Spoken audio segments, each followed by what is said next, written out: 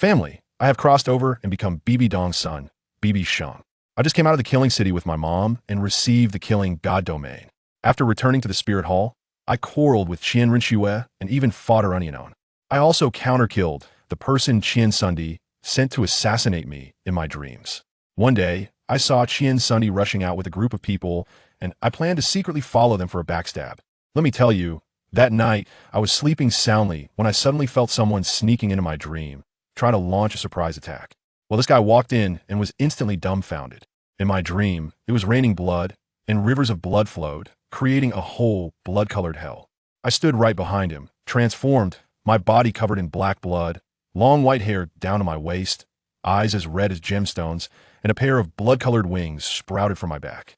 I laughed and said to him, "Here, is the community sending warmth?" The guy was probably so scared he nearly wet himself, pointing at me and stuttering, "You are not human." Of course, I couldn't be bothered to respond. I quickly used soul-devouring hand, and the immense suction pulled him over, grabbing him. I grinned at him and said, "Thanks for your warmth." The next second, bang, I crushed him into a cloud of blood mist, absorbing all his energy. Incredible, he even delivered his head to me. This matter started when my mom, BibiDong, and I just came out of that hellhole, the killing city. Let me tell you, my mom BibiDong is something else. With her long legs at 8 meters and flamboyant pink hair, her face looks like it was sculpted perfect to the point of being unreal. But don't be fooled by her fairy-like appearance. The murderous aura around her could freeze someone into an ice sculpture. As for me, I was just a little toddler, only 1 or 2 years old, round-faced with striking white hair. My mom held me, looking at the blue sky and white clouds, feeling emotional, saying she could finally let me grow up in the sunlight. Family, who understands? I spent 3 years in that broken place, the killing city, staring at the blood-red sky every day, nearly going depressed. Actually, I'm a time traveler. In my previous life, I was a corporate slave playing DNF every day. One day, I got too excited and suddenly died. When I opened my eyes again, good heavens, I became a newborn baby, and I was born in the killing city. My biological mother died during childbirth, and I happened to inherit the talent of the DNF demon god, bursting with blood energy, which attracted BibiDong, who was training inside and had been ambushed, causing her murderous aura to rise. When she held me, she discovered I could absorb her murderous and blood energy, making me a mobile purifier. So, she adopted me, took my surname, and named me BibiSheng. During those 2 years in the killing city, she had no milk, so she fed me with her own, and our bond was more than mother and son. Even though I was only 2 years old, let me tell you, the power inside me was already off the charts, able to punch through mountains, understand? Stronger than my mom. So when she took me to navigate the hell road, it was a breeze. As soon as we came out, I heard a ding in my head, with a voice congratulating me on obtaining the killing god domain. I immediately realized, isn't this the Douluo continent? Although I hadn't read the original work, I had seen short videos. BibiDong is my mom? Well then, it'll protect the spirit hall from now on. I pretended to be naive and said to my mom, "Mom, I think I heard that voice too." My mom was both happy and worried. She touched my head and said, "My Shenger is really amazing, but you shouldn't use this skill, yet you're still young, and I'm afraid you can't handle it." I secretly laughed in my heart and obediently replied, "Okay, Mom, they'll listen to you." Just kidding. I was enjoying the love of a mother. What's wrong with pretending to be a good baby? But not long after our tender moment, a strange voice came over. "My good disciple, you finally came out. I've been waiting so long." But who is he?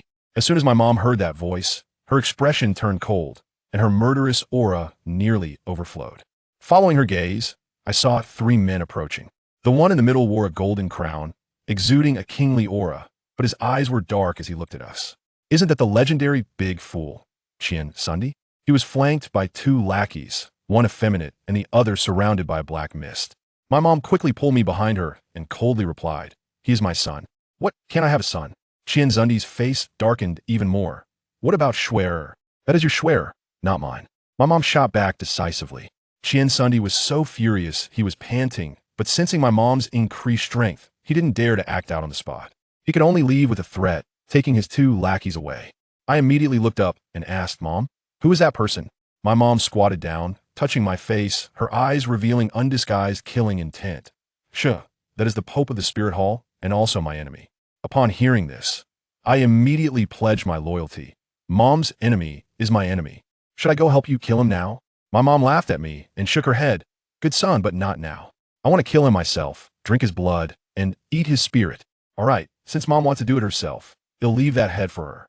After that, we took a carriage back to the spirit hall. After 2 hours of bouncing around in the carriage, I fell asleep in my mom's arms. When I woke up, it was almost dark, and I saw a magnificent city in the distance that was Spirit City. When we arrived at the spirit hall's entrance and just got off the carriage, I saw a little girl dozing on the threshold. As soon as she saw my mom, her eyes lit up, and she ran over shouting, "Mommy, you're back. Schwer missed you so much." I immediately became unhappy, stepped forward to block her, holding my mom with one hand and pointing at her with the other. "Stop. Who are you calling Mommy? This is my mom. Although you're quite cute, you can't just call her that. And I'm much cuter than you." That little girl, who was Renxue, was instantly stunned. After she reacted, she angrily said to me, "You're the one who is calling Mommy randomly." "My name is Renxue, what's yours?" I retorted directly, "My name is BibiSheng, the same surname as my mom. I think you're the one calling her randomly, tis TSK." Renxue was choked by my words and couldn't say anything, her little face turning red with anger. She turned to my mom to show off, spreading her palm to reveal her little golden spirit with 6 wings and a mark on her forehead, claiming to be a 26th-level soul master. And what happened? As soon as my mom saw her 6-winged angel spirit, her disgust deepened, and she coldly said, "I said, if you're going to call me sister, otherwise don't call me at all." I hugged my mom's leg and huffed at Renxue, which meant, "See, I won." Renxue had never suffered such humiliation. The maternal love she had been waiting for 3 years was suddenly dashed, and she was mocked in front of me. Tears streamed down her face as she ran into the main hall. Zundi's face turned green beside her, and he hurriedly chased after her. Once they were gone, I tugged at my mom's clothes. "Mom, I'm hungry." My mom immediately smiled and took my hand, leading me inside. "Come on, Mom will make you something delicious." The next day, my mom went to a meeting, and I was playing alone in the yard. Suddenly, that little girl, Renxue, came knocking, looking unconvinced and wanting to challenge me to a duel. I opened my small, tender hands and looked innocent. "Are you serious? How old are you?"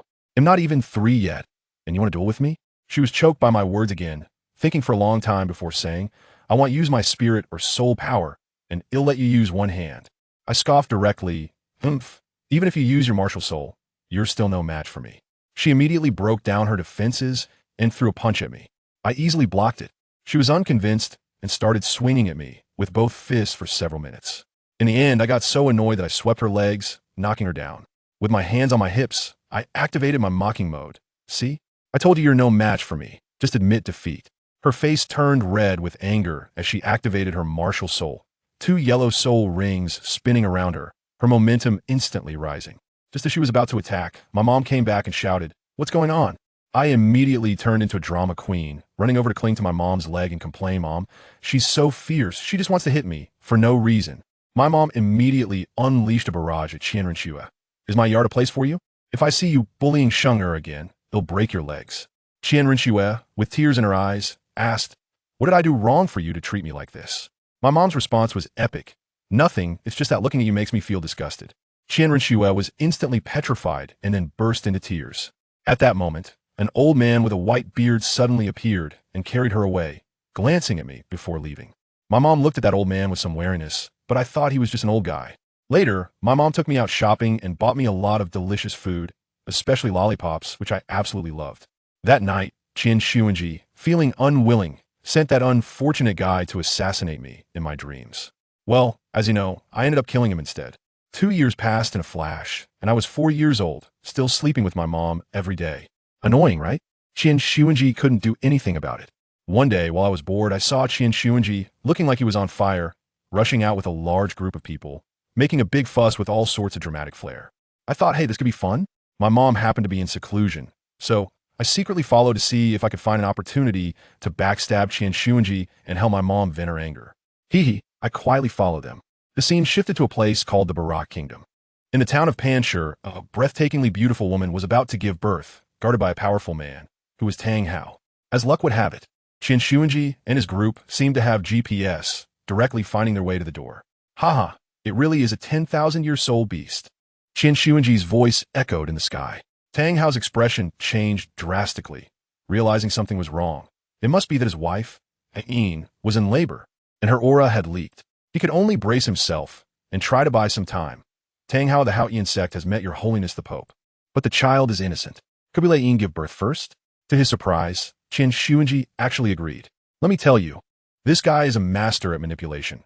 While he pretended to give the Haoyan sex outstanding duo some face, he secretly ordered his subordinates to surround the entire courtyard like an iron barrel, not even allowing a fly to escape. Tang Hao's heart sank, but there was nothing he could do but endure. Just then, I must tell you, the cry of a newborn baby echoed through the sky. The child was born. Qian Xuanji's face instantly changed. The pretense of politeness vanished, and he directly ordered, Tang Hao, hand over the child. Tang Hao exploded at that moment, holding his newly born wife and child. Without saying a word, he swung the Haoyan hammer towards the weakest point of the encirclement, breaking through with a bloody path and running for his life. Chase! With a single command from Qian Xuanji, Yu Guan and the top-notch fighters, Gue Mei pursued him. But no one expected that at this tense moment, a little kid was actually hiding on a rooftop, licking a lollipop while watching the show, mumbling, "Looks like there's a good show to watch." This kid was named by BibiSheng, and with a flicker of his body, he transformed into a blood shadow and followed suit. I followed them all the way, and in the end, at the ruins of a great canyon, Tang Hao and his family of 3 were intercepted. Qian Xuanji floated in midair, putting on an act. Tang Hao, you, the genius of a #1 sect in the world, insist on going against the heavens. Why bother? Tang Hao, holding the child, had red eyes. It's your spirit hall that claims to be heaven. Stubbornly ignorant, Qian Xuanji was too lazy to talk nonsense. As an 8-ring soul Douluo, he didn't take Tang Hao seriously at all, raising his hand to unleash an angelic light blade. Tang Hao was also tough and directly unleashed his ultimate move, the chaotic cloak hammer technique. Let me tell you, that Haoyan hammer truly deserves to be the #1 weapon spirit. Its power was astonishingly overwhelming. In the first clash, Qian Xuanji was careless and was actually stunned, his arm going numb, suffering a small loss. Oh, Qian Xuanji's face could no longer hold its composure. Seeing their boss at a disadvantage, the Judo Luo and Guetuo immediately understood and activated their martial soul fusion skill, Polar Stillness Domain. With a flash, time seemed to stop. Tang Hao's action of raising the Haoyan hammer was instantly frozen. How could the family understand? This top-tier control skill was simply unreasonable. He couldn't move. Tang Hao watched helplessly as Qian Xuanji's sword came towards him, with no way to defend. Qian Xuanji was very arrogant, having just lost face. Now, fueled by anger, he executed an angelic holy sword, striking fiercely at Tang Hao. Tang Hao spat out a mouthful of old blood, flying out like a broken sack and crashing to the ground. On a mountaintop, a child named BibiDong licked a lollipop and commented, "Not bad, not a wasted trip. But what is up with this 6-winged angel spirit? Looks good, but is useless? An 8-ring can't even handle it and still needs 2 people to help." TCH. Qian Xuanji landed and looked at the immobile Tang Hao, raising the golden sword in his hand again. What the Spirit Hall wants, no one can stop. Just as Tang Hao was about to be finished off, several golden blue vines suddenly wrapped around Qian Xuanji's sword. It was Ayin. She walked step by step to Tang Hao's side, stuffing the child into his arms. "Hao, take our child and live." She turned to face Qian Xuanji, her gaze frighteningly calm. "I will go with you. Let him and the child go." Qian Xuanji laughed. Should have done this earlier. He waved his hand, ordering his subordinates to step back. Ayin took one last deep look at Tang Hao. "Hao, raise our child well. See you in the next life." In the next moment, an unimaginable power erupted from her. "In the name of the beast god, I offer myself as a sacrifice for the person before me." Boom! She transformed into a colossal blue-gold tree, reaching the sky, beginning the sacrifice. BibiDong on the mountaintop was shocked. "Wow, Mom, there's a monster." Qian Xuanji panicked. "Are you crazy? Sacrificing will turn to ashes." He wanted to stop it, but once the sacrifice began, it formed an invincible domain that no one could break. A towering red beam of light descended from the sky, enveloping Tang Hao. His heavy injuries instantly healed, and his soul power skyrocketed like a rocket. Behind his original 8 soul rings, a dazzling 100,000 year red soul ring slowly formed. "Ding! Your external aid has arrived." Tang Hao broke through on the spot, advancing to title Douluo. You all should die." Tang Hao's eyes turned blood red, filled with grief and despair. The moment his power returned, he directly activated the Haoyan true body, then detonated the rings. The great Sumera hammer. This strike gathered all his anger and hatred. It was simply apocalyptic, the 9th soul skill unleashed by the combined efforts of Qian Xuanji, Juve Douluo, and Gay was like paper in front of this, instantly shattered. The surrounding miscellaneous soul masters from the Spirit Hall were also killed in droves by the aftermath. Qian Xuanji died for me. Tang Hao chased after him, hammering fiercely at Qian Xuanji, breaking his bones. Just as the Pope was about to be killed on the spot, Yuguan screamed, Tang Hao, if you kill the Pope, the Haoyan sect is finished. These words awakened Tang Hao. He glanced at the infant in his arms, his reason returning slightly, and stopped. Spirit Hall, I will remember this grudge. Just as the entire place fell silent, a childish voice broke the silence. Wow, such a beautiful grass, it's mine. Everyone turned their heads and was dumbfounded. At the spot where Een had just sacrificed, the little kid named BibiSheng was squatting on the ground, holding up a freshly sprouted blue-silver grass seedling, with a golden blue soul bone placed beside it. Family, he was actually picking up loot. Stop. Tang Hao's eyes turned red, unleashing all his power to rush over and snatch it back. Guess what happened? BibiSheng just lightly shifted his little feet and perfectly dodged Tang Hao's lunge as if he had opened a script. Are you shameless for trying to snatch something from a 4-year-old? BibiSheng looked at him with a proud expression. Tang Hao panicked. That's my wife's relic. BibiSheng rolled his eyes. Do you think I'm a 3-year-old? I'm already 4. A piece of grass is your wife. Ha! Too funny. This doesn't even have your name. Why should I say it's yours? This made everyone fall silent, as if there was no flaw in that logic. Tang Hao was so angry he was trembling, instantly activating the killing god domain, unleashing a terrifying killing intent towards BibiSheng. And the result? The child seemed unfazed, even commenting, killing god domain. I seem to have one too, just can't use it without a martial soul. Tang Hao was completely stunned. What kind of background did this child have? In a moment of impulsiveness, he no longer cared, raising the Haoyan hammer to smash down at BibiSheng. Hey, go ahead and smash. BibiSheng surprisingly didn't T-dodge at all, instead lifting the blue-silver grass seedling in his hand. Damn, Tang Hao dared not smash down, forcibly altering the hammer's momentum, striking the ground beside instead, causing it to explode instantly. At this moment, the recovering Qian Xuanji spoke up, addressing BibiSheng. Little brother, give me that grass and soul bone, and I will grant you endless glory and wealth. BibiSheng glanced at him sideways. Who are you? I am your mother's teacher. Your grandmaster. Qian Xuanji forced out a smile that looked worse than crying. TCH, useless. Suddenly, BibiSheng extended his hand towards Qian Xuanji, a red light glowing in his palm. Are you teaching me to do things? A powerful suction force directly pulled Qian Xuanji from beside Yuguan, grabbing him by the neck and slapping him away, causing him to spit blood. 3 against 1 and being countered. Can you even play? BibiSheng said disdainfully. Tang Hao was dumbfounded. Infighting within the Spirit Hall? What a great opportunity. A cold glint flashed in his eyes, taking advantage of BibiSheng's back being turned. He raised the Haoyan hammer to launch a sneak attack. However, the next scene shattered my worldview entirely. BibiSheng didn't even turn his head, slowly extending a hand, effortlessly, catching the full-force Haoyan hammer that was coming down. What? Tang Hao's eyes were about to pop out. What is this? Sneaking up on a 4-year-old child. Is that shameless? A layer of red light enveloped BibiSheng. Your power is impressive, but unfortunately used in the wrong place. Let me show you what true power is. Rampage. Boom. A blood-red beam shot into the sky. BibiSheng's eyes turned crimson, his body wrapped in blood energy. He slowly raised his hand. A blood-red sphere condensing above his head, growing larger and larger until it became a giant meteorite 2 meters in diameter, smashing down towards Tang Hao. Run. Tang Hao was terrified. He could feel that he couldn't withstand this move. If he did, it would be the end. Gue Mei was also scared out of his wits, carrying Qian Xuanji and fleeing. Rumble. The entire canyon shook violently, and a giant pit over 100 meters wide and more than 20 meters deep was directly blasted into the ground. Tang Hao was thrown into the air by the shockwave, desperately protecting the child with his back, crashing hard against the mountainside, and spat out another mouthful of blood. When the dust settled, he looked at the terrifying giant pit before him, kneeling on the ground while holding the child, crying out in despair. I'm useless. Yo, went a bit overboard. BibiSheng stroked the 2 leaves in his hand, admiring his masterpiece, then sneaked over to the half-dead Yuguan and Gumei. Yo, you're not dead yet. The 2 were so frightened that they nearly lost their souls. Let's go back. My mom must be worried about me.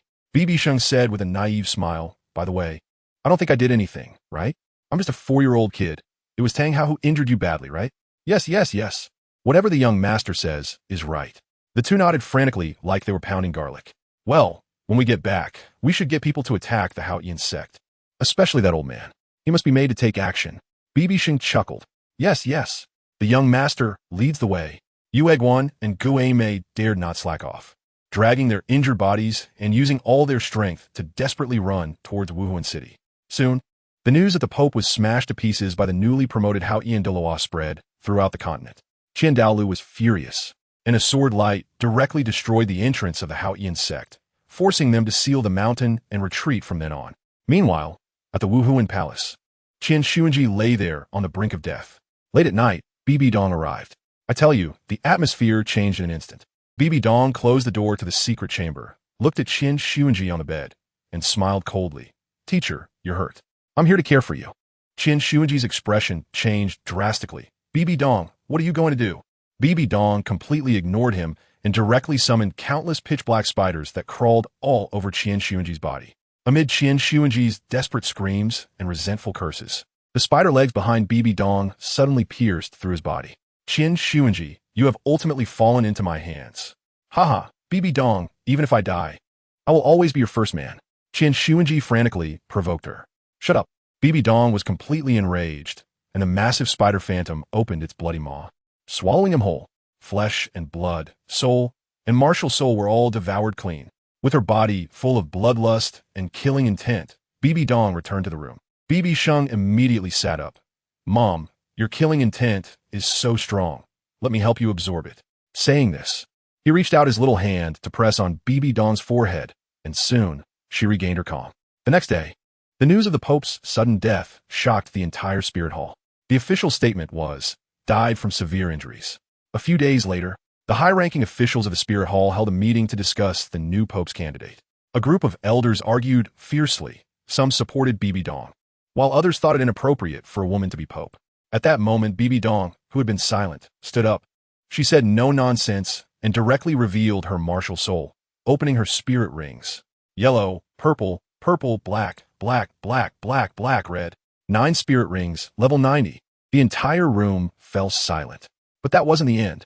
Bibi Dong coldly smiled, and a green light flashed on her body, her second martial soul. The soul-devouring Spider King appeared. It even had 3 50,000-year spirit rings attached, twin martial souls, and her second martial soul had also reached this level of cultivation. Who among the family understands? This operation directly fried the CPUs of those old guys. Dalu looked at her deeply and finally spoke. I support you to become the new Pope. The situation was set. Just as Bibi Dong was about to begin her queen era, her extraordinary son BibiSheng bounced off to find Renxue, who was secretly wiping her tears in the courtyard. Let me tell you, this little brat is simply a born troll. With a lollipop in hand and a pot of grass, he runs over to poke Renxue's air pipe. He starts off with, oh, still acting all thunder here? Instead of crying, why not hurry up and cultivate to avenge your dad? Just look at your current state. Well, Renxue was already holding back a belly full of anger and exploded on the spot. Who are you to meddle? Do I need a little brat like you to teach me how to do things? Guess what? BibiSheng, this kid has a hide thicker than a city wall, and generously said, all right, I won't argue with you. Considering you don't have a dad, I'll allow you to call my mom from now on. Renxue's eyes almost rolled to the sky. What do you mean you allow? She is already my mom. Don't like it? Then come at me. I'll take you down with both hands and feet. BibiSheng put down the flower pot, popped the lollipop into his mouth, and rolled up his sleeves. Upon hearing this, Renxue laughed in anger and stood up. You said it. If I make you cry later, don't go looking for your mommy. Just don't go looking for your grandpa to complain. The two of them shouted and instantly started fighting. Let me tell you, the scene was like a couple of elementary school kids pecking at each other, but the noise was quite loud. The 2 guards nearby peeked over and thought, great. It's these 2 little troublemakers again. We can't mess with them. Let us slip away and continue our patrol. After more than half an hour, BibiSheng had the upper hand, locking Renxue with a deadly scissor kick. The 2 of them rolled around, covered in dirt, their clothes all marked with footprints. BibiSheng triumphantly shouted in her ear, Hee, do you give up? You lost again. Renxue was furious. She was using her soul power. How could she not beat this monster with innate strength? But she refused to admit defeat. I want to give up. You think I'll concede? No way. Then the 2 rolled on the ground like 2 fighting kittens. When Renxue pinned BibiSheng down, she shouted, Call me sister. BibiSheng flipped over and pinned her down, shouting, Call me brother. Do you give up or not? Just when they were at a deadlock over this sibling title dispute, Qian Dalu and Bai Dong returned, and with a shout to stop, they finally pressed the pause button on this farce. In the next second, the two little brats each hugged a leg and simultaneously started to complain. Mommy, help. Grandpa, help. Bai Dong, known for being protective, immediately turned to Renxue and started a tirade. What is wrong with you? Bullying your younger brother, who's 5 years younger than you. Don't you know to let him off a bit? Qian Dalu immediately disagreed. Bai Dong, be reasonable. This kid must have instigated it. Shuer is a soul emperor. She definitely let him win. BibiSheng pouted. Who told her to let me? I have innate strength. And she can't even beat me when she's using her soul rings. Renxue was so mad she could explode, pointing at him and shouting, I'm done with you. Take your broken stuff and get lost. BibiSheng chuckled, picked up the pot of blue silver grass from the ground, and happily followed Bai Dong away. On the way, Bai Dong even asked, this blue silver grass is quite unique. Yeah, Elder Ju brought it back. I thought it looked nice, so I kept it. Family, who understands? That is Ain's original body. And just like that, he took it away as a potted plant. For a while after that, Bai Dong officially took over the spirit hall and was so busy she couldn't even catch a breath. On Renxue's side, she also received a mission and started refining the angel soul bone. BibiSheng was bored out of his mind, lying around in the yard every day, feeling like a salted fish that had lost its dreams. Bai Dong noticed, and after a few days, found him a new playmate. That day, she brought a delicate little girl into the yard. The girl looked about 6 years old, incredibly well-behaved. Shenger, this is the little friend Mommy found for you, Hulaina. From now on, you two will play together. BibiSheng's eyes lit up, jumping down from the lounge chair and actively greeted. Hello, I'm BibiSheng. 4 years old. Hulaina timidly replied. Hello, young Master Sheng. I'm Hulaina, 6 years old. I tell you, this kid's social approach is just that simple and straightforward. He fumbled around in his pocket for a long time, pulled out a blue and gold bone that sparkled like a gem, and directly stuffed it into Hulaina's hand. Here, a gift for you. Bibi Dong, who was nearby, nearly had her eyes pop out. Good heavens, it's the right leg bone of a 100,000-year-old soul beast. The piece that fell off Tang Hao's wife. This kid actually swiped it from Douluo. Just as she was about to say that this thing was too precious, BibiSheng jumped in first. Hulaina was also startled and kept shaking her head. Young master, this is too valuable. I can't accept it. BibiSheng pouted and threatened with a small fist. Take it. If you don't take it, you don't consider me a friend. Every time I see you in the future, I'll hit you. I tell you, you're so cute. I bet a punch would make you cry for a long time. Right? Well, with that said, Hulaina had no choice but to accept it.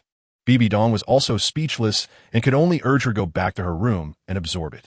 More than an hour later, Hulaina came out, completely stunned. This soul bone not only helped her break through to level 10, but also gave her 2 soul skills. A healing skill called Spring Breeze Revives Life, and a flying skill. She excitedly boasted to BibiSheng, but after hearing it, BibiSheng curled her lips. Humph, is that it? 1 healer and 1 flying skill? That's pretty ordinary. What a waste, Laina. This character of yours is practically wasted. Hulaina was petrified on the spot. After eating, Bibi Dong went to get busy again. BibiSheng pulled Hulaina, and they directly stormed into Douluo's yard. The yard was filled with exotic flowers and plants, fragrant to the extreme. Then, these 2 little troublemakers started their flower-picking operation. Wow, this flower is beautiful, Laina. Wow, this one is nice too. By the time Douluo returned home in the afternoon, dragging his exhausted body, he nearly had a heart attack upon opening the door. The ground was littered with withered flowers and broken branches. All his precious items had been wrecked. He was so furious that his face turned red. And just as he was about to roar, he saw Hulaina in the corner, her head adorned with flowers like a bouquet. Douluo's anger surged instantly. Just as he was about to scold, a little head peeked out from behind Hulaina. Who was making such a fuss? Douluo focused his gaze and saw it was BibiSheng. I tell you, the expression on his face instantly changed from cloudy to clear, like a Sichuan opera face-changing act. Oh my, how did the young master come here? Please come in, please come in. BibiSheng, with an innocent look, said, I thought the flowers in your yard were beautiful, so I brought my new friend to play. As she spoke, her hand reached for a precious flower again. Douluo's heart ached, and he rushed over to stop her. Hey, young master, no more picking. If you pick any more, there won't be any left to see next year. In the end, it was Hulaina who couldn't bear it anymore, saying she couldn't wear any more on her head, which finally put an end to it. Before leaving, BibiSheng stuffed a pot of blue-silver emperor's body into Douluo's hands. Elder Ju, don't cry. This plant is for you. Take good care of it. If it dies, I'll uproot your entire yard. Douluo held the pot of grass, looking at the mess on the ground, truly wanting to cry without tears. In the blink of an eye, 2 years passed. BibiSheng was 6 years old. The day for his martial soul awakening had arrived. That day, all the big shots from the Pope's palace gathered, and the scene was quite grand. The Platinum Bishop, Guys, was in charge of the awakening. I tell you, he was so nervous that his palms were sweaty, praying frantically in his heart. Please don't let it be a useless martial soul, or I'll be fed to a soul beast tomorrow. BibiSheng, on the other hand, was completely calm, even comforting the bishop. Don't be nervous, come on. As 6 awakening stones lit up with golden light, everyone held their breath. Soon, a small green grass appeared in BibiSheng's palm. 3 leaves. The entire venue fell into a sudden silence. Guys turned pale, feeling like his life had reached its end. Hulaina also quietly asked BibiSheng, Teacher, it can't be the useless martial soul. 3-leaf clover, right? Just when everyone thought they were doomed, BibiSheng spoke up, his tone full of helplessness. I say, Dear Bishop, could you increase the soul power output a bit? My martial soul seems to be stuck halfway. Guys was taken aback and quickly summoned his martial soul, pouring all his soul power into the awakening stone. The next moment, a miracle happened. With a crack, the 3-leaf clover transformed into a 5-leaf clover. An aura of sharpness instantly spread out. Before everyone could react, with another crack, the 5-leaf clover turned into a 7-leaf clover. The entire hall was suddenly filled with a strong sword intent, making it hard for people to breathe. I tell you, this is not over yet. The skies above the spirit hall changed dramatically, and a sword intent that pierced the heavens shot up into the clouds, even startling Dalu in the worship hall. Finally, with a crisp sound, the 7-leaf grass completely transformed into 9 leaves. 8 leaves surrounded the longest one in the center, and all the earth-shattering sword intent instantly retracted, as if everything just now had been an illusion. Guys was so excited he was almost in tears, shouting, Congratulations, young master, awakening an ultimate top-tier martial soul. BibiSheng looked at the grass in his hand with some disdain. Wild grass with 9 leaves? The color is a bit green, not very auspicious. BibiSheng walked over, helplessly ruffling his head. All right, hurry up and test your innate soul power. BibiSheng placed his hand on the crystal ball, and with a buzzing sound, the crystal ball erupted with a dazzling blue light, blinding everyone. Guys announced with a trembling voice, straining his throat, 9-leaf swordgrass. Innate soul power, level 20. As soon as the words were spoken, 2 halos burst forth from BibiSheng, 1 blood red and 1 pure white, clearly 2 innate domains. Guan and Guei exclaimed in shock too. It's actually 2 innate domains. BibiSheng calmly explained. One is the god of slaughter domain from the city of slaughter, and the other is the one that comes with the martial soul. Only then did Guys come to his senses and respectfully ask, Young master, how should your martial soul be recorded? BibiSheng casually replied, Well, let us call it 9-leaf swordgrass. BibiSheng looked at his son, his face full of pride and satisfaction. Douluo immediately came over and praised him vigorously, saying it was unparalleled in the continent and a blessing for the spirit hall. BibiSheng waved his hand and ordered everyone. Today's events are to be classified as top secret and must not be disclosed. BibiSheng, however, shrugged nonchalantly. Actually, there is no need to be so nervous. With our spirit hall's strength, what difference does it make if the outside world knows? BibiSheng looked at his fearless demeanor and smiled indulgently, then announced a heavy reward for Guys, who had been scared half to death today. I tell you, the bishop was so scared that his legs went weak. As soon as he heard there was a reward, he immediately turned into a drama queen, waving his hands wildly. Oh my goodness, your holiness, this is not my achievement at all. It's all thanks to the young master's exceptional talent. I'm just a tool. I dare not take credit. I dare not take credit. Who is my mom? BibiSheng, the most cunning of the cunning, completely ignored his nonsense. Waved her right hand and said, Enough, enough. All of you can leave now and go find your own mothers. In an instant, the entire papal hall was empty again, leaving just the 3 of us, plus Guan and Guei, the 2 gatekeepers. Let me tell you, on the other side, that Dalu, my nominal chief grandfather, had already retreated into his elder hall and shut himself in. He probably never imagined that my talent could explode to this extent. Sitting there, he kept pondering, saying that this kid could fight evenly with Schwerer even without a martial soul. And now, after awakening a grass martial soul, his sword intent was almost piercing the heavens. This is not scientific. Could it really be innate divine power? Who understands? This old man has lived for hundreds of years and still can't figure out why a piece of grass can have sword attributes. Moreover, the more he thought about it, the more wrong it felt. He discovered that my mom had been acting as Pope for the past 2 years with great decisiveness, managing the spirit hall, clearly, with prestige far surpassing that of her scumbag ex-husband, Renxue. Originally, Dalu wanted my mom to be a temporary worker just to manage the internal affairs. But my mom directly took the company public, and several stubborn old folks in the elder hall became her die-hard fans. This old man felt a mix of emotions in his heart, and in the end, he had no choice but to pick up his pen and write a letter to his granddaughter, Renxue, detailing my situation today. Over here in the papal hall, my mom didn't care about any of that. Her eyes were only on me. She was so gentle, stroking my head and saying, "Sheng, you are now at innate level 20 and can directly obtain 2 soul rings. Have you thought about which route you want to take?" I rolled my eyes and said, "Mom, I just awakened today. I still don't even understand what a soul master is. And you're asking me this?" My mom finally realized it, laughed, and said, "Oh, it was her who was anxious." Then she patiently explained to me that soul masters are divided into combat and support types.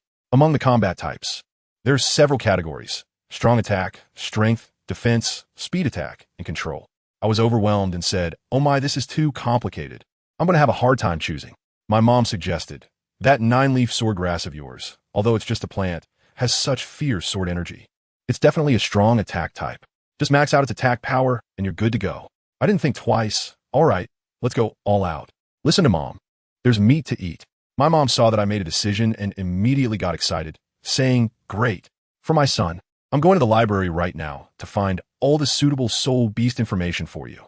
Hulaina, standing beside me, was also happy for me, holding my hand and saying, "Young master, you are amazing. You've reached level 20 directly, and I'm only at level 17. My mom waved her hand, telling us 2 kids to go play by ourselves. Hulaina and I quickly ran back to the backyard. On my mother's side, with Yueguan and Gue Mei as 2 tools, they plunged into the library and went bald. At the dining table in the backyard, Hulaina had been holding it in for the whole morning and finally couldn't help but ask me, "Young master, is your martial soul grass or a sword?" At first, when I saw those 3 leaves, I thought it was the useless martial soul 3-leaf clover, which scared me to death. I took a bite of rice and said to her with deep seriousness, "Sister Shauna, why can't we be both grass and a sword? Its essence is grass, but it's also the emperor among grasses, you understand?" I directly pulled out my knowledge from my past life to launch a dimensional strike on Sister Shauna, focusing on the information gap. You see, you should be able to evolve from a 1-tailed heart fox to a 3-tailed spirit fox, all the way to the strongest 9-tailed celestial fox. You only have 1 tail right now. That's not good. You need to work harder. Hulaina was immediately stunned by my words, her eyes wide open. "Hiss, 9-tailed celestial fox? How do you know that, young master? It sounds so powerful." I chuckled and continued to add more. Not to mention, there are also 9-tailed cat demons. It's written in the Shanghai Jing, but unfortunately, you probably won't find them on this continent. They are divine beings. Just think about it. 9 tails, how impressive would that be? Hulaina was so captivated by my words that she forgot to eat. Her eyes filled with little stars as she began to fantasize about her fox spirit evolving into a 9-tailed celestial fox. I couldn't help but laugh to myself and quickly urged her to eat. I was afraid that if I continued, she would want to go and get herself some tails right then and there. Meanwhile, my mom had been rummaging through the library for a long time. Her brow furrowed in a knot. She looked at over 100 types of soul beasts, from sword bamboo forest to saber-toothed tigers, but she always felt something was missing. After all, my martial spirit was a first-time appearance, and she had no experience. She was worried that one wrong step would delay my progress. Yuguan, also known as the Chrysanthemum Douluo, saw how troubled my mom was and approached her, saying, "Your Holiness the Pope, how about we find someone knowledgeable about swords to ask? For example, that sword Douluo from the 7-treasure glazed tile school?" As soon as my mom heard this, she looked up at him. Of course, she knew who Yuguan was talking about. Jian Dao, Chenxian, the #1 sword martial soul in the continent, with attack power at the ceiling level. But the problem is, that guy is from the 7-treasure glazed tile school, and their relationship with the Spirit Hall is currently quite strained. He had just taken the crown prince of the Tiando Empire as his disciple. At this critical moment, who knows if the other party would play tricks? My mom thought for a long time and finally decided not to ask for help. She told Yueguan and Guimei to write down a few alternative plans, saying, "First, let's take them back and ask for Sheng'er's opinion. That kid is quite clever and has his own ideas. If it really doesn't work, then we can consider that sword Douluo." I just finished lunch and am lying in the yard soaking up the sun, enjoying my two newly acquired domains. One is called the Domain of the Killing God, which allows me to gain buffs while cutting down enemies and weaken them. I think it's just okay, somewhat like the standard for evil soul masters. But the other one, wow, it's called the Nine Heaven Sword Domain. It starts with a 30 attack increase and ignores 50 of defense. Every time I advance to a higher realm, I can unlock an additional leaf to increase my attack. It's incredible. I was happily pondering how to play the pig to eat the tiger in the future when suddenly a pop-up ad appeared in my mind. Sword God 9 Trials. First trial, become a Soul King. Limited time of 5 years. I was taken aback at that moment. Sword God? What on earth is that? I had never heard of it before. Just as I was about to complain, ding. Martial God 9 Trials. First trial. The first 4 soul rings have 2,000-year ones and one 10,000-year one, limited to 5 years. Another one. Let me tell you, these gods are just bored in the divine realm, and they're fighting tooth and nail for KPIs. The sword god and the martial god almost got into a fight over me in the divine realm. One said, "What do you know about swords?" And the other retorted, "You scoundrel. If it weren't for the sudden appearance of the Azura God King to mediate, they would have torn the divine realm apart." When the Azura God King spoke, it was even more astonishing. He said, "You two don't need to argue anymore. This kid is my designated heir, born in my examination field. You can cancel the divine trials." The sword god and the martial god were immediately petrified and could only retreat in defeat and cancel the divine trials. Then I heard in my head again, sword god, martial god, 9 trials, error announced. Divine trials have been canceled. Damn, are you kidding me? Although I didn't care about it at all, I was really angry at being played like this. I secretly vowed in my heart, sword god and martial god, huh? I'll remember you, and when I get to the divine realm, I'll make sure to give each of you a good knock on the head. I'm really angry right now. When my mom came back and saw my unhappy face, she asked, "Sheng'er, what's wrong? Who upset you?" I immediately changed my expression and smiled innocently. "It's okay, Mom. I just ran into 2 mentally unstable idiots, and I've already scared them away."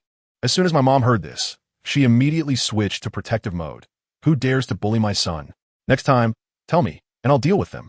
She pulled me down to sit and then took out a small notebook from her soul guide, saying, "Mom has picked a few soul beasts for you. Take a look." I took a look and saw that there were sword bamboo, saber-toothed tiger, and thunder leopard. All of them are very aggressive soul beasts. But seeing my mom's expression, she still seemed a bit dissatisfied. So I asked her what was wrong. My mom sighed and said, "It's all because your martial soul is too special, the only one in the continent. I feel uncertain and worry about making the wrong choice for you." Then she discussed with me about wanting to consult Sword Douluo. As soon as I heard that, I exclaimed, "No way." I immediately showered my mom with compliments. "Mom, the debt of human kindness is the hardest to repay. Besides, who knows more than my mom? That Sword Douluo's martial spirit isn't even the 9-leaf swordgrass. What does he know? I want to be the first to try it out. I believe in my mom's judgment." This flattery really pleased my mom, and she happily rubbed my head, saying, "You have such a sweet tongue. All right, no need to ask anyone else. Tomorrow, I'll personally take you to the Stardow Forest." After that, she smiled mysteriously and said, "By the way, today is your 6th birthday, and I have a gift for you." She flipped her hand, and a necklace appeared. The chain had 5 blood-red gems, and hanging in the middle was a 4-pointed star with blood-red tips, and a sea-blue gem right in the center. It looked so cool. My eyes lit up when I took a look at it. My mom said this is a spatial soul guide device with a total volume of 50 cubic units. I fell in love with it on the spot, put it directly around my neck, and said, "Thank you, Mom. I like it so much." My mom smiled and said, "As long as you like it, let's give it a name." Without thinking, I blurted out, "Let's call it the Iron Blood Necklace of the Blade Queen." My mom was taken aback for a moment. "Oh, such a long name. Why is it called that?" I chuckled and thought, "Let my mom protect my heart, which is as sharp as a blade." My mom was really amused by me and kept saying that I only know how to say nice things. Later, when she noticed that Hulaina hadn't come out for a while, she asked about it. I said she might have been stimulated by me and was in her room training in seclusion. My mom sighed and said that this girl, Nana, is indeed quite good. After finishing up the details for tomorrow's trip to the Stardow Forest, she went to make dinner to celebrate my birthday. I was lying in the yard wearing my new necklace. In the afternoon, Hulaina finally came out of her room and immediately spotted the necklace around my neck, her eyes widening as she reached out to touch it. Just then, I woke up and grabbed her hand, grinning as I boasted that it was a birthday gift from my mom. She showed me her storage soul guide, a bracelet. We acted like children, eagerly touching each other's treasures and having a blast. In the evening, my mom prepared a huge feast, and the three of us sat together, celebrating my birthday with great joy. Meanwhile, thousands of miles away, Renxue received a letter from Dalu. She looked at the letter, which mentioned that I had awakened the 9-leaf sword grass at innate level 20, and huffed, "Humph, this little brat has decent talent. He qualifies to be my little brother." But the smile on her face was impossible to hide. After reading the letter, she immediately felt fired up and muttered, "I can't let this little brat surpass me. Otherwise, how can I still be a big sister?" With that, she promptly sat cross-legged on her bed and began to cultivate fiercely. The next morning at 10 o'clock, my mom held my hand and walked out of the spirit hall's main entrance. As we descended the steps and arrived at the plaza, a luxurious carriage was already waiting there, with Yueguan standing respectfully beside it. The whole demeanor was like that of a 5-star hotel doorman, just missing the red carpet for me. As soon as my mom and I got in the car, wow, Yueguan instantly transformed into an experienced driver, cracking the whip. And off we went towards the starry forest. This trip was purely for my soul ring business, so Sister Nana didn't come along, since it wasn't a spring outing. At first, the carriage was fine after leaving the city, but once we hit the dirt road, oh my gosh. It was so bumpy that I felt like my internal organs were playing bumper cars. My face turned green at that moment, and when my mom saw my expression, she asked if I wasn't used to it. I thought to myself, this is more than just being unaccustomed. This is torture. I directly complained, "Mom, this road is so bad. It's even more comfortable lying in my yard." When my mom heard this, she started lecturing me, saying that I lay around all day and was almost becoming a salted fish, and that no matter how good my talent was, I had to work hard to improve. I wasn't happy about it at the time and countered directly, "Isn't it because you're busy? You have meetings every day, coming and going early and late. Apart from meal times, I can't even catch a glimpse of you. If I'm not lying down, what should I be doing?" This left my mom speechless, and her tone softened as she apologized, saying that she had just become a pope, and with Qiang Sunji leaving behind a mess. She was too busy to even catch her breath. She promised that things would get better in a couple of years. She also mentioned that I was 6 years old now and could go to school with Sister Nana to make more friends.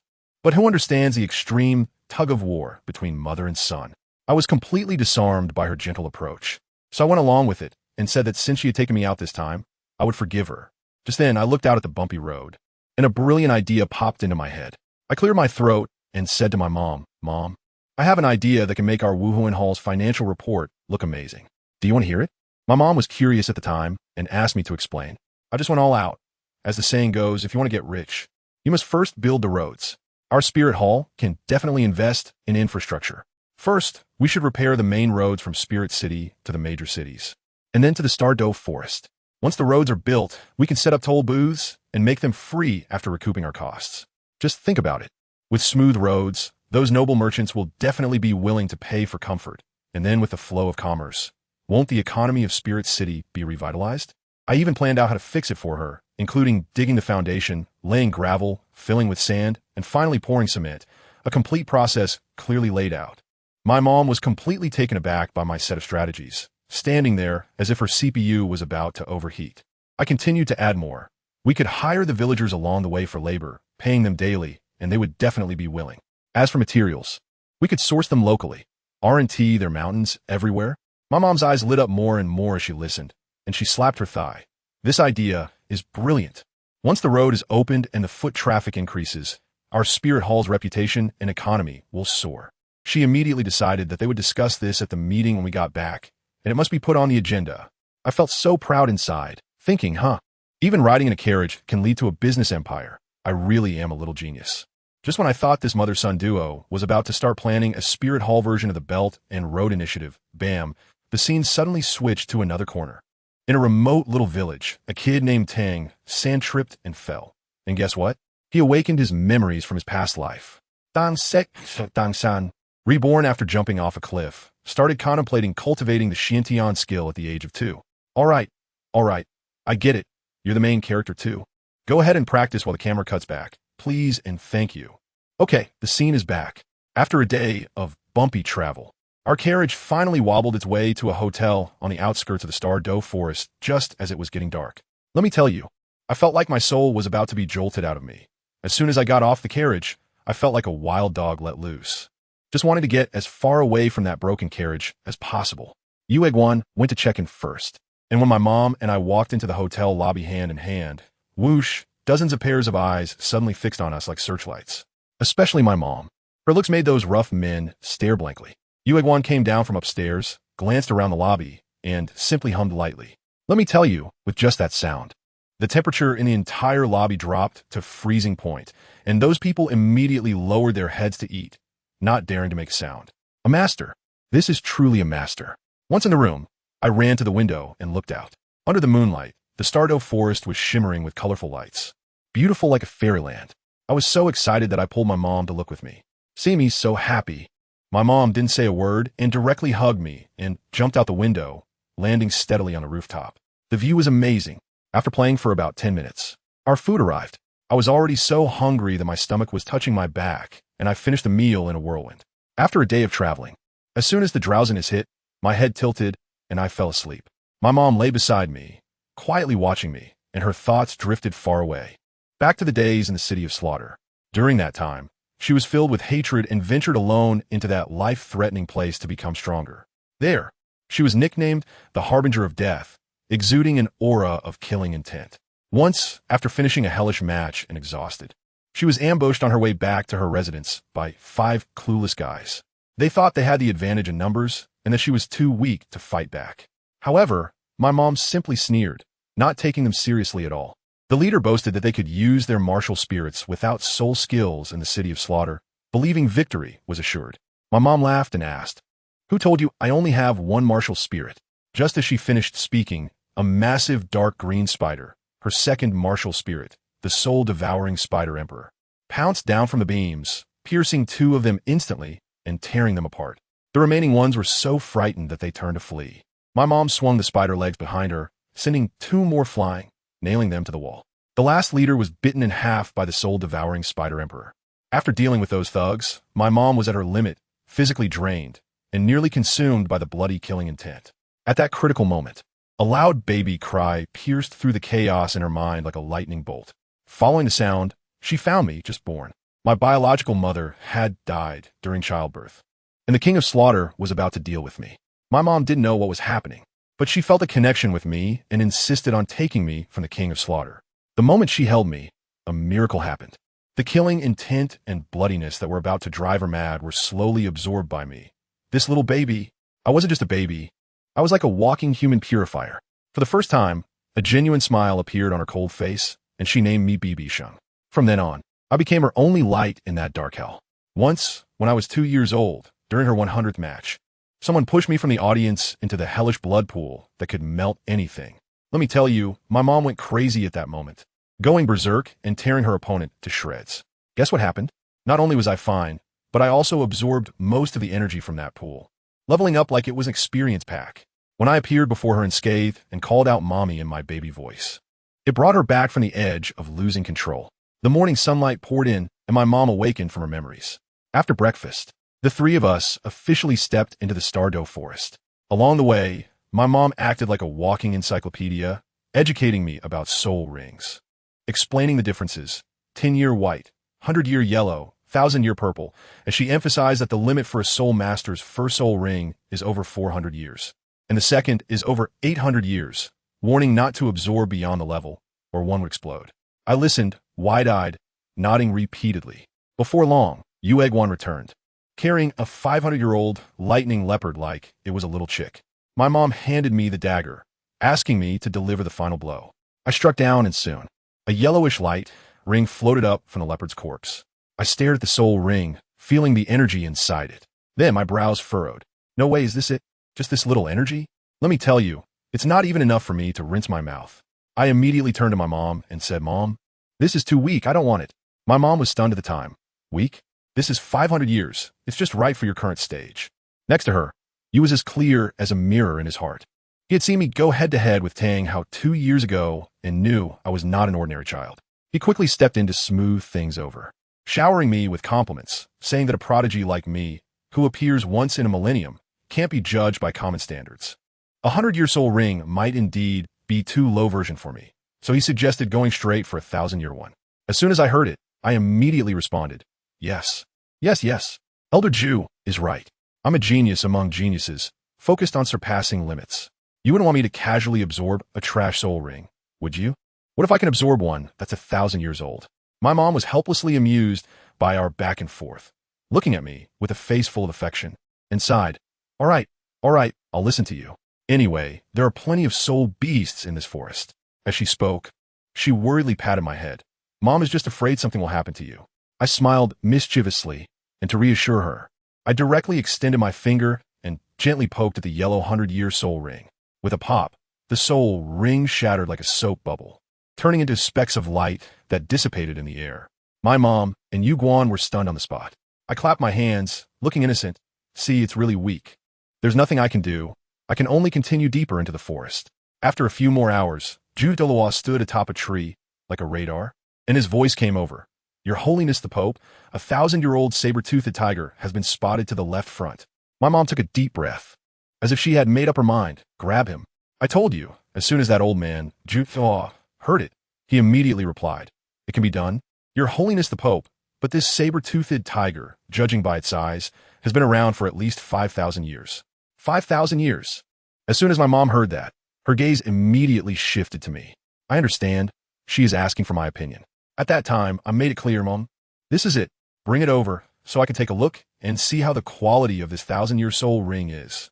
My mom nodded and directly ordered, Yu Guan, bring him over after beating him up.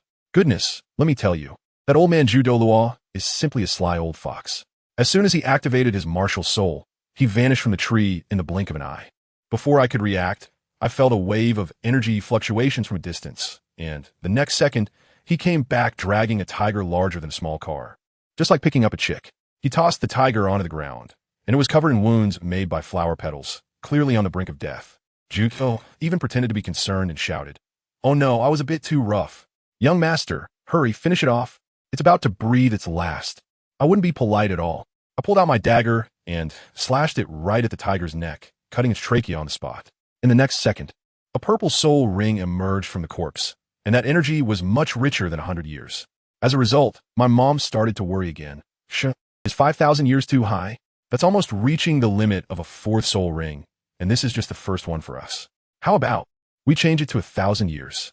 I stared at that purple soul ring for a long time and shook my head.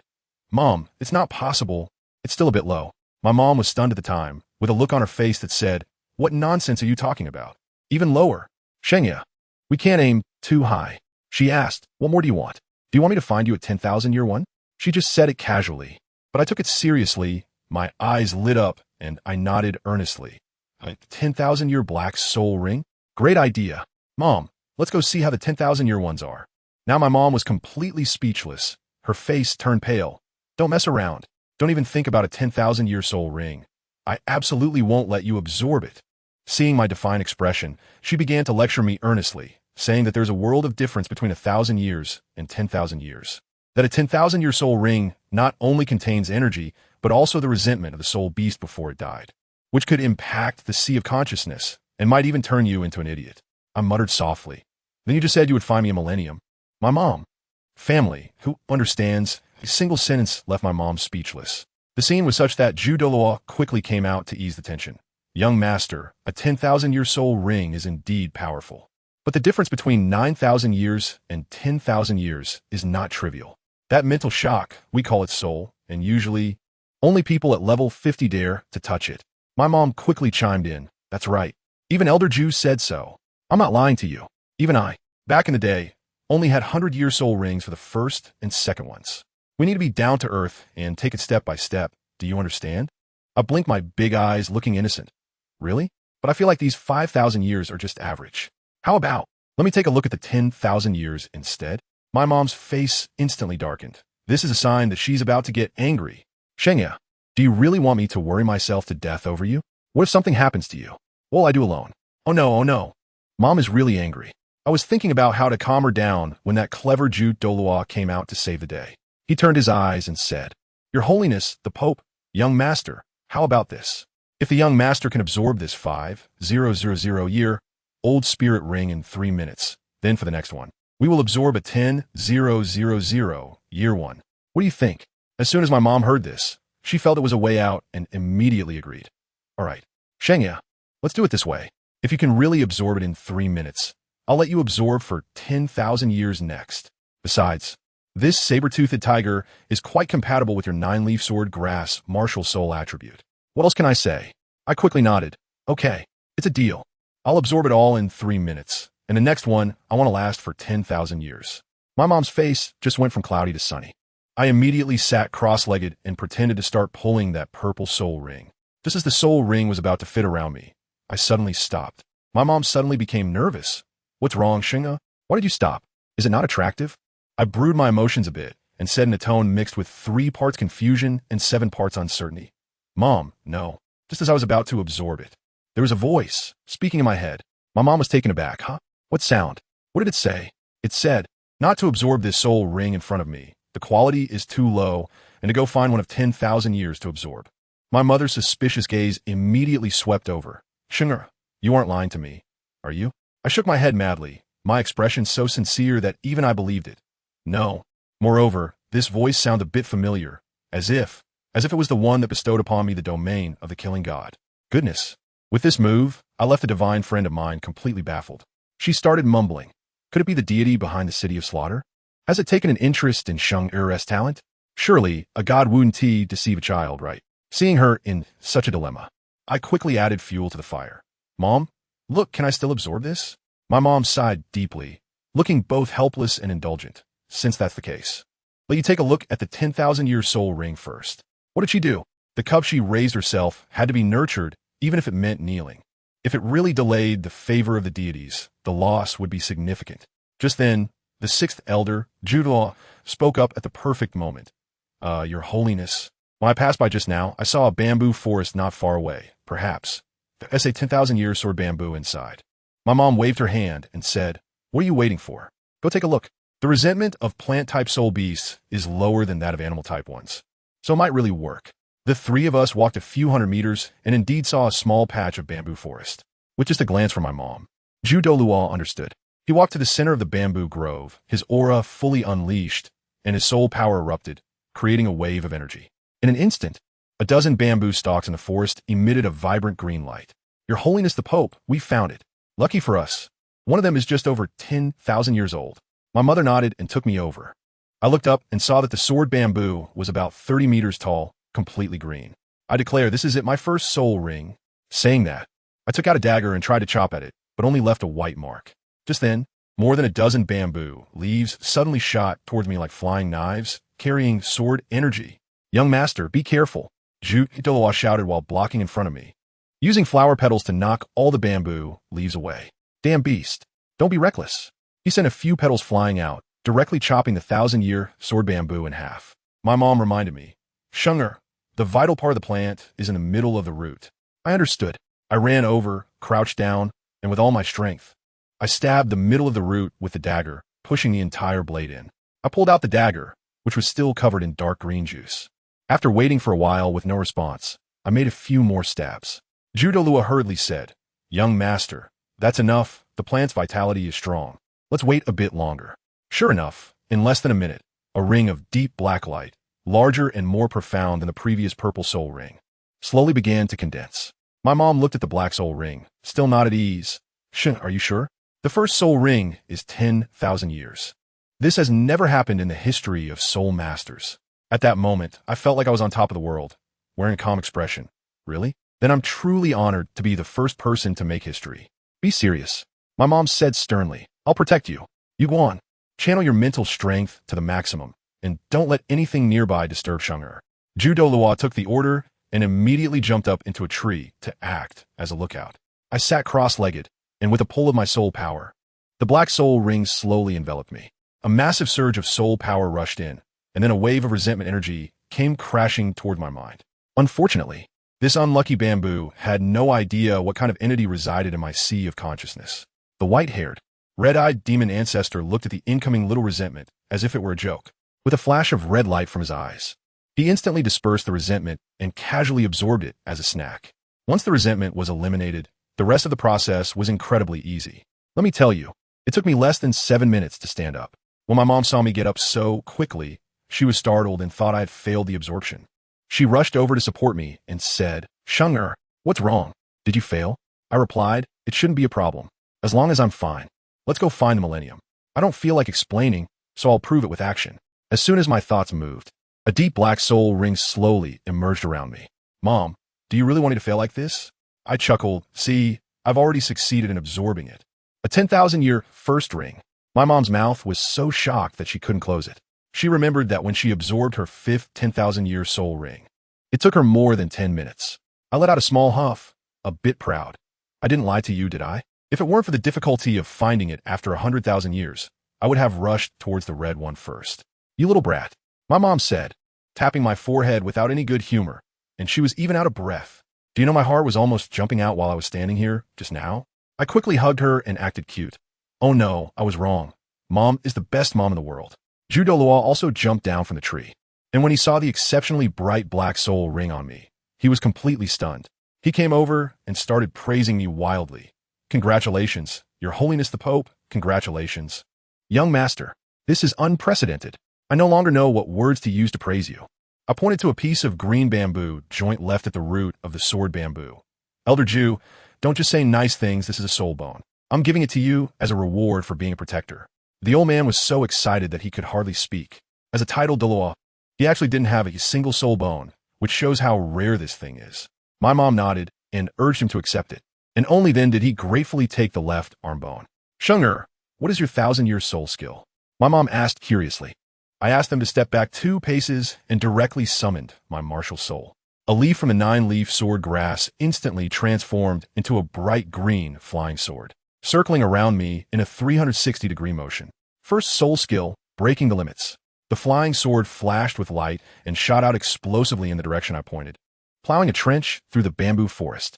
Then it flew back to my side and continued to spin. Douluo gasped. So strong. This sword can't even be blocked by a soul zone. I chuckled and started to build suspense. Guess what? Is this just an attack? Come on, say it.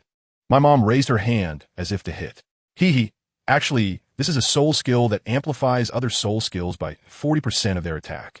Moreover, this flying sword can also defend. One sword can block 10% of the damage. When I gather all 9 of my soul rings, 9 swords will create 9 sword barriers, capable of blocking 90% of the damage. My martial soul is all about one thing. Far ahead, my mom and Douluo were both stunned. Is this the terror of a divine-level martial soul? Integrated offense and defense. It's simply unbeatable. My mom is very happy. Not bad. Let's continue. The second soul ring is also at the 10,000-year level without a doubt. I was feeling happy when suddenly, from the direction where we had killed the saber-toothed tiger, came a roar filled with anger and sorrow.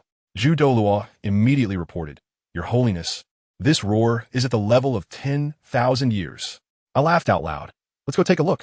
It seems like my second soul ring is being delivered right to my door. The 3 of us rushed back, and sure enough, next to the corpse of the 1,000-year saber-toothed tiger, there stood an even larger 10,000-year saber-toothed tiger, mourning over the body. Just as Douluo was about to take action, I immediately stopped him. Wait, let me try the power of my flying sword. As my mind stirred, the emerald flying sword whistled through the air, heading straight for the ancient saber-toothed tiger. The beast reacted quickly, raising its paw to block, but was still pierced through the palm. It roared in pain, and I'd already rushed in front of it with the flying sword, leaving a deep sword mark on its back. This tiger had rich combat experience. With a sweeping strike of its tail, it knocked me back several steps. Renxue, danger! My mother exclaimed. Douluo activated his ultimate move. Third soul skill, breath barrier. A beam of golden light shone down, freezing the entire space, rendering the tiger immobile in mid-pounce. Now it was a living target. I leaped up and began to hack at it fiercely. Although its skull was as hard as iron, its neck and belly couldn't withstand the blows. I brutally killed it, and another black 10,000-year soul ring rose up. My mom ran over and scolded me. You silly child, we are not absent. Why did you rush so far ahead? While she was scolding me, her hands were constantly checking to see if I was hurt. I let her check and said with a smile, Mom, I'm fine. I have a 9-leaf sword aura to protect me.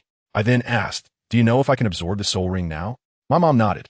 I sat cross-legged once again, familiar with the process, and completed it in 7 minutes.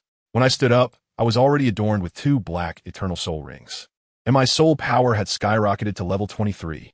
The second leaf transformed into a golden flying sword, spinning around me. Second soul skill, Tiger Roar Sky Strike. I pointed at a huge rock in the distance, and the golden flying sword shot out with a roar, directly shattering the rock into pieces. My mom nodded with satisfaction and reminded me to practice diligently and not to be complacent.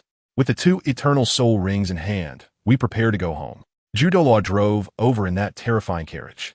As soon as I saw the carriage, the PTSD from being jolted around in it yesterday hit me instantly. What the heck is this? I pointed at the carriage, my face filled with horror. It's a carriage, young master. Are you going to walk back if you don't take the carriage? A carriage? I don't recognize it. I'd rather walk back. I shook my head frantically. My mom laughed directly at me.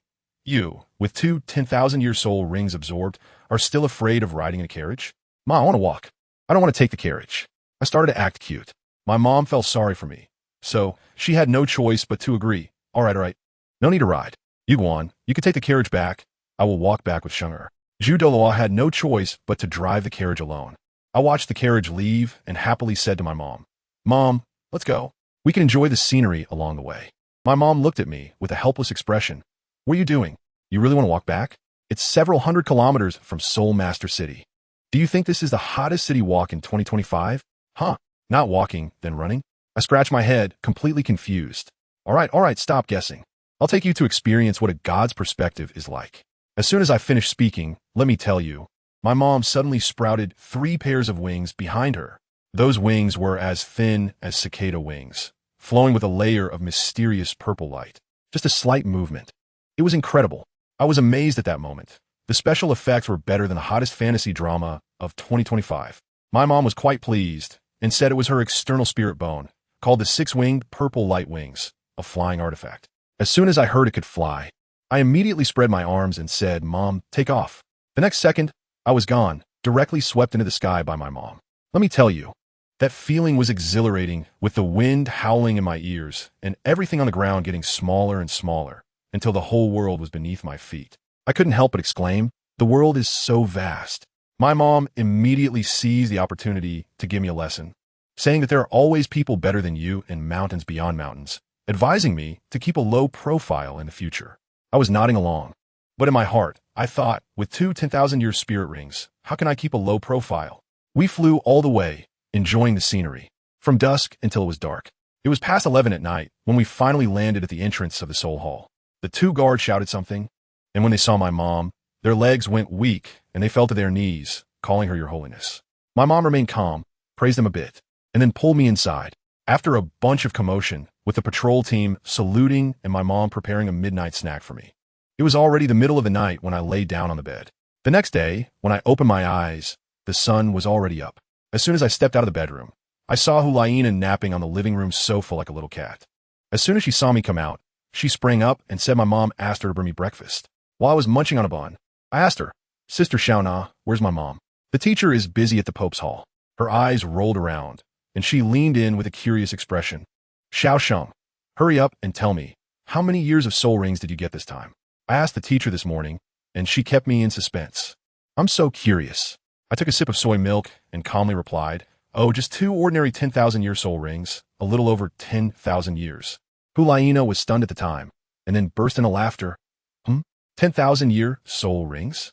I'm telling you seriously, don't deceive me, Xiao Sheng. I'm being serious here, and you're still fooling me. Does anyone understand? In this day and age, no one believes the truth anymore. I finished breakfast in a flash, wiped my mouth, and said, don't believe it, huh? Come on, let's go to the yard, and I'll show you what true talent is. Hulaina was even more anxious than I was, grabbing my arm and dragging me to the yard, urging me like it was a matter of life and death. Hurry up, I want to see. All right, just watch closely. I cleared my throat and kindly reminded her to protect her fox-like eyes so she wouldn't be blinded by me. As soon as I finished speaking, I summoned my martial soul, the 9-leaf sword grass, and immediately 2 pitch-black rings slowly rose from beneath my feet. They were so dark, deep, and imposing. Hulaina's mouth instantly formed an O shape, pointing at me, stammering, T10. 10,000-year soul rings. She couldn't even speak properly, still in disbelief. She rubbed her eyes vigorously, shook her head, and opened them again, only to see the 2 black rings still swirling there. She was completely stunned, looking at me with disbelief. Am I dreaming? How can the first and second soul rings be? 10,000 years. How is your body able to handle this? I deliberately put on a mysterious expression and said, if it's not this outrageous, how can it match my innate soul power of level 20? A genius must have the demeanor of a genius, right? You're not just a genius. You're simply not human. She blurted out. I widened my eyes and said, Are you scolding me? No. You heard wrong. I'm praising you. She hurriedly waved her hands and then giggled, getting into a playful scuffle with me. While I was messing around with Hulaina, on the other side, the Jew Douluo, who had traveled all night, finally returned to the Spirit Hall. As soon as he entered, the guards informed him that my mother wanted him to go directly to the Pope's palace. However, this guy was quite carefree. He first returned to his courtyard and sat cross-legged to absorb that green soul bone. In just over 10 minutes, a flash of light appeared on his left arm, and his soul power stabilized at level 95, with an increase in attack power by 10%, which made him quite pleased. Just as he was enjoying himself, I pushed the door open and walked in. Hulaina was so discouraged that she went back to seclude herself for cultivation, and with nothing to do. I came to find Jew Douluo. Elder Jew, stop hiding. Where's my little lawn? I got straight to the point as soon as I entered. Jew Douluo came out of the room, looking confused. Young master, what is little lawn? Silly. Blue Silver Emperor. Little lan. Jew Douluo's face instantly darkened, like the bottom of a pot, probably cursing my naming skills in his mind. But he still obediently took me to the garden and pointed to a slightly taller blue golden little grass, saying, Young master, it's right here. It's growing quite well. I nodded in satisfaction, and Jew Douluo immediately got excited, starting to brag about his flower-growing skills being the best in the world. I noticed a chrysanthemum next to the blue silver emperor that looked very much like his martial soul, so I casually asked about it. As a result, this guy opened up and started educating me about all sorts of things like celestial-grade flowers and the descendants of the rare Tiantong chrysanthemum. I was taken aback and asked him how he knew so much. He immediately presented it like a treasure, pulling out an old, yellowed ancient book from his bosom and handed it to me, saying, Young master, this is the ancestral Wanhua Dalu, which records all kinds of flowers and plants. If you're interested, feel free to take a look. Of course, I was not polite at all. I took it and opened it, instantly captivated by the content inside. Jew Douluo saw that I was engrossed and quietly slipped away to the papal hall to prepare for a meeting. At 1:30 in the afternoon, the elder meeting room of the Wuhuan Hall was crowded with people. The elders were whispering to each other, and even Golden Crocodile Douluo came with his entourage. Before long, my mother entered wearing a crown, holding a scepter, and dressed in a purple gown, exuding a powerful aura. The room fell silent instantly, and everyone stood up to pay their respects. Once everyone was seated, my mother immediately dropped a bombshell. She wanted to build a road. I told you. At that moment in the conference room, you could hear a pin drop. My mom's bold move of to get rich, first build a road, left those old-timers speechless. She said she wanted to turn the main roads from Spirit City to Heaven Do, Star Luo, and the Star Do Forest into smooth highways. This would not only boost the economy and facilitate trade, but also improve the lives of ordinary people. Of course, the money couldn't be wasted. Once the roads were built, toll booths would be set up to collect fees, and once the costs were recouped, it would be free forever. The deeper meaning was that these roads would win the hearts of the people, and if the Spirit Hall had any major actions in the future, logistics would be easier. After this series of moves, the elders were all stunned. The Golden Crocodile Douluo was the first to react. Although he thought the project was too costly, he still asked very calmly how confident my mom was. My mom said calmly, no one can guarantee that everything will go smoothly, but even if it's not ideal, we can still recover 80%. The most important thing is that this is a great benefit for the people and the heart, and it will bring nothing but good to the reputation of our Spirit Hall. While the Golden Crocodile Douluo was deep in thought, I guessed that the High Priest Qian Dalu had sent him a message. Anyway, he eventually raised his head and, representing all the offerings, agreed to my mom's plan. Once this was announced, the entire Spirit City erupted. Villagers from 10 miles and 8 villages rushed to sign up, crazy for the daily wage of 5 silver soul coins.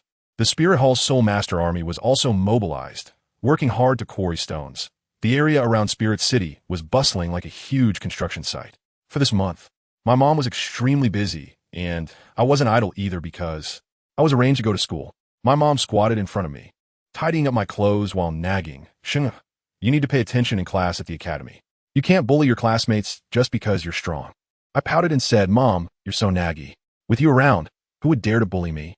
Besides, if someone really has no eyes, I'll just use your name. Hulaina next to me rolled her eyes so hard they almost went to the sky. My mom was both amused and annoyed. She gave me a light knock and said, Don't use my name to cause trouble. Of course, if someone really bullies you, it's not that you can't use it. As we stepped outside, a middle-aged man wearing glasses, looking cultured and refined, was already waiting. He was the principal of the Soul Master Academy, Yun Qingwen. My mom called him aside and specifically instructed him not to give me special treatment and to assign classes as usual. Following Principal Yun and Hu Laina to the academy, he spent the whole way explaining the rules to me, saying that no matter how good my talent was, I had to start with the basic theories. When we arrived at the principal's office, he took out a form and began to fill in my information. My name, age, and martial soul were all filled out. And when it came to the soul ring configuration section, he wrote down 2 words without a second thought. Yellow, yellow. I couldn't help but laugh and reminded him, Dean, my soul ring configuration doesn't seem to be 100 years. Hu Laina chimed in from the side. That's right, Dean Yun, it's really not 100 years. I've seen it with my own eyes.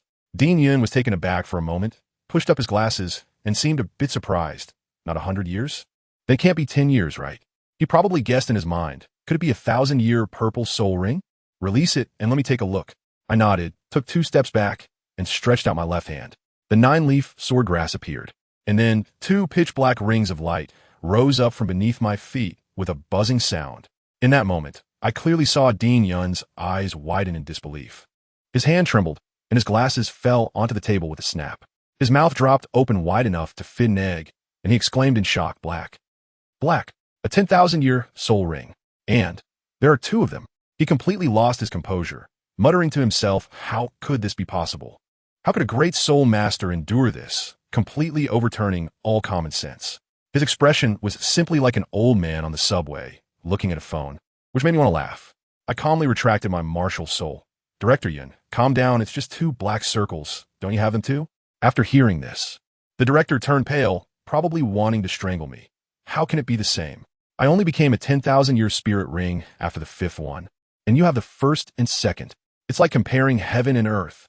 He asked how I managed to do it, and I casually made up a reason to brush it off. Seeing that he couldn't find out anything, and recalling my identity, he wisely chose not to pursue the matter further. He trembled as he picked up a pen, crossed out the yellow, and changed it to black on the form. Then said to me, even so, according to the Holy Pope's orders, you still have to start learning from the 1st year of the junior college. Hu Laina wanted to help me argue for a spot in her class, but the director outright refused. Fine, I nodded, thinking that this is just right.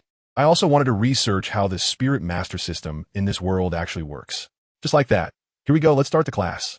I just finished the enrollment procedures, and the dean, named Yun Qingwen, handed me 2 sets of school uniforms and then separated me from my cheap sister, Hu Laina. She had to go to 3rd grade class and, before leaving, insisted on mimicking an adult, pinching my cheeks and seriously threatening me. Xiaosheng, you mustn't run around, or I'll tell the teacher, who understands family matters.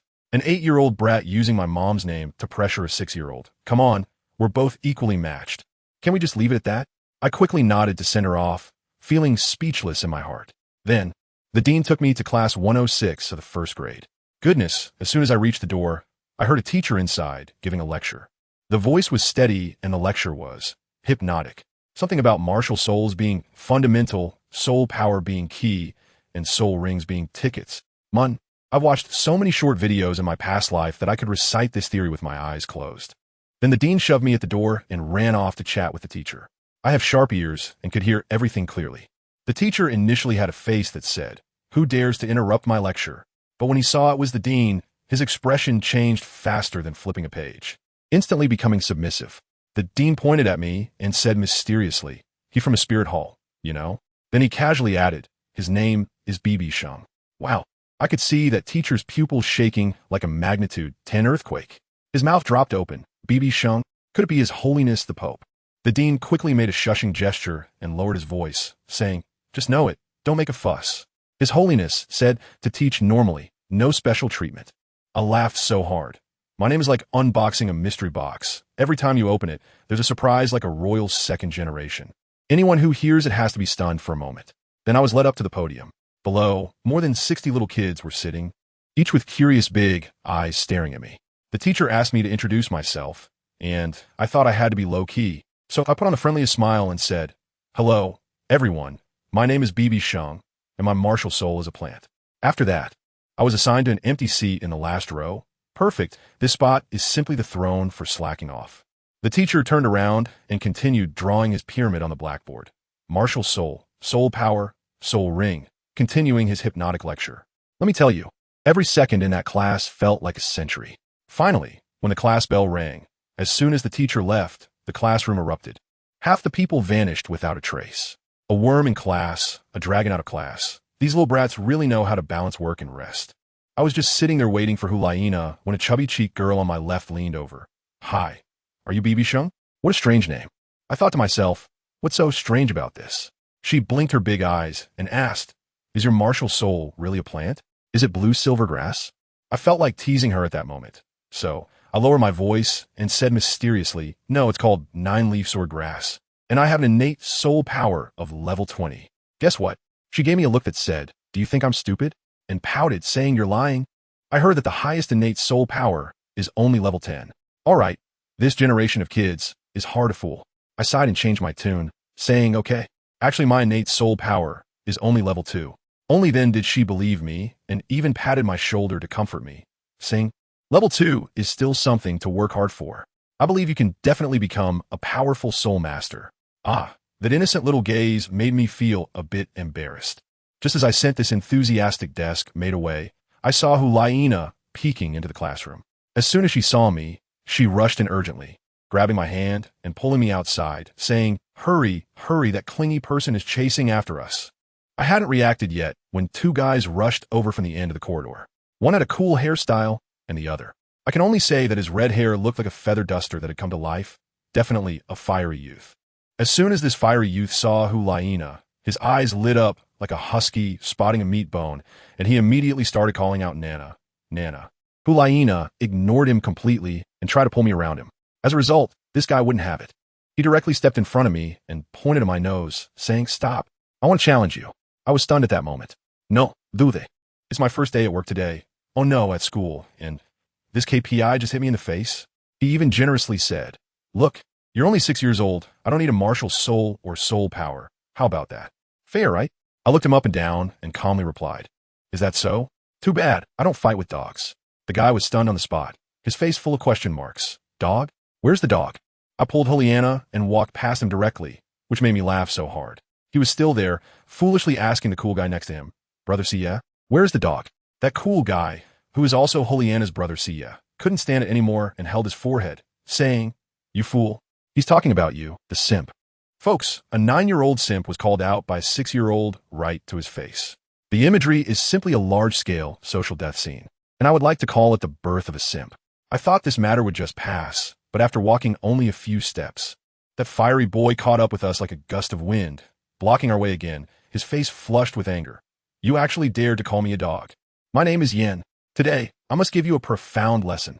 Goodness, with a name like that, 3 fires, no wonder he's so fiery. Hulaina immediately protected me behind her, activating her protective mode, and launched a barrage of words at him. Are you annoying, Sanhua? You're 9 years old. Bullying a 6-year-old. Do you want to talk to the dean? As soon as that guy, named Yin, heard that someone was going to report him, he immediately changed his tone, ingratiating himself with Hulaina. No, Nana, I didn't mean it that way. I'll treat you to a meal. The new chef skills are really good. As soon as I saw that it was never-ending, I directly pulled Hulaina aside and walked over to Yen. When he saw me coming, he deliberately puffed out his chest, looking all arrogant as if to say, what do you want to teach me? And then there was nothing more. I raised my hand and landed a loud slap, the sound crisp and clear. That guy flew 2 meters away like a kite with a broken string, crashing onto the lawn with a thud.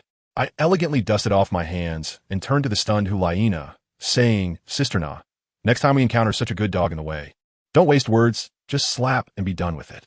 Hulaina's mouth was agape, big enough to fit an egg, and it took her a while to finally spit out the unfinished words. So annoying. Her brother Xie was also stunned, quickly running over to help Yin up. Goodness, his left cheek was swollen like a pig's head, and there was blood at the corner of his mouth. Yin was dazed, muttering, who am I? Where am I? Why does my face hurt so much? I wondered if I had knocked him into a philosophical crisis with that slap. Xie shook him for a long time before finally waking him up. The first thing Yin did upon waking was to spit out a mouthful of blood, only to find a tooth mixed in. He was startled at first, then surprisingly breathed a sigh of relief. Thank goodness, I'm just losing a tooth. It'll grow back. I was really taken aback. This way of thinking is quite unique. Then this guy started to talk tough. Damn, he ambushed me. I was careless and didn't dodge. After class this afternoon, I must get back at him. All right then, if the young man doesn't play fair, then he can't blame me.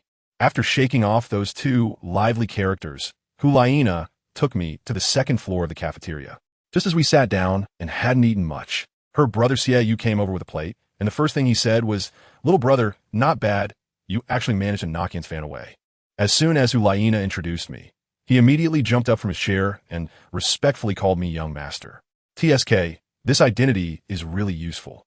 Later I found out that this brother and sister are orphans, raised by my cheat mother BibiDong since childhood, and Hulaina is her direct disciple. No wonder she was so polite to me. Xiaoyu said with a worried look that Guy Yin will definitely come looking for me this afternoon. He said he's 9 years old and already has level 19 soul power, with a top-tier martial soul, the Flame Lord, and a fiery temperament. I was shoveling food, thinking, fine, if I have to fight once, then fighting twice is also fighting. I might as well beat him down in one go, so he won't bother me every day. Sure enough, right after school in the afternoon, Yin was blocking the classroom door like a gatekeeper, and the swelling on his face hadn't fully gone down yet. Behind him were Xiaoyu and Hulaina, who had come to watch the fun. As soon as he saw me come out, he straightened his neck and declared, "Are you brave enough to accept my challenge, openly?" What else can I say? I can only nod. Sure, you choose the place, as long as it doesn't delay me from going home to sleep. Then, this guy proudly waved his hand, took us to a building behind the teaching building, opened a room of about 50 square meters, and said smugly, "Look, this is our training room. What do you think?" I almost couldn't hold back my laughter at that moment. How about that? It's just a shabby tin house, nothing to show off about. I told you. Hulaina couldn't hold it in and chuckled at that moment. The guy named Yin turned pale and quickly explained, "What's secret meeting?" "This is where I spar with Brother Shiyue." I waved my hand, too lazy to waste words with him. All right, hurry up. My mom is waiting for me to go home for dinner." "Sure thing." This guy immediately got fired up, gave a wink to Xiaoyu, "Old you. Close the door and let the dogs out." "Oh no, close the door. We must teach this kid a lesson today." After saying that, he stood in the middle of the room, striking a pose that was quite impressive. He even pretended to be cool and said to me, "I won't bully you because you're younger. I'll let you prepare first." I thought to myself that he should hurry up. As a result, when this guy saw that I wasn't moving, he directly unleashed his ultimate move. Martial Soul, Flame Lord possessed. Good grief, he jumped back, and suddenly flames burst forth from his body, with a 2-meter-tall lava giant shadow drilling up from the ground. The temperature in the whole room instantly skyrocketed, making it feel like a sauna. A yellowish 100-year soul ring swayed beneath his feet, and he chanted, "Yin, 9 years old, level 19 assault system, soul master. It's your turn now. Don't cry and beg for mercy later." I looked at his muscular build and thought to myself that his martial spirit was not bad, but he was a bit foolish. I calmly replied, "Your martial spirit is good, but it's a pity that you didn't check the almanac before going out today. You ran into me." He exploded at that. "Huh, quite the attitude. What about your martial spirit? Show it to me." "Fine, I'll satisfy you." I spread my hands, and a small green blade of grass sprouted in my palm. I tell you, at that moment, Yan's expression was just like an old man on the subway looking at his phone, filled with confusion. He stared blankly for a while, then looked at me with a gaze as if he was looking at an idiot, snorted disdainfully. "Is that it? A broken weed? Brother, I have dual attributes of fire and earth, and your plant type is completely countered by me. Do you understand? It's not too late for you to admit defeat now." "Oh, I found it amusing. I haven't even activated my soul ring yet, and you're this confident?" "Of course." His chin was almost pointing to the sky. "You're only 6 years old, just started school. How many levels of soul power can you have? Now, just obediently call me Yin Gu, and this matter will be over." I laughed. "All right, then I'll show you, and I hope you can still hold your ground later. Come on." He had a completely indifferent expression, and his eyes were looking up at the sky. As soon as my thoughts stirred, 2 soul rings rose up from beneath my feet with a whoosh. Those 2 soul rings were pitch black and deep, exuding a pressure that made it hard to breathe. Yin initially pouted and muttered, "TCH, I thought it was something else." "What the hell?" His exclamation broke into a shout, his eyes wide open like copper bells, and he instantly sprang up from his lazy state, stretching his neck and opening his mouth wide enough to fit an egg. Two black. Eternal soul rings? I raised my eyebrows at him. What's going on now? Thud. Who understands? Family? 1 second, he was the arrogant little tyrant. And the next second, he was on the ground, completely submissive, his forehead hitting the ground with a crisp sound. "Big brother. You are my biological big brother. Please go easy on the torment." That movement was so smooth, it was clear he was an old hand at this. Next to us, Xiaoyu and Hulaina were dumbfounded. Their eyes seemed to say, "Who is this person? I don't know him." Xiaoyu couldn't hold back and said, "Dude, where's your ambition? What happened to that imposing demeanor you had just now? Kneeling down this fast is too much." Yin was kneeling while internally ranting about Xiaoyu. "You thick-browed guy, you didn't tell me the truth when you got back at noon. I'll settle the score with you after I get through this." But on his face, he looked so flattering, grinning at me. "Big brother, I lost. I succumbed to your kingly aura. I was blind not to recognize your greatness." I turned the 9-leaf sword grass in my hand into a small sword, tossing it back and forth as I slowly walked towards him. How do I remember someone just told me to call him Brother Yin? You must have heard wrong. Big brother, you definitely heard wrong. That was just me talking nonsense in a fit of madness. Hulaina, standing beside me, chimed in, mimicking Yan's tone, and loudly said, "No, I clearly heard someone say they were going to give my little Sheng a deep lesson, beating him until he begged for mercy and called him Brother Yin." Yan's face darkened, and he shouted at Hulaina, "Don't slander me. I'm a good kid." "Ugh." Hulaina made a gagging expression. "You little tyrant of fire. A good kid?" The two seemed ready to argue, so I interrupted. All right, one at a time. It's a bit dull in class today. Let's loosen up a bit." After saying that, I flashed to Yan's front and executed a smooth combo of punches, started with an uppercut followed by left and right jabs, making him shout, "Ah, big brother, don't hit my face." By the time I stopped, this guy's face was already swollen like a pig's head. I pulled Hulaina and left elegantly. Behind us, I heard Xiaoyu, who was enjoying the spectacle, say, "Wow, that's brutal. Wow, what a big head." On the way back, we acted as if nothing had happened. When we returned to the Pope's palace, my mom was busy in the kitchen. Family, you absolutely wouldn't believe it. But the mighty Pope outside is just a gentle mom in front of me, wearing an apron and tied in a ponytail, so virtuous. At the dinner table, my mom asked how school was going. Of course, I only mentioned the good things like friendly classmates and interesting teachers. But my mom saw right through it. "With your personality, how could you like class? Don't think I haven't been to school." Hulaina was helping me smooth things over beside me. As we talked, the topic veered off course. In the blink of an eye, 4 years have passed. Let me tell you, time feels like it's on double speed. My soul power skyrocketed like a rocket, reaching level 30 in half a year. And then in another year and a half, I hit level 40. By the time I was 10, I was almost a level 50 Soul King. It was all about talent crushing everything. As for Hulaina, Xiaoyu, and Yin, after 4 years, now 12 years old, they barely managed to reach a 3-ring Soul Master. One time at dinner, Hulaina had just gotten her 3rd soul ring and was initially quite happy. But as soon as she saw me, she immediately turned into a long-faced, pitiful figure and complained to the teacher. "Teacher, I'm so miserable. I'm working so hard to cultivate all because of Xiao Sheng's pressure. He's almost a Soul King at 10. Is that even human?" My mom calmly said, "You know he's not a human, so why are you comparing yourself to him? Isn't that just asking for trouble?" I was gnawing on a chicken leg, looking innocent. How did it turn into a scolding session about me? Later, I felt that school was pointless. I had finished all the knowledge in the library, and no one could defeat me in a fight. My mom thought about it and arranged for the 4 of us to participate in the Spirit Hall's once-in-a-decade elite selection competition, going to a place called the Mysterious Canyon for training. Goodness, that place is also known as the Death Canyon, which doesn't sound like a good spot at all. A large group of about 500 people, all at the Soul Master and Soul King levels, marched north for 3 days and arrived at a desolate place. In front of us was a huge fissure, filled with strange mist that was dark with a hint of red, making one's scalp tingle just to look at it. The leading Duke Ju told us that the canyon was shrouded in thick fog, where you couldn't see your hand in front of your face, and there was a specialty called dead beasts.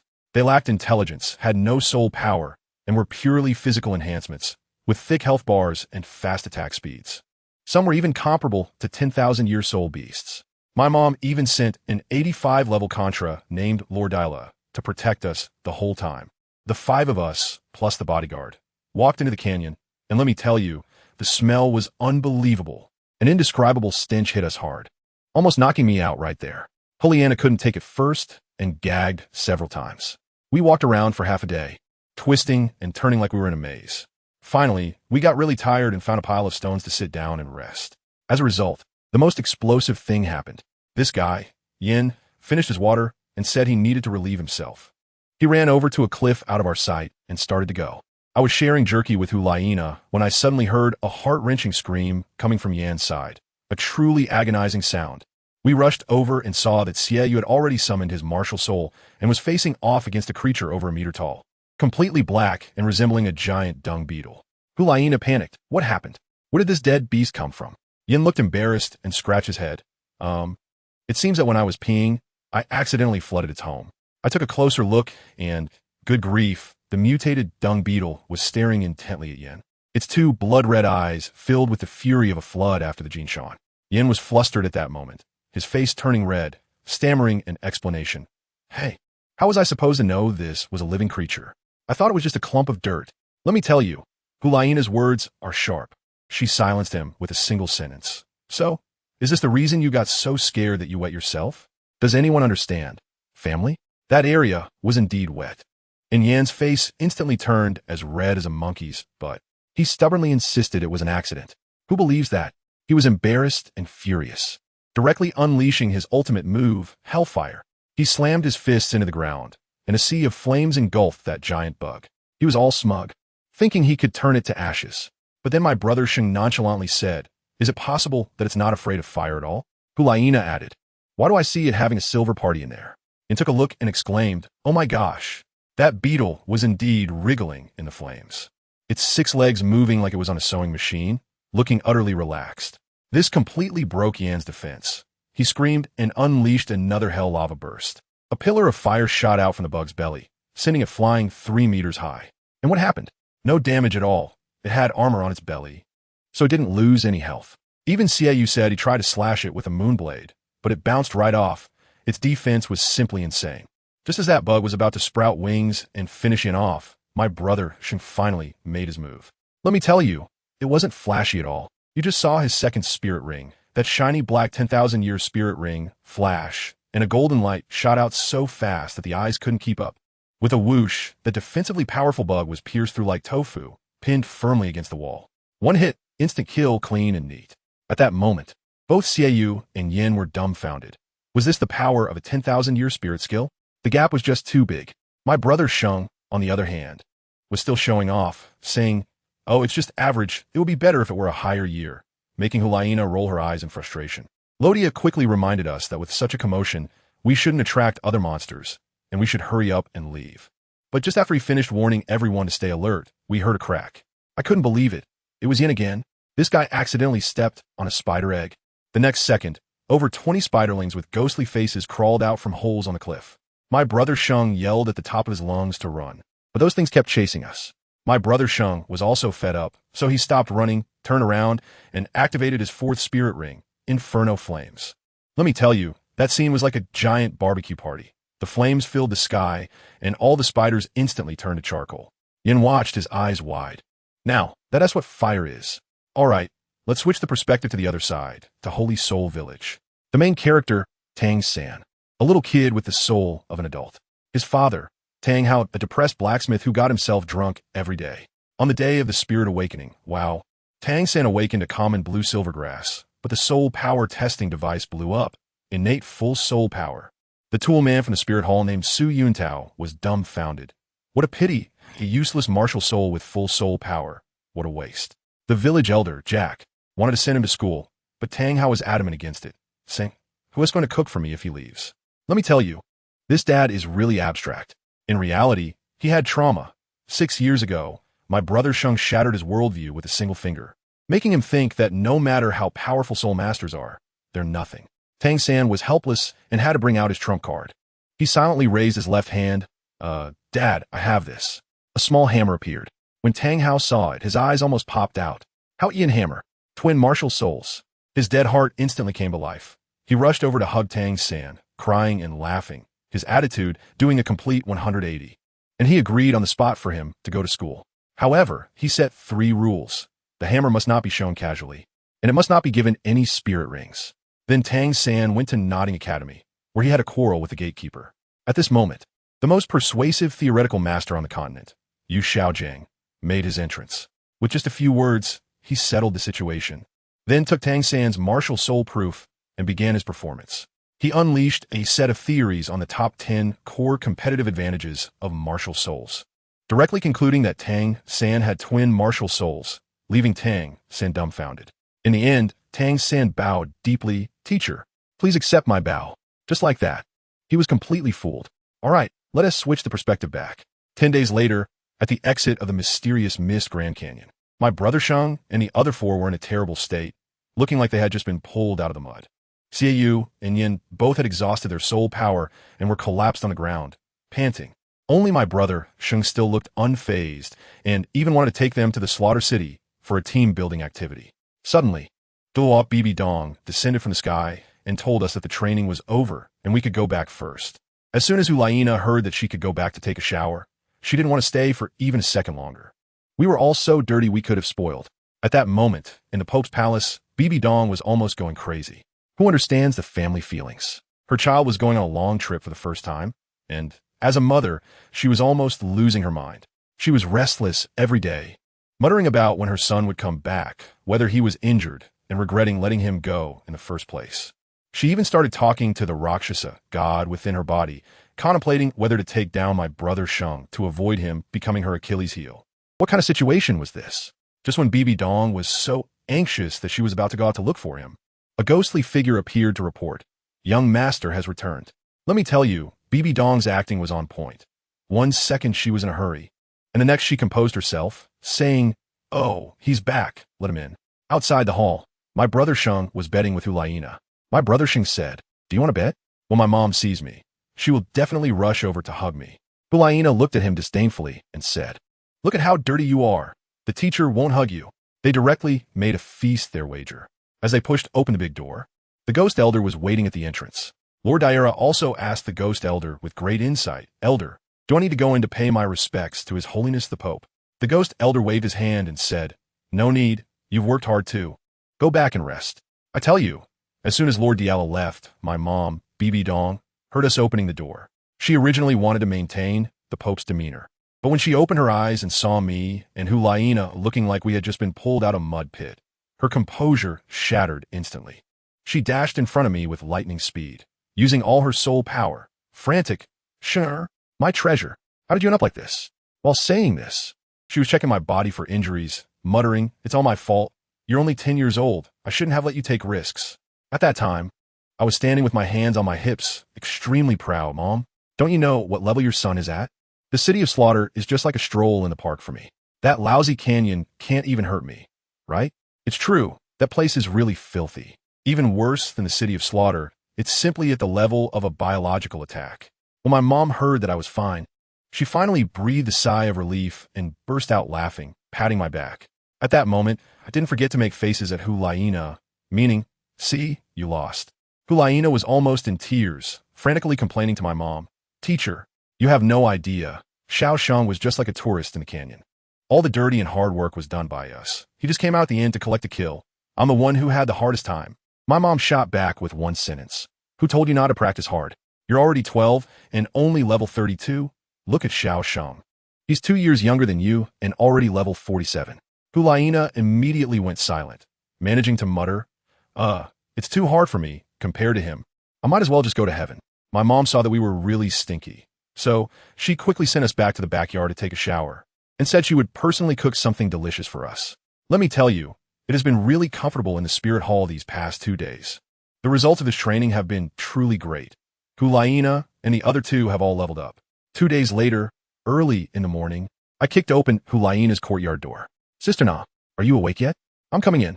Hulaina came out with sleepy eyes. "My little ancestor, it's only 9 o'clock. Don't you usually sleep until 10? I chuckled and said, "Have you forgotten the bet from 2 days ago? Treat us to a meal.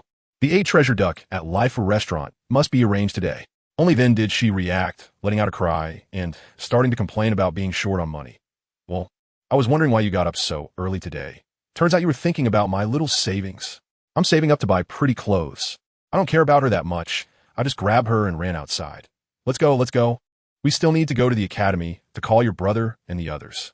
As soon as the two of us reached the entrance of the Pope's Hall, we ran into my mom talking to someone. "Mom, we're going to the academy to call Xiaoyu and the others to have some fun in the city." I quickly reported it.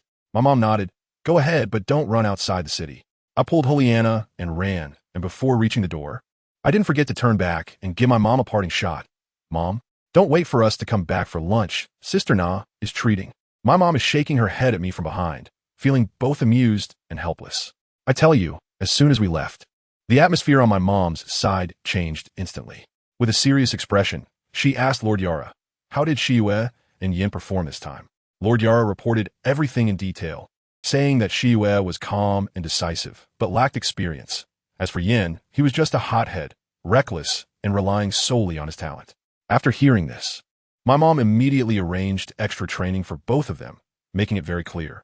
Then the ghost elder popped up again, saying that the evil soul masters who had infiltrated the spirit city had suddenly vanished without a trace, and there were no clues to be found. My mom's face darkened at that moment, and she issued a strict order that this group of rats must be caught as soon as possible. Meanwhile, on our side, the atmosphere was quite cheerful. We found Shiyue and Yin at the academy. They had just finished sparring and were drenched in sweat. When they heard that Hulaina was treating us to 8 treasure duck, their eyes turned green with envy, and they rushed to take a shower and change clothes in 6 minutes, even more eager than I was. Hulaina looked at the 3 of us with a look of despair, saying, "Goodness, you 3 big guys are relying on me, a weak woman, to treat you." Huh. Shiyue chuckled and said, "Sister, next time I'll treat you." The 4 of us were playfully making our way to the west side of the city. Halfway there, we passed by an alley and heard someone inside murmuring, almost like they were exchanging secret codes. The blood ant, that scheming woman, has taken care of it. Now the problem is how to get out of the city. We can only leave at noon. The checks are strict at night. During lunchtime, the guards are more relaxed. The 4 of us were stunned at the scene, exchanging glances like thieves, quietly pressing against the wall to eavesdrop. Xie whispered, "Something's up. What is it, woman?" Yin, with his explosive temper, could no longer contain himself. "Who cares what it is? It sounds like human traffickers. We have to deal with them for causing trouble in the territory of Soul Land." I hurriedly made a shushing gesture, urging them to keep listening. The conversation on the other side of the wall continued, with a voice called Blood Ant saying ominously, "Blood Shadow, how about we climb over the wall? Take care of this family, and hide until noon before leaving?" Another voice called Blood Shadow, who was more composed, replied, "Don't complicate things. This is Soul Master City, and there are soul masters everywhere. If we alert the Judgment Department of the Spirit Hall, we're done for. Go find some commoner's clothes so we can disguise ourselves." Blood Ant agreed, and then we felt that only one person was left in the alley. I quickly pulled the 3 of them onto the main road and lowered my voice, saying, from the tone of their voices and that faint aura of evil, "I can tell you that these 2 B-boxers are definitely the evil soul masters my mom is looking for, and there must be others waiting outside the city." Hulaina turned pale. "Evil soul masters? They're too bold." He had already started rolling up his sleeves. "What are we waiting for? Let's charge in and take them down. Don't be impulsive." Say you pressed him down. "Evil soul masters have strange methods. If we fail, all the ordinary people on this street will be in danger." I nodded and expressed my plan. "That's right. We're going to fish for big ones with a long line. We'll first follow them to find their lair, and then we'll take them all out at once. Sister Xiaona, you need to run back to the Spirit Hall as fast as you can and tell my mom about what we've discovered. The 3 of us will keep an eye on things here." Hulaina nodded. "Okay, I'll be back soon, but who understands what the family members are thinking?" Just a few minutes after Hulaina ran out, there was commotion in the alley again. The one called Blood Ant has come back, and he changed the plan. "Blood Shadow, it's done. Hurry up and change. We're leaving now, disguised as villagers bringing our daughter to the city for treatment. The night is long, and dreams are many." Damn, I was totally stunned at that moment. The plan changed too quickly. Hulaina just left. There was no time at all. Xie was anxious. "What should we do? They're about to come out." I made a quick decision. "What else can we do? Keep up. Confirm the hideout, and then go back to call for help." Yin seemed a bit anxious. "Could it be too risky?" "It's fine, I'm here."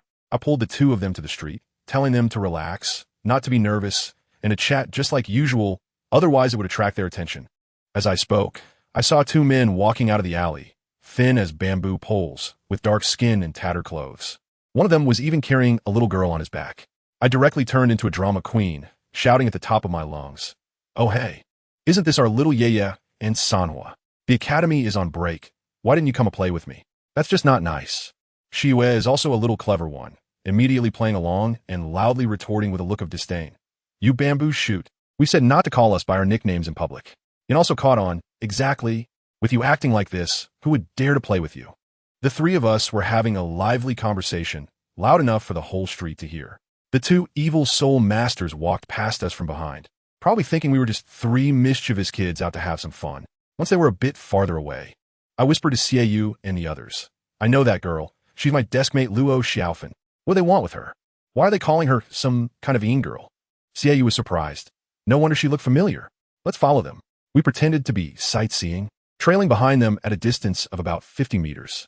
We followed them all the way to the western gate of the city, where we queued to exit. While in line, the city guards checked everyone one by one. Those two evil soul masters were well prepared, even managing to get a villager's proof, claiming they were taking their sick niece back to the village, and they actually got away with it. Soon it was our turn, and we simply pulled out our student IDs from the Soul Master Academy. The city guard took a look and immediately let us pass. Once we were out of the city, the pace of the two evil soul masters noticeably quickened, and they even started to use their soul power to jog. The three of us could only run desperately to keep up. On Hulaina's side, she was also running fast, practically on fire, and dashed straight into the Pope's palace. Teacher, Hulaina panted heavily. We discovered evil soul masters in the west of the city. Xiao Sheng and the others are keeping an eye on them. And I came back to inform you. When my mom heard the words evil soul master, she jumped up from the dragon chair and immediately called out, Odysseus, take 20 palace guardians and follow me. A big bearded captain in pitch black armor appeared with a clatter and set off upon receiving the order. My mom quickly assembled a Spirit Hall counterterrorism elite team and set out. They reached the place where we had separated, but the people were already gone, only finding the black clothes left behind by the evil soul master. After analyzing the situation, my mom realized we must have chased out of the city and immediately led her team towards the west of the city. Meanwhile, we had already chased those two for over 30 kilometers and entered a desolate mountain area. Just as we saw them slip into a crevice in the mountain and disappear, Yin said, all right, let's go back and call for help. I directly refused. There's no time. By the time we make a round trip, Luo Xiaofan will have already cooled down. There might be other hostages in their lair. So, Yin, you need to use all your strength to run back. You should be able to meet my mom and the others on the way. I'll go in with Shiyue to buy some time. Upon hearing this, Yin became anxious. No way. It's too dangerous. With our experts inside, I was furious at that moment. There was no time to waste with him. I sternly ordered, follow my plan. I have my own means of survival. Hurry up. Yin was still hesitating when Xiaoyu pushed him. Yin, go quickly. The young master definitely has a way. Only then did Yin grit his teeth and say, all right, you must wait for me to bring people back. What nonsense. I shot him a glare and kicked him right in the butt, sending him flying several meters.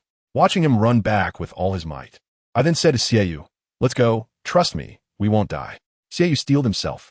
If we die, we die. Chasing after the evil soul master. It's an honor. We slipped into the narrow gap, one after the other. The passage was both narrow and long, and after walking over 100 meters, a strong smell of blood wafted over. As we moved forward, we saw a light ahead. It was a huge cave. As we leaned against the wall and peered inside, a cold voice sounded behind us. You two have followed all the way. It must have been hard. I tell you, when I turned around, good heavens, there were 5 old folks standing behind us, grinning in a really creepy way. I exchanged a glance with Xiaoyu and directly retreated into the cave hall. The person blocking our way was none other than Bloodshadow. I recognized his voice as soon as I heard it, and he was still being stubborn, so you all found out long ago. But it doesn't matter, we have a companion who went back to call for help, and the experts from his Spirit Hall will be here soon. You won't be able to escape. As a result, more than 20 people suddenly emerged from the cave, all dressed in black. Leading them was an old man in his 50s, wearing a dark red robe. I glanced around and saw 2 large iron cages in the cave, containing nearly 100 children, including Luo Xiaofan, all with vacant expressions, as if they had lost their souls. The old man in the red robe smiled sinisterly. At such a young age, you have quite a bit of courage. Facing death, you can still remain so calm. I guess you're the geniuses of the Spirit Academy, right? What a pity, you'll meet your end here today. As for the Spirit Hall, once we sacrifice these 100 young men and women to summon the evil god, the entire Douluo continent will become our nourishment. I couldn't help but laugh at that moment, turning to look at him with a smile. Surrounding us? I don't feel like you guys surrounded us at all. Have you ever thought that maybe it's us two who surrounded all of you? As soon as I said this, the group of evil soul masters was taken aback, then burst into hearty laughter. Ha ha ha, what did I just hear? He said they were surrounded by us? This is the funniest joke I've heard all year. The evil moon beside me looked stunned, probably wondering how I managed to act like this. The old man in the red robe became interested. Little friend, this is quite interesting. State your name, so when we get to hell, we can say you died at whose hands. I replied leisurely. Do you qualify for me to remember your name? All right, you go first. Remember this. The one who will kill you is called Prison Dragon. Prison Dragon, got it. I remember. I nodded and pointed to a blood pool in the middle of the cave, So you guys capture these children just for that sacrificial ritual? TSK, TSK. This little blood pool must have required the lives of thousands, right? Speaking of which, I've seen one hundreds of times bigger than yours elsewhere. Upon hearing this, Prison Dragon became even more excited. Oh, not bad, kid. You're to my liking. I'll give you a chance to join us, and I can spare your life. I immediately put on a conflicted expression. Oh no, it's so hard to choose. If I join you, do I have to hide in this dark and cold place every day like a dirty little mouse? The expression on Yulong's face instantly darkened. It seems you don't want to drink the wine offered to you, but prefer the punishment wine. I'll give you 1 minute to think it over. Otherwise, you'll be sacrificed along with me. No way, 1 minute is not enough. This is a major life decision. Can you give me 10 more minutes? I stretched out my hand to stop him. I feel like you're playing me. Yulong's face was so dark it seemed like water could drip from it. No, absolutely not. I'm really considering it. I waved my hands frantically. No need. He suddenly grinned maliciously. I've changed my mind. I think devouring you will allow me to break through to title Douluo. As soon as he finished speaking, his aura erupted violently.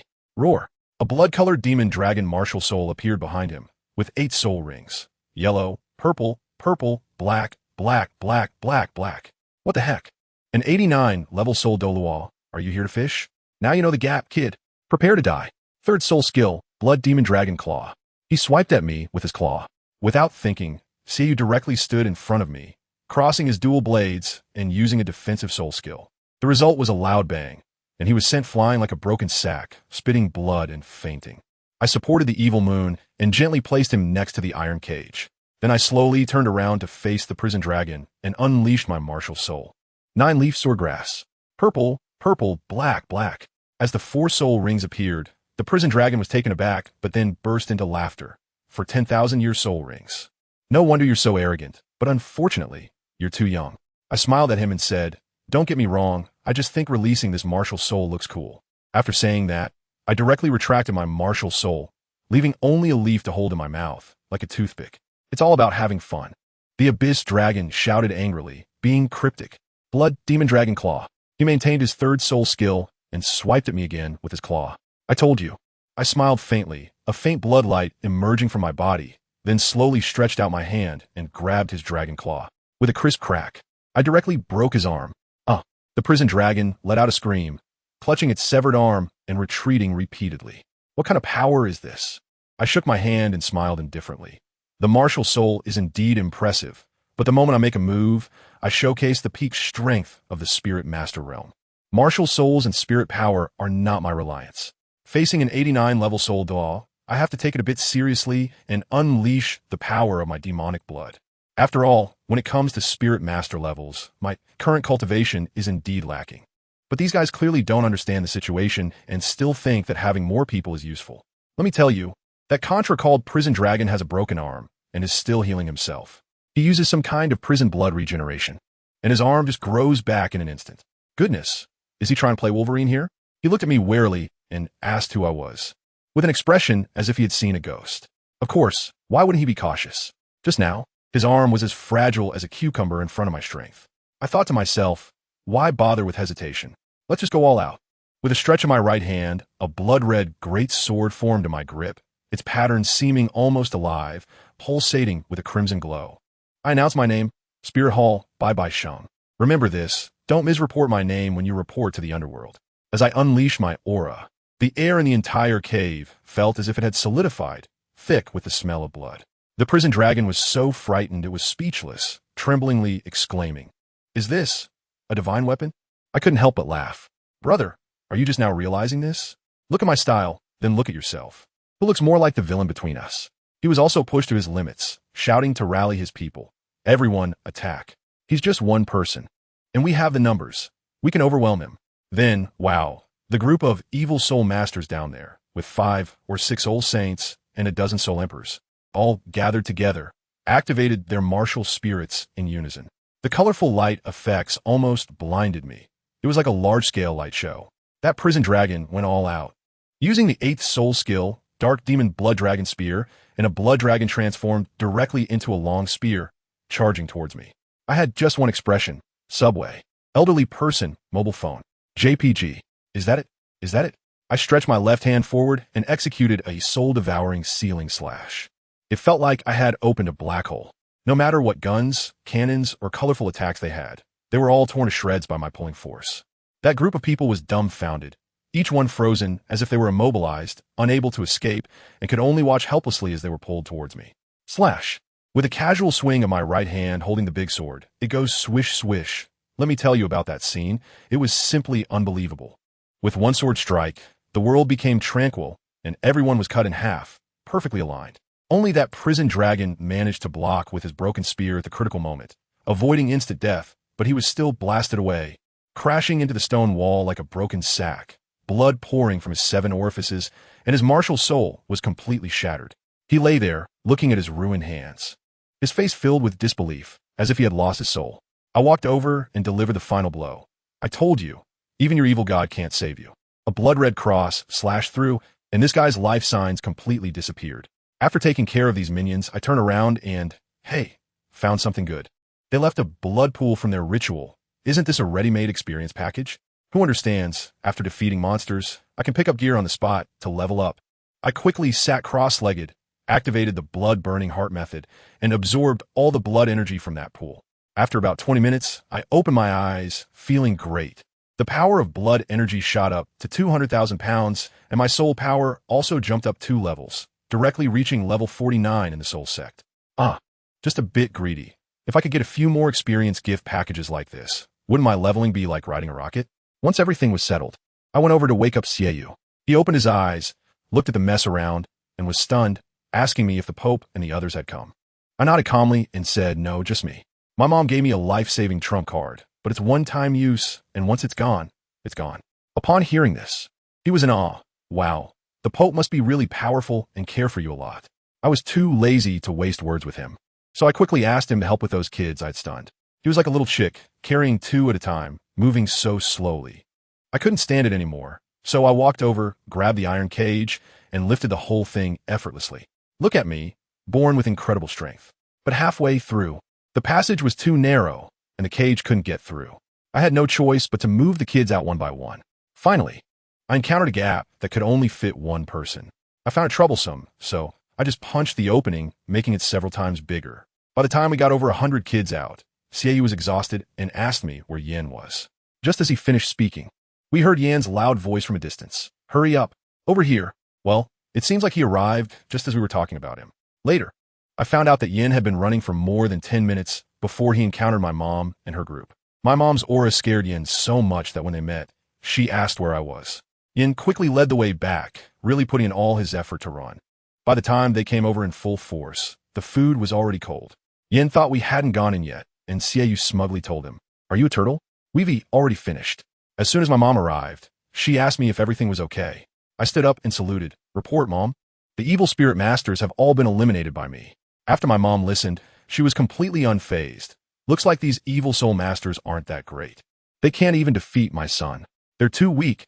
I wasted a lot of time being nervous. Xiaoyu, who was listening nearby, was left confused, thinking, "Weak? Sister, that's an 89-level soul, Douluo." I immediately echoed, That's right. It's really weak. I didn't even break a sweat."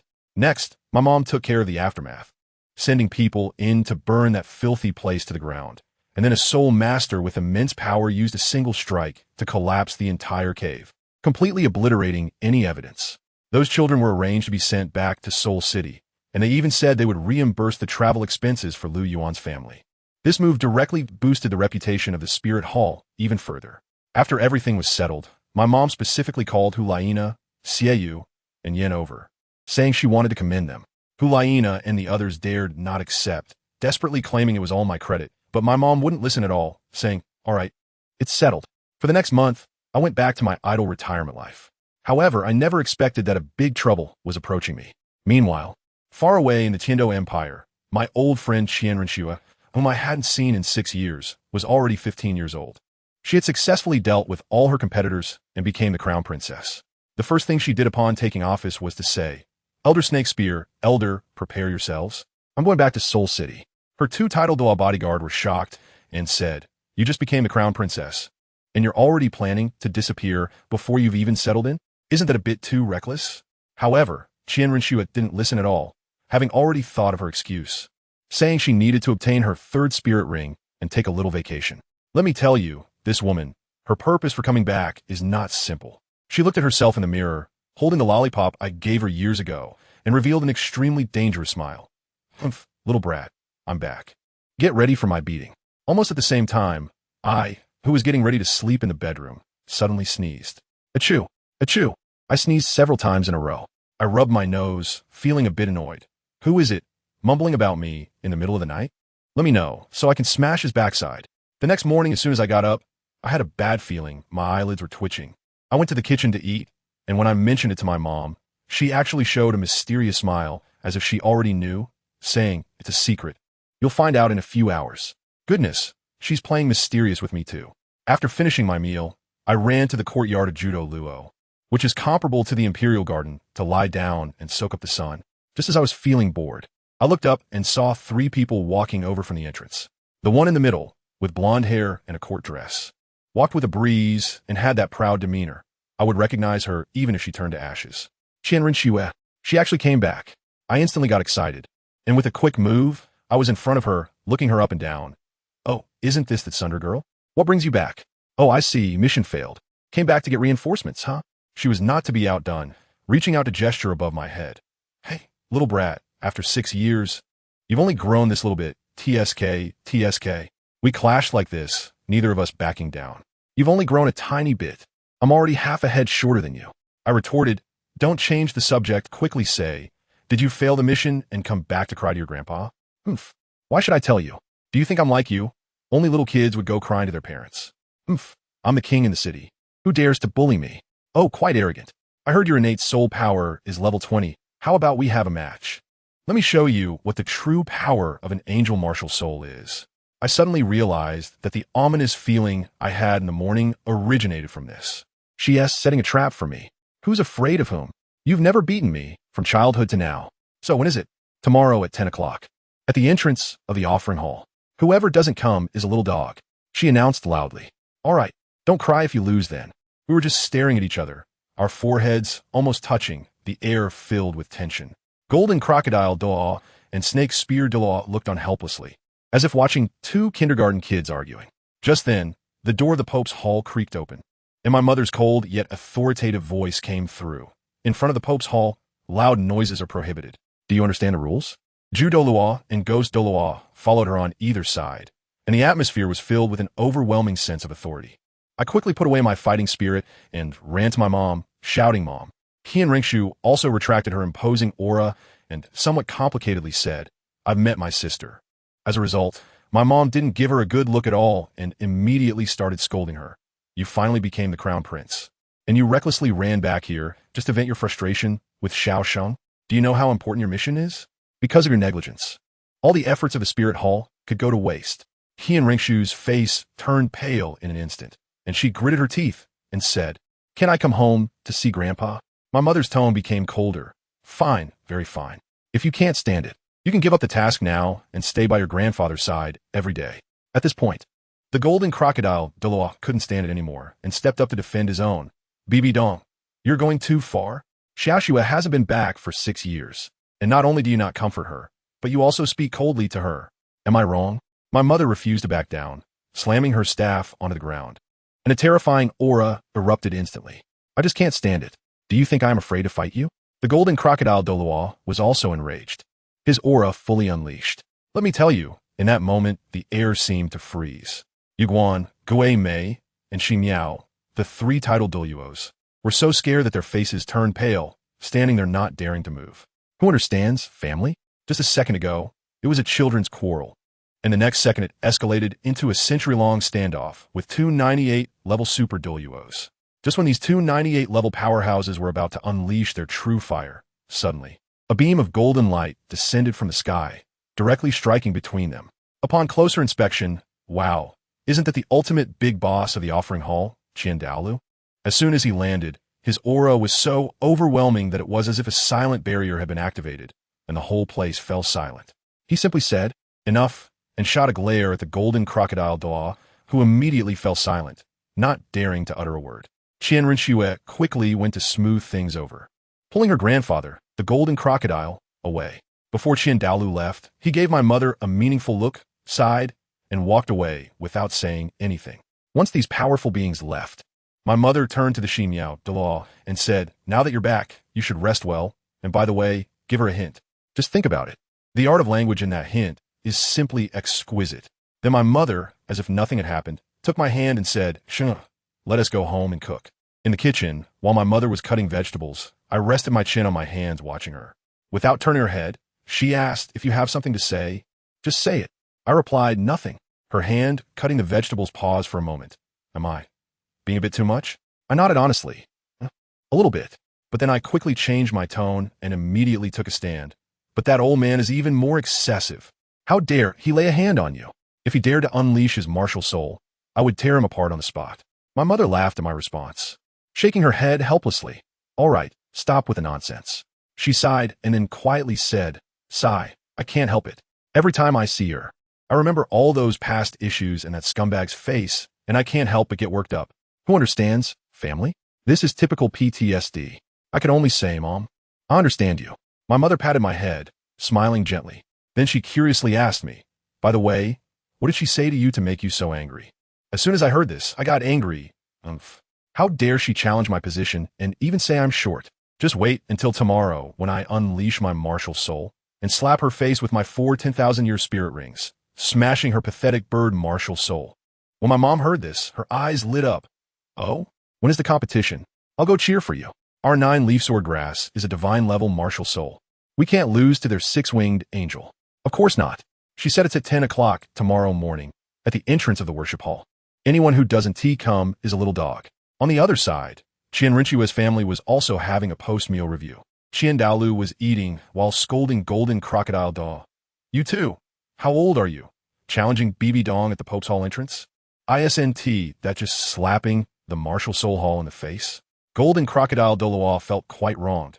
"Big brother, you didn't see her attitude towards little Renxue. She treats her own daughter like an enemy, but smiles like a flower at that adopted son." Dalu was also helpless and turned to ask Renxue, "Shuer, you too. You were doing fine as the crown prince of the Tiando Empire. Why did you suddenly come back? If this gets exposed, all our years of planning will be wasted."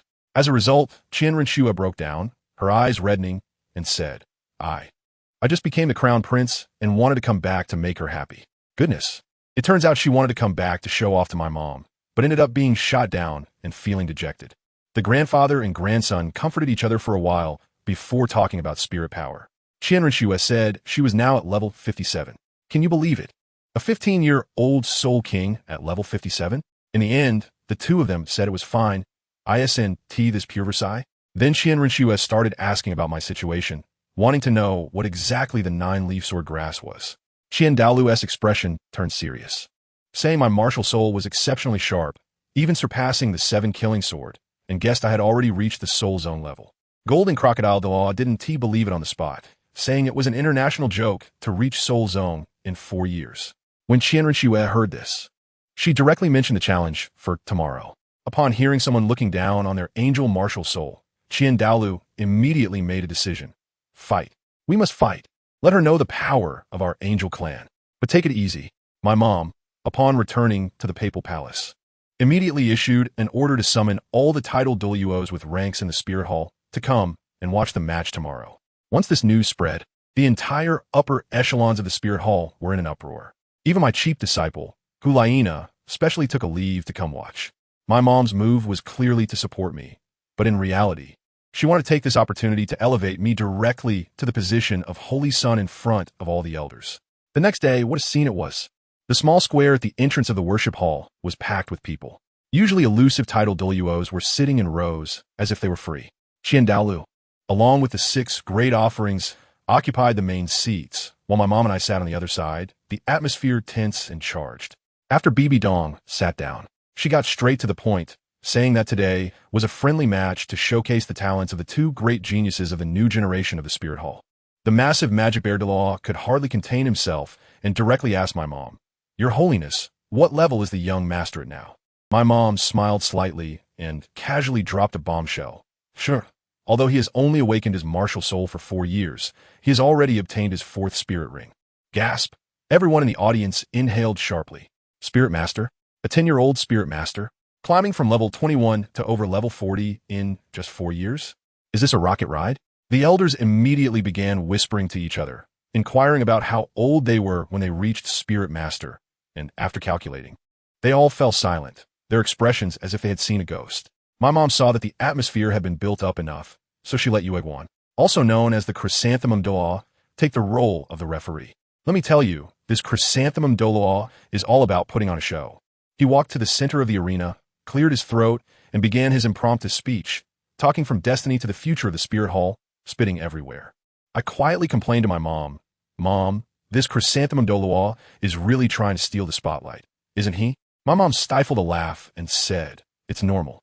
He finally caught a chance to show off. He's feeling great inside." In the end, it was Ghost Douluo who couldn't stand it anymore and shouted, "Yueguan, hurry up. Do you want everyone to sunbathe while listening to your lecture?" Only then did Chrysanthemum awkwardly smile and quickly invite the two of us, the main characters, onto the stage. Renxue stepped onto the stage first, her little eyes full of provocation. I shrugged and walked over at my own pace. Chrysanthemum Douluo wanted to do a pre-match interview. "Come on, do either of you have anything to say to each other?" We both replied in unison. "Nothing to say to him, her." The scene was extremely awkward for a moment. Seeing that my mom and Dalu both nodded, he finally announced, "The match officially begins." Renxue looked at me with disdain. "Little brat, I didn't expect you to actually show up. I'll go easy on you later." I chuckled. "Sunder girl, don't speak too soon. The strength of a master is measured by quality, not quantity." "Humph. Do you know how to write lose? Watch out, six-winged angel." "Possess." In an instant, a golden light burst from behind her, and a brilliant six-winged angel phantom appeared, exuding a sacred aura. Immediately after, 5 soul rings fell down, yellow, yellow, purple, purple, black. Level 57, Soul King. The elders watching gasped in amazement. 9-leaf swordgrass. I stretched out my right hand and summoned my martial soul. Then, folks, here comes the key point. 4 soul rings slowly rose from under my feet. The first one black. The second one black. The third one still TMD black. The fourth one still pitch black 10,000-year soul ring. In that moment, the entire venue fell silent. The next second, what the hell? What the hell? Rose and fell. All the titled Douluos stood up in shock, their eyes wide as saucers. Even Dalu looked at me in disbelief. Renxue was completely dumbfounded, stepping back 2 steps, her face full of incredulity from the pressure of my 4 black soul rings. Looking at her shocked face, I grinned. "How about that? Didn't expect it, did you? For dark soul rings, are they not eye-catching? You can still admit defeat now." She was in shock, muttering to herself, "Impossible. My first soul ring is only 600 years. I raised an eyebrow. "There's nothing impossible. I have innate divine power. Did you forget?" Renxue gritted her teeth in anger, stubbornly retorting, "So what if you have 4 10,000-year soul rings? My soul power is higher than yours." I directly shot back. "You have 200-year and 2,000-year, while one of my soul rings equals your 4. Besides, I have 3 more. Do you think your quantity can surpass my quality?" The surrounding elders had already started analyzing frantically, saying that the quality of my soul power was likely comparable to that of a soul emperor. Renxue was finally provoked by me, and she didn't bother with small talk anymore. She directly unleashed her ultimate move. 5th soul skill, Divine Sword. A giant sword engulfed in golden flames appeared in her hand. Oh, she's revealing her trump card right away. I wasn't hesitant either. 1st soul skill, Emerald Sword Breakthrough. 3rd soul skill, Azure Wind Sword, Wind Sweeping Clouds. A flash of green light surrounded me. My attack power surged, and holding the Azure Wind Sword, I flew into the air, facing her from a distance. 1st soul skill, Angel Assault. Renxue swung her giant sword and charged at me. I met her attack with the Azure Wind Sword, which stirred up a storm. Clang! The 2 swords collided, creating a massive shockwave of soul power, and we both retreated simultaneously. Renxue shook her numb arm, and without saying a word, she unleashed her 2nd soul skill, Angel Featherblade, with countless feathers transforming into small swords shooting toward me. I twisted my wrist, Wind Sweeping Clouds. Countless wind blades shot out from the Azure Tornado. Folks, who understands? I was holding back. I couldn't just take out the granddaughter of the Grand Priest in one move, right? That's called social etiquette. I only used 30 of my power to match her 100-year soul skill evenly. As a result, she was even more energized. Seeing her attack about to be broken, she quickly activated her 3rd soul skill, Angel Guardian, creating a shell around herself, and then arrogantly said, "Your 10,000-year soul skill isn't that impressive either. I can block it with just 2 soul rings." I rolled my eyes, too lazy to argue with her, and just casually agreed. Seeing my attitude made her even angrier. She directly activated her ultimate move. Fourth soul skill, Angel Falling Blade. A halo appeared in the sky, and a larger giant sword slowly descended. Is this where I can't hold back? Second soul skill, Golden Sword, Tiger Roaring Heaven Strike. I switched to a golden long sword and pointed it at the giant sword in the sky. Clang! With a crisp sound, the golden sword directly pushed her angel giant sword back, and then with a crack, I shattered it.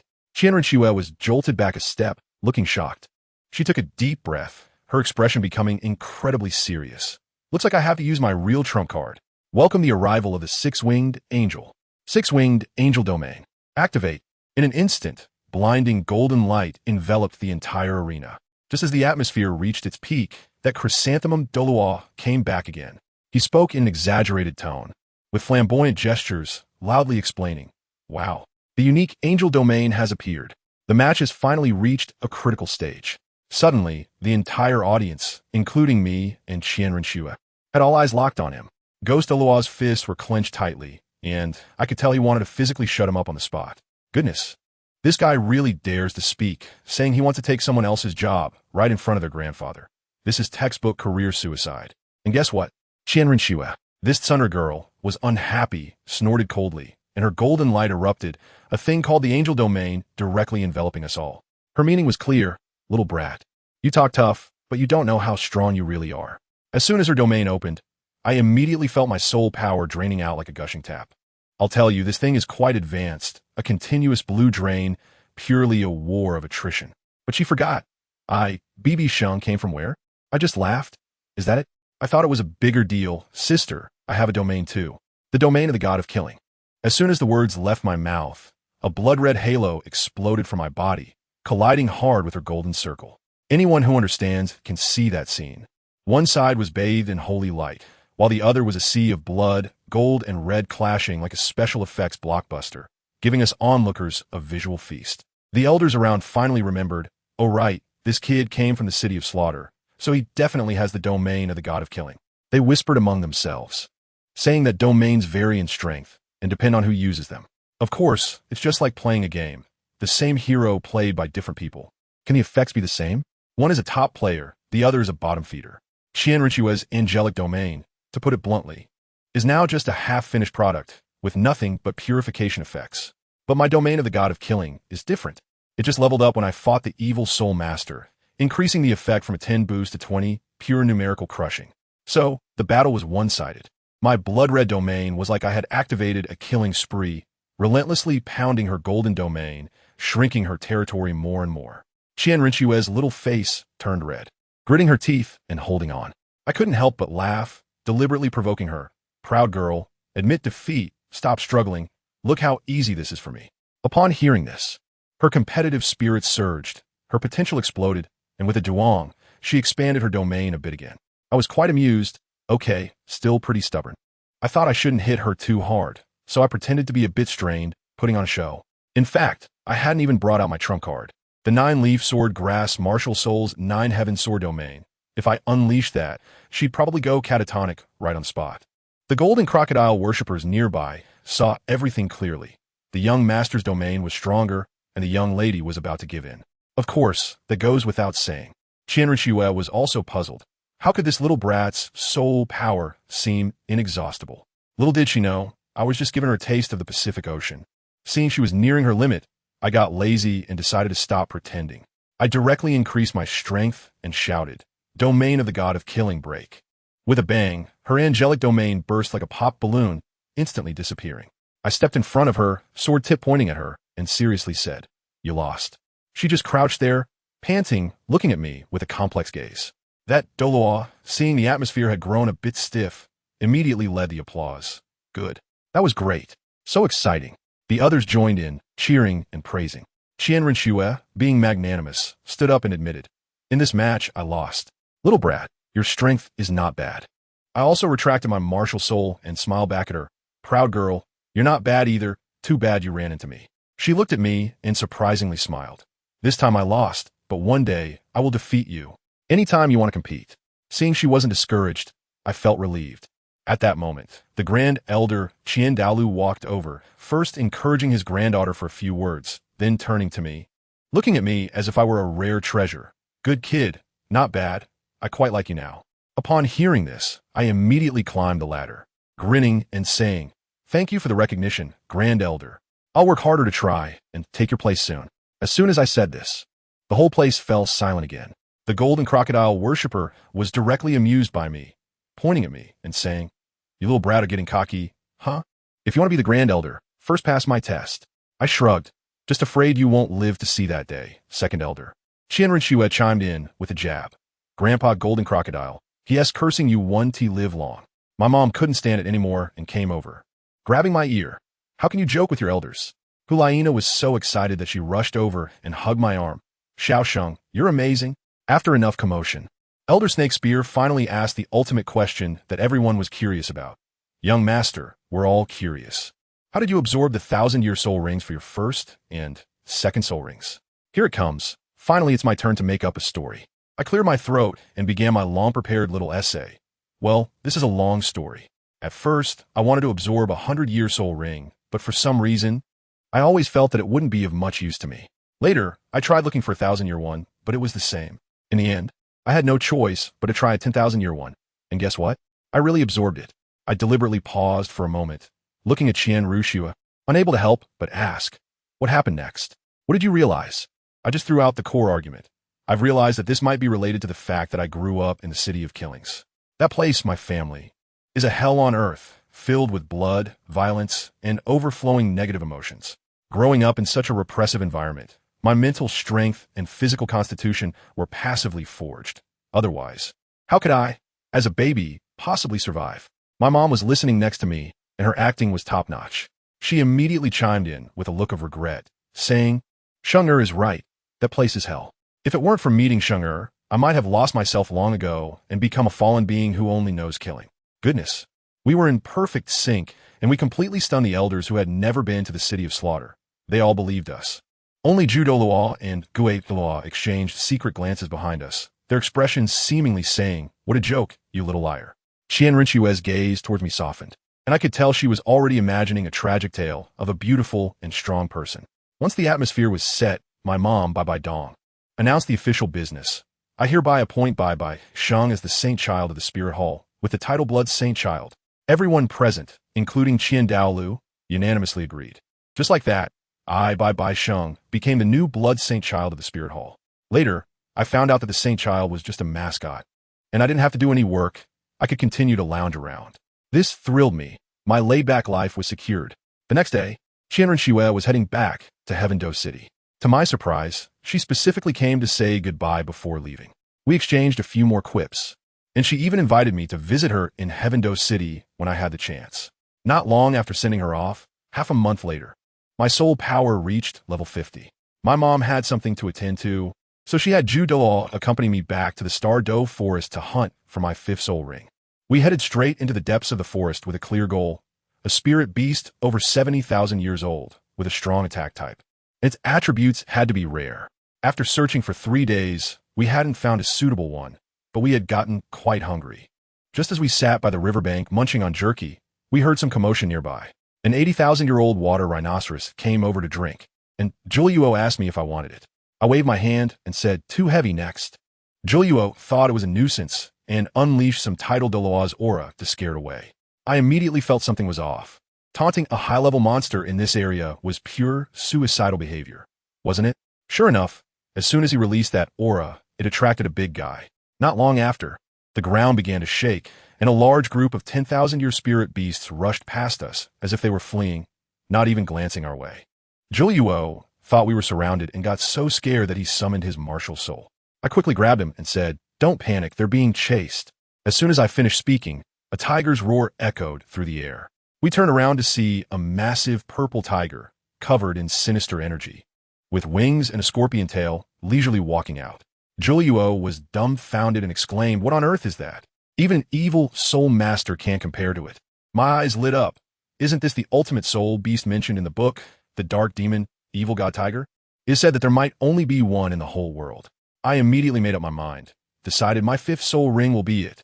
The book says that this thing, after 100 years, is comparable to 1,000 years, and the one in front of us, being 60,000 years old, probably has combat power close to that of 100,000 years. When Douluo heard this, he became even more interested, his hands itching to give it a try. All right, go ahead and play, just don't mess it up. I leaned back, ready to watch the show. Douluo excitedly rubbed his hands and directly launched a soul skill. As a result, the dark demon, evil god tiger, looked at him with disdain, casually swiping its paw and effortlessly deflecting his attack.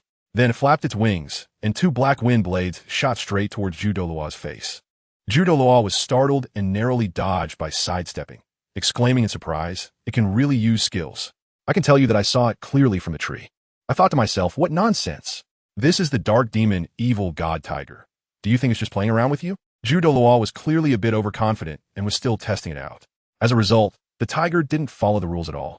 Taking advantage of the time he was dodging skills, it suddenly teleported right in front of him and swiped with a paw. Goodness, that speed was unbelievable.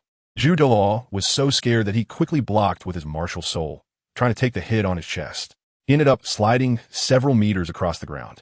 I stood on the tree and couldn't bear to watch any longer, shouting at him. "Hey, Elder Jew, can you handle it?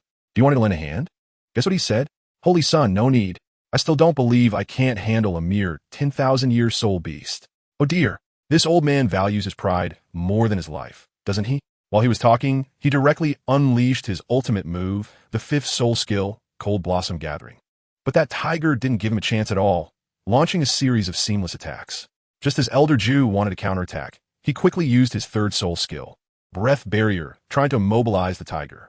He did manage to hold it for a second, but he forgot what I mentioned before. This tiger has spatial abilities. With a flash of silver light, it disappeared from its spot and reappeared behind him. Teleportation.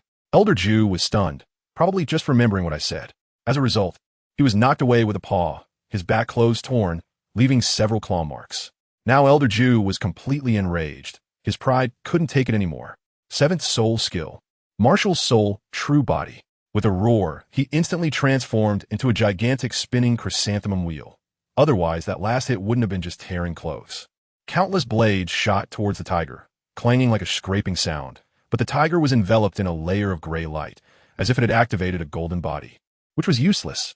Elder Jew had no choice but to change tactics, using his sixth soul skill, Golden Petals Spreading Sunset. A golden beam exploded, finally breaking the tiger's tough shell and violently slamming it against a large tree. I thought it would be honest this time, but the tiger shook its head, got up, and let out a roar that echoed through the sky, with electric sparks crackling all over its body. The dark demonic lightning filled the air and rushed towards Douluo's face. Douluo could only curl himself into a golden ball to withstand this wave of damage. At this point, the tiger realized it couldn't take down Douluo. Its crimson eyes turned, and it began to prepare a powerful move. Suddenly, rings of dim light emanated from its body, instantly enveloping the entire battlefield. "This is a talent domain." Douluo's voice changed. In the next second, he felt his whole body go weak, and his mind became foggy, as if he had drunk 2 pounds of fake alcohol. "Saint's son, save me. Family, who understands?" A title Douluo, being forced by a soul beast to cry for help on the spot. I thought I couldn't watch any more shows. If I did, my bodyguard would have to take action. I jumped off the tree in a leap of faith, landing right in the path of the tiger pouncing on Douluo. With a slap, I pressed the entire head of that 6 or 7 meter long tiger into the ground. Guess what? The fierce tiger, held down by me, actually let out a meow like a little kitten. Douluo stood by, dumbfounded, running towards the edge of the field while muttering, "Is this the power of the saint? It's terrifying." I laughed and said while pinching the tiger's head, "Oh really? Are you trying to be cute here?" It seemed like the tiger understood me and immediately started to struggle wildly, kicking its 4 legs everywhere.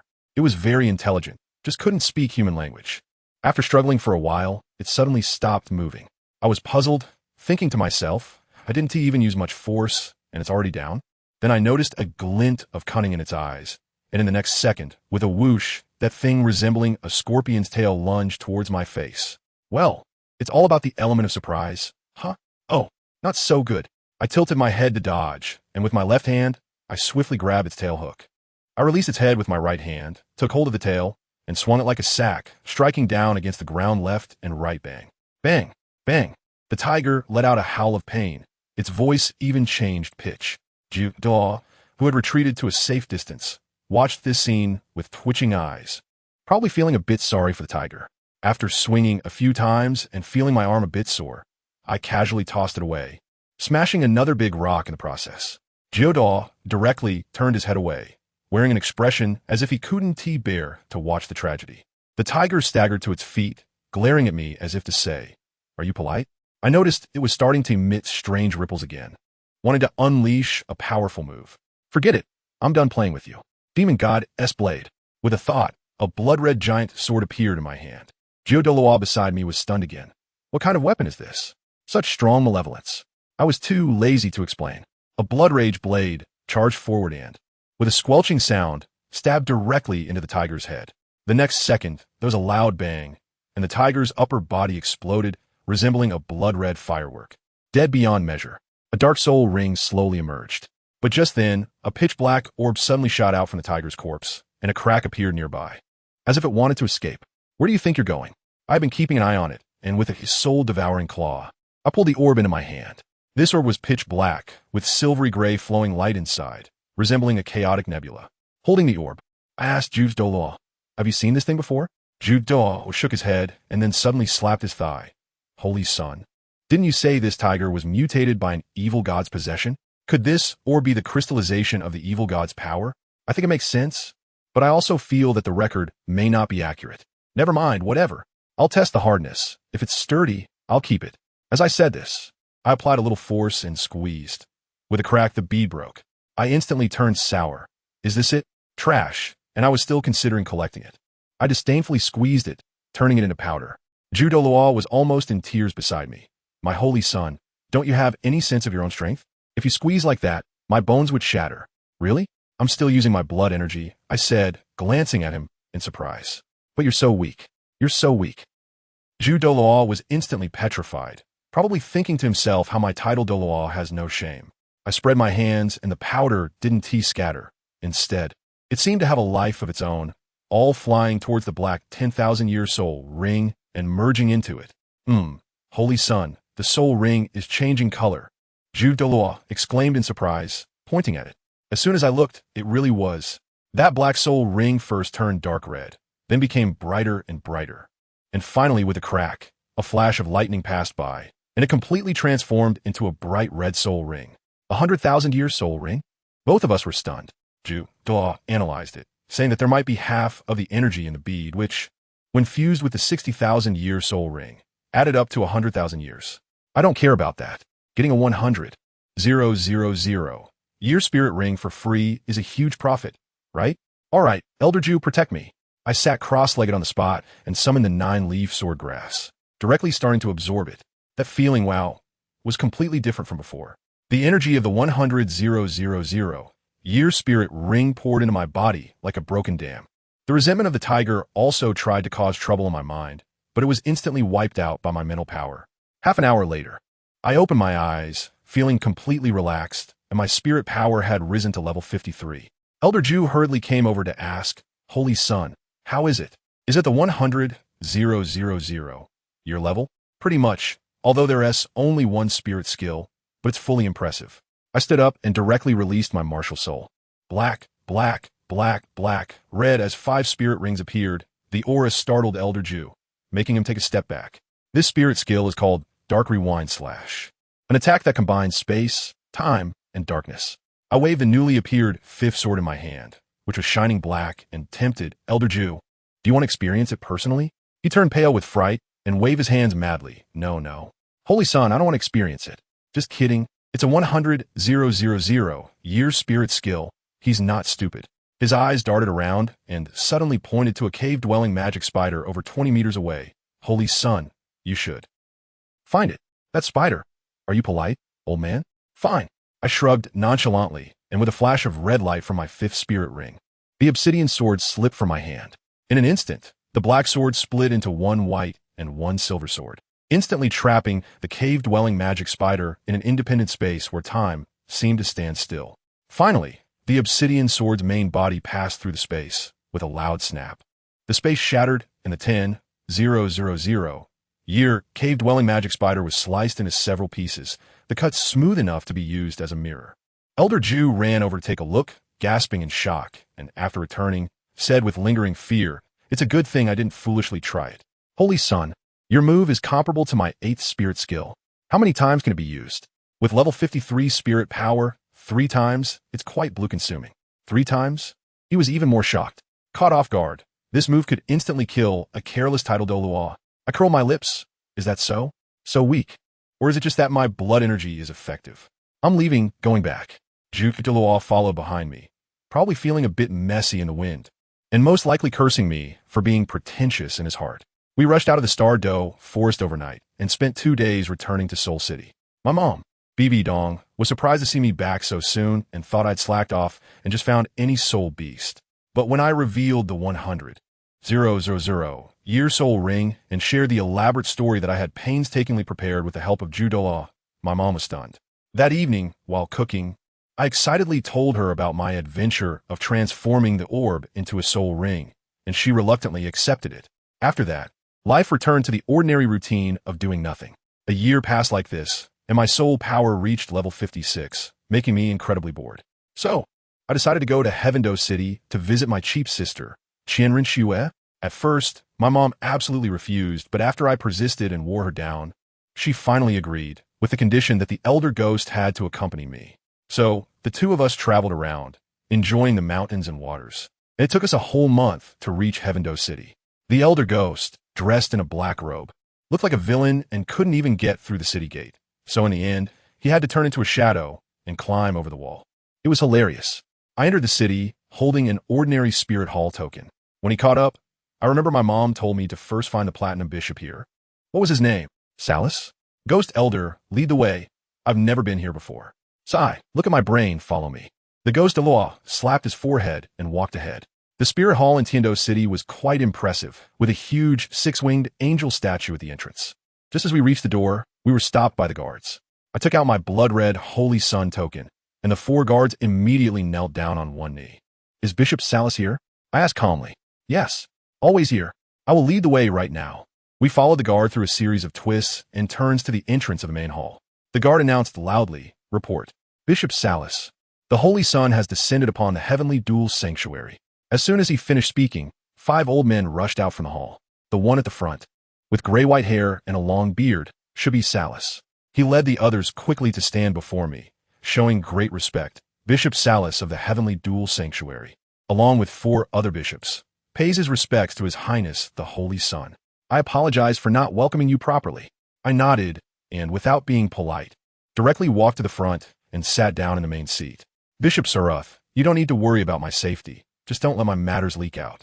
After I settled in, I slowly spoke, prepare a map of Tiando City for me. The more detailed, the better. Also, send someone to take us to the prince's residence tomorrow. Yes. Your Highness, rest assured, we will have everything ready for you first thing tomorrow. Saruth nodded and bowed, then added, Your Highness has traveled a long way and hasn't eaten yet, right? His Holiness the Pope has already sent a letter. We have prepared local specialties to welcome you. As soon as I heard this, I happened to be hungry, so I nodded and said, Not bad. Let's try the local food in Tiando City. Of course, I told you, the most authentic things in Tiando City are all in the nooks and crannies, and I usually don't tell ordinary people. The next morning, that old man Salas called me up early, and wow, he was extremely respectful, giving me a very detailed map and even arranging a local guide for me named Geely, who said he was the squad leader of the Guardian team, a native of Tiando City, a living map. When I looked at this guy, in his 30s, tall and strong, with a righteous face, I thought, all right, he's the one. I waved my hand and told Salas, all right, I'm very satisfied. You all go do what you need to do and stop circling around me.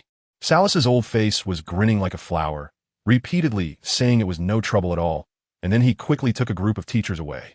Once the people left, I immediately said to Geely, let's go, take me out for a stroll, but not through the front door. Let's sneak out the back. As soon as we rounded to the backyard, I tell you, the ghost elder popped out of the shadows like a mole, startling me. I asked, what are you doing? Ghost elder? He said he was looking for the title Douluo here to chat, and insisted on following me for breakfast. Fine, the more the merrier. As soon as we hit the street, Geely asked, young master, where are we going? Directly to the prince's mansion? I rolled my eyes at him. What prince's mansion? First, we need to eat. Find the most authentic local snacks, the kind of place that's a bit shabby. The more hidden in the alleys, the better. Hearing that, Geely's eyes lit up. Young master, You asked the right person. Then, who knows how, he led us through a maze of alleys and directly into a dilapidated old town. Stopping in front of a small rundown shop with only 3 tables, snail noodles. My DNA reacted immediately. That sour and spicy smell could be detected from 800 meters away. The owner quickly served us 3 bowls, and when I looked, wow, the ingredients were generous. I told the ghost elder, come, try this. Let me tell you, that first bite was sour, spicy, fresh, and invigorating. Simply amazing.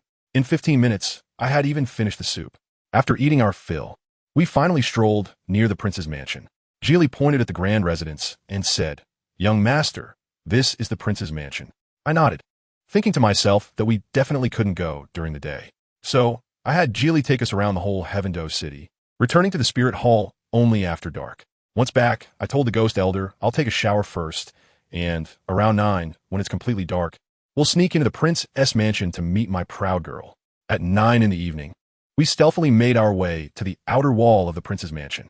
Suddenly, a crucial question hit me, and I turned to the ghost elder. Hey, what does that proud girl look like when disguised as the crown prince? The ghost elder shrugged. Holy son, I don't know either. I was stunned. Are we here to open a mystery box? The ghost elder suggested, how about we sneak in and search room by room? I said, is that okay? It doesn't seem right. But the next second, I was the first to climb over the wall, completely contradicting myself. The prince's mansion was pitch black, and just as I was worried, the ghost elder slapped his thigh. Holy son, we can sense the auras of Elder Shimiao and Cijin. Damn, right? How did I forget that? I immediately passed the task to him. Ghost elder, it's up to you. The ghost elder closed his eyes to sense, and after a while, he opened them again. Found it. It's in the biggest room in the center. I thought, what kind of meeting are 3 people having in one room at this late hour? No matter, let's go. We stealthily sneaked to the side of the house like shadows, and it was eerily quiet inside. I pushed the window, and hey, it wasn't locked. This action immediately alerted the people inside, and I could feel 2 presences tense up and hide behind pillar. I couldn't help but chuckle to myself, feeling playful, and motioned for the ghost elder to follow me as I boldly walked in. At that moment, 2 dark shadows suddenly lunged at me from behind the pillar. Without even lifting my eyelids, I reacted like lightning, grabbing one with each hand and pressing them down. With 2 muffled thuds, the 2 tidal Douluos were pinned firmly to the ground, unable to move. Don't move, I said lightly. They were both stunned, probably wondering where this powerful person had come from to subdue 2 tidal Douluos in one move. I then leisurely spoke. Elders, how have you been? The snake spear elder looked up, recognized me, and his eyes almost popped out. Holy, Your Highness the Saint. The nearby porcupine elder, who didn't recognize me yet, was about to curse, but upon hearing this, he was also dumbfounded. I released my grip and chuckled. Were you startled? The ghost elder also stepped out from behind me. Feeling embarrassed? Huh? Trying to sneak attack us. With that, the misunderstanding was cleared up, and the 4 of us sat down for tea. I asked them, wait, you 2 big guys, why are you in the master bedroom? Where's my proud girl? The porcupine elder explained with a bitter expression that there had been an assassination attempt, and for safety's sake, they had swapped rooms with Renxue, letting her stay in the small room next door while they acted as meat shields in the master bedroom.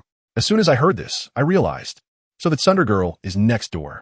I immediately stood up and said, all right, I'll go around through the back window to find her.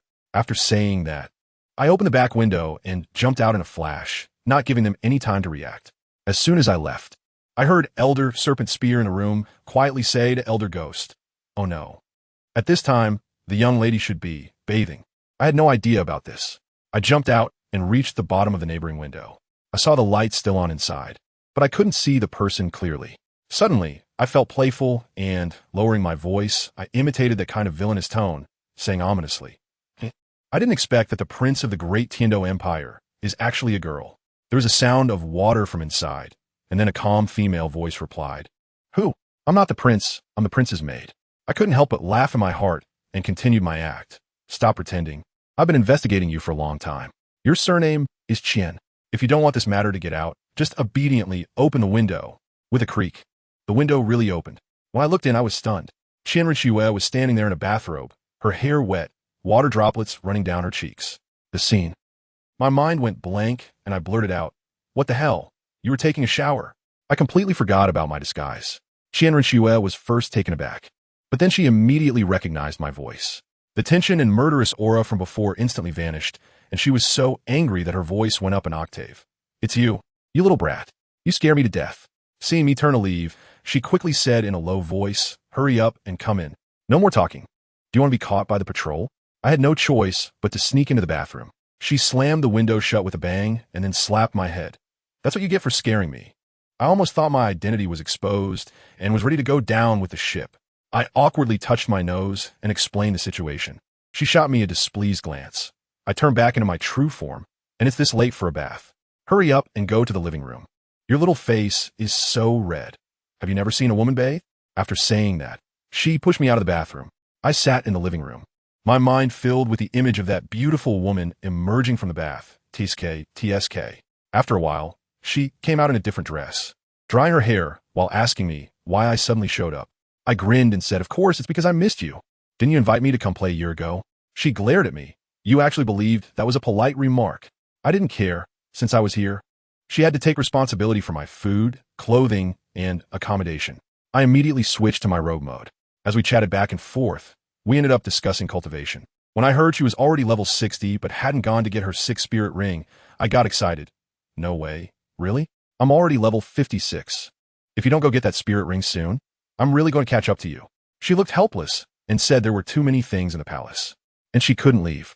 I directly suggested, "Isn't this simple? Just say you want to go incognito to experience the people's lives. That reason sounds impressive. The emperor would even praise you for it." She hesitated a bit, worried about being exposed. I stood up seriously and said to her, "What are you afraid of? If you really get exposed, it's fine. I'll step in and suppress the Heavendo Empire for you." She was moved by my determination and finally made up her mind. "All right, I'll go to the Sunset Forest tomorrow." So it was settled. That night, I climbed back over the wall with Elder Ghost, and on the way, Elder Ghost curiously asked me, "Holy Son, did you two agree to go play in the forest? Are young people these days so extravagant?" I almost spat out a mouthful of old blood and quickly explained that we were going to help her get a spirit ring. The next morning at 8 o'clock, Renxue arrived at the spirit hall with her cool demeanor. As soon as Salas saw her, he jumped up from his chair in shock, showing utmost respect. Renxue got straight to the point. "Where's that little brat BibiSheng? Still not up?" Salas wiped his cold sweat and said, "Holy Son, he probably won't get up until 10. Upon hearing this, Renxue smirked wickedly, feeling it was a good way to get back at him for last night. "Is it appropriate to sleep in so late? Take me to his room. Let us see if I can kick him out of bed." I can imagine Saras's face at that moment, looking like a bitter melon, probably thinking to himself, "What kind of sin have I committed? The two great Buddhas of the Spirit Hall have come to my place to blow up the fish pond. I told you, Saras just sent someone away, and his group of bishops came over like curious babies. Hey, bishop, who is that girl?" Saras rolled his eyes and shot back. "Don't ask what you shouldn't ask. From now on, call her Miss." Those guys immediately understood, like quails. Got it. She's a big shot. Can't mess with her." On the other side, Renxue was efficient and decisive. When she reached BibiSheng's door, she didn't even knock. She kicked it open. Rushing into the bedroom, she saw that our holy son was sprawled on the bed, sleeping like a pig, with a line of drool at the corner of his mouth. Renxue was so amused that she laughed in anger, called out a couple of times with no response, and then just yanked the blanket off. BibiSheng, groggy, felt a chill on his back, closed his eyes, and reached out blindly. "Proud girl, don't make a fuss. Let me sleep a bit longer." I tell you, his mouth is really troublesome. Even in his sleep, he doesn't forget to give people nicknames. Renxue's anger flared up, and she went straight for the big move. "Are you getting up? If not, I might just go pour cold water on you." This tactic didn't work, as BibiSheng still refused to get out of bed. In the end, Renxue had no choice but to use her trump card. All right. I'll take you to eat something delicious." As soon as she finished speaking, our holy son shot up like a rocket. His eyes lit up. "Really? Why didn't you say so earlier?" Family, who understands, this foodie trait is ingrained in his DNA. After the two tidied up, they stepped out, and Ghost Douluo appeared out of nowhere like a spirit. Renxue led the way, instead of heading straight to the forest. They first turned into a snack shop to treat BibiSheng to some tang yuan. BibiSheng gobbled them down, still teasing. "All right, I'll temporarily forgive you for interrupting my sleep because of the tang yuan." Even Ghost Douluo ate faster than the two of them. After they were full, the three of them called for a carriage and wobbled their way to Sunset Forest, arriving just around noon. As soon as they entered the forest, Ghost Douluo cleared a path like a human bulldozer. However, after searching all afternoon, they only spotted a few light attribute soul beasts. But either their ages were too low or too high. None were suitable. Qian Renxue was so frustrated that her face turned dark while setting up a tent and grilling rabbit for dinner. By the way, at this time, far away in the Pope's palace, BibiDong had just received a letter from Saras, saying that BibiSheng had arrived in Tiando City. She was smiling indulgently, thinking the child must have been sightseeing along the way, and if she knew her precious son was camping in the wild with his future nemesis, she wouldn't know what expression to make. The next day, the three of them continued deeper into the forest. BibiSheng was chatty, talking to Qian Renxue about how his peculiar martial soul also needed light attribute soul rings.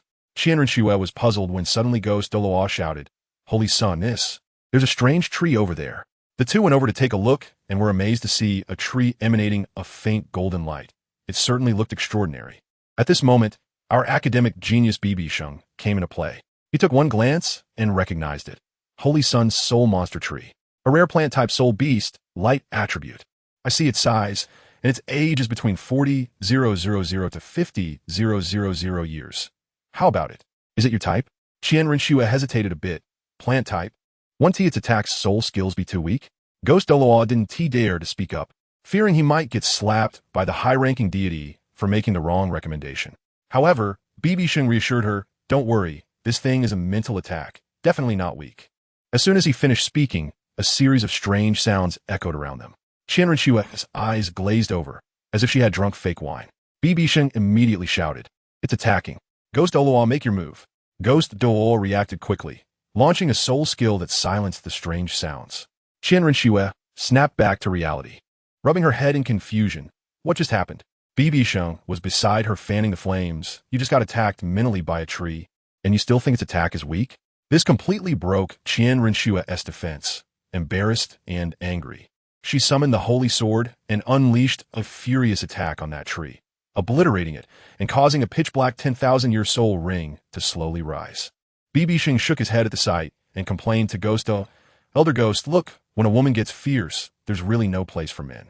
Ghost Douluo nodded in agreement. Qian Renxue sat cross-legged to absorb the soul ring, and before finishing, she didn't forget to turn around and say, "Protect me." Meanwhile, at the princess mansion, Ning Fengji and Sword Douluo came to visit, but were met with a closed door. Snake Spear Douluo, acting, said anxiously that the crown prince had left a letter saying he was going to disguise himself to visit the common people and had gone without taking anyone with him. Although Ning Fengji found it strange, he didn't think much of it and left with worry. Back in Sunset Forest, 25 minutes later, Qian Renxue suddenly stood up, her aura surging. I broke in through to level 62 Soul Emperor. Little brat, I'm 6 levels higher than you. She ran in front of BibiSheng, showing off. Ghost Douluo quickly asked, "Miss, how are your soul skills?" Qian Renxue proudly introduced, "My new soul skill is called Angel's Roar, a large-scale mental shock with outstanding effects." After hearing this, BibiSheng calmly commented, not bad, but it's just a little worse than my 5th soul skill." Well, this remark instantly ignited a powder keg. Qian Renxue exploded, "My 6th soul skill, ISNT, as good as your 5th soul skill? Show me." BibiSheng grinned, "Watch closely, don't get scared." Saying that, he unleashed his soul ring. Yellow, purple, black. Then the 5th soul ring was a blinding scarlet red. Qian Renxue's eyes nearly popped out, rubbing her eyes. Incredulous, red? It can't be real. I must have been hallucinating from the mental attack. BibiSheng directly brought that 100,000-year soul ring up to her face, teasingly saying, "I told you, you wouldn't be able to handle the shock. How pathetic." Qian Renxue was so angry she stomped her feet. "Where did you find a 100,000-year soul beast?" Ghost Douluo quietly explained that it was an accident. It was originally a 60,000-year one that mutated. Qian Renxue was so envious and jealous that she tossed her head in anger and walked ahead to lead the way. As a result, walking with resentment. It was no surprise they got lost. After walking for a while, BibiSheng couldn't hold back anymore. "Proud girl, look at the way you're leading. We're lost. Aren't we?" The two started bickering again, which annoyed Ghost Douluo so much that he jumped into a tree to scout. Not long after, Ghost Douluo jumped down with a serious expression. "Holy Sun, Miss, there's a large area of poisonous gas ahead. We can't pass through. We'll have to detour." Qian Renxue said she had heard of this poisonous barrier. Its range was huge and very dangerous. But BibiSheng, being who he was, directly said, "Just a poisonous barrier. We can just go straight through." Qian Renxue and Ghost Douluo advised him not to be impulsive. If there were highly toxic soul beasts inside, it would be troublesome. However, BibiSheng just smiled lightly. It doesn't matter, I'll handle it. Renxue was so amused by his demeanor. All right, I'm a holy martial soul. Naturally resistant to toxins. Just don't drag me down. So, the three of them activated their soul power to protect themselves and plunged into the dark green poisonous mist. After about 15 minutes, just as they thought nothing had happened and were about to exit, the scene in front of them suddenly opened up. Let me tell you, that sight was incredible. They walked out of the poisonous barrier and found themselves in a valley. At the bottom of the valley was a spring, half red and half ice blue, clearly demarcated, resembling a giant Taiji diagram. Surrounding it were various strange flowers and herbs they had never heard of, and the entire valley was so rich in spiritual energy it was almost tangible. Renxue was dumbfounded. What kind of divine place is this? BibiSheng stared at the spring, growing more familiar with it, suddenly slapping his thigh. I remember now. This is the Eye of Ice and Fire. Elder Ju's ancestral book, 10,000 Flower Treasure Record, mentioned it. Ghost Douluo was also shocked. The things in Elder Ju's book are actually true? BibiSheng explained that this place is the legendary treasure-gathering pot, and the flowers and plants around here are probably all celestial products. When Renxue heard this, her eyes lit up, pointing to a golden chrysanthemum not far away, saying, "Look, isn't that the same as Elder Ju's martial soul, the miraculous Tong Tian chrysanthemum?" Just as Ghost Douluo leaned in to take a look, BibiSheng caught a glimpse of a tiny emerald-green snake that shot out from the grass like lightning, heading straight for Ghost Douluo's neck. "Ghost Elder, be careful!" BibiSheng shouted loudly. Ghost Douluo instinctively raised his arm to block it, only to feel a sharp pain in his arm. Looking down, he saw that the little snake had already bitten him. He swung his hand back and stomped on the snake, killing it, but the wound had quickly turned a bluish-green. Bamboo leaf green. BibiSheng's expression changed. "Quick, use soul power to seal the wound. It's highly poisonous." Just then, a sinister laugh echoed, and a tall, slender figure appeared at the top of the valley, then instantly landed in front of them. "Ha ha ha, it's useless. Once you are poisoned by my little green snake, even immortals cannot save you. Within an hour, Ghost Douluo will turn into a puddle of pus." The newcomer, dressed in a dark green robe with green hair and beard, was none other than Douluo, known as the Poisoned Douluo. Ghost Douluo's face changed drastically. "Douluo, how could you be here?" Douluo sniffed. Saying this was his territory, and since people from the Spirit Hall had been discovered, no one could expect to leave alive. Ghost Douluo was furious and wanted to force out the poison, but found the snake venom extremely domineering. Renxue tried to intimidate him with her identity as the former Pope's daughter, but when Douluo heard this, his killing intent grew stronger. "The daughter of Renxue? Then I cannot let you go." Seeing that a fierce battle was about to break out, BibiSheng, however, walked slowly to Ghost Douluo's side with his hands behind his back and said, "Ghost Douluo, step back, save your soul power to suppress the snake venom." Knowing BibiSheng's true strength, Ghost Douluo's face immediately brightened, and without hesitation, he took 2 steps back, silently adding in his heart, "Humph, Poisoned Douluo, wish you good luck." "Humph, Poisoned Douluo, wish you good luck." I tell you, Ghost Douluo is a person who knows the times and retreats quickly, but the people on Renxue's side were completely dumbfounded. She grabbed BibiSheng, almost sweating in anxiety, and said in a low voice, "My little ancestor, please don't joke around. The one opposite is a titled Douluo. We are geniuses, but we can't just charge in recklessly right now." As a result, guess what? The opposite side, Douluo, that old poisoner, was almost laughing out loud in his heart. He thought, goodness, the son of the Wuhuan Temple? Is this it? So arrogant. He even scared off Ghost Douluo. It's simply seeking death. Just wait. Once I take care of these 2 little brats, the snake poison in Ghost Douluo will kick in, and then it's a perfect one sweep. He cleared his throat and spoke in a strange tone. The Wuhuan Temple really has no one left. They even found a 10-year-old kid to be the son. Must have taken the back door. Right? A holy place? I think it's nothing special. As soon as BibiSheng heard this, he laughed and turned to Renxue, saying, "Sunder girl, did you hear that? This gentleman has a big opinion about our Wuhuan Temple." Renxue was speechless and could only dryly reply, "Yeah." Thinking to herself, how can you still act like nothing is happening at a time like this? Douluo's killing intent suddenly surged. "Of course I have an opinion. Back then, I simply refused the invitation from the Wuhuan Temple, and they sent Douluo to hunt me down. I remember this debt well. In my opinion, your Wuhuan Temple is a den of snakes and rats." "Oh, so that's how it is." BibiSheng nodded, then changed the subject sharply. "But aren't you still huddled here like an old turtle? And you're right. I did take the back door because the current pope is my mother. Don't you like freedom? Fine, Today I grant you eternal freedom. As soon as he finished speaking, I tell you that aura exploded. 9-leaf swordgrass. Wuhuan possessed. 4 black and 1 red spirit rings burst out. Douluo's eyes nearly popped out, and he looked like he had seen a ghost. 4 black and 1 red? How is this possible? No, he is only a level 56 spirit king. Could be a twin martial soul. In that split second of his astonishment, BibiSheng moved.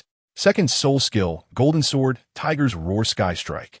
A beam of golden light with a long tail flame charged forward with the sound of a dragon's roar and tiger's howl. Douluo, after all, was a titled Dalu and reacted quickly, activating his shield.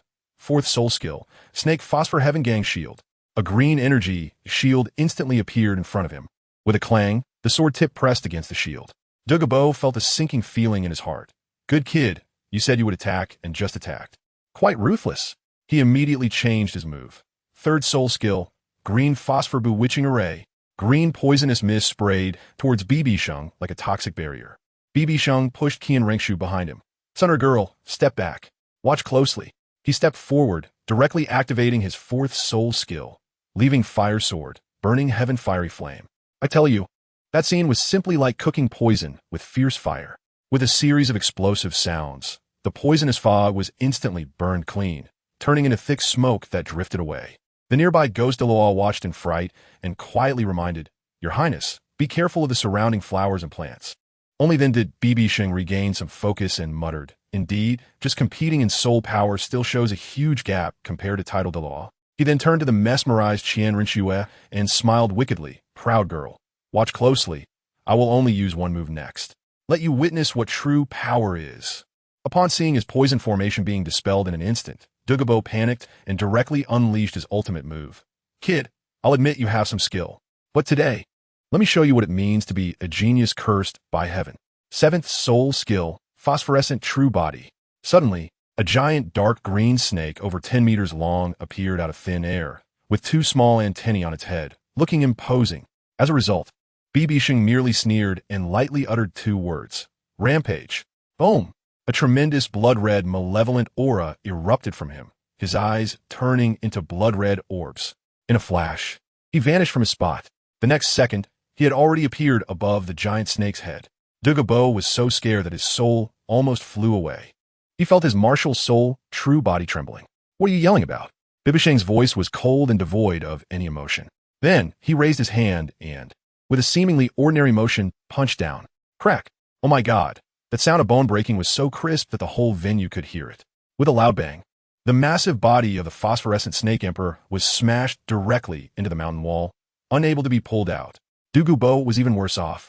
As if he had been hit head-on by a 9-ring great move, he spat out a mouthful of blood and half-kneeled on the ground, his face filled with disbelief. How?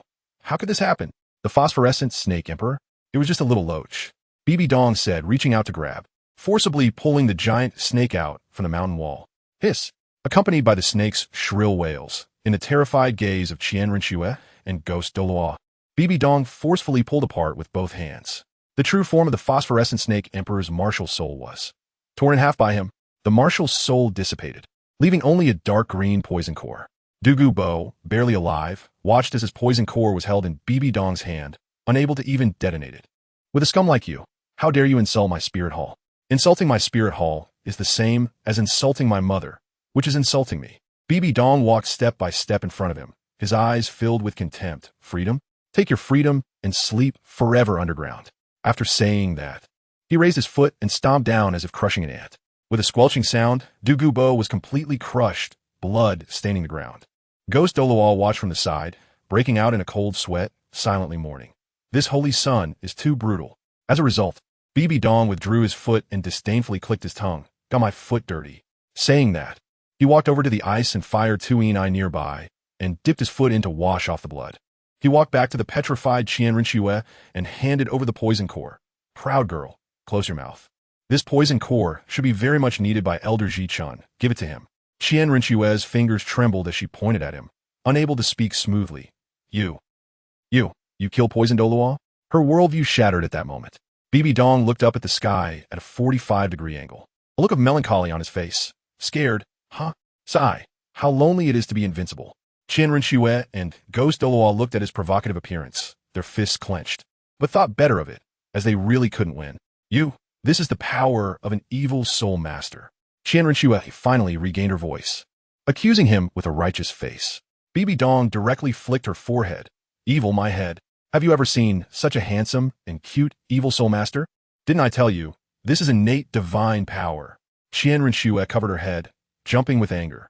Is this what you call innate divine power? Damn, did you let me win when we fought before? How dare you poke my head? Who told you to be stupid and only react now? All right, one-on-one. No innate divine power allowed. Only soul power. Come if you dare. Oh my two ancestors. Douluo couldn't help but interrupt with a mournful face. Can you two stop arguing for a moment? I can't hold back this poison. Are you playing a turn-based game here? Only then did BibiDong stop, waving his hand. All right, let me do it. He walked behind Douluo, forming a blood sphere in his hand, and slapped it on his back. Bear with it, it hurts a bit. The domineering blood energy force surged into Douluo's body, forcibly expelling the snake poison from the wound. Much better. Thank you, holy son.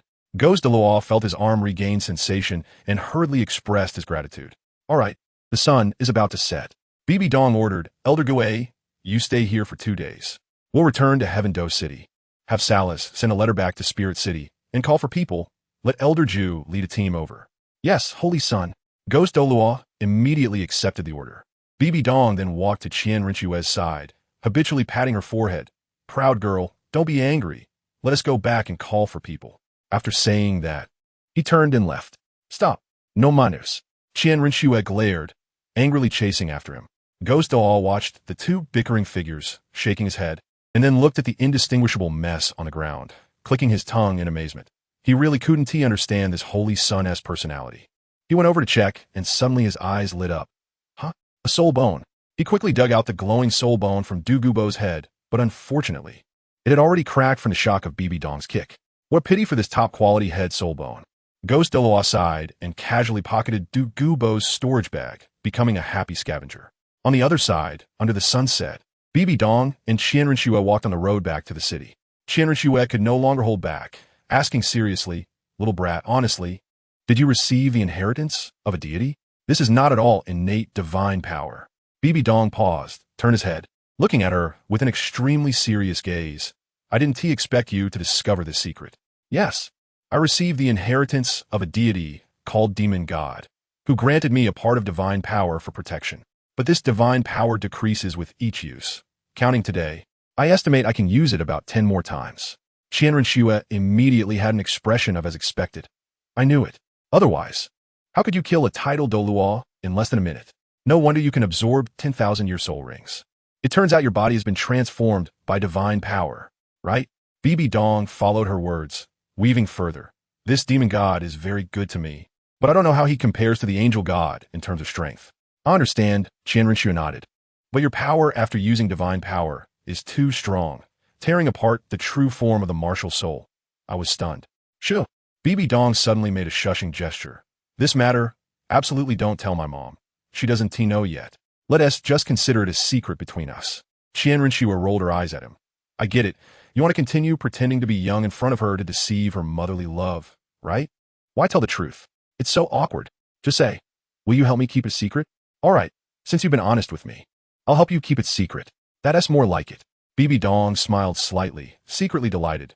Great, I successfully tricked this proud girl. The two quickly returned to the Heaven Do Holy Hall, where Bishop Salas was in a meeting with several subordinates. Upon seeing them, he immediately stood up to welcome them. Holy son, miss, you're back. BibiDong directly walked to the main seat and sat down, radiating an aura of dominance.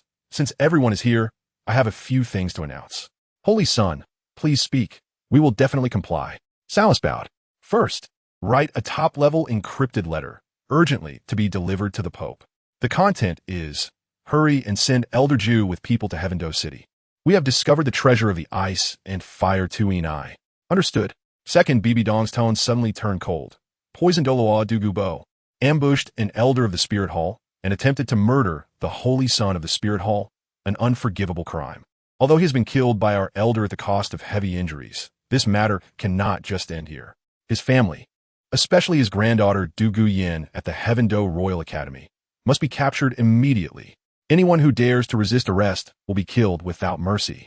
Anyone who dares to obstruct will be considered an enemy of my spirit hall. Upon hearing this, Salus exploded on the spot. What? Poison Douluo actually dared to ambush the Holy Sun. Damn it. I will take people to the Heaven Do Royal Academy immediately. Send the letter first, then go. BibiSheng knocked on the table, adding, remember, externally, just say that the Holy Sun was poisoned by Douluo in the Sunset Forest, seriously injured, and has been sent back to Spirit City for treatment overnight. The subordinate understands. Bishop Salus acted swiftly, immediately gathering over 1,000 guardian soldiers to march towards the Tiando Royal Academy. Renxue watched this scene from the second floor and felt a bit worried. Xiaosheng. Isn't this going too far? That's the Tiando Royal Academy. BibiSheng leaned against the railing and said, one must take responsibility for their actions. If we weren't strong enough today, it would be as sinking to the bottom of the ice and fire 2 element eye. To eradicate the roots of the problem, otherwise, when they retaliate with the poison of the Bihua snake, it would be hard to guard against. Renxue was rendered speechless by his words and could only roll her eyes. Got it, you have so many grand principles. She turned around. I'll go call Elder Cichlid over to absorb the poison pill. Under the nightfall of Tiando City, the Spirit Hall's 1,000-strong team charged towards the Royal Academy. And the news couldn't be hidden at all. Prince Xuesheng received the news and immediately rushed over with the Royal Knights. At the Academy's entrance, Salus led his men directly inside, confronting the 3 major teaching committees of the Academy and Prince Xuesheng. Prince Xuesheng's face turned pale with anger. Salus, are you declaring war against us? Salus unleashed his soul aura and coldly replied, declare war?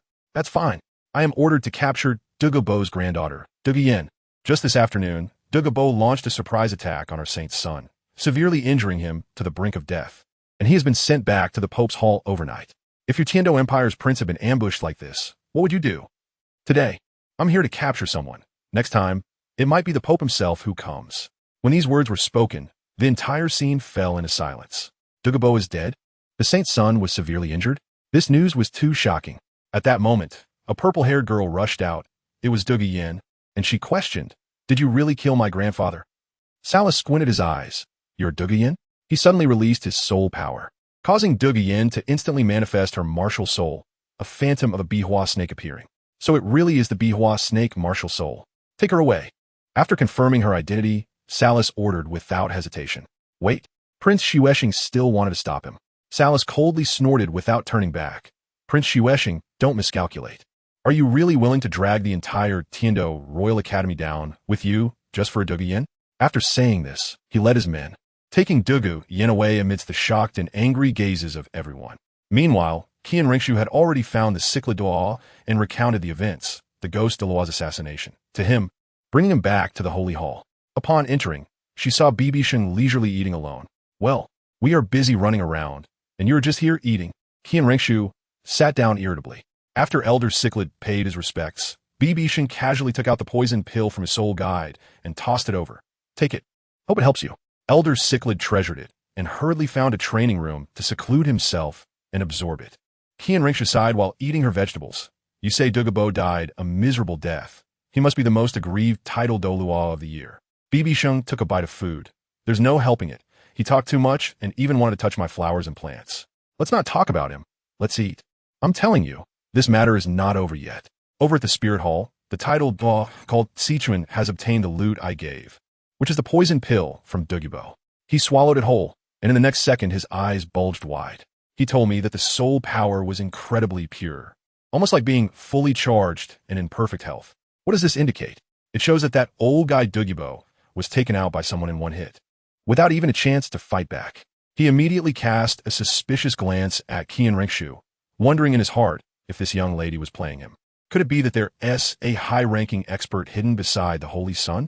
However, he is also a sensible person. After thinking about it, even if it didn't tell him, he shouldn't pry.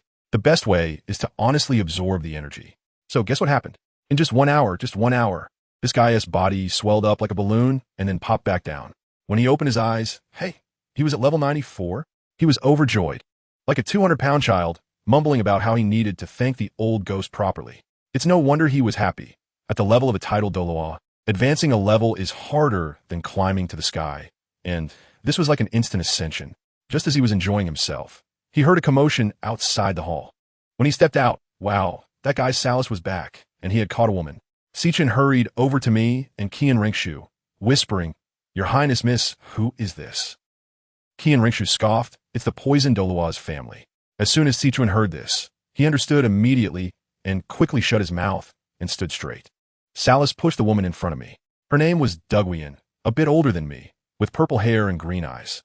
Her stubborn gaze was like that of a mule, glaring at us fiercely. Salas said, "Your Highness, her identity has been confirmed. Her martial spirit is the phosphor snake." Upon hearing this, Douluo immediately started cursing. "Spirit Hall, it must be that you killed my grandfather. You scumbags will never have a good end. Family members, who understands?"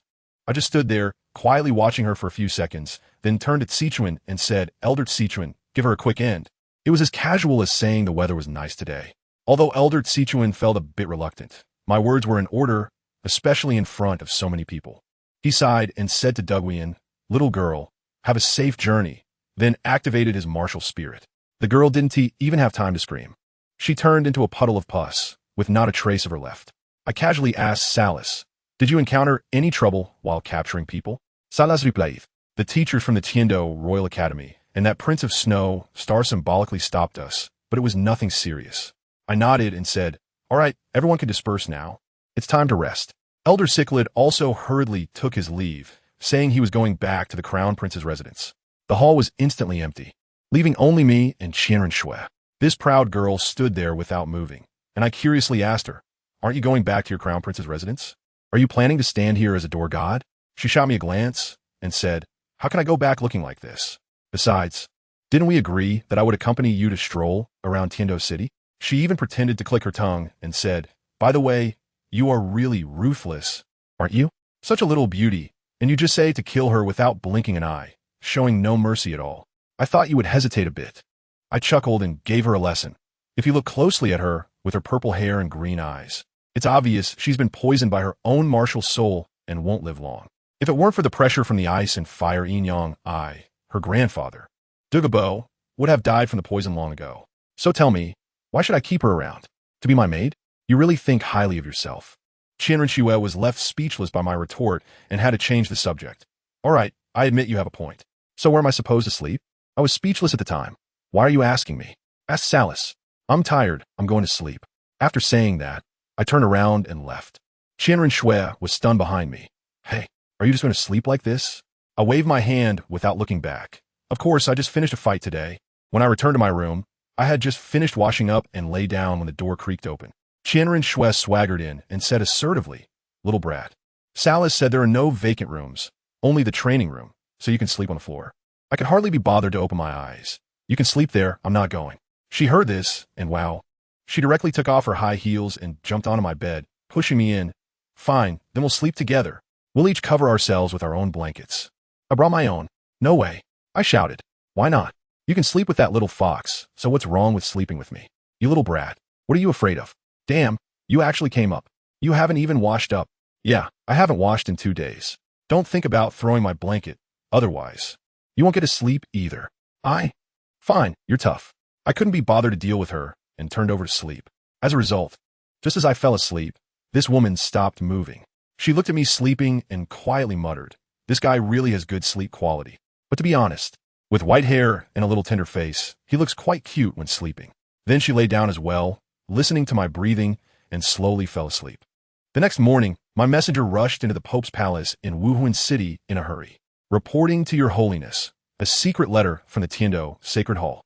My mom, BibiSheng, waved her hand, and the letter was in her hand. She opened it and saw just 2 words, "Oh, ice and fire yin-yang eyes." Then she immediately called for Douluo. Douluo came running. "Your holiness, what is your command?" My mom handed him the letter. "Take a look, it's from Sheng. When Douluo heard it was from me, he took the letter and instantly lost his composure. His voice loud enough to blow the roof off the Pope's palace. "Ice and fire yin-yang eyes? Sunset Forest. How is that possible?" My mom shot him a cold glance. "You Egg-Wan, why are you yelling? Tell me, where are the ice and fire yin-yang eyes?" That old Jew flower immediately calmed down and respectfully explained that this was one of the 3 great treasure troves recorded in his family's ancestral Wanhua Dalu. The ice and fire spring eyes, surrounded by heavenly materials and earthly treasures. After listening, my mom nodded. "Since it's Sheng who called you, you should go there quickly. Bring 4 agile attack soul masters from the Angel Legion. Speaking of which, if you really find heavenly materials and earthly treasures, you won't try to keep them all to yourself, will you? Douluo was so scared that he knelt down with a thud, cold sweat pouring down. Your Holiness. I wouldn't dare. Besides, this was discovered by His Highness the Sun. Even if I had 100 guts, I wouldn't dare. Only then did my mom feel satisfied. All right, go. Hurry up and come back. By the way, tell Sheng'er not to just play around and forget to cultivate. That old Jew flower felt like he had been pardoned. Scrambling out of the Pope's palace. As soon as he stepped out, he became excited again, immediately gathering people and rushing towards Tiando City as fast as possible. Meanwhile, over in Tiando City, the situation had already exploded due to the Wuhuan Hall's raid on the Royal Academy. At first, everyone was cursing the Wuhuan Hall for being overbearing. But later, upon hearing that it was the parents of the students who attacked us first, the wind shifted again, and people started saying we were acting in self-defense. In the Tiando Imperial Palace, the Snow Knight Emperor was so angry he was coughing. Outrageous. Does the Wuhuan Hall still see our Tiando Empire? Prince Xuexing beside him also had a grim expression, saying that Douluo was likely really dead, but since he was the one who struck first, the Empire couldn't say much. Now back to me and Renxue. At 8 in the morning, I was sleeping soundly when Renxue let out a loud shout that woke me up. I opened my eyes and, wow, my whole face was buried in her chest. And she was holding my head with both hands like hugging a doll. Why am I hugging her? No, why is she hugging me? This woman's brain short-circuited, and her face turned red instantly. Then she suddenly pushed me away and shouted, "Ah, little brat, why are you hugging me?" I was woken up, filled with anger. Are you sick? Ever since we came to Tiando City, I've been woken up by you every day. If I had known, I wouldn't have come. She turned the blame on me. Tell me, were you hugging me while sleeping? As she got up, she accidentally stepped on the blanket on the floor, which was actually hers. I laughed and shot back. Humph. Obviously you were the one hugging me while sleeping, okay? No wonder I couldn't breathe while sleeping. It turns out it was your doing. Last night, someone was dreaming and shouting I'm so cold, then stole my blanket and pushed me into the corner. You were the real kid here.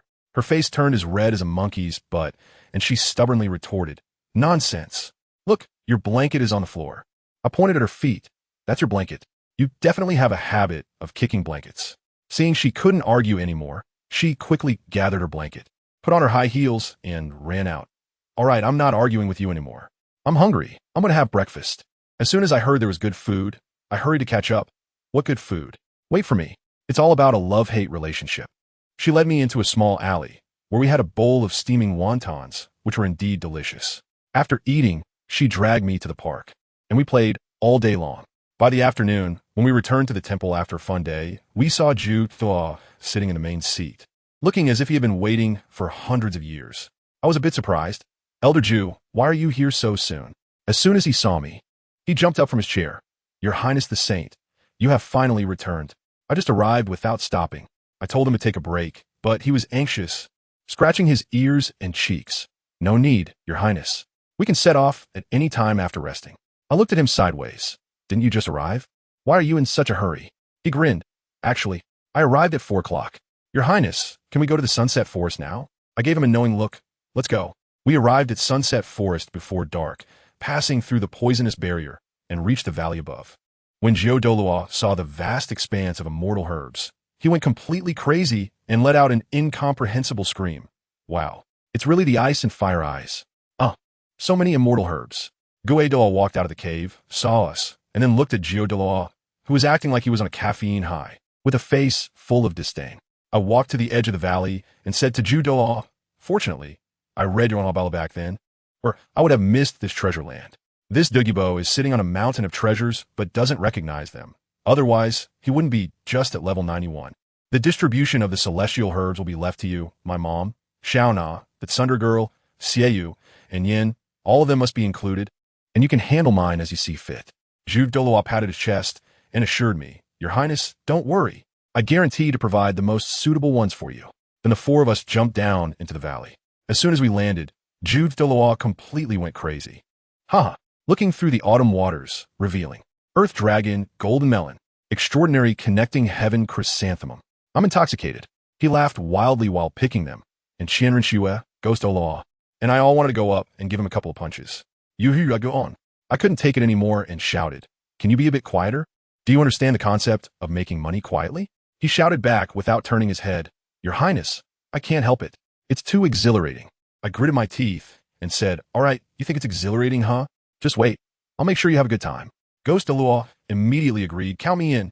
Just as we were about to beat him up, he suddenly let out a scream louder than all the previous ones combined. Ah, Heartbreaking Red, King of Flowers. We turned our heads to see him kneeling in front of a flower that was red and white, looking more reverent than when he worshipped his ancestors. Renxue curiously walked over. "Elder Ju, is this really necessary?" Ju Dalu excitedly explained. "This flower is the king of flowers on the continent. It can restrain all flower-type martial souls. If it can recognize its master, it will guarantee a 10-level increase in soul power." Upon hearing this, I was delighted and walked over to draw out my 9-leaf sword grass. "So amazing? No way, let me try a slash." Ju Dalu was so scared he lost his wits and hugged my leg. "No, my holy son, this is a celestial treasure." I didn't care and slashed down. The flower actually emitted a layer of red light and managed to block my strike. "Oh, it's quite proud, huh?" I got excited. I thought this flower was perfect for the Tsundere girl, just her style. I sheathed my sword and said to Renxue, "You give it a try. Make it recognize its master. If it doesn't, I'm going to chop it up for firewood today." A broken flower dares to act, all high and mighty. Renxue had no choice but to follow Ju Dalu's method, dripping blood on the flower's pistol while thinking of her beloved. She closed her eyes, and her mind was filled with images of our playful moments since we met. At first, the flower had no reaction. But just as my patience was wearing thin and I was about to draw my sword for a friendly exchange again, that heartbreaking red suddenly burst with a strong desire to survive, emitting a brilliant red light, and voluntarily recognized Renxue as its master. Renxue succeeded. But Ju Dalu told me that now that she had the King of Flowers, she couldn't use other celestial herbs anymore. I pouted and urged him, "Hurry up and find me something suitable. I want to surpass this Tsundere girl in one go." Ju Dalu looked troubled, but finally found 2 celestial herbs by the spring. One was called 8-star mysterious ice grass, extremely cold. The other was called fiery apricot blossoms, extremely hot. He told me that taking these 2 separately was highly toxic, but if taken together and then jumped into the center of the ice and fire yin-yang ice spring water, it could refine the body and cultivate an immunity to ice and fire. I was delighted to hear this. "Great, let's go with these 2. I took the celestial herbs, sat cross-legged, one in each hand, and began to absorb them. With one cold and one hot stream of energy rushing into my body, the feeling was quite stimulating. Once the medicinal effects were fully absorbed, without saying a word, I leaped up and jumped directly into the center of the ice and fire yin-yang, the intersection of yin and yang. Renxue anxiously asked from the shore, "Hey, are you all right?"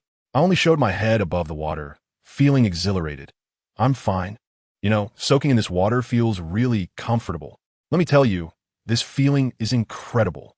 I was just floating in the water with my eyes closed, feeling those 2 streams of medicinal power renovating my body, clearing all my meridians. My soul power shot up like a rocket, instantly breaking through the threshold of Soul Emperor. Level 60. Family, level 60. When I felt that the spring water was no different from an ordinary swimming pool, I knew that today, as ice and fire buffet had come to an end. I splashed out of the water, my soul power surged, and the water droplets on my body instantly evaporated. It was so effortless. Renxue immediately jumped down from the rock, her eyes wide open. "You finally came out. Little brat, how is it? Did you surpass me?" I raised an eyebrow at her, deliberately teasing. "Not yet, but it's just a step away, level 60. Just missing a soul ring. What do you think? Are you scared?" "What?" She stomped her feet in anger. How infuriating. The effect is just too good. "No way. I have to eat that love-stricken red flower too." The nearby Chrysanthemum Dalu was stunned, his voice trembling with excitement. "Congratulations, Your Highness the Saint. My goodness, I know the divine herb is powerful, but I didn't expect it to be this powerful. This effect is simply comparable to a 100,000-year soul beast." The 4 guards looked at me as if I were a deity, their jaws almost dropping to the ground. I patted Ju Dalu on the shoulder, feeling quite pleased. "Old Ju, well done. Calling you here was the best decision I've made this year." The honest Gui Dalu was still worried beside us. "Old Ju, with this kind of promotion, won't your foundation be unstable?" Before I could say anything, Ju Dalu directly retorted, "Old ghost, keep your heart in your belly. These celestial products not only won't shake the foundation, but they can also strengthen the foundation and enhance the essence, making it even more solid. Do you understand?" I quickly nodded in agreement. That's right. Even though I've leveled up to 4, I feel that my soul power is much more solid than before. The ghost Douluo finally breathed a sigh of relief. That's good, that's good. Otherwise, His Holiness the Pope would definitely have to punish us. I glanced at the treasure pouch in Zhu Douluo's hand, and wow, it was packed full. I asked him, "You've made quite a harvest during this time of body refining. I see you didn't dig up any roots, very environmentally conscious of you." Zhu Douluo chuckled, "Of course, with the ice and fire yin-yang I hear. As long as the Green Mountains remain, there's no fear of running out of firewood. In a few decades, it can grow back again. By the way, Your Highness the Saint's son, besides the immortal great herbs, there are also more than 22nd-rate spirit grasses, which have pretty good effects." As soon as I heard this, I waved my hand and said, "Since we've come into this windfall, everyone must get a share." The four brothers also joined us for a trip, so we can't shortchange them. "Lao Ju, you take care of dividing it among them, one plant each." Zhu Douluo immediately took command, and the four Gar brothers were stunned at first, then ecstatic, repeatedly thanking me. Goodness, half an hour later, the commotion was huge. 3 soul saints directly leveled up twice, and the soul Douluo leveled up once as well. One guy, who was originally at level 78, broke through on the spot and reached level 80. They were both crying and laughing.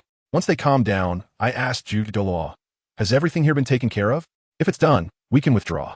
Gui Law interjected, "Your Highness the Holy Sun, should we send someone to guard such a treasure?" I looked directly at Zhu Douluo. "This guy is my treasure boy right now." He rolled his eyes and pointed at the poisonous miasma outside, coming up with a plan. "Your Highness, I've got it." He took out a snow white and red spirit herb from his pocket. With this, the snow-colored swan kiss, a highly toxic celestial product. Just toss it into that miasma, and the toxicity will amplify 1,000-fold. Even a title Douluo would have to kneel. Ghost Douluo then asked, "But how we get in later?" "You Dalu," like a magician, took out a large pink flower. "What are you afraid of?" With this, the fragrant and beautiful celestial product, the nemesis of all poisons. As long as we carry it, all toxins will have to take a detour around us. This operation is all about creating a closed loop. I was astonished at that moment. Nature is truly amazing, with everything in a cycle of creation and destruction. I made up my mind. Let's do it this way. Lao Ju, you handle it. We'll wait for you. Zhu Douluo walked ahead with the fragrant Chi Luo fairy flower, and we follow behind. The poisonous mist really parted like it had seen a ghost. Once we walked out, Zhu Douluo turned back to set things up. He is a meticulous person and felt that this poisonous mist was not simple. He insisted on finding its source. Guess what? He actually found it. At the deepest part of the poisonous mist, there was a Bai Lin Chi Ju flower, which was itself a source of poison. Lao Ju directly planted the snow-colored swan kiss beside it. Goodness, the 2 poison kings joined forces, and the poisonous miasma outside instantly expanded several times. So dark that you couldn't see your hand in front of you. We were so scared that we kept retreating. When Zhu Douluo came out, his face was pale, and with lingering fear, he said, "Fortunately, we had the fragrance of Yoshiang Chilua's celestial product, otherwise I would really have met my end inside today." A group of us returned to the Tiando Holy Hall. It was almost midnight, and we dragged Bishop Salas out of bed. As a result, when we asked, good grief, there are only 2 empty rooms left. Zhu Douluo and Ghost Douluo squeezed into one room, while the 4 guards paired up, each taking one room. I stared at Qian Renxue and said, "Didn't you say you didn't have a room?" She gave me a glance, and Bishop Salas immediately understood and explained. "Last night there really weren't any rooms available, but this afternoon, 2 rooms just opened up because the Guardians returned home." "Fine, I believe you." Once they all went to rest, I kept Zhu Douluo and Ghost Douluo behind and briefed them. "I'm level 60 now and plan to go to the extreme north to get a soul ring.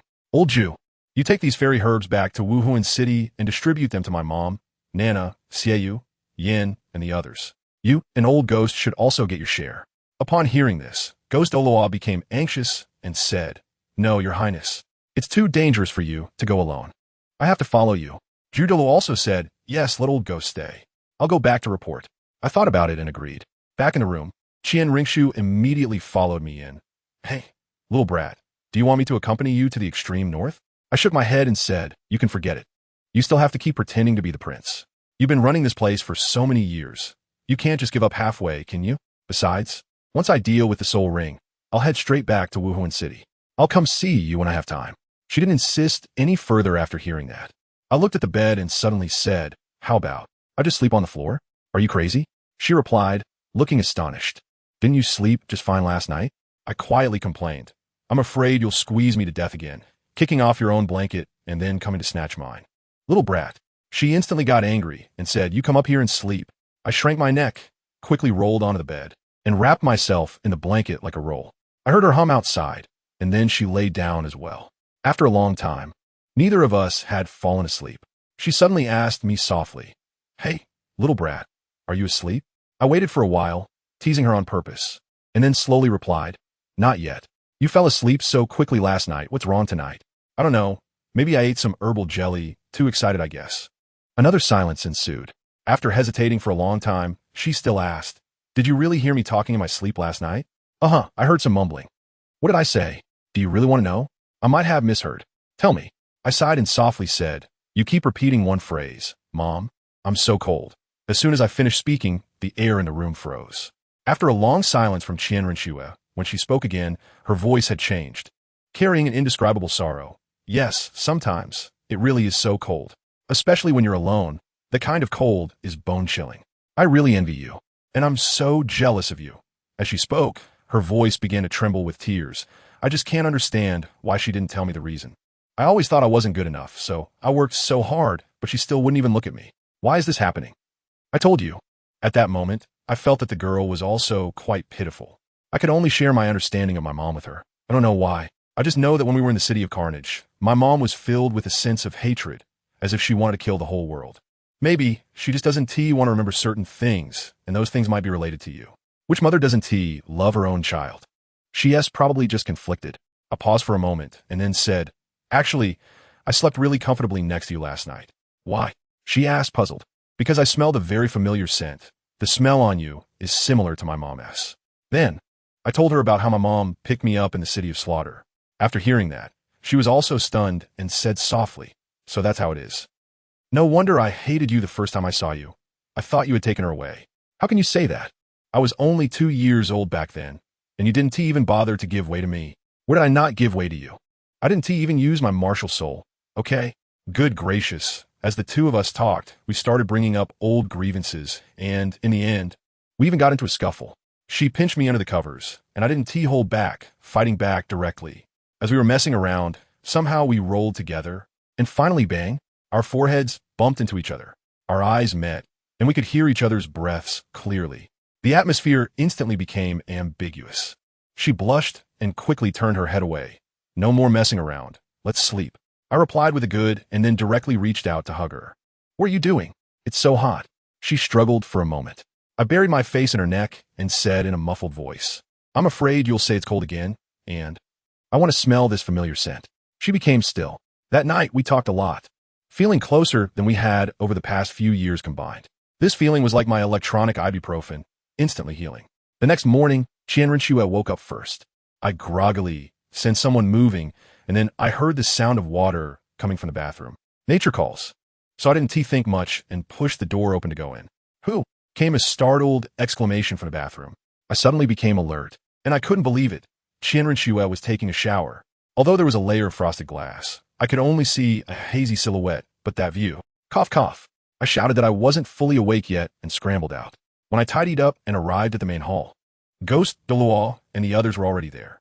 Douluo, along with the 4 guards, was about to return to Wuhuan City, and I reminded him to let my mom know I was safe. As soon as they left, Ghost Dalu excitedly told me that old Jew had given him a 3-in ghost needle grass, and after absorbing it, he directly broke through to level 95. I was happy for him when Renxue rushed in angrily, pointing at my nose and questioning, "You little brat, tell me, what did you see this morning?" "I look innocent."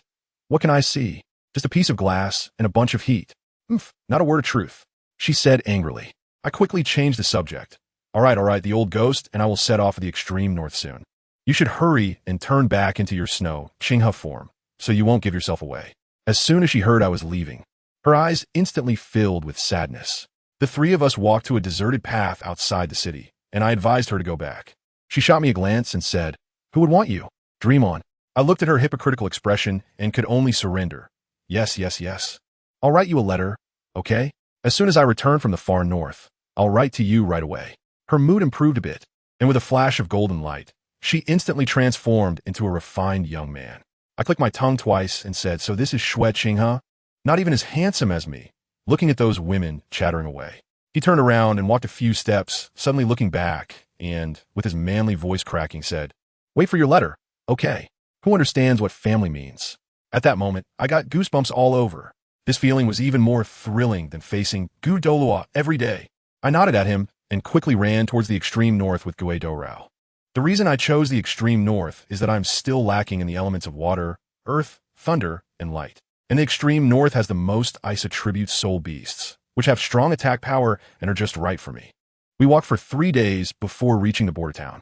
As soon as we entered the extreme northern region, it was freezing cold. The old ghost was wrapped up like a bear and was still shivering.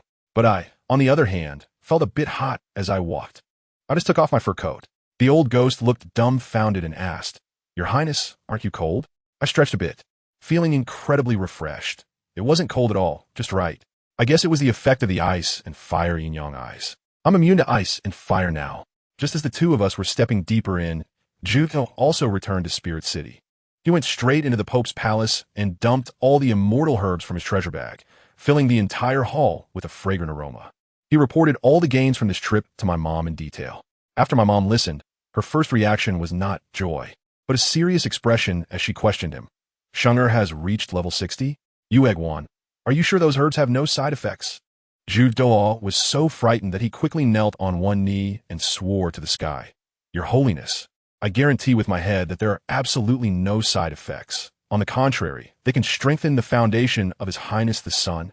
My mother's expression finally softened. "That's good. It would be unwise to leave hidden troubles for the sake of soul power." Only then did Judo cautiously say, "Your Holiness the Pope, His Highness the Son of God mentioned that he has also reserved a celestial herb for you, and Hulaina and the others will each have share as well." My mom just became a bit interested, leaning on the throne and curiously asking, "Oh, what kind of celestial herb did he prepare for me?" Let me tell you, what kind of person is my mom? She doesn't even glance at ordinary things. That old guy, Judo, is also quite clever. He immediately presented a fairy herb with both hands, which was crystal clear. He said, "Your Holiness the Pope, I understand your strength, and you definitely don't lack soul power, so I picked a big one for you, specifically for enhancing mental power, called Wang Chuan Xiu Shui Lu." When my mom heard this, she found it interesting and asked how to eat it. Judo quickly recited the instructions. My mom nodded and said, "All right, if it really works, just like my son said, let us give one to Nana, Xiaoyu, and Yin, each one plant." Then my mom suddenly turned her attention to the employees and asked, "Yuguan, what about you? Have you taken it?" Goodness, Judo was waiting for this question.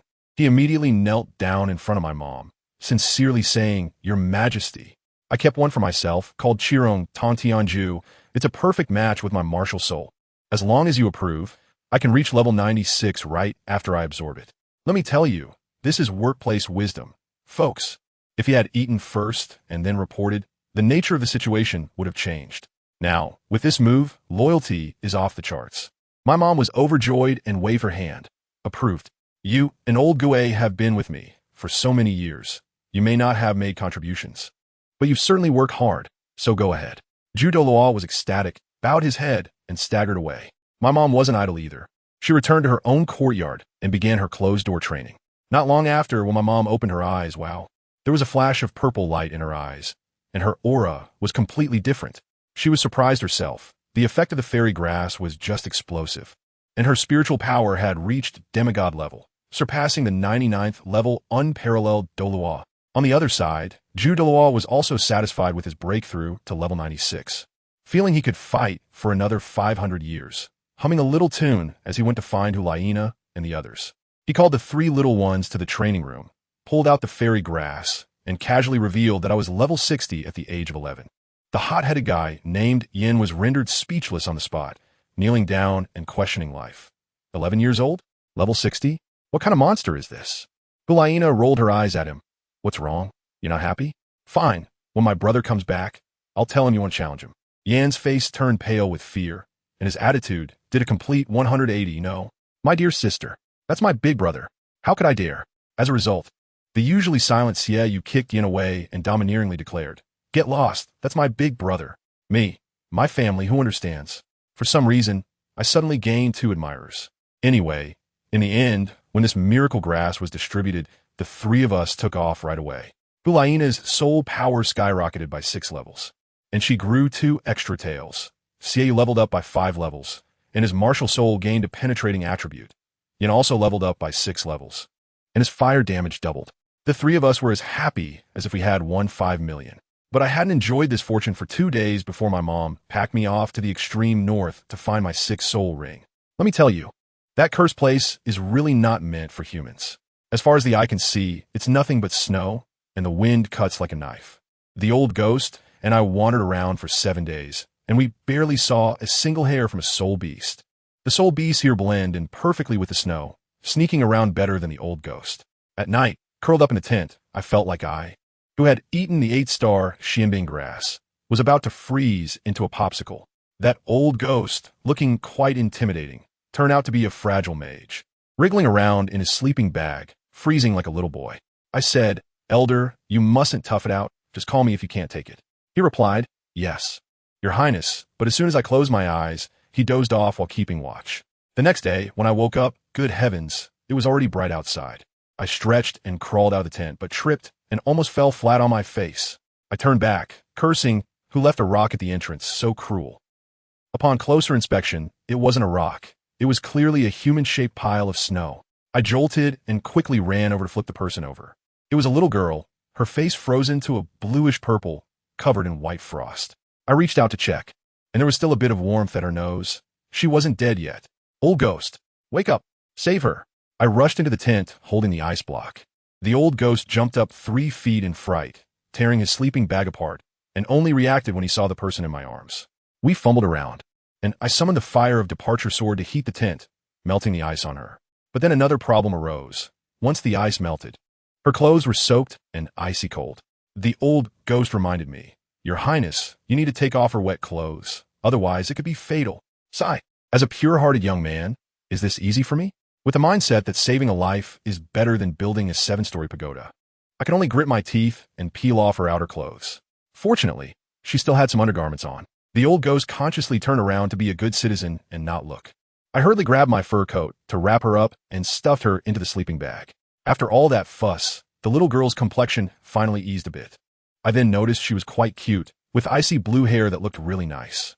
How could such a little girl end up alone in a place like this? After the old ghost finished eating, he went out to stand guard, and I sat outside the tent meditating. About 3 hours later, just as I was closing my eyes to rest, I suddenly heard a coughing sound coming from inside the tent.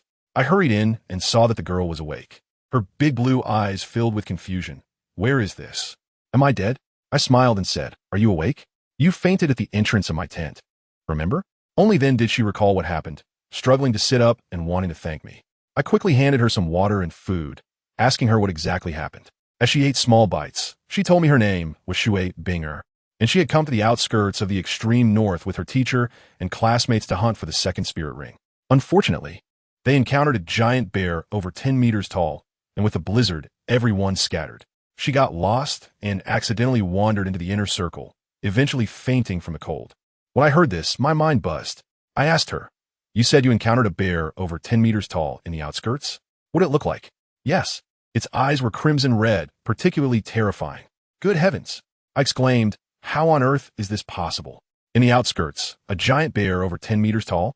That must be a soul beast of at least 100,000 years. I was so excited at that moment that I immediately took out the signal flare and shot it off with a pew. Before long, Elder Gue floated back like a ghost and asked, "Saint's son, what happened?" I said excitedly, "Elder Ghost, stop searching. That girl has woken up, and she has brought us a huge piece of intelligence. In the outer area, there is a 10,000-year-old giant bear." Elder Ghost was also taken aback. At that moment, Renxue Binger came out of the tent wearing my coat, looking at me with a worried expression. "Are you guys going to find a soul beast?" I turned to her and asked, "Are you feeling better?" She nodded a bit shyly and said, "My martial soul is the Ice Phoenix, which has self-healing abilities." "Ice Phoenix?" I exchanged a glance with Elder Ghost, both of us astonished. It's a top-tier beast martial soul. No wonder she's so tough. Renxue Binger was still very worried, saying, "That could be a soul beast suspected to be over 100,000 years old. It's too dangerous." I patted my chest and pointed to the ghost elder beside me. "Don't worry, this is the 95th level title Ghost Douluo. We are from the Spear Hall. Title Douluo." Renxue Binger's mouth dropped open wide enough to fit an egg, and she looked at the ghost elder as if he were a living fossil. Mumbling, "I've never seen a living title Douluo before." The ghost elder, being mischievous, deliberately teased her in a creepy tone. "Living? Have you seen dead ones? The little girl shivered in fright. I quickly intervened. All right, Ghost Elder, stop scaring her. Shui Binger, are you reassured now? Take us to where you encountered the bear. We can also look for your teacher and classmates. She agreed but then frowned. But I don't know where we are right now. We have a map. I immediately took out the map, and she pointed out a rough location after some time. We set off right away, but her clothes weren't dry yet. We gathered around my fire sword to help dry her clothes. While waiting, I chatted with her and learned that she was a student from the Tian Shui Academy and was only 9 years old this year. When I told her I was 11, she looked at me as if I were a monster. After confirming for a long time, she finally couldn't help but ask, "You wouldn't be the titled Blood Saint son from the Spirit Hall, would you?" I graciously admit, "That's right, it's me." She looked at me with admiration, but also confusion. "But you're so gentle. Why do you have such a fierce title with blood in it? What can I do?" I shrugged and said, "Maybe, because I like red. My mom gave me this name, and the main point is the contrast cuteness, you know? I can't help it." Only then did she suddenly realize. I took the opportunity to invite her to our Soul Master Academy after graduation. With her talent, she would definitely be a key training target. Shui Binger hesitated for a moment, but still shook her head. "Forget it. I'm used to Tinshui City, and my parents and family are all over there." "All right. If you don't want to go, that's fine, but I have to tell you, you have to help me with something when you go back. I'm the kind of person who likes to keep a low profile. I really hate being famous. You mustn't tell anyone my real age. Just say you bumped into a 21-year-old son of the Spirit Hall in the far north and miraculously survived. Got it?" Shui Binger's little brain crashed at that moment. With a face that said, "Why? Why?" "Of course, it's for peace and quiet." I told her, if my talent gets out, how can I focus on my cultivation in the future? Being watched like a monkey every day would drive me crazy. You know what? This little girl is quite understanding. She immediately looked at me with admiration and said I was working so hard on my cultivation and she would definitely keep it secret. I thought, of course. Cultivation is much more interesting than anything else.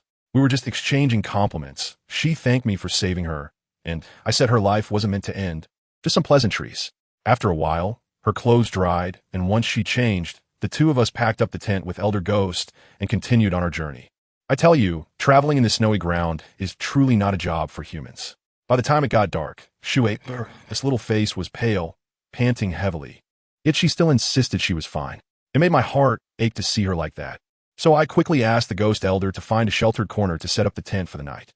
In this cursed place, a blizzard can hit out of nowhere, and if we don't find some cover for the tent, it would be blown back home in one night. This time, the tent was set up quite big. After all, there are 3 of us. We couldn't just stack ourselves like a game of Jenga. I lay down in the middle. Shui Binger slept inside, and the Ghost Elder slept outside, serving as our pure gatekeeper. Before sleeping, I specifically reminded the Ghost Elder, "Make sure you don't doze off like yesterday, while keeping watch." The Ghost Elder's old face turned red, nodding awkwardly. You know, having a title Douluo, keeping watch really gives a sense of security. Shui Binger was probably exhausted too. As soon as her head hit the pillow, she fell asleep. The next day, the weather was surprisingly nice. It was like the heavens were treating us well.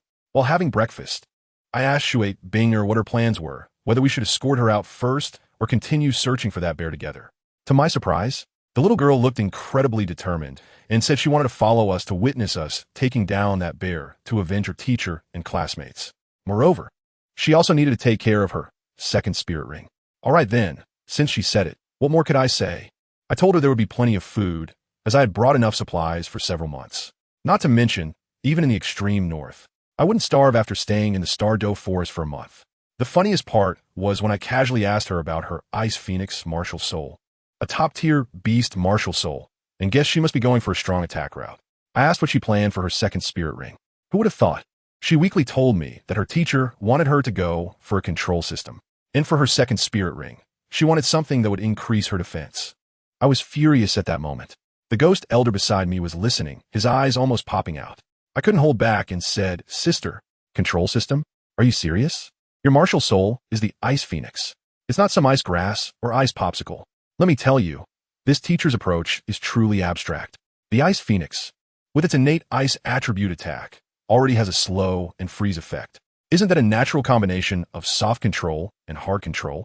If you go out of your way to create a control soul skill, isn't that just adding unnecessary details, like drawing a snake and adding legs? Or pulling down your pants to fart? It's a pure waste of talent. With that time, Why not create a powerful attack soul skill that can both deal damage and control? Isn't that better? I asked her what her first soul skill was, and sure enough, it was a control soul skill called Ice Seal. I was so shocked I felt like my CPU was about to overheat. I told her, trust me on this. It's not too late to change now. Hurry up and switch to a strong attack route. Otherwise, with your top-tier martial soul going for control, it's simply a waste. The ghost elder beside us was nodding vigorously. Exactly. The Holy Son has spent so much time in the Martial Soul Academy library. He knows more than anyone. If I had your martial soul, I would be at least level 97 by now. Shui Binger was left dazed by our onslaught of advice, and she was a bit swayed, but still said she would go back and discuss it with her teacher. Fine. This matter really needed her to figure it out for herself. I nodded and said, all right, we'll keep an eye out for soul beasts with defensive skills for you. So, we finished our meal and set off again. By the afternoon, we were close to the area where the bear was rumored to appear. Suddenly, the ghost elder raised a hand and said, wait, there's an ice-armored python. I'll be right back. As soon as he finished speaking, he vanished in a flash. In less than 2 minutes, the ghost elder returned, holding a python over 4 meters long, its body sparkling like ice crystals, and tossed it onto the ground, saying, it's over 800 years old, perfect for your second soul ring. The soul skill is likely to be some kind of defensive skill like ice armor. Wow, what efficiency!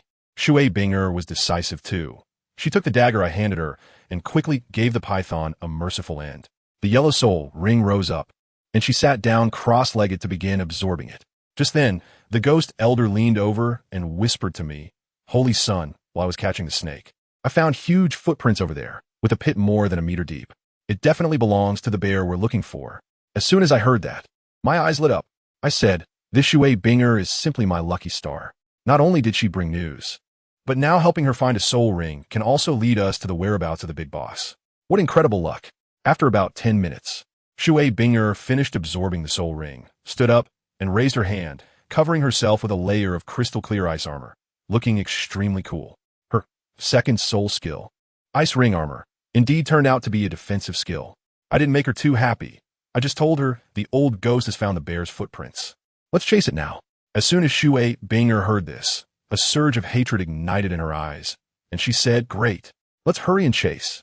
The three of us immediately followed the ghost elder, and after crossing a small hill, we indeed saw the huge footprints. Let's chase. That bear can't walk backward, right? We ran wildly along the footprints.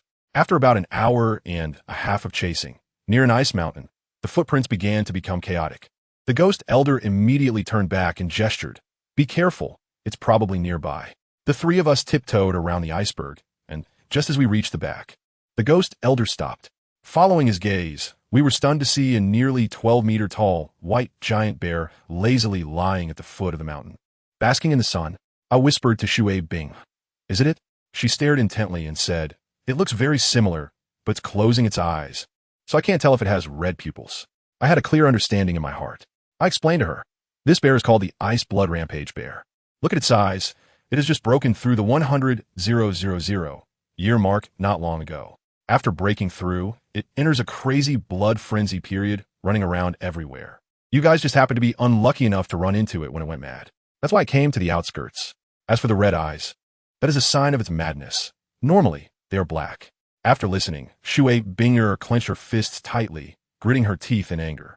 I patted her and said, don't worry, we will definitely take it down today and give your teacher and classmates an explanation.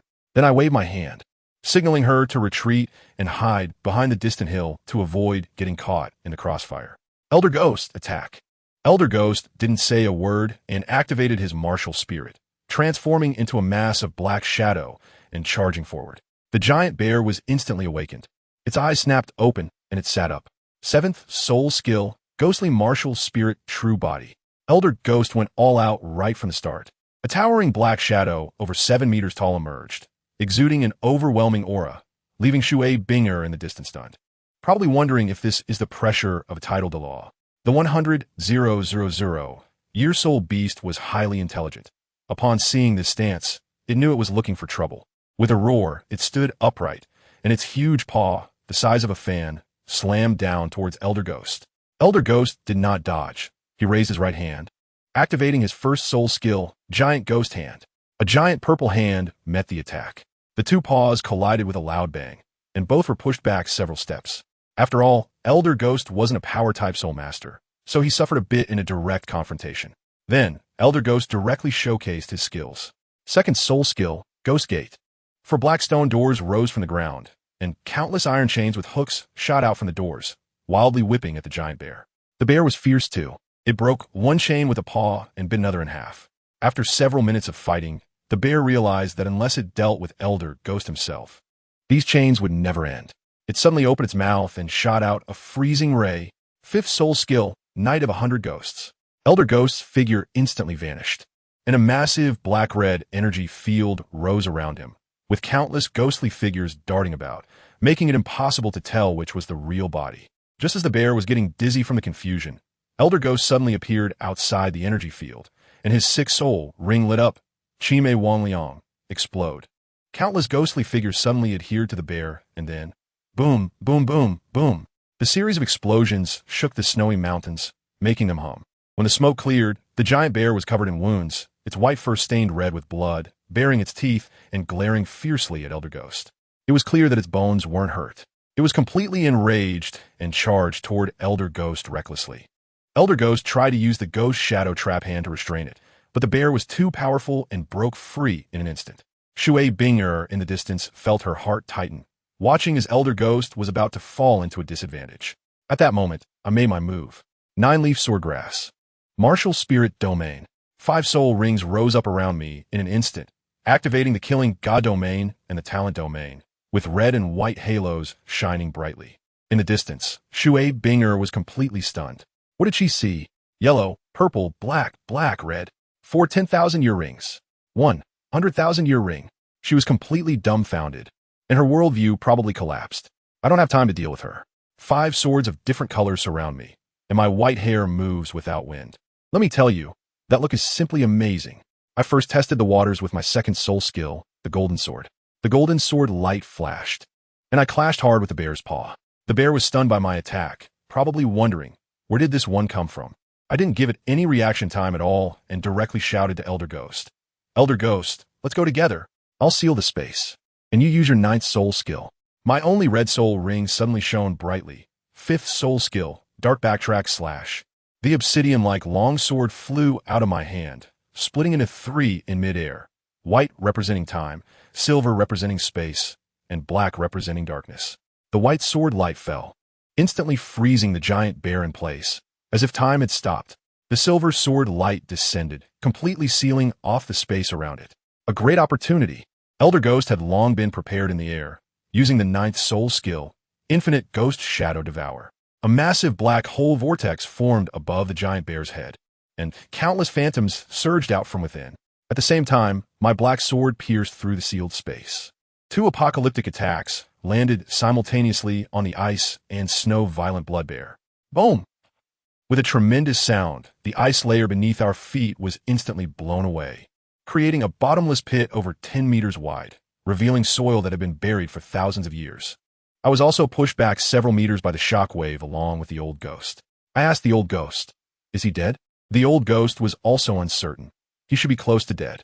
Let's go take a look, and you could deliver the final blow. I flew to the edge of the pit with the Qing Foam sword and saw that the giant bear was at the bottom, barely alive, but not completely dead. When it saw us, a glimmer of determination flashed in its eyes, and its body began to swell. Holy Sun, quickly! It's going to self-destruct. The ghost elder exclaimed anxiously. Want to self-destruct? Dream on. My expression darkened, and I unleashed my soul power without reservation. Martial soul, domain skill. 9 swords break, divine slash. 5 swords surrounding me flew out simultaneously, surrounding the giant bear and striking it once each. Then they merged in midair into a gigantic sword that pierced the heavens and the earth, carrying a terrifying sword aura that tore through space and struck down fiercely. Boom! Wherever the sword aura passed, everything shattered. The 10,000-year ice snow violent blood bear, which was preparing to self-destruct, didn't even have time to let out a cry before it was split in 2 from head to toe. The ghost elder beside me was dumbfounded, stammering, What kind of attack is this? I took a breath, feeling a bit dazed. I don't know either, it's my first time using it. This move drained about 80% of my soul power. But as I looked at the sword marks stretching to the horizon, I had only one thought in my mind. Once I gather 9 swords, can I really slay gods? A bright, red 100,000-year soul ring slowly condensed above the giant bear's corpse. I immediately sat cross-legged, preparing to recover some soul power before absorbing it. At this moment, Shui Binger finally reacted, scrambling over with admiration and shock in her eyes. You actually killed a 100,000-year soul beast. Elder Gui, however, ignored her amazement and fixed her with an extremely serious tone, staring intently at her. Miss Shui Binger, everything you saw today, especially the soul ring configuration of His Highness the Saint, must not be spoken of when you return. I'm not joking. If the Saint's talent is leaked and attracts enemies from the Spirit Hall to assassinate him, His Holiness the Pope will never spare Tianxue City. Elder Gui's voice was soft, but each word struck Shui Binger's heart like a hammer. Don't worry. Shui Binger, frightened by this aura, turned pale and quickly raised her hand to swear. I will definitely keep my mouth shut. I won't tell anyone, including my family. Only then did the ghost Douluo beside them nod in satisfaction, solemnly advising her a few words, saying something about how the young girl has potential and to work hard, that there would be a place for her as a titled Douluo in the future. I thought, enough already, stop acting like a life coach. Hurry up. I still need to absorb the soul ring. I gave the elder ghost a glance, and he immediately understood, stepping aside to help me protect the law. As for me, without saying a word, I got straight to work. Let me tell you, this is a genuine 100,000-year soul ring, and that energy is no joke. The moment I made contact, the bone-chilling cold hit me. If it were someone else, they would probably freeze into an ice sculpture on the spot. But for me, it was a piece of cake, just half an hour's work. When I opened my eyes again, wow, I had 4 black and 2 red soul rings spinning around me. And that aura, that fluctuation of soul power, directly knocked that little girl, Shui Binger, back several steps. Her face was pale, and she probably already thought of me as a monster. Elder Ghost hurried over to congratulate me. Congratulations, His Highness the Holy Sun, on acquiring another 100,000-year soul ring. I stood up to stretch a bit, nodded at him intentionally, and said, it's really good. No wonder Tang Hao managed to beat you guys senseless back then with just a 100,000-year soul ring. Haha, let me tell you. The expression on Elder Ghost's face instantly turned green, as if he had eaten a fly. That expression was something else. He couldn't hold it in anymore and begged me not to bring up that sad topic. This is truly a case of killing someone by striking at their heart.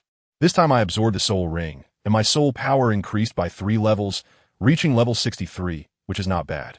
However, the main event is still to come. I reached out to the corpse of the ice bear, and with a swift motion, a piece of ice blue soul bone shot out from its body, radiating a dazzling light, and landed steadily in my hand. 100,000-year right arm extreme ice soul bone. Let me tell you, at that moment, both Ghost Elder and Shui Binger looked like their eyes were about to pop out. Their expressions were practically screaming envy, jealousy, and hatred. I, on the other hand, enjoyed watching their naive reactions. I even pretended to toss it in my hand and said to Ghost Elder, how about I give this to you? He was so startled that he shivered, shaking his head like a rattledrum, repeatedly waving his hands. No, no, Your Highness, this is too precious. You should take it back to the Pope for him to handle. TCH, boring. I was just teasing him. I put the soul bone away, and Ghost Elder was curious about what new skill I had acquired. I'm not hiding it. I'll tell him directly. 2 skills. One is called Ice-Breaking Power.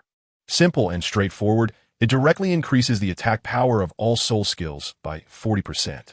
The other is called 1,000 Miles of Ice. A large area AoE with freezing control. As I spoke, I summoned my new sword on the spot, which was entirely ice blue, and I called it the Mysterious Ice Sword. I channeled my soul power and swung the sword casually at the empty ground in front of me. 6th soul skill, Mysterious Ice Sword. 1,000 Miles of Ice. With a swipe, a cold sword aura swept across, and where it passed, countless ice spikes shot up from the ground in an instant. Crack, crack, crack, crack, within 100 meters in front of me. Regardless of whether it was stone or snow, everything was turned into an icy world. This move left Elder Ghost and Shui Binger stunned. Their mouths opened wide enough to fit an egg. Then I sheathed my sword, put my hands behind my back, looked up at the sky at a 45-degree angle, and sighed softly. Alas, what a pity if only those 4 soul rings of mine were all 100,000 years old.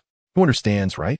After hearing this, Elder Ghost turned around and left without saying a word, with an expression that it was impossible to continue this conversation. Goodbye. Shui Binger was even petrified on the spot. Probably her mind had crashed. After everything was settled, we prepared to return with Shui Binger. On the way, I also told her that the bodies of her companions were probably buried by the heavy snow and could not be found. Once we arrived at the small town outside the extreme north, I bid farewell to her, and Elder Ghost and I set off on our way back to Soul Master City. I tell you, sitting in that carriage for 13 days nearly made my bones fall apart. It was like a moving torture. Sometimes, I just couldn't take it anymore. So I flew alongside the carriage on my sword, and it was really uncomfortable. Finally, we rolled back to Wuching City. Looking at the familiar city gate, I almost cried. I was exhausted. As soon as we reached the entrance, I saw Douluo standing there, with a seductive posture and a gloating expression. I exchanged glances with the ghost elder, and my heart sank. I knew something was off. Sure enough, he said that my mom had sent him to pick me up, and he specifically emphasized that she was very angry now, and the consequences were severe. As soon as I entered the Pope's palace, the air pressure was so low that I felt like the air was about to solidify. I was so clever that I immediately knelt down. The ghost elder reacted quickly and knelt down next to me. The next second, my mom appeared in front of me with a teleportation, and without saying a word, she twisted my ear. I immediately became a drama queen. My acting skills exploded. Ouch. It hurts, it hurts. Mom, be gentle. My ears are going to fall off. Then it was my personal performance time. I clung tightly to her thigh, tears and snot everywhere, going for pure sincerity, and started pouring out my feelings. I talked about how I had been sleeping outdoors in the extreme north for the past 2 months, how I ate only jerky and bread every day and was lacking nutrition. Most importantly, I told her that I missed her so much that I couldn't eat or sleep. Look at how thin I've gotten. The old ghost beside us looked dumbfounded, probably thinking about what my thick skin was made of. After my mom heard this, she sneered and said, "I've also heard that you were quite impressive in Heaven-Do City, defeating the poisoned Douluo and even capturing his granddaughter. Well, let's get to the point." I immediately began to explain earnestly, saying that the poisoned Douluo was not a good person. He attacked us first, and I was just acting in self-defense, eliminating a threat to the people. As for his family, it was to eradicate any future troubles for the Spear Hall. Elder Ghost quickly chimed in to corroborate my story. This matter was finally brushed aside. Then, the main event came. I wiped my tears and said, "Mom, I'm working so hard just to bring you a gift." Saying this, I pulled out that 10,000-year right arm spirit bone with a clang. The temperature in the entire hall instantly dropped several degrees. My mom and Douluo, who was watching the show next to us, were both stunned. I took the opportunity to quickly attribute all the credit to Elder Ghost, saying that he had risked his life to protect me along the way, almost dying several times. I originally wanted to give him this soul bone directly, but he was so loyal that he insisted I bring it back for you to handle. Elder Ghost was probably so moved that he was about to cry, thinking to himself that the Holy Son is indeed capable. He really steps up when there's something to be done. My mom is also a sensible person. As soon as she heard this, she immediately granted the soul bone to the ghost elder, helping him break through to level 96 and become a super Douluo. This favor was simply perfect. After the two elders, Ju and Gue, excitedly withdrew, only my mom and I were left in the hall. I quickly put on a different face, wrapped my arm around my mom's, and started to act cute. "Mom, I'm hungry. I haven't eaten your cooking for a long time. Do you see that I've lost weight?" My mom gave me a playful glare and took me back to the yard, then dived into the kitchen. During dinner, she finally asked the question she had been holding back for a long time. "Sheng'er, why don't you want that soul bone for yourself? It's a 100,000-year soul bone that perfectly matches your new soul ring." I took a bite of food and smiled. "Mom, you don't know this, do you? My body is different from others. It's a customized version that's far ahead. I've grown up absorbing killing intent, and my bones have long since evolved, much stronger than soul bones. Using someone else's bones? That would just downgrade my own body. I wouldn't do something so foolish that disrupts the balance." This explanation completely convinced my mom. She remembered that I could indeed absorb her killing intent when I was young, so she believed me. I also casually extorted a benefit from her, punishing her to put me to sleep tonight. As a result, I ended up sleeping straight until the next afternoon, only to be woken up by Hulaina. This little girl, upon hearing that I was still asleep when she returned, came over to play a prank by tickling my nose with her hair. I groggily opened my eyes, and she directly jumped on me, pressing down and saying, "Xiaosheng, it's time to get up. If you sleep any longer, you'll sleep yourself to death." I let out a sound as she pressed me down, and instinctively I hugged her and threw her onto the bed. Then I flipped over and rested my head on her body, lazily saying, "It's been so long, Sister Xiaona. Let me lean on you for a while. You're much softer than my pillow." Hulaina responded with a soft her face instantly turning red, and she hurriedly tried to pull me up. At that moment, my mom also strolled into the yard, smiling as she said, "Sheng, have you had enough sleep? Play with Nana for a while, and Mommy will go make dinner." I was immediately dissatisfied and yelled at her back, "Mom, that's not fair. You promised to put me to sleep, but as soon as I fell asleep, you ran away." My mom just laughed and didn't take it seriously at all. I have to tell you, at that moment, Hulaina just happened to come over, looking all gossipy as she pulled me into the courtyard to sit down, her eyes sparkling. "Xiaosheng, I heard Elder Ju say that you shot up to level 60 right after eating the fairy grass. Is that true?" I nodded, thinking there was nothing to hide, so I just laid it all out. "That's all old news. I'm now a 63rd level Soul Emperor. Look, I just took care of it. 100,000-year ice snowstorm blood bear. Isn't it cool?"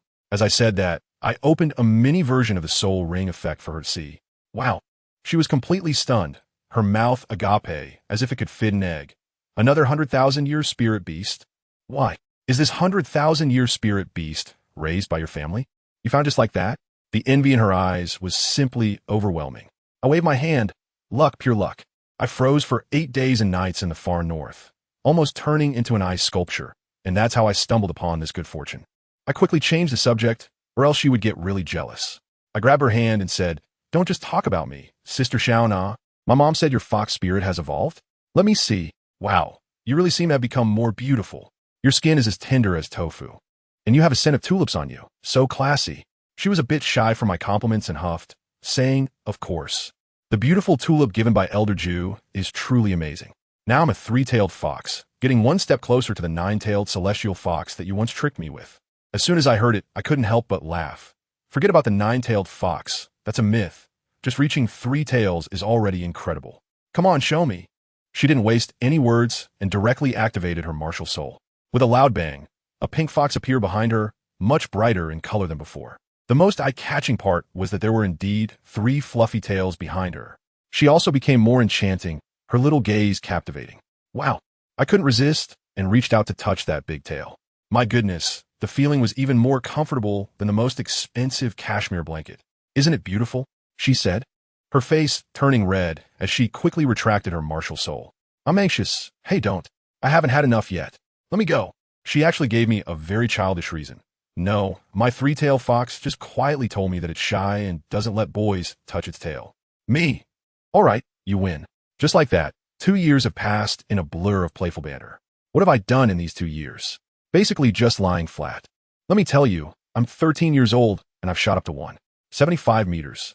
But I'm so lazy that I feel like I have no bones, just lying in the yard soaking up the sun, feeling like I'm about to photosynthesize. In these 2 years, the Continental Elite competition was held again, and the Spirit Hall team won the championship without a doubt. Now, the previous team members are about to graduate, so the Academy has to select a new dream team. My sister, Hulaina, along with her 2 close friends Xieyu and Yin, are all around 15 or 16 years old, with high spirit power, so it's a sure thing that they LL join the team. However, just the night before the selection competition, my mom caught me. "Shengya, you need to go in my place for tomorrow's selection competition." I was just about to say that I have to go even if I don't want to. She interrupted me directly, saying, "Look at you, doing nothing. You are the holy son of the Spirit Hall." I sighed. I said, "Can I just go?"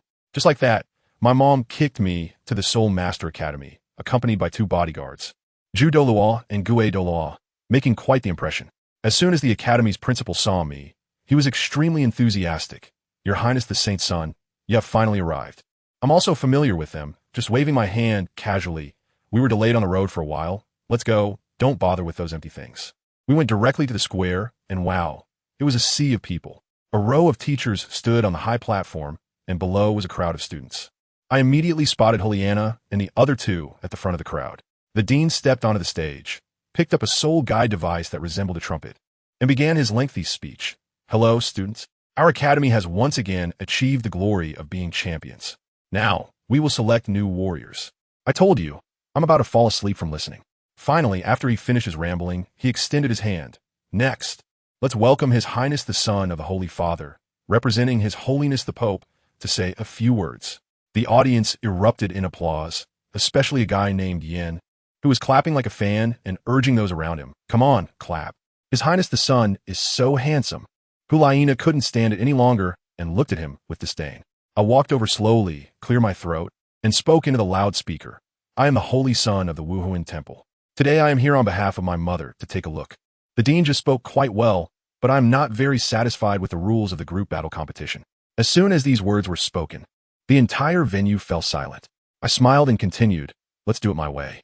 All 50 or so participants in the selection will compete on the same stage in a grand melee. The last 7 standing will form the new Spirit Soul team. It's that simple. Everyone was stunned, and even the dean was taken aback. He ran over and quietly asked me, Your Highness, is this difficulty too high? I glanced at him. Is it high? I don't think so. If you want the best resources from the Spirit Hall, you have to show real skill. No one on the battlefield plays one-on-one duels with you. It's simple. The winner is king. Oh, by the way, I forgot to tell you. The champion prize for the next competition is a 10,000-year soul bone, and not just one piece. I looked at the skeptical eyes in the audience and decided to speak frankly. I know many of you see me as young and think I'm just giving orders recklessly. But in this world, strength is everything. If I weren't too lazy to move, I could single-handedly sweep through all the academies of your 2 great empires. After I finished speaking, I unleashed my Soul Emperor's aura. Boom! A massive pressure instantly swept across the venue, and the students in the audience turned pale, barely able to stand. Behind me, Douluo and Dalu exchanged glances, as if saying, See, it's starting again. Yin in the crowd was even more shocked. Damn, what level of strength does my brother have? Hulaina and the others also looked serious. At this point, no one dared to voice any objections. What could the dean say? The prince had spoken, and with such strength on display, they could only obediently prepare for the grand battle arena. This news quickly reached the Pope's palace and my grandfather Douluo's ears. After hearing it, my mother simply said, I knew he shouldn't have been sent. But I like it. A grand battle sounds interesting. As for my grandfather, the golden crocodile rushed in to report that I was arbitrarily changing the rules. However, my grandfather remained calm. It's a minor issue. As long as no one dies, a little chaos can reveal true abilities. You see, with the big shots at home supporting it, this matter was settled just like that. Soon, over 50 contestants stood on a massive arena. Hulaina, Xiaoyu, and Yin formed a strong triangle, standing back to back. I waved my hand. Elder Zhu, you go up and be the referee. Zhu Douluo shot up to the center of the arena, and with a flash of his 9 soul rings, he looked spectacular. He briefly explained the rules, no killing moves, and being thrown off the stage counts as elimination, then announced, the free-for-all selection match officially begins. As soon as he finished speaking, the entire arena erupted. Martial souls manifested. Over 50 soul masters activated their martial souls simultaneously, creating a dazzling scene. It was like a soul skill version of Ragnarok. Hulaina and her 2 companions had the highest soul power and became the focus right away. The audience went wild, screaming and shouting. At that moment, 4 clever individuals charged straight towards Xiaoyu and the others. Brother Xiaoyu, take us with you. I'm a support type. I'm a strength type. Agile attack. Heavy attack. Xiaoyu saw that the martial souls of these 4 were not bad and nodded directly. Great, just right, 7 people. Let's dominate the stage. A temporary team of 7 was quickly formed. The support type had a golden scepter as his martial soul, which was quite impressive, and he immediately provided buffs for the entire team. Yin and the strength type muscle man charged to the front like 2 tanks barreling through, while Hulaina controlled the battlefield in the middle, casting charms at anyone who got too close, only to have them thrown off the stage by Yin like little chicks. The coordination of these 7 became increasingly better, practically a dimensionality reduction attack, clearing a large area in less than 5 minutes. The remaining competitors realized this wasn't going to work, and if they didn't band together, they would be eliminated one by one.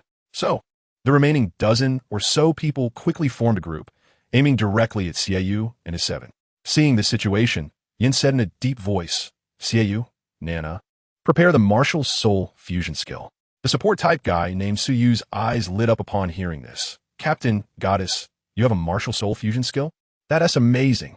My 4th soul skill is called Divine Mandate of Light, and its effect is, it can instantly complete soul skills that require a long preparation time. It's also useful for martial soul fusion skills. I tell you, when these words came out, Xiaoyu and the others were shocked. The biggest weakness of the martial soul fusion skill is the long preparation time, which makes it easy to be interrupted. This little brother skill is simply a super cheat. Xiaoyu decisively said, Nana, get ready. Suyu unleashed the soul skill. Martial soul fusion skill, Demon Charm. 4th soul skill, Divine Decree of Light. Just as more than a dozen people on the opposite side shouted to interrupt them, it was already too late. A golden light flashed. Renxue and Hulaiina's fusion skill, BM, instantly completed. A androgynous figure dressed in black and red armor, wearing a fox mask, and with an incredibly alluring figure appeared on the stage. The voice was both charming and cold. Haha, it really is completed in an instant. In the next second, Demon Charm charged into the crowd. A large area of red mist exploded around it, instantly enveloping everyone. We could see clearly from the outside. Demon Charm moved like a ghost in the red mist, grabbing one person after another, throwing them out of the ring without them being able to see. 5 minutes later, as the red mist dissipated, only Hulaiina and her 6 companions remained on the stage, standing in perfect formation. The outcome was decided. Douluo took to the stage and announced loudly, "The members of the new martial soul team have been revealed. They are Xiaoyu, Hulaiina, Yin, Suyu, Zhang Qingping, Li Kai, and Sun Chuantao." The audience erupted in applause. Once the handover ceremony was over, I felt it was boring, so I left with the 2 elders, Zhu Gui and Zhu Douluo. Back at the Pope's palace, my mother was still sitting there. I used to lean on her. "Mom, I'm back. Efficient, done in a day." My mom shot me a glance. "Efficiency? I think you're just trying to come up with a lazy excuse. Let's not talk about that. What's going on with your soul power? It's been 2 years, and you've only leveled up 3 times? With your talent, you should have reached Soul Saint by now." I confidently retorted, "What's the rush in leveling up so quickly? Even if I reach level 70, can you find me a soul beast that's 100,000 years old? If you can't find it, then I'll still be stuck." I call this a strategic slowdown, balancing work and rest. My mom was left speechless by me and could only admit defeat. All right, I can't argue with you." Just as she was saying this, Hulaiina rushed in energetically and immediately confronted me. "Xiao Sheng, how dare you use your imposing manner to pressure me at noon?" I kept my head down, immersed in my book. There was no other way. How could I keep the situation under control otherwise? She was just making an excuse. After a couple of complaints, she went back to take a shower. After this incident, life returned to normal. 1 year, 2 years, 3 years passed again. I finally reached level 70 after half a year of grinding. Just couldn't find a suitable 100,000 year soul beast. One day I was really fed up, left a note, and slipped out alone, heading straight for the Douluo forest. The note simply said, "Go to look for a 100,000 year soul beast. Won't come back if I can't find one." I even drew a smiley face at the end. The next day, Hulaiina found the note and hurried to tell my mom. My mom sighed helplessly after reading the letter and said, "Forget it. Let him go. With his strength, he can walk around the mainland without a care." Then, she abruptly changed the topic and surprisingly started gossiping. "By the way, Nana, how are things going between you and Xiao Sheng?" Hulaiina immediately turned bright red and stammered. I mentioned it, but Xiao Sheng said, "We're too familiar with each other. It's awkward." My mom was even more curious. "Oh? What do you mean by sorry?" He said, "I'm too familiar. Sorry for taking off my pants." My mom. Family, who understands? After listening, my mom was silent for 3 seconds. And then she surprisingly suggested a crazy idea to my sister. "Nana, it's okay. Next time he comes back, you could just pull down his pants." Hulaiina was completely stunned. As for me, at this moment, I was sitting on a big tree in the Douluo forest, inexplicably sneezing twice. Achoo, achoo. Strange. It must be that mom is thinking about me again. At 16, BibiSheng was already 185 centimeters tall, with a slender body, medium-length snow-white hair, a carefree and lazy aura. Handsome looks and an imposing demeanor, his eyes deep yet clear. He had a faint air of otherworldliness and a gaze that seemed to look down on everything. Sitting on a branch, chewing on a piece of grass. Undeterred, BibiSheng ventured deeper into the Douluo forest and searched for more than 20 days, but still found nothing. Strange, really strange, such a vast forest, yet there are no 10,000-year soul beasts. Why do I find that so hard to believe? They must be hiding in some secret place. Could it be that the timing isn't right? If there are no 10,000-year soul beasts in the Douluo forest, where else could there be? BibiSheng stood by a lake in the forest, gazing at the calm water surface, puzzled. Could it be at the deepest part of the lake? Looking across the lake, where he couldn't see the end, he wanted to go over but thought better of it. After all, such a deep place made BibiSheng feel lazy just thinking about it. So he turned back towards the Douluo forest. After 2 days of walking, BibiSheng reached the outskirts of the Douluo forest, where he sensed a fluctuation of soul power from the left front. Having not seen anyone for nearly a month since entering the Douluo forest, he quickly rushed over, intrigued. Upon arriving at the source of the soul power, he discovered a woman with 4 guards chasing after a young girl. This woman is quite large. That one too, they look so similar, they must be sisters. BibiSheng watched the two opposing groups, feeling puzzled, and continued to observe. My dear sister, although your soul power is not high, you really can run. Do you think that just because you came to the outskirts of the Douluo forest, hiding your figure with the terrain, you can escape? Let's see you try. Haha, you've been running tirelessly for several days. I don't believe you can run much further. You're chasing me, and it's the same. You've been chasing tirelessly for days. Come at me, cut off or escape. Dark Spirit Cat. First soul technique, Dark Spirit Stab. Yes, young lady. Don't even think about it. Dark Spirit Cat Possession. Dark Spirit Cat. Seemingly sisters. Could they be from the Douluo Empire? But what is this situation? Seeing the martial spirits of the two women, BibiSheng recognized their origins. After all, the books he had read over the years weren't in vain. Chapter 97. Cough cough, Zhu Zhuqing. They seemed like a pair of biological sisters, chasing each other in the jungle as if facing their enemies. All of them were agility-type soul masters, moving quickly, and in no time had run over 100 meters. Second soul technique, Dark Spirit 100 Claws, you can't escape. The elder sister was already at the level close to Soul Sovereign, while the younger sister was only a great soul master at level 27, quickly getting caught up and forced to deal with her sister's attacks. The other four guards merely surrounded them, blocking the area with no intention of intervening. Since there's no way to escape, second soul technique, Dark Spirit 100 Claws.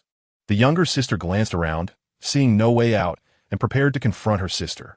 Under the same martial spirit and soul technique, the younger sister, with lower soul power, quickly found herself unable to cope after two moves and was struck on the shoulder by her sister, falling into the weeds. They really are a pair of sisters.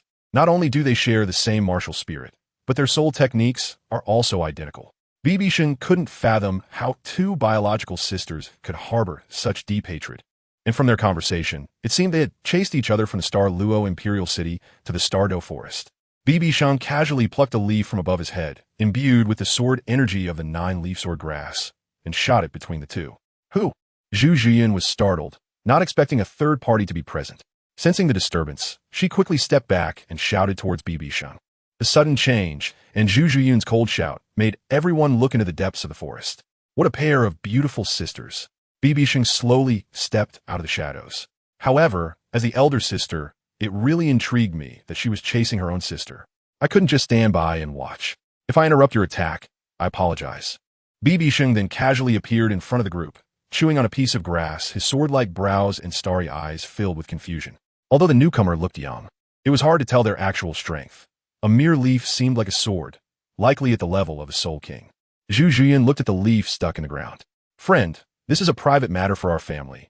Please leave. Zhu Zhuyan spoke slowly, wanting to avoid complications. If I saw correctly, your martial spirit is the Dark Spirit Cat. You should be from the Zhu family of the Douluo Empire. BibiSheng said calmly, knowing that some large families have characteristic martial spirit legacies. He had read about the Dark Spirit Cat martial spirit, which mostly comes from the Zhu family of the Douluo Empire and is also associated with the Imperial family. Zhu Zhuyan examined BibiSheng's attire. Although simple, she could tell the fabric was of a quality only nobles could afford. Given that BibiSheng was alone in the Douluo forest, Zhu Zhuyan wasn't surprised that he recognized their identity. Since you know I'm from the Zhu family, are you still going to meddle in our sisterly affairs? Zhu Zhuyan smiled enchantingly as she thought of this. As a soul master, I should help those facing injustice, especially since you all are above Soul Sovereign, bullying a weaker great soul master woman. Since I've stumbled upon this, I can't just stand by. BibiSheng nodded, speaking with righteous indignation. I see you're drawn by the beauty of our sisterly figures, wanting to play the hero. Zhu Zhuyan laughed, as if she had seen through his intentions. Oh no, you caught me. I thought I was hiding it well. What a failure. BibiSheng appeared quite dejected. Then we'll see if you have the ability. First soul technique. Dark Spirit Stab. Although Zhu Zhuyan was smiling, she activated her soul technique, transforming into a purple, ethereal shadow and quickly attacking. Be careful. Zhu Zhuyan's sister. Seeing BibiSheng facing her sister's attack without releasing his martial spirit, couldn't he help but remind him, what the hell? Is he not a soul master? Which is why he isn't releasing his martial spirit against my attack. Impossible. Or does he just not care about my strength?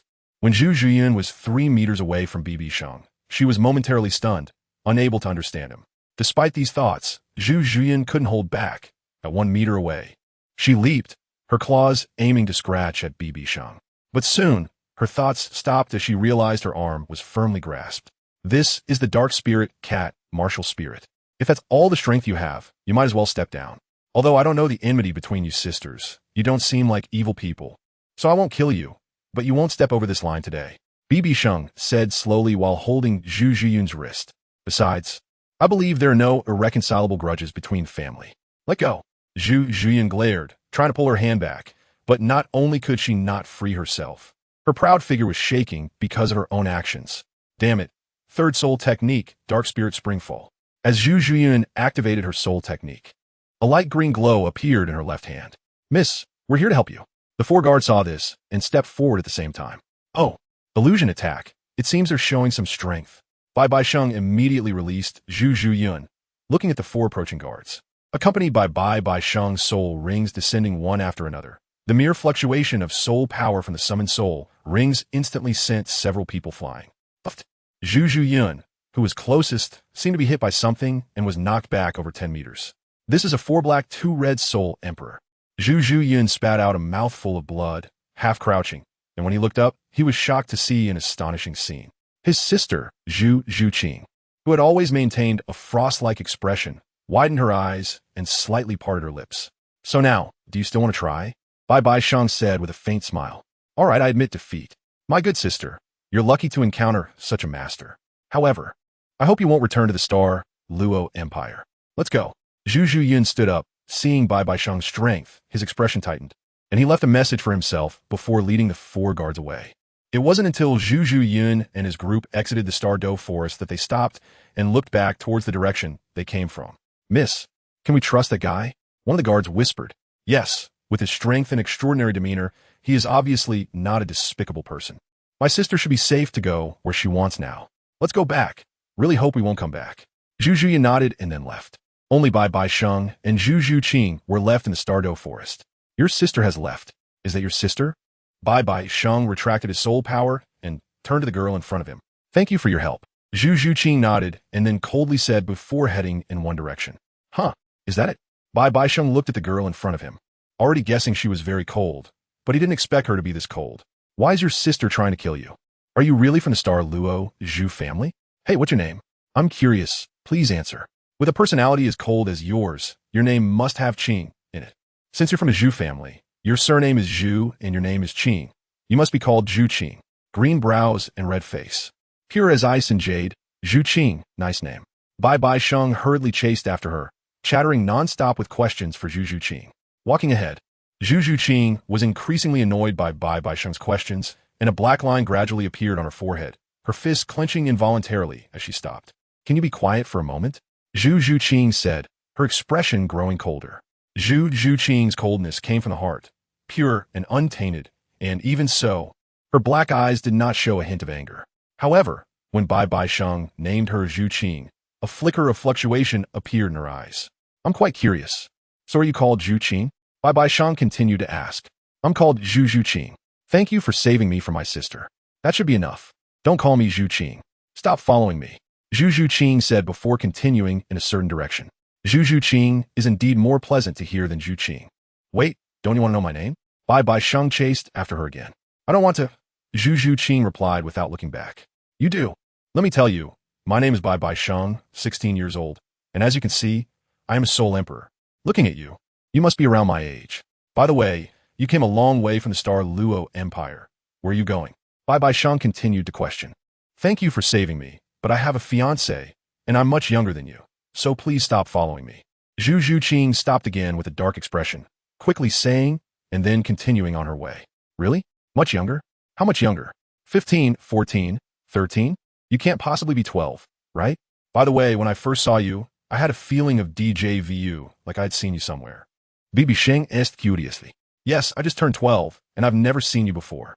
You must be mistaken, Zhu Zhuqing replied, quickening her pace. 12? This is what 12 looks like. BibiSheng was left stunned in place, questioning life. 12 years old looks like this? That's too much. When Sister Nana was 12, she was just a little thing, and now at 18, she is still not much different. So the only truth is that Zhu Zhuqing is lying to me. She must be at least 14. By the way, why do I really feel a sense of familiarity? Hey, where are you? After analyzing for a while, BibiSheng realized that Zhu Zhuqing was already out of his sight, as this was the Douluo forest, which had many obstructions. Just then, a scream came from ahead, and BibiSheng recognized it as Zhu Zhuqing's voice and rushed over. When he arrived, he found Zhu Zhuqing sitting on the ground, retreating, while in front of her was an incredibly ugly 1,000-year-old human-faced demon spider. Originally, with her agile reconnaissance ability as a sensitive attack-type soul master, Zhu Zhuqing could have detected this human-faced demon spider in advance and avoided it. However, Zhu Zhuqing, in order to quickly shake off BibiSheng, accidentally stepped on the head of the sleeping human-faced demon spider. Second soul skill, Golden Sword, Tiger Roar Sky Strike. As Zhu Zhuqing watched the human-faced demon spider approach, she heard a sound. Then, with a swoosh, a golden light shot through Zhu Zhuqing, hitting the human-faced demon spider's head, pinning its body to the ground. As the human-faced demon spider let out a cry and then remained motionless. So cool. Zhu Zhuqing looked up and saw BibiSheng gracefully descending from the branches, surrounded by various differently colored swords. Ugh, it's all his fault for asking too many questions and distracting me, Zhu Zhuqing secretly denied. Chapter 98. Discovering a pink little rabbit. BibiSheng looked at the dead human-faced demon spider and waved his hand, summoning the golden sword back to his body, returning to his usual state as he collected his soul power. Zhu Zhuqing. The Douluo forest is very dangerous. Don't run around. Even in the outskirts. If you're in the forest, you must always remain vigilant. BibiSheng looked at the fallen Zhu Zhuqing and slowly reached out his hand, wanting to help her up. However, Zhu Zhuqing did not let BibiSheng help, instead pushing herself up. No need, thank you.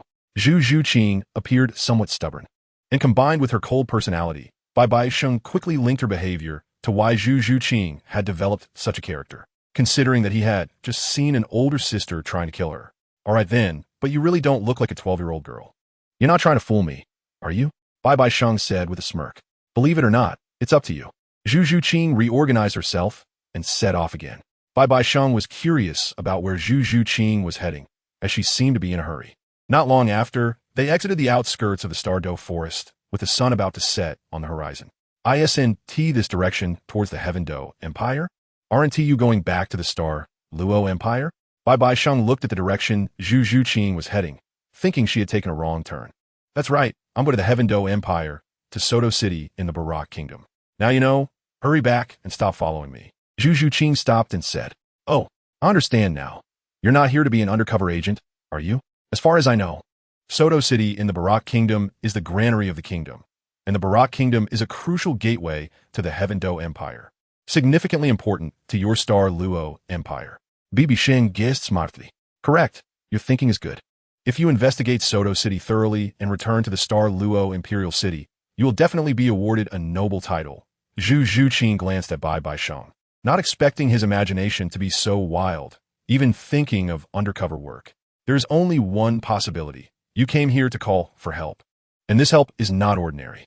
He is very likely the fiancé you mentioned. Since you are from the Zhu family, I have heard a bit about it. The Dai family, the rulers of the Luo Empire, has had a long-standing marriage alliance with the Zhu family. Because the Dai family's evil-eyed white tiger and the Zhu family's nethercat can form a martial soul fusion skill, nether white tiger. That is fine. But I also know a little secret about both families. If there happen to be 2 or more heirs in both families, they will have to fight for the inheritance from a young age. I see you have an older sister, so there are 2 heirs in your generation, which is why your sister is chasing you. And you came here, clearly to find your fiancé from the Dai family, whom you have never met. He might have been suppressed by his own brother for years, and has already escaped here, right? BibiSheng, like he was possessed by the Renxue star, was speculating about Zhu Zhuqing's background. Zhu Zhuqing was taken aback by what he said. Although not entirely certain, his guesses were about 90 accurate. Who is this childish guy? At just 16, he is already a soul emperor. What kind of family can cultivate such a genius? Besides, his knowledge is not ordinary. I haven't said much. Yet he guessed so accurately, even about the matters between the Zhu family and the Dai family. I wonder what kind of person Dai Mubai is. Is he also as knowledgeable as this person in front of me? His strength is probably not just Soul King, but might also be Soul Sect. Zhu Zhuqing secretly yearned for her fiancé, whom she had met once in her childhood. Looking at your expression, it seems I guessed right. It was too easy. Seeing Zhu Zhuqing's dazed expression, BibiSheng knew he had hit the mark and looked up at the sky with an expression of invincible loneliness. Since you guessed it, what am I supposed to do now? We can leave now, right? Hurry back home. I have to continue my journey and won't play with you anymore. Zhu Zhuqing looked at BibiSheng's annoying expression and gritted her teeth. How is that possible? I just ran away from home for less than a month. I would rather die than go back. You don't know. I grew up in a courtyard, and before I knew it, I turned 16. After my birthday, I sneaked out. Although I love my mom very much, I just couldn't stay in that small courtyard anymore. So I used the excuse of looking for my 7th soul ring to escape. I didn't expect to stay in the starred Douluo Great Forest for more than 20 days and still couldn't find a 100,000 year soul beast to be my 7th soul ring. Otherwise, I would already be a soul sage by now. In the end, I couldn't find any.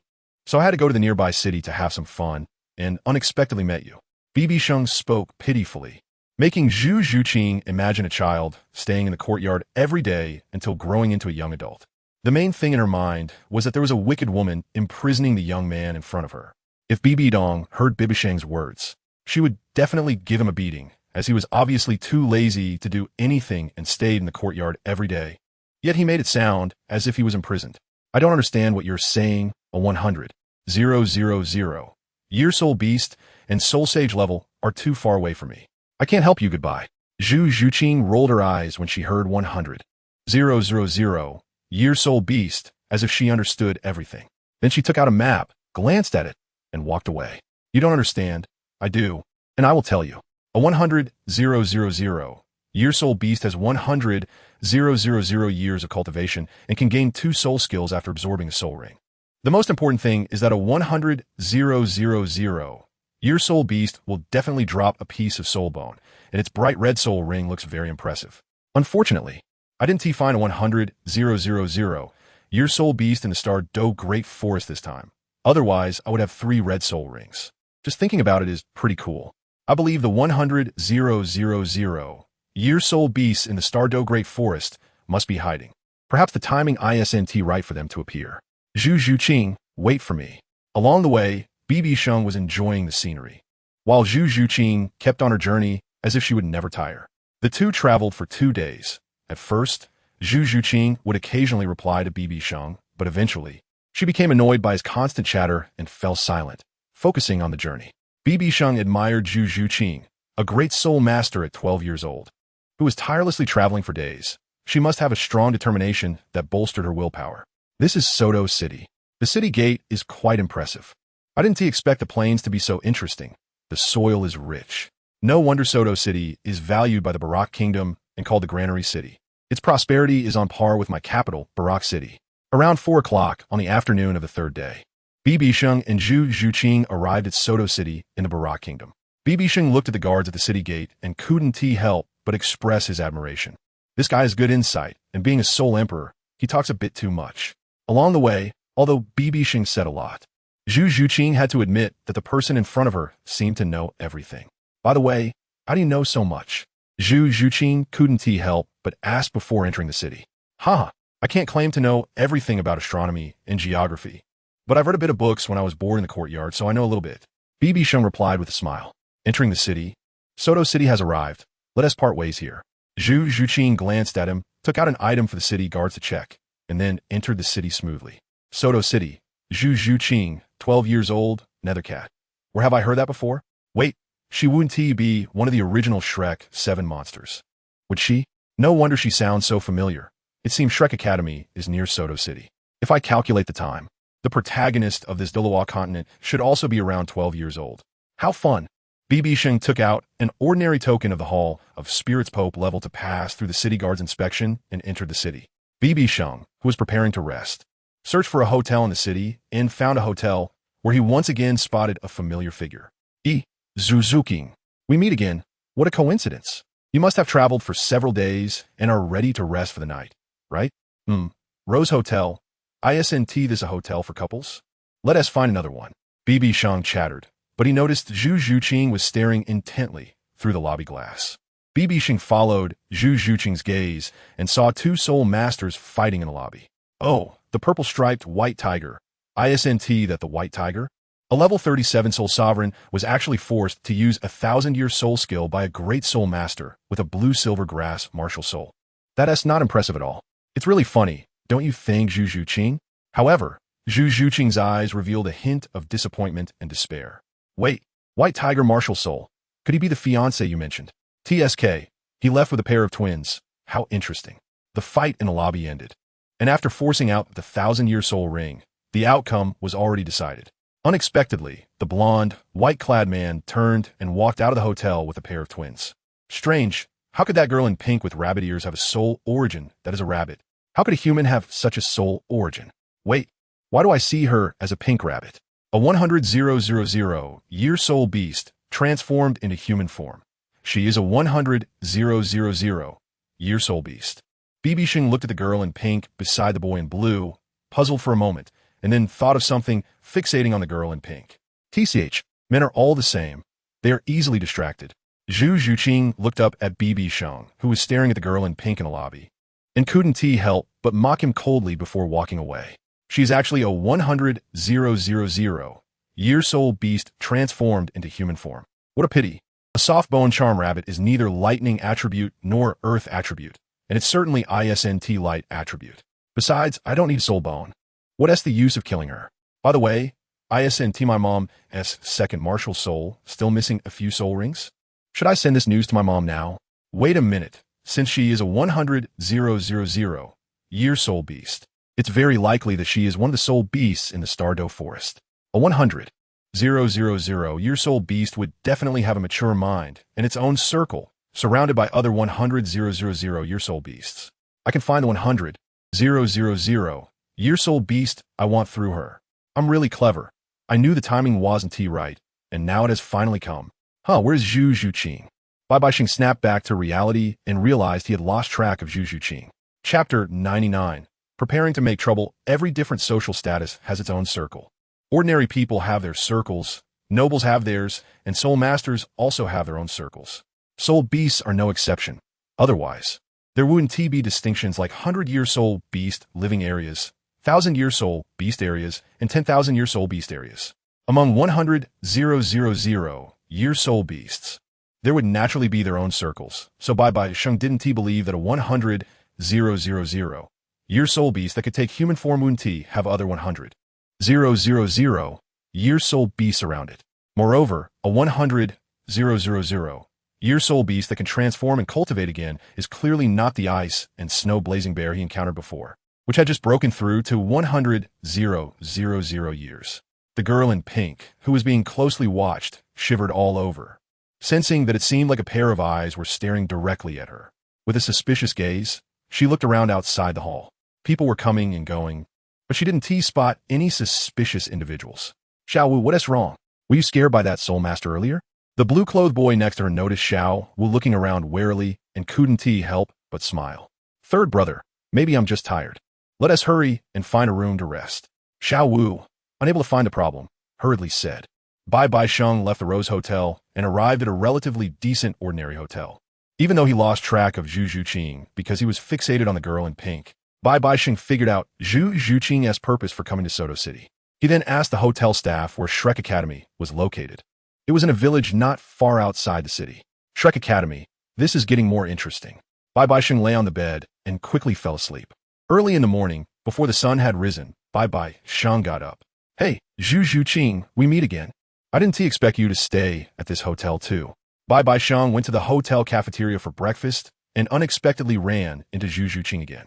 Oh my god, you're like a ghost. Zhu Zhuqing slammed her forehead on the table, speechless. Fate, it's all about fate. I said I felt a sense of DJVU with you, and now I finally remember. I think I dreamed about a girl similar to you many years ago. Unfortunately, it was just a dream, and I couldn't remember when I woke up, but I do remember the cold expression of the girl in my dream. BibiSheng sat down opposite Zhu Zhuqing without hesitation. Zhu Zhuqing didn't speak, but rolled her eyes. Soon, the waiter brought breakfast, and she began to eat. Zhuqing, are you going to Shrek Academy? I'm going to sign up too, BibiSheng asked curiously. Not at all. I'm not going to Shrek Academy.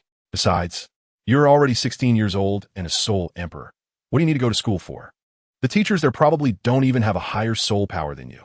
Zhu Zhuqing replied cautiously. Then I can go apply to be a teacher. When the time comes, I can teach you how to cultivate soul power. I didn't read books for nothing. I can teach you a thing or two. BibiSheng smiled slowly. You want to be a teacher? Zhu Zhuqing looked at BibiSheng with a doubtful expression. I have to admit, although I don't know where this person came from, his talent is extraordinary. He reached level 70 Soul Emperor at 16 years old. He just needs one more soul ring to become a soul saint. And his soul ring configuration is 4 black and 2 red, which is unheard of. I don't even know what his martial spirit is. Teaching me at this level would be more than enough. He is just a bit young. I wonder what his practical experience is like. If I had such talent, why would I end up like this? Zhu Zhuqing thought to herself as she assessed him, her mind racing with various thoughts. What kind of look is that? You don't trust my strength, do you? BibiSheng noticed Zhu Zhuqing's expression and quickly became unhappy. No, I'm just curious about how you obtained 4 black and 2 red soul rings. Zhu Zhuqing asked curiously. Anyone who saw BibiSheng's soul ring configuration would be curious. Curious, huh? There are too many people here. I'll tell you on the way. Let us eat first. If it gets too late, you might miss the registration time. BibiSheng didn't answer immediately, but called out as the waiter brought his food. I told you, I'm not going to Shrek Academy. Zhu Zhuqing said angrily. Damn, why do you always keep people guessing? Zhu Zhuqing was speechless. Stop pretending. Yesterday, the blonde guy left a message for his opponent, saying, I'll be waiting for you at Shrek Academy. It's clear that they're also preparing to sign up at Shrek Academy. And the blonde guy is likely a student there. Most probably your so-called fiancé. I saw a hint of disappointment and despair in your eyes when you saw him. Is it because he is not as handsome as me, or not as strong as me? Or is it because you saw your fiancé here, living a carefree life? Which kind of disappointment is it? Or is it all three? BibiSheng in a geezed comedy. You just said there are too many people around. Eat? Zhu Zhuqing glared and quickly lowered her head to eat. Half an hour later, BibiSheng chewed on a piece of grass, followed closely by Zhu Zhuqing, who was dressed in a tight purple leather outfit, her figure curvy and her face frosty. They walked out of the southern gate of Soto City. Having learned that Shrek Academy was in a village to the south, about 10 miles away, built around a forest. Although BibiSheng knew that people in Douluo continent mature early, especially soul masters, looking at Zhu Zhuqing's figure, who would think she was only 12. The main thing was that she was tall, nearly 7 meters. A black soul ring, which is a 10,000-year soul ring, is simple. As long as the physical quality is sufficient to withstand the 10,000-year soul ring, it's fine. Of course, the most important thing is that the mental strength must be strong, because a 10,000-year soul ring is different from 1,000-year and 100-year ones. It has an additional mental impact, known as soul shock. Do you know why 10,000-year soul rings have soul shock? BibiSheng began to educate Zhu Zhuqing on soul ring knowledge as they walked. I don't know, Zhu Zhuqing replied. So dumb, BibiSheng quickly retorted. Zhu Zhuqing had a black line on her face. Let me tell you, you know that soul beasts have considerable intelligence, right? And the intelligence of a 10,000-year soul beast is not lower than that of an adult. Therefore, when hunted, they leave behind their resentment before dying within the soul ring. Whoever absorbs the soul ring will receive a final mental attack. So you know how much mental strength I expended when I absorbed my first 10,000-year soul ring? I almost died, but fortunately I pulled through in the end. BibiSheng continued educating her.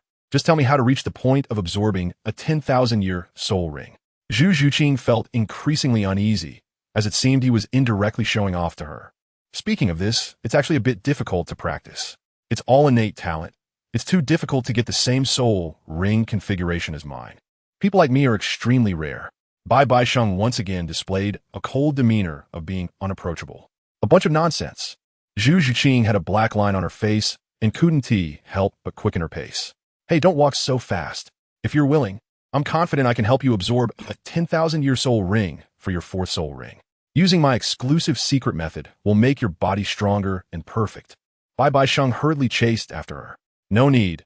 Your exclusive secret method can be kept for other girls. After walking for half an hour, the two discovered a lot of people queuing ahead. Is that Shrek Academy? This is just a small village. It can't be a scam of an academy, right? BibiDong saw a wooden threshold, without even a door, and the words Shrek were crookedly written, with a green Shrek animal drawn beside it. What? Not meeting the requirements. Refund the application fee of 10 gold soul coins. In the queue ahead, there was a commotion. BibiDong realized it was because her child did not meet the academy's enrollment standards, and the application fee would not be refunded. Refund. Someone here is asking for a refund. Mubai, handle this. The enrollment teacher, with gray hair, slowly spoke to a tree. Okay. The golden-haired boy jumped down from the tree, and 3 soul rings of yellow, purple, and yellow rose from his feet. If you want a refund, fine, defeat me. The golden-haired boy said arrogantly. At this moment, the enrollment teacher also stood up and said, I advise you all to inquire about our Shrek Academy's enrollment standards before coming here. Don't just rush in because you can become a Viscount after graduation. That will only waste your application fees. Then, continuing to look at the long line, he said again, Shrek is a kind of monster, a peculiar existence among soul beasts. Our Shrek Academy is a monster academy, so we only accept monster students, not ordinary soul masters. Those with poor qualifications, over the age of 12, and with soul power below 21, can leave. Don't waste your time and money. After the enrollment teacher finished speaking, perhaps to show authority, his body shook, and soul rings rose from his feet. 1 white, 1 yellow, 3 purple, and 1 black. A soul emperor. A soul emperor powerhouse. Sure enough, after hearing the enrollment teacher's words, most people in line were frightened and prepared to leave. Fine, consider me unlucky. Let's go, child. The parents of the child who had paid the application fee turned pale and resigned themselves to leaving. Ha ha, you're killing me. At this moment, BibiDong's laughter broke the brief silence. Are you crazy? Zhu Zhuqing was stunned, not understanding what BibiDong was laughing at. This young brother, do you have any objections to my words? The enrollment teacher heard a hint of mockery in BibiDong's laughter.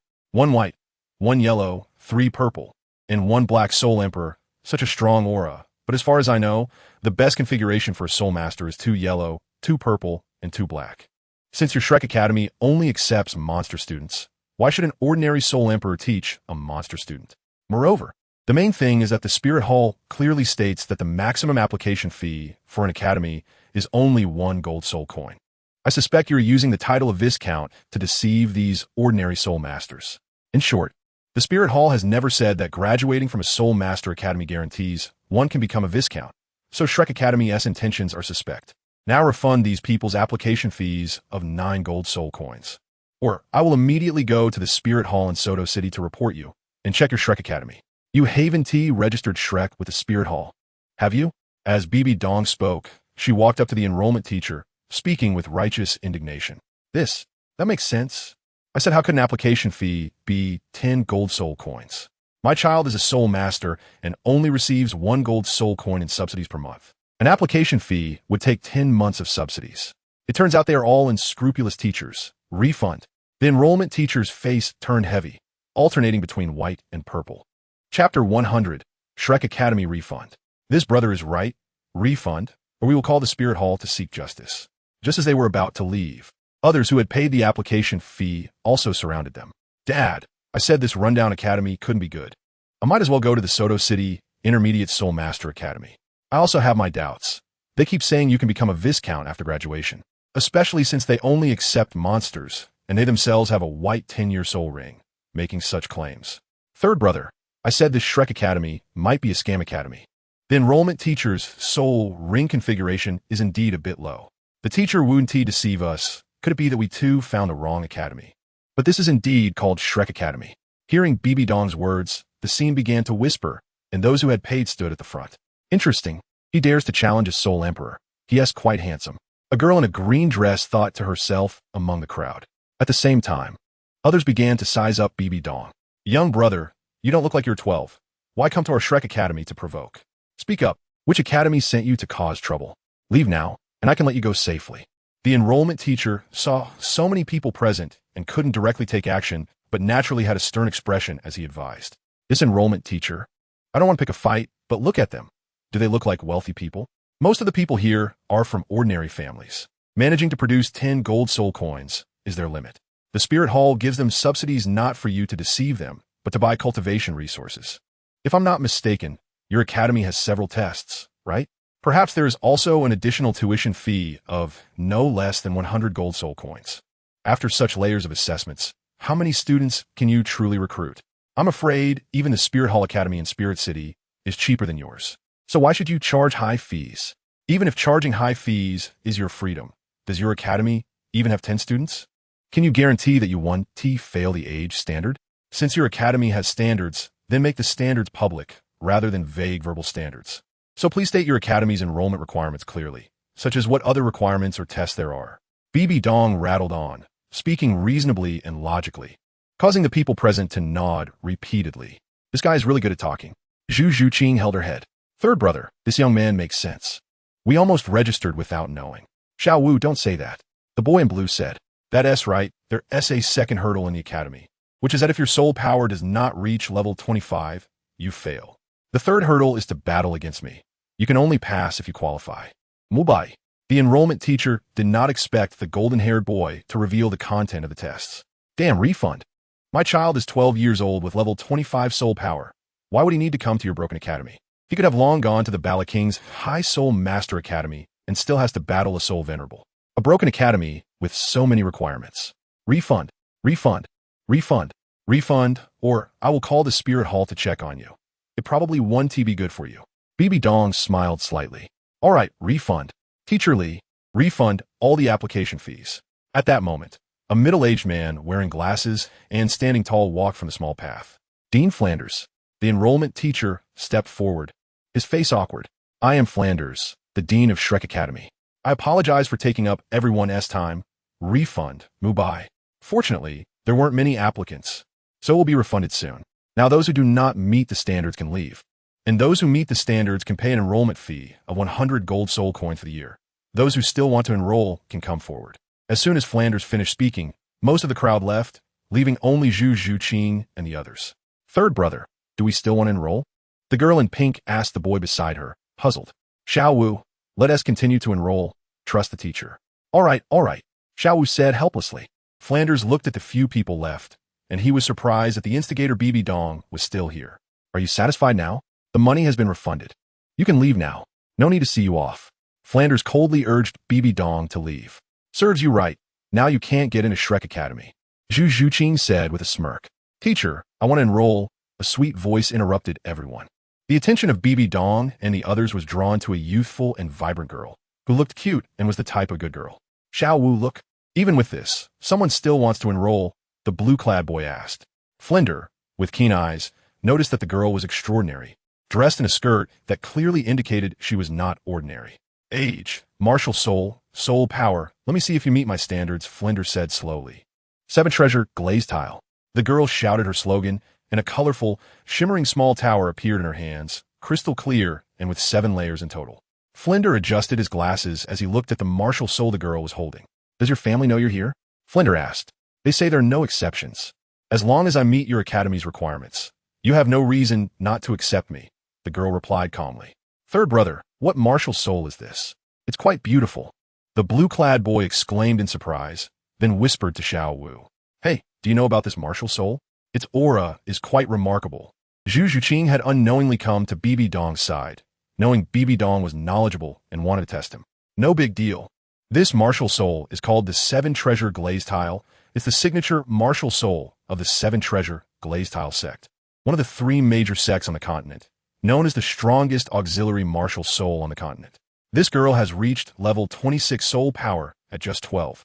She must be a core disciple of the sect, possibly even surnamed Ning. The 7 treasure glazed tile sect is the richest sect on the continent. The pink-clad girl exclaimed in surprise as she listened to Bibi Dong's introduction. Not bad, quite knowledgeable. But don't think you can take advantage of others' good fortune and still get in, Flinder said coldly. Teacher, I want to enroll. My martial soul is the Nether Spirit Cat, with level 27 soul power, Zhu Zhuqing said as she walked up to the girl and released her martial soul and soul ring in front of Flinder. Nether Spirit Cat. This person. The blonde boy looked at Zhu Zhuqing and felt a sense of familiarity, hinting at Zhu Zhuqing's identity as the aura of her martial soul stirred. Bibi Dong scratched his nose, thinking he was right. Xiao Wu, let's enroll too. The blue-clad boy stepped forward. Martial Soul Blue Silver Grass, level 29 Soul Master. Martial Soul Soft Bone Rabbit, level 29 Soul Master, but do we still need to pay a registration fee of 10 gold soul coins? Xiao Wu stepped forward and brought up the issue. Li Yusong, check their bone age, Flinder said, feeling pleased but keeping a neutral expression. Please extend your hands. Li Yusong, as the enrollment teacher, had the means to check bone age and found that all 4 were suitable. Dean Flinder, their ages are all appropriate, Li Yusong said promptly. In that case, Mubai, take them directly to the 3rd round of assessment to see their practical experience, Dean Flinder said slowly. Okay, Dean, please follow me. Dai Mubai stepped forward with a slight smile, but his eyes were on Zhu Zhuqing. I want to enroll too, Bibi Dong immediately said. Ridiculous. You just made a scene at my academy, and now you want to join? However, I'm open-minded. As long as you meet the academy's requirements, you can enroll. I estimate you're already over 16, Flinder said with a cold laugh.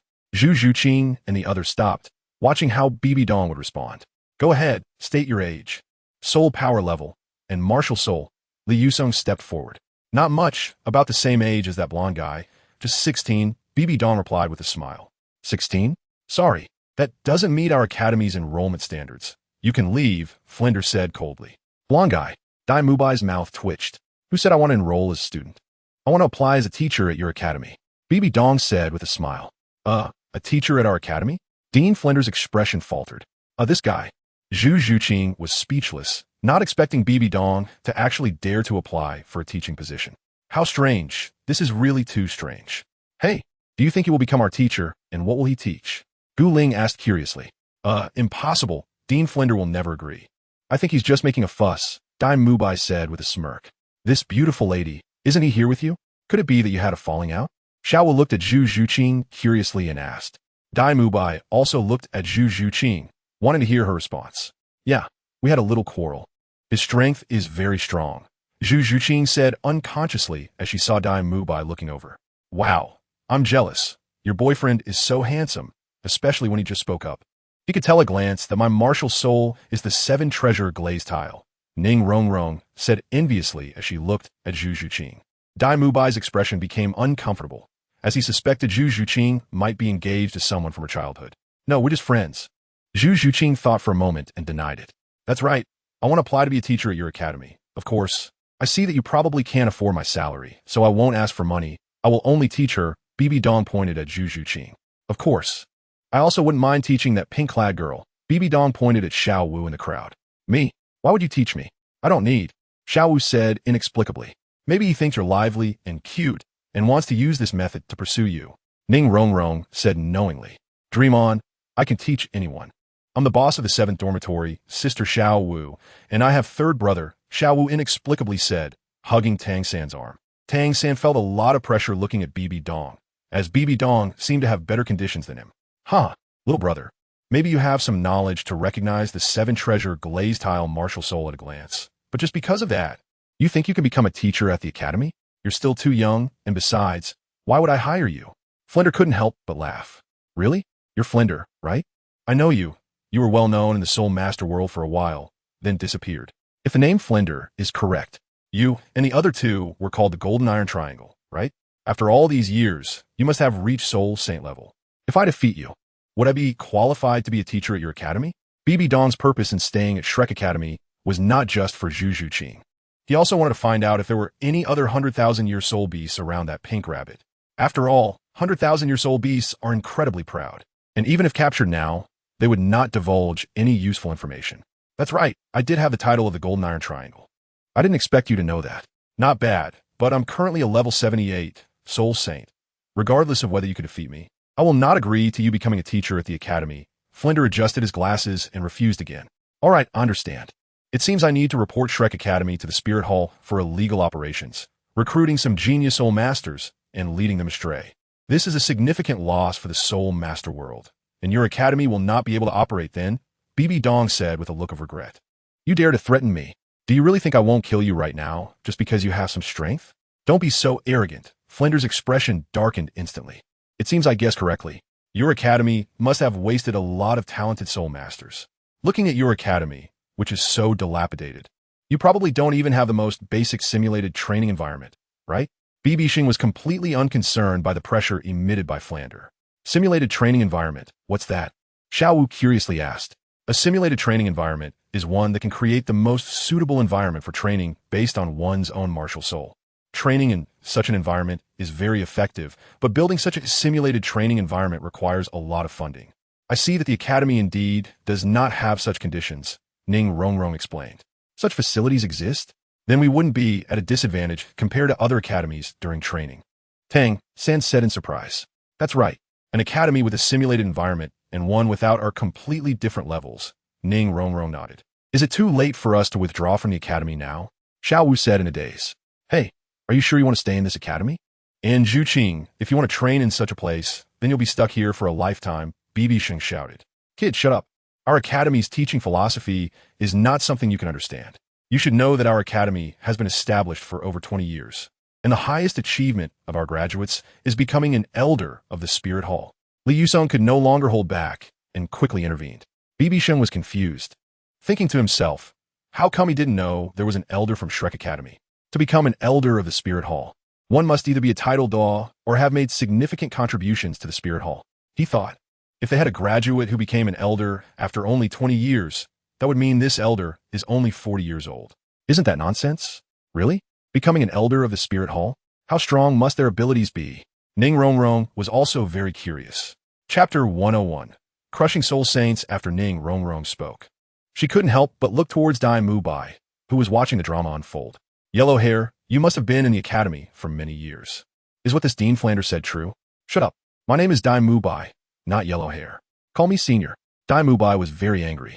As for whether it's true or not, I haven't seen it, but there have always been rumors, Dai Mubai replied after taking a deep breath. Why are you getting so fierce? I don't even know your name. That person called you that, so I can only call you that. Ning Rongrong pouted. Dai Mubai twitched his mouth again, but seeing that Ning Rongrong was much younger than him, and given that she had the 7-treasure glazed tile pagoda martial soul, he endured it. Oh, is that so? Then may I ask this old teacher, where is this elder you mentioned in the Spirit Hall? And what is their name and soul power level? If you can't say it, then you're using the Spirit Hall's name to deceive people. If the Spirit Hall finds out about this situation, your so-called Monster Academy might not be able to continue. BibiSheng questioned sharply again. What a sharp-tongued kid. All right, if it's just about becoming a teacher, fine.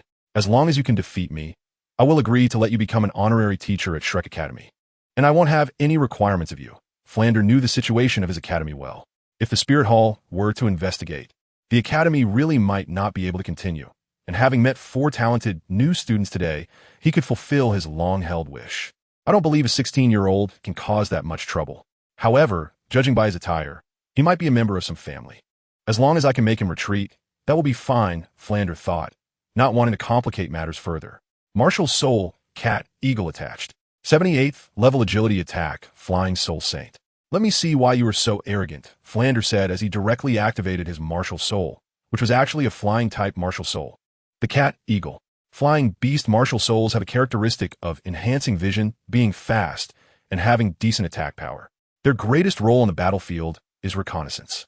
After Flander attached his Martial Soul, a pair of deep blue wings extended from his back, and his entire body was covered in a layer of feathers. His eyes also turned orange, with vertical pupils. Did not expect this merchant to actually be a Soul Saint. Dai Mubai. There can't be any Soul Douluo level people in the academy, right? Xiao immediately asked Dai Mubai. You're thinking too much. Title Douluos are extremely rare, and Soul Douluos are also considered rare. Do you think there are Soul Douluos everywhere?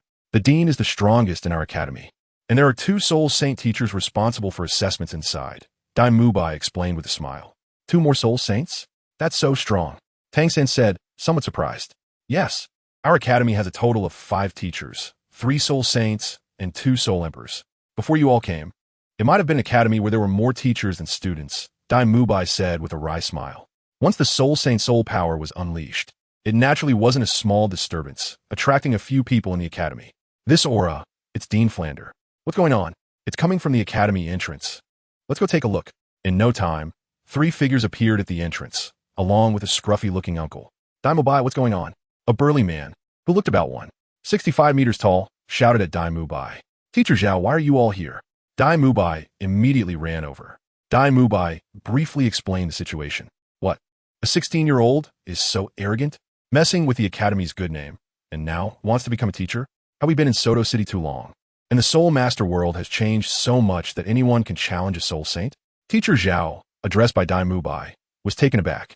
His loud voice could be heard from 10 miles away. Flander, let me handle this guy. Let him see what true power is. Teacher Zhao said fiercely as he approached Flander. His gaze carried a hint of disdain, with a half-smile as he sized up BibiSheng. Let you know what true power is? Don't think just because you look burly, you understand power. Or if you both want to come at me, I don't mind, BibiSheng said with a faint smile. Damn, Dai Lauda. This guy is so arrogant. Who is he?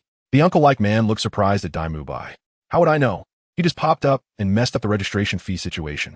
But to be honest, facing 2 Soul Saints at once, he looks completely unfazed. His demeanor is indeed quite arrogant, Dai Mubai said with frustration. Not only was he called Yellow Hair, but he might also have his woman taken away. Kid, you're quite arrogant, actually calling me burly. That makes me very angry. Watch as your grandpa, Zhao, crushes your weak body. Remember, my name is Zhao Wujia. You'll see what a fist the size of a sandbag is like today. Watch my punch. Zhao Wujia introduced himself, his arms thicker than Zhu Zhuqing's long legs. He clenched his fists, his right arm swung forward, bringing a whistling wind as he aimed at BibiSheng. Zhao Wujia, wait. Flander didn't expect Zhao Wujia to act so quickly, not even having time to stop him. Damn it, he won't punch this young man into oblivion, right? That shouldn't happen. Zhao Wujia hasn't even used his martial soul. Flander thought quickly. A sandbag-sized fist? I really haven't seen one. BibiSheng remained unfazed. To others, Zhao Wujia's punch was fast, but who was BibiSheng? The inheritor of the demon god, a representative of strength, and this guy actually wanted to teach him about power? Those who had said such things before didn't know where they had died. Let us get started. This is exciting. Ning Rongrong on the other side eagerly anticipated the chaos. As Zhao Wujia swung his fist, he noticed the 3 parts mockery, 3 parts disdain, and 4 parts indifference in BibiSheng's gaze as he spoke those words. Then I'll show you. Zhao Wujia swung his fist toward BibiSheng's head. Zhao Wujia was stunned, only because his right fist was caught steadily by a firm palm, and most importantly, the person in front of him remained completely still. What? Did teacher Zhao hold back at the last moment? I don't think so. Dai Mubai answered, trembling. This is your sandbag-sized fist, with a soft punch. Who are you trying to scare? BibiSheng chuckled, and, as he closed his palm, he grasped Zhao Wujia's fist, applying slight pressure that made Zhao Wujia grit his teeth in pain. Zhao Wujia tried to pull back his fist, but couldn't move an inch. What is going on? Why does Zhao Wujia look so pained? Flander couldn't help but stop, seeing Zhao Wujia's agonized expression. He questioned. Shorty, use some strength. Aren't you going to teach me what power is? BibiSheng said with a hint of a smile. Damn it, kid, you've completely angered me. Great Strength Diamond Bear, Martial Soul Possession. Zhao Wujia's martial soul is the Great Strength Diamond Bear, which combines strength and defense. In the possession state, his muscles bulged. Standing over 2 meters tall, covered in a thick layer of brown fur, his eyes exuding a domineering aura, and his big hands became exceptionally heavy. BibiSheng's palm could no longer hold Zhao Wujia's fist and had to let go. Second soul skill, Great Strength Diamond Palm.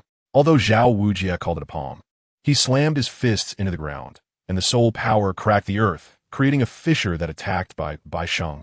Then a palm emerged from the ground to grab BibiSheng. Kid, you're still not moving? Then don't blame me. The real Great Strength Diamond Palm is coming. Zhao Wujia saw the palm, made from his soul power grasping BibiSheng's thigh. His fist transformed into a palm attacking BibiSheng. Martial Soul, 9-leaf swordgrass. BibiSheng calmly extended his right hand, slowly revealing a green 9-leaf grass. 3-leaf grass martial soul? Zhu Zhuqing was puzzled. It was the first time she had seen BibiSheng's true martial soul, as she had previously thought it was a sword martial soul. 3-leaf grass? The others were equally confused. He actually has a plant-type martial soul. Tang Sen was also surprised. 1 grass with 9 leaves, its leaves like swords, transforming into swords. BibiSheng couldn't help but show off in front of everyone.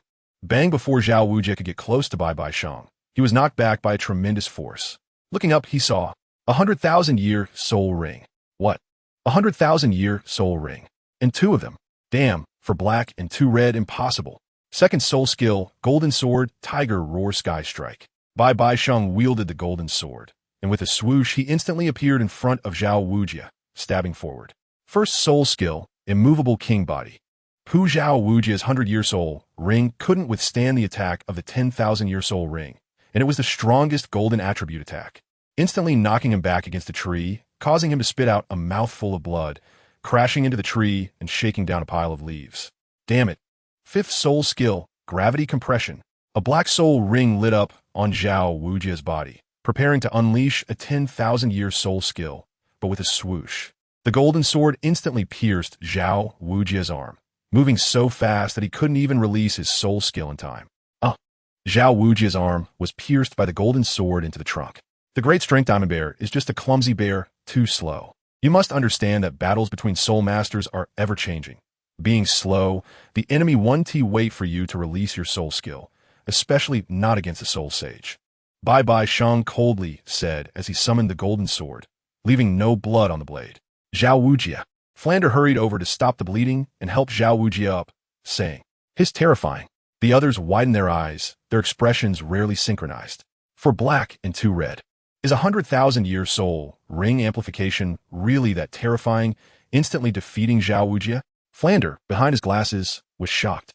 He knew Zhao Wujia's strength and the defense of the great strength diamond bear all too well, and at level 78, he was helpless against Zhao Wujia's strength and defense. But he didn't expect that this young man with 4 black and 2 red rings could defeat Zhao Wujia with a single move. I didn't expect him to be this strong. I underestimated him, defeating a level 76 Soul Sage in the blink of an eye. Zhu Zhuqing was also shocked. After Flander stopped Zhao Wujia's bleeding, Zhao Wujia, after a moment of sharp pain, came to his senses and looked around, his face losing all dignity, feeling humiliated as he gathered his soul power. 7th soul skill, God of Death Domain. Do you want to continue? Next time, it might not just be your arm that gets pierced, but your heart. BibiSheng shouted loudly, activating the God of Death Domain, questioning Zhao Wujia with an overwhelming killing intent. Such strong killing intent. How many people must he have killed? The others, not too far away, found themselves unable to move under the suppression of the God of Death Domain after BibiSheng activated it. No, this is a martial soul domain. It's not about how many people have been killed, but this domain inherently carries an overwhelming aura of slaughter.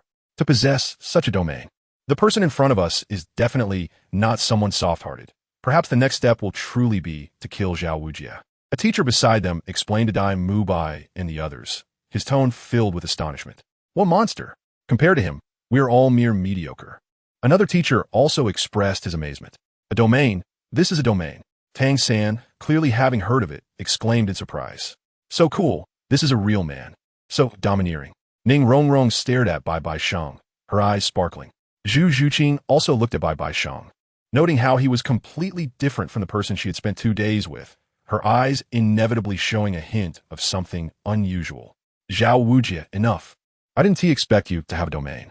Even if you use your martial soul, true body, you might not be able to compete with the person in front of you, who possesses 4 black and 2 red amplifications, with soul power reaching level 70. Flander placed a hand on Zhao Wujia's shoulder, pressing down firmly, saying heavily, "Yes, hiss." Zhao Wujia released his martial soul possession, gasping in pain. Teacher Xiao, help Teacher Zhao back and treat his wounds. Flander called for a short, chubby person in a chef's white coat. All right, Dean. The person helped Zhao Wujia walk into the academy. Zhao Wujia kept his head down the whole way, knowing he had lost all face. Teacher Zhao, don't keep your head down. You lost fairly. A level 70 soul emperor with 4 black and 2 red. Think about how terrifying a body amplified by soul rings is. The overall attributes are not even on the same level as ours. Even if you had an extra soul ring, the quality difference between the soul rings is vast. Teacher Xiao comforted Zhao Wujia slowly. I know, but I lost in front of several students, and I lost so badly. It's hard not to feel ashamed. This ISNTA person, it's a monster. An incredibly terrifying monster, with strength that is surprisingly powerful. Zhao Wujia said softly. Don't worry, the students also know how terrifying that young man is. Teacher Xiao continued to soothe Zhao Wujia's wounded spirit. Sigh. Zhao Wujia sighed deeply.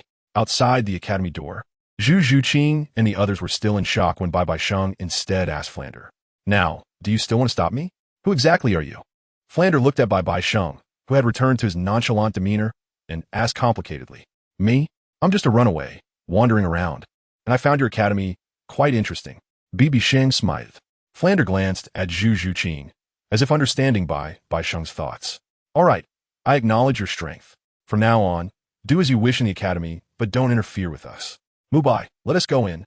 Flander's eyes narrowed, conceding. He then called out to Dai Mubai to turn and enter the academy.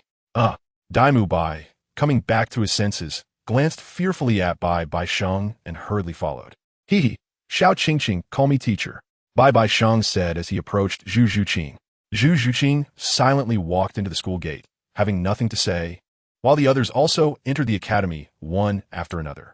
This novel can be downloaded through the open-source free Starstring downloader developed by Xingyu. If you obtain the novel file through a proxy download and the seller did not provide the software source code or open-source address, please request a refund immediately and report the seller. Author's email, xingyvoutlook.com. Author's QQ, 201-759-3710. Official QQ group, 149050832. Official TG group, https, Me-FQ Tool, Chapter 102.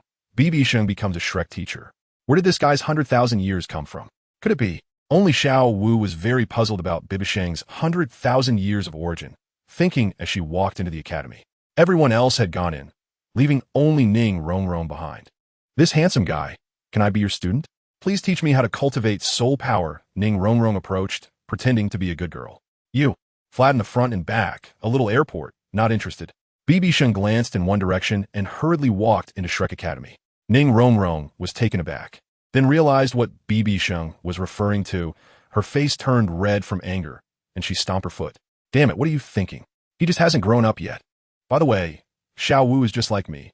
Why are you interested in her? Ning Rongrong chased in after him. The once lively entrance of Shrek Academy had quieted down. At this moment, beside the tree that BibiSheng had pierced, a person wearing a black cloak appeared. A soul emperor in black and red. How could there be such a person? The main thing is, I felt a sense of familiarity from him. Strange. Where have I seen him before? Tang Hao looked towards the gate and felt an inexplicable familiarity with BibiSheng. In fact, it was normal for Tang Hao not to recognize BibiSheng. After all, the last time they met, BibiSheng was only 4 years old. Now, 12 years had passed, and BibiSheng had changed, making it hard for Tang Hao to recognize him, only feeling that he looked familiar. But he just couldn't recognize him. He was just a little short of a hint. Pondering left and right, this feeling made Tang Hao a bit itchy. Inside the academy, BibiSheng followed the others into the campus. There was a small square in the middle with wooden buildings on both sides and a few rooms at the back mountain. Along with the gate, it surrounded the small square in a square shape. In the middle of the square, there was a small platform with a flag made of bamboo inserted there, depicting a green Shrek creature. At this moment, teacher Li Yusong spoke. Students, come over and line up. Let's get to know each other and also go over some basic school rules. BibiSheng saw Zhu Zhuqing and the others lined up in a row, facing Li Yusong, and naturally stood next to Li Yusong, looking at the 6 people. Hey, uncle, are you also a student of the academy? Xiao Wu noticed something strange had entered her team and found a bearded man standing next to Tang San. Tang San also felt it was a bit unbelievable, standing between Tang San and Dai Mubai, and the others turned to look after hearing Xiao Wu's words, and indeed, it was an uncle. Uncle? Do you think I look like an uncle? The bearded man said angrily. Xiao Ao, I was talking about you. I told you today was the academy's enrollment day.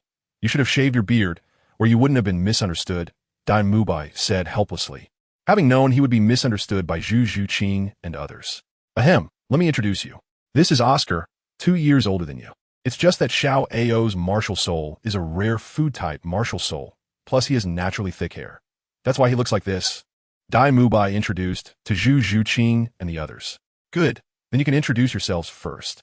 Mubai, you go first, Li Yusong said, letting Dai Mubai introduce himself first. Food-type martial soul, such a strong talent, Tang San was taken aback. Hello everyone, my name is Dai Mubai, 16 years old, martial soul white tiger, power-type soul master. Level 37 soul power. Dai Mubai stepped forward, introduced himself, and then returned to the line. Hello, senior brothers and sisters. My name is Oscar. You can call me Xiao Ao, 14 years old, martial soul sausage, food-type soul master, level 29 soul power. Oscar, dressed in simple clothes, introduced himself. Hello, my name is Tang San, 12 years old, martial soul blue silvergrass, control-type soul master, level 29 soul power. Tang San stepped forward and humbly introduced himself. Hello, I am Xiao Wu, Dancing Wu, 12 years old, martial soul, soft-bone rabbit, assault-type soul master, level 29 soul power. Compared to the others, Xiao Wu was much livelier. Hello, I am Ning Rongrong, 12 years old, martial soul, 7 treasure glazed tile, support-type soul master, level 26 soul power. Ning Rongrong maintained her good girl demeanor. Hello, I am Zhu Zhuqing, 12 years old, martial soul nethercat, agility-type soul master, level 27 soul power. Zhu Zhuqing introduced herself in a somewhat cold manner. Surname Zhu. Martial soul is also the nethercat.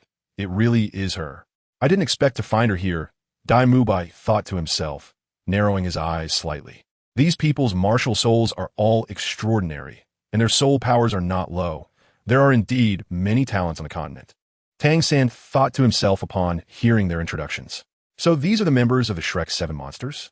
But there's still one missing. This protagonist Tang San looks a bit ordinary. Thrown into the crowd, he is inconspicuous. It seems he has his secrets. His blue-silver grass martial soul is similar to my blue-silver emperor in hand. It can't be wrong. This Tang San is that Tang San, the human beast product. BibiSheng speculated secretly while looking at Tang San. It seems you are having a good chat. Dai Mubai, go find Ma Hongjun at this moment. Flanders walked over and said slowly, "Okay, Dean." Dai Mubai nodded and left the line. "Uncle, who is Mahong Jun?" Xiao Wu curiously asked Oscar. Can you not call me uncle?" Oscar said with annoyance. "You have so much beard. You really look like an uncle," Xiao Wu said as she looked around. "I messed up. In previous years, I couldn't recruit students. I didn't expect to get 4 this year, 3 of whom are cute and sexy junior sisters. I was careless." Oscar thought helplessly. "Ahem, this Mahong Jun is the same age as you, a little chubby, following the dean, with a martial soul of evil fire phoenix. Level 27 soul power." Oscar still answered Xiao Wu's question. "Top beast martial soul phoenix." Tang San was slightly surprised. "It's about that, but there are still some flaws. You'll know in the future," Oscar said slowly. "All right, you've all gotten to know each other pretty well. Originally, we prepared several tests for enrollment, but I know your talents now. If you want to attend classes at Shrek Academy, the enrollment fee is 100 gold soul coins per year. After paying, I will introduce a few teachers to you and assign dormitories. Classes will officially start tomorrow," Flanders said to the new Tang San and the others. 100 gold soul coins. How many carats will that cost?" Xiao Wu said with some heartache. "Dean Flanders, I'll go first." Ning Rongrong raised her hand high, took out a small bag of money, and stepped forward to hand it to Flanders. Tang San also took out 2 bags, including one for Xiao Wu. "Dean Flanders, here are my and Xiao Wu's tuition fees." Zhu Zhuqing then handed her money to Flanders. This enrollment was made simpler by BibiSheng, directly skipping several steps in the enrollment exam. "Very good. You 4 are officially students of Shrek Academy. Next, let me briefly introduce Shrek Academy. Shrek Academy only accepts monsters, not ordinary people. So with the addition of you 4, there are currently only 7 students in the academy. The graduation requirements for our Shrek Academy are as follows. Before the age of 20, one must have a soul power exceeding level 40 and reach the Soul Master rank. Additionally, one must obtain a Silver Battle Spirit Badge in the Grand Soul Arena to graduate. As for what a Silver Battle Spirit Badge is, we will inform you tomorrow night. This is also part of our academy's curriculum." Looking at Zhu Zhuqing and the others, Flanders began to introduce the situation at Shrek and the graduation requirements. Reaching the Soul Master rank before level 20 is quite a strict requirement. Tang San couldn't help but say, "Indeed. All right, let me introduce our teachers. My name is Flanders, the principal of Shrek Academy, and I am a level 78 Soul Sage. The admissions teacher is Li Yusong, a level 63 Assault System Soul Emperor. The teacher preparing the kitchen is Xiao Xan, a level 71 Food System Soul Sage. Responsible for teaching is teacher Lu Qibin, a level 68 Control System Soul Emperor. As for the teacher in charge of practical training, Zhao Wujia, he is still recovering from an injury, but as you can see, he is a level 76 Power System Soul Sage." Flanders pointed to the several teachers beside him as he introduced them to Zhu Zhuqing and the others. "By the way, what's your name? Do you want to introduce yourself?" Flanders then asked BB-san. The others looked at BB-san with eager eyes, as he was very mysterious with an impressive soul ring configuration that amazed everyone. "Sure, there's nothing I can't say. Besides, I might be spending time with you soon. My name is BB-san, a level 80 Assault System Soul Emperor, and I'm 16 years old. My martial soul is the 9-leaf swordgrass." BB-san stepped forward and slowly introduced himself to the crowd. "BB-san? What a strange name. And what is the 9-leaf swordgrass martial soul? It seems very strong, even more so than my other martial soul." Tang San thought to himself, in confusion. "BB-san, so we should call you teacher Bai in the future? That's quite odd," Ning Rongrong asked curiously. "I feel like I've heard that name somewhere before, BB-san." Flanders also found it strange. Just call me Teacher Sheng. Of course, I'm just here in the academy to pass the time, so you don't have to pay attention to me," BB-san said nonchalantly, as he considered the name merely a code. "Teacher Sheng, hello. You've truly amazed us. I wonder how you cultivated," Flanders inquired with curiosity. Xiao Wu and the others perked up, eager to hear BibiSheng's cultivation secrets. "Well, if I tell you, you might not be able to learn it. It's innate talent. I just meditate slightly, and I've reached this level, so everything is due to talent. And I haven't really cultivated much." BB-san smiled slightly as he spoke. So it really can be learned. All right, Teacher Lu, please take Teacher Sheng to find an empty room." "Teacher Sheng, our Shrek Academy is a bit humble. It might not be suitable," Flanders said to BB-san. "It doesn't matter." BB-san nodded. "Teacher Li, please help these students with their dorm assignments." Then, BB-san followed Lu Qibin to the faculty dormitory. Although it was a wooden house, it was quite well built, offering a different experience. BibiSheng's room even had a balcony, allowing him to see the square from outside. Thus, BibiSheng smoothly blended into Shrek Academy, becoming a teacher with nothing to do. Chapter 103. Overcoming the 5 teachers. BibiSheng got a single room with a bathroom, study, and balcony. The others. Tang Xin was assigned to share a room with Oscar, while Dai Mubai's situation remained largely unchanged. Zhu Zhuqing and the 3 other girls share a room together. At 12:30 p.m., they gathered together at the cafeteria on the side of the faculty dormitory. Zhao Wujie also appeared, seemingly having taken some medicine, as his wounds had already healed. "Hey, Teacher Zhao, are you all right? Sorry, I was a bit heavy-handed this morning. Now that we are colleagues, please forgive me. My name is BibiSheng. Just call me Teacher Sheng," BibiSheng said as he approached Zhao Wujie to ease the awkward atmosphere. "No problem, no problem. As the saying goes, no pain, no gain. I was outmatched. I tend to be straightforward and was a bit hot-headed at first. Thanks to Teacher Xiao's rejuvenating beans, my right arm's wound has healed. But the bone was injured, so I can't exert much strength yet. However, it's fine for daily use. We soul masters have good physiques.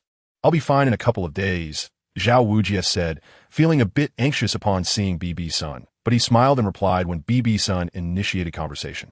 "You see, Teacher Zhao is truly a straightforward man. Come on, let's eat together. I have some good wine. Everyone should have a drink to celebrate our acquaintance," BibiSheng said as he casually draped his arm around Zhao Wujie's shoulder and led him into the cafeteria. "Really? If it's not good, I'll turn hostile," Zhao Wujie said with a faint smile. "Of course, I'll ensure you're satisfied, Teacher Zhao. This is top-quality liquor, a creation born from boredom. I guarantee you've never tasted anything like it," BibiSheng replied confidently. "Now I'm looking forward to it. Teacher Xiao, bring out the wine," Zhao Wujie said. Tang San, Zhu Zhuqing, and the others exchanged glances as they watched BibiSheng and Zhao Wujie quickly become friendly, recalling how they had been at odds just that morning. Soon, everyone was seated, the teachers at one table and Zhu Zhuqing with the others at another. "Teacher Sheng, where's the wine? It should be brought out now," Zhao Wujie said as the other teachers settled into their seats. Coming.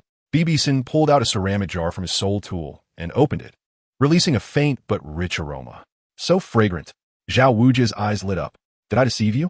This is 40-degree liquor, 10 degrees stronger than the strongest liquor on the continent, called Burning Knife," BibiSheng said, patting the jar as he introduced it. "Oh, Uliep Pumatast." Zhao Wujie quickly placed his bowl in front of BibiSheng. BibiSheng immediately filled it, then filled the bowls of the other 3 teachers as well. "Come, teachers. I toast you with this cup for the trouble I caused you this morning," BibiSheng said as he downed a bowl.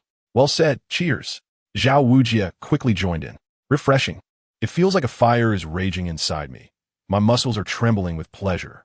This is truly good wine," Zhao Wujie exclaimed. "Wow, this wine is strong." Li Yusong stopped after only half a bowl. "It's really too strong. One bowl might get me drunk," Lu Qibin said, sticking out his tongue. "What a waste. Such a waste." "Brother Sheng, they won't get drunk. We'll take care of it," Zhao Wujie said, looking at the expressions of the other 3 with disdain. "All right." BibiSheng poured himself and Zhao Wujie more wine. Is it really that good? Teacher Sheng, let me have a taste." Ning Rongrong curiously leaned over. "Kids shouldn't drink alcohol." "Go away," BibiSheng waved his hand. "That's right. Hurry up and eat your food," Zhao Wujie said without even looking at her.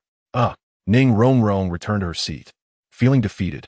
"Ning Rongrong, just give it up. From the smell of this wine, I estimate it's stronger than what my dad used to drink.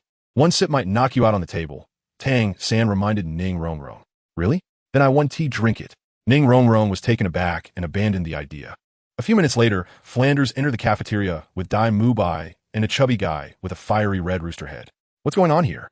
Flanders was taken aback when he saw BibiSheng and Zhao Wujie chatting and laughing. "Come, Principal, you're the last one. Drink a bowl." Zhao Wujie quickly pulled Flanders to sit beside him. "It smells so good. Whose wine is this?" Flanders asked, looking at the clear liquor. "Principal, it's mine. I hope you can overlook my earlier rudeness and forgive me." "Cheers," BibiSheng said. "All right, I forgive you," Flanders nodded. "What kind of liquor is this? It's so strong. I thought it was poison." Flanders almost vomited. "Dean, don't waste it. Drink quickly. If you don't drink, you're not giving my brother Sheng face. Which means you're not giving me face." Zhao Wujie's face was already a bit red, but his dark skin made it hard to tell. "Wow, Big Dai, what beautiful 3 ladies." "Shut up. Wipe your drool." "Everyone, this is our 7th student named Ma Hongjun." Dai Mubai pulled the fat guy beside him over to Oscar. "Huh. 3 beauties. I'm Ma Hongjun. My martial soul is the evil fire phoenix. Ma Hongjun looked at Zhu Zhuqing and the other two with eyes full of admiration. Dai Mubai, what is wrong with him? Tang Xin said unhappily as he saw Ma Hongjun staring at Xiao Wu. Slap Dai Mubai slapped Ma Hongjun on the head, waking him up. Zhu Zhuqing and the others looked at Ma Hongjun with disdain. Sorry, the fat guy's martial soul is the evil fire phoenix. Although it's a phoenix, it's completely different. The term evil fire means that the fat guy's lust is quite strong, and as his soul power increases, so does his lust. So every once in a while, the dean has to take him to the brothel to release his urges. Otherwise, this fat guy would be consumed by his desires, and every time he sees a woman, he stares for a while. That's his flaw. Dai Mubai explained slowly. What? He's only 12, and he has already gone to such places? Ugh, how can there be such a flaw in a martial soul? Xiao Wu immediately said in disgust. I don't want to either, but I can't control it. Ma Hongjun said embarrassingly. Aside from that, the fat guy is pretty good. Everyone should understand. But what's going on with the teachers over there? How come that guy is drinking so happily with teacher Zhao? Dai Mubai quietly asked Oscar. I don't know, they just started drinking together all of a sudden, Oscar replied. Puzzled. Dai Mubai, what are you whispering about over there? Come find me for practical training tomorrow. Zhao Wujie turned back and said something that left Dai Mubai speechless. Forget about them. Let us eat quickly. We still have to go to Soto City later. Our blankets and daily necessities aren't ready yet. Xiao Wu hurriedly said as she started eating. Just as Zhu Zhuqing and the others were about to leave, BibiSheng suddenly called out to Zhu Zhuqing. Zhuqing, help me buy a blanket and bedsheet and a set of daily necessities. You can choose the style, and I'll reimburse you when you come back. Why should I help you buy? That's strange. Zhu Zhuqing was taken aback and saw BibiSheng drinking with Zhao Wujie again. Damn. Dai Mubai couldn't help but feel a surge of anger. But thinking of BibiSheng's strength and seeing that he didn't care, he had no choice but to leave the cafeteria. Zhu Zhuqing and the others went to Soto City to buy their necessities. Zhu Zhuqing initially didn't want to buy what BibiSheng asked for, but somehow ended up buying it. Seeing Xiao Wu and Ning Rongrong looking at her knowingly, she explained, he is our teacher. Since he asked me to, I might as well buy it. Oh, is that so? Then why didn't you call us? Ning Rongrong immediately said. How would I know? Zhu Zhuqing replied speechlessly. Meanwhile, on BibiSheng's side, they drank until around 3 o'clock and all got drunk. Hey, little one, you still want to compete with me? You're out. BibiSheng looked at the 5 people slumped over the table and sneered. Then, BibiSheng wobbled as he took the 5 of them back to their rooms and lay down on his own bed. As the saying goes, between men, there's nothing that a drink can't solve. If there is, it's because the drink isn't full yet. Damn, I really want to drink too. Tang Hao watched the drinking scene of BibiSheng and the others from the shadows, smelling the rich aroma of the liquor, feeling envious. After lying down for a while, BibiSheng felt a rush of heat, the alcohol evaporating from his blood, instantly waking him up. Ugh, is it so hard to get a little drunk? BibiSheng went to the balcony, brought out his exclusive chair, a chair he had been lying on for over 10 years, which had developed a bond with him.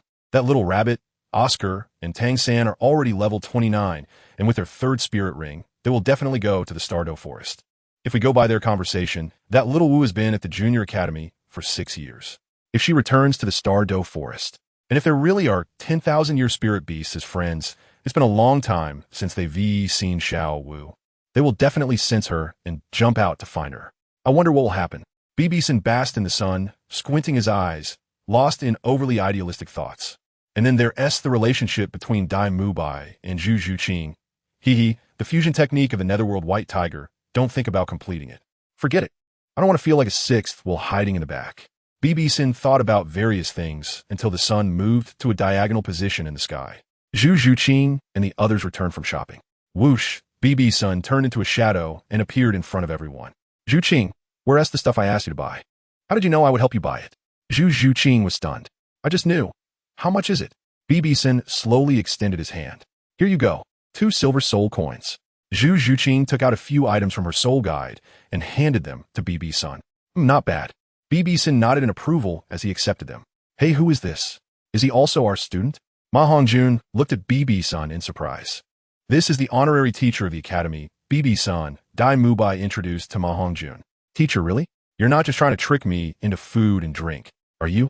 Ma Hongjun looked at BibiSheng, who was so young, and couldn't help but doubt. Oh, does this student doubt my abilities? BibiSheng noticed that Ma Hongjun was very interested. Chapter 104. BibiSheng shows his knowledge. Dai Mubai was shocked to see Ma Hongjun speaking to BibiSheng like this. This is a powerful person who could take down someone as rough as Zhao Wujie. Dai Mubai quickly pulled Ma Hongjun aside. Fatty, this teacher Sheng is a soul emperor. A level 70 soul emperor. What? A soul emperor? Ma Hongjun was shocked. I still think it's not reliable. If you're that strong, your knowledge shouldn't be ordinary either. If you can answer a question of mine, I'll admit it. Ma Hongjun pouted and continued to scrutinize BibiSheng. Tang San and the others looked at Ma Hongjun in surprise, not expecting him to actually ask a question. Interesting, it seems that some of you are like this fatty, still skeptical of my abilities. Well then, it seems I can't avoid showing a bit of skill. This fatty student, please boldly voice your doubts. BibiSheng looked at everyone seriously, scanning the group with a confident smile. Ma Hongjun swallowed, and the question he prepared instantly slipped his mind. Tang San and the others curiously watched what question Ma Hongjun would ask. Big Dai, I don't know what to ask anymore. Why don't you think of a harder one for me? Ma Hongjun retreated to Dai Mubai's side and whispered in his ear. No way, fatty, you brought this up. How would I know what to ask? Dai Mubai looked at Ma Hongjun speechlessly. He didn't expect Ma Hongjun to pass the hard question to him. Dai Mubai had no idea and naturally couldn't ask a common question. Teacher Sheng, can I also ask a question? Ning Rongrong's eyes were rolling, and suddenly she had an idea and said to BibiSheng, Oh, what question do you have? Feel free to ask. I will certainly answer without holding back. BibiSheng nodded, indifferent. But you said it. If you can't answer, then you have to teach me how to cultivate soul power and how to absorb spirit rings beyond their age limit. My question is about the 7-treasure glazed tile. Ning Rongrong said as she summoned her martial soul, the 7-treasure glazed tile. Did you all see that? My 7-treasure glazed tower only has 7 layers. So, Teacher Sheng, how can I make my 7-treasure glazed tower grow into a 9-treasure glazed tower? Ning Rongrong pointed to everyone and then asked BibiSheng. Hiss Ning Rongrong. Your question isn't really a question. Isn't it just making things difficult for Teacher Sheng? Zhu Zhuqing said discontentedly. This question indeed doesn't seem like a question. How could others know about your martial soul issues? This is completely about evolving your own martial soul. Tang San also felt that Ning Rongrong's question was unreasonable. Didn't Teacher Sheng say that anything can be asked? I'm just asking something difficult. After asking, Ning Rongrong also felt it was a bit too much. Ning Rongrong, I underestimated you. The angle of this question is quite tricky, but your question can still be considered a question. All right, I'll answer you. I have read about the history of martial soul development on the continent, which includes the 7-treasure glazed tower. If I remember correctly, the 7-treasure glazed tower can only attach 7 soul rings and cannot reach the soul Douluo level in its lifetime. This martial soul has its own flaws. However, in the history of the 7-treasure glazed tower, there has been mention of the 9-treasure glazed tower, which proves that your current 7-treasure glazed tower has flaws. That period in history was probably the most glorious time for your 7-treasure glazed sect. BibiSheng spoke confidently about the flaws of the 7-treasure glazed tower. What? The 7-treasure glazed tower, which is known as the #1 support type martial soul on the continent, is actually not in its strongest state? Tang San was taken aback and exclaimed, Is that true? The others also found it impossible and agreed with Tang San's statement. Teacher Sheng, you are right. Our ancestors indeed had a 9-treasure glazed tower once. A support martial soul with full innate soul power can obtain 9 soul rings. While we can only have 7 soul rings and are confined to level 79 soul power, unable to progress further. Ning Rongrong's agreement with BibiSheng's words dispelled the doubts of Tang San and the others. Teacher Sheng, since you know the flaws of our 7-treasure glazed tower, do you know how to break the flaws of the martial soul? Ning Rongrong did not expect BibiSheng to truly answer her question, because she knew that her 7-treasure glazed tower's flaws did not resemble a flawed martial soul at all. I won't break the flaws of the 7-treasure glazed tower. BibiSheng smiled slowly. Teacher Sheng, it's okay. I was just asking casually, but knowing the flaws of the 7-treasure glazed sect is already impressive. Ning Rongrong did not expect BibiSheng to answer, so there was no need to be disappointed. Don't worry. Although I won't break the flaws of the 7-treasure glazed tower, I know how to compensate for this flaw. It's just that I don't even know if this thing exists in the world. I'm afraid that if you 7-treasure glazed sect finds out, you will feel lost and hopeless. BibiSheng said confidently with a smile. What? Teacher Sheng, what method do you know? Tell me. I will definitely inform my dad about this method. Ning Rongrong was taken aback and instantly became excited, hurriedly coming to BibiSheng. No way, you know this too. Is it true? Wait, I originally brought it up. How did it become Ning Rongrong asking Teacher Sheng? Ma Hongjun realized late. I don't know. I'm still in the fog. Tang San said in confusion. In fact, Tang San knew about the 7-treasure glazed tower. His teacher had told him at that time, but never mentioned that the 7-treasure glazed tower martial soul was an incomplete existence. Your dad, BibiSheng ist in confusion. That's right. My dad is the sect master of the 7-treasure glazed sect. Ning Rongrong nodded. I see. No wonder at your age of 12. Your soul power is level 26. BibiSheng naturally knew that support-type martial souls generally cultivate slower than other martial souls. Actually, there's a method. This method has a certain probability of allowing the 7-treasure glazed tower to evolve successfully, but this thing is ethereal and may just be a legend. This method is to find suitable celestial herbs, among which the Chuyi Jingxiang, Xing Incarnation, and 9-grade purple Ganoderma are 3 types that have certain medicinal effects to compensate for the flaws of the martial soul. If your dad doesn't know what celestial herbs are, with your dad's ability, he can ask the clan leader of the Piji clan. The Piji clan is obsessed with alchemy and may know specific information about celestial herbs. A strange light appeared in BibiSheng's eyes as he slowly answered Ning Rongrong. Celestial herbs? Were they? I never heard of them. The clan leader of the Piji clan, right? I understand now. Although Ning Rongrong didn't understand, it sounded impressive. Celestial herbs. This person actually knows about celestial herbs. Even my teacher and dad don't know. This person is truly mysterious. What is his background? Tang San's expression tightened as he secretly pondered, because Tang San believed that his teacher and dad would know about celestial herbs and would definitely tell him, but in the past few years, he had never heard them mention it, only talking about martial souls. Celestial herbs can be said to be the king of flowers and herbs, said to have the power to seize the creation of heaven and earth. I don't know much else. By the way, there is also a method that is the legendary divine intervention. BibiSheng Sud Kijuedi. I still want to find celestial herbs, but they are gone. They have already been picked clean. However, the Piji clan is quite stubborn. Ning Fengji will definitely go look for the Piji clan. BibiSheng thought secretly. The others, upon hearing BibiSheng's answer, were still confused, not knowing what celestial herbs were, but since BibiSheng spoke so convincingly, they were still crazy about the effects of celestial herbs. As for BibiSheng's mention of divine intervention, everyone knew it was just a legend. All right, this fat guy, have you thought of your question?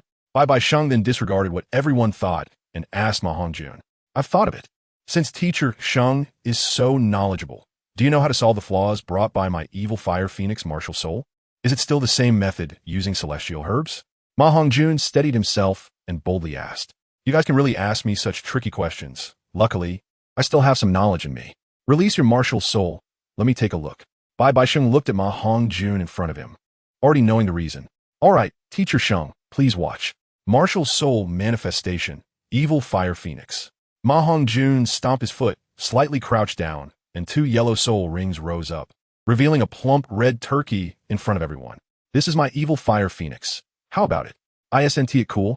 Ma Hongjun said with a blush all over. Phoenix. Fatty, you're not trying to fool us by saying we haven't seen a phoenix image, are you? This is clearly a turkey, and a very fat turkey at that. Xiao Wu pointed at Ma Hongjun's martial soul and questioned in that tone. That's right. It really looks like the turkey we eat. Ning Rongrong couldn't help but nod. Huh, I want to hide it from you. It is indeed a phoenix that has mutated from a turkey. So doesn't that come with the side effect of burning with desire? Ma Hongjun's face turned red, unable to refute. I've seen a little girl who possesses a real phoenix, martial soul, an ice phoenix. She should be 15 years old now, and her soul power must be very close to the soul zone level. Her ice phoenix carries a noble aura. Her eyes have a pride that rivals everything. Yet she is still elegant. Her feathers are very beautiful. She is a rare genius. BibiSheng thought of Shui Binger's ice phoenix while looking at Ma Hongjun's phoenix and couldn't help but say, your evil fire phoenix, to be honest, has a bloodline that is less than half of that little girl's ice phoenix. BibiSheng aided. Yes, indeed, the continent is so vast. And how many geniuses there are. Tang San couldn't help but express his feelings. Is it really that strong? This is the first time I've heard of someone having an ice phoenix as a martial soul. Dai Mubai also exclaimed. Then, teacher Sheng, how do I solve this side effect? Ma Hongjun still asked. Very simple. Just remove the burning desire. BibiSheng's eyes narrowed, and in an instant, a powerful aura pushed back the people around him as he approached Ma Hongjun. Don't be nervous. Bibi Dong slapped his chest with one hand, then quickly grabbed his arms and shook them. He then pushed Ma Hongjun up horizontally, grabbed his legs, shook again, and quickly pressed several of Ma Hongjuan's joints. A piercing cry of the evil fire phoenix echoed in the air, releasing a ball of blood-red desire. Bibi Dong grabbed this ball of blood-red energy. Chapter 105. A little display of skill. There's a term called blood and vigor, and everyone has more or less of it. Ma Hongjun belongs to the category of having too much blood and vigor, which, when accumulated, can harm himself. When the energy of blood and vigor accumulates to a certain extent, it becomes very hot, and if it is not released within a period, it leads to a burning desire. Those who cannot control their blood and vigor may even go berserk, losing themselves and becoming mad, harming both themselves and others. The demon god that Bibi Dong inherited also grew by controlling his own blood and vigor. Initially a berserker, as he mastered more blood and vigor, he gradually advanced to the hell blood demon god, embarking on the path to enhance his own blood and vigor. According to the background of a berserker, it originates from curse. Countless people have died due to blood and vigor. After much exploration, they slowly mastered the method of managing blood and vigor, which is called blood burning. Unfortunately, Ma Hongjun is of this type. After his martial soul mutation, it was incomplete, and the impurities from the failed mutation could not be expelled, so he naturally had to release a small portion periodically using the most primitive method. However, as long as the evil fire phoenix exists, it will continue to breed until the breeding speed increases and the blood and vigor cannot be expelled in time, leading to either an explosion of the body or becoming an evil soul master. If Ma Hongjun were not only 12 years old, he would have to release fire 2 to 3 times a month. Bibi Dong estimated that if Ma Hongjun were around 20, he would probably either be dead or become an evil soul master. What is this? Ma Hongjun looked at the ball of fire in Bibi Dong's hand and couldn't help but ask. This ball of blood and vigor was as big as a volleyball, though it was the result of Bibi compressing it. This is the impurity from the side effects of your martial soul within your body. Fortunately, you are still young, and your soul power is low. It has only accumulated this small ball over the years. If you had another ball this big twice over, you would probably either be dead or become a bloodthirsty mad, evil soul master. Bibi Dong held the ball in his hand for a few people to see, and Ma Hongjun leaned in closer. Immediately, a wave of heat rushed toward him, hitting his face. What is this ball of blood causing the trouble? Teacher Sheng, am I okay now? I have to say, I feel very relaxed all over. I've never felt this comfortable before. Ma Hongjun took a step back, still somewhat apprehensive, then stretched out and found it quite pleasant. Of course not. The root cause is still your evil fire phoenix. This is just the impurities accumulated in your body's meridians over the years. But don't worry, I think the side effects won't occur within the next 2 years. As your soul power increases, these impurities will breed more and more. So to completely treat it, you either have to discard your martial soul or find rare herbs that can purify your phoenix bloodline. The side effects may be due to your martial soul evolving, but it has only evolved halfway because of insufficient bloodline, resulting in its current form that resembles both a phoenix and a turkey. Seeing Zhu Zhuqing and the others gathering around, Bibi Dong slowly explained. So that's how it is, Teacher Sheng, I concede. I didn't expect you to accomplish what my teacher couldn't. Ma Hongjun quickly bowed seriously to Bibi Dong. This is just a temporary solution. Whether you can find the rare herbs depends on your fortune. Bibi Dong accepted Ma Hongjun's bow and said slowly. Regardless, 2 years is still good. Ma Hongjun nodded seriously in response. His what a hot fireball. What temperature could this be? Teacher Sheng, you are amazing. Ning Rongrong wanted to reach out and touch the blood-red ball, but as she approached, she couldn't help but pull her hand back. Just average. I'm only a few years older than you. Bibi Dong said as he crushed the blood-red ball and absorbed it. The blood energy within Bibi Dong increased slightly. For him, even a small increase in blood energy was significant. After all, even the smallest gain is still a gain, and Bibi Dong would naturally not miss the opportunity to increase his blood energy. That is why he chose to help Ma Hongjun. Fatty, you look in good spirits. Let's see if your martial soul has changed. Dai Mubai asked curiously about Ma Hongjun. Let me take a look. Martial soul possession. Ma Hongjun summoned the evil fire phoenix again. Not bad. The flames on your martial soul are much clearer and more vibrant than before. The others could see the noticeable difference in Ma Hongjun's evil fire phoenix. This guy is really 16 years old. How does he seem to know everything? What kind of powerful force could cultivate someone like him? Could he be the destined child of this world? Tang Sin thought as he looked at Bibi Dong. His mind racing, even considering Bibi Dong as the destined child of fate. Do I need to ask him how to cultivate the blue-silver grass martial soul? Or forget it. Teacher will arrive soon. If I ask him about martial soul issues, wouldn't that imply I don't trust my teacher? Tang Xin thought. All right, do you have any other questions? If not, I'm going to sleep. I still haven't fully woken up from the wine I drank at noon. Bibi Dong looked at the group, who were all looking at him with admiration, knowing his goal had been achieved. No more? If that's the case, Teacher Sheng, you should go rest. Do you need me to help you make the bed? Ma Hongjun quickly said, becoming attentive. Forget it, I'm going back to my room. Bibi Dong pretended to be aloof, turning into a shadow and returning to the balcony, then made the bed and went to sleep. Teacher Sheng is too strong. And so handsome, what an idol. Ma Hongjun said with admiration on his face. Fatty, your betrayal is too fast, but Teacher Sheng really impressed me. I didn't expect him to solve your martial soul problem. Fortunately, my martial soul is already complete. Otherwise, I would have wanted to ask him too. Oscar had to agree with Ma Hongjun's words. All right, let's put away the essentials first and stop chatting. The lively Xiao Wu finally had a chance to speak, having been mesmerized by Bibi Dong's impressive actions earlier. Indeed, Tang Xin nodded. It seems I can't avoid asking him. Maybe the secret recipe he mentioned in the morning is real. Zhu Zhuqing thought of the secret recipe Bibi Dong mentioned on the way to Shrek Academy that morning. Back in the dormitory, after making the bed, Ning Rongrong couldn't wait to write down Bibi Dong's words. Chilua Yu Jingxiang herb. What was that carnation again? Xiao Wu, do you remember? Ning Rongrong quickly asked the two beside her. It's called Star Cloud Carnation. Zhu Zhuqing reminded her. Right, Star Cloud Carnation. Ning Rongrong noted it. By the way, do you really believe there are such herbs?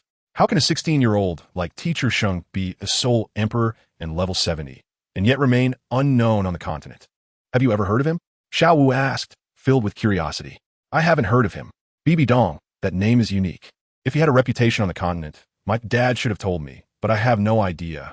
Ning Rongrong shook her head, indicating she hadn't heard of him. I haven't heard of him either. Zhu Zhuqing also shook her head. How strange, he's already level 70. Why doesn't he go get his 7th soul ring and break through to soul sage level sooner, but instead lingers here? Xiao Wu expressed her doubts. This person is incredibly mysterious and has extraordinary insight. Could he have discovered my identity? No, that shouldn't be possible. My true form should be invisible to Title Douluo. Xiao Wu secretly speculated. I estimate that he hasn't found a suitable soul ring yet. You all saw his super strong configuration. His 7th soul ring at least wouldn't be lower than 90,000 years. Ning Rongrong has nothing to be surprised about. That's right, he told me. I've gone back and forth in the Stardow Forest several times without finding a suitable soul beast, so I've been dragging it out. Zhu Zhuqing nodded and said, Speaking of which, Zhu Zhuqing, why are you so mature? How do you know Teacher Sheng? He's so handsome. Have you ever been moved? Ning Rongrong leaned in gossiping. Yeah, there's really a big difference between people. Xiao Wu nodded. I've only known Teacher Sheng for a few days. I was just saved by him in the Stardow Forest. Zhu Zhuqing said a bit nervously. Got it, a hero saving a beauty, how romantic. Ning Rongrong said with an understanding look. Romantic? Let's not talk about it. Zhu Zhuqing hurriedly rejected the topic. On the other side, Tang Xin was also gossiping, comparing various speculations about BibiSheng. Time passed quickly, and it's 6 o'clock in the afternoon. Teacher Xiao Xin finally woke up from his drunken state and hurriedly got up to cook. This made Xiao Wu complain for a long time, exclaiming that she was starving. At night, outside BibiSheng's room, a shadow appeared, watching BibiSheng's house. After thinking for a day, he still couldn't remember where he had seen him. Should I test it? Tang Hao stared at BibiSheng, thinking deeply. Forget it. I'll observe for another couple of days, he decided. Zhao Wujia and Flinder haven't sobered up yet. Let's postpone for 2 days. Tang Hao was extremely conflicted, but in the end, he disappeared into the shadow. The next day, Flinder and Zhao Wujia woke up with headaches, as they had drunk the most yesterday. I didn't say anything, right? Flinder said uncertainly. After washing up, he went to the balcony and saw that BibiSheng and the others were already in the square. It looks like you are ready for class, Flinder said as he walked to the square. As soon as Dai Mubai and the others saw Flinder arrive, they quickly lined up. Flinder couldn't help but glare at BibiSheng, who was sitting on a chair watching the show. Dean, we are ready, Dai Mubai spoke up. Very good. Our Shrek Academy has gained 4 new monsters this year. Not bad. Flinder adjusted his glasses. Then, let's officially start class. Support-type soul masters have weak physical bodies. So on the battlefield, you need to learn to run. Oscar, you take Ning Rongrong and run 20 laps, Flinder said, looking at the two of them. Okay, Dean. Oscar shook his head helplessly and started running with Ning Rongrong. And you 5, Dai Mubai, and Ma Hongjun form one group, and Tang San, Xiao Wu, and Zhu Zhuqing form another group. Let me see your specific strength. Any questions? Flinder looked at the 5 of them. 2 against 3, Dean. No problem, Dai Mubai nodded. Dean, we have no problem either. Xiao Wu immediately jumped up and said. Very good. You have 3 minutes to discuss strategies. Flinder said as he walked over to stand beside BibiSheng, watching the 5 of them. Chapter 106. Ning Fengji surprised Flinder looked at BibiSheng, who was comfortably sitting, and couldn't help but think. Teacher Sheng, who do you think will win in a 2 versus 3? Flinder asked, in purely soul power terms. Tang San's team has a chance to win, but Dai Mubai has level 37 soul power and a 1,000-year soul ring, which is obviously more advantageous. Winning or losing doesn't matter. After all, it's just a test of their abilities, BibiSheng replied calmly. Flinder wanted to say more, but Li Yusong came over holding a letter. Dean, someone outside asked me to give you this letter. Who sent it? Flinder was taken aback and took the letter. With curiosity, Flinder opened the envelope. 7 Treasure Glazed Tile School. Ning Rongrong, I see, Flinder said, putting it away after reading. Dean, what did it say? A get-out-of-jail-free card? So the Dean is afraid? Is it very hot to handle? BibiSheng glanced at him and roughly knew what was going on. It was nothing more than Ning Rongrong coming to Shrek Academy for class, while Flinder was still tangled up in Ning Rongrong's background. The content of the letter was probably just a get-out-of-jail-free card, letting him teach however he wanted without concern. Don't think I don't know. That Ning Rongrong is just pretending to be a good girl. I've lived for so many years, I still have some insight. I suspect that Ning Rongrong is probably not listening to me right now, not running, but rather going to Soto City to have fun. Flinder adjusted his glasses, not expecting Ning Rongrong to obediently listen to him. However, he guessed wrong. Ning Rongrong really didn't run, but instead sped up and shook off Oscar. Come out. I have something to show my dad. Ning Rongrong said slowly behind a tree, taking out the letter she wrote. Miss, someone really appeared beside Ning Rongrong. Take the letter to my dad, and be quick, Ning Rongrong instructed. Yes, miss. The person took the letter and quickly disappeared in front of Ning Rongrong. At the 7 Treasure Glazed Tile School's residence, a youthful-looking elder with white hair flew in on a sword, bursting into the main hall. The entire hall was resplendent, exuding a sense of wealth. Fengji, why did you let Ning Rongrong go out alone? Can those academies provide her with what our 7 Treasure Glazed Tile School can teach? It was Ning Fengji, the sect master of the 7 Treasure Glazed Tile School, and the elder sword Daw Jian Daochen, who had appeared at the prince's mansion before. Jian Douluo could also be considered an elder of Ning Fengji. Jian uncle, please have a seat. I have heard of Shrek Academy. Their dean, Flinder, was the first sharp edge of the Golden Iron Triangle back in the day. Rongrong will be fine, Ning Fengji said with a tone of resignation. That won't do. Rongrong is out there alone, and I really can't rest easy, Jian Douluo said slowly, his tone filled with affection for Rongrong. Jian uncle, you and Long uncle have spoiled Rongrong too much over the years. Ning Fengji said helplessly. Who said we spoiled Rongrong? Jian uncle, just listen to me once. Let our little witch go out. Receiving some other education is also good. Staying in the sect every day is not beneficial for Rongrong's growth, Ning Fengji earnestly advised. Report. Sect master, the young lady has sent a letter to you. A person knelt in the center of the hall. See, Rongrong can't take it anymore. I should go pick her up, Jian Douluo said anxiously, thinking something had happened to Rongrong. Jian uncle, don't be anxious, okay? Let's first see what Rongrong has written. Ning Fengji said helplessly, knowing that his Jian uncle remained indifferent to everything else but would get agitated when it came to Rongrong's matters. Bring the letter up. Jian Douluo could only suppress his anxious heart. Yes, elder. Ning Fengji stepped forward, took the letter in hand, and opened it while Jian Douluo leaned in to take a look. However, the content of the letter was completely different from what the two had imagined, exceeding both of their expectations. Immortal herbs, Chilua tulip, nebula carnation, 9-grade purple Ganoderma can solve the defect problem of the 7 Treasure Glazed Tile Pagoda. Teacher BibiSheng said that the Peji clan knows the specific information about the immortal herbs. Ning Fengji's expression changed after reading the letter. He never expected that the news Ning Rongrong brought back would be this kind. Fengji, don't you think the name BibiSheng sounds a bit familiar? Jian Douluo asked in confusion. BibiSheng, Pope BibiDong of the Spear Hall. Their names are so similar, there must be some connection, Ning Fengji said slowly. Let's not talk about that. Do you think the information BibiSheng gave to Rongrong is true? Jian Douluo questioned. It seems we need to go to the Peji clan to verify it. Ning Fengji suppressed his excitement. Yes, let me ask you, how is Shrek Academy? Is this BibiSheng also a teacher at Shrek Academy? Ning Fengji suddenly asked the person who had come. Dear Sect Master, there are 5 teachers at Shrek Academy. two of whom are high soul saints. As for this BibiSheng, he joined Shrek Academy yesterday and had a conflict. BibiSheng is extremely powerful. A 70th level soul emperor with a configuration of 4 black and 2 red soul rings. With a single soul skill, he defeated a 76th level soul saint with a powerful titan giant bear martial soul. What's more, BibiSheng is only 16 years old.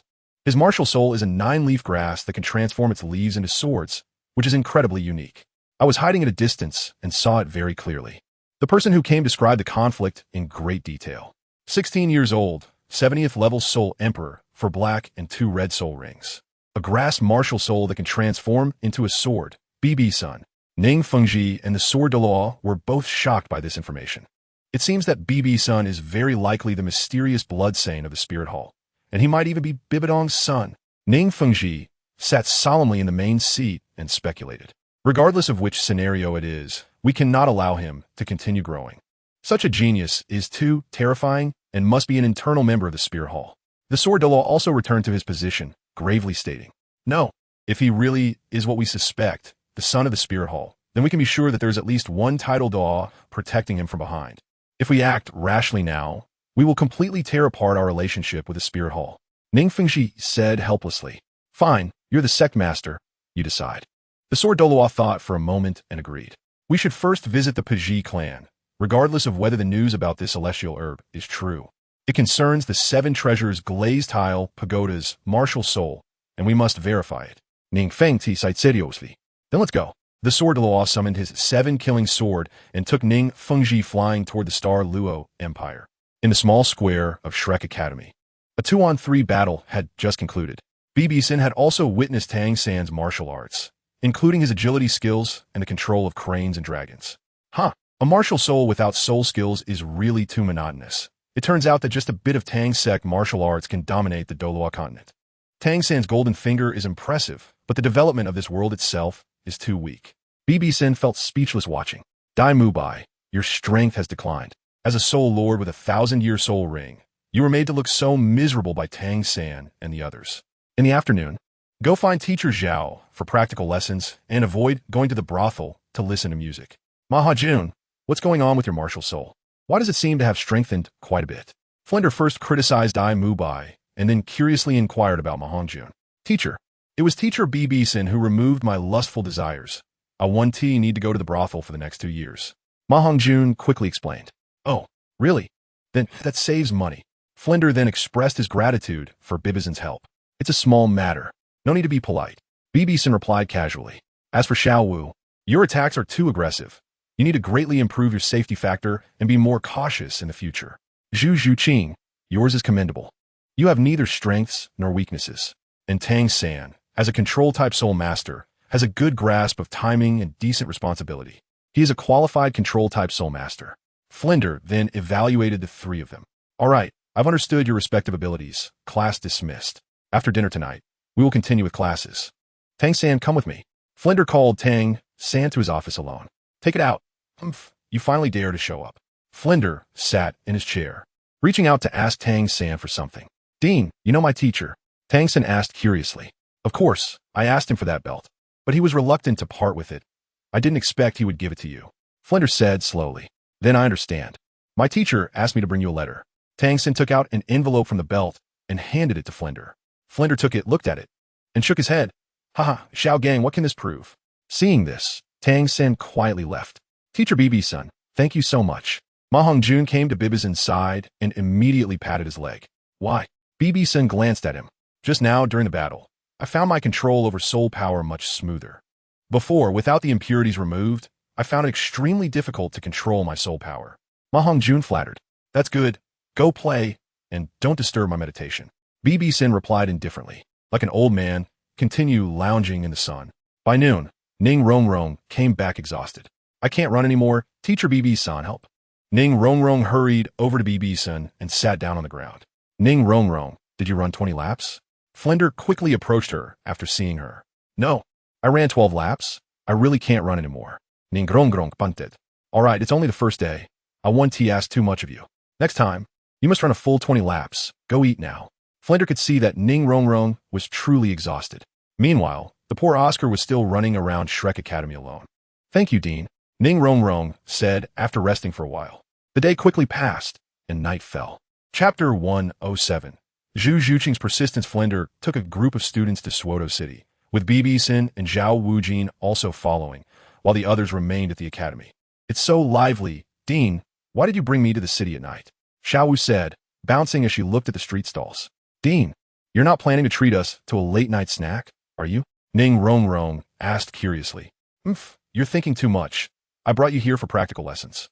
Do you remember the graduation criteria of the academy? You must reach Soul Master by the age of 20 and obtain a Silver Soul Badge. And Suodo City has a big soul arena where you can register for an initial Iron Badge. And you must participate in at least one match at the Soul Arena every day. Daimu Bai, tell them the specific details of the Soul Arena. Flender introduced while leading the way. Where's teacher BB-son? He would have gone to sneak a snack, would he? Ma Hongjun turned around and, not seeing BB-son, wondered. It's possible. After all, the Academy's cafeteria is too bad. Ning Rongrong couldn't help but complain. What are you talking about? I call this saving on expenses, understand? Flender glared angrily. All right, he'll probably catch up later. Let us head to the Soul Arena first. Zhao Wujin also added. Teacher BB-son wouldn't be going to buy snacks, would he? Zhao Wujin thought, swallowing secretly. Meanwhile, BB-son arrived at the Spirit Hall in Suodo City. This Spirit Hall is of the main hall level, smaller than the Heaven Do Holy Hall, but it has at least 3 Soul Saints and 1 Soul Douluo. Halt! We do not entertain guests at night. The guarding soldiers crossed their weapons to block BB-son. BB-son slowly took out his Holy Sun token. This is... Subordinate greets the Blood Holy Sun. Upon seeing the token, the 4 guarding soldiers immediately knelt down. The bishop is inside. BB-son said flatly. He is here, Holy Sun. Please follow me. I will take you in. Tang Hao always felt that BB-son was suspicious, and when BB-son left the group, he followed him, witnessing the scene. I didn't expect him to be from the Spirit Hall. Just showing a token made the soldiers kneel. His identity is not simple. Tang Hao's expression tightened. Could it be that he discovered Xiao San's identity and has come to report to the Spirit Hall? Tang Hao speculated as he waited in place to see if anyone would run out of the Spirit Hall. Inside, BB-son arrived at the main hall. Your Highness, the Holy Sun, I wonder what orders you have for today's visit to the Master of Suodo City. BB-sheng sat in the main seat, facing 3 older bishops who knelt on one knee. Deliver this letter to the Pope through the Wuhuan Temple's informant. Understood? BB-sheng slowly took out a letter and said, Understood. Your Highness, do you have any other commands? The bishop replied as he took the letter. There's a mouse outside. After I leave, send someone to deliver the letter at dawn. BB-sheng stood up and said, Understood. BB-sheng nodded and walked out of the Wuhuan Temple. That was quick. Tang Hao was taken aback, watching BB-sheng leave while still guarding his position, because Tang Hao was waiting to see if anyone from the Wuhuan Temple would leave the city. If someone did, that person would be the informant. Meanwhile, BB-sheng, holding skewers bought from a street vendor, walked into the Great Soul Arena and found Flandre and the others. Wow, this Great Soul Arena is quite lively. BB-sheng approached Flandre and Zhao Wujia. Sheng, didn't you go to buy some snacks? Zhao Wujia asked curiously. What did I say? I was going to buy snacks. By the way, Zhao, do you still dare to drink my wine? You slept for a whole day, BB-sheng reminded. Of course, you still have to teach these kids practical skills. Drinking all day would make you dizzy, Flandre added to Zhao Wujia. Drinking a little before sleep shouldn't affect me, right? Zhao Wujia shrank back under Flandre's gaze. What's going on? Why are Zhu Zhuqing and Tang San facing off? BB-sheng, while eating skewers, noticed Tang San and Zhu Zhuqing confronting each other on stage. They both signed up today, and both are at the Great Soul Master level. So they've matched up. I wonder if Tang San's blue silver grass can control Zhu Zhuqing's nethercat, Flandre said slowly. Is that so?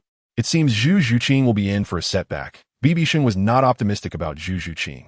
Oh, you really don't think highly of your partner, Zhao Wujia chuckled. Tang San is quite impressive, being able to cultivate the blue-silver grass to this level. Across the continent, I doubt anyone else has cultivated blue-silver grass to the Great Soul Master level. BB-sheng replied with a faint smile. Indeed, I'm quite surprised he could cultivate the blue-silver grass to such a degree. Flandre nodded in agreement. While the 3 were talking, Zhu Zhuqing on stage had already activated her martial spirit, sporting cat ears and a tail, moving swiftly. Tang San's blue-silver grass martial spirit has toxins. I must not let it entangle me, Zhu Zhuqing thought, having gained some understanding of Tang San after 2 days together. First soul skill, nether puncture. With the release of her soul skill, Zhu Zhuqing's speed increased again. The Nether Cat is indeed a speed-type soul master. I need to catch Zhu Zhuqing off guard to subdue her, Tang Xin thought as he watched Zhu Zhuqing turn into a series of phantoms. Purple Extreme Magic Eye. Luckily, I have the Purple Extreme Magic Eye.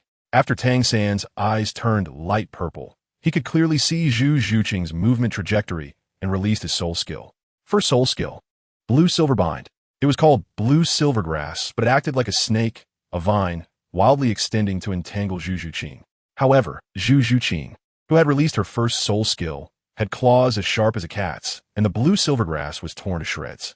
My blue silver grass can't exert its power at the same level. It's too weak, Tang Xin thought, not surprised, having seen this too many times. Ghost Shadow, Mysterious Steps. Just as Zhu Zhuqing was about to attack him, he quickly used his lightness skill to create distance. Self-created soul skill. Zhu Zhuqing was stunned, not expecting Tang San to have a self-created soul skill that matched her speed. Tang San retreated to the spot where Zhu Zhuqing had just shredded the blue silver grass. Clearly, Zhu Zhuqing still hadn't realized and charged again. Tang San then used the Ghost Shadow Mysterious Steps again to create distance, while Zhu Zhuqing landed in Tang San's original position. Zhu Zhuqing, your speed is good, but unfortunately, you've lost. Tang San smiled slightly. Just as Zhu Zhuqing was puzzled, the shredded blue silver grass began to regrow. Second soul skill, Parasite. Yes, it was Tang San's second 100-year soul ring skill. The blue silver grass transformed from one into a mass, surrounding Zhu Zhuqing layer by layer. I've lost. Zhu Zhuqing realized she had fallen into Tang San's trap and could only concede defeat. Tang San wins, earning 1 point. With the announcer's declaration, both of them left the stage. Tang San is quite clever, pretending to be at a disadvantage to lure Zhu Zhuqing into his trap, BibiSheng commented. That is indeed the case. I can only say Zhu Zhuqing was a bit overconfident, or rather careless. She performed quite normally, only showing the basic foundation of speed-type soul master. Flandra nodded. As Flandra understood Zhu Zhuqing's problem as a speed-type soul master, he knew that swift battles and one-hit kills were the characteristics of speed-type soul masters, but she had overlooked the hidden dangers within. After an hour in the Great Soul Arena, it was already 10 o'clock at night. Oh, Dean, aren't you two leaving?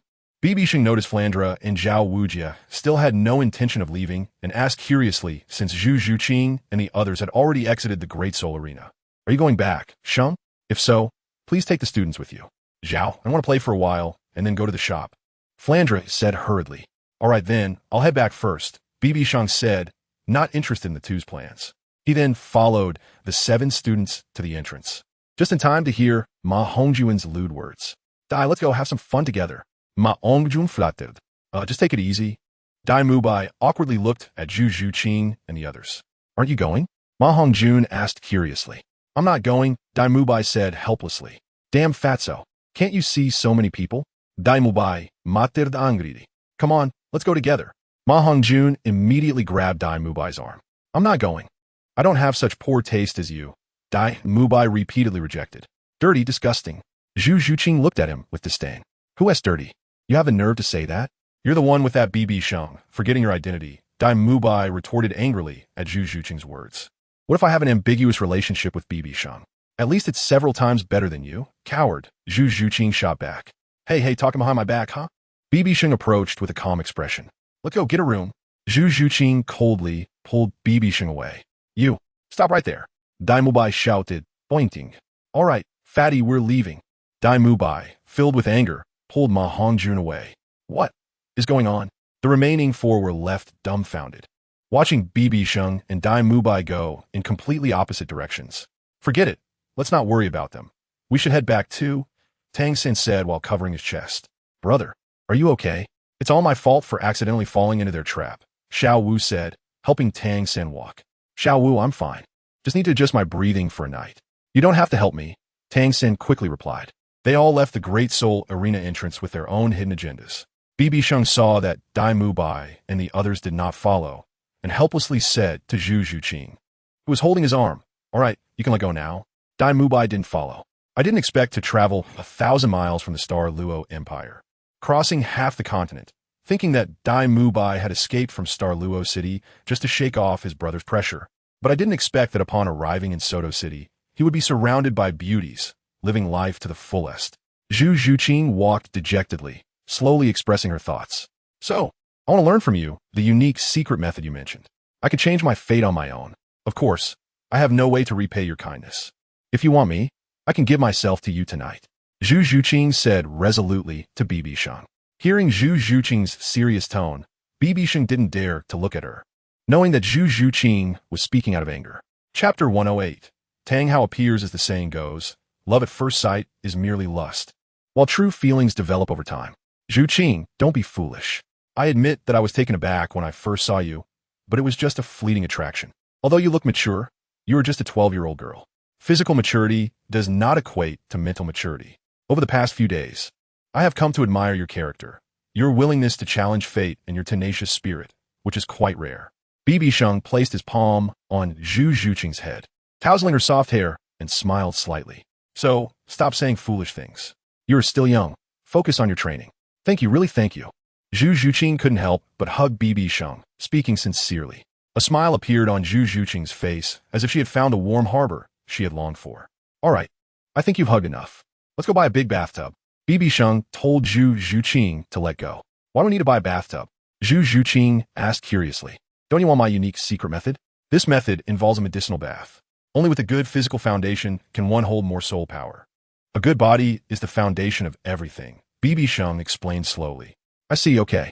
Zhu Zhuqing nodded, then went to buy a bathtub large enough for her in Soto City and returned to Shrek Academy. To her surprise, Ning Rongrong and Xiao Wu were still chatting on their dormitory balcony. Teacher Sheng, didn't you two go to a hotel? Why are you back so soon?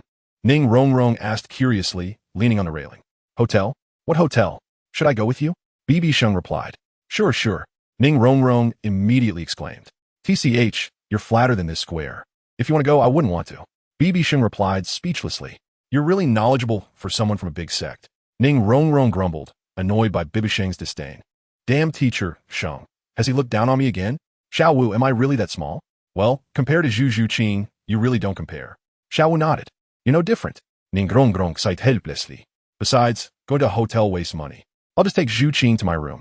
Come on, Zhuqing. BibiSheng said and led Zhu Zhuqing to his room. Hey, Zhuqing really followed. Xiao Wu, let's go take a look. Ning Rongrong said to Xiao Wu as she saw Zhu Zhuqing following. Forget it, there must be something else going on. Maybe he's teaching Zhu Zhuqing how to cultivate soul power. Teacher, Sheng doesn't seem like that kind of pervert. Xiao Wu replied reluctantly. I know, but I'm curious about what secret training methods Teacher Sheng will teach Zhu Zhuqing. Ning Rongrong said, resting her chin on her hand. Let's sleep, anyway. Teacher Sheng won't teach you. Xiao Wu walked into the dormitory. True. Ning Rongrong followed her into the dormitory. Meanwhile, BibiSheng brought Zhu Zhuqing to his dormitory, placed the bathtub in the bathroom, and filled it 2/3 with water. Out of curiosity, Zhu Zhuqing watched as BibiSheng took out a bottle of bright red liquid in a glass vial, which looked like blood, very transparent, and at least 1,000 milliliters. However, BibiSheng only poured a drop into the bathtub, instantly dyeing the water red, turning it a light pink. Try the water with your hand. BibiSheng said to Zhu Zhuqing. Teacher, what is this? Zhu Zhuqing asked curiously. It's a medicinal liquid. At first, you can't pour too much. Just try it and see how it feels. If it's not enough, I'll add a bit more. BibiSheng explained. In fact, it wasn't just any medicinal liquid, but a liquid formed from BibiSheng's blood essence, which could enhance the physique of ordinary weak bodies. After all, BibiSheng's body was not ordinary, being a demon god's body. Just a small amount of blood would be too much for others to handle, so he had to dilute it with water for others to use. Oh, okay. Zhu Zhuqing dipped her right index finger into the water. After about 5 seconds, a wave of heat flowed from her finger up to her arm, causing a slight sting. Zhu Zhuqing immediately startled and pulled her hand out. Teacher, the heat is so strong. My skin feels a bit painful. Zhu Zhuqing hurriedly said. Then this dosage is appropriate. After all, it's your first time experiencing it. A bit of pain is normal. Now, strip down and soak your entire body in the bathtub except for your head until the redness is absorbed and the water becomes clear. That will count as completed. BibiSheng instructed Zhu Zhuqing on what to do next. Of course, the first absorption might result in some black impurities in the water, which is normal. All right, I'll step out now. You must endure and not give up halfway. BibiSheng said and walked out. Teacher, I understand. I will persevere and not let you down. Zhu Zhuqing nodded and said immediately. That's good luck. BibiSheng closed the door after leaving. Zhu Zhuqing, in the bathroom, without any hesitation, stripped down. Her graceful figure lying in the bathtub, with everything below her neck submerged in the water. After about 10 seconds, Zhu Zhuqing felt sensations all over her body. First, it was a tingling sensation, slowly turning into a slight pain, as if countless ants were crawling on her skin, occasionally biting her. Gradually, Zhu Zhuqing bit her teeth, making a crisp sound, her expression showing discomfort and pain. After an unknown amount of time, feeling somewhat numb, Zhu Zhuqing sensed that it felt as if all the pores in her body were opened, gradually becoming more comfortable. Eventually, Zhu Zhuqing fell asleep in the bathtub. Meanwhile, BibiSheng, lying on his bed reading, was suddenly contacted telepathically from afar, a deep and steady voice resounding. BibiSheng, come out. Oh, can't hold back anymore. BibiSheng revealed a playful smile. He got up, walked out of the house, and transformed into a sword shadow, heading toward the forest behind Shrek Academy. In no time, he was already over 1,000 meters away from the academy. Come out. I know you're here. What do you want to teach me by calling me out so late at night? BibiSheng said slowly as he landed in a relatively open area of the forest. Tang Hao, dressed in black, landed about 10 meters away from BibiSheng from a tree branch. Looking closely at BibiSheng's face, Tang Hao's familiarity with him intensified. Who are you? BibiSheng smiled calmly. Don't worry about who I am. Tell me what your relationship is with the Spirit Hall. Weren't you delivering intelligence to the Spirit Hall not long ago? Tang Hao asked, having waited around the Spirit Hall in Soto City for several hours without seeing anyone come out. He thought he had guessed wrong and hurried back to Shrek Academy, calling BibiSheng out to clarify in person. You won't even tell me who you are. So why should I tell you my relationship with the Spirit Hall? BibiSheng replied, puzzled. Am I supposed to just give you my ID and household registration book? If you really have a connection with the Spirit Hall, then I'm sorry. You might not be able to leave here. Tang Hao said as soul rings descended one after another, with a configuration of yellow, purple, black, black, black, black, red. The overwhelming soul power caused the nearby grass and leaves to sway precariously. In his hand, he also held a large silver metal hammer, speaking in a threatening tone. I know your configuration is 4 black and 2 red, but your level is too low. BibiSheng, who is Bai Dong to you? Yo, a 96th level super Douluo with a Haotian hammer martial soul and a 100,000-year spirit ring. Not bad, but you remind me of someone, an insignificant person. Let me think. What was his name? Tang something Hao, right? Tang Hao, the one who took a blue silvergrass as his wife. I have to admit, you're just like Su Xian and Ning Kaichun. All of you are kindred spirits. BibiSheng scratched his head, trying hard to remember something, then sneered. It seems you are the saint's son of the Spirit Hall, and you must not be left alive. Tang Hao's expression changed, thinking of BibiSheng's talent, and immediately wanted to take action. Ah, Tang Hao, tell me, can this grass turn back into a human? By the way, I'm curious. Why did you come to the town near the Spirit Hall back then? BibiSheng spoke to himself, and before he knew it, he had a blue silver grass in his hand, more vibrant and striking than the one growing on the ground, the blue even bluer. Blue silver grass, no. It's Ain, it's you, that child from back then. I should have figured out earlier. No wonder you feel so familiar to me. Give Ain back to me. Tang Hao was slightly stunned, but quickly realized something, and couldn't help but get angry, his voice rising. Clearly recognizing the blue silver emperor and BibiSheng. You still haven't answered my question. Why did you come to the town near the Spirit Hall back then? BibiSheng tugged at a leaf of the blue silver emperor and said slowly. Tang Hao's face darkened. I only saw Ain suffering too much during her pregnancy. So I took her out for a trip, but I didn't expect to encounter a spirit Douluo from the Spirit Hall passing by, which revealed our identities. So that's how it is. How about this? You kneel and give me 100 kowtows, and I'll consider returning this blue silver emperor to you. BibiSheng continued to tug at the blue silver emperor's leaf and smiled slowly. No way. A man's knees are worth gold. I can kneel to heaven, earth, and my parents, but I will never kneel to you. Tang Hao was furious, but still had to control his tone and spoke darkly. Is that so? Oh, blue silver emperor, look. He doesn't want to unite with you. Oops, my hand slipped. Sorry, I accidentally pulled off the leaf you painstakingly grew. As BibiSheng spoke, he broke off a leaf, and sap oozed out from the broken edge. Tang Hao, look, you made your wife cry. It seems like I'm saying, you heartless bastard. This is too hurtful. BibiSheng extended it towards Tang Hao to show him. Stop. I'll kneel. I'll kneel. Tang Hao, both angry and shocked, quickly knelt down and pleaded in front of BibiSheng. Is it okay now? Give him back to me. Tang Hao didn't even kowtow and stretched out his hand to demand. You see, if you had said it earlier, I wouldn't have slipped and the leaf couldn't be reattached. 100 kowtows. BibiSheng said this while tugging at another leaf. Perhaps his hand would slip again in the next second. Chapter 109. Using a bull to kill a chicken. Tang Hao's face, which was not that dark to begin with, turned darker after hearing BibiSheng's demands. Even Zhang Fei from the Three Kingdoms would have a darkened face after getting angry. However, no matter how angry Tang Hao was, no matter how wide he opened his eyes, BibiSheng still looked nonchalant, tugging at the blue-silver emperor and casting a teasing glance at Tang Hao. Let me count, Hao. In your dreams, I'd rather die with you than let you trample on my dignity and personality as a man. And I certainly won't lose face for the Haotian sect. Otherwise, how can I face my ancestors? If you have the ability, confront me head-on. Threatening me with an unconscious blue-silver emperor is nothing of a man. Killing God domain. 7 spirit skill, Haotian true body. Tang Hao slowly stood up from the ground. His expression suddenly calming down, accompanied by a loud shout. A red area released from his body. The killing God domain, and the Haotian hammer in his hand grew gigantic. His expression turned resolute, like a venomous snake, staring intensely at BibiSheng. Good, you have some backbone, that's interesting. If you really kowtowed, I'd actually look down on you even more. However, you're just seeking your own death. Rampage. Demon God Blade. BibiSheng unleashed the power of the Demon God. A towering red column of energy broke through the clouds, shattering the killing God domain. Puff, this power is indeed you. Tang Hao exclaimed in anger. Tang Hao never expected that he couldn't even withstand the opponent's momentum, causing his blood to boil uncontrollably, and he involuntarily spat out a mouthful of blood. Weak. Too weak. You haven't made any progress over the years. It seems your words don't match your strength. I thought you could make me move a bit. BibiSheng sneered dismissively. Is that so? Great Sumeru hammer.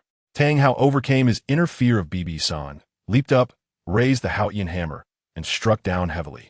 BibiSheng unhurried, horizontally raised the Demon God Blade, lightly blocking Tang Hao's attack.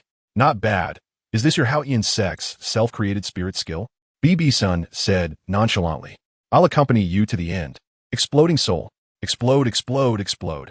Tang Hao revealed 9 spirit rings, exploding 8 rings in succession, instantly forming a massive amount of spirit power, causing Tang Hao's body to swell up, rapidly outputting towards the Haotian hammer, increasing the force.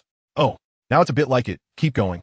BibiSheng continued to block the Haotian hammer, looking relaxed. Damn, why is he so strong? What kind of power is this? What kind of monster is he? I've infused the explosive power of 7 spirit rings, yet I still can't budge him an inch. Tang Hao thought in horror, beads of sweat appearing on his forehead, dripping one by one. 8th spirit ring, explode, great Sumeru hammer. Tang Hao thought to withdraw the Haotian hammer and then struck down rapidly again. Bang. BibiSheng could withstand Tang Hao's powerful strike, but the ground couldn't take it anymore. The area around BibiSheng cracked, sinking him into a circular pit 50 centimeters deep. That's enough force. BibiSheng still spoke lightly. Although the surrounding terrain was destroyed, it caused no harm to BibiSheng, just a slight tremor in his arm. However, the massive shockwave and loud noise spread out, even reaching Shrek Academy in the silent night. Ning Rongrong, was there earthquake? Xiaowu was startled awake by the tremor. Sitting up immediately. Where was there an earthquake? Ning Rongrong said drowsily, looking like she had been sleeping comfortably. The others on Tang San's side were also startled awake and came out of the dormitory. Zhu Zhuqing, who was asleep in the bathtub, was jolted awake as water splashed on her face from the tremor. Teacher, what happened? Zhu Zhuqing, still in the bathtub, called out softly, thinking it was BibiSheng outside, but received no response. Could it be that the teacher went to check the situation? Oh, the water has cleared up a lot. I might as well continue soaking. Zhu Zhuqing thought that BibiSheng had gone to investigate, so she didn't pay much attention, fully trusting BibiSheng. Meanwhile, Xiaowu and the others curiously walked out to the balcony and saw an unbelievable sight in the distance on the back mountain of the academy. A gigantic red dog stood in the forest, towering over 100 meters, its mouth wide open as if it were about to swallow the moon hanging high in the sky. Tang Hao, with such little ability, you might as well die. Just in case you cause trouble behind my back, I'll end you with my strongest move. Don't worry, your family will soon be united.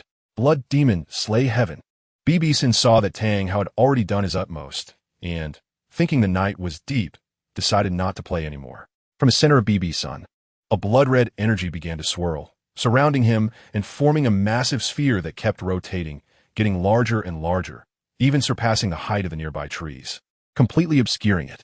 Finally, it formed a gigantic blood-colored wolf's head, crashing towards Tang Hao. However, Tang Hao had already been shattered into nothing during the rotation of the giant sphere, leaving not even a trace of ashes. Boom, it was as if a nuclear bomb had been dropped in the forest, completely destroying the mountain, shaking the earth, and causing a tremendous uproar that spread throughout the village of Shrek Academy, with wooden houses swaying precariously. Moreover, this wave of energy even reached Soto City, where the city walls trembled and soldiers were thrown off balance. Damn, there was an earthquake. Everyone simply took this violent tremor as a natural disaster, because even a tidal Douluo wouldn't be able to unleash such earth-shattering attacks. After BibiSheng retracted her attack and looked at everything around her that had been reduced to rubble, she hurriedly put on her clothes and ran away, as her clothes had already been burned to ashes in the immense energy. This has gone too far. BibiSheng immediately left the scene, and as for Tang Hao, she already knew he had been crushed by her energy. But the blood demon killing heaven technique could no longer be retracted. After returning to Shrek Academy, BibiSheng shouted anxiously. What happened? Was there an earthquake? She arrived at the square and saw everyone had collapsed, looking dazed and disoriented. She also noticed that 2 unstable wooden houses had collapsed, but fortunately, no one was living in them. Zhu Zhuqing. BibiSheng remembered that Zhu Zhuqing was still soaking in the bathtub and hurriedly ran back to her room. Zhuqing, Zhuqing. BibiSheng called out twice, but there was no response. She guessed that Zhu Zhuqing was stunned by the tremor, but it seemed she wasn't wearing any clothes. Forget it. It doesn't matter. BibiSheng rushed into the bathroom and found the bathtub shattered, water splattered everywhere, and the naked Zhu Zhuqing exposed to the air. BibiSheng quickly picked up Zhu Zhuqing and placed her on her bed, covering her with a blanket to prevent her from getting cold in the middle of the night. Looking at the color of the water, she was relieved that Zhu Zhuqing had absorbed most of it and that nothing was wasted. BibiSheng sighed in relief. She then returned to the square to wake everyone up one by one. Wake up! Unable to rouse them, BibiSheng had no choice but to splash cold water on their heads. Oh, what happened? Tang San was startled awake. Wow, why are you all passed out outside? Aren't you afraid of the cold? BibiSheng held a basin, indicating that she was the one who splashed them. Damn, BibiSheng, you actually splashed water on me. Ning Rongrong exclaimed angrily after waking up. You two are drenched and exposed. Be more careful. BibiSheng quickly reminded the two. Xiao Wu and Ning Rongrong screamed and rushed back to their dormitory. After all, they were only wearing thin pajamas, and when the pajamas got wet, their silhouettes became faintly discernible. Dai Mubai and Ma Hongjun haven't returned yet. I haven't noticed them, BibiSheng wondered. They probably haven't come back, Oscar said as he stood up, patting his head. You guys are too weak. A little earthquake knocked you out. Your physiques need to be improved. You should exercise more and not just meditate. BibiSheng mocked the two. What earthquake? It was a huge red dog that became a deity. It stomped its foot and knocked us out. Oscar immediately recounted what he had seen in disbelief. Look, you're still talking nonsense. It seems you haven't woken up yet. Tang San, step aside. Let me splash another basin of water, BibiSheng called out. Teacher Sheng, I also saw it. There was indeed a big red dog that seemed to swallow the moon. And then we were all knocked out. As for whether it was a dog becoming a deity, perhaps there was some phenomenon in the mountains. Maybe it was truly an earthquake phenomenon. Tang San also shared what he saw. It's really strange. It's getting late, and tomorrow we should go into the mountains to investigate. BibiSheng said with a puzzled expression. What dog head? That was a wolf head, BibiSheng added secretly. At this moment, the three teachers, Li Yusong and his colleagues, arrived at the square.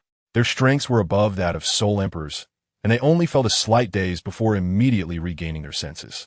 Teacher Sheng, is everyone okay? I have some recovery beans, Xiao Xin asked. Teacher Xiao, my soul power was a bit disrupted by the tremor, Tang San said without hesitation. Me too, Oscar nodded. Teachers, we also want to eat, Xiao Wu and Ning Rongrong, now dressed, approached. I'll give you each one. Xiao Xin took out 4 green beans and distributed them to the 4. Thank you, Teacher Xiao. All right, eat and rest quickly. There shouldn't be any more earthquakes. BibiSheng said slowly. Teacher Sheng, is Zhu Zhuqing still not awake? Ning Rongrong asked curiously.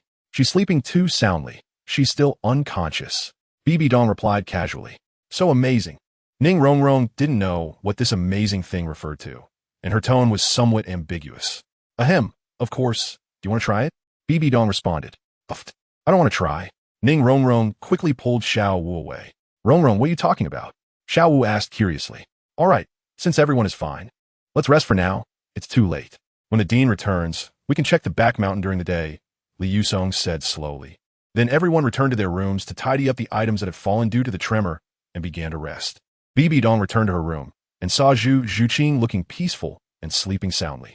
BibiSheng went to the living room outside her bedroom, lay on her lounge chair, covered herself with a small blanket, and slowly fell asleep. Chapter 1, 10 Departure. Stardew Great Forest. The next day, in the morning, Zhu Zhuqing suddenly sat up, the blanket slipping off, revealing a stunning sight. Zhu Zhuqing was taken aback and quickly grabbed the blanket, looking suspiciously around the bedroom. And only then did she breathe a sigh of relief upon realizing no one was there. How'd I end up in bed? Zhu Zhuqing shook her head as she recalled the events of last night. She only remembered soaking in the bathtub before being knocked out by a violent tremor. I should have been in the bathroom. How did I end up in bed? Zhu Zhuqing looked at her naked body, realizing she was completely unclothed, but fortunately, she felt no discomfort. Instead, she felt a surge of strength, as if she had endless energy. Filled with confusion, Zhu Zhuqing quickly took out a similarly styled outfit from her spatial soul guide and got dressed. Stepping out of the bedroom, she saw BibiDong still sound asleep. It seems the teacher found me unconscious and put me in bed. Does that mean BibiDong saw me completely naked? Zhu Zhuqing's face flushed as she thought to herself. But as she watched BibiDong's peaceful sleeping posture, she became entranced and ended up tripping over her own feet, falling on a BibiDong. Ugh! BibiDong instinctively wrapped her arms around Zhu Zhuqing. Although their bodies were separated by a blanket, their faces touched. Teacher, I'm sorry. I felt a bit dizzy and wanted to go around you to get out, but I tripped over myself. Zhu Zhuqing quickly explained as she got up. It's fine, but this medicinal bath seems to have good effects. You almost crushed me, BibiDong said, releasing Zhu Zhuqing with a sigh. Thanks to the teacher's help. I feel so full of strength. Zhu Zhuqing's face turned red as she thought about possibly being seen naked by BibiDong. Oh, really? Let's soak again in 3 days. And your bathtub is broken. The quality isn't good, BibiDong said, closing her eyes again. Teacher, you saw everything. Zhu Zhuqing asked softly. Yes, I saw it. In a panic. Your clothes got wet, so I could only quickly carry you to bed. Otherwise, you'd catch a cold, especially after just soaking. Your whole body was still wet. Plus, it was the middle of the night, so I had to do it that way, BibiDong explained slowly. It's fine, but by the way, teacher, what happened last night? There was such a strong, violent wave. Zhu Zhuqing asked suspiciously. Not sure. Ning Rongrong and the others said they only saw a large red dog swallowing the moon. Isn't that nonsense? It must be an anomaly caused by the earthquake. BibiSheng said with a faint smile. Is that so? Zhu Zhuqing listened, feeling confused. Don't think about it. Let's wait for everyone to get up and go into the mountains to take a look. Aren't you still feeling dizzy? Why don't you lie down with me for a while? BibiSheng teased Zhu Zhuqing at this moment. Teacher, no need. I'll head back to the dormitory first. Zhu Zhuqing said as she swiftly ran out of the room. It's still early. I'll sleep a bit more. BibiSheng shrugged and continued to sleep. Zhu Zhuqing returned to the dormitory, where Ning Rongrong and Xiao Wu were still asleep, so she climbed onto her own bed and began meditating. Zhu Zhuqing was surprised to find that the effect of her meditation was even better than usual. She could keenly feel that absorbing soul power was not as strenuous. After a while, a wave of soul power surged from Zhu Zhuqing, breaking through to level 28. Another earthquake. Feeling the fluctuation from Zhu Zhuqing, Xiao Wu immediately sat up, startled. Where's the earthquake? Ning Rongrong was woken up by Xiao Wu's shout, looking confused. Which one? It's because I broke through, Zhu Zhuqing said with an awkward smile. Oh, Zhuqing, you're back, Ning Rongrong said as she ran over to Zhu Zhuqing's bed. That annoying BibiSheng actually occupied you for an entire night. Did it hurt, Zhuqing? Ning Rongrong sighed indignantly. What hurt? Zhu Zhuqing asked, puzzled. That thing. Ning Rongrong gestured with her finger. Don't say that. Teacher Sheng isn't that kind of person. I was just cultivating in Teacher Sheng's room. The effect was quite good. I didn't expect to break through a level after just one night. Zhu Zhuqing quickly covered Ning Rongrong's hand. Then he was bragging. But your skin seems to have improved and become more delicate. What method did Teacher Sheng teach you? Ning Rongrong asked curiously. I can't say, and I don't even know what it is. If you want to know, go ask Teacher Sheng. Although Zhu Zhuqing didn't know what the red liquid in the transparent porcelain was, it clearly dyed a large bucket of water red with just one drop, indicating it was something precious, so she couldn't say anything. So mysterious. Ning Rongrong pouted in dissatisfaction. All right, Teacher Sheng has helped your 7-treasure glazed tile school before. If one day you really find a divine herb, your martial soul can solve its flaws. As for me, I have to ask Teacher Sheng about my issues. I'm the most ordinary one among the three of us. Xiao Wu said with envy to the two. That's true. I wonder if my dad is looking for information about this broken clan now. Ning Rongrong nodded, looking a bit embarrassed. All right, let's wash up and get ready. The three began to dress up while joking around. Meanwhile, in Tang San's dormitory, Oscar was sitting on his bed cultivating. Tang Sin was still in bed, frowning, looking somewhat painful, as if he were having a nightmare. Indeed, Tang Sin dreamed in the middle of the night about his father, Tang Hao, saying goodbye to him. Lil San, you must work hard to live well. I am incompetent as a father. I haven't taught you anything or taken care of you as you've grown up. Dad! Dad! Tang Sin shouted, suddenly waking up, beads of sweat forming on his forehead. Tang Sin looked around, confused and frightened, realizing he was in his own room. What happened to me? Why did I have such a dream? Could something have happened to Dad? But I haven't seen him since I was 6, and I don't even know where he is. Tang Sin couldn't help but rub his forehead, feeling a headache. Something must have happened to Dad. But how should I find him? Tang Sin got up and took a cold shower because he was covered in the cold sweat left from the nightmare. Oscar is quite diligent. Tang Sin noticed that after finishing his shower, Oscar was still meditating on his bed, and he couldn't help but acknowledge it. He then left the dormitory to avoid disturbing Oscar. Tang Sin arrived at the square and found Xiao Wu and the others lined up. So he hurried back to the group. Tang San, you almost made us late. Is Oscar still sleeping? Flender and Dai Mubai were back. Dean, I saw Oscar meditating on his bed, so I didn't disturb him. Tang San replied immediately. Third brother, why did you wake up so late? Aren't you usually the first to get up? Xiao Wu asked curiously. Xiao Wu, I'm fine. It's probably because of last night. I had a little dream after falling asleep. Tang San softly said, not telling Xiao Wu about dreaming of Tang Hao. Dai Mubai, go wake Oscar up. Flender had no choice but to let Dai Mubai go wake Oscar, since he was a bit closer to him. Dean, I'm here. Oscar ran over excitedly. Oscar, you're 1 minute late, and you seem quite happy. Today's running is an extra 10 laps. Flender said sternly, not happy. If everyone is late like this, how can I maintain my position? Flender thought to himself. No, Dean, let me explain. After the earthquake last night, I haven't slept and felt something, so I kept meditating. I didn't expect to break through to level 30 just now. Oscar hurriedly explained. Oh, you broke through? Not bad. Not bad, a 14-year-old food system soul master. Well, I forgive you. Flender was also pleased to hear this and lifted the punishment. Xiao, that's amazing. Congratulations. Gaining a soul ring means you're a soul master now. Dai Mubai and Ma Hongjun, who were closest to Oscar, immediately said, Congratulations. Zhu Zhuqing and the others also quickly chimed in. Thank you all. Oscar replied in kind. So, Dean, when are we going to obtain our soul rings? Oscar then asked. Students, since Oscar has reached level 30 soul power, I've decided to let you 6 as his classmates go together to the Stardow Forest to develop your teamwork. As for your safety, Teacher Zhao will lead the group, so there shouldn't be any accidents. Flender announced seriously. What is so happy? What happened with Teacher Zhao? BibiSheng walked over curiously from a distance. Teacher Sheng, it's because Oscar has broken through to level 30 soul power, and I plan to have Teacher Zhao take the 7 of them to the Stardow Forest for training. Flender said with a slow smile. I see, that's great. Such a fun thing. I'll go along too. If a 10,000-year soul beast pops out on the outskirts, it would be perfect for my 7th soul ring. BibiSheng's eyes showed a hint of excitement as he smiled slowly. Teacher Sheng, you're joking. How could a 10,000-year soul beast appear on the outskirts? Xiao Wu chuckled. You think too well, wanting to encounter a 10,000-year soul beast. Xiao Wu secretly scoffed at BibiSheng Scots. Exactly, Teacher Sheng. You really are daydreaming. Ning Rongrong added. Then it depends on whether the heavens will be kind to me. I'm really troubled about this 7th soul ring. Sometimes I really want to just kill a 10,000-year soul beast. BibiSheng said, looking at Xiao Wu, who was very alluring to soul masters. Teacher Sheng, it would be best if you come along. With Teacher Zhao, the student's safety will be better guaranteed. Flender smiled, and since BibiSheng wanted to join, there was no reason to refuse.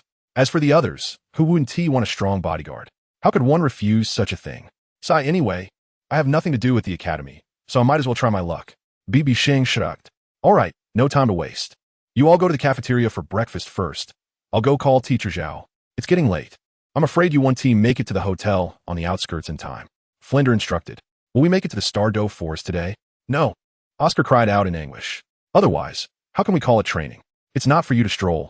I want you to run to the Stardow Forest. Flender said and walked away. Wait, I need to eat a bit more. Ma Hongjun looked at his belly. Soon, the 7 of them rushed into the cafeteria, feasting heartily, gathering at the school gate by 9 in the morning. Teacher Sheng, you're going too, right? Zhao Wujia was taken aback when he heard Flender's introduction. Of course. Let's go. Bibi Dong arrived at the school gate first. A bunch of little rascals start running. Destination, Stardow Forest. After Zhao Wujie came out, he said, "Why not call us little bears?" Xiao Wu couldn't help but murmur. Upon hearing this, Zhao Wujie immediately snorted. "I'll scout the way for you, Qing Feng sword." Bibi Dong smiled and transformed into a sword shadow, soaring into the sky. "So cool, I wish I could fly too," Ma Hongjun said enviously. "You want to fly? Your fire chicken martial soul is too fat to lift off." "Damn it, Oscar, you stop right there." Everyone headed towards the Stardow Forest. Chapter 111. Bibi Dong's letter. Just as Bibi Dong and her group were on their way, a letter arrived at the Spirit Hall in the hands of Bibi Dong. "Dear Mother, guess where I am?" The first sentence made Bibi Dong grit her teeth. Isn't it just a letter from Sachuo City in the Barak Kingdom? Where else could it be? Bibi Dong pouted, feeling her intelligence was insulted, but what could she do? After all, it's her child. "I'm in Sachuo City and have found an interesting academy that gathers people from the Xingluo royal family, the 7 Treasure Glazed Tile School, and the Haotian School. It's interesting, especially a girl in a pink dress. Let me keep it a secret for now." Upon reading this, Bibi Dong gritted her teeth again, that little brat. However, the letter continued. "I informed Ning Fengji's daughter, Ning Rongrong, about the news of the immortal herb, and Ning Rongrong probably told Ning Fengji about the Break Clan. So I estimate Ning Fengji will be eager to head to the Xingluo Empire. As for what happens next, I believe Mother knows. Your favorite Sheng sends this by. Please don't disturb my fun." After seeing the content of the letter sent by BibiSheng, Bibi Dong smiled indulgently and tucked the letter away. "Ayue Quan, Hui Mei." Bibi Dong's expression turned serious as she called out, "Your Holiness, we are here." Zhu Douluo and Gue Douluo suddenly appeared in the center of the Pope's hall, kneeling down on one knee. "Take 50 Shadow Department members to the Xingluo Empire. After Ning Fengji leaves, kill the Break Clan and the Min Clan if they don't surrender. And call Elder Ghost Leopard as well. We must be foolproof."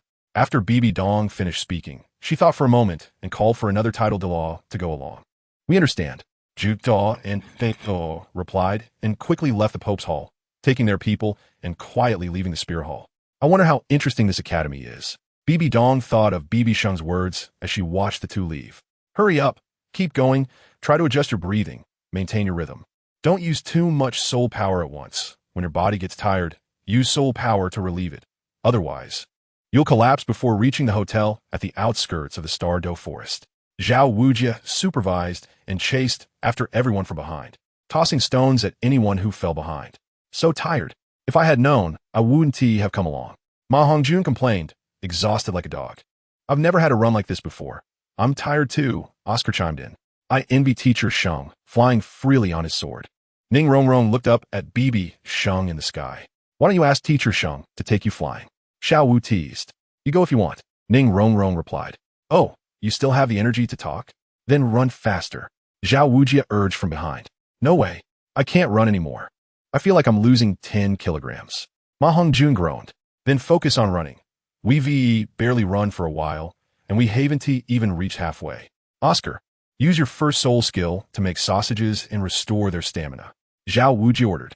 "Okay, Teacher Zhao, brothers, come try my big sausage," Oscar said as his soul rings lit up, producing one sausage after another, totaling 6, since Oscar ate his own sausages. They only filled his stomach and didn't restore his stamina or soul power. At such times, the effect of Food System Soul Masters was greatly significant, which is why Food System Soul Masters always manage the supply of resources from the rear. Food System Soul Masters are rare talents, worth 2 in 1. BibiSheng looked at Oscar and couldn't help but admire him, thinking about how to pull Oscar into the Spear Hall camp. Moreover, being a Food System Soul Master with innate full soul power is even more important. Perhaps he could be the first Food System Soul Master to reach the title Douluo rank and achieve the title of the continent's first support Soul Master. Flinder really knows how to hide Oscar. Such talent would be a huge loss if BibiSheng didn't recruit him. After all, he is the first Food System Soul Master with innate full soul power on the continent. Oh no, Xiao Wu felt nauseated when she saw Oscar's lewd expression while chanting. "Xiao Wu, you should eat. Otherwise, you really won't last until the Stardow Forest. It's over 1,000 miles from the academy to the Stardow Forest." Tanks and couldn't help but advise. Zhu Zhuqing glanced at BibiSheng in the sky and immediately walked over to Oscar, being the first to take a big sausage. "Xiao Ao, give me one," Zhu Zhuqing said coldly to Oscar. "Here, although I look really lewd when I chant, the sausage tastes pretty good," Oscar explained. "Thank you." Zhu Zhuqing thanked Oscar after taking the sausage. "You're welcome. You guys hurry up. If the effect of the sausage to restore stamina and soul power wears off. It won to be good. Oscar shouted. Why can't you make my favorite food? Carrots? Xiao Wu said helplessly. But there are no soul beasts that produce carrots. Oscar replied, feeling both amused and helpless. Xiao Wu is like this. She is a bit quirky. Don't mind it. Give us each one. Tang San said, somewhat embarrassedly to Oscar. No problem, no problem. I guarantee after you eat my sausage, you'll rave about it. Oscar didn't mind at all. After all, his chanting did seem a bit lewd, making it easy for people to misunderstand. Wow, it really tastes good. Xiao Wu closed her eyes and swallowed it in one bite, discovering that it tasted indeed good. Rong, come eat too. It tastes good. Xiao Wu quickly called out to Ning Rong. Zhu Qing, is it really good? Ning Rong couldn't help but ask Zhu Qing. Zhu Qing nodded at Ning Rong. Ning Rong also approached Oscar, took the sausage, and like Xiao Wu, closed her eyes, thinking that if she was going to die, she might as well eat the sausage. Hey Xiao Ao, all three girls are eating your big sausage now. Ma Hongjun immediately joked. Fatty, you're asking for a beating. Xiao Wu immediately acted angry. Hey, I'm running first. BibiSheng observed that because of this special training trip, combined with their age of love and friendship, the relationships among the few had become much closer.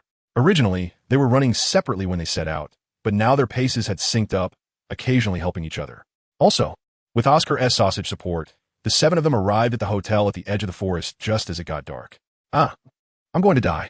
Ma Hongjun saw the hotel and directly plopped down on the grass, panting heavily. I'm tired too. I've managed to make more than 20 sausages, and I still have to run around. I'm exhausted. Oscar is sitting next to me and says, fortunately, with Oscar, the food-type spirit, you guys will probably have to spend the night outdoors. Now you know Oscar's role, right? Zhao Wujia is also a bit tired. It's impossible not to be, but not as exhausted as the others. Yes, Teacher Zhao, let's hurry inside. We're going to starve, Ning Rong says, sweating profusely, supporting Xiao Wu. Let's adjust our breathing first. Then we can go in, Zhao Wujia reminds them. By the way, where is Teacher Sheng? Tang San asks curiously. Maybe he's already inside, feasting. Oscar responds. Come on. I'm starving. Zhao Wujia leads the seven towards the inn. Upon entering, they find BibiSheng sitting in the center, with 3 dishes already prepared on the table. Wow, Teacher Sheng, love you. I didn't expect it to be ready. Ma Hongjun rushes over to sit down. Teacher Sheng, you're so considerate. Ning Rong quickly sits down as well. The others also find their seats. Wait a minute, Teacher Sheng, you don't know when we go out. Dean Flander told us teachers to separate from the students and manage our own affairs. This is to cultivate their independence. Zhao Wujia quickly reminds them. Really? Isn't it because Flander is too stingy? BibiSheng says. That's right, Dean Flander is indeed too stingy. Xiao Wu nods in agreement. All right, I prepared everything. Even the rooms are ready. This won't cost much. BibiSheng casually pulls out 5 keys. You boys can share 2 per room, and Zhu Qing. You 3 girls can share 1. Zhao Teacher, you have 1, and I have 1, BibiSheng explains. Teacher Sheng, I think Zhao Teacher is right. We shouldn't rely too much on you while out here. It's not beneficial for our growth in middle school. We'll just give you the money. Tang San says at this time. Yes, Teacher Sheng, let's follow the dean's words. Dai Mubai calmly nods. All right. It's rare to see you all with such a quality of not being greedy. So, just give me the money, BibiSheng. Seeing that Tang San and the others are saying this, does not insist any longer. After collecting the money, BibiSheng disinterestedly opens another table with Zhao Wujia. Teacher Zhao, why did you say that? Look, it made things awkward. I'm punishing you to drink a bowl, BibiSheng says, pouring a bottle of wine. Teacher Sheng, isn't this inappropriate? What if we drink too much, and there's no one to look after these students? Zhao Wujia licks his lips, feeling a bit anxious. Don't worry, I have it under control. This isn't the last time strong liquor. It's light beer, low alcohol content. With your tolerance, a small bowl is no problem. Just drink a little, BibiSheng smiles slowly. That's good. Then I'll just have a small bowl. Zhao Wujia breathes a sigh of relief. As the dishes are served, BibiSheng and Zhao Wujia clink their bowls. Before long, they hear a commotion in the hall and quickly look over. A small academy like Songhue, how arrogant. They hear Dai Mubai's loud voice. Looks like there's a good show to watch. Oscar agrees. Why? Xiao Wu asks curiously. Our dean's quote, a spirit master who doesn't dare to cause trouble isn't a good spirit master, Ma Hongjun loudly states. BibiSheng frowns slightly upon hearing this. It sounds a bit too arrogant. Chapter 112. Encountering Songhue Academy. If someone gets beaten to death, BibiSheng wouldn't be surprised. Teacher Zhao. Hearing this makes me want to go over and beat them up. Is this how Dean Flander teaches? BibiSheng looks at Zhao Wujia suspiciously. Zhao Wujia leisurely takes a sip of wine and chews a couple of peanuts before slowly saying, Teacher Sheng, you know I'm a rough man without much knowledge. So what Flanders says has nothing to do with me. BibiSheng stares blankly at Zhao Wujia. That makes sense, very reasonable. So it seems like if they get beaten up, it's none of my business. Come on, Teacher Zhao, let's drink. Just as BibiSheng clinks bowls with Zhao Wujia, conflict arises over at Zhu Zhuqing's side. A fight. I love fighting. Let me handle it. Xiao Wu immediately jumps out. Xiao Wu, being a close combat rabbit, displays her agility and high flexibility, effortlessly executing various difficult moves. In just moments, she takes down 7 or 8 students from Songhue Academy, leaving them with bruised faces and even smashing a teacher's table. A plate of dumplings is knocked to the ground, and the teacher from Songhue Academy's expression stiffens instantly. Enough. Which academy are you from, being so arrogant? I am Yi Zhiqiu, a teacher from Songhue Academy. Bring out your teacher. Yi Zihiu, Bidingji. 65-meter-tall teacher from Songhue Academy, stand before Dai Mubai and the others, speaking gloomily. We're from Shrek Academy. If you want to see our teacher, you might not be qualified. Dai Mubai stands in front of the 6 and says, Shrek Academy? Never heard of it. Where did this wild academy come from? Yi Zhiqiu frowns. He really hasn't heard of Shrek Academy. That's because you're ignorant, Dai Mubai sneers. It seems I need to teach you a lesson on behalf of your teacher. Xian Gui embodies. Yi Zhiqiu stomps the ground, activating his spirit, revealing a green turtle spirit. With 5 soul rings of white, yellow, and purple rising under his feet, clearly a soul king. I'll give you a chance to call out your teacher. I don't want to bully the small, Yi Zhiqiu says with a slow smile after activating his spirit. What does a soul king think he's doing? Besides, we can deal with you just fine. There's no need to call Teacher Zhao out. Ma Hongjun quickly responds. We're in 2, White Tiger embodiment. Dai Mubai and the others also unleash their powers. They all have the best spirit rings, and there's even a soul master among them. Why have I never heard of students taught by Shrek Academy? Yi Zhiqiu secretly looks at the group in surprise, trying to recall information about Shrek Academy. But he is certain he has never heard of it. All right, a few great soul masters think they can challenge me. A soul king? It seems I need to let you feel the terror of a soul king. Yi Zhiqiu adjusts his monocle and darkly says, since there are students from his own academy here, if he doesn't respond to these kids' provocation, he would have no face to return to the academy. Thus, Yi Zhiqiu slowly raises his aura, preparing to act at any moment. Ladies and gentlemen, this place is too small to accommodate the tussle of great soul masters.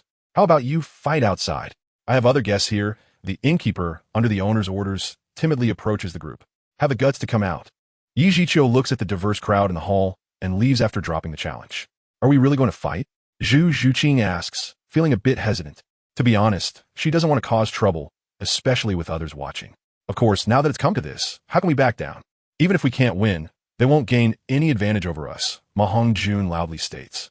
However, this person has a Xian Gui spirit, which should have exceptional defensive capabilities.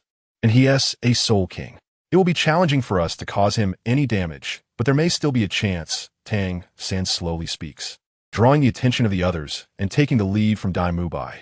Oh, Tang San, what plan do you have? Dai Mubai asks. Well, I do have some ideas. His martial soul is defensive, and his attack power and speed should also be unremarkable, just like Teacher Zhao. The biggest flaw of defensive soul masters is their lack of speed. Therefore, the best strategy is to drag out the battle. Perhaps there is a chance. A glint of shrewdness flashed in Tang San's eyes as he gradually analyzed Yi Zhiqiu's abilities to come up with a countermeasure. How to fight? You tell me, Tang San. Dai Mubai looked at Tang San, who was trying to bait them, and spoke up. Let us do this. I, Dai Mubai, and Zhu Zhuqing will engage Yi Zhiqiu, while Xiao Wu provides support. Xian Gui is water attribute, so Ma Hongjun will be the main attacker this time. Water and fire counter each other, plus Oscar S. sausages. We can wear him down over time. As for Ning Rongrong's support, it's crucial. She can boost Ma Hongjun and Dai Mubai's power at critical moments and increase Xiao Wu and Zhu Zhuqing's speed. This is my general battle plan, of course. It's not absolute, as every soul master is quite shrewd. Tang San's last sentence left himself a way out. All right, let us do it. We're off. Dai Mubai took the lead and confronted Yi Zhiqiu. You really came out. Let me show you how to behave. Yi Zhiqiu sneered. Behave? I'm not human. I'm a monster. Ma Hongjun chuckled. Then let us see how arrogant you really are at such a young age. Yi Zhiqiu didn't attack first. After all, he was a soul king and also a teacher in academy. The battle was about to break out, and BibiSheng shook his head, looking at Zhao Wujie. If you don't stop them, they might suffer a big loss. No need, it's good for them to know. You learn from a sting, Zhao Wujie said leisurely. That's true, BibiSheng nodded. First soul skill, White Tiger Shield.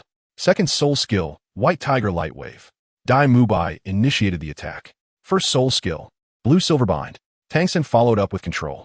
First and second soul skills, Phoenix Fire Line. Finally, Ma Hongjun launched a fire line attack. That's it, Dai Mubai said, puzzled. Wait, there's a chill, Tang Xin reminded. First soul skill, Xian Gui Shield.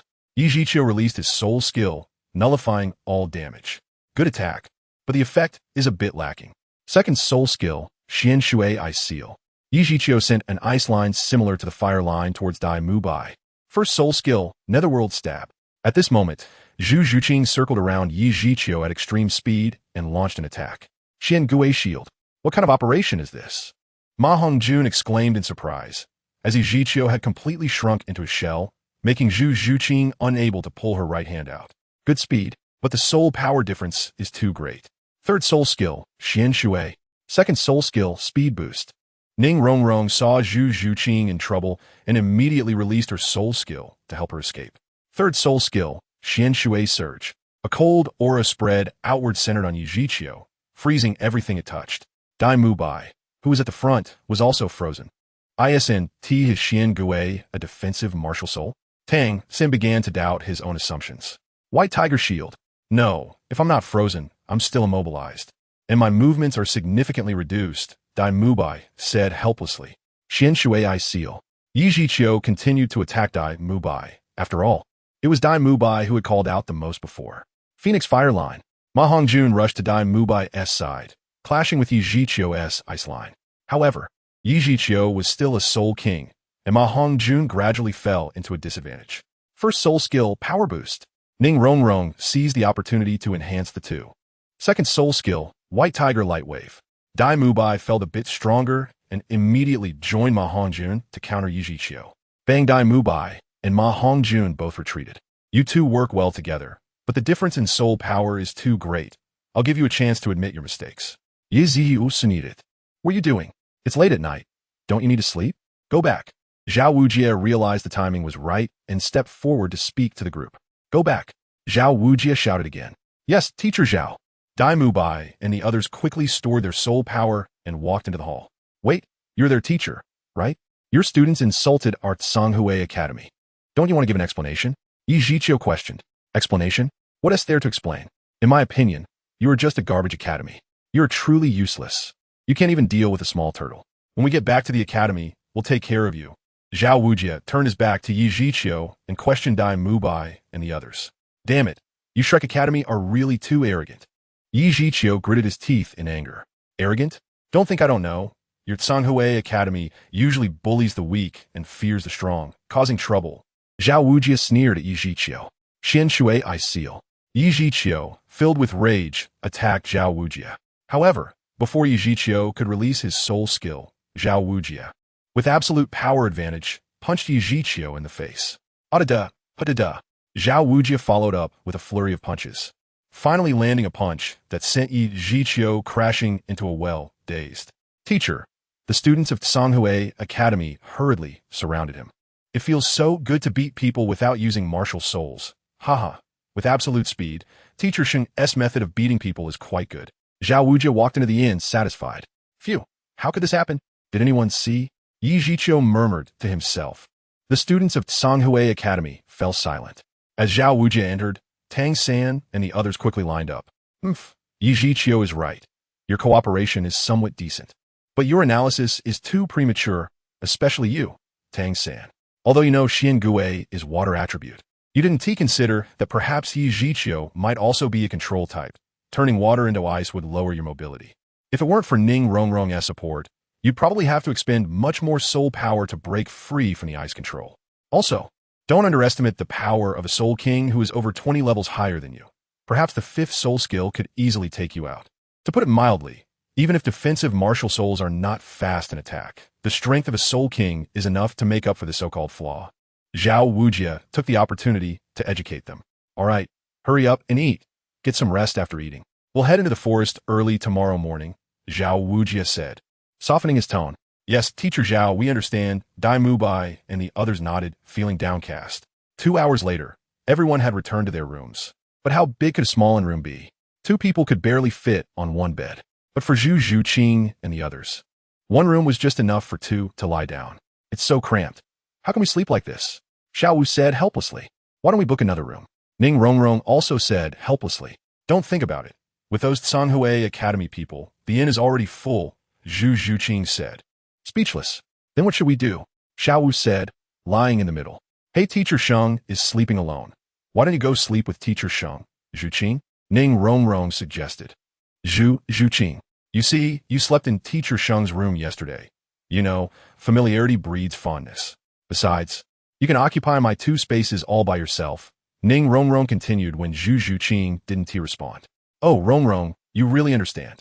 No wonder you're from a big sect, but this is too much for Zhuqing, right? Xiao Wu said mischievously. Fine, since everyone is uncomfortable sleeping. I'll give it a try, Zhu Zhuqing said as she sat up.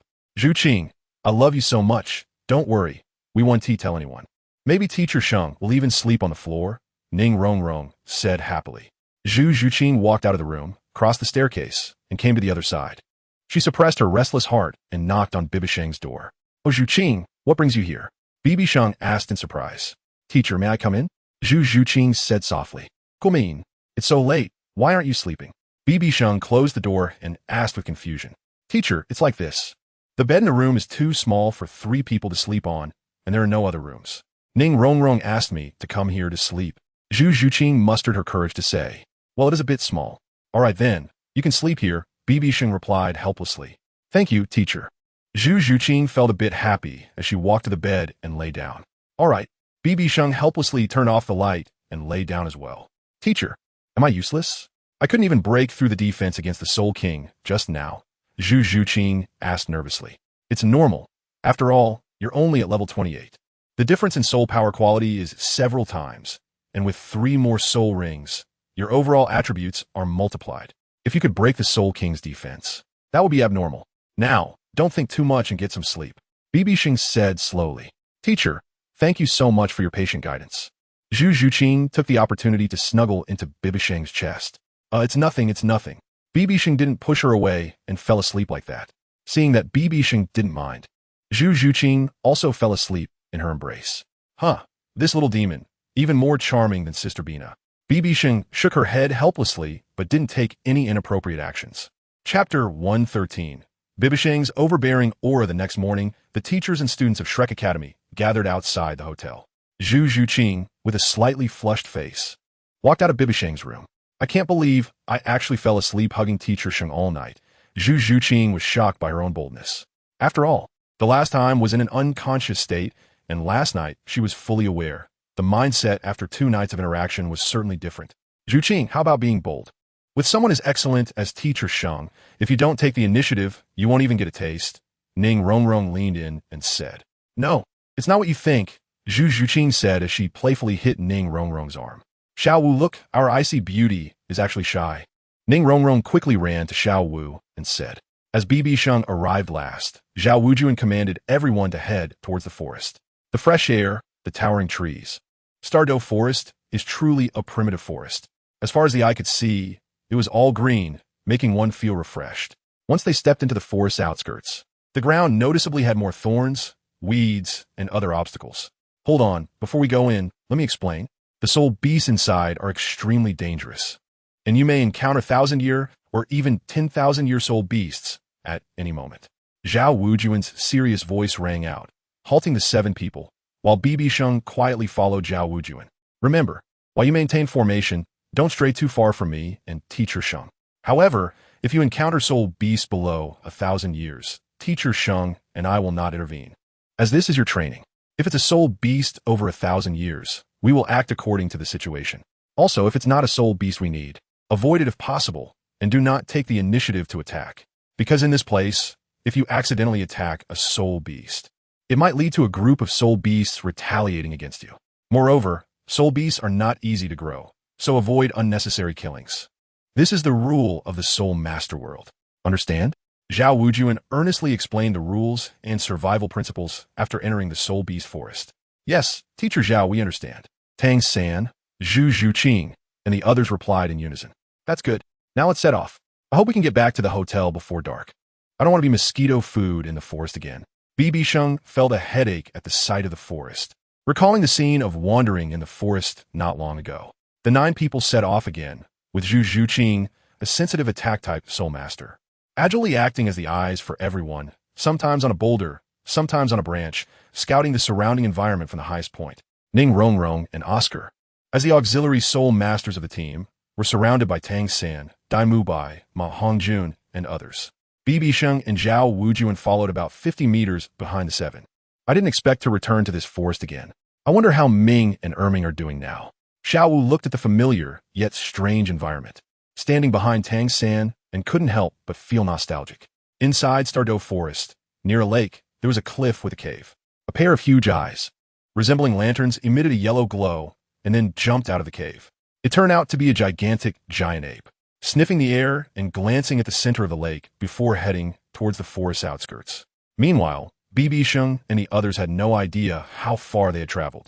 It was already noon, and the sun was high in the sky. Along the way, they encountered several groups of beasts and chose to avoid them.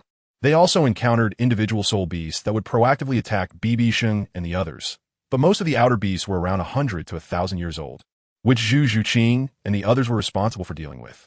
Xiao Wu watched the soul beast that had fallen in front of her with great pain, especially since she had personally participated in its killing. This made Xiao Wu feel even worse, but there was nothing she could do, and her changing expression naturally caught BibiSheng's eye. Sigh, I wonder if this rabbit will go home to see its friends, or if it's just a solitary soul beast. That shouldn't be the case. Rabbits are supposed to be social animals, right? BibiSheng waited, hoping Xiao Wu would find an excuse to leave the team and quietly return home, so she could follow and not worry about finding a 10,000-year soul beast. Half an hour later, Zhao Wujuan originally approached to tell everyone to stop and take a break, but unexpectedly sensed a powerful aura approaching quickly. Everyone, be careful. A soul beast is approaching rapidly, Zhao Wujuan warned, while BibiSheng leisurely watched from a branch. Teacher Zhao, I see it. It's a snake, a flying snake, about 3 meters high, with a fleshy crown on its head and a comb-like tail. What a strange snake, Zhu Zhuqing said from about 10 meters up in a tree, coldly reminding everyone. That's a phoenix-tail rooster-crowned snake. It's quite rare, Tang San said eagerly upon hearing Zhu Zhuqing's description. By the way, Zhuqing, how long is that snake, and what color are its wings? Tang San asked Zhu Zhuqing again. It has light pink wings, about 6 to 8 meters long, and it's moving too quickly. Zhu Zhuqing continued to observe the phoenix-tail rooster-crowned snake. Oscar, you're in luck. This is a soul beast around 1,500 years old. This type of soul beast has a single attack method and is non-toxic. Its fleshy crown stores nutrients, and in a crisis, those nutrients will give the phoenix-tail rooster-crowned snake a speed boost. If you use it as your third soul ring, it should provide a speed effect for your soul skills. Upon hearing Tang San's introduction, the others looked at him with newfound respect. Tang San, your master must be quite an impressive person, Oscar said happily. Tang San seems to have some knowledge. BibiSheng whispered to Zhao Wujuan. Indeed, he said he studied under a master many years ago. Zhao Wujuan nodded in agreement. Tang San, since you recognize this soul beast, you and your team can take the lead and test it out, all right? Zhao Wujuan saw that Tang San recognized the beast and let the 7 deal with the phoenix-tail rooster-crowned snake first. Okay, since that's the case, I'll give it a try. Snakes are afraid of birds, and Ma Hongjun is a phoenix, so he'll be the main attacker while we flank it to prevent it from escaping. It's incredibly fast, Tang San quickly instructed. It's coming this way. At this moment, Zhu Zhuqing quickly reminded them. Prepare, Tang San immediately said, releasing his blue silvergrass. At this time, the phoenix-tailed cockatrice rushed into the crowd, moving so fast that it bypassed everyone. First spirit skill, Nether Strike. Zhu Zhuqing, being the fastest, took the lead and changed the trajectory of the phoenix-tailed cockatrice. First spirit skill, Bind. Seeing the snake about to escape, Tang San created a web between 2 trees ahead, causing the phoenix-tailed cockatrice to crash into it and bounce back. Third spirit skill, White Tiger Diamond Transformation. Seeing this, Dai Mubai charged forward. First spirit skill, Power Amplification. Just as Dai Mubai was about to strike the phoenix-tailed cockatrice, Ning Rongrong immediately added her amplification to him. However, they still underestimated the tremendous force generated by the cockatrice's incredible speed. Both were forced to retreat after the collision. The phoenix-tailed cockatrice fell to the ground, its eyes darting around as it quickly took off, preparing to escape. Once again, it was Tang San who used his blue silvergrass to create a web shape, trapping the phoenix-tailed cockatrice with all his might. I can't hold on much longer. Teacher Zhao, it's up to you now. As Tang San spoke, the phoenix-tailed cockatrice exhaled a colorful mist and broke free. Ma Hongjun, Tang San called out. First spirit skill, Phoenix Fireline. Ma Hongjuan's attack enveloped the phoenix-tailed cockatrice, but it failed to inflict any useful damage. Trying to run? Fifth spirit skill, Gravity Compression. Zhao Wujie intervened, instantly pinning the phoenix-tailed cockatrice to the ground so it couldn't fly away. Fourth spirit skill, Target Tracking. Zhao Wujie simultaneously unleashed his fourth spirit skill, wrapping the fourth spirit ring around the snake. He then leaped next to the phoenix-tailed cockatrice and stomped down on its moving tail. After that, Zhao Wujie grabbed the tail and began to smash it left and right. When he felt it was about done, he swung it onto a nearby rock, leaving the phoenix-tailed cockatrice dazed and on the brink of collapse. Zhao watched with wide eyes, unable to suppress her gasp. As expected of teacher Zhao, so brutal. Oscar murmured. Oscar, come over and finish it off, Zhao Wujie called out. Okay, teacher Zhao, I'm coming, Oscar said as he drew a dagger, ready to deliver a fatal blow. Hey, unrelated personnel are coming. At this moment, BibiSheng reminded them. Stop. Just as Zhao Wujie was puzzled, an elderly voice rang out. Everyone turned to see an old woman and a young girl, both of whom were female, rushing in from a distance. The older woman had white hair and, despite her age, had sharp eyes. She held a snake-headed cane and had 6 spirit rings shimmering around her. Next to her was a 16-year-old girl with short hair and a well-developed figure, tightly wrapped in a fitted outfit. Who are you? Zhao Wujie asked, standing in front, puzzled, and releasing 7 spirit rings once more. I am coexisting, esteemed spirit saint. You cannot make a move, the old woman introduced herself, recognizing Zhao Wujie's spirit saint level. Why? Zhao Wujie asked curiously. Because we discovered the snake first, the girl beside coexisting said proudly. Look at the belly of the snake. There are marks from my 3 strikes with my cane. You can tell if we are lying. Coexisting reminded them.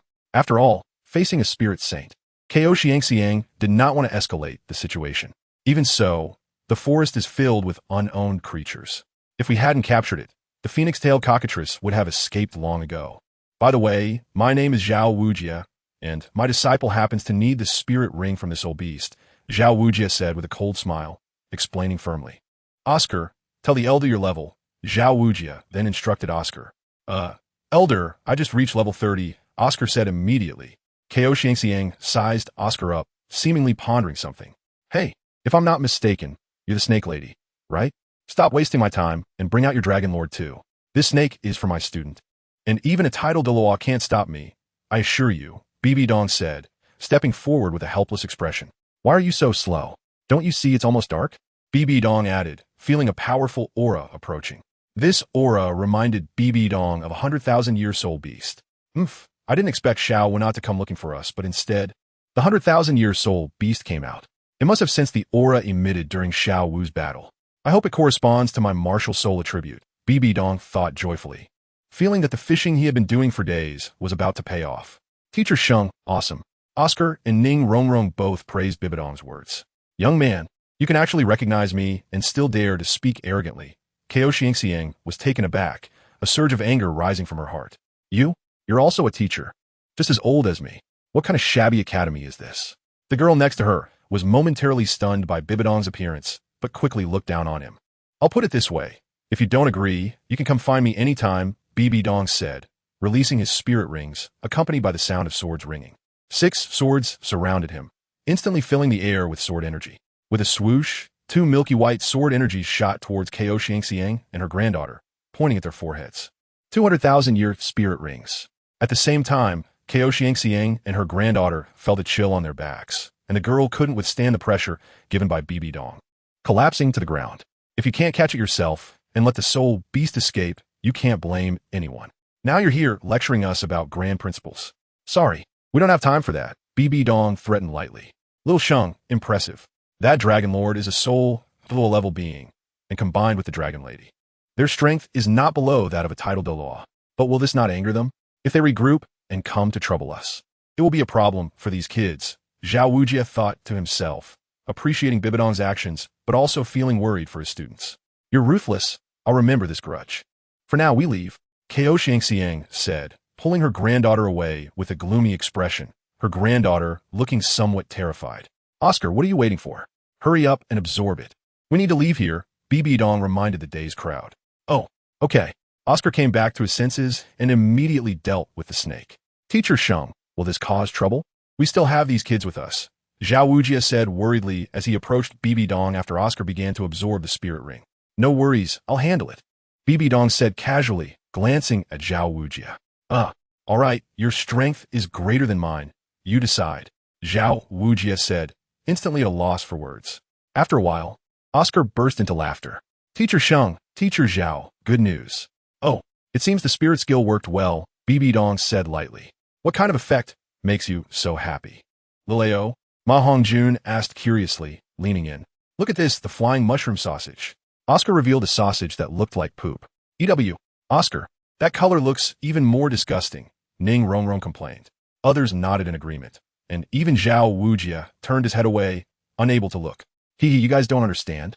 The effect of my flying mushroom sausage is that it can provide the speed of the phoenix-tailed cockatrice, and it can also fly at low altitude. The effect lasts for 1 minute, and it can fly about 2,000 meters, Oscar boasted. And it works for me too. What? The speed of the phoenix-tailed cockatrice? That's an unexpected effect, Tang San said, looking at Oscar in surprise. Haha, this effect is indeed good, so we can go back now. Zhao Wujia smiled sincerely and then planned to retreat, fearing that coexisting would come looking for them. Teacher Zhao, I'm afraid that 1T work. During the fight, just now, I actually made a breakthrough, and I'm now level 30, Tang San quickly told Zhao Wujia about his breakthrough. Chapter 114. The appearance of the Titan giant ape. Hearing Tang San's words, Xiao Wu and the others looked at him in surprise. After all, a 12-year-old soul master at the rank of Soul Venerable is quite rare. Third brother, you really have reached level 30. Congratulations, but I will catch up to you soon, Xiao Wu said in astonishment as she approached Tang San. Congratulations, Tang San. The others congratulated him on his breakthrough. Thank you, everyone. Tang San nodded. Teacher Zhao, can you stay and help me find my third spirit ring now? Tang San immediately asked Zhao Wujia. Of course. A 12-year-old soul venerable like you is a true monster among them. Let's go and see if we can make some gains before it gets dark. Zhao Wujia naturally had no objections, as they were already in the Stardow forest. Before we leave, I hope everyone moves lightly and leaves no traces. Just in case those two come back to interfere, Zhao Wujia continued. Understood. They then moved quietly, trying to leave no traces. Soon it was evening, and they encountered surprisingly few spirit beasts along the way, let alone 1,000-year spirit beasts. Everyone, let's take a break. It's getting dark, Zhao Wujia said as he spotted a relatively spacious area that was slightly sunken and called a halt to the group. Tang San and the others found a spot to sit down. It's strange, in the past, at the outskirts of the Stardow forest, places like this often had 1,000-year spirit beasts, but we haven't seen a single one today. I wonder if they've all hidden deeper in the forest, or if there's another reason, Tang San remarked while leaning against a rock. Seeing Tang San looking somewhat pensive, Zhao Wujia walked over and said slowly, whatever the reason, it's man-made. Although spirit beasts are fierce, humans are fiercer. Soul masters indiscriminately slaughter spirit beasts. There may be many, but there will come a day when they could go extinct. While there aren't many soul masters, each of us has to hunt around 6 spirit beasts on average. Humans cultivate for only a few decades, while spirit beasts cultivate for hundreds, thousands, or even tens of thousands of years. Perhaps one day, soul masters will face a situation where there are no spirit rings available, and at that point, the profession of soul master will disappear. Tang San stood up slowly, filled with emotion. What you say makes sense, but that's beyond our control. We only need to hunt the necessary spirit beasts for our cultivation. Zhao Wujia agreed with Tang San's sentiment. Haha, don't worry too much. The world will continue to turn even without spirit beasts. The sun will rise and set. There is no eternal truth in this world. Nothing is greater than the vicissitudes of the universe. Even the world itself may meet its end, let alone as humans and spirit beasts. According to your logic, we should just stop using spirit rings altogether. When that happens, spirit beasts will rise. Do you know how many people and cities are destroyed and displaced every time a beast tide occurs? It was the ancestors who set an example and sacrificed countless lives to prevent spirit beasts from daring to step out of the forest. Without soul masters, this world would belong to the spirit beasts. When that time comes, when your friends and family die at the hands of spirit beasts, I hope you can still maintain this clear-headed attitude. And don't think that the Douluo forest is the spirit beast territory. The extreme north and the oceans are actually their largest domains. Our land is far smaller than the ocean, which is 3 times larger. Moreover, even if there were no spirit beasts, soul masters would find other paths to develop, so your worries are completely unnecessary. To take a step back, the Spirit Hall is already heavily restricting soul masters from indiscriminately slaughtering spirit beasts. You know that in the hunting spirit forest, you need a command to hunt spirit beasts. However, the Douluo forest spans 2 empires, and its outskirts are vast. Even if the Spirit Hall is powerful, it cannot control everything. BibiSheng, who had listened to their conversation, sneered and spoke to ease everyone's worries, rambling on with a bunch of nonsense. The main thing was that the more BibiSheng listened, the more he felt something was off, although he had not specifically read the original work. He had seen many short videos on various platforms where people mocked Tang San's actions after he became a god, claiming it was his scheming that led to the extinction of spirit beasts. It seemed that after Tang San's ascension, he had manipulated various situations, causing the downfall of spirit beasts. Meanwhile, his wife and future generations started as 10,000-year spirit beasts, turning the divine realm into their backyard, and ultimately they blew it up. Yet here, he was making grandiose claims about the indiscriminate slaughter of spirit beasts. Teacher Sheng, what you said is also true. Historically, there have indeed been several beast tides. If we let spirit beasts be, it is indeed possible to repeat the mistakes of the past. Therefore, we can only restrain ourselves. We can't control what others do. After all, killing spirit beasts isn't inherently right or wrong. Zhao Wuji nodded, and he also spoke to Tang San and the others. So, you should cultivate as you see fit and not think too much. If you really care about spirit beasts, you can completely abandon your martial souls. And that way you can kill 6 fewer spirit beasts. It's that simple. Wanting to coexist with spirit beasts is unrealistic, BibiSheng said with a faint smile. Tang San could only smile awkwardly, feeling disgusted by his own naive thoughts. That despicable BibiSheng. How can he say such things about our spirit beasts? Our spirit beasts are so adorable. How can they be brutal? Xiao Wu said angrily in secret. Of course, this was Xiao Wu's perspective as a spirit beast.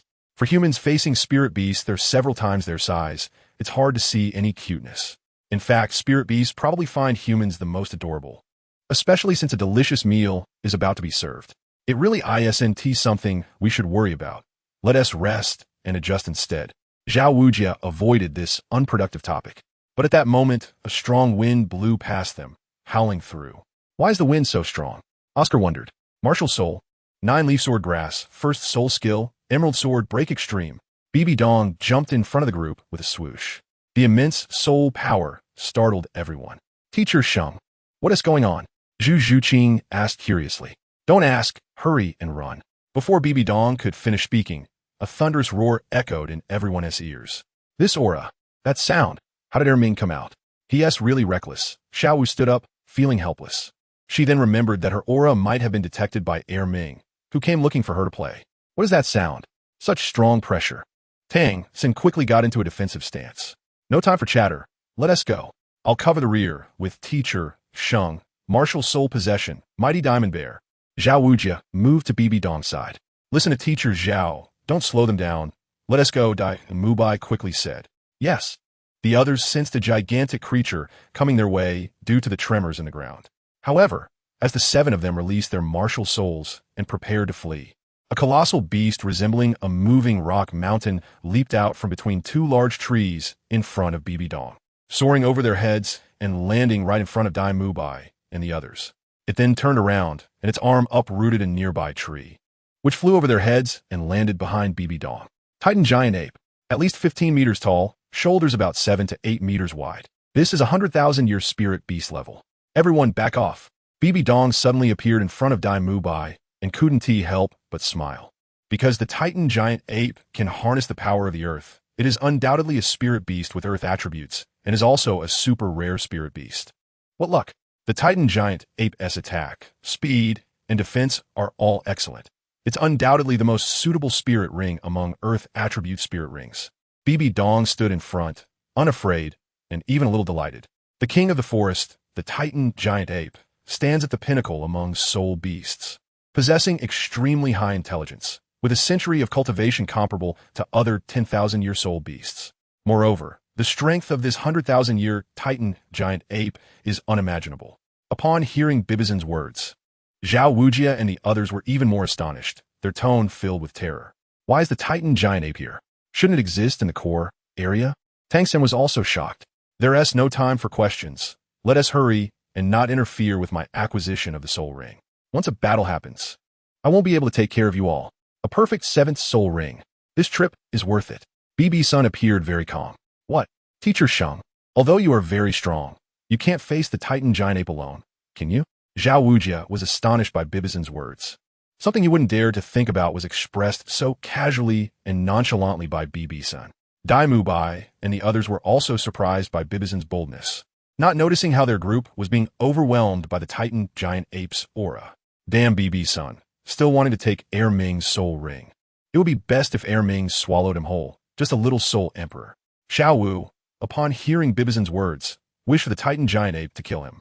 And it seemed the Titan giant ape heard Xiao Wu's thoughts, its gigantic eyes fixed on BibiSheng, focusing on the bright red soul ring on his body. A gust of wind blew from its nostrils, and an angry gaze appeared in its eyes, for the Titan giant ape knew what the bright red soul ring represented, realizing that the human before it had killed 2 powerful soul beasts like itself. So the Titan giant ape looked at the tiny human before it and roared in anger. With a single roar, a storm erupted, sweeping over everyone.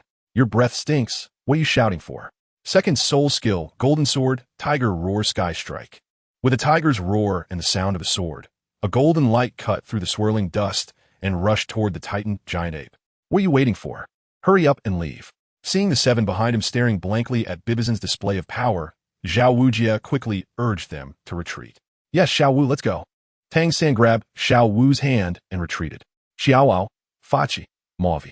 Dai Mubai also pulled the 2 and kept retreating. Rongrong, I'll carry you. Zhu Zhuqing then came to Ning Rongrong's side, picked her up, and continued to move back. The group kept retreating until they could only see BibiSheng and the Titan giant ape nearly 100 meters away. Not retreating anymore. Ma Hongju noticed that Zhu Zhuqing and Xiao Wu had stopped their retreating steps and couldn't help but wonder. This should be far enough if you want to retreat. Do so. I want to see if Teacher Sheng can win against this Titan giant ape. Zhu Zhuqing said with some concern. BibiSheng, you must win. Zhu Zhuqing silently prayed for BibiSheng. I have the same thought as Zhu Zhuqing. Although Teacher Sheng often mocks me, I can't leave him alone at a time like this.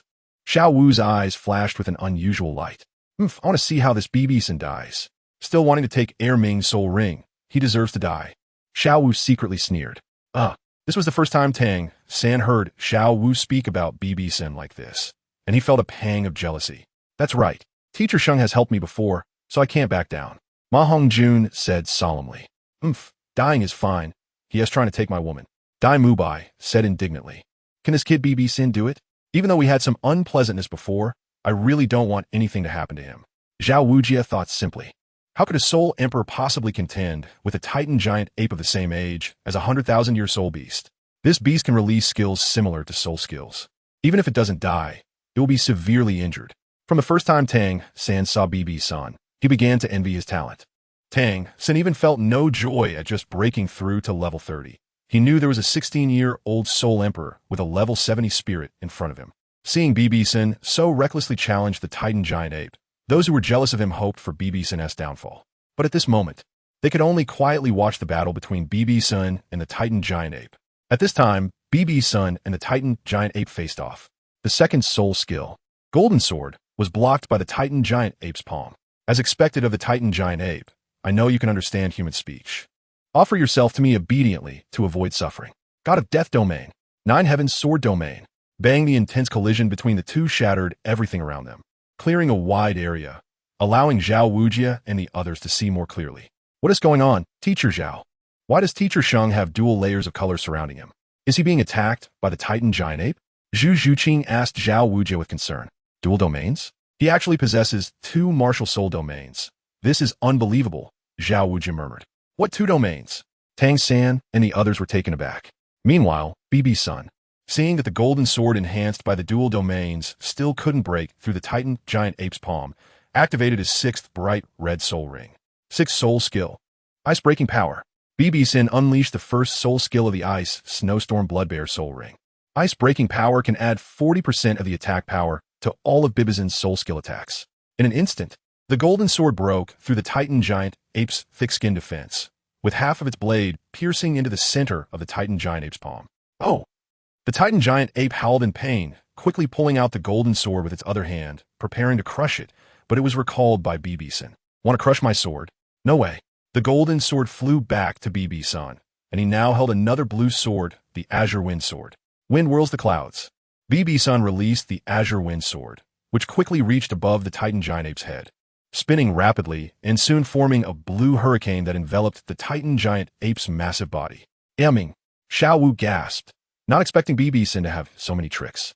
Now that it was enveloped by the hurricane, she couldn't help but worry for the Titan giant ape. Did he win?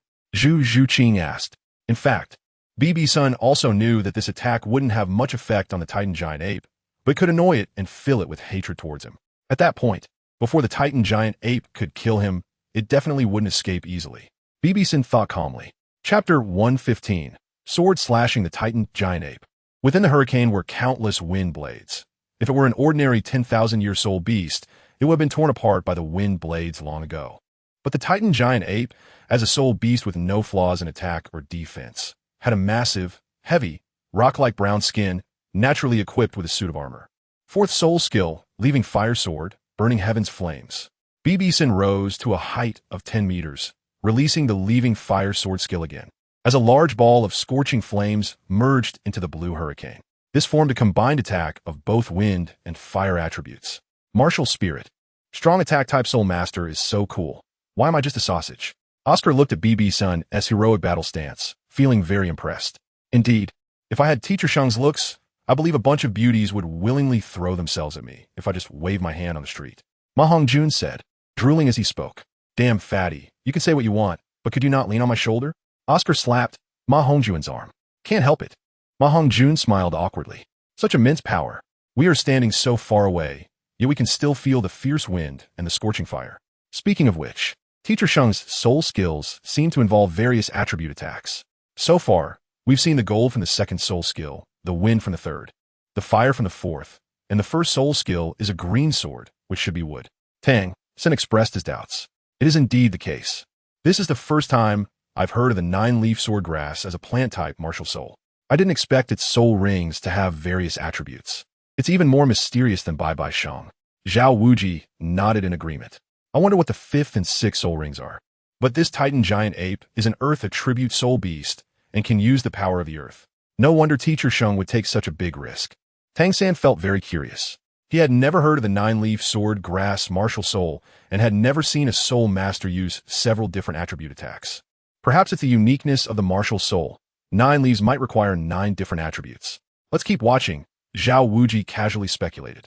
Over there, BibiSheng finished releasing 2 soul skills and quietly watched the Titan giant ape amidst the wind and fire. However, the Titan giant ape, surrounded by water and fire, raised both arms, clenched its fists, and let out a furious roar as it violently smashed the ground. Earth roar. In an instant, the ground around the Titan giant ape came alive, kicking up a cloud of dust and breaking through the combined wind and fire attack that was besieging it. Then, in the blink of an eye, the Titan giant ape jumped dozens of meters and charged towards BibiSheng. Naturally, BibiSheng wouldn't just sit there and wait. Stepping on the Qi Feng sword, his figure transformed into a shadow of a sword and left the original spot. Bang, the ground shook violently from the Titan giant ape's jump, causing Zhu Zhuqing and the others to be involuntarily bounced up. So powerful. Teacher Zhao, should we back up a few steps? Their battle is getting more intense. Dai Mubai felt a bit insecure and was afraid of being affected. There's a small hill over there. Let's go there. Zhao Wuji nodded, as the fluctuations from a battle made the few of them feel somewhat oppressed. Okay, as everyone retreated a few dozen meters after dodging, BibiSheng turned around and continued to unleash wind and fire. The ground exploded. Layers of earth pillars also attacked BibiSheng. 9-leaf sword Qi. His Qing Feng was dispersed, and he watched as the Titan giant ape's attack passed through the Qing Feng. A layer of light shield enveloped him. But ultimately, it was broken by the Titan giant ape's attack, though it didn't have much strength left and only caused BibiSheng to retreat slightly. Big guy, not bad in strength. BibiSheng casually brushed off the dust from his clothes. Roar. The Titan giant ape roared and continued to swing its fists at BibiSheng. Whoosh, the Titan giant ape was fast, but BibiSheng's speed was also impressive, dodging several of the Titan giant ape's fierce punches. The Titan giant ape looked at BibiSheng, who was dodging like an annoying fly. It roared again, and circles of brown light appeared around it. Gravity field. BibiSheng felt an overwhelming heaviness in his body, unable to maintain his floating state, and was instantly pulled to the ground by gravity. Bang! BibiSheng quickly fell, causing several cracks in the ground. Teacher Sheng. Zhu Zhuqing watched in horror and couldn't help but call out. This made Dai Mubai stare at Zhu Zhuqing, clenching his fists tightly, nearly grinding his back teeth. Break off the engagement. I must break off the engagement. When we return to Shrek Academy, I must write a letter to annul the marriage with this wretched woman. Dai Mubai was secretly furious. The astute Tang Sin noticed a slight change in the atmosphere around him, seeing Dai Mubai staring at Zhu Zhuqing with clenched fists. The dark spirit cat, the white tiger, the Star Luo Empire. What's the connection among them? Tang San had been observing the people around him, and the relationship between Zhu Zhuqing and Dai Mubai was what caught his attention the most. Gravity control, not bad. The gravity field makes the enemy feel heavy, thus affecting their mobility. BibiSheng is indeed affected now. The Titan giant ape saw BibiSheng, whom it considered a pesky fly, no longer buzzing around its head. So, the Titan giant ape slightly crouched down and jumped forcefully, its massive body pressing down towards BibiSheng. Can't dodge? Then I won't dodge. I'm not avoiding you because I'm scared.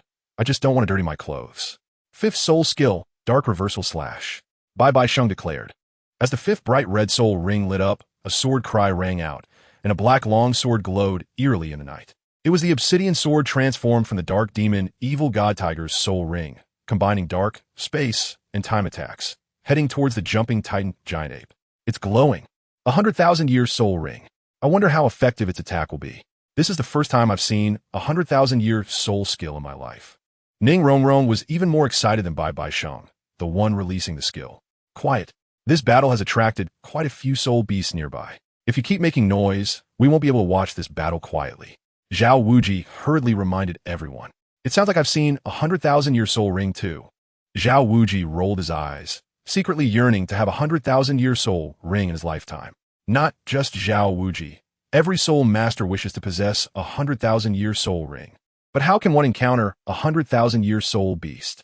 Each 100,000-year soul beast is at least at the level of a title Dalu. Without the assistance of a title Dalu or a genius who can challenge levels with overwhelming strength, there's only a slight chance.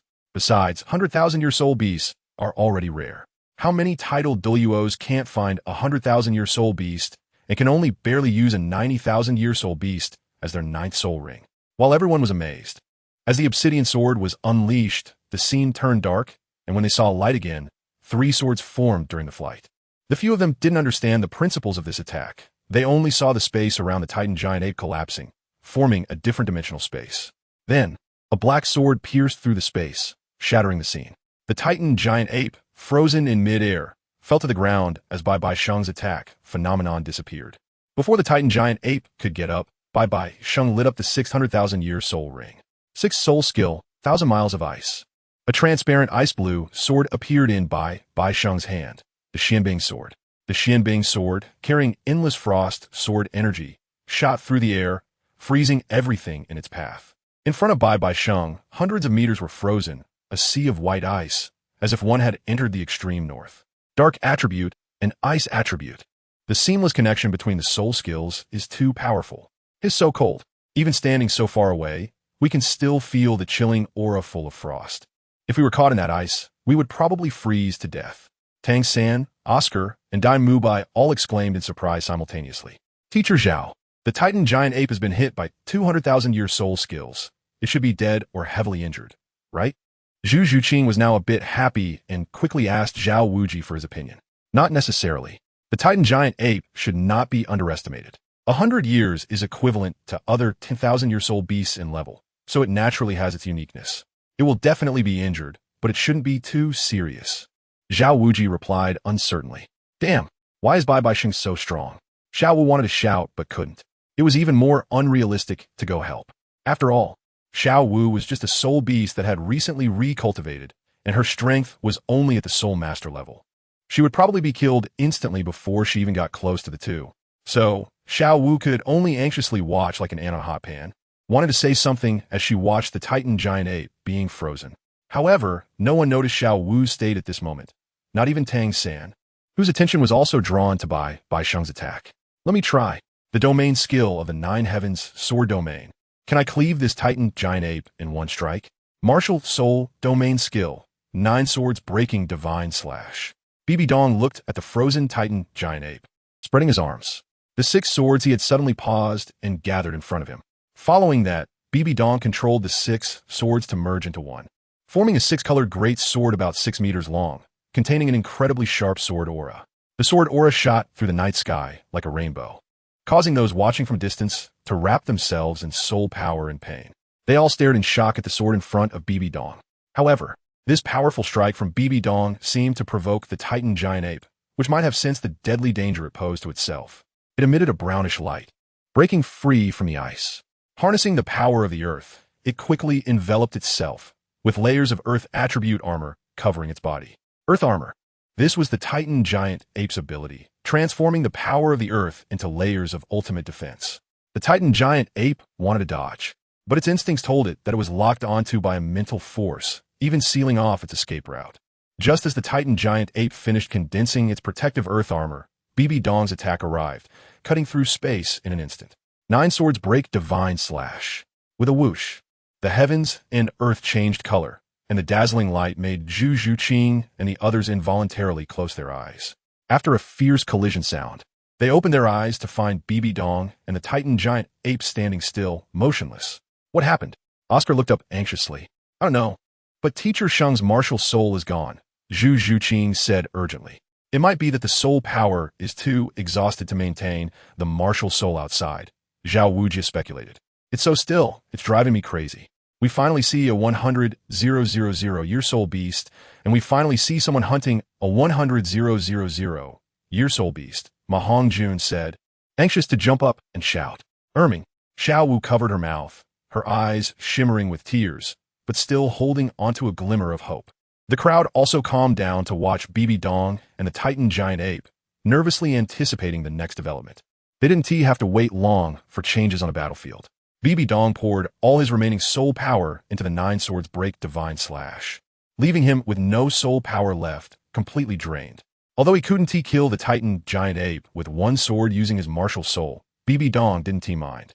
After all, he was self-aware and understood his limitations regarding soul power.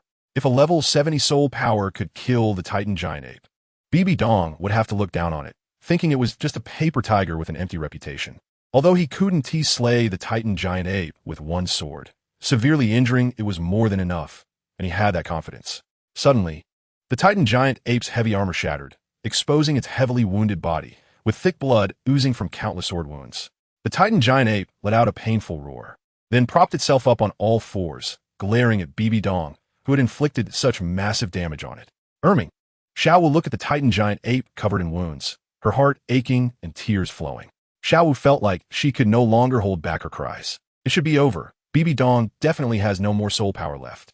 At the same time, Xiao Wu looked at BibiDong, relieved that he appeared to be out of soul power. Meanwhile, the Titan giant ape sniffed the air and charged at BibiDong, evidently having sensed that BibiDong had no soul power left, intending to crush the detestable human with a single palm. What do we do, Teacher Zhao? Teacher Sheng seems to have no soul power left. Zhu Zhuqing urged Zhao Wujia anxiously. All right, although I can't kill the heavily wounded Titan giant ape, I can still save Teacher Sheng.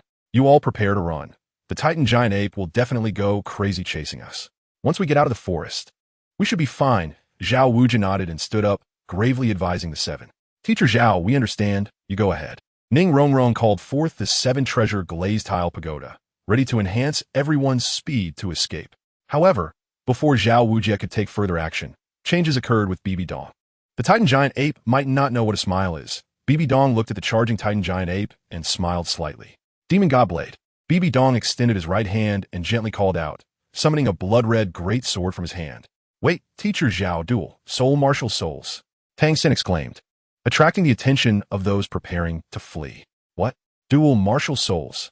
The crowd looked back at BibiDong, seeing the demon godblade he had conjured. How is that possible?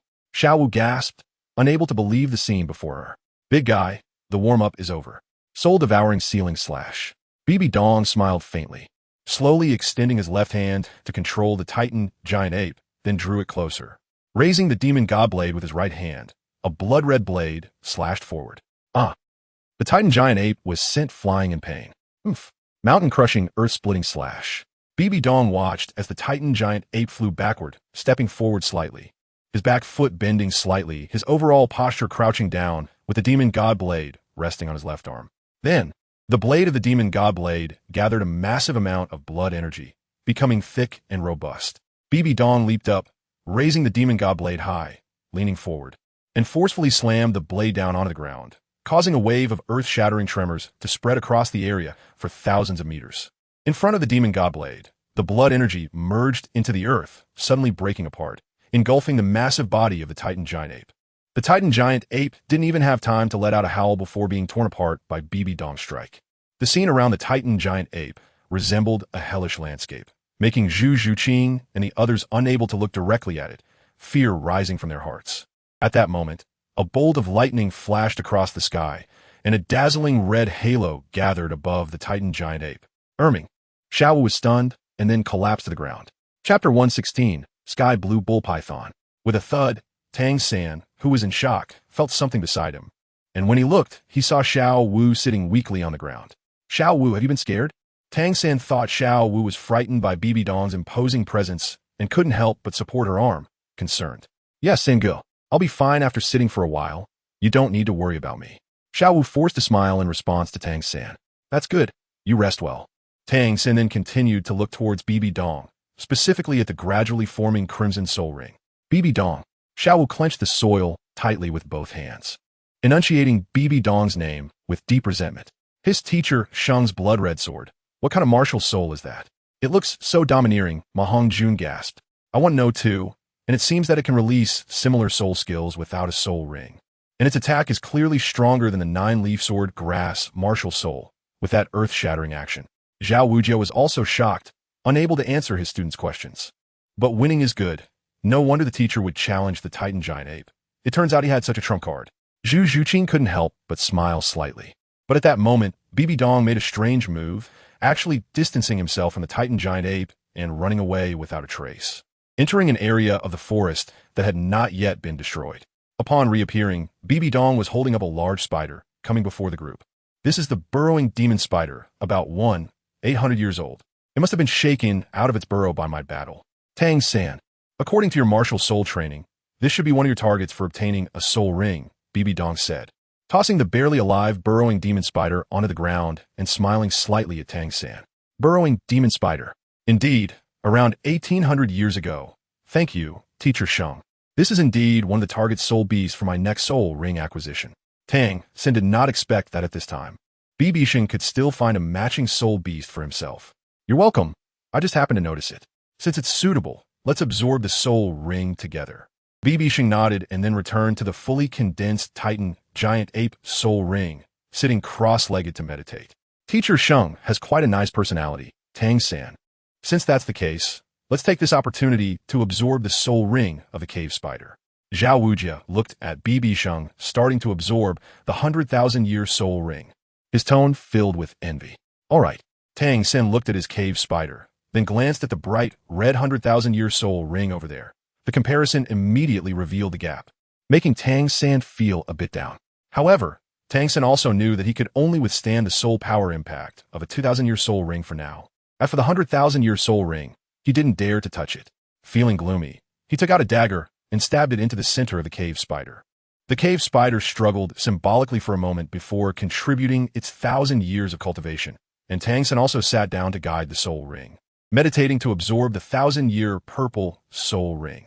Zhu Zhuqing quickly ran to BibiSheng's side to guard, while the others quieted down, watching the two absorb their soul rings. After 5 minutes, BibiSheng saw the Titan giant ape pouring its resentment into a sea of consciousness, roaring in a mad rage, wanting to destroy BibiSheng's mental strength. However, the resentment of the Titan giant ape had to face the even more terrifying demon god spirit, with a pair of blood-red wings, eyes glowing red, and a face full of a rebellious expression, its entire body a transparent blood red. You can't even struggle while alive. And you want to turn the world upside down when you're dead? The demon god spirit sneered and instantly appeared before the Titan giant ape, slowly extending its right hand, transforming into a giant palm that engulfed the Titan giant ape. A few minutes later, The enormous resentment of the Titan giant ape was completely absorbed by the demon god spirit, turning into nourishment for the sea of consciousness. After eliminating the resentment of the Titan giant ape, BibiSheng's absorption of the 100,000-year soul ring became smoother. In the center of the core lands lake, a giant beast with a cow's head broke through the water surface, letting out a roar that was neither completely bovine nor otherwise. Its entire body emerged from the water, revealing a beast with a cow's head and a serpent's body. The distance between its two horns was wider than the shoulders of the Titan giant ape, exceeding 10 meters, while its serpent body was at least 100 meters long. It then quickly moved towards the direction where BibiSheng was battling, its massive body destroying countless large trees along the way. After half an hour, BibiSheng finally completed the absorption of the Titan giant ape's soul ring, with soul power returning, revealing 4 black and 3 red rings, causing another wave of soul power disturbance. Fortunately, Tangsen only absorbed the 1,000-year soul ring and reached level 31 10 minutes ago. Otherwise, he would have been interrupted by BibiSheng's soul power fluctuations. 4 black and 3 red. So strong. Teacher Sheng's aura can almost crush me, Tangsen exclaimed. Indeed, the others found it hard to describe BibiSheng, and they even lost their feelings of jealousy and envy because the gap was too vast to be described, leaving them only in awe, as it was out of reach for them. Absorb. BibiSheng used his soul power to draw out a shining piece of bone from the Titan giant ape's corpse, presenting a soil-brown glow. It was indeed the 100,000-year soul bone of the Titan giant ape. 100,000-year soul bone. The others looked at the soul bone in BibiSheng's hands with wide eyes. This was a left arm bone, soul bone of gravity, undoubtedly containing abilities related to the Titan giant ape, making it the most suitable for a power-type soul master like Zhao Wujie.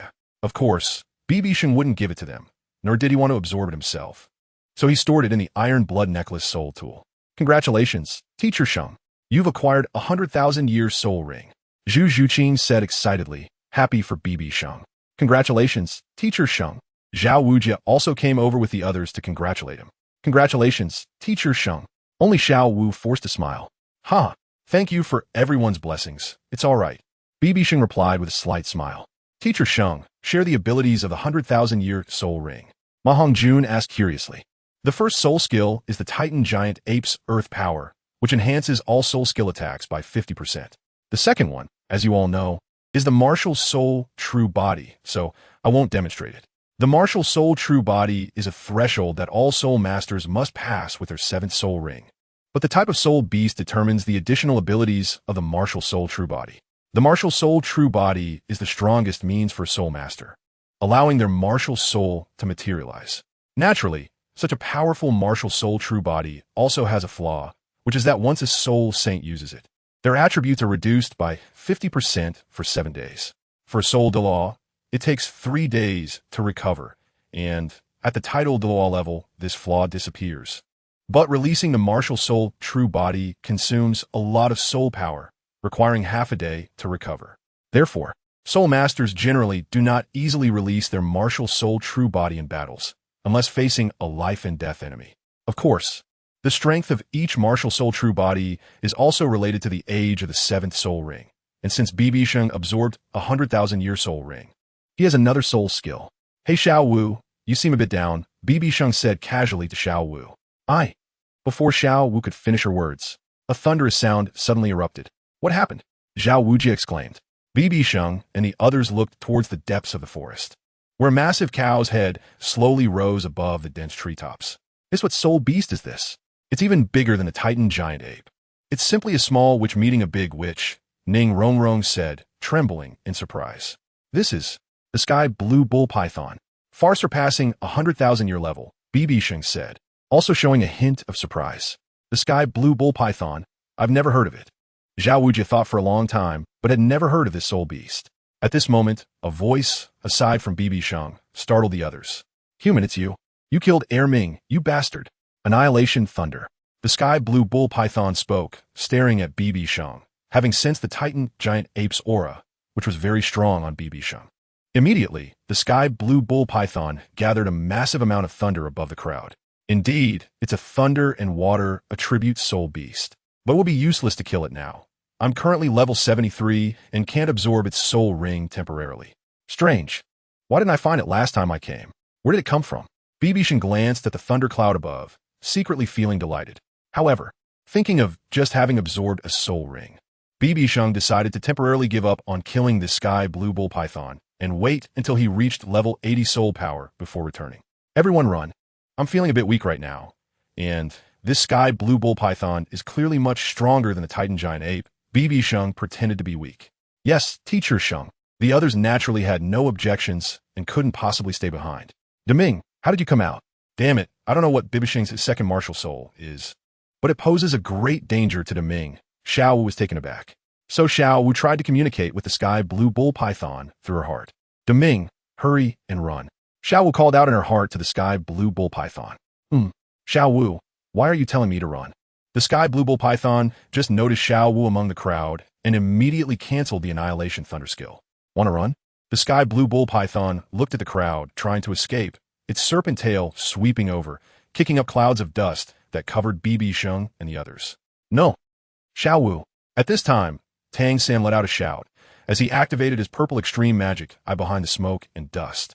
His vision was clearly stronger than that of Zhao Wujia and others, except for Bibidu. Tang San saw that the tail of the sky blue bull python had wrapped around Xiao Wu, who was then dragged away and quickly disappeared from everyone's sight. Tang San remembered what Bibidu had said earlier. If your friends and family are killed by soul beasts, hope to still maintain an optimistic attitude towards soul beasts. Damn soul beasts. Tang San looked at Xiao Wu waving at him and hurriedly used Ghost Shadow Misty Step, utilizing all his skills to chase after her. Wait, Tang San, don't chase. However, Tang San had run a few steps before he was firmly held back by Bibidu, who pressed down on his shoulder, rendering him unable to move. Teacher Sheng, please, save Xiao Wu. Upon seeing it was Bibidu, Tang San immediately knelt down in front of Bibidu, excitedly pleading. Chapter 117. Annihilation. The dust quickly dispersed, and Zhu Zhuqin and the others initially heard Tang San's angry shout. But now they saw Tang San kneeling directly in front of Bibidu. Teacher Sheng, what's going on? Where's Xiao Wu? Zhao Wujia. Seeing Tang San showing such respect while kneeling before Bibidu, couldn't he help but ask, and then he realized Xiao Wu was missing. Just now, Xiao Wu was taken away by the sky blue bull python amidst the dust. For some unknown reason, Bibidu sighed. What should we do? If we go back like this, how will I explain to Flander? Teacher Sheng, your strength is the strongest and your speed is also fast. It's probably only you who can catch up with the sky blue bull python's speed. Zhao Wujia suddenly became troubled. Teacher Sheng, please, save Xiao Wu. Tang San, with tears streaming down his face, pleaded with Bibidu. All right, I'll go after her. If Xiao Wu is not dead, I will find a chance to rescue her from the sky blue bull python. Zhao Laoshi, you stay here to protect them. I'll go first. Bibidu stepped on the Qingfeng sword and quickly headed in the direction where the sky blue bull python had disappeared. Tang San, calm yourself down. Whether we can save Xiao Wu depends on Teacher Sheng now. Zhao Wujia pulled Tang San up and patted his shoulder, feeling emotional. On the other side, the sky blue bull python was running while questioning Xiao Wu in confusion. Xiao Wu, why do you want me to run? How could Erming be killed by a few people? And you want to let me take revenge? Erming was killed, and both his soul ring and soul bone fell into that person's hands. At the same time, the sky blue bull python was also extremely angry. But since Xiao Wu had spoken, it had to capture her to inquire about the situation. Erming, I also want revenge, but Bibidu's strength is too strong. Just the power of the first martial soul is comparable to a title Dalu, not to mention he has a second martial soul, which killed Erming in just 2 moves. The main point is, I suspect that is not a second martial soul, but a divine artifact. Because when he released a similar skill, I did not feel the fluctuation of soul power, but an unknown force, Xiao Wu said with deep resentment. What? A divine artifact? That's impossible. Even if it's a divine artifact, I must avenge Erming, the sky blue bull python said resolutely. I know, but we can't waste our lives for nothing. We must find the right opportunity. Erming, wait for me to come back after my training. During this time, you hide in your place. It's all my fault. If I hadn't come to the Stardow Forest, Erming Wunti have ventured out and lost his life. Xiao Wu said self-reproachfully. All right, Xiao Wu, I'll wait for you for 10 years. If you don't return in 10 years, I will unleash the beast tide to avenge you. The sky blue bull python had to make an agreement with Xiao Wu. There is no other way. Erming, currently, soul beasts are declining, and I can only look for opportunities among humans. If I really don't come back within 10 years, do as you wish then. All right, Erming, I will stop here and hide to complete my third soul ring. Take care, Xiao Wu said, calming her emotions. Xiao Wu, take care. After the two beasts made their agreement, the sky blue bull python returned to the lake, while Xiao Wu completed her third soul ring in a dense patch of grass. 10 years? That's too much. At most 5 years, I will come looking for you. Even if Tang Sen didn't ask, Bibidu would follow because he needed to know where the sky blue bull python was hiding. In fact, Bibidu had already caught up. He was just eavesdropping on their conversation in the shadows. Then Bibidu saw the sky blue bull python crawling into the lake. So it's sleeping at the bottom of the lake. No wonder I didn't see it last time I came. Bibidu stood on a large tree branch at the top of a tree by the lake, observing the actions of the sky blue bull python clearly. Then Bibidu returned along the same path, pretending to leisurely search for Xiao Wu. When Xiao Wu was about to complete her third soul ring, Bibidu, stepping on the Qifeng sword, called out Xiao Wu's name while weaving through the forest. Xiao Wu, where are you? Bibidu actually caught up. Fortunately, the third soul ring is almost complete. Xiao Wu radiated pink light, with a 1,000-year soul ring pulsating around her. Hearing Bibidu's voice getting closer, Xiao Wu's entire body's pink light gradually faded. Then Xiao Wu quickly got up and left the original spot, distancing herself over 100 meters before responding to Bibidu. Teacher Sheng, I'm over here. Hearing the voice, Bibidu went over and saw Xiao Wu running towards him. Great. Xiao Wu, are you okay? Bibidu asked knowingly. I'm fine. Thank you, Teacher Sheng, for coming to save me. Xiao Wu said to Bibidu, who was still in shock. I also came with a mindset of trying to save you. I didn't expect you could really escape from the sky blue bull python. Bibidu smiled gently. I was also relying on a bit of luck. During the sky blue bull python's escape, I hugged a big tree, and it didn't notice me at all. Its size was too large, it couldn't see me, and that's how I survived from the sky blue bull python. Xiao Wu explained her prepared excuse. You're lucky. Since you're fine, let us go back. Your Tang Sen must be worried sick. Bibidu said. Bibidu quickly brought Xiao Wu back to the group. Xiao Wu, it's great that you're okay. Tang Sen rushed forward and held Xiao Wu's hand. Third brother, I'm sorry to worry you, but I also gained something from this misfortune. In a moment of urgency, my soul power broke through to level 30. And I also absorbed a 1,000-year soul beast that was severely injured by the sky blue bull python. So now I'm level 31. Xiao Wu recounted her experiences and told everyone about her breakthrough. What? Xiao Wu, you also reached level 30. Ah, Zhu Qing, it's just the two of us left. Ning Rongrong exclaimed in surprise and then sighed at Zhu Qing. Congratulations, Xiao Wu. Wow. Originally there was only Oscar. Now there are 3. This trip was worth it. With excitement and no danger at all, Zhao Wujia said happily. All right, let us talk on the way back. If the sky blue bull python comes back, it will be hard for us to escape. Let us return overnight. Bibidu immediately interrupted the others who wanted to chatter. That is true. Let us go back. Zhao Wuji nodded. Then the group left the outskirts of the Star Do forest overnight. Meanwhile, Tang Sen only simply obtained a 1,000-year soul ring and did not acquire an external soul bone. To increase the drop rate of soul bones, one must personally encounter and experience various tortures and hardships while hunting soul beasts. The soul ring of the earth spider he absorbed was merely crushed by Bibidu, and Tang Sen resolved it with one stroke, so there was no suffering involved, let alone an external soul bone. Not even a single soul bone was obtained. Of course, Tang Sen was unaware of this, having missed an opportunity. In the territory of the Star Luo Empire, in a secondary city, Ning Fengji and Sword Douluo landed outside the city and quickly found the residence of the clan after entering the city. Report. Clan leader. The master of the 7 treasure glazed tile school, Ning Fengji, has come to visit you. Old goat, why would the sect master of the 7 treasure glazed tile school personally visit you? Old white bird, I don't know either. I'm not familiar with them. But since it's the sect master of the 7 treasure glazed tile school, they probably came to buy medicine. Please bring sect master Ning in. Okay, chief. The Pa family has done quite a bit of research on the way of alchemy, and their life has been manageable thanks to selling medicine. The old goat is the nickname of Yang Wudi, the chief of the Pa family. Old white bird is the chief of the Min family by he. The martial spirit of the Pa family is the broken soul spear, which has extremely strong attack power, following a pure attack system route. Hence they are called a single attribute family. The other 3 single attribute families are similar. Bai He is a pure speed type soul master. This time, he came to the Pa family to borrow money from Yang Wudi, but unexpectedly ran into Ning Fengji and others' arrival. Soon, out of curiosity, Ning Fengji and Sword Douluo walked into the main hall of the Pa family. Ning greets Chief Yang. I apologize for the sudden visit. Please forgive me. Chief Bai's also here.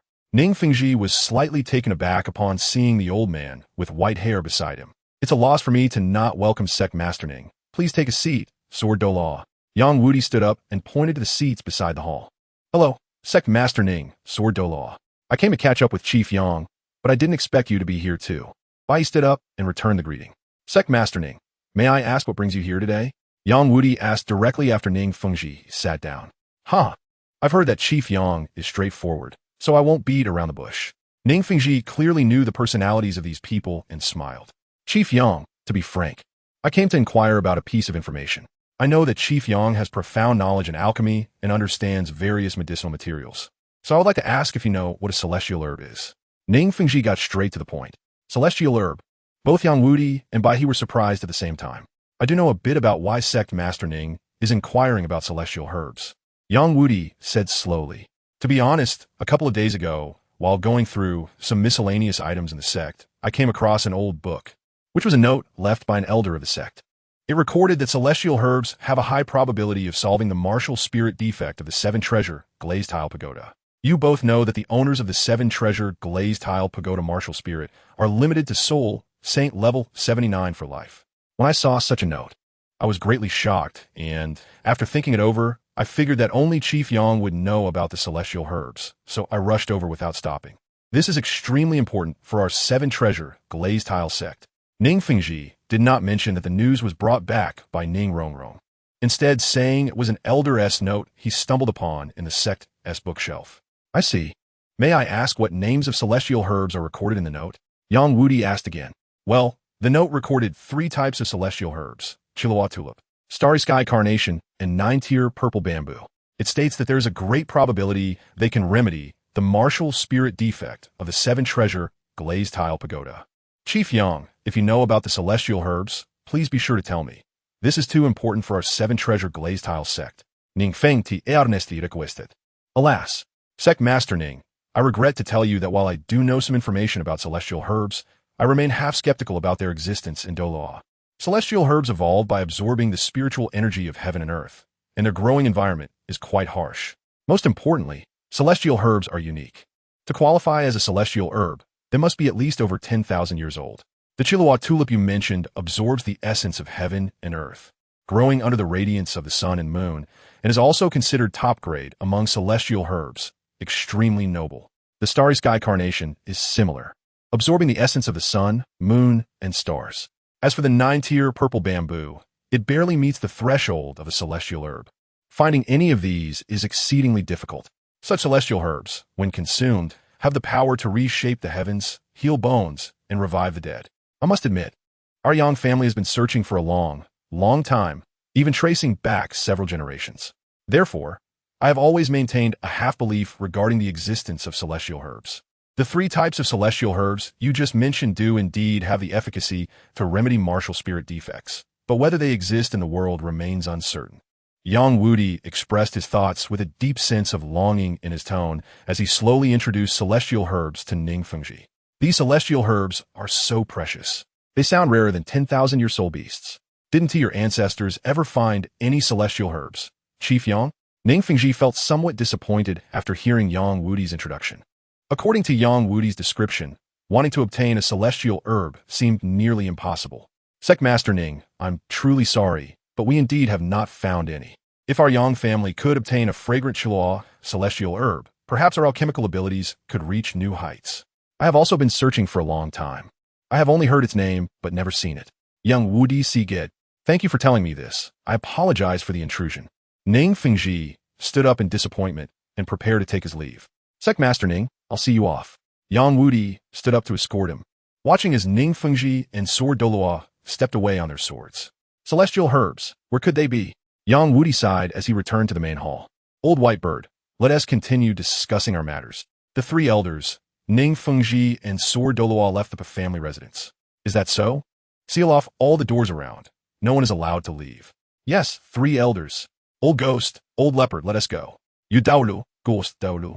And Ghost Leopard Douluo leapt from the entrance directly to the roof of the main hall. The 3 released their martial spirits, breaking through the tiles and landing in the hall. Yang Wudi, and the chief of the Min family, Bai He, is here too.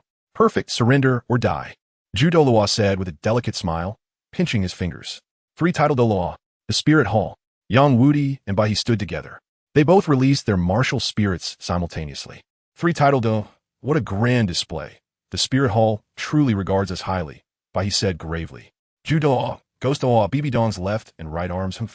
I Haven T settled the score with you for killing my son and capturing my brother. 7th soul skill, martial spirit avatar.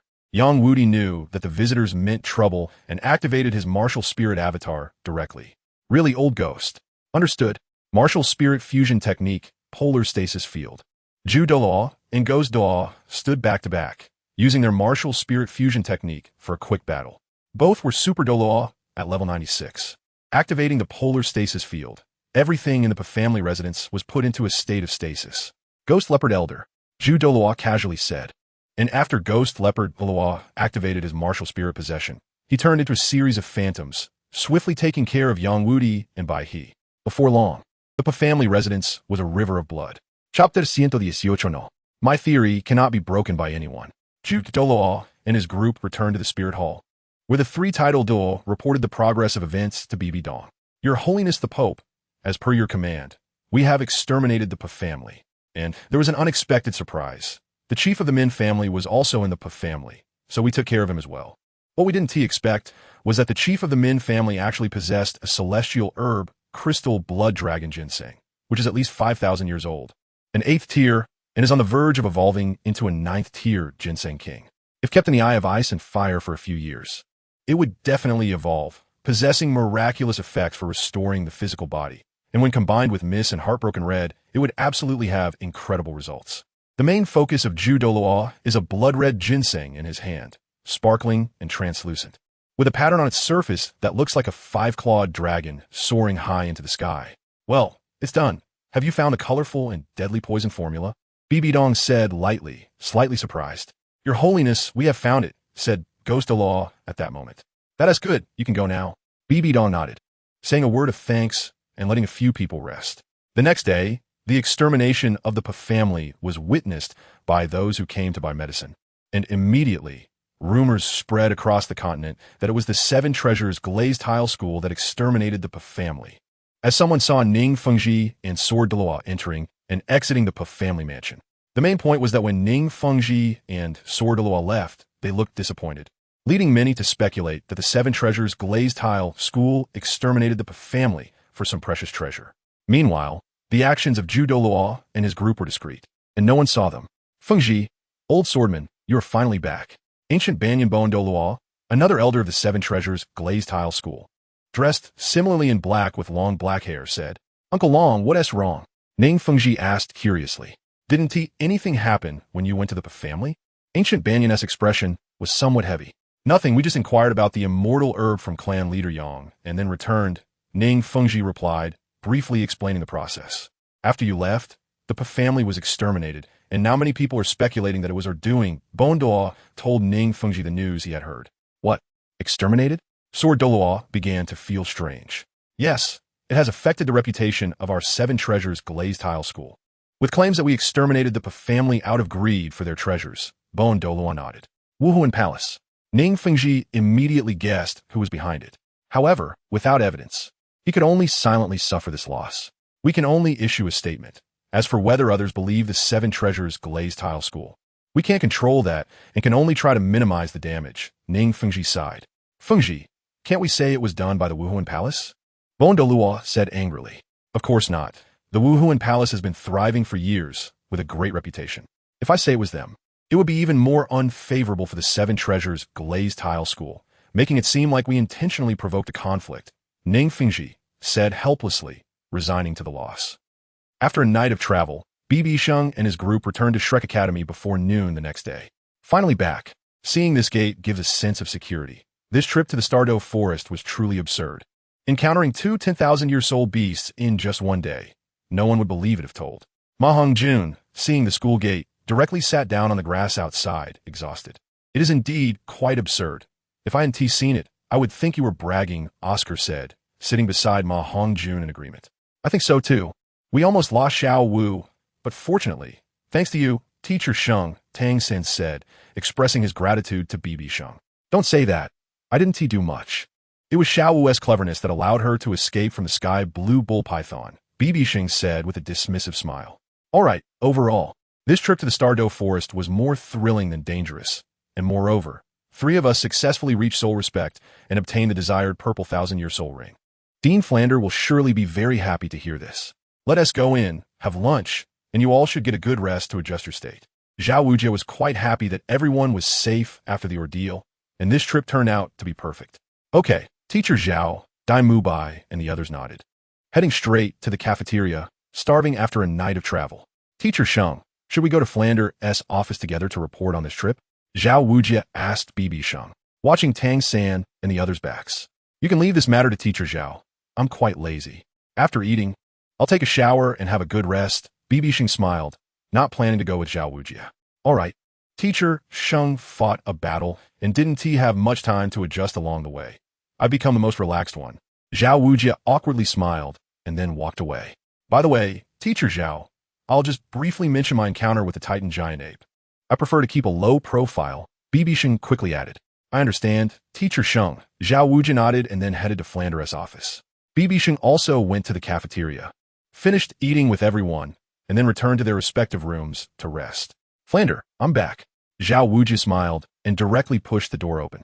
I see you still don't understand a knock. Come here, let me introduce you, Flander said, sitting on the balcony.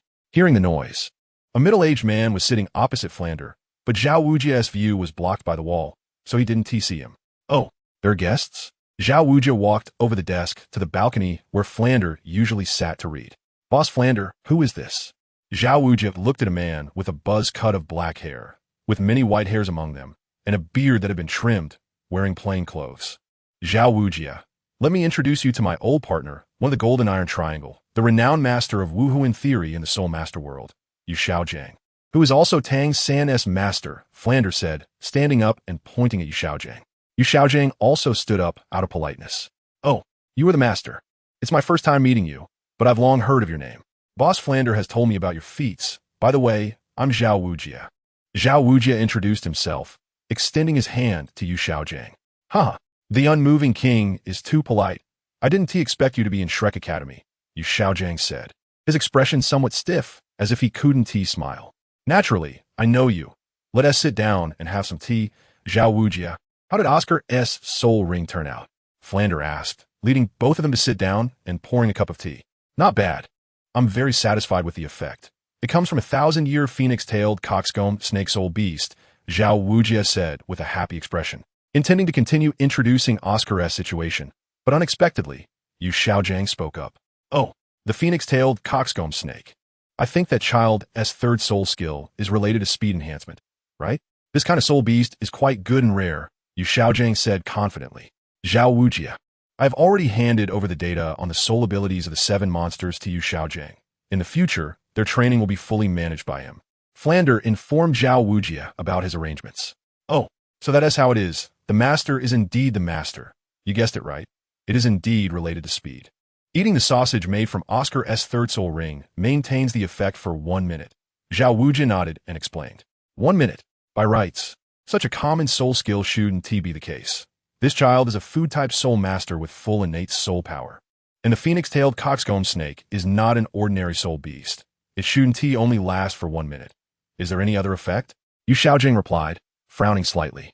It really is only 1 minute. But if this speed enhancement is based on the phoenix-tailed coxcomb snake speed and also includes a low-altitude flying effect, then it sounds like a top-tier effect among 1,000-year soul rings. 1 minute is enough to run over 2,000 meters. Zhao Wujie said with a beaming face while introducing Oscar's soul skill effect. What? Flying at the speed of the phoenix-tailed coxcomb snake for 1 minute. No wonder he is the first food-type soul master on the continent. This child's talent and future are limitless. Yu Xiaojiang was well aware of the speed of the phoenix-tailed chicken-crowned snake, and he couldn't help but praise Oscar. Such a soul skill is indeed impressive, far exceeding our expectations. It's quite remarkable among the 1,000-year soul rings. Flander smiled and expressed his happiness for Oscar. By the way, on this trip, not only did Oscar reach the Soul Sage level, but 2 others also broke through to Soul Sage, both acquiring the soul rings they desired. Zhao Wujie introduced again. 2 more? Flander was taken aback. Zhao Laosher, Are you talking about Tang San and Xiao Wu? They were already at level 29 when they graduated from the Notting Junior Academy. Yu Xiaojiang recalled Tang San and Xiao Wu when Zhao Wujia mentioned the two. That's right. It's them. Tang San obtained an 1,800-year-old cave spider soul ring, and Xiao Wu got a 1,600-year-old lightning rabbit soul ring. Zhao Wujia nodded and explained. Cave spider, lightning rabbit. That's good. I'll report these two soul beasts for their next soul rings. The years are also close to the limit for the third soul ring. Yu Xiaojing nodded in satisfaction with Tang San and Xiao Wu's soul rings. Zhao Wujia. It seems you had a smooth trip. You found soul rings for the three in just 2 days, Flander said happily. Smooth? Boss Flander, you guessed wrong. We encountered 200,000-year soul beasts along the way and nearly lost our lives. Fortunately, Teacher BibiSheng was with us, and in the end, she saved us. Zhao Wujia exclaimed in amazement. What? You encountered a 100,000-year soul beast? Is that true? Flander was shocked and took off his glasses. Zhao Laosher, what exactly happened? You should have been between the outer and inner areas of the forest. How could you encounter a 100,000-year soul beast? Yu Xiaojiang was also astonished. Don't mention it. We were indeed a bit closer to the outer area, looking for suitable soul rings for Tang San, and suddenly a titan giant ape, towering like a mountain, appeared, at least 15 meters tall. It scared us to death. But luckily, Teacher BibiSheng is powerful. She single-handedly killed the titan giant ape, which became her 7th soul ring. Zhao Wujia recounted with lingering fear. Wow, so she got a 100,000-year soul ring and a 100,000-year soul bone? That's thrilling. Flander exclaimed repeatedly. Wait, let me sort this out. You said the 7th soul ring, meaning this BibiSheng is already a soul emperor? And what do you mean by again? Yu Xiaojiang was a bit confused. Xiaogang, I didn't have a chance to tell you about BibiSheng. She's simply extraordinary. Her soul ring configuration is 4 black and 2 red, and now it's probably 3 red. Flander commented, amazed. 4 black and 2 red. That's impossible. How can anyone break my theory? Zhao Laosher, does she have twin martial souls? Yu Xiaojiang stood up in shock, speaking decisively. Xiaogang, sit down first. I also can't figure it out, but that's the fact.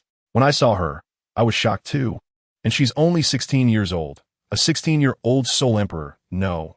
Now she's a soul sage, Flander said with a helpless smile. She really has twin martial souls. But the second martial soul hasn't had any soul rings attached yet. And even if she does have twin martial souls, it's impossible to attach 200,000-year soul rings. Zhao Wujia also voiced the doubts he'd had for a long time. The three looked at each other. Yu Xiaojing didn't know how to answer this question, as the knowledge exceeded his understanding. How could this happen? It shouldn't be.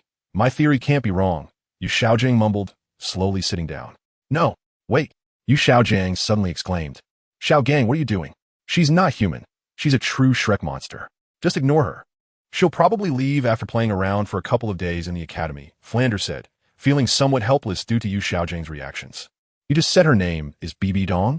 Yu Xiaojiang quickly asked. Yes, BibiSheng is indeed a strange name, almost like a pseudonym. But after spending these days together, Teacher BibiSheng has been quite nice, not like a pseudonym at all. Master, is there a problem with this name? Zhao Wujia wondered. Yes, there is definitely a problem. This name reminds me of someone, and only she has a name similar to this. They must be connected. Yu Xiaojiang's expression turned serious. So, Xiaogang, who are you talking about? Flander adjusted his glasses. The current pope of the Spirit Hall, BibiSheng. Yu Xiaojiang pronounced each word slowly. Oh, how did I not think of that? BibiSheng, could they be siblings? No, there's too much of an age difference, and she probably doesn't have a brother. Flander straightened up. As far as I know, she indeed doesn't have a brother. Yu Xiaojing nodded. So the current pope of the Spirit Hall is named BibiSheng. And BibiSheng is indeed very similar. This means BibiSheng is actually from the Spirit Hall. The similarity in names must be a coincidence. With so many people on the continent, it's normal for names to be similar. Zhao Wujia only now realized the pope's name was BibiSheng, having previously only heard the title. No, as far as I know, this surname is very rare. There are not many people with this surname on the continent. Yu Xiaojiang's face darkened, and he had a vague suspicion. Chapter 119. The Rakshasa god Yu Xiaojiang, Flander, and Zhao Wujia seemed to be frozen, remaining silent for a long time. Xiaogang, let's forget about it. Even if she is from the Spirit Hall, even if she is the Pope's descendant, what can we do? With so many of us, we probably wouldn't be her match if we all joined forces. As long as she doesn't affect our teaching of a few students, let her be. Flander glanced at the dormitory where BibiSheng was and shook his head with a self-deprecating smile. To be honest, even 10 of me, as a soul sage, Probably wouldn't withstand a few moves, and we're not enemies. Even if she's from the Spirit Hall, we don't need to show such hostility. Zhao Wujie spoke slowly. Moreover, master, during this trip to the Stardow Forest, she helped Tang San a lot. Even the cave spider soul beast was found by her, Zhao Wujie continued. Seeing Yu Xiaojiang silent, Flanders started chatting with Zhao Wujie. Zhao Wujie, you mentioned 200,000-year soul beasts, right? Besides the Titan giant ape, what was the other one? Zhao Wujie replied. The second 100,000-year soul beast was even more exaggerated than the Titan giant ape, with a massive cow's head and a sky-blue snake body over 100 meters long. Bibidong referred to it as the sky-blue bull python soul beast. If the Titan giant ape is the king of the forest, then the sky-blue bull python is the emperor of the forest. You survived this time, thanks to Bibidong's help. Did the sky-blue bull python die as well? At this moment, Yu Xiaojiang spoke slowly. Not exactly. The sky-blue bull python came for a moment, but for some reason, it eventually ran away. After Bibidong fought the Titan giant ape. She might have been too exhausted to continue the chase, Zhao Wujie replied. Zhao Wujie, you should also take a break. I see you arrived at Shrek Academy in the middle of the day. It must have been a tiring journey, Flanders said to Zhao Wujie. Yes, that's all I have to report. Zhao Wujie took a final sip and then stood up to leave. That night, in Bibidong's room, Bibidong was in her study, moving a bookshelf aside to reveal a stone door. After opening the stone door, she calmly stepped inside, walking down dozens of steps and through a more than 20-meter-long passage, arriving at a large underground hall. The top of the hall had a slightly glowing circular light source, casting a weak glow that illuminated the nearly 50-square-meter circular hall. The hall is empty, with only a statue standing opposite the hall's exit. The statue has distinct body lines, a sharply defined face, and holds a sickle in its hand. Judging by the clothing and the carved lines, this is a female statue. It is vividly portrayed, lifelike, and exudes an air of noble elegance, as if it were a god on high. Indeed, it is a statue of a deity, specifically the first-level Rakshasa god that Bibidong is set to inherit. Rakshasa god, I have come, Bibidong softly says to the statue. As soon as her words fall, the statue emits a purple glow, forming a vortex that sucks Bibidong inside. When Bibidong opens her eyes again, she finds herself in a purplish-black independent space, the Rakshasa secret realm. In the center is a murky pool of water. Although it is unclear, the water seems to be clean. Beside the pool stands another statue of the Rakshasa god. Perhaps sensing Bibidong's arrival, a purple-black light shoots from the statue's forehead, forming a figure above the pool, dressed in a very sensual and enchanting manner, in a tight purple outfit that accentuates her voluptuous figure. She is on an entirely different level of allure compared to Hulaina, radiating a mature charm that seems almost otherworldly, making Bibidong feel ashamed. Rakshasa god, there's no need to be this way. It's just the two of us here. You make me feel very inferior, Bibidong says, speechless. Ignorant heir. My divine consciousness is nobler than you think. I am the embodiment of the world's first evil thought. Unfortunately, the source of evil thought is too limited, inferior to the sources of evil and slaughter. Otherwise, I would also be a god king, the Rakshasa deity's consciousness dismissively replies. All right, I won't argue with you. The 6th test is complete. What is the content of my 7th test? Bibidong says flatly. Their conversation clearly indicates that this is not their first interaction. Indeed, progress is good. To reach the 7th divine test so quickly means the upcoming assessments will only become more challenging. I hope you're prepared, the Rakshasa deity's consciousness nods. So, what exactly is the 7th test? Bibidong asks calmly. The 7th Rakshasa divine test requires you to devour, abandon, and destroy your own Yu Xiaojiang, in order to compensate for your missing heart and soul, so you can better master the Rakshasa divine power. The time limit is 3 years, and the reward is a 10% affinity with the Rakshasa god. The Rakshasa deity's consciousness states flatly. Does it really have to be this way? Bibidong asks calmly. Of course. As you know, the power of Rakshasa requires you to suppress part of your soul power to manage the Rakshasa divine power. If you cannot completely resolve everything, you will be unable to grasp the true capabilities of Rakshasa divine power, nor unleash its true power. I do not wish to find someone who can only inherit half-baked Rakshasa divine power. The Rakshasa deity's consciousness explains slowly. What do the later generations' angel gods and sea gods count as first-level gods? If it weren't for the suppression of my power by the rules of the divine realm, the quality of my divine power would not be inferior to that of the 5 great god kings. Of course, I say all this to see if you can perfectly inherit my divine position, the Rakshasa deity says somewhat proudly. All right, I will resolve the 7th test as soon as possible. Wait for my news. BibiDong can only nod.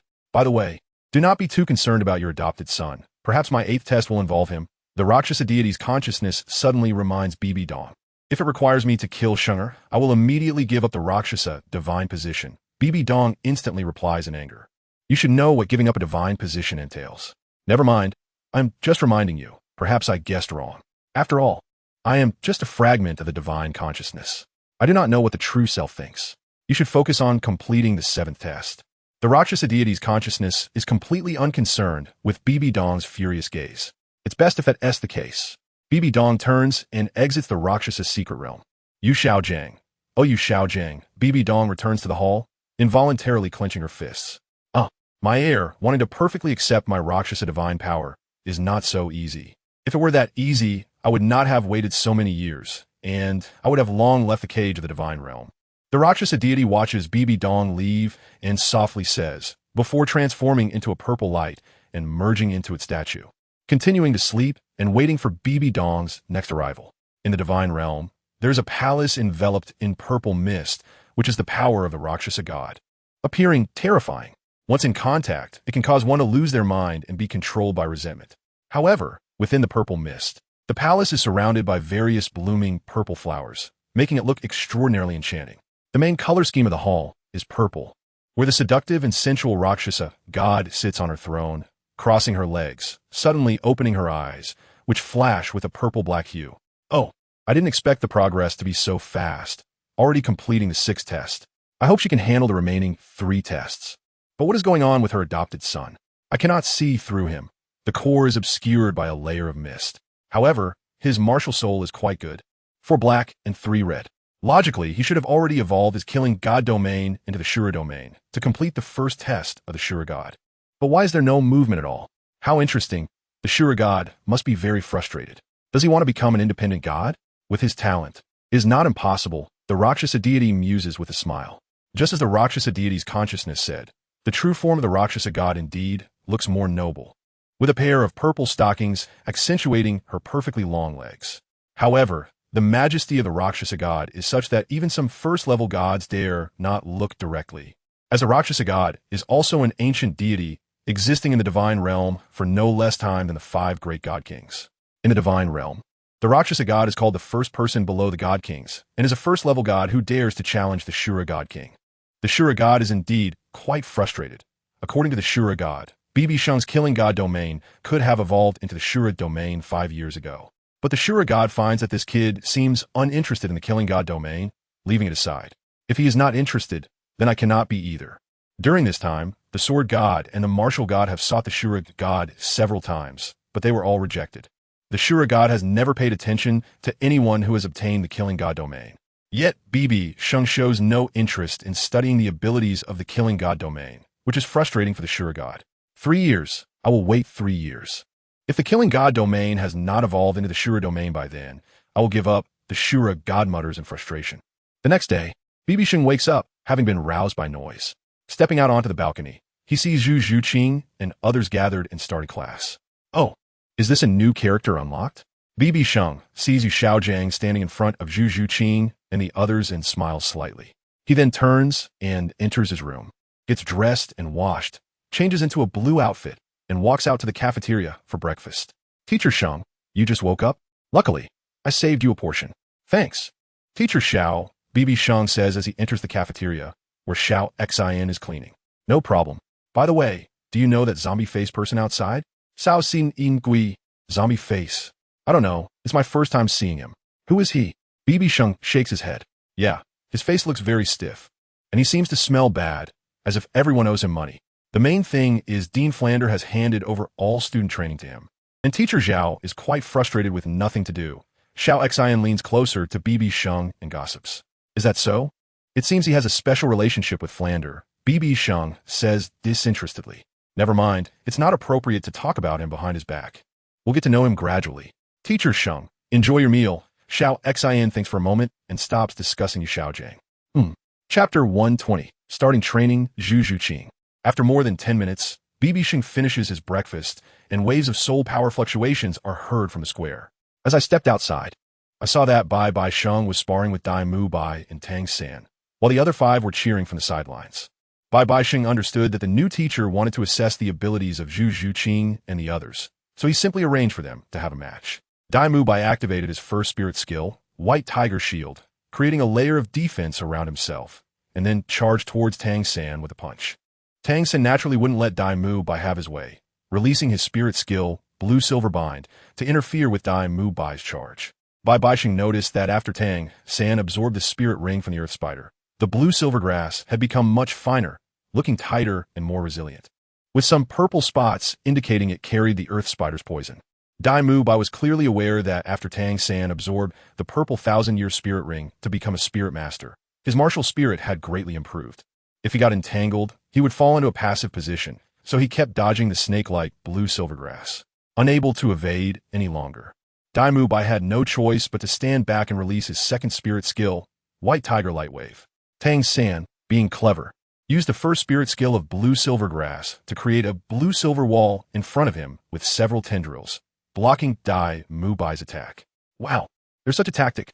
Dalu Bai was taken aback, not expecting his single target attack spirit skill to be blocked like that.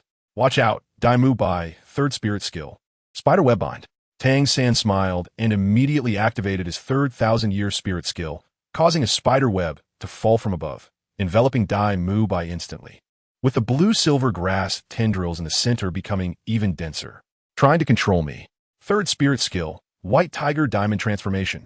However, Dalu Bai hadn't fully unleashed it when the spider web began to tighten, wrapping him up like a big rice dumpling. After struggling for a while, Dalu Bai couldn't break free from the spider web's restraint. Instead, the more he struggled, the tighter it became. All right, Dalu Bai, you lost. Due to underestimating your opponent, you should have activated your third spirit skill when Tang San activated his third spirit skill. Remember, never let a control-type spirit master activate their spirit skill first. Even if you see it, you should quickly respond. Yu Xiaojiang called a stop to their match and explained the reasoning to Dalu Bai. Tang San had chosen the timing of his attack well, but he shouldn't easily use his trump card. If I'm guessing correctly, your third spirit skill can only be used about 3 times, right? As a control-type spirit master, you need to seize the opportunity to control your opponent in critical moments, allowing your attack-type teammates to quickly resolve the opponent and win the match. Yu Xiaojiang then offered some advice to Tang San. Yes, teacher, I understand, Tang San nodded, while Dalu Bai looked somewhat dejected. Wow, quite lively, are you in class? BibiSheng walked over slowly and said, Good morning, teacher BibiSheng. Upon seeing BibiSheng, Zhu Zhuqing and the others spoke up. This is, BibiSheng casually asked. Teacher BibiSheng, let me introduce you. Tang San stepped forward and said, This is my mentor, Master Yu Xiaojiang. Teacher, this is teacher BibiSheng, an honorary teacher at Shrek Academy. Tang San introduced BibiSheng to Yu Xiaojiang. Master? What master? BibiSheng asked in confusion. This. It seems that the BibiSheng in front of me knows as much, if not more, than the knowledge of the teacher. Especially regarding the immortal herbs, Tang San didn't know how to respond to BibiSheng at that moment. You are BibiSheng. I heard Flander introduce you yesterday. I didn't expect teacher BibiSheng to be so young. Yu Xiaojiang observed BibiSheng closely and found that he didn't resemble the two he had in mind. I'm Yu Xiaojiang. I've just been researching martial spirit theories for many years and published a few papers on the core competitiveness of martial spirits. I feel ashamed to be called a master. Yu Xiaojiang introduced himself. Oh, so you're that master. I remember now. Indeed, there is such a person on the continent, known for the top 10 core competitiveness of martial spirits, and many spirit masters call him a master. BibiSheng recalled, feeling less interested, and said to Zhu Zhuqing in a plain tone, You all carry on? Zhuqing, come with me. Okay, teacher. Zhu Zhuqing nodded without objection. After saying that, BibiSheng saw Zhu Zhuqing walking over and prepared to leave. Yu Xiaojiang certainly wasn't pleased, as Flander had entrusted him with the teaching duties, and he had formulated a training system overnight. Wait, teacher BibiSheng, this class isn't over yet. I haven't fully understood the specific abilities and strengths of Zhu Zhuqing. Yu Xiaojiang called out to stop BibiSheng and Zhu Zhuqing. Martial Spirit, Phantom Spirit Cat, Level 28 Great Soul Master. I believe, based on your research on martial spirits, you already have a general understanding of Zhu Zhuqing's situation. BibiSheng replied calmly. That is true, but I want to know more specifically so I can formulate appropriate training, Yu Xiaojiang said. You don't need to trouble the master with this. I will teach my disciple myself. You all can continue with your tasks, BibiSheng said, continuing to lead Zhu Zhuqing out of the school gate. Stop. One person training alone won't do. I plan to have all 7 of them form a team to participate in the elite competition of the Advanced Soul Master Academies across the continent in 2 years. If Zhu Zhuqing doesn't train with them to develop mutual understanding, how far can our academy go in the competition? Yui Yaogang spoke firmly to BibiSheng. You're right, but how does that relate to training together? Each should do their own part, and Zhu Zhuqing will naturally fulfill her role as an agile attack spirit master. BibiSheng smiled slowly, shaking his head. By the way, I would like to hear how you plan to teach Zhu Zhuqing's Phantom Spirit Cat martial spirit. BibiSheng est lightly. I was actually planning to understand Zhu Zhuqing's specific situation first, Yu Xiaojing admitted, unable to come up with a plan for teaching Zhu Zhuqing. Moreover, I never intended to teach just one person, but to find a balance among the 7, allowing them to train together, becoming like a single rope. A team must be united. Otherwise, it will be like a pair of chopsticks that can easily scatter. Yu Xiaojing explained earnestly. That makes sense. Then you can first train the 6 of them as a unit. Zhuqing, let's go, BibiSheng said without looking back, leading Zhu Zhuqing away. Zhu Zhuqing remained silent throughout, following BibiSheng's instructions. The others exchanged glances, unsure of what to do next. Seeing that BibiSheng had really taken Zhu Zhuqing away, Yu Xiaojing's expression darkened. Forget her for now. Let's continue. Tang San, you'll face Xiao Wu. Okay, teacher. Tang San and Xiao Wu nodded. The square began to fight again. Flander watched from the office balcony, sighing helplessly. Zhuqing, won't you feel lost not training with them? After leaving the school gate and walking towards Soto City, BibiSheng asked slowly. Teacher, I won't. I have long gotten used to being alone. However, will this make things awkward? Zhu Zhuqing said, somewhat puzzled. Zhuqing, you possess the qualities of fearlessness and resilience, which are precious traits. But Zhuqing, to become strong, you must endure the loneliness that others cannot. You hope to break free from your fate, and I also hope that you alone can break your family's rules. Although I could solve your problems instantly, you would lose the rare opportunity to hone yourself, and you wouldn't be able to grow in the true sense. The shackles of the family are currently your greatest motivation to push yourself, so seize this rare opportunity. I believe that when you personally resolve your shackles, it will elevate your state of mind. BibiSheng slowly taught Zhu Zhuqing to recognize her goals for the upcoming period. BibiSheng knew that Zhu Zhuqing's greatest wish at present was to break free from the shackles imposed by her family.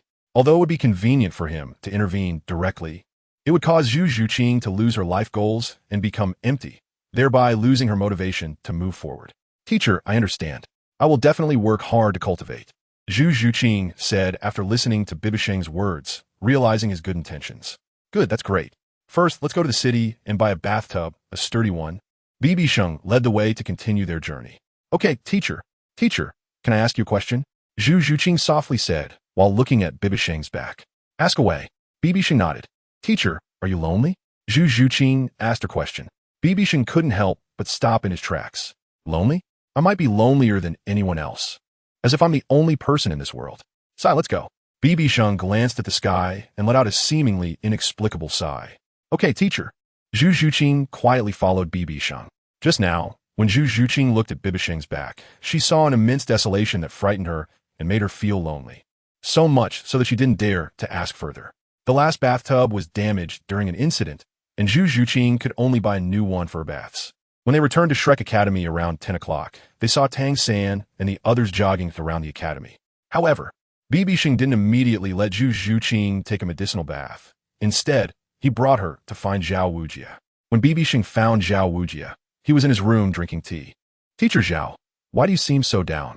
Oh, it's you, Teacher Sheng. Please have a seat. Don't mention it. I feel like I've lost my job. Training is entirely up to master now, and us teachers are quite idle, Zhao Wujia said helplessly after taking a sip of tea. That's just right. Since you have nothing to do, I actually have something I need your help with. Teacher Zhao, BibiSheng said with a slow smile. Oh, Teacher Sheng, please go ahead. If it's something I can help with, I will definitely assist, Zhao Wujia said in surprise, not expecting BibiSheng, who he knew to be capable, to come to him for help. Teacher Zhao, your martial soul is quite good. I believe you must have some soul skills that can enhance gravity, right? BibiSheng nodded to confirm Zhao Wujia's abilities. Yes, I do have that. My third soul skill enhances gravity, and my fifth soul skill applies gravitational compression. As for the gravitational effect, I can gradually increase it with my soul power output, or maintain a certain level of gravity. Zhao Wujia confidently explained his abilities. That's great. Teacher Zhao can see that I place great importance on Zhu Zhuqing. I would like to ask if you could use your gravity skills to train her. BibiSheng smiled. Zhu Zhuqing's physical condition is somewhat poor. Her foundation isn't strong. A sensitive attack type can't even break through the defense of blue silvergrass.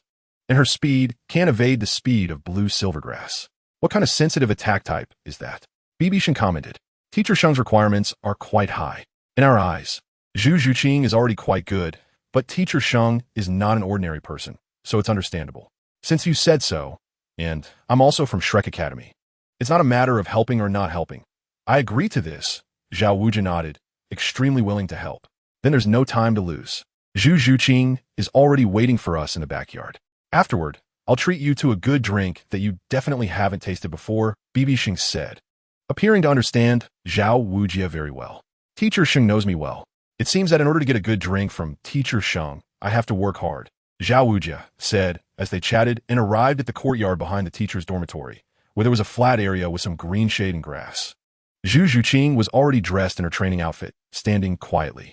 Teacher Sheng, Teacher Zhao, Zhu Zhuqing softly called out upon seeing them. Teacher Sheng, I also like this child Zhu Zhuqing.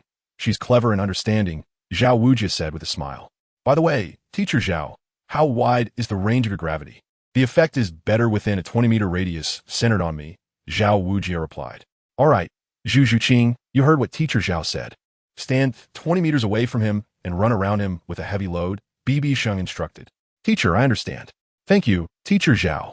Zhu Zhuqing nodded and walked to a spot about 20 meters away from Zhao Wujia. Then I'll trouble you, Teacher Zhao, to train Zhu Zhuqing. BibiSheng said a few words and then moved aside to sit down and watch the two. Zhu Zhuqing, are you ready? Zhao Wujia asked. Teacher Zhao, I'm ready. Okay. Martial soul possession, third soul skill, gravity enhancement. Zhu Zhuqing bent her body, feeling gravity pressing down on her from all directions, as if she were carrying a mountain. If the gravity is too much, just say so, Zhao Wujia reminded her. No problem. Zhu Zhuqing's voice had become heavy. After adapting for a moment, Zhu Zhuqing began to move. At first, she could only walk. She couldn't even run, but eventually, she started to walk faster and turned it into a light jog. After an hour, Zhu Zhuqing reached her limit. Zhu Zhuqing, start using your soul power, BibiSheng reminded when he saw her condition. Understood. Zhu Zhuqing then began to use her soul power to relieve the pressure and continued running. Zhu Zhuqing had lost count of how many laps she had run around Zhao Wujia, only feeling that time was passing very slowly. As time went on, the sun had risen to its zenith. Zhu Zhuqing was already so exhausted that her consciousness was fading, but in her mind, she held on to one belief. I can still run 2 more laps. BibiSheng saw that Zhu Zhuqing's soul power had been depleted, and her condition had reached its limit. All right, Teacher Zhao, we can stop now. That's enough for today, BibiSheng called to stop Zhao Wujia. Zhao Wujia nodded, having wanted to retract his martial soul for a while. But seeing that BibiSheng had not spoken, he continued to release his soul skills. Zhao Wujia suddenly withdrew his power, and Zhu Zhuqing, not adapting quickly enough, sat down on the ground. Thank you for your hard work, Teacher Zhao. This is a special wine, guaranteed to leave you with a lasting impression, but drink it sparingly. It will last you a month. Teacher Sheng, you are too kind. However, Daughter's Red is quite an interesting name. Then I'll take Zhu Qing back now. I have other methods to train her, and I'll need to trouble you again tomorrow. Sure. After exchanging a few words, BibiSheng took Zhu Zhuqing back to his bathing area to let her soak in the medicinal bath. Chapter 121. Debate with Yu Xiaojiang after preparing the water in the bathtub. BibiSheng took out the blood-colored liquid condensed from blood and added a bit more than last time. Zhu Qing, your muscles must be very sore and exhausted right now, in a state of depletion, and you urgently need to replenish your energy. So, after training with Teacher Zhao each time, come soak in the bath. I believe the effect will be even better and easier to absorb, BibiSheng explained as he added the liquid. Teacher, I understand. I will definitely persevere, Zhu Zhuqing said weakly, still sweaty and not fully dry. Yes, your training will be like this for now. Train with Teacher Zhao in the morning, soak in the medicinal bath in the afternoon. And in the evening, go with Dean Flandra and the others to the Soto City Grand Soul Arena to participate in competitions to gain practical experience. Blind training won't do either. If you can't see progress, only in battle can you find your shortcomings, and then you can address them. BibiSheng took the opportunity to explain a few things and confirmed Zhu Zhuqing's training direction. Well, teacher, I have no issues with that. I also know that I lack talent. Zhu Zhuqing nodded. That's good to know. You just stay here for now. I'll go to the cafeteria and bring you some food. BibiSheng said as he walked out, leaving Zhu Zhuqing alone. BibiSheng arrived at the square and noticed Tang San and the others running breathlessly through the school gate. I am exhausted, Ma Hongjun complained, trailing behind. Shut up. Even Ning Rongrong, a support spirit master, runs faster than you, Dai Mubai retorted. I'm fat, Ma Hongjun said grumpily. At least you know you're fat. Consider it a way to lose weight, Oscar teased. Get lost. Haha. It seems you all had a good training session. What did you do all morning? BibiSheng Gizrudi asked. Teacher Shang, what else could we do? We were running to build our stamina, Ning Rongrong smiled. Seeing you all laughing and joking. It looks like the training intensity isn't enough. If you ask me, you should carry some heavy stones while running without using spirit power. That would have some effect. BibiSheng said lightly. Carry stones and run without using spirit power. Teacher Shang, are you trying to kill us? Ma Hongjun exclaimed in surprise. I also think your training intensity isn't enough. Today, I'm just observing you. Tomorrow, I plan to have you carry stones while running without using spirit power. Yu Xiaojiang said as he entered the school gate. What? Teacher Sheng, are you a crow? I really envy Zhu Zhuqing. She must have it easier than us. Xiao Wu pretended to be unhappy. You're mistaken. Zhu Zhuqing's training is tougher than yours. Of course, you can ask Teacher Zhao for specifics. BibiSheng didn't elaborate, but encouraged them to explore. However, Tang San and the others probably wouldn't get the chance. No, I believe in my abilities and can make them shine in the Continental Elite competition, Yu Xiaojiang said as he approached. Is that so? There's just over 2 years until the Continental Elite competition, and the one most likely to reach the Spirit Ancestor level will only be Dai Mubai. The others are mostly around level 36, which likely won't even allow them to advance in the Heaven Do competition area. There's another possibility. If Shrek Academy joins a Royal Academy, there might be a chance to advance to the finals and experience the grand finale. It's not that they lack talent. They're just a bit young. They might shine in the next competition. BibiSheng stated based on facts. In the original story, I've taken all 7 of their opportunities for spirit herbs. What chance do they have for a comeback? Yu Xiaojiang's expression changed as he knew the situation. Indeed, Tang San and the others were a bit young. That's why I want to train them to be a team that can respond just by looking into each other's eyes. Perfectly in sync, because the Continental Elite competition is primarily a 7-person team event. Yu Xiaojiang thought for a moment and shared his general plan. There are no useless martial souls, only useless soul masters. As long as they work well together, even if their overall spirit power differs by 10 levels. It can be compensated, Yu Xiaojiang said confidently. Haha, I actually looked at your martial soul theory and then set it aside. I have to say, it's somewhat useful for someone who just became a soul master. Unfortunately, your spirit power is too low to see the high vistas of soul masters. Most of it is just trial and error, BibiSheng countered.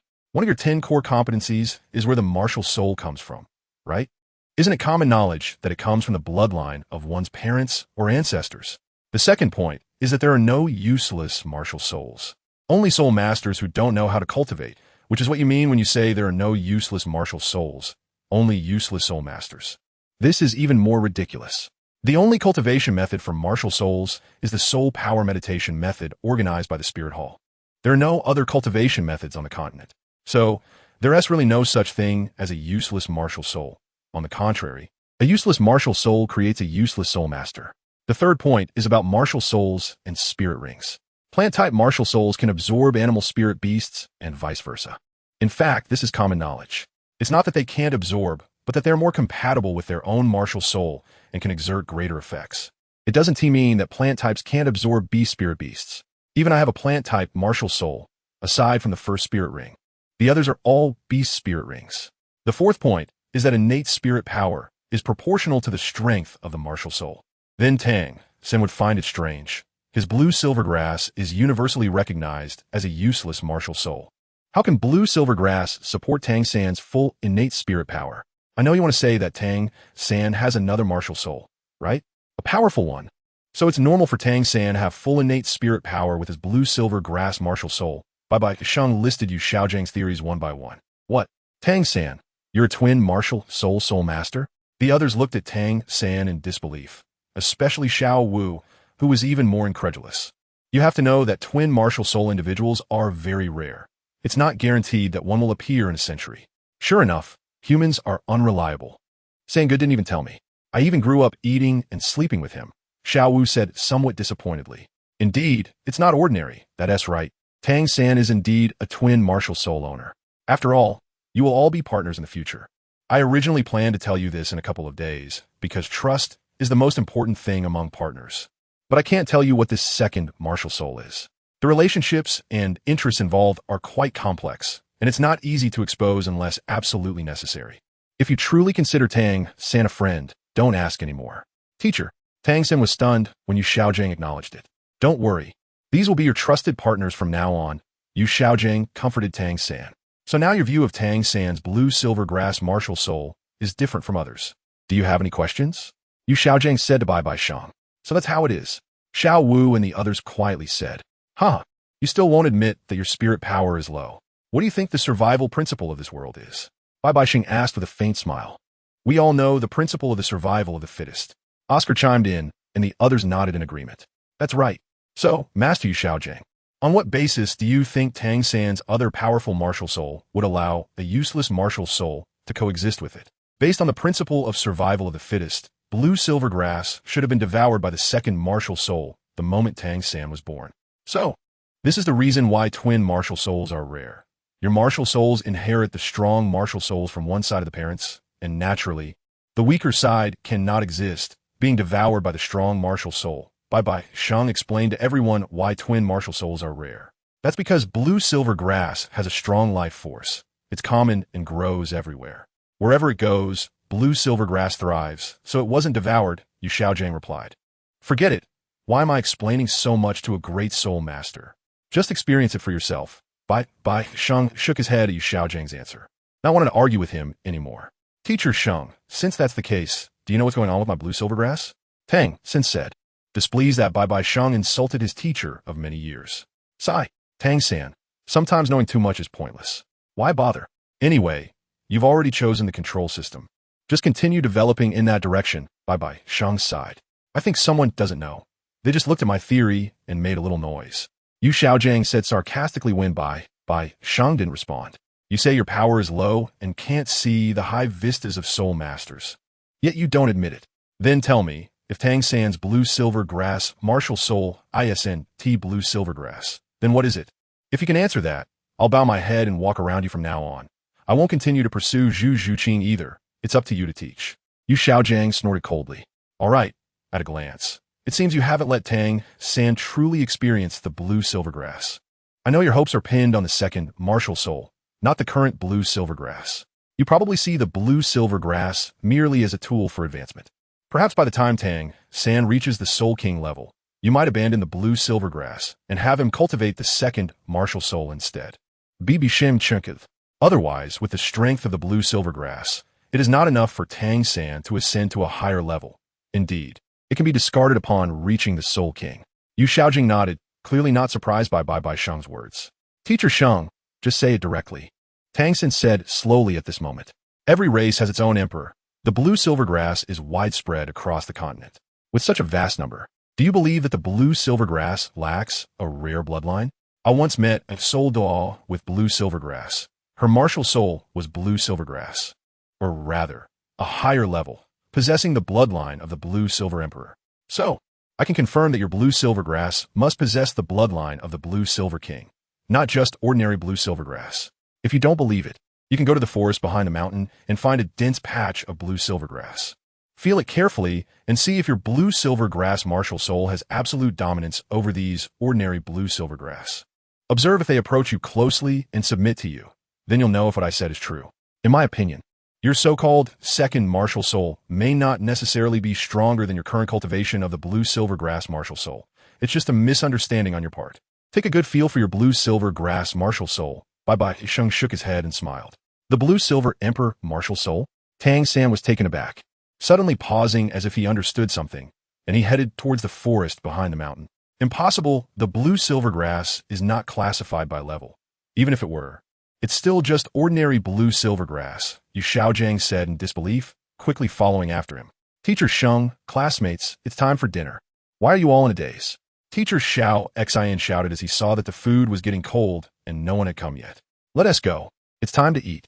The others followed with confusion, pondering, could it be that ordinary blue-silver grass is classified by noble bloodlines?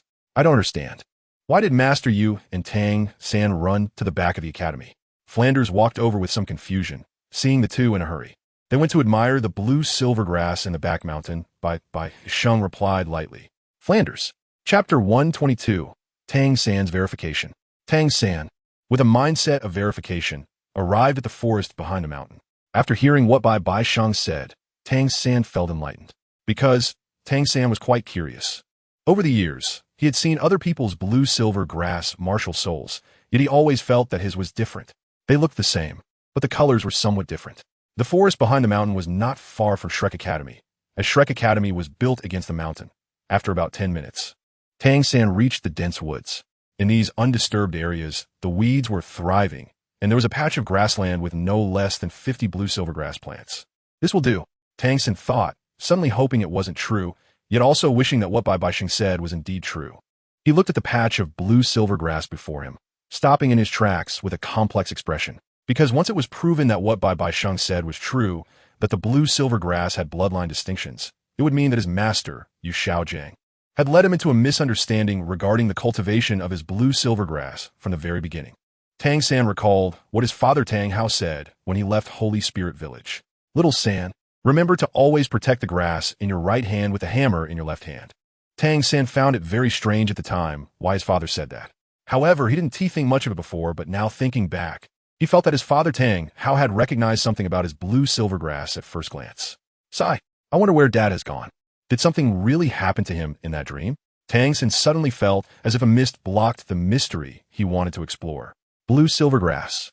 Tang San thought as he walked into the small patch of blue-silver grass, summoning his blue-silver grass martial soul, preparing to sit down and contemplate the feelings BibiSheng spoke of. He wanted to see if these blue-silver grass plants were friendly towards him and whether they held a king-subject relationship with his blue-silver grass. Little San, wait a moment. Yu Xiaojing hurriedly caught up, panting. After all, Tang San had run too fast. Teacher, how did you catch up? Tang San was taken aback and stopped his movements. Little San, don't rush. Are you sure you want to try? What if BibiSheng is just fooling us? Yu Xiaojing quickly said. People only have hope to be disappointed. Once you try, how can you ensure you won't be disappointed and lose the motivation to cultivate? Yu Xiaojing advised earnestly. Teacher, you should understand me. I'm not someone who gets easily discouraged. Besides, I'm extremely curious about my blue-silver grass. I suddenly feel like there's a mist blocking my path, Tang San said with a slow smile. Yes, I admit that what BibiSheng said is not without reason. Some races indeed have emperors by nature, like the queen ant in an anthill, the queen bee in a beehive, and so on. But I feel that at this point, I must remind you that BibiSheng is most likely a core member of the Spear Hall, Yu Xiaojing said solemnly. Teacher, do you know something? Why does no one tell me the truth? Even my father, I've asked Village Chief Jack. My dad came to Holy Spirit Village 12 years ago, shortly after I was born, which confuses me, Tang San said, slightly agitated. Just because Tang San had lived 2 lives, he had never regarded himself as a child. Some things did happen to your father back then. I heard about it, but I didn't see it with my own eyes. I only heard that it was related to the Spirit Hall. To tell you the truth, your father is a powerful soul master, a titled Douluo. So if what I've heard is correct, the Spirit Hall likely has enmity with you. That's why your father and I have been trying to hide your second martial soul. So BibiSheng might be from the Spirit Hall, and I'm not sure if he knows your identity. Because your second martial soul is a symbolic family inheritance martial soul, famous across the continent.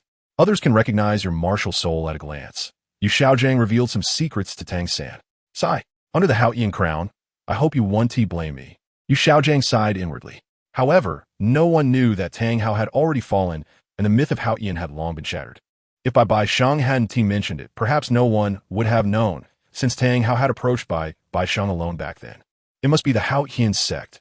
In fact, I vaguely guessed what my second martial soul might be. Now listening to your words, teacher, there is only one sect famous for the Haotian hammer, which is the Haotian sect, and we share the surname Tang, so it's easy to guess. Tang San said calmly. Tang San wasn't necessarily very smart. Rather, it was because he had lived 2 lives and didn't come from a naive child's perspective.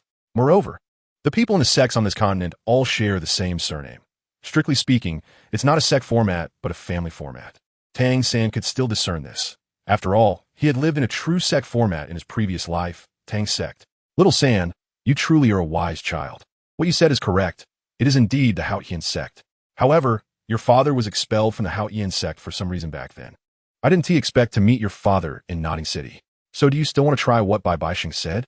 I'm just afraid you might fall into despair from now on, Yu Xiaojiang slowly spoke. Teacher, I think you're overthinking it. Even if BibiSheng is from the Spirit Hall, and even if our family has enmity with the Spirit Hall, BibiSheng is so young, only 16 years old. If this had happened 12 years ago, BibiSheng would have only been a 4-year-old child then. So how could he have known anything? Even if he did know, with BibiSheng's strength, why would he go through so much trouble to kill me? You might not know how strong BibiSheng is. I have witnessed it personally, and his strength is not inferior to that of a titled Douluo. So BibiSheng either doesn't know, or he knows about the events of that year, but didn't recognize my identity. Tang San guessed with a slight smile. BibiSheng, you're overthinking it. I witnessed your birth, so I know better than anyone. BibiSheng indeed witnessed Tang San's birth since he was present during the siege of the Blue Silver Emperor back then. It was indeed 12 years ago. All right, I was overthinking it. Maybe he knows nothing at all, Yuxiagang sighed. Then Yuxiagang saw Tang San once again release the blue silver grass and sit down to meditate. Sigh, it's been so many years since Tang San entered Nodding Academy. The Haotian crown has never appeared again. Yuxiagang looked at Tang San and then took out a token. Looking at the token in his hand, Yuxiagang sighed helplessly. If BibiSheng were here, he would definitely recognize this as the Pope's order. As Tang San sat down, calming his mind after more than 10 minutes, he really felt something different. He sensed some blue dots appearing around his blue-silver grass martial soul. He could clearly feel that these blue dots came from the ordinary blue-silver grass around him. Yuxiagang also witnessed a surprising scene. Noticing that the blue-silver grass around Tang San began to bend towards him, as if commoners were bowing and kneeling before an emperor. Could it be true that the blue-silver grass clan has imperial blood? But why has it never been mentioned or recorded in books? Yuxiagang was full of confusion. Although Yuxiagang's strength was not strong, he knew that the blue-silver grass growing at his feet was too ordinary, lacking even a trace of soul power. But now, he saw something. The blue-silver grass suddenly seemed to have consciousness, exhibiting human-like behavior. Meanwhile, Tang San, with his eyes closed, could clearly feel the flattering intentions coming from all directions, as if a commoner were trying to curry favor with an emperor. How comfortable. It feels like cultivating in such a place filled with blue-silver grass makes my blue-silver grass martial soul feel incredibly relaxed. I thought it was just the uniqueness of the Xiantian skill that allowed me to cultivate the blue-silver grass to the soul master level. It turns out this is the secret of my blue-silver grass martial soul. Tang San thought to himself as he opened his eyes, realizing there was no need to continue probing. As Tang San withdrew his blue-silver grass martial soul, the surrounding blue-silver grass returned to normal. Xiao San, how is it? Yuxiagang quickly asked. Teacher, what BibiSheng said was right. I indeed felt the friendly and affectionate intentions from the surrounding blue-silver grass, Tang San replied. I also saw. Yuxiagang shared what he had just witnessed with Tang San. This is a good thing, right? It shows that your blue-silver grass is indeed comparable in quality to the Haotian hammer martial soul and can continue to cultivate. Therefore, I have decided that when you reach the soul Douluo level, I will add a soul ring to the Haotian hammer. I believe that at that time, you will be able to break through to the title Douluo level in one go. However, adding soul rings to twin martial souls at the same time is very dangerous. In 100 years, only a few people have attempted it, and only one has succeeded. To be safe, I will inquire about some information from her then. I'm sorry. Xiao San, I misjudged your blue-silver grass. I didn't expect that there would be such a thing as imperial blood within the blue-silver grass. Yuxiagang said to Tang San with some guilt. Teacher, it's not your fault. It can only be said that the concept of bloodlines is too mysterious. Maybe BibiSheng is also speculating about my blue-silver grass martial soul, based on his own martial soul, Tang San replied. Teacher, don't forget that BibiSheng's martial soul is also a type of grass. When I first saw it, I thought it was a 3-leaf clover, but unexpectedly, his grass has 9 leaves, which he calls the 9-leaf sword grass martial soul. It's probably also of the imperial bloodline of the 3-leaf clover clan. Tang San shook his head, not blaming Yuxiagang's judgment. The 3-leaf clover. It's the same level as the blue-silver grass. There really is such a possibility. I was wondering how a young person like him could know about the imperial bloodline of the blue-silver grass. It turns out he was setting a trap for me. Yuxiagang realized, confirming that BibiSheng was leading him into a trap. Yuxiagang had a strong sense of pride and was very self-confident, placing great importance on his dignity. Sigh, teacher, BibiSheng is indeed not an ordinary person. Not to mention his strength. I believe he must have read a lot of books. It seems there's nothing he doesn't know. Since Zhu Zhuqing is following BibiSheng to learn, we shouldn't interfere with his teaching of his disciple, Tang San said helplessly, knowing that Yuxigang had a lot of pride. Sigh, Tang San, you don't understand. Dai Mubai has the white tiger martial soul, which you know is a martial soul passed down from the royal family of the Star Luo Empire, just like the Haoyan sect and the Blue Lightning Tyrant Dragon sect, which are iconic martial souls. Zhu Zhuqing, meanwhile, has the Nethercat martial soul and is surnamed Zhu, clearly indicating she is from the Zhu family, a royal collateral family of the Star Luo Empire. The royal family of the Star Luo Empire has a signature martial soul fusion skill called the Nether White Tiger. If BibiSheng's knowledge is extensive, he cannot possibly be unaware of the relationship between Zhu Zhuqing and Dai Mubai, Yuxiagang's side. Are you saying that Dai Mubai and Zhu Zhuqing might have some kind of arranged marriage relationship since childhood? I thought the atmosphere between them was a bit off. But Zhu Zhuqing seems to dislike Dai Mubai. Tang Sin pieced together the relationship between Dai Mubai and Zhu Zhuqing, clearing up his previous doubts. It's very possible. After all, the royal family of the Star Luo Empire would miss out on a pair with a martial soul fusion skill. So if Zhu Zhuqing can return to participate in training and can form the martial soul fusion skill, Nether White Tiger with Dai Mubai, then you all can go further in the Continental Elite Competition. Yuxiagang's idea was this. Forget it, teacher. We can't force a girl.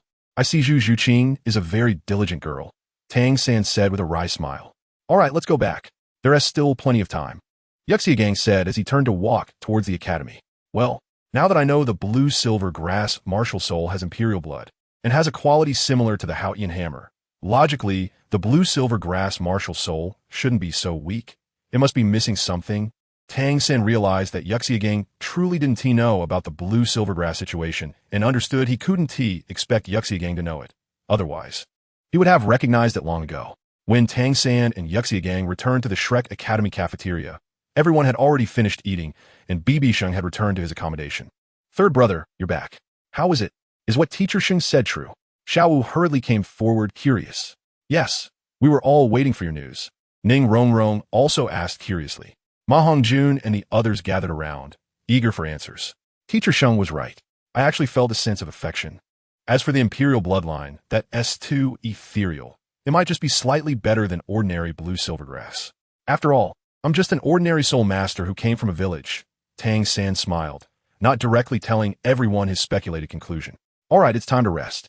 Tomorrow we start the hell training mode, Yuxiagang said with a serious face. Okay, master you. This title suddenly sounded a bit harsh to Yuxiagang, but he couldn't say anything. BibiSheng felt a bit unnecessary returning to his accommodation after getting food, because Zhu Zhuqing had a chance to eat, having soaked in the bathroom until after 5 in the afternoon. Teacher, I feel so comfortable after the soak, Zhu Zhuqing said with a smile, her face slightly flushed from soaking too long. That's good. The food is cold now, and it's just about lunchtime. Let's take it down and have Teacher Xiao Xian heat it up, BibiSheng replied, nodding. We practiced too late today. Tomorrow, let's meet Teacher Zhao at 9 for training until 11:30. That should be fine. We'll have some lunch and then soak in a medicinal bath until the afternoon. Zhu Zhuqing set a schedule for herself. Okay, let's do that, BibiSheng agreed. Let's go. You haven't eaten all afternoon. You must be starving, BibiSheng said, reaching out to touch Zhu Zhuqing's still damp hair, which dried in a few seconds. Thank you, teacher. Zhu Zhuqing smiled sweetly and then tied her hair up. The two then headed to the cafeteria, where they saw Yu Xiaojang quickly eating and leaving as soon as he spotted BibiSheng. Yu Xiaojang's face looked a bit swollen upon seeing BibiSheng. And just like that, the day passed. After a few days of clear weather in Suatawa City, a sudden storm broke out around 10 o'clock at night, with everyone deep in sleep. In this weather, an ethereal figure appeared in Tang San's dormitory without any warning, glowing with white light. The white figure observed the sleeping Tang San for about a minute before slowly extending a hand, wrapping something in a white mass that merged into Tang San's body. Immediately, the white figure vanished from the room without a trace.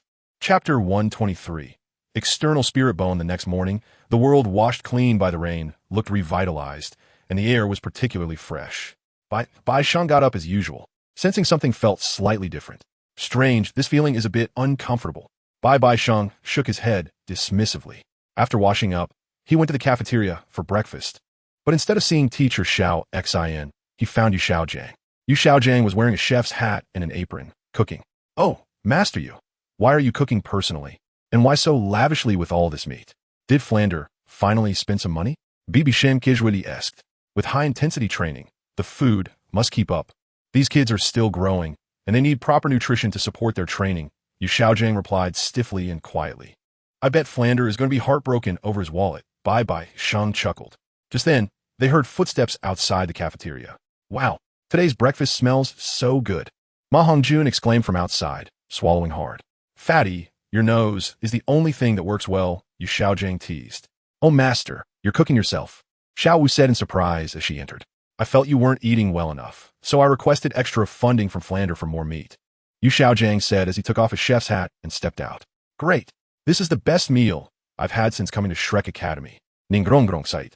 Her appetite stirred. All right, grab your food. We'll start formal classes after eating, Yu Xiaojing said, having prepared over 10 dishes for Zhu Zhuqing and the others to help themselves. Third brother, why do you look a bit off? Xiao Wu asked when she noticed Tang San occasionally clutching his chest, looking uncomfortable while eating. Xiao Wu, I'm fine. I probably just caught a chill last night, Tang San replied, feeling a dull pain in his chest as if something was amiss. Half an hour later, at 8:30, after finishing breakfast, Yu Xiaojing led the group outside. Zhu Zhuqing stayed back to talk with BibiSheng. Yu Xiaojing glanced at BibiSheng, but didn't ask Zhu Zhuqing to follow him for class. After 2 minutes, BibiSheng stood up and said to Zhu Zhuqing, Zhuqing, let's go. We've waited long enough. Teacher, Zhao hasn't come yet. Okay, teacher, Zhu Zhuqing replied.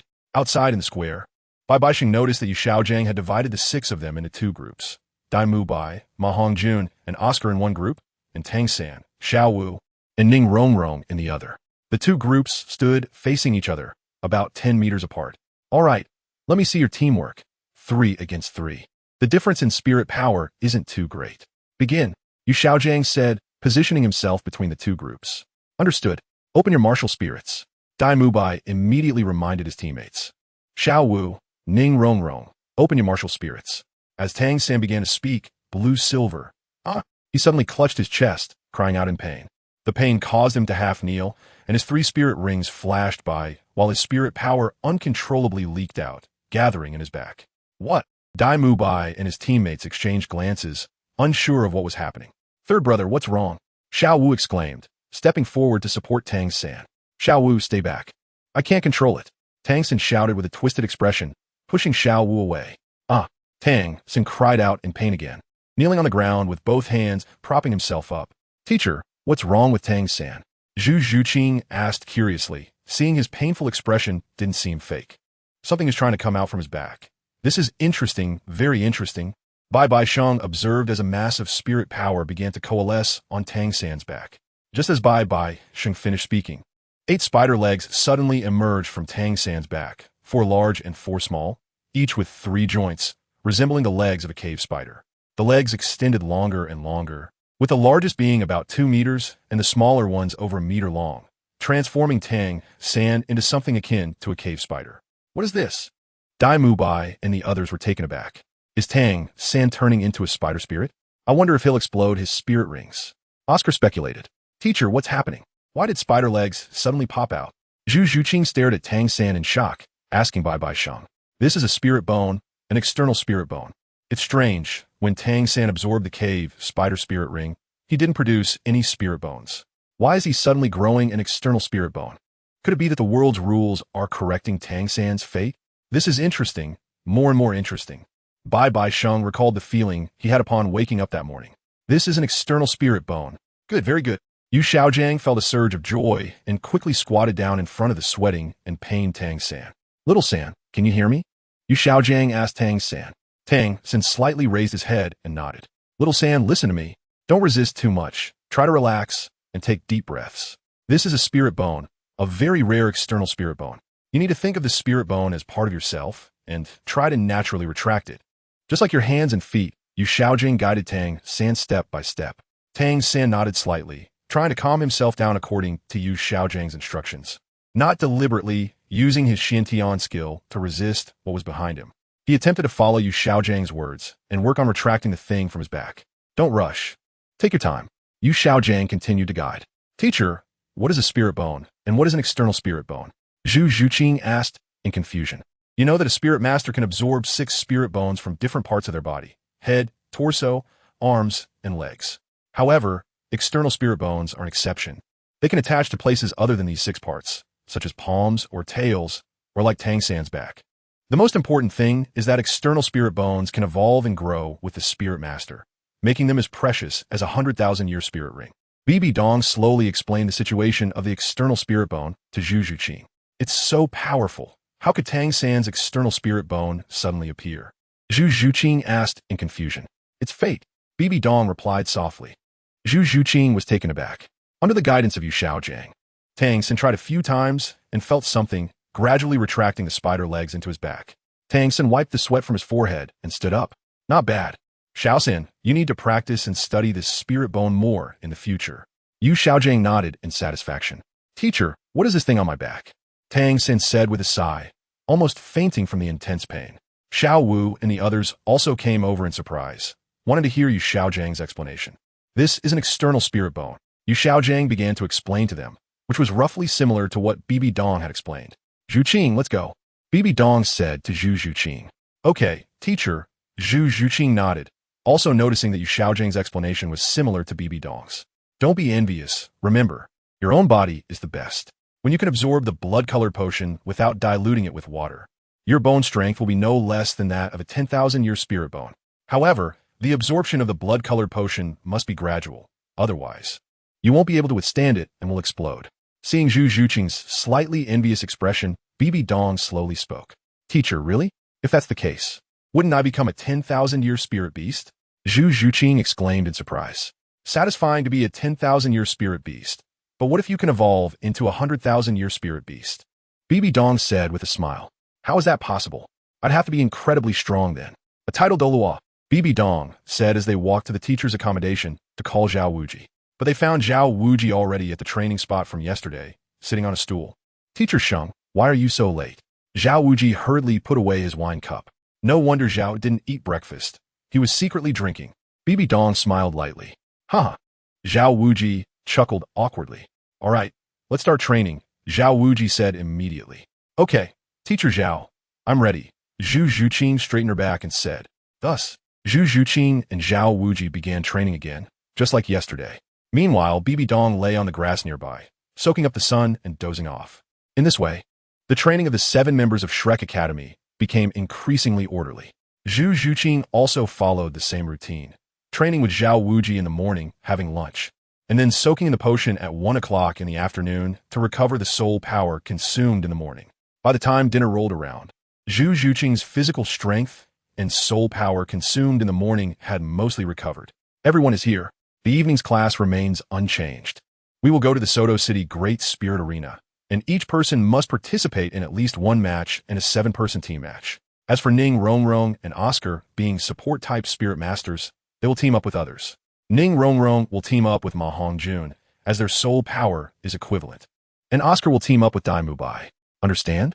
Yu Xiaojiang instructed the 7 in front of him, with Bibi Dong, Flander, and Zhao Wuji beside him. Understood. Tang San and the others replied. Be cautious. A 1,000-year ship sails carefully. When entering the Great Spirit Arena, everyone must wear a mask and give themselves a nickname. Let's go. After Yu Xiaojiang finished his instructions, he led them out of the school gate. Tang San and the others discussed the nicknames they wanted as they walked behind. As dusk fell and they left the Shrek Academy, the sky was completely dark by the time they arrived in Soto City. Zhuqing, just participate in the individual and team matches when you go on stage with them. Showcase the advantages of an agile attack spirit master and look for opportunities to take out the opposing support, Bibi Dong advised Zhu Zhuqing. After putting on a mask, Zhu Zhuqing exuded an aura that made people want to explore. Teacher, I understand. I won't let you down. Zhu Zhuqing nodded. Don't be too aggressive. The priority is to ensure your own safety, Bibi Dong reminded. Zhu Zhuqing nodded, preparing to go on stage to face her opponent as the sound of the spirit guide broadcast echoed through the hall. Please welcome the 28th level Great Spirit Master, the Nethercat, to face off against the 29th level Great Spirit Master, the Wild Lion. Bibi Dong returned to stand with Flander and the others, while Yu Xiaojiang walked over and said, Teacher Sheng, the Nethercat spirit against the Wild Lion spirit doesn't seem to have much of an advantage. This looks tough. Not necessarily. Just watch, Bibi Dong replied calmly, not looking at Yu Xiaojiang, but focusing on Zhu Zhuqing as she stepped onto the stage. Chapter 124. Zhu Zhuqing's astonishing performance. Yu Xiaojiang watched Zhu Zhuqing confidently enter the arena, while from another passage, the announcer's voice announced the entrance of the wild lion, who was muscular like Zhao Wuji, indicating he was a defensive powerhouse. I need to keep my eyes peeled to see Teacher Sheng's prized disciple, Yu Xiaojiang said slowly. The wild lion spirit must be a lion-type spirit. Its speed may not match that of the nethercat, but its strength and defense are certainly not something the nethercat can compare to, especially with a level difference of 1. Yu Xiaojiang analyzed the situation in silence. Master, I actually think that Zhu Zhuqing also has a chance to win. I've seen her training over the past 2 days, and she works very hard, Zhao Wuji said slowly. Zhu Zhuqing is our academy student. We should think positively for her. After all, Teacher Sheng is not an ordinary person, and the disciples she teaches are like her. One cannot judge just by appearances. Flander noticed the atmosphere in the room was a bit subtle and spoke up in a mediating tone. Meanwhile, in the resting area, Ning Rongrong and the others cheered for Zhu Zhuqing as she took the stage. Zhuqing is on stage. Go for it. Ning Rongrong waved to Zhu Zhuqing, regardless of whether Zhu Zhuqing could see her. Go, Zhuqing. Xiao Wu also waved. Above the arena, there was a floating platform where the announcer jumped up with a microphone. Welcome to the exciting, passionate, and never-ending Soto City Great Spirit Arena. Next, we present to you the 1v1 individual match. The first half of the Great Spirit Arena hosts individual and duo matches, while the second half features team matches, as team battles are visually more appealing and more thrilling. Alright, the nethercat and the wild lion are both on stage. It looks like Beauty and the Beast. Let the match begin, the announcer declared. Seeing his opponent was a voluptuous beauty, the wild lion couldn't help but light up with excitement. Wow, what a little beauty. Nice figure. Take off the mask so I can have a good look. After the match, how about we celebrate together? The wild lion teased Zhu Zhuqing with a lewd tone. Men are truly despicable. Except for the teacher, Zhu Zhuqing felt a chill rise within her, anger ignited by the wild lion's words. Nethercat, spirit embodiment. Zhu Zhuqing naturally wouldn't respond to such a person and directly activated her spirit, dashing forward at high speed. The beauty is quite fiery and hot. I like that. Wild lion embodiment. Despite his words, the wild lion also released his spirit. Zhu Zhuqing gathered her soul power in her hand, forming a claw and swiping at him. A cat spirit dares to clash with me head-on, overestimating itself, the wild lion thought, seeing Zhu Zhuqing not using a soul skill and daring to engage him directly. His mouth couldn't help but curl into a smirk as he swiped back. What a fool. Teacher Sheng, how did you teach her? How can an agile attack type clash head-on with a defensive spirit master? Yu Xiaojiang was momentarily stunned when he saw Zhu Zhuqing clash claws with a wild lion. Don't shout, just watch carefully, BibiSheng said calmly. Zhu Zhuqing, was she distracted by the words from the other side, or was she just being careless? That shouldn't be the case. Zhu Zhuqing shouldn't be someone who gets easily provoked. Tang Sen also mentioned this to others. I don't know. We can only wait and see. Dai Mubai showed no expression. Not only Tang San and the others, but even the host was taken aback because Zhu Zhuqing's registration data indicated she was an agile attack type soul master. However, very soon, Zhu Zhuqing engaged in a clash with the crazy lion, and the outcome on the field surprised the audience. Zhu Zhuqing remained motionless, while the crazy lion was pushed back by a force, retreating 5 or 6 steps. Such strong power, how is that possible? Did her cat take steroids? The crazy lion looked at his palm, puzzled. The crazy lion guessed correctly. If BibiSheng's blood energy being liquid is considered steroids, then Zhu Zhuqing indeed consumed something similar. The medicinal bath she took with BibiSheng certainly had an effect. Her strength was already comparable to that of a soul master of the same level in the power category. Oh, when did Zhuqing become so fierce? It seems like the kind of teacher you have dictates the kind of student you become. Ning Rongrong looked at Zhu Zhuqing in astonishment. Indeed, the strength of agile attack type soul masters is understandable, but Zhu Zhuqing hadn't even released her soul skills. Just her martial soul manifestation alone was already not weaker than that of the crazy lion, and she even suppressed him. Tang San and the others couldn't comprehend it. I knew it. Zhu Zhuqing is very diligent and has gained some of my strength, Zhao Wujia said proudly, resembling his former self. Yu Xiaojiang's expression twitched, feeling somewhat incredulous. Incredible, the phantom spirit cat looks like a delicate beauty, but unexpectedly contains such powerful strength. The host immediately began to provide live commentary. The teacher's method is indeed effective. I didn't expect my strength to increase so much. Zhu Zhuqing was also startled by her own power. Damn it, first soul skill, Rage of the Crazy Lion. The crazy lion's body shone with a light yellow soul ring, indicating it was at the 100-year mark. After releasing this move, the crazy lion's body expanded, clearly a technique to enhance defense and power, amplifying his soul skills. The crazy lion charged towards Zhu Zhuqing with his heavy body. First soul skill, Phantom Stab. Zhu Zhuqing's first soul ring shone, transforming her into a shadow that swiftly circled behind the crazy lion, giving him no chance. With the enhancement of her basic physique, other attributes naturally improved as well. Not only was her strength increased, but even her speed and defense were elevated, so the foundation is everything. Within 10 seconds, Zhu Zhuqing struck no less than 20 times, leaving numerous claw marks on the crazy lion before knocking him down to the ground. Oh, such speed, it's too fast. Congratulations to the Phantom Spirit Cat for earning a Battle Spirit point, the host announced immediately as the crazy lion lay severely injured and did not get up. Zhuqing's strength is strong, and her speed is even faster. It's just slightly slower than my third soul skill. Instant transmission, Xiao Wu said in surprise. I just feel it's brutal. Looking at the claw marks on the crazy lion, I can't help but tremble. Ma Hongjun shuddered, shaking his head. Zhu Zhuqing's speed is indeed very fast. Even the speed of my blue silver grass release might not keep up with her steps. Tang San nodded. Master you. What do you think? BibiSheng ist yu yaogang kijueli. Not bad. I underestimated Zhu Zhuqing. I apologize. Yu Xiaojing's expression stiffened even more upon hearing BibiSheng's words. However, I will go and have a word with Zhuqing. BibiSheng didn't mind Yu Xiaojing's attitude. After all, it would seem petty for a soul sage to nitpick with a 29th level soul master. BibiSheng arrived at the arena's exit and saw Zhu Zhuqing coming out with a hint of joy. Zhuqing, come here. Teacher. Zhu Zhuqing hurriedly ran to BibiSheng's side. You did well, but there's something to be mindful of. When facing your opponent, no matter what is said, always maintain a calm heart. Anger will only make you lose your rationality and mess up your moves. After all, psychological warfare is also a means of attack. BibiSheng lectured. Yes, teacher, I understand. I will pay attention to this aspect. Zhu Zhuqing replied earnestly. Go on. There'll be a team battle later. Communicate more with them. BibiSheng patted Zhu Zhuqing on the head. Okay, teacher. Zhu Zhuqing nodded and returned to Ning Rongrong and the others. After Zhu Zhuqing left, BibiSheng returned to Flander and the others.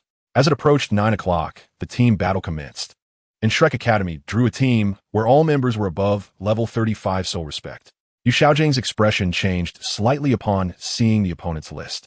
Xiaojing, what's wrong? Flander asked in confusion. This is a team that has won 8 consecutive matches. Every time they strike, they leave their opponents severely injured. They are a violent nature team, and among them is a wishful disc soul master who needs special attention. No, I must give him a warning, Yu Xiaojing explained slowly. Their overall soul power far exceeds that of the few of them. The effect of the wishful disc soul master is half less than Ning Rongrong's, but it's all area-based. So indeed, I should give them a warning, BibiSheng agreed. Yu Xiaojing took the list to Tang San and the others' room, just in time to see 2 unfamiliar individuals coming out of the room. What's going on? Yu Xiaojing entered and found Tang San and the others' emotions somewhat agitated. Master, the 2 who just left came to provoke us, Ma Hongjun said immediately.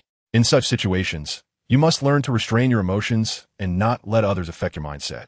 Yu Xiaojing lectured. All right, the team battle is about to begin. I came to give you a few instructions. First, your opponents are either dead or severely injured, so be mindful of your safety. Second, Dai Mubai, Tang San, and Ma Hongjun need to attract the opponents, while Ning Rongrong should boost Zhu Zhuqing's speed. At the start, find the opportunity to eliminate the opposing support soul master immediately. Don't let him use his third soul skill, or else you will fall into a passive situation. Do you understand? Yu Xiaojing quickly conveyed the tactics to Tang San and the others. Teacher, we understand. Tang San and the others exchanged glances and nodded. Welcome to the team battle arena. The first team to take the stage is the Rampage team, which has won 8 consecutive matches in the Grand Soul Arena. Their opponents are the Shrek team, which is making their debut in the team battle. The host briefed the situation on both sides. BibiSheng saw Dai Mubai standing at the front, with Tang San behind him.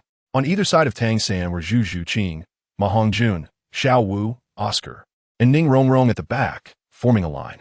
This arrangement placed Tang San in the center, as he was a control-type soul master, and generally, control-type soul masters lead the team. All right, the 4th match of the team battle begins, the host announced. Activate Martial Souls, White Tiger Manifestation. Dai Mubai shouted, and the others promptly activated their martial souls.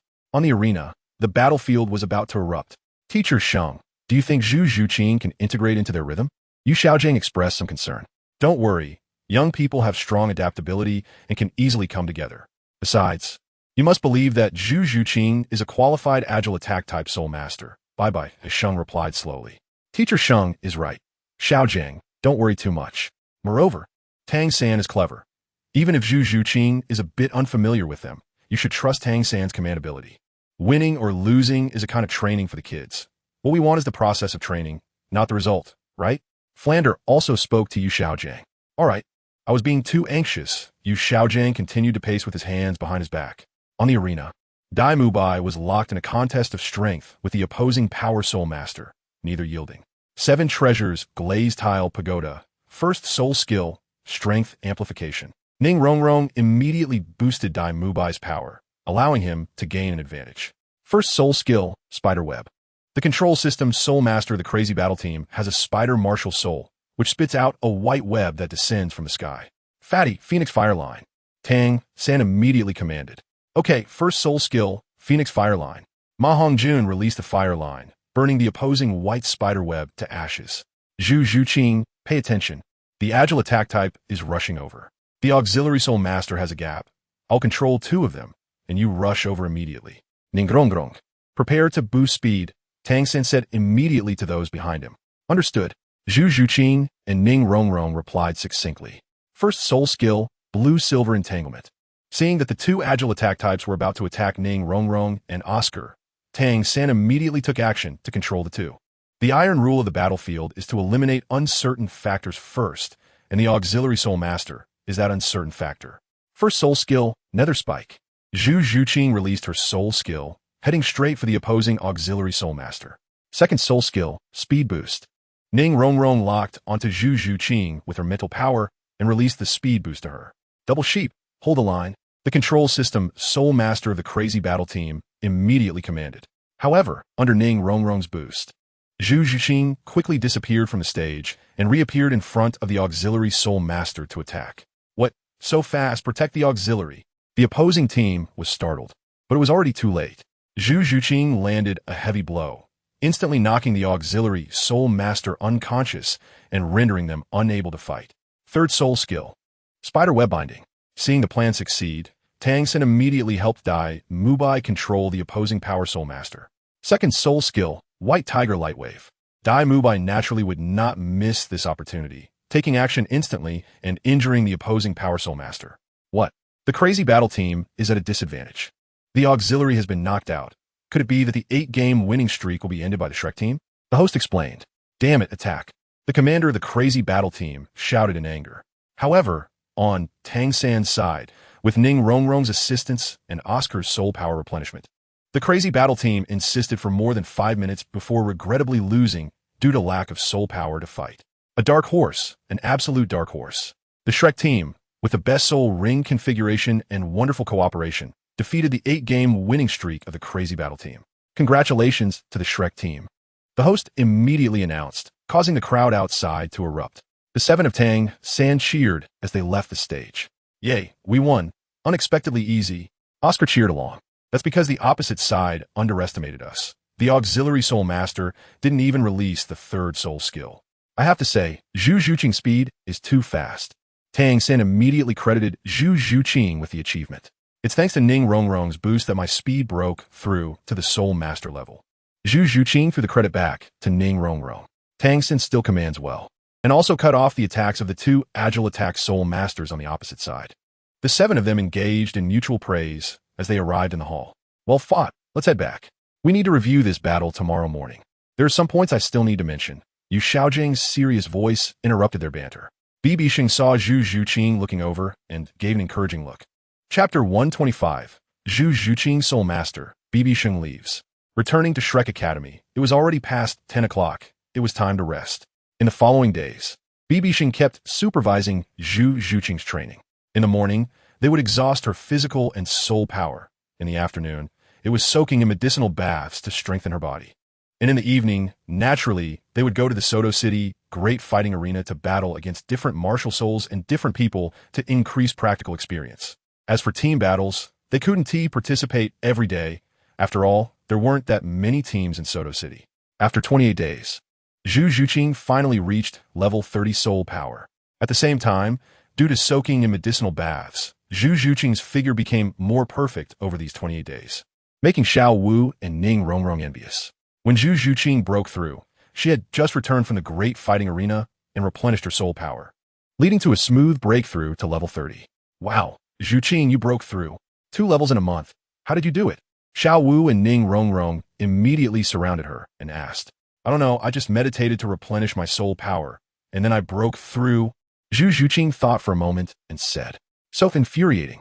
I'm still at the same level, and you've all broken through, Ning Rongrong said enviously. Rongrong, don't say that. You're an auxiliary soul master, so the cultivation of auxiliary martial souls is inherently slower. Keep working hard, Xiao Wu encouraged Ning Rongrong.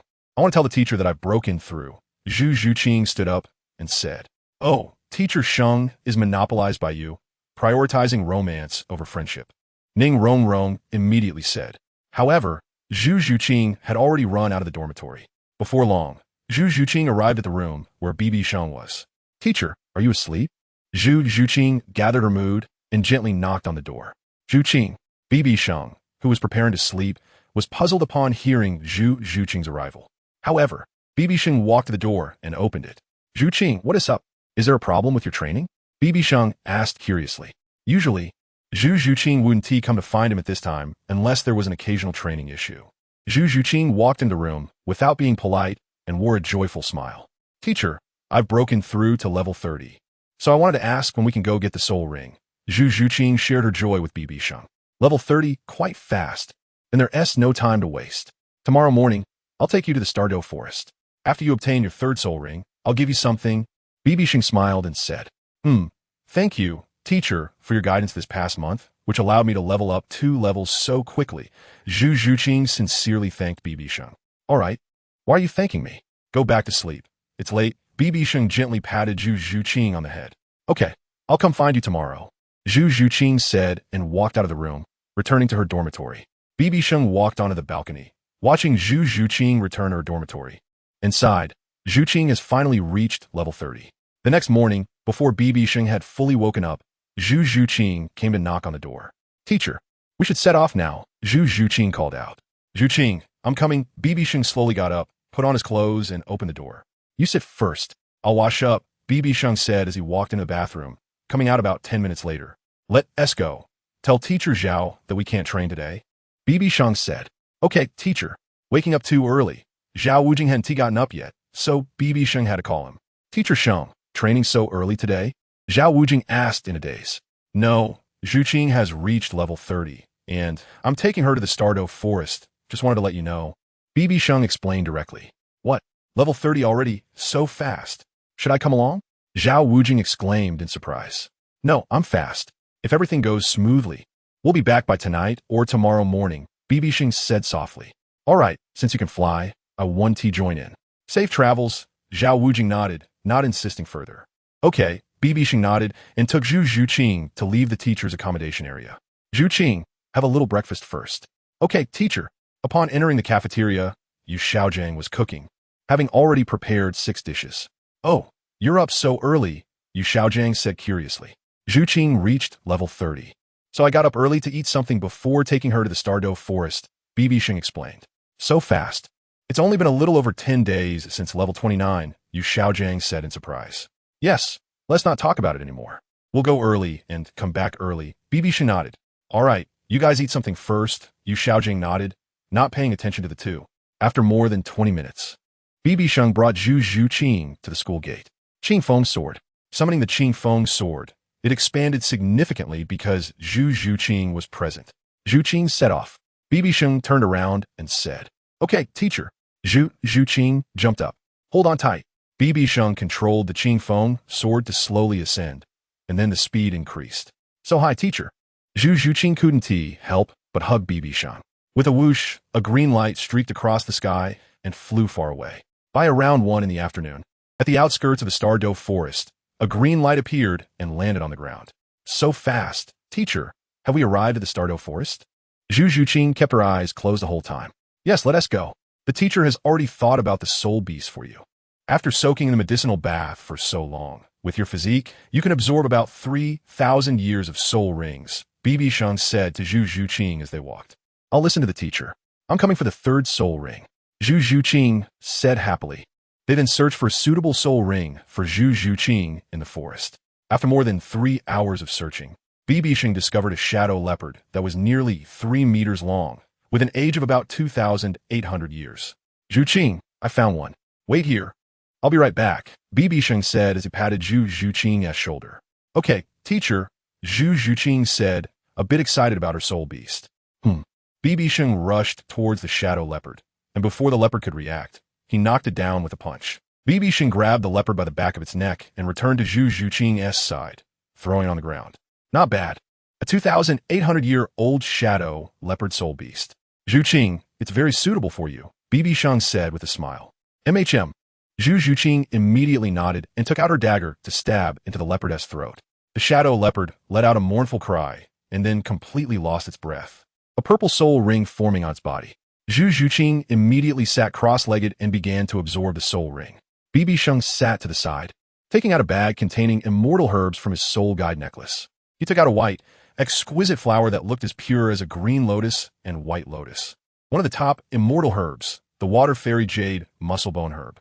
It has the ability to strengthen the foundation, nourish the muscles and bones, and open the 7 meridians and 8 veins. Zhu Zhuqing took more than half an hour to absorb the 2,800-year-old soul ring, far exceeding the normal limit for a third soul ring. Teacher, I've completed the absorption of my third soul ring, Zhu Zhuqing exclaimed happily as she jumped up. Congratulations. Zhuqing, a 12-year-old soul master, BibiSheng nodded with a smile. A teacher, what kind of flower is that in your hand? It's so beautiful. Zhu Zhuqing curiously looked at the immortal herb in BibiSheng's hand. This is what I'm going to give you, the water fairy jade musclebone. BibiSheng handed it over. This flower is for me.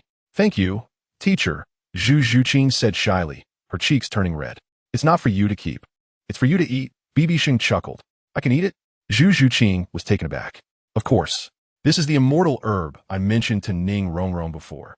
This water fairy jade musclebone can make your body lighter, increase your speed, and can at least raise your soul power by 5 levels, as well as enhance your talent and cultivation speed. The effect can last until you reach soul sage level, BibiSheng explained. Such a powerful effect. This is truly an immortal herb. Teacher, this is too precious. Zhu Zhuqing immediately hesitated to accept it. Don't worry, I've eaten it before. Let me tell you how to eat it. First, eat the petals, then use your soul power to absorb the flower's stamen and refine it with your soul power. I'll protect you. BibiSheng gently tucked a strand of Zhu Zhuqing's hair behind her ear. All right, Zhu Zhuqing obediently nodded, then sat down again to absorb the water fairy jade musclebone herb. This time, Zhu Zhuqing spent more than 4 hours absorbing the immortal herb, and the sky in the forest was completely dark by around 8 o'clock at night. Teacher, I really increased my soul power, reaching level 37. An increase of 6 levels, and I didn't feel any discomfort.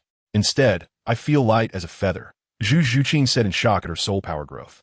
Of course, immortal herbs are rare and have the ability to strengthen the foundation, so you don't need to worry about your foundation being unstable.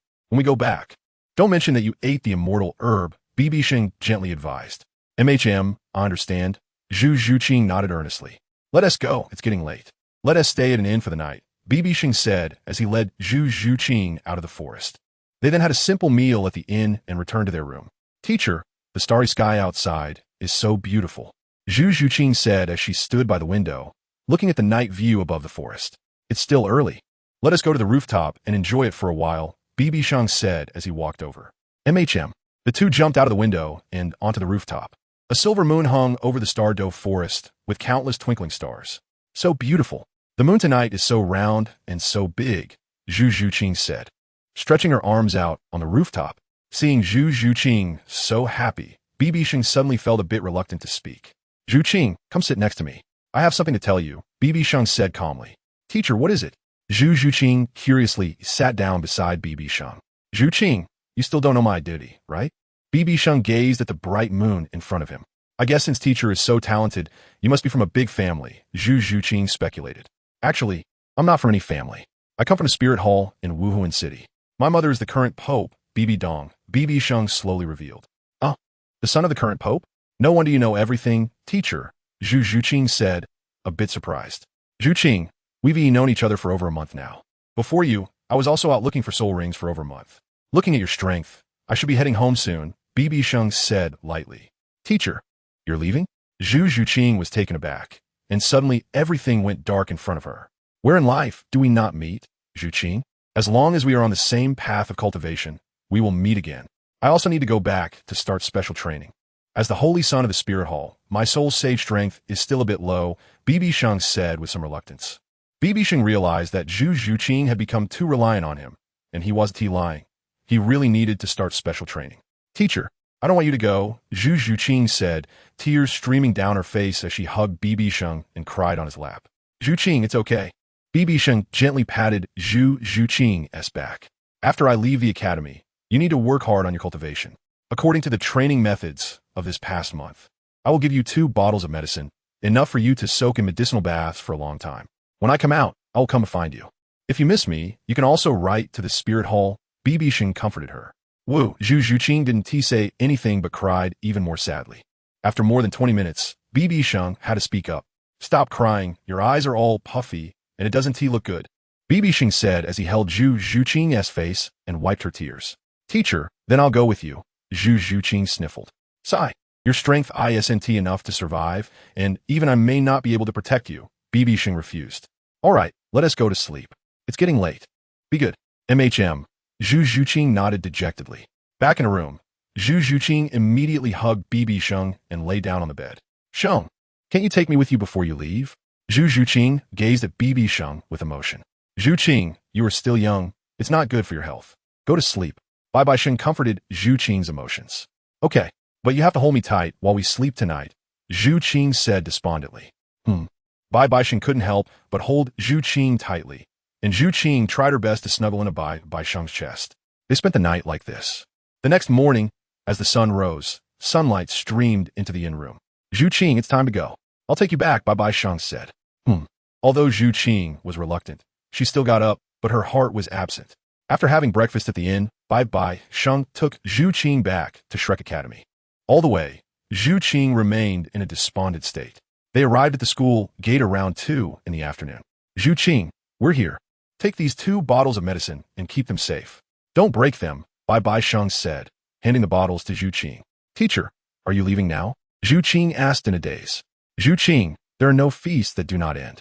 You must always ensure your own safety. This farewell is for a better reunion next time. Don't cry, be good.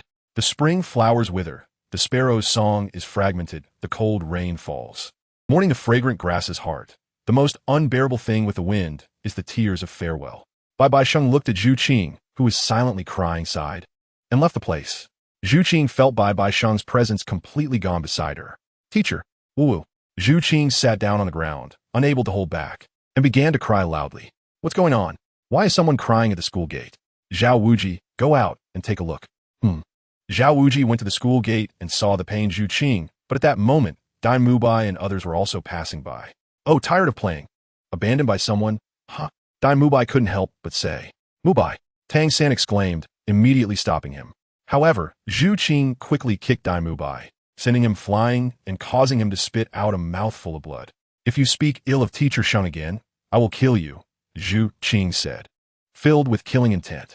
Zhuqing then walked despondently into the academy and went to BibiSheng's accommodation.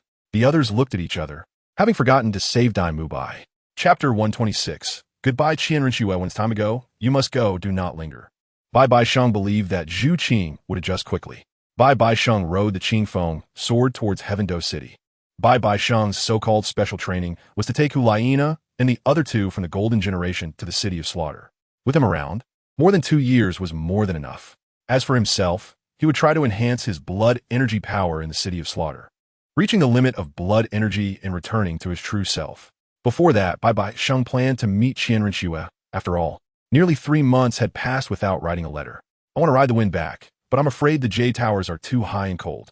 BibiSheng looked at the setting sun, raised his voice, and quickened his pace. Heavendo City, Prince's Mansion. After dealing with affairs for a whole day, Renxue returned to the prince's mansion feeling somewhat tired. Elder C.I. Tun, hasn't the letter from the Saint's son arrived again today? Renxue asked as she sat in the high hall, taking a sip of herbal tea. Miss, not yet, Elder C.I. Tun replied helplessly. as Qian Renxue asked about it from time to time. I don't know where he has gone. When I see him next time, I must give him a beating. Qian Renxue felt a bit disappointed in her heart, but spoke harshly. Snake Spear and Elder Tan exchanged glances and wisely remained silent. I'm tired after a day, so I'll go rest now. Qian Renxue stood up and returned to the adjacent room. Good night, Mississippi. The two elders spoke simultaneously. Qian Renxue returned to her room, closed the door tightly, and a flash of golden light appeared on her body. Her short hair in the snowy river turned into long golden hair, and her well-fitted male attire transformed into a palace-style golden silk dress. A hint of unhappiness appeared on Qian Renxue's exquisite face. Then she took a nightgown from the wardrobe and walked to the bathroom. She washed away the psychological fatigue of the day. Should I go back for a visit? That little brat must have been charmed by that vixen and forgotten about me. Qian Renxue thought slowly while bathing. No, I'll wait for 7 days.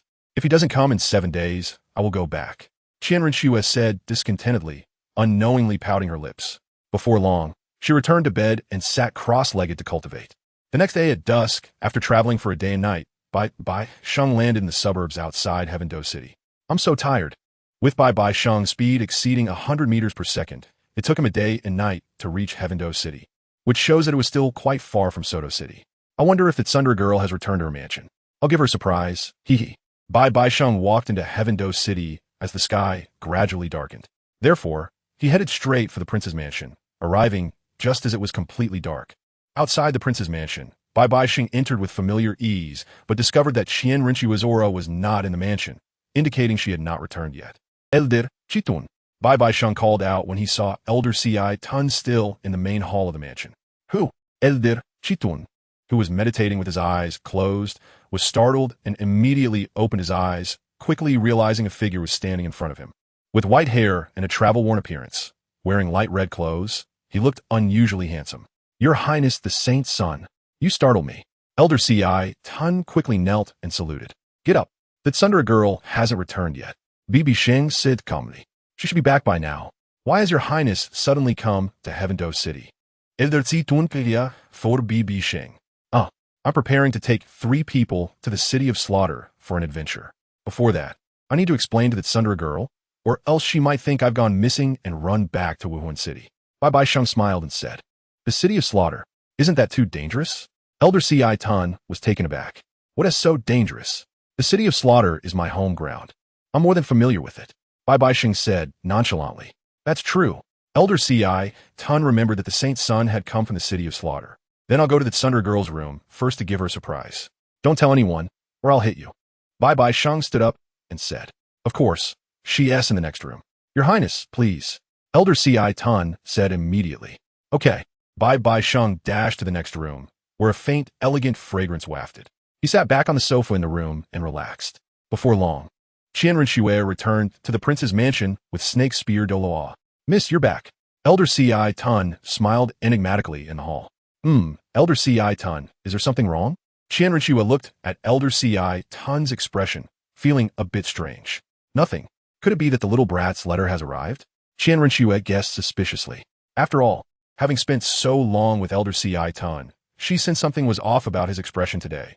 Everyone is here. What letter could there be? Elder Tan thought to himself. I meant to say, Miss, you've worked hard all day. Hurry back to your room and rest. I'm worried watching you. Elder Tan quickly made an excuse. I know, I just got back and was about to drink some water, Qian Renxue said, looking at Elder Tan suspiciously. Not only Qian Renxue, but Snake Spear Douluo also looked at his old partner with suspicion. Haha, I was too anxious. Elder Tan scratched his head and awkwardly smiled. Forget it. I'm indeed tired today. I'll go back to my room now. Qian Renxue said as she exited the main room. Old pig, what is going on? Snake Spear Douluo didn't believe Elder Tan's excuse and whispered to ask. Old the Saint's son is here, Really? The two old men exchanged knowing smiles in the deep of night. I'm going crazy. I didn't expect Elder Pufferfish to go crazy before me. Qian Renxue shook her head, thinking it was inexplicable as she pushed the door open. Am I seeing things? There's someone in my room, looks like a little brat. Qian Renxue quickly pushed the door open and shut it again, thinking suspiciously. Sure enough, I've been too tired lately, I'm seeing things. Qian Renxue opened the door again and found no one there. However, BibiDong was right behind the door. When Qian Renxue returned, she heard a noise and sat down on a stool in the hall. Damn, you scared me, you little brat. Qian Renxue turned to close the door and suddenly saw Bibi Dong behind it. Hee, surprised, aren't you? Bibi Dong said with a mischievous smile. Surprise my head. Not this again. Qian Renxue quickly shut the door. Come give me a hug. Bibi Dong stretched out his arms. Get lost. Fine. I don't want to hug you anyway. You look like a freak. Bibi Dong looked at Qian Renxue, who resembled Xue Qinghe, and immediately expressed disdain. What did you say? I'm disgusted by you. Hearing this, Qian Renxue became unhappy and immediately pounced. However, Bibi Dong embraced a soft and plump body. As Qian Renxue transformed back to her true form when she jumped into Bibi Dong's arms. Chapter 127. Having Qian Renxue after a long while. Qian Renxue finally let go of Bibi Dong. Ugh, disgusting, you stink. How many days have you not bathed? As soon as she let go, Qian Renxue expressed her disdain. I didn't bathe just to see you. I've been traveling for 2 days and nights without eating or drinking. I'm starving now. Come on, let's go out. Treat me to a meal. This is your territory. Bibi Dong immediately complained. Is that true? Then let's go. I'll interrogate you after we eat. Qian Renxue nodded. Then Bibi Dong and Qian Renxue climbed out the window and went from the backyard to the street.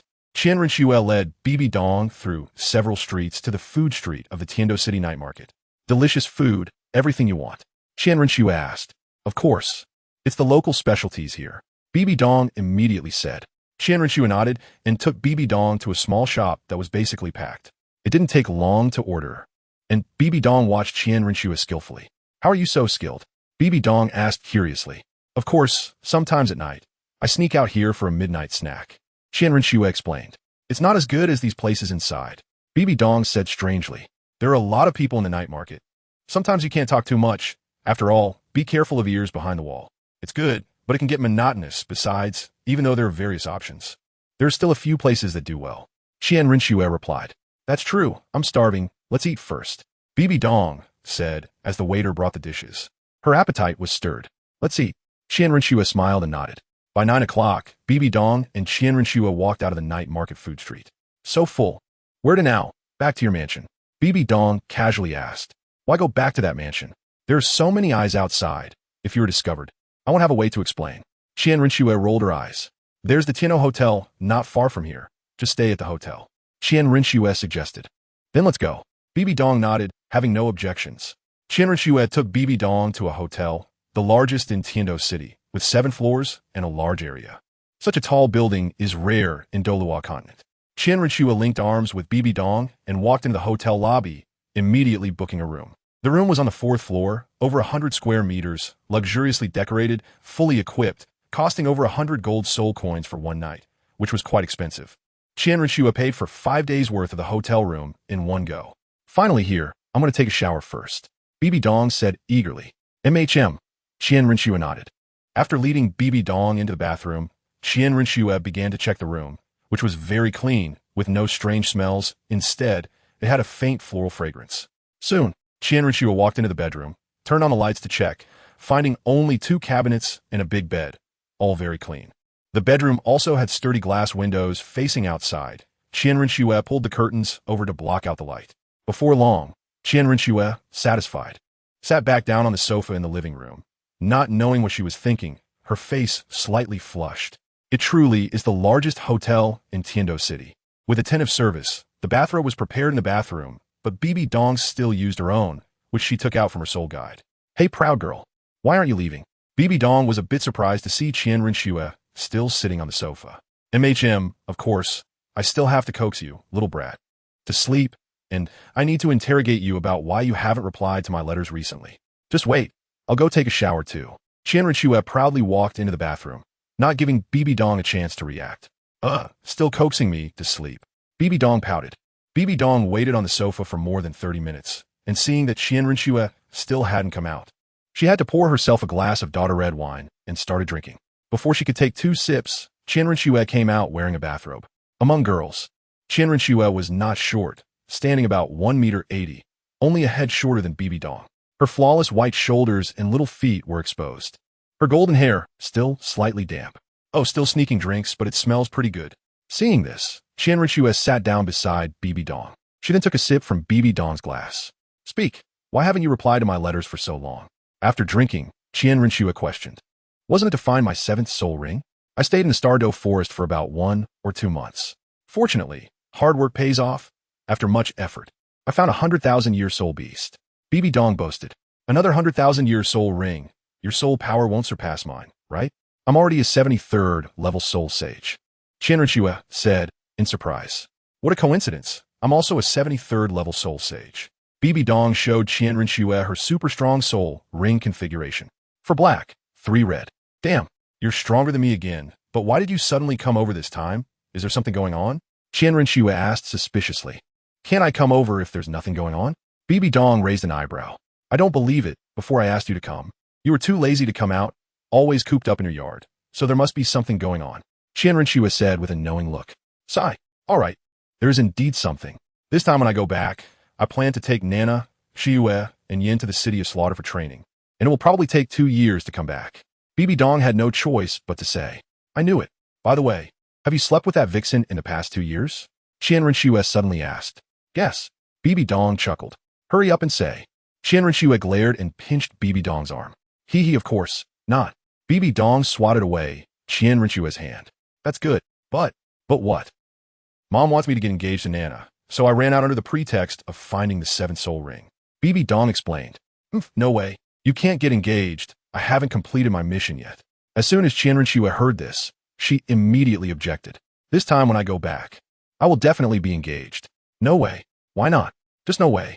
Renxue excitedly turned and sat on BibiDong's lap, shouting, If we are to get engaged, we have to wait for me. Renxue looked at BibiDong. You know, little brat. Renxue said, All right, let you see the power of a little brat. You proud girl. BibiDong was already very spirited, and with Renxue sitting on her lap, how could she maintain a calm attitude? Previously, when watching Zhu Zhuqing's seduction, BibiSheng almost lost control, but Zhu Zhuqing was still a bit younger and managed to hold on.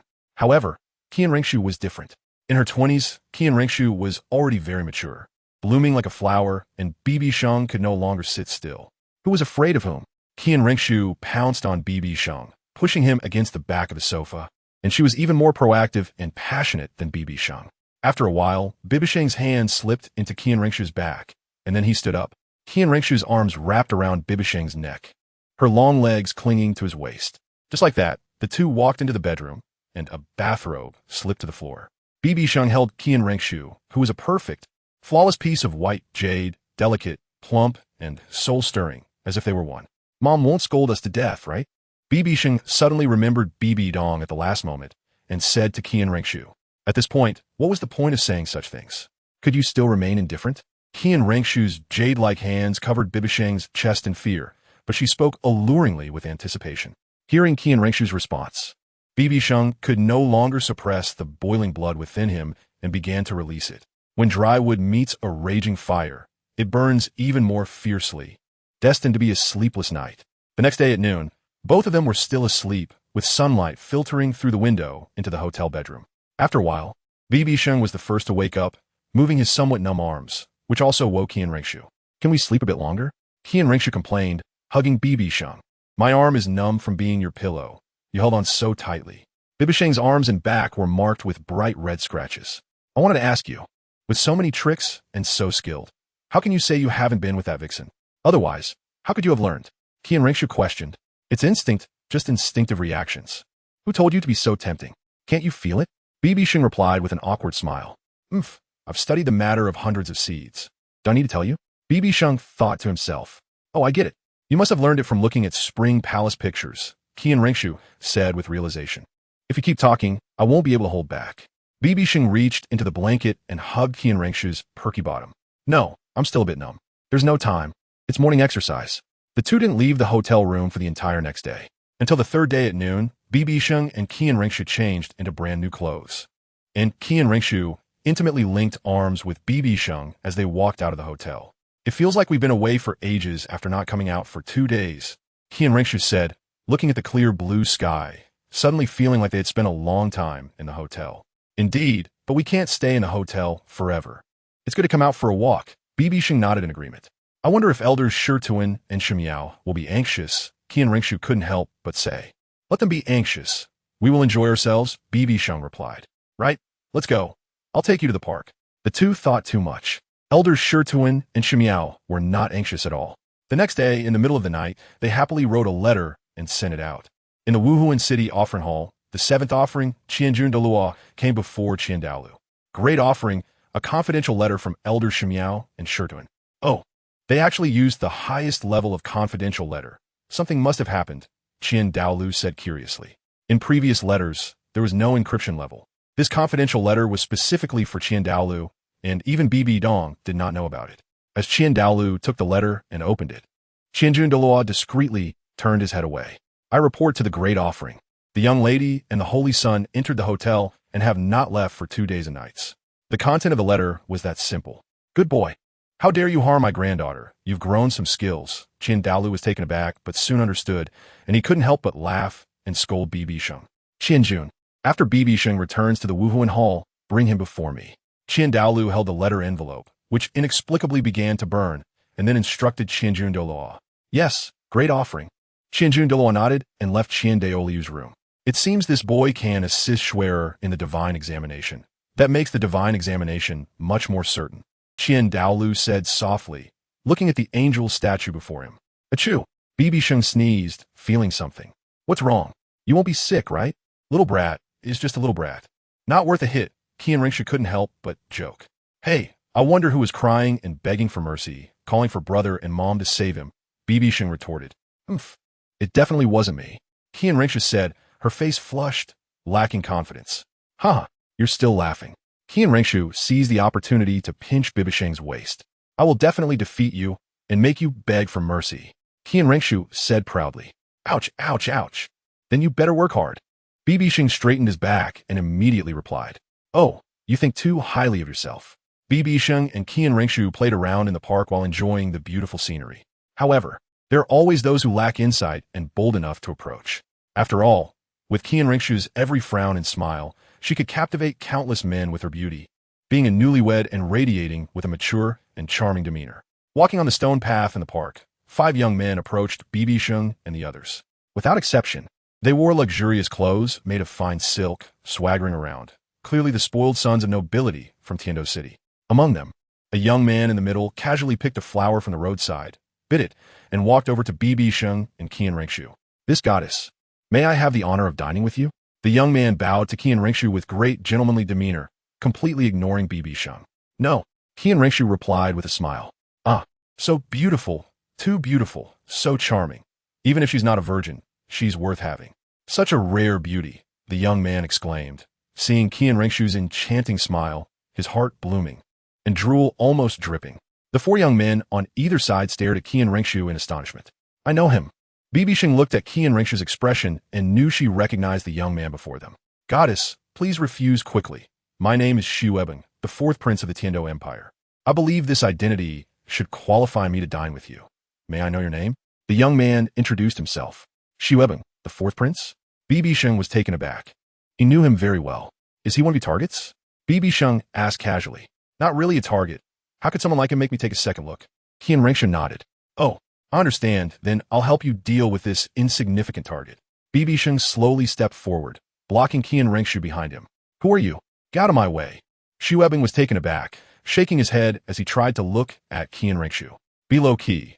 This is Tiando City, Renxue said, surprised, looking at BibiSheng.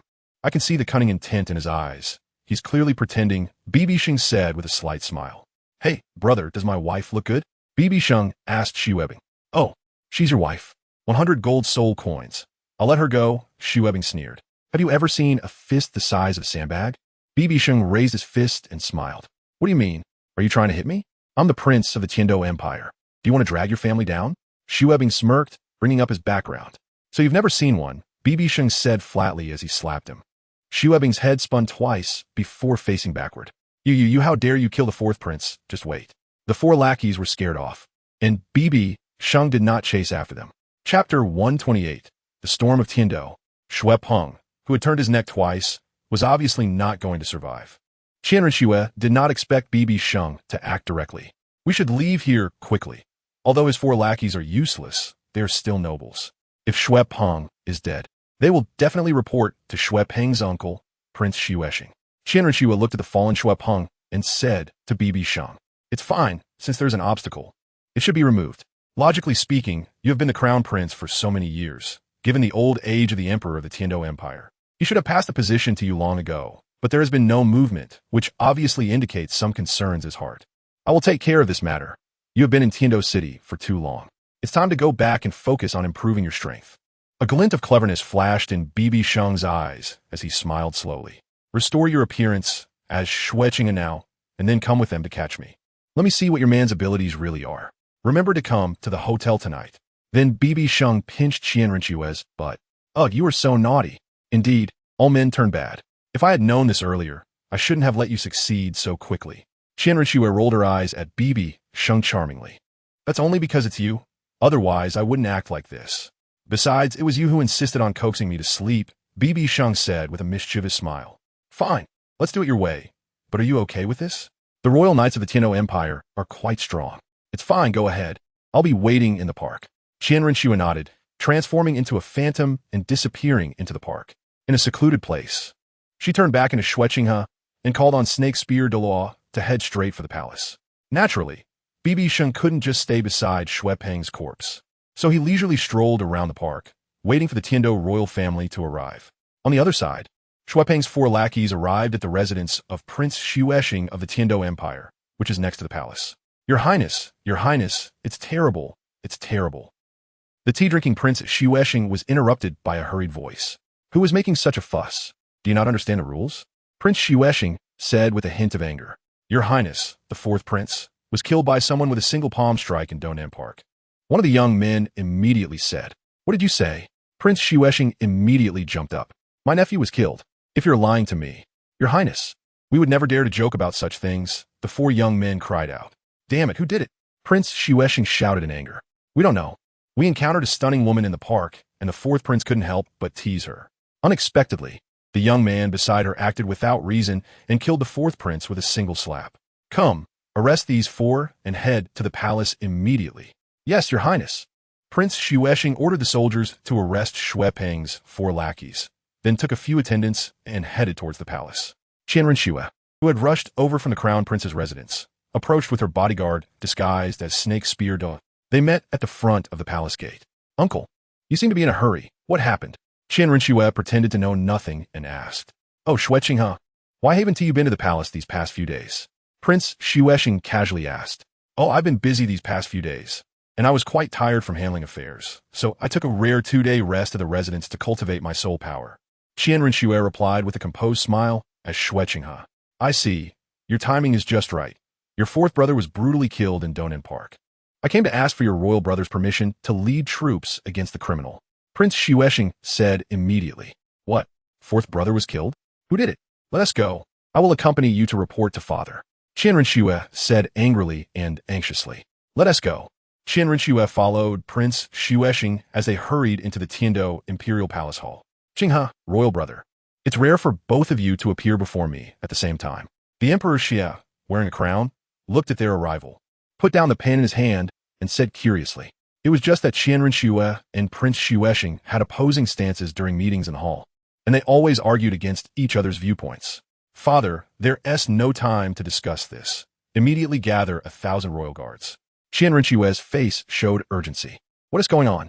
The usually composed crown prince is acting so unusually. Royal brother, Xuepeng was killed during a quarrel and was slapped to death in Donan Park. We need to mobilize troops quickly. I fear the murderer will escape. Prince Xueqing also said immediately. What, Xuepeng was killed? Emperor Xue immediately stood up. What are we waiting for? Hurry up, both of you go. Emperor Xue said with both grief and anger. Yes, the royal guards are the elite of the Tiando Empire, and within 3 minutes, 3,000 were gathered, quickly arriving at Donan Park, led by the 4 lackeys. The arrival of the royal guards dispersed most of the people in the park. What happened? Those outside were pointing and gossiping, enjoying the spectacle. Crown Prince, your Highness is right ahead. The 4 lackeys led Renxue and Prince Xueqing to the place where Xuepeng was killed. 4th brother, royal nephew. Xuepeng's body still lay on the ground as the 2 approached, feeling the cold corpse. Search for me, find the person. Also notify the city gate. No one is allowed to leave the city until the murderer is found. Renxue ordered immediately. Under the leadership of the 4 lackeys, they began to search in Donan Park. Although Donan Park was not small, It couldn't withstand the search of over 1,000 people. Soon, they spotted BibiSheng by the artificial lake in the center of the park, feeding fish. "It's him, that young man, I wouldn't mistake him." One lackey pointed at BibiSheng and said, "You two go report to the prince and crown prince. The others, follow me to capture the murderer." A squad leader immediately commanded. "Finally, you're here. I've been waiting for you." BibiSheng looked at the newcomers and tossed the fish food into the lake. "You there, surrender. There's no escape for you now," the squad leader immediately said, waving his hand as hundreds of soldiers surrounded BibiSheng. BibiSheng leaped up and landed on a 3-meter-high rock not far away. "Who are you people, and why are you trying to arrest me?" BibiSheng said with his hands behind his back, a calm smile on his face. "You're still pretending to be innocent. It was you who slapped the 4th prince to death. Where did your woman go?" A young man who recognized BibiSheng stepped forward and said, "Oh, it's you guys. How dare you have designs on my woman? No matter who it is, even if it's your emperor, I will show no mercy." Usually, I hold her in the palm of my hand, afraid of her getting hurt, unwilling to let her suffer even a little injustice. And yet some so-called 4th prince dared to insult my perfect goddess in my heart. I can only say he had it coming. BibiSheng looked down at the crowd with unmatched arrogance. However, hearing the commotion, Renxue and Prince Xuesheng rushed over with reinforcements. Renxue also heard BibiSheng's nonsense and couldn't help but roll her eyes at his words. "You're the one who bullies me the most." Renxue couldn't help but secretly complain. Meanwhile, Prince Xuesheng was furious, his face dark as he shouted at BibiSheng. "Arrogant! You killed my nephew and insulted the emperor of the Tiando Empire, and yet you dare to boast under the siege of our soldiers. Charge, no matter the cost. Capture him." Prince Xuesheng directly ordered. You think you can catch me with these crooked melons and cracked dates? Don't think too highly of yourselves." BibiSheng looked at the thousands of people surrounding him with a face full of disdain. "This guy is so arrogant. I almost want to beat him up." With 3,000 royal guards, even a level 96 title Douluo wouldn't come out unscathed. Renxue looked up at BibiSheng's expression and couldn't help but analyze secretly. "Elder Shimiao, pay attention, strike when necessary." Renxue quietly instructed the Shimiao Douluo beside her. Yes, the Shimiao Douluo nodded beside her. The soldiers closest to Shirshan, nearly 50 of them, raised their weapons and lunged at BibiSheng, surrounding him from all sides. BibiSheng noticed that these soldiers all exuded a similar aura, the military spirit cultivated over many years. A death-defying momentum. It would be a bargain to die from random spears. Prince Xuesheng seemed to already foresee BibiSheng's fate. 9-leaf swordgrass. Suddenly, BibiSheng activated his martial soul and soul rings, and just the fluctuation of his soul power sent the approaching royal guards flying back, landing among the other guards below. "Your Highness, Prince Xuesheng, please step back. This person is not simple." The leader of the royal guards reached out to protect and called for the two to retreat. 100,000-year soul ring. 3 of them. Prince Xuesheng was shocked and hurriedly retreated. "His holy son, how did you manage that?" The Shimiao Douluo's eyes widened in astonishment, also protecting Renxue as they retreated. 1st soul skill, green sword breakthrough. 6th soul skill, icebreaker. 7th soul skill, earth power. God of death domain. Bang, BibiSheng's aura surged, releasing several soul skills to enhance himself, instantly shattering the weak Shirshan with his power. "Form a formation, charge." The leader of the royal guards commanded loudly. Yes, the royal guards unleashed their respective powers, connecting with each other, surrounding BibiSheng completely. Interesting, BibiSheng was somewhat surprised by the changes in the royal guards. However, 100,000-year soul ring lit up on BibiSheng, and a Xianbing sword appeared in his hand. 6th soul skill, 1,000 miles frozen. The soldiers in front of BibiSheng turned into ice sculptures. 3rd soul skill, wind blades. 4th soul skill, blazing flames. On his left and right behind him, 3 areas formed ice, fire, and wind, making group attacks useless against BibiSheng. Chapter 129, Heavenly Dose Storm, Part 2. Renxue and Prince Xuesheng were escorted to the back, dumbfounded by the scene before them. Is this the power granted by a 100,000-year soul ring? This guy is so strong, only a 73rd level soul sage. And he hasn't even used his martial soul's true form yet. Renxue looked at BibiSheng in astonishment. She knew that under the same level of soul power, she couldn't cause such great damage as BibiSheng. Is this really the power of a soul sage? Call for reinforcements. Send someone for support. Prince Xuesheng exclaimed in panic. Yes, Your Highness. A member of the royal guards quickly left the scene. He's so strong, miss. How does the Holy Sun have so many 100,000-year soul rings? The Shimiao Douluo was stunned as he transmitted his thoughts. Just because of BibiSheng's few soul skills, nearly 1,000 royal guards lost their lives. Perhaps even the heavens are on his side. Renxue was also speechless, but secretly breathed a sigh of relief. Your Highness, Prince, you need to move away from here quickly. The enemy's killing intent is growing stronger. The leader of the royal guards said to the two, No, this person has caused our heavenly Doe Empire heavy losses. How can this prince retreat in fear? I must personally witness the downfall of this scoundrel. Renxue declared loudly, her tone resolute. Everyone, charge together. The scoundrel is only at the soul sage level, and after that last attack, his soul power must have been greatly depleted. Today we must eliminate this scoundrel. Otherwise, where is the dignity of the heavenly Doe Empire? Maintain formation. Maintain the military formation. Charge. The leader of the royal guards, hearing Renxue's determined tone, shouted to boost morale. God of Death Domain. BibiSheng shouted, and within his God of Death Domain, countless killing intents coalesced until a tall red phantom, at least 5 meters high, materialized behind him. Killing intent materialized. It actually condensed into a tangible form. The Holy Sun is truly shocking. The Douluo watched the red phantom, feeling the immense killing intent, and understood what had happened. Killing intent materialization. This is the mark of an unparalleled killer, a military spirit. The leader of the royal guards, a middle-aged man with a deep, heavy voice, commanded. The remaining soldiers of the royal guards formed a strange formation, and an aura rose from each of them, converging above their heads. Gradually, a black silhouette emerged, holding a long spear, a massive killing aura forming a unique military spirit to counter BibiSheng's killing intent entity. Attack! The leader of the royal guards commanded, and the royal guards charged at BibiSheng, the main attack being the spear infused with endless black killing aura. Killing strike. The domain skill of the killing intent entity, a red long sword shot out. Bang! The spear of killing aura collided with a long sword of killing intent. The force generated in the collision destroyed the surrounding flowers and plants. Hold firm. The leader of the royal guards exclaimed in shock. What kind of monster is this? His conviction wavered. These royal guards of the heavenly Doe Empire are truly elite. The materialized attack of their military spirit can compete with the attack of an ordinary title Douluo's 9th soul skill. Renxue, observing the so-called military spirit of the royal guards, completely underestimated these well-trained soldiers. Moreover, this was only the power generated by around 2,000 royal guards.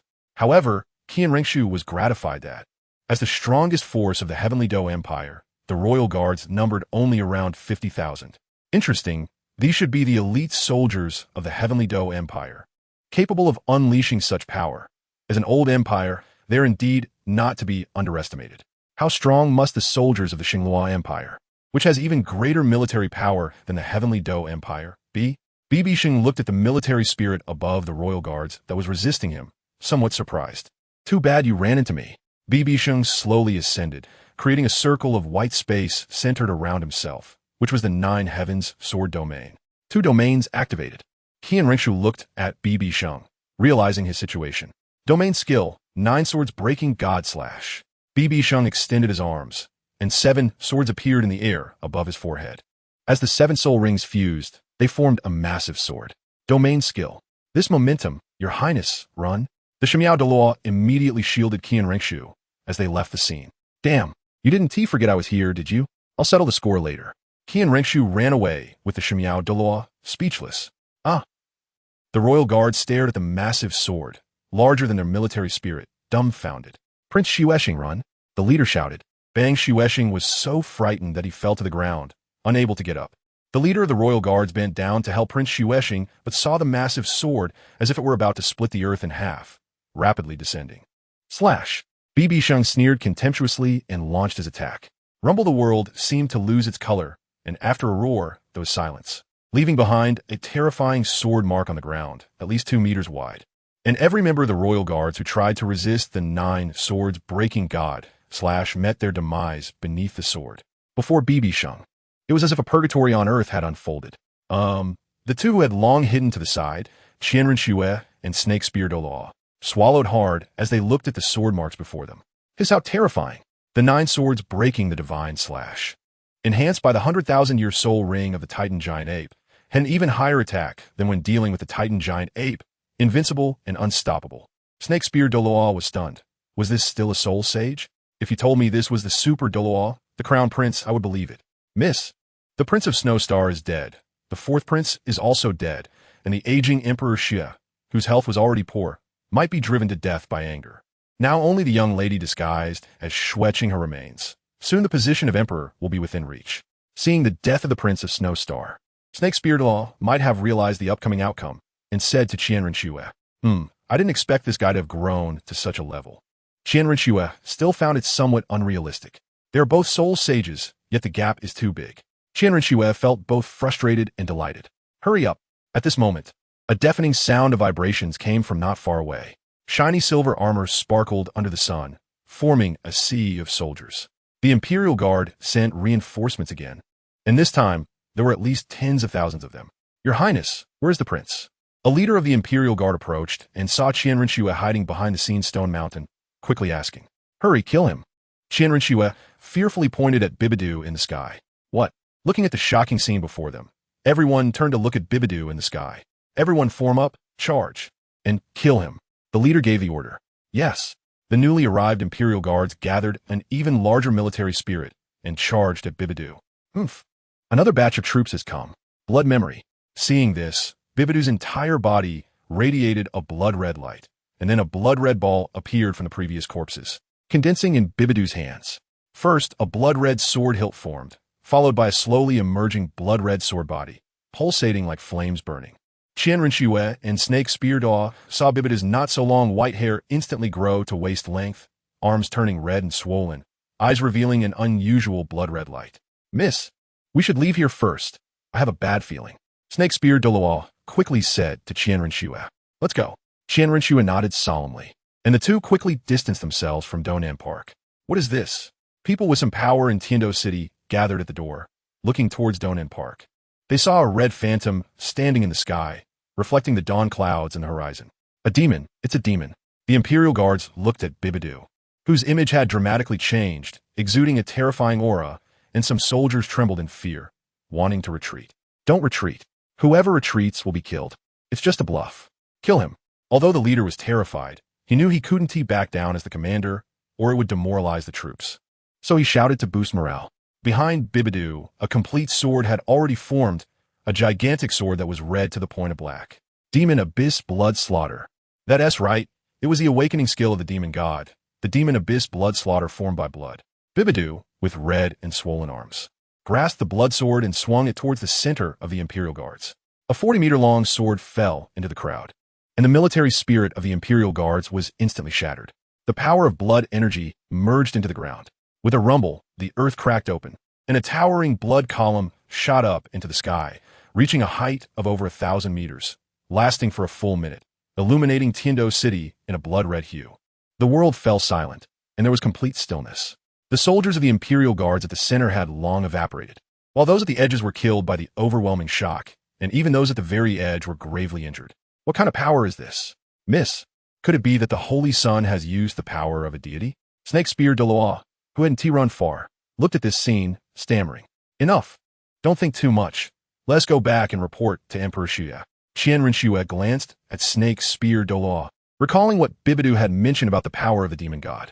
This time, the Tiando royal family has suffered heavy losses. Snake Spear returned to the palace. If Xue isn't dead from anger, just slightly release some soul power to shock him to death. We can't just waste time like this. Say he died of anger. Renxue immediately ordered. Understood. Snake Spear Douluo nodded, understanding Renxue's intentions. Renxue and Snake Spear Douluo quickly left, heading towards the palace.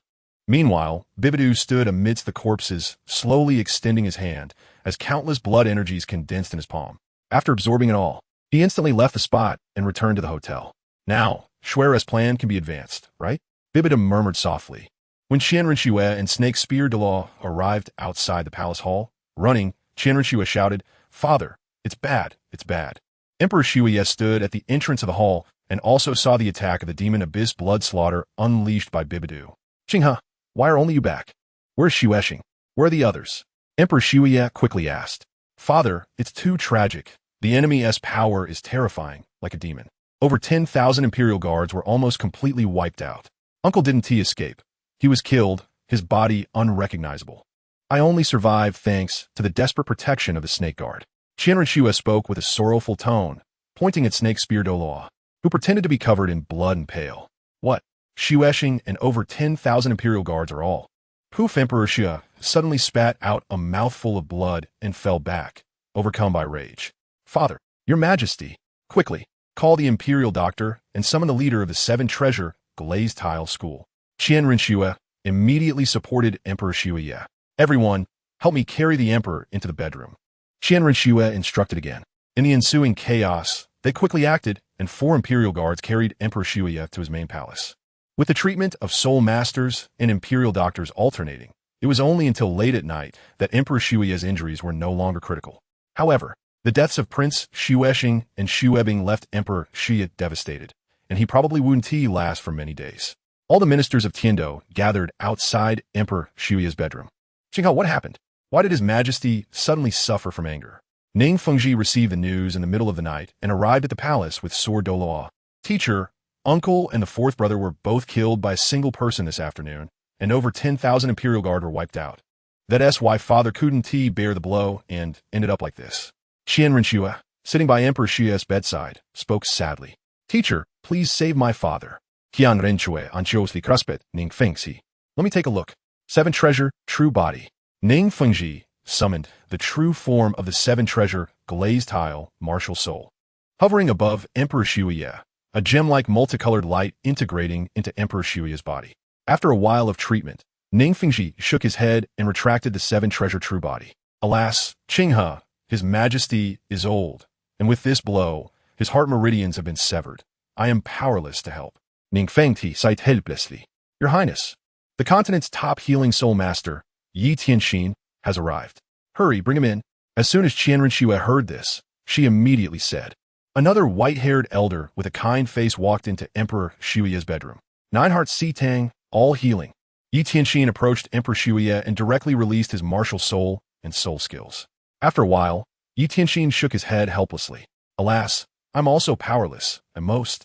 I can awaken His Majesty, but he probably won't survive the night. Yi Tianxin said regretfully. What? Even you're in? Renxue's acting was on point, feigning endless sadness. Your Highness, you must take care of your health. The Heaven Do Empire relies on you. Ning Fengji immediately said. Cough, cough. Emperor Xue slowly woke up. Father, how are you? Renxue hurried to support Xue. Qinghe, help me up. Emperor Xue said weakly. All right, father. Renxue supported Emperor Xue's arms and sat him up. Crown Prince Xue Qinghe, all ministers, listen up. In the year 2642 of the Douluo calendar, I hereby appoint Crown Prince Xue Qinghe as the new emperor of the Heaven Do Empire, to capture the perpetrators who harmed Prince Xuesheng and the avalanche in his lifetime. Emperor Xue spoke with determination, but suddenly spat out blood again and collapsed onto the bed. Chapter 130. Return to Wuhuan City. BibiDong, the instigator, was sleeping soundly in a hotel while chaos erupted outside. The sudden change in the Heaven Do Empire attracted the attention of many forces, especially the Wuhuan Temple and the Xingluo Empire. Your Holiness, the young lady inherited the throne of the Heaven Do Empire yesterday, reported Douluo to BibiDong. The specific reason is that the Holy Sun killed nearly 10,000 royal guards, including the 4th prince of the Heaven Do Empire and Prince Xuesheng, causing Emperor Xue to die of anger. So you're saying that Sheng and Renxue have been together for a while? BibiDong asked, her expression serious. It seems so, I'm not sure. Douluo shrugged, feeling apprehensive. Humph, acting without reporting, but others don't know he is from our Wuhuan temple, right? BibiDong said coldly. It seems not. The Holy Sun used blood-red powers, and besides the young lady, no one who met the Holy Sun returned alive to see him clearly. Douluo nodded. All right, write him a letter and ask him to come back. BibiDong said with a complex mood. It felt like raising a cabbage only to have a wild one come in and uproot it.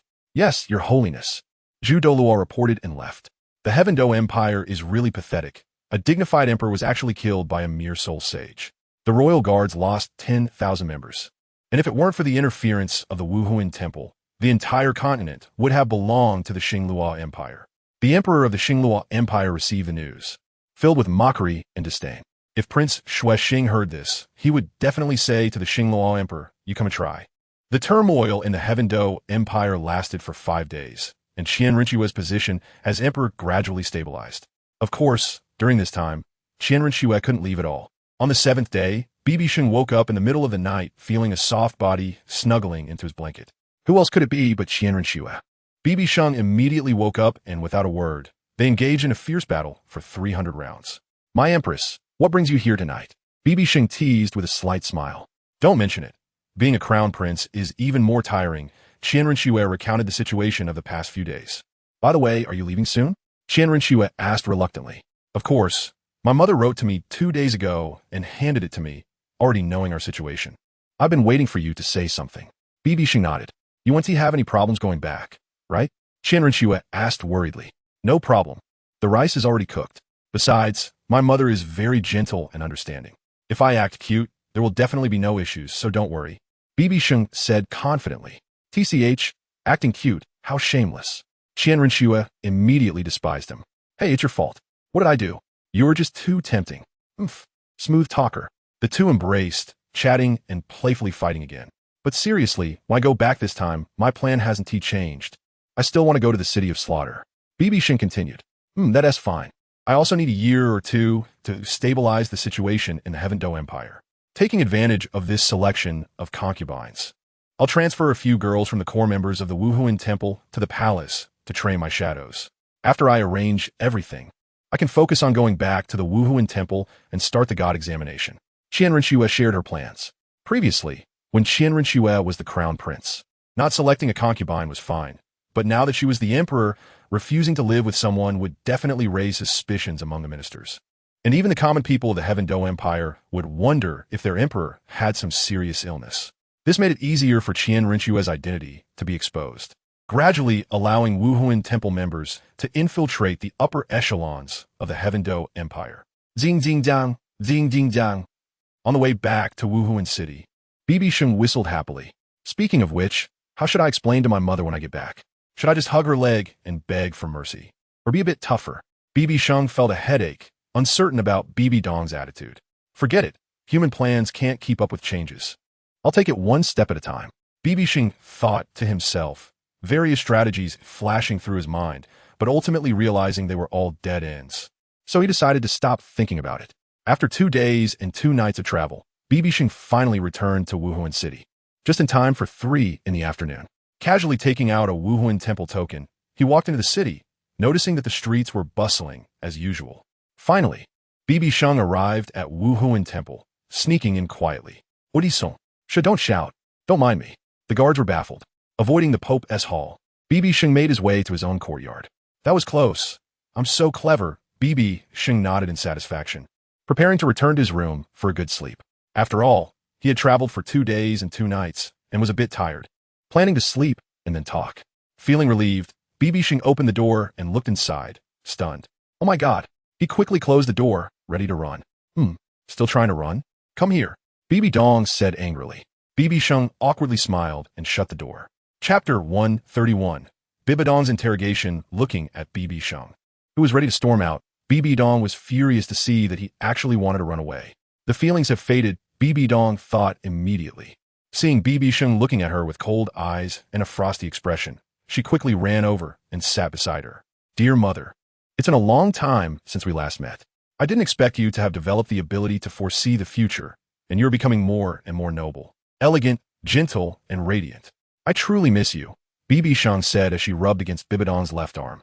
BibiDong quietly watched, allowing BibiSheng to express herself freely. It's over. She's really angry. BibiSheng thought to herself. Are you done? BibiDong asked flatly. No. Seeing you, I feel warm all over, BibiSheng said earnestly, raising her voice. Oh, after going out for a while, you become more glib. Impressive. Tell me, how many girls have you deceived? BibiDong's voice involuntarily rose. The more she thought about it, the angrier BibiDong became, and she couldn't help but reach out her jade hand to pinch BibiSheng's ear. Mom, it hurts. My ear is going to break. BibiSheng immediately protested.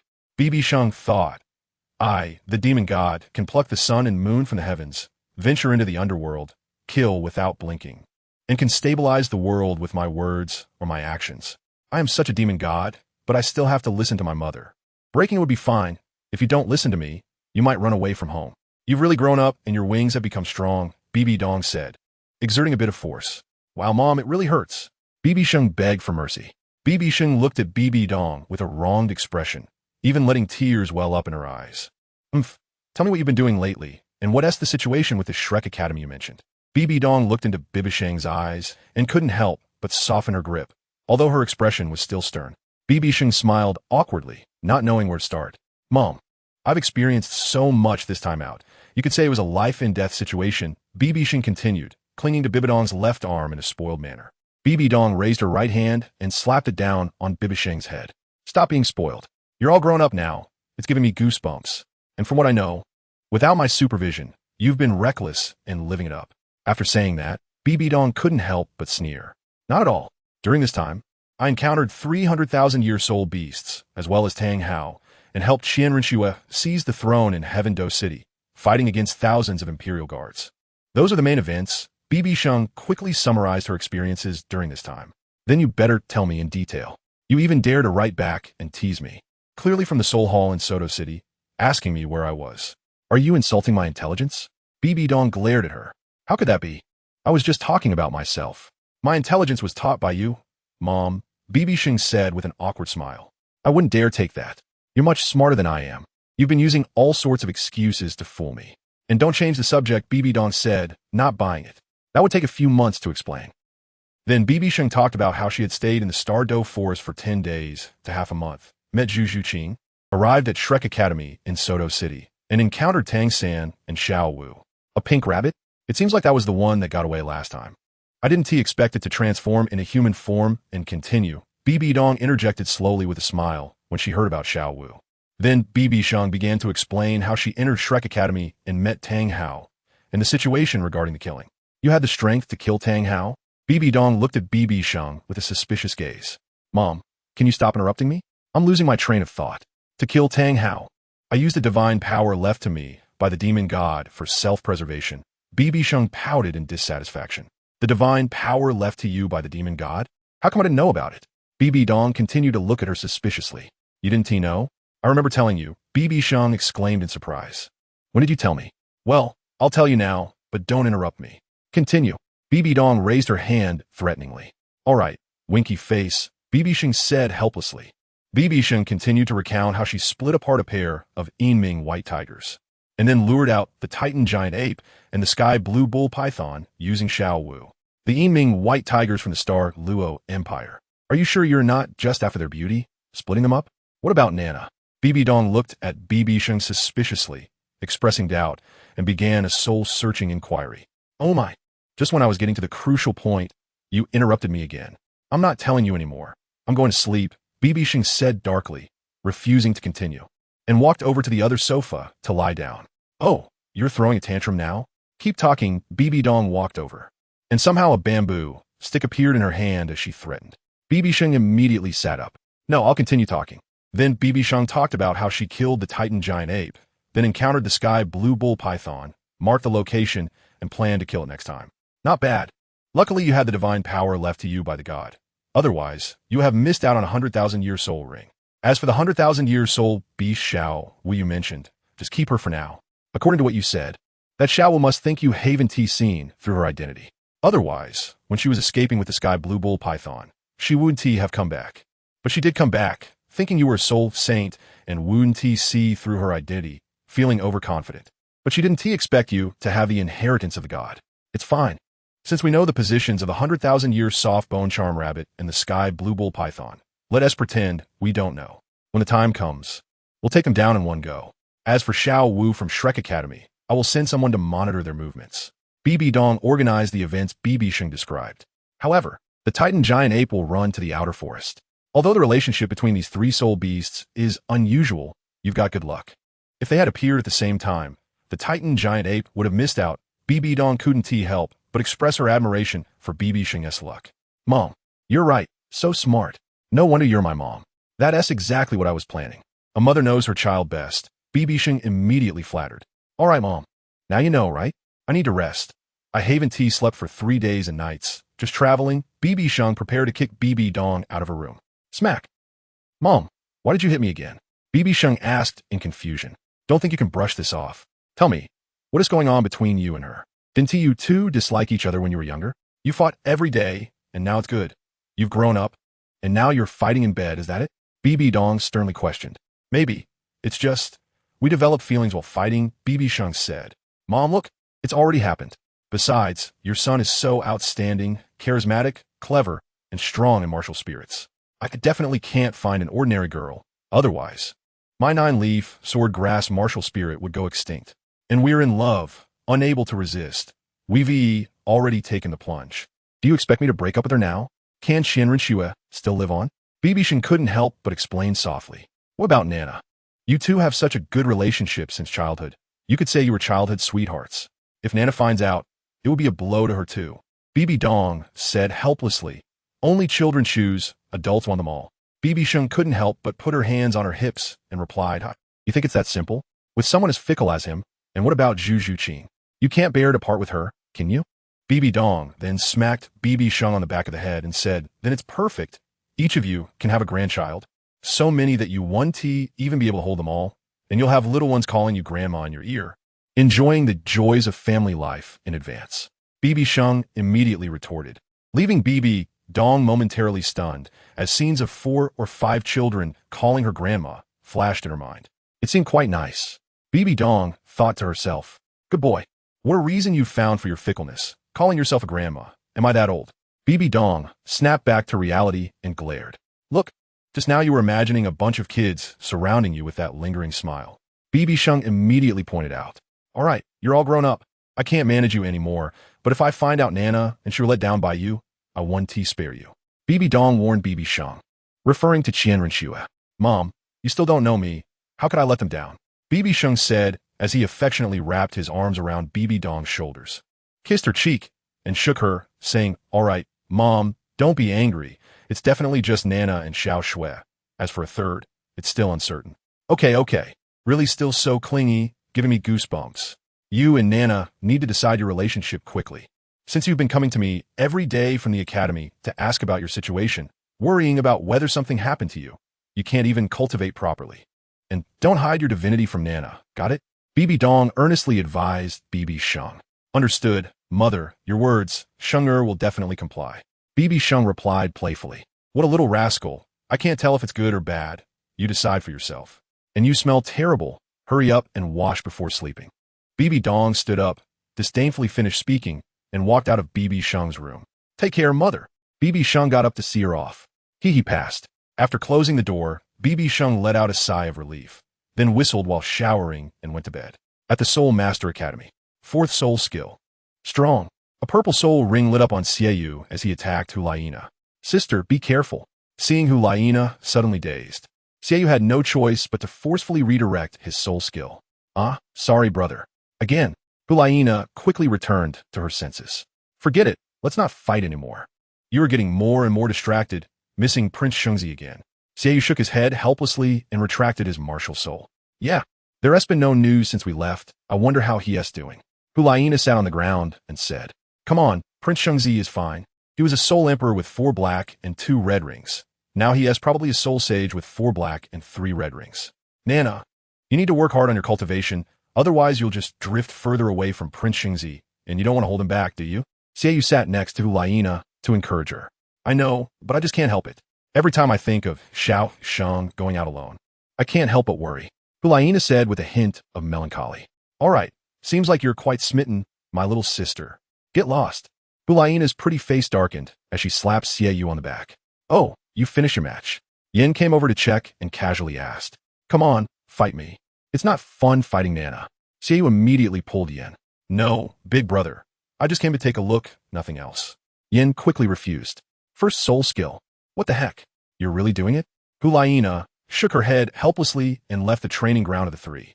After leaving the academy gate and returning to the Spear Hall, she looked into the distance at the entrance and silently thought, Xiao Sheng, where are you? Teacher, I'm back.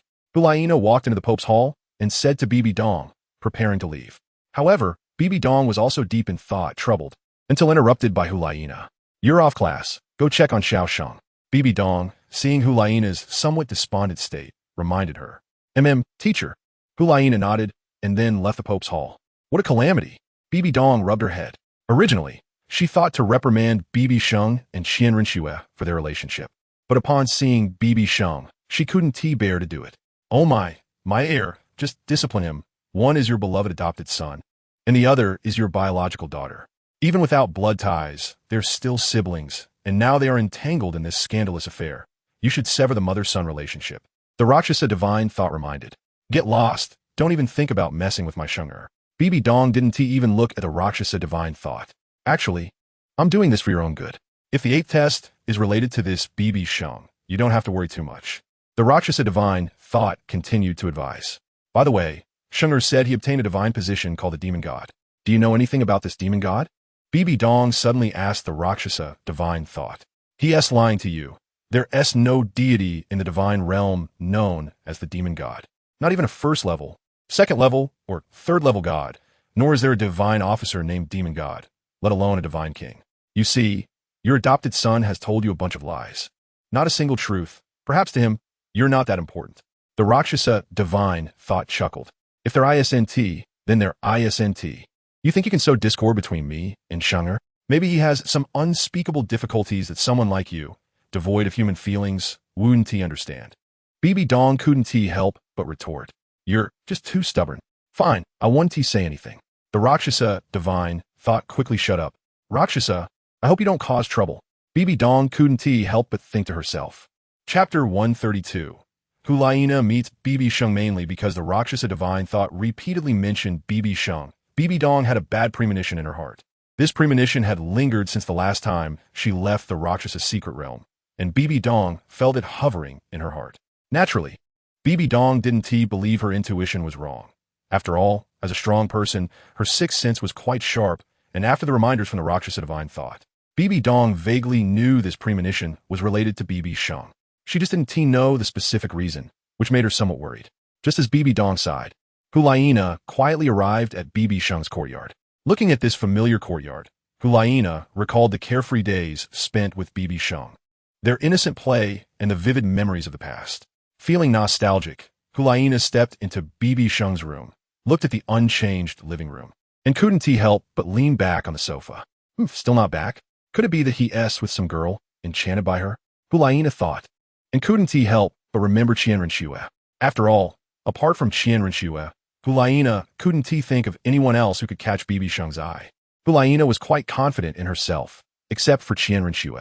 With her deep understanding of her three-tailed fox martial soul, even though Hulaina maintained her integrity, a hint of alluring charm naturally showed in her beautiful eyes. With an unintentional lift of her head or movement, she could exude an enchanting allure, which made Hulaina quite popular in the academy. Perhaps Hulaina is slightly less beautiful than Renxue, but each person's character and temperament are more pronounced. In contrast, Renxue is decisive and efficient in her actions, while Hulaina, with her naturally alluring charm, is even more eye-catching. Standing at 1.7 meters tall, Hulaina is petite and delicate, with hair that is yellow with a hint of light pink, reaching just to her shoulders. Her tender, cherry-red lips and beautiful face, along with her well-defined body curves, are enough to drive the boys in the academy crazy. Hulaina sat on the sofa for a while, before getting up to go to the bathroom, to fetch water and clean the room. After all, while BibiSheng was away, it was Hulaina who took care of the dust in the room every few days. However, as Hulaina passed by the master bedroom, she sensed something unusual. It was usually quiet, but now she heard a steady breathing sound. Although faint, she still heard it. After all, she was very familiar with the situation in this room. As the son of the saint and the pope, who would dare come into this courtyard? Even the maids wouldn't come in. Even if BibiSheng was not present, Hulaina personally took care of some cleaning in the courtyard and room. The sound seemed to indicate someone was sleeping in the bedroom. Could it be that Sheng has returned? Hulaina was delighted by her guess and hurriedly opened the door, finding that it wasn't locked. She walked in and soon saw BibiSheng sleeping soundly. He was lying flat, with a blanket only covering half of him, exposing one foot and his chest, dressed in a light yellow soft pajama. Hulaina was initially surprised and wanted to jump on the bed to wake him up, but seeing how soundly he was sleeping, she restrained her excitement as she approached the bedside. She couldn't help but squat down, resting her chin on her hand as she looked at BibiSheng. He was still the same, unchanged. After a while, noticing that the blanket was not covering him properly, she stood up and leaned over to pull the blanket over him. Then she squatted down again, continuing to rest her chin on her hand, smiling at BibiSheng. He must be tired from traveling, she thought, wondering where Sheng had been playing these past few months. With affection in her eyes, Hulaina quietly watched him for a few minutes before standing up to leave. The teacher must know that BibiSheng is back, which is why she called me to his room, wanting to give me a surprise. As Hulaina took her first step out, she noticed BibiSheng had kicked the blanket off again, perhaps feeling too hot. Seeing this, Hulaina glanced at the windows in the master bedroom, all of which were closed. She had no choice but to open a few windows to let the air flow and cool down the room. Then she returned to BibiSheng's bedside to cover him with the blanket again. He is sleeping so soundly. Would it be okay if I steal a kiss? Hulaina thought as she looked at BibiSheng's handsome and masculine face. As this thought crossed her mind, Hulaina couldn't contain her longing anymore and leaned closer to kiss BibiSheng's face. However, just as she was about to do so, perhaps feeling uncomfortable under the blanket, BibiSheng turned over and, without realizing it, his strong arms flung Hulaina onto the bed. Hulaina was caught off guard and almost cried out, but she quickly covered her mouth, nearly waking BibiSheng. A fluffy pillow? How comfortable! BibiSheng mumbled in his sleep, tightly hugging Hulaina and even resting one foot on her calf. Hulaina dared not move, feeling a bit flustered. However, looking at BibiSheng so close, she could clearly sense his breath, and she felt a bit intoxicated. Comfortable, huh? Then let you hold on, Hulaina compromised, realizing that BibiSheng was holding her too tightly. If it weren't for the cup separating them, she would be pressed against his chest. Thinking this, Hulaina wiggled her feet to remove her high heels, then slowly pulled the blanket open, allowing BibiSheng to hold her. BibiSheng might have felt that his pillow had become softer, so he couldn't help but squeeze her tighter.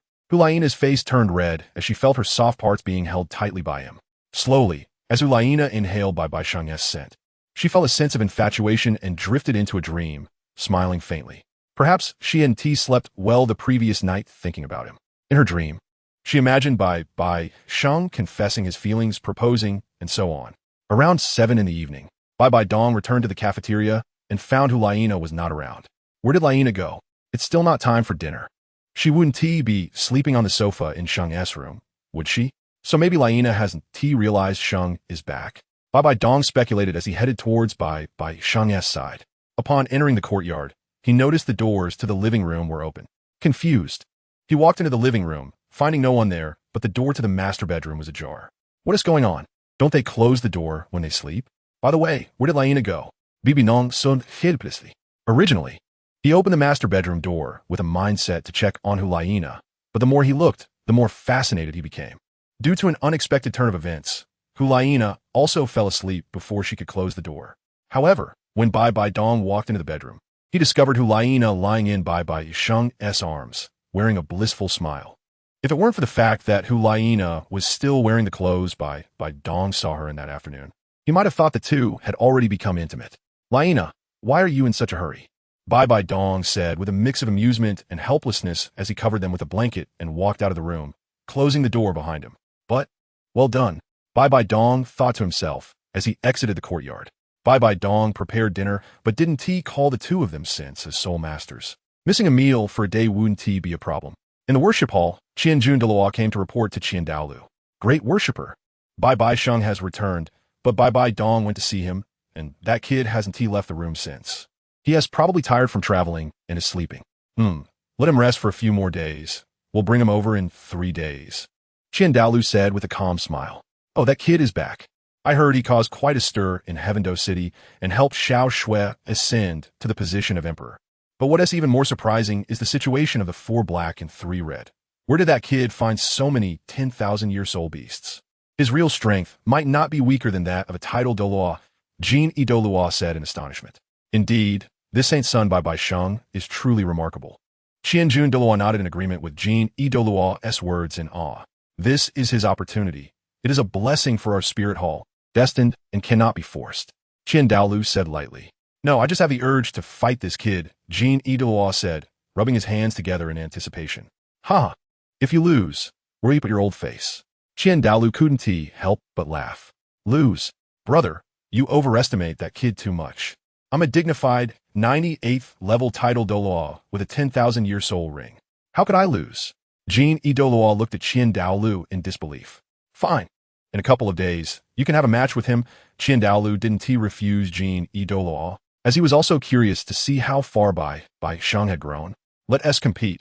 After all, my old face is thick-skinned. Jean Douluo immediately replied. Great worshipper, bring that kid here on the third day. I want to have a match with him, Jean Douluo said. Okay, second worshipper. With Qian Jun Douluo's departure, the worship hall fell silent again. Around 10 o'clock at night, BibiSheng was awakened by his hunger. After 2 days and nights without eating anything, he had just fallen asleep again, and it was no wonder he was starving. Huh? What am I holding? The drowsy BibiSheng just woke up and realized he was holding someone. This is Laina. How strange. Why am I holding Laina? BibiSheng recognized Laina by her silhouette and fragrance. My hand. BibiSheng couldn't help but grip tightly, realizing he was holding something soft. Laina murmured. I didn't do anything, nor did I drink. BibiSheng tried to recall, but no matter how he thought about it, he had just taken a shower alone and then went to sleep. Just as BibiSheng was pondering in confusion, Laina turned over, facing him. Laina sensed something and slowly opened her eyes, seeing BibiSheng's astonished expression. Xiaosheng, you're awake, Laina said, a bit dazed. But then she quickly thought of something, her pretty face turning red, and she buried her head in BibiSheng's embrace. I'm doomed. I didn't expect to sleep so deeply. And Xiaosheng woke up first, Laina thought shyly. BibiSheng said nothing, resting his hands on Laina's back, holding her. After a while, BibiSheng's stomach protested with a growl. Laina, we can get up now. I was woken up by hunger. Let's find something to eat. My stomach is protesting, BibiSheng reminded as he looked at Laina, who showed no signs of wanting to get up. Laina heard him, and in the quiet night, it was hard not to notice. I'll get up and heat up some food for you. The teacher might have left some, Laina said. Her face flushed. Laina, you look so cute when you're blushing, BibiSheng couldn't help but say. You should get dressed first. I'll go see what else we have to eat in the kitchen. Laina's face turned even redder as she quickly got out of bed and left the room. However, BibiSheng was only in his pajamas. After all, it was late at night, and he still wanted to sleep after eating. BibiSheng followed her out. Noticing that the moon and stars were hidden behind dark clouds, and a cold, damp wind blew in. It's going to rain. It looks like it will be heavy. BibiSheng shivered from the cold wind. After days of scorching sun, there's bound to be a heavy rain. And since it had been sunny for more than 10 days, BibiSheng knew a big rain was coming. Laina, is there any food left? BibiSheng asked when he reached the kitchen. Yes, there's still some. Wait for me to heat it up, and it will be ready soon. Laina said as she got busy. Although BibiDong hadn't called them to get up for breakfast, she had prepared enough for 3 people, considering that they might wake up in the middle of the night. Over the past few years, Laina had learned to cook from BibiDong, and naturally, BibiDong taught her during dinner time. So Laina quickly heated up the food. After just over 10 minutes of heating, Laina placed several dishes on the dining table. Xiaosheng, come eat. Why are you still in your pajamas? Laina said helplessly as she looked at BibiSheng's tall figure. It's fine. It's late at night, and there are no outsiders. I still want to sleep later, BibiSheng said as he sat at the table, eagerly picking up his chopsticks. All right then. Laina was taken aback, understanding BibiSheng's implication. Laina, hurry and eat. I bet you didn't have dinner either, BibiSheng urged. Laina sat down, occasionally glancing at BibiSheng. Oh, what a lovely couple. BibiDong walked into the dining room and said to the two. She had heard the noise and came over to find BibiSheng and Laina. Teacher, don't say that. Laina's face instantly turned crimson. Mom, you're still awake? Come eat with us. BibiSheng looked up and continued to focus on his bowl. TSK. How inappropriate. Eating in pajamas, who taught you that? I was about to sleep, but was disturbed by 2 little mice, BibiDong said, walking over and giving BibiSheng a light slap on the back of his head. Mom, you're hitting my head. Are you addicted? There are no outsiders here, BibiSheng said helplessly. Ha! Laina couldn't help but chuckle. Since you're back and Laina is here, what are you two getting engaged? BibiDong got straight to the point. Teacher, Laina stomped her foot shyly. Mom, there's no rush. Renxue hasn't completed her task yet. We have to wait for her, BibiSheng said to BibiDong, who was bringing up something that shouldn't be mentioned. Fine, you two can discuss your matters yourselves. I'm going to sleep first, BibiDong said, glancing at Laina before leaving. Indeed, Xiaosheng has been with Renxue recently. Laina's face couldn't help but turn pale, feeling a bit sour inside. Laina, let's eat first. I'll tell you about my experiences from the past few months later. I won't hide anything from you, including the matters with Renxue, BibiSheng quickly reminded as he saw Laina lost in thought. Xiaosheng, I understand. Laina nodded. Though she lost her appetite, she still ended up eating a little more. Chapter 133. Confiding to Laina once BibiDong left the dining hall. It suddenly became quiet, with only BibiSheng's sound of eating. This guy can still eat happily, Hulaina thought, looking at BibiSheng, who was carefree and unbothered, feeling a bit resentful. Wow, these dishes are so sour, BibiSheng exclaimed after taking a bite. What? No way. This is quite normal, Hulaina said, taking a bite of the dish BibiSheng picked, finding it normal. Yes, I don't know who suddenly knocked over a vinegar jar. It's killing me, BibiSheng said oddly. Hulaina paused, then realized what BibiSheng meant. It's not me anyway, Hulaina said, turning her head away, slightly angry. All right, Laina. Don't be mad. Here, eat some chicken, but, BibiSheng said, noticing Hulaina really seemed upset. He then placed some chicken, but into Hulaina's bowl. You like chicken, but don't give it to me. Hulaina immediately refused, quickly returning it to BibiSheng. All right, I'll eat it. You can have the chicken leg, BibiSheng said, swallowing a piece and chuckling. That's more like it, Hulaina pouted. Hurry up and eat. The weather's cold, and the dishes will get cold. I'll tell you about my experiences from the past few months later, and I won't hide anything from you, especially about Renxue, BibiSheng said, comforting Hulaina while holding her hand. You better not lie to me. Tell me honestly, Hulaina said immediately. All right, since Sister Laina has spoken, how can I not comply? BibiSheng promised. That's more like it. Your expression when you eat chicken but is really funny. Hulaina couldn't help but laugh. I'm just a bit jealous because of someone, BibiSheng pouted. I'm not jealous. Why would I be jealous of you two? Hulaina retorted. After about 20 minutes, a heavy downpour suddenly began. Oh no, we're gonna get soaked. BibiSheng and Hulaina jumped into the doorway of the room together. No, it's fine, Hulaina sighed in relief.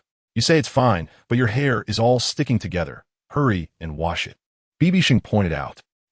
I've been in class all day, Hulaina nodded. Then, she went straight into BibiSheng's bathroom, since it was raining heavily, and she didn't want to return to her own yard.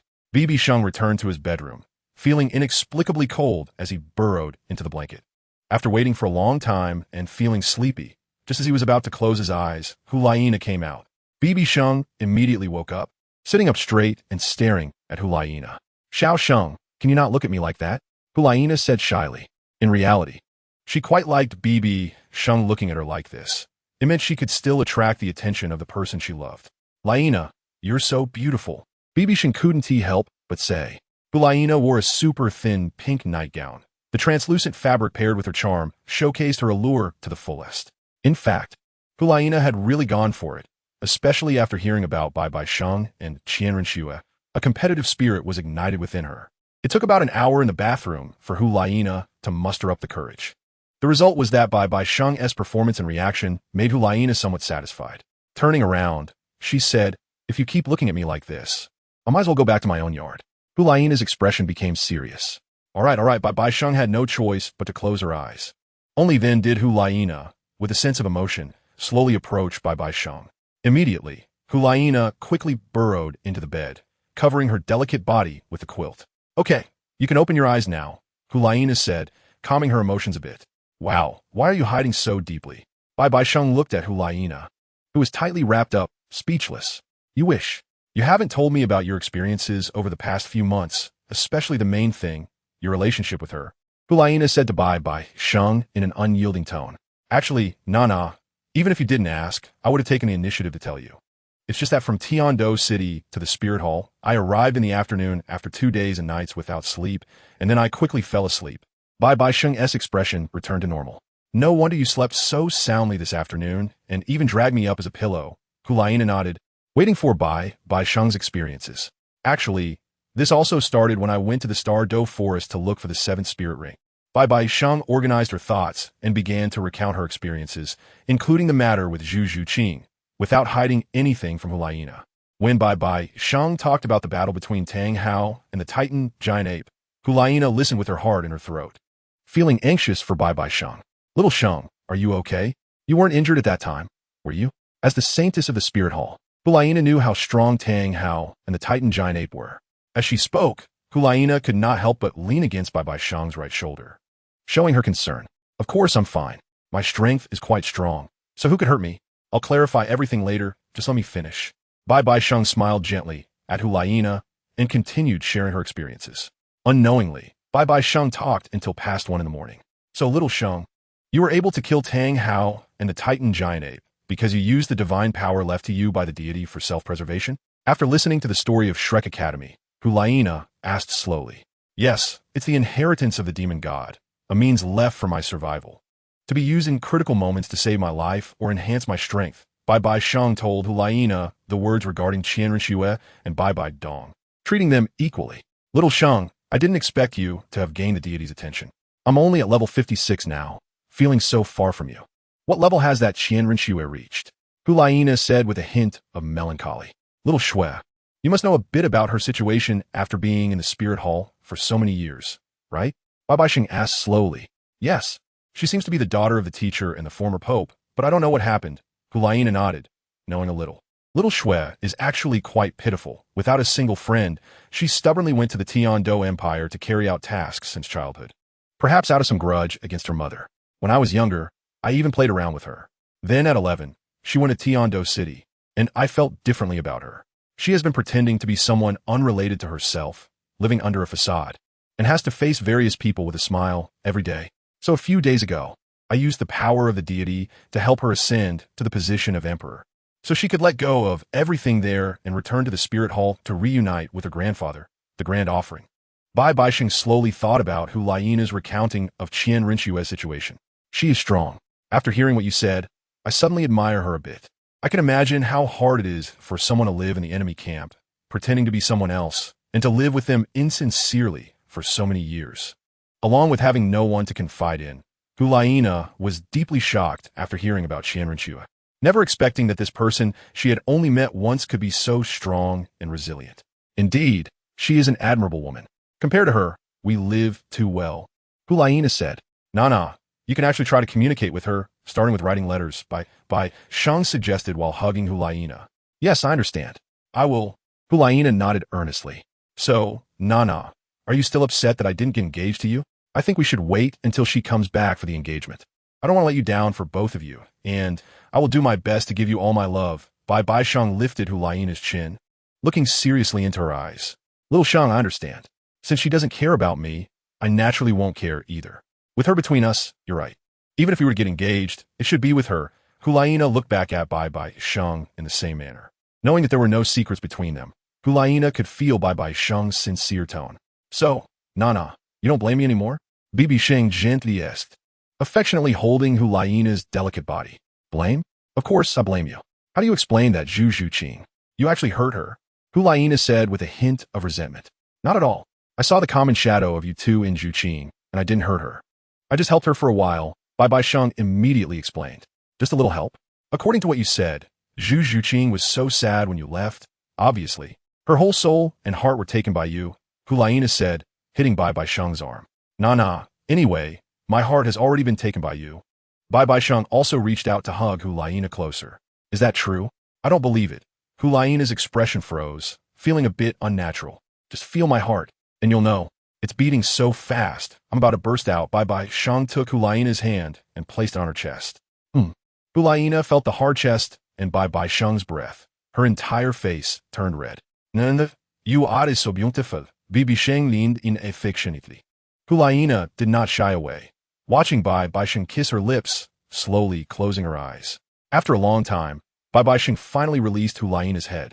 Looking at her flushed face, BibiSheng's hand became restless, making Hulaina very nervous. Nana, is it okay? BibiSheng asked deeply. Do as you wish, but be gentle. Hulaina gently nodded, not resisting BibiSheng's request, but her eyes were tense, not daring to open them to look at BibiSheng. You understand, BibiSheng netted. Early in the morning, Dong arrived at Hulaina's room, but did not see her, clearly understanding something. He did not bother with the two of them, and went to the Pope's hall to handle affairs. By noon, Dong shook his head helplessly and went to the cafeteria to start cooking, preparing a table full of dishes and a soup, all seemingly very nourishing. Shengya, Nana should get up to eat, Dong called out to the two in the yard. Mom, I'm coming right now, BibiSheng replied immediately. Hurry up. It's unreasonable. Dong shook his head helplessly. By the way, how long will it be before I can hold a child? Dong thought inexplicably as he walked out of the yard. Nah, get up, Mom is urging you, BibiSheng immediately said to Hulaina. No, I'm a bit sore. It's all your fault. Hulaina frowned as she sat up, saying while throwing the pillow at BibiSheng. By the way, Don't you have the healing ability of the blue-silver Emperor Soulbone? BibiSheng curiously reminded. No way, Hulaina said stubbornly. All right, you go to sleep first, and I'll bring the food over to feed you later, BibiSheng said as he kissed Hulaina's cheek. That's more like it, Hulaina replied, curling up in the blanket. BibiSheng had no choice but to get dressed and go to the cafeteria, where he found BibiDong eating alone at a table. Come here, Sheng. I made some delicious food for you, all very nourishing. By the way, where's Nana? BibiDong asked, her eyes lighting up as she waved to BibiSheng. Mom, aren't you just pretending not to know? Nana caught a bit of cold last night. I'll just bring her some food to feed her. BibiSheng replied with an awkward smile. Just a cold? That's strange. With Nana's strength as a Soul King, that cold must be unusual. BibiDong raised an eyebrow, teasing BibiSheng. Mom, you're not getting jealous, are you? BibiSheng joked. How could I not be jealous? My cabbage and pig both got taken away at the same time. I'm so sad. I'll be all alone from now on, BibiDong said, putting on a tragic expression. BibiSheng was speechless. How could I let Mom be all alone? Wherever Mom is, that's where I am. I'm your little cotton-padded jacket. BibiSheng immediately shook BibiDong's arm. Ugh, that's so cheesy. Hurry up and eat. Don't let Nana go hungry. BibiDong waved BibiSheng's hand away. Mom's cooking is still the best.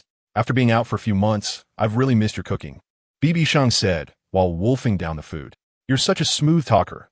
No wonder Nana and Xiaoxue fell for your sweet words, BibiDong said, filled with maternal love for BibiSheng.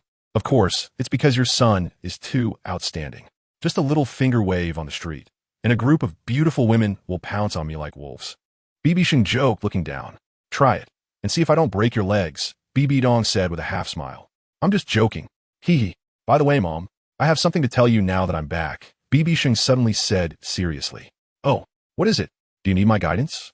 BibiDong asked curiously. I want to take Nana, Xiaoyu, and Yin to the City of Slaughter after resting at the Spirit Hall for a few days, BibiSheng said earnestly. The City of Slaughter? Why on earth would you want to go there? You already possess the domain of the God of Slaughter. There's no point in going again. BibiDong replied, even more puzzled. It's useful. I can cultivate my divine transmission and enhance my own power. That filthy City of Slaughter is a great supplement for the demon god, BibiSheng quickly explained. Oh, I see. But you can go alone. Why do you need to take Nana and the others? You are the God of Slaughter in the City of Slaughter. You can come and go as you please. But Nana and the others can't. They need to win 100 matches in the Hellish Arena and become the annual champion to break through the Hell Road. BibiDong analyzed helplessly. Don't worry, Mom. I promise to bring them back safely within 2 years. Besides, you still don't know my abilities with me around. The killing intent in the City of Slaughter can't pose a threat to us, BibiSheng assured, patting his chest. That's true. If it weren't for you, I wouldn't have been able to escape from the City of Slaughter so easily. But let me think about it. Even though Nana and the others have good talent, they haven't experienced the kind of constant killing that the City of Slaughter entails. I understand. So, Mom, please think it over carefully. BibiSheng nodded, not urging BibiDong. Chapter 134. Arriving at the offering hall, the City of Slaughter, truly not a place for humans. BibiDong had experienced it, so she knew the dangers of the City of Slaughter. Forget it. I should consult the opinions of the three of them. After all, the City of Slaughter is not the Death Canyon. BibiDong thought to herself. The City of Slaughter can't be treated like last time, sending 3 people directly to the Death Canyon for training. Mom, I'll go bring some food for Nana, BibiSheng said as he picked up a serving of food and soup. Leaving the cafeteria. You brat, can you handle it? BibiDong teased. Don't say that. You're slandering your son, BibiSheng retorted as he walked away, grumbling. Then you better work hard, BibiDong called out as he stepped outside. Sigh. BibiSheng felt speechless. Nana, it's time to get up for dinner, BibiSheng said as he entered the bedroom. Are you going to feed me in bed? Hulaina asked, pressing down on the blanket with her arms. Just get dressed. It's not like I've never seen you, BibiSheng chuckled as he handed her the pink nightgown. Oh no, you turn around. No peeking, Hulaina said, unable to resist BibiSheng's teasing. Okay. BibiSheng only heard the sound of her getting dressed behind him, and a moment later, she was ready. All right. BibiSheng turned around, and Hulaina was standing on the bed in her nightgown. Carry me down. Hulaina spread her arms. You're just like a little fox, so clingy. Come here, BibiSheng said as he walked over. Hulaina jumped into his arms, and he sat down at the small round table. Nana, feeling better? BibiSheng asked while sitting on the chair, with Hulaina on his lap. Much better. I told you to be gentle. You were like a tiger. Humph, Hulaina complained. It was the first time. It was all the same. Eat up quickly, and after we finish, We could take a bath and rest for the afternoon. And you'll be just fine, BibiSheng quickly explained. All right, I forgive you, Hulaina nodded, finding it reasonable. Then Hulaina began to eat simply. Half an hour later, Hulaina walked a bit awkwardly into the bathroom. Little Sheng, get out. As soon as Hulaina lay in the bathtub, she saw BibiSheng come in and shouted immediately. Nana, let's wash together. I haven't washed yet either, BibiSheng said with a mischievous smile. No way, that's too embarrassing. It's fine, it's just a simple wash together. You're so naughty. In the end, Hulaina couldn't get rid of BibiSheng, and they came out of the bathroom together. The weather in Spirit City was gloomy for 2 days, but on the third day, it was sunny again. BibiSheng and Hulaina also spent 2 warm days together. Greetings, teacher. Greetings, mom. On the afternoon of the third day, BibiSheng brought a radiant Hulaina to the Pope's palace to greet BibiDong. Nana, you finally decided to come out, BibiDong said with a teasing smile at the two. BibiDong's casual remark didn't bother BibiSheng, but Hulaina turned bright red, stammering and feeling awkward, clearly unsure how to respond. My dear mother, please don't joke around. Nana would rather find a crack in the ground to hide in. We were just cultivating and discussing the origins of life, BibiSheng replied without batting an eye. Oh, it seems your cultivation has been effective, BibiDong said knowingly. Yes, teacher, Nana and I just haven't seen each other for a long time, so we chatted a bit more. I also share my experiences from my time away. Hulaina quickly followed up on BibiSheng's words. All right, enough of that. Zul, Shengya, are you still planning to go to the city of slaughter? Nana, what's your opinion? BibiDong asked seriously. Hulaina had heard BibiSheng mention his plan to go to the city of slaughter yesterday. Teacher, I agree with Xiaosheng's plan to train in the city of slaughter. Although the city of slaughter is known for its perilous nature, with a high chance of death, great risks come with great opportunities. Staying in the Spirit Master Academy ensures our safety, but it won't make us qualified Spirit Masters. I believe Xiaosheng will protect us, and we've consumed immortal herbs. Even if we can't use spirit abilities, we're not inferior to those sold Douluos in terms of physical fitness. Only through blood and fire can we truly transform into strong individuals. Hulaina's expression returned to normal, her passion high and unafraid of death as she responded to BibiDong. Hulaina's willingness to take such a big risk stemmed from a sense of crisis, which came from Renxue. Hulaina also believed that, even as an ordinary spirit master, BibiSheng would take care of herself. But she didn't want to always stand behind her beloved as a useless vase. What Hulaina wanted was to be by BibiSheng's side. So when BibiSheng said he would take her and Xiaoyu to the city of slaughter, Hulaina resolutely agreed. Well, Nana, since you've made up your mind, I want to persuade you otherwise, BibiDong said, coming to stand in front of the two. Nana, your greatest ability is your charm, which requires high mental strength. Since you're going to the city of slaughter, I'll give you a head spirit bone of about 50,000 years to enhance your survival rate. BibiDong said as she took out a silvery white head spirit bone from her spatial soul guide. Teacher, is it too precious? Hulaina asked. Nana, just take it. Why be so polite? Mom, it's just a spirit bone. Shouldn't we have a full set? BibiSheng immediately interjected. Get lost. Why don't you give me a full set of 100,000 year spirit bones? BibiDong couldn't help but raise her hand, almost slapping him. Do you want it? I have a 100,000 year left arm spirit bone from a Titan giant ape. BibiSheng said, taking out the Titan giant ape's spirit bone. Give it to me. According to what you said, this Titan giant ape spirit bone matches Yan's martial soul attributes. Since they are going, let them have it. I'll take out another spirit bone for Xiaoyu later. BibiDong said as she grabbed the Titan giant ape spirit bone. At the same time, she handed the head spirit bone to Hulaina. My spirit bone. BibiSheng was taken aback, looking at his empty hands. All right, you two go back and prepare the necessary resources. Bring Xiaoyu and Yin here and explain the situation of the city of slaughter and precautions to them. BibiDong waved her hand, signaling them to leave. Nana, let us go have some fun in the Spirit City first. Once we get to the city of slaughter, there won't be much to enjoy. BibiSheng immediately took Hulaina's hand and walked out of the papal hall together. The two quickly arrived on the street, and their handsome and beautiful combination attracted quite a few people. However, the Spirit City truly lived up to its name as the city of Spirit Masters, with Spirit Masters visible everywhere on streets. Even if people didn't know BibiSheng, many recognized Hulaina, and the Spirit City wasn't as aristocratic as Heavendo City, so it didn't attract any ill-intentioned individuals. Nana, we'll be in the city of slaughter for about 2 years. I've heard about the dangers there. Are you scared? BibiSheng said slowly while holding Hulaina's hand. With you around, of course, I'm not afraid. Bruce, being alone with you in the city of slaughter makes me feel much happier. We'll have so much time for you to accompany me, Hulaina said with a happy smile. After accepting Qian Renxue, Hulaina began to refer to her as Sister Shui, considering she was older than her. Well, that's good. Actually, there's nothing to be afraid of in the city of slaughter. Although it's said there are no rules, there are still rulers and certain rules.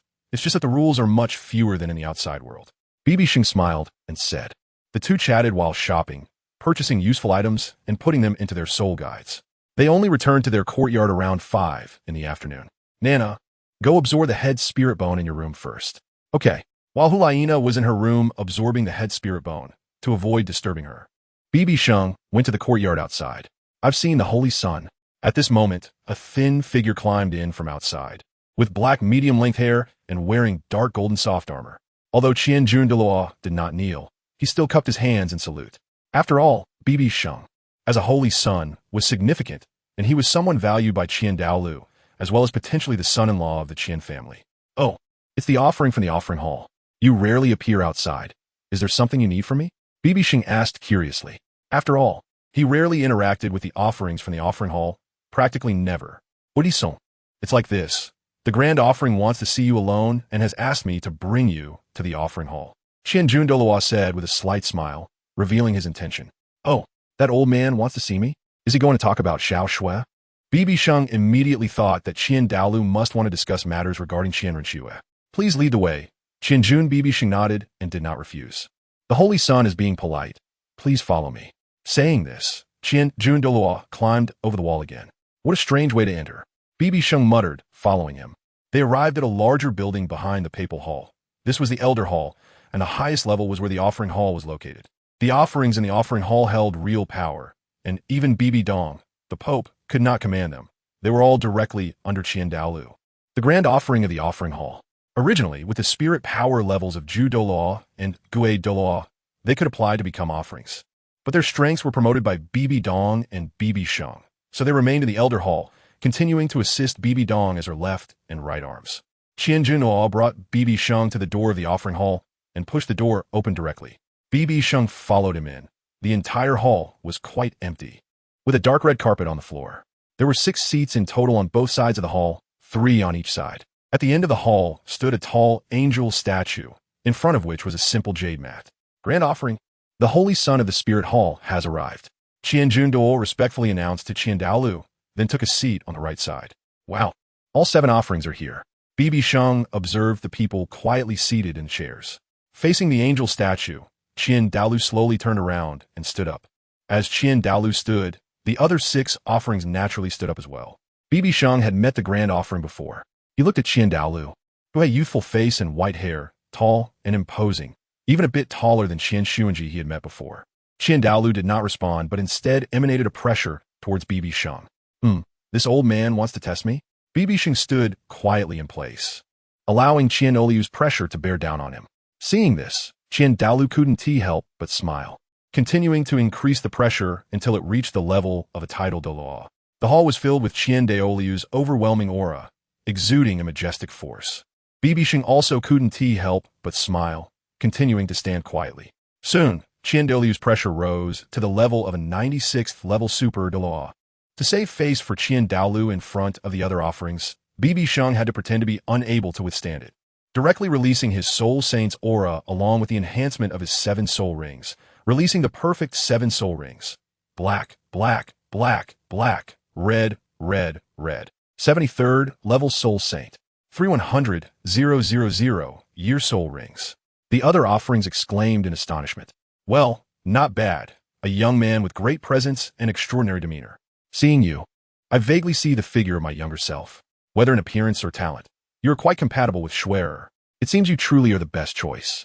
Dalu saw the strength of BibiSheng and nodded in satisfaction, retracting his aura, and praised him. Where compared to the grand offering and other senior offerings, I still need to continue working hard. Moreover, the strength of the grand offering is as unfathomable as the vast sea. If it were to persist for 3 minutes, I would already be lying on the ground now. The grand offering truly is aging like fine wine. BibiSheng also did not lose out and immediately praised back, while wiping his forehead that wasn't sweating. All right, Your acting is too poor. You must be hiding your strength. Dalu directly pointed out by Sheng's little thoughts. I'm serious. I estimate I still need to train for another 20 years to reach the realm of the Grand Offering. Sheng said with a serious expression. Good boy, you are a bit too humble, which makes your words sound insincere. Jin Edaluo said as he walked to the center of the hall and addressed Sheng. Oh, come on, stop flattering me. I really am not that good. Sheng hurriedly said. At this point, the other offerings also realized that Sheng's true combat power probably reached the level of a title Douluo. After all, the enhancement attributes brought by 4 black and 3 red are terrifying. Otherwise, Soul Masters Wu and Ti vigorously pursue the limits of each realm's spirit rings. Really? Are you that bad? It seems I need to test your strength. Jin Edaluo approached Sheng. Sheng boy, dare to compete a bit? Of course. I want to use the 8th and 9th spirit rings. Jin Edaluo continued. Jin offering. Isn't this inappropriate? My mother taught me to respect the elderly and love the young. Sheng said with a face full of difficulty. No way, no way. You can't be a coward, right? Jin Edaluo resorted to provocation. Sheng had a black line on his face. Although he knew it was Jin Edaluo's provocation, being called a coward, who could stand that? No man could tolerate it. All right, let us compete. Sheng immediately agreed. Chapter 135. Angel God position. The hall fell into a brief silence.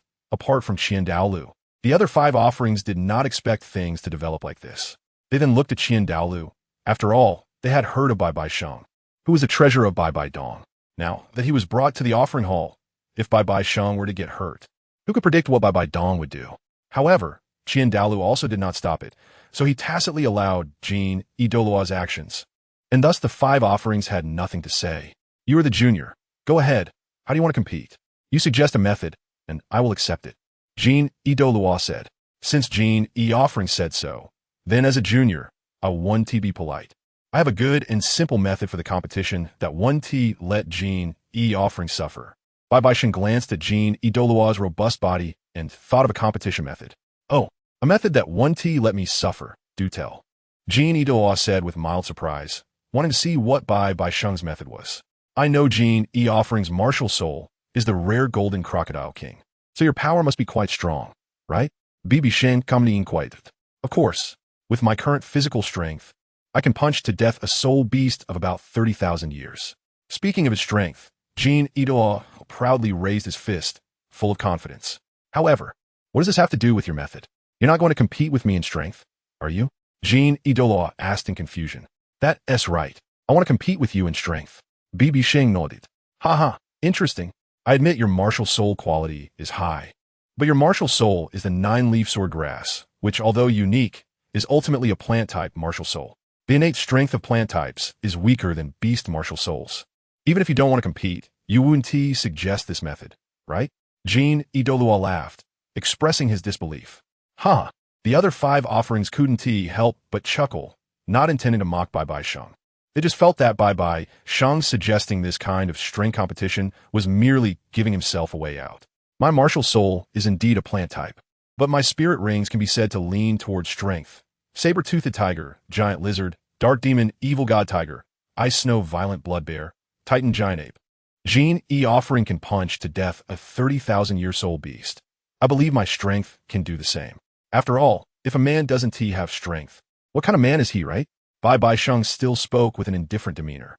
That's right. I agree with you. A man should have the strength of a man.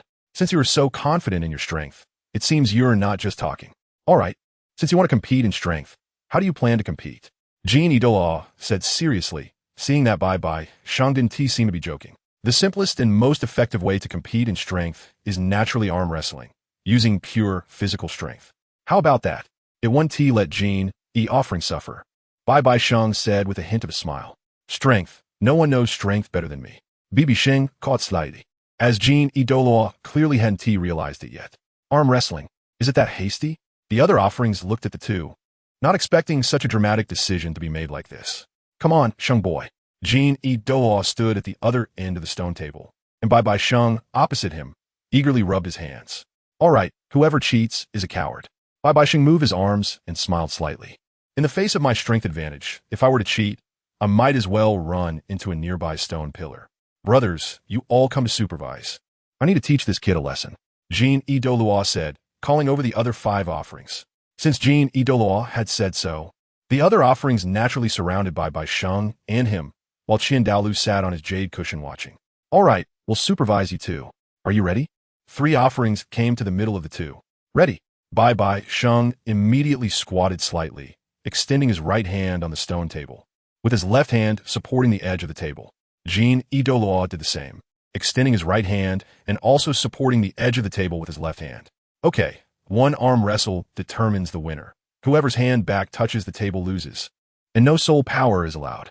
The 3 offerings immediately finished speaking, and BibiSheng and Jin E. Douluo clasped their right hands. Ready? 3, 2, 1, start. The 3 offerings announced. Sheng boy, watch me take you down in seconds. Jin E. Douluo said, his right arm's muscles and veins bulging. Just like I thought. BibiSheng smiled slightly, his right arm also beginning to exert force. The 2 simultaneously had serious expressions as they began to wrestle, stalemated for a minute, with only slight movements left and right. Jin E. offering, can't you be a little older? It's already been a minute, and my hand hasn't budged half an inch. BibiSheng said lightly. Good boy, you have some strength. You'll need to show some real skill. The golden crocodile Douluo said, increasing his strength once again. BibiSheng's right arm tilted slightly, and halfway through, he began to counterattack, straightening it back to its original position while also starting to push down on the golden crocodile Douluo's arm. You can do it, holy son. You're about to win. Qianjun Douluo said immediately upon seeing this. Seeing this, the golden crocodile Douluo's right arm thickened a few more times, and the veins on his temples began to bulge, gaining the upper hand again. BibiSheng and the golden crocodile Douluo went back and forth like this for another 5 minutes. And the stone table they were leaning on with their left hands had already cracked. Seeing that the golden crocodile Douluo had no strength left, BibiSheng began to increase his strength a bit. Hee, golden crocodile, you're about to lose. BibiSheng said as he pushed the golden crocodile Douluo's arm down towards the table. No, I haven't lost yet. The golden crocodile Douluo still wanted to struggle, but his hand was getting closer and closer to the table. Finally, after about 3 minutes of holding on, he was ultimately pressed down by BibiSheng onto the stone table. Cracked the edges of the stone table that they were holding with their left hands were completely crushed to dust. Golden crocodile, you lost. I concede. BibiSheng immediately released his hand and said, I lost. I can't believe I lost to you in a strength contest. How could your strength be so strong? Kid? The golden crocodile, said, stunned, as he lay on the table. The holy son actually won against the second offering with pure strength. It's incredible. How strong must this arm strength be? The 5 offerings murmured in disbelief, mainly because BibiSheng's physique seemed to possess such strong power to defeat the golden crocodile Douluo. How is that possible? I have 300,000 year soul rings. BibiSheng replied calmly. I have that too, but I have 3, plus 4 black ones. I have 4 too, but I have 3 red ones. All right, golden crocodile, losing is losing. At this moment, Dalu walked over and said to the golden crocodile Douluo. Dalu's words ended this farce. BibiSheng, come with me. Then, Dalu said to BibiSheng. BibiSheng also remembered that this visit to the offering hall was because Dalu wanted to find him. Everything just now might have just been a test from Dalu. Dalu led BibiSheng back to the front of the angel statue, and then he touched some part of it. With a rumble, the angel statue suddenly moved aside, revealing a hidden door behind it. BibiSheng followed in, and then the door closed again. This was a room of more than 50 square meters, which also had an angel statue. However, unlike the one outside, this angel statue had a compassionate and sacred expression. Although the statue was much smaller, it was more lifelike. Dalu walked to the angel statue and suddenly knelt down to worship it before standing up again. This angel statue is the closest to the angel god. What is your first impression? Dalu suddenly asked BibiSheng. Very sacred, very noble, and with a compassionate face. BibiSheng expressed his first impression. Since you are here, I won't hide it from you.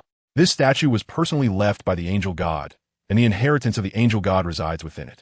However, only those with the affinity of the inheritor can open the angel secret realm. Dalu looked at the angel statue with great respect as he introduced it to BibiSheng. I see. But why are you telling me this? Isn't this about Renxue?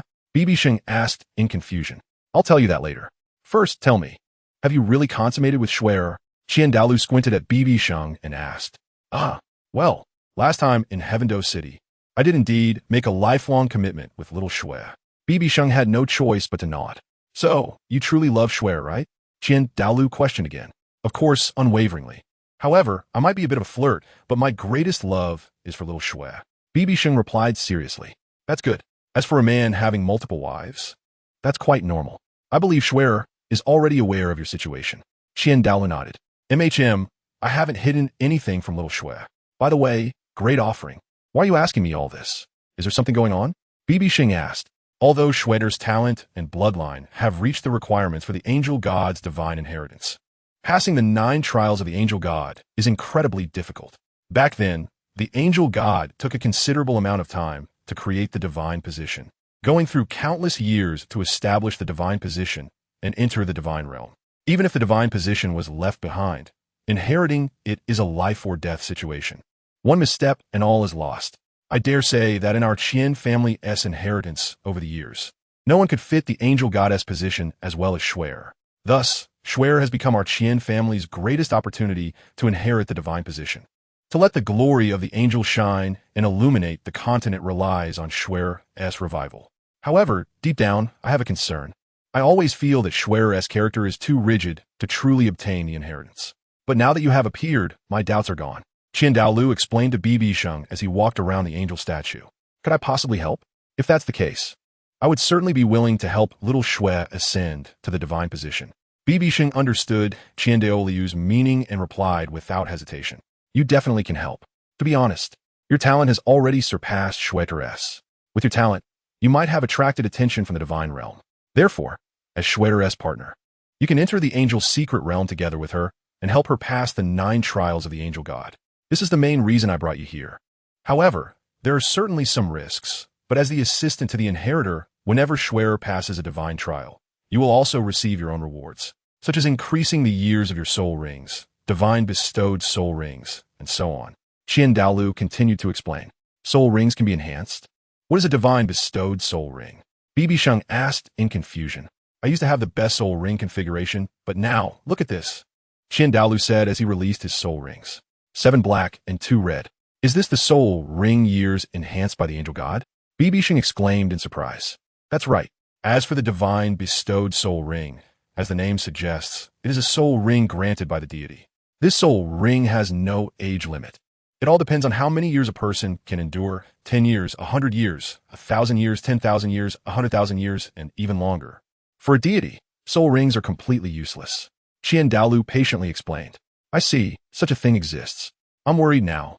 My martial soul is somewhat special, and I have only 2 soul rings left. I'm just missing light and lightning attributes, especially since light attribute soul beasts are already rare, and I doubt there are any over 100,000 years. BibiSheng expressed his concerns. Light attribute soul rings are easy to obtain. The angel god is originally from the light divine system, so her divine bestowed soul rings will definitely lean towards light attributes. However, you must pass the angel god's trials to receive them. As for lightning attribute soul rings above 100,000 years, I suggest you go to Sea God Island. There are quite a few 100,000-year sea soul beasts in the sea area around Sea God Island. Dalu guided BibiSheng. Sea God Island? I understand. But let's talk about that later. Great offering. Is there anything else now? BibiSheng nodded, knowing about Sea God Island. BibiSheng had seen records that the Spirit Hall once sent people to attack Sea God Island but was driven back. Later, after BibiSheng Dong took power, it was left unresolved. Not for now. Shui hasn't returned yet, so the divine trials can't be opened. I just wanted to inform you of the situation in advance and hope you can prepare yourself. Dalu said with a smile as he finished speaking. Then, Dalu led BibiSheng out of the room. Upon arriving at the Hall of Offering, BibiSheng left the hall alone. Chapter 136, Heading to the City of Slaughter. BibiSheng had not been out of the Hall of Offering for long when he saw the serious-faced BibiDong approaching with Hulaina. BibiSheng had been in the Hall of Offering for about 2 hours, and Hulaina had already absorbed the soul bone and awakened. Not seeing BibiSheng, Hulaina initially thought he had gone to BibiDong's side, but upon realizing he was not there, she recalled her auditory hallucinations during the absorption of the head soul bone were indeed real. So Hulaina said something to BibiDong, and the two immediately headed towards the Hall of Offering. Shenger, are you okay? Why did they suddenly come looking for you? BibiDong asked succinctly. Xiao Sheng Hulaina bypassed BibiDong and came to BibiSheng's side, crossing her arms to check on him. I'm Fine. The Grand Offering just told me that Xiao Shui will need to undergo a divine trial in the future and needs my help. It was just a chat about this. BibiSheng smiled at the two in front of him. That's good. If anyone dares to trouble you, just watch how I turn this hall of offering upside down. BibiSheng's expression relaxed slightly. No one dares to bully me. I would have already turned it upside down. BibiSheng immediately agreed. Let us go home. 2 days later. Wuhuan Academy, Arena. Shiyue wielded his moon blade martial soul, and Yan's arm had also turned to rock due to his flame Lord martial soul, fiercely colliding.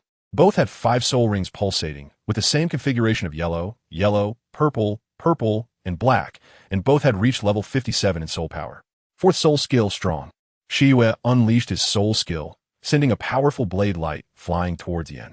4th soul skill, Hell's Sacred Flame. Yin was not to be outdone. He knew when Shiyue activated his 4th 1,000-year soul ring. After all, Shiyue and Yin had battled each other countless times since childhood and were extremely familiar with each other's abilities. Therefore, the fight between the two was destined to yield no result. If one had to say the outcome, it would merely be a draw after exhausting their soul power.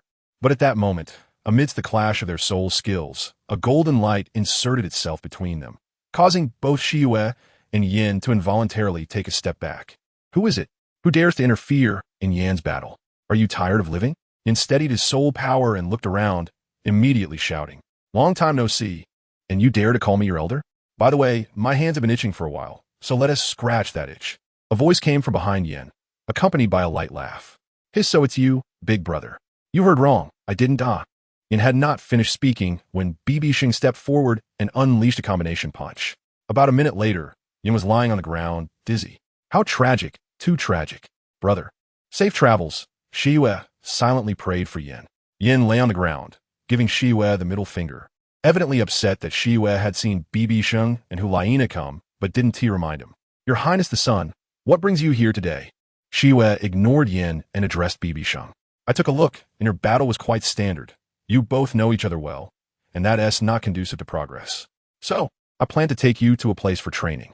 There, you can fight every day, and your opponents will be fierce individuals." BibiSheng revealed some information.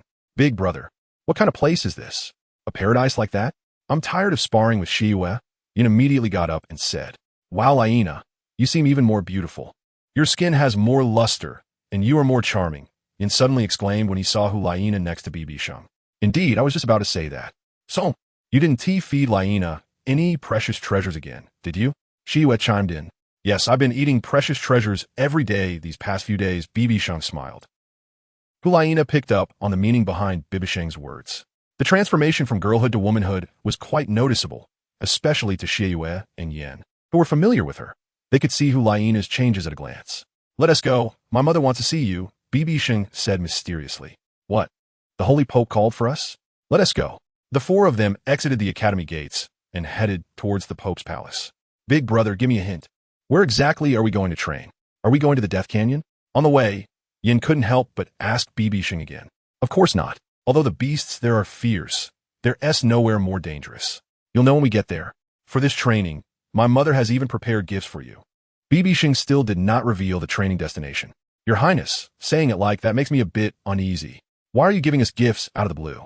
It's making me feel anxious," Shiyue said with an expression of helplessness and a bitter smile. "Yeah, big brother, hurry up and spill the beans," Yin immediately agreed. "Ha! Xiao Sheng, just tell them. Look at their scared faces. It's too funny." Hulaina laughed at the expressions of the two. "Is it really necessary to be so scared? This is a good thing. The gifts we're giving you are soul bones. As for the training location, it's a small place that you've heard of, the City of Slaughter." BibiSheng paused and introduced the two. "What? The City of Slaughter?" Shiyue exclaimed in surprise while Yin fell silent in shock. "Why are you so surprised? The City of Slaughter isn't that terrifying. I've been there before, and I'm still going. If you find yourself in danger, don't worry, I'll step in." BibiSheng continued walking. Big brother, can we give up the soul bones and return to the academy in time?" Yin asked helplessly. "You can completely return in time. If you don't want to go, you can turn back to the academy right now." BibiSheng looked at the two calmly. "But if you go back, you can only be an ordinary soul master. Even if you enter the Spear Hall, you'll just be an ordinary soldier. Being strong will be a luxury for you because you won't even dare to challenge a single trial." A famous person once said, "True heroes dare to face a bleak life and dare to confront the bloodshed. So, if you want to return to the academy, I won't stop you." BibiSheng spoke earnestly to Shiyue and Yin. "That is all I have to say. Laina, let us go." BibiSheng called out to Hulaina and headed towards the spirit hall. Hulaina just glanced at the two and said nothing. Shiyue and Yin stood frozen for a moment. We didn't say we weren't going. Why do you have to say that about us? We were just a bit surprised, Yin muttered in grievance. Didn't you just say you didn't want to go? You might as well hurry back to your academy. When I return as the king of the city of slaughter, I'll definitely make it easy to crush you. Shiyue shot a glance at Yin and quickly chased after BibiSheng. You're dreaming. You think you can crush me? Hey, wait for me. Yin also chased after him. The two quickly caught up with BibiSheng and Hulaina. Oh, not afraid of going to the city of slaughter anymore? BibiSheng glanced at the two. I'm afraid, but I'm even more afraid of becoming a coward who doesn't dare to challenge difficulties. I'm also afraid of mediocrity, Shiyue replied solemnly. Don't get me wrong. I just don't want this guy Shiyue to surpass me. So I have to go to the city of slaughter. What I'm most afraid of is if Shiyue dies there, I won't be able to bring him back. Yan's answer was unique. Get lost. If you die in the city of slaughter, I'll still bring you back, Shiyue scolded with a laugh. By the way, big brother, who was that famous person you just mentioned? What they said makes so much sense. It's making my blood boil, Yin asked curiously. Anyway, it was said by Zhou Shuren, BibiSheng said slowly. Oh, not Zhou Shuren. Then who exactly? Yin continued to ask. BibiSheng smiled but did not speak. Soon, the four arrived at the Pope's palace. Greetings, Your Holiness. Xiaoyu and the others bowed to Dong. Xiaoyu Yin. I assume the Holy Sun has informed you about the matter concerning the city of slaughter, Dong said lightly. The Holy Sun has mentioned it to us. Xiaoyu replied. This time, the city of slaughter is extremely dangerous, but the spirit hall has high hopes for you. To ensure your training goes smoothly, I have specially prepared 2 soul bones for you, each over 50,000 years old. Xiaoyu, your attack power is already strong enough. So I have prepared the wind-chasing left leg soul bone for you to increase your speed. Yin, your martial soul is the Flame Lord. But you cannot use soul skills in the city of slaughter, which will weaken your attacks. So I have prepared the power right arm soul bone for you to enhance your attack. As for the Titan Great Ape's 100,000-year soul bone, after discussing with Dong, it is of no benefit to Yin now. Besides increasing soul power, Yan's soul power is still insufficient to support a 100,000-year soul skill. Perhaps using it once would drain all of Yan's soul power. The Blue-Silver Emperor's 100,000-year soul bone from Hulaina provides auxiliary soul skills, which do not have high soul power requirements. Thank you, Your Holiness. For the treasures, Xiaoyu immediately accepted the blue soul bone coming towards him. Thank you, Your Holiness, for the treasures. Yin also took the brown soul bone. If there's anything you need to prepare, you can gather it this afternoon. Tomorrow, Douluo and Douluo will take you to the entrance of the city of slaughter. Dong nodded and dismissed the two. Understood. Xiaoyu and Yin nodded and left the Pope's palace. They went to the city to buy the items they needed, then returned to their residence to absorb the soul bones. Without any accidents, both reached level 58 soul power simultaneously. Shenger, Nana, in 2 years, I will wait for you at the exit of Hell Road. I hope not to miss the Continental Elite competition. After you leave, I will have the principal of the Spirit Academy find 3 reserve members for the Spirit teams. Dong said to the two. Mom, we understand. BibiSheng and Hulaina nodded in response. A day quickly passed, and the next morning, after having breakfast, they officially set off at 10 o'clock. BibiSheng didn't actually know the entrance to the city of slaughter, as the exit and entrance were completely different. He only knew it was a remote and desolate place, far from where they lived. This way, the existence of the city of slaughter was little known. Thus, BibiSheng's group walked further west, becoming increasingly remote. After walking for over 20 days in a deserted area, they finally saw a small tavern. Oh, there's actually a small tavern in a place like this. How strange. Have we arrived? Hulaina looked curiously at the unusually revealing tavern. Yes, if I remember correctly. It should be near this tavern. Perhaps the tavern is built right above the entrance, Douluo said with a charming smile. Every time BibiSheng saw Douluo's expression, he always wanted to ask, Douluo, did you reincarnate incorrectly? If one only looked at Douluo's enchanting back, they would think she was a stunning beauty, but unfortunately, turning around would be terrifying. He was almost ready to take off his pants. Let's go. If the entrance is in the tavern, we'll find out. BibiSheng took the lead and walked over. Upon entering the tavern, it was somewhat dim, filled with the stench of blood and other foul odors. The tavern was crowded with burly men, all of whom turned to look at BibiSheng and his group as they entered. Without exception, these people all carried a strong smell of blood and murderous intent. But there was an exception, 3 waiters in formal attire behind the bar. BibiSheng and the six quietly arrived at an empty wooden table in front of the bar. Welcome, six guests. What would you like to drink? After BibiSheng and the others were seated, one of the waiters came over to ask. Hulaina, Xieyu, and Yin looked at BibiSheng. For cups of your house, special drink, Bloody Mary, BibiSheng replied calmly. Are you sure? The waiter confirmed. Yes. BibiSheng tested whether these waiters recognized the specialty of the city of slaughter. If they did, it would mean the entrance was indeed here. All right. The waiter went back to the bar and soon brought over 4 specially made cups of drink on a tray. He placed them in front of BibiSheng, who then distributed them to Hulaina and the others. It truly is the taste I've heard about. BibiSheng looked at the blood red, bubbling Bloody Mary in the cup, lifted it, and drank it all, showing a satisfied expression. Drink up. It's useful, BibiSheng reminded the 3. It smells so bad. Yin sniffed the cup. Gulp. Hulaina closed her eyes and took a big gulp, then coughed. Hulaina instantly felt a surge of hot blood rush from her stomach to her head, unable to hold back the urge to vomit, while a bloodthirsty thought flashed in her eyes. Xieyu and Yin drank halfway, suddenly unable to bear it, and their cups dropped to the ground. What does this taste? Such awful liquor. Yin complained, and Xieyu nodded in agreement. Ha! Where did these rookies come from, wasting good stuff? More than 10 people in the tavern mocked Xieyu and Yin, standing up and releasing their spirit rings to surround them. You 3, kill them all quickly, BibiSheng said to Hulaina and the others, seeing that the highest among these people was only a soul master. Understood. Hulaina and the others walked to the center of the tavern, releasing their martial souls and spirit rings. Soul Kings. 3 Soul Kings. They unleashed their strongest move, instantly wiping out these people.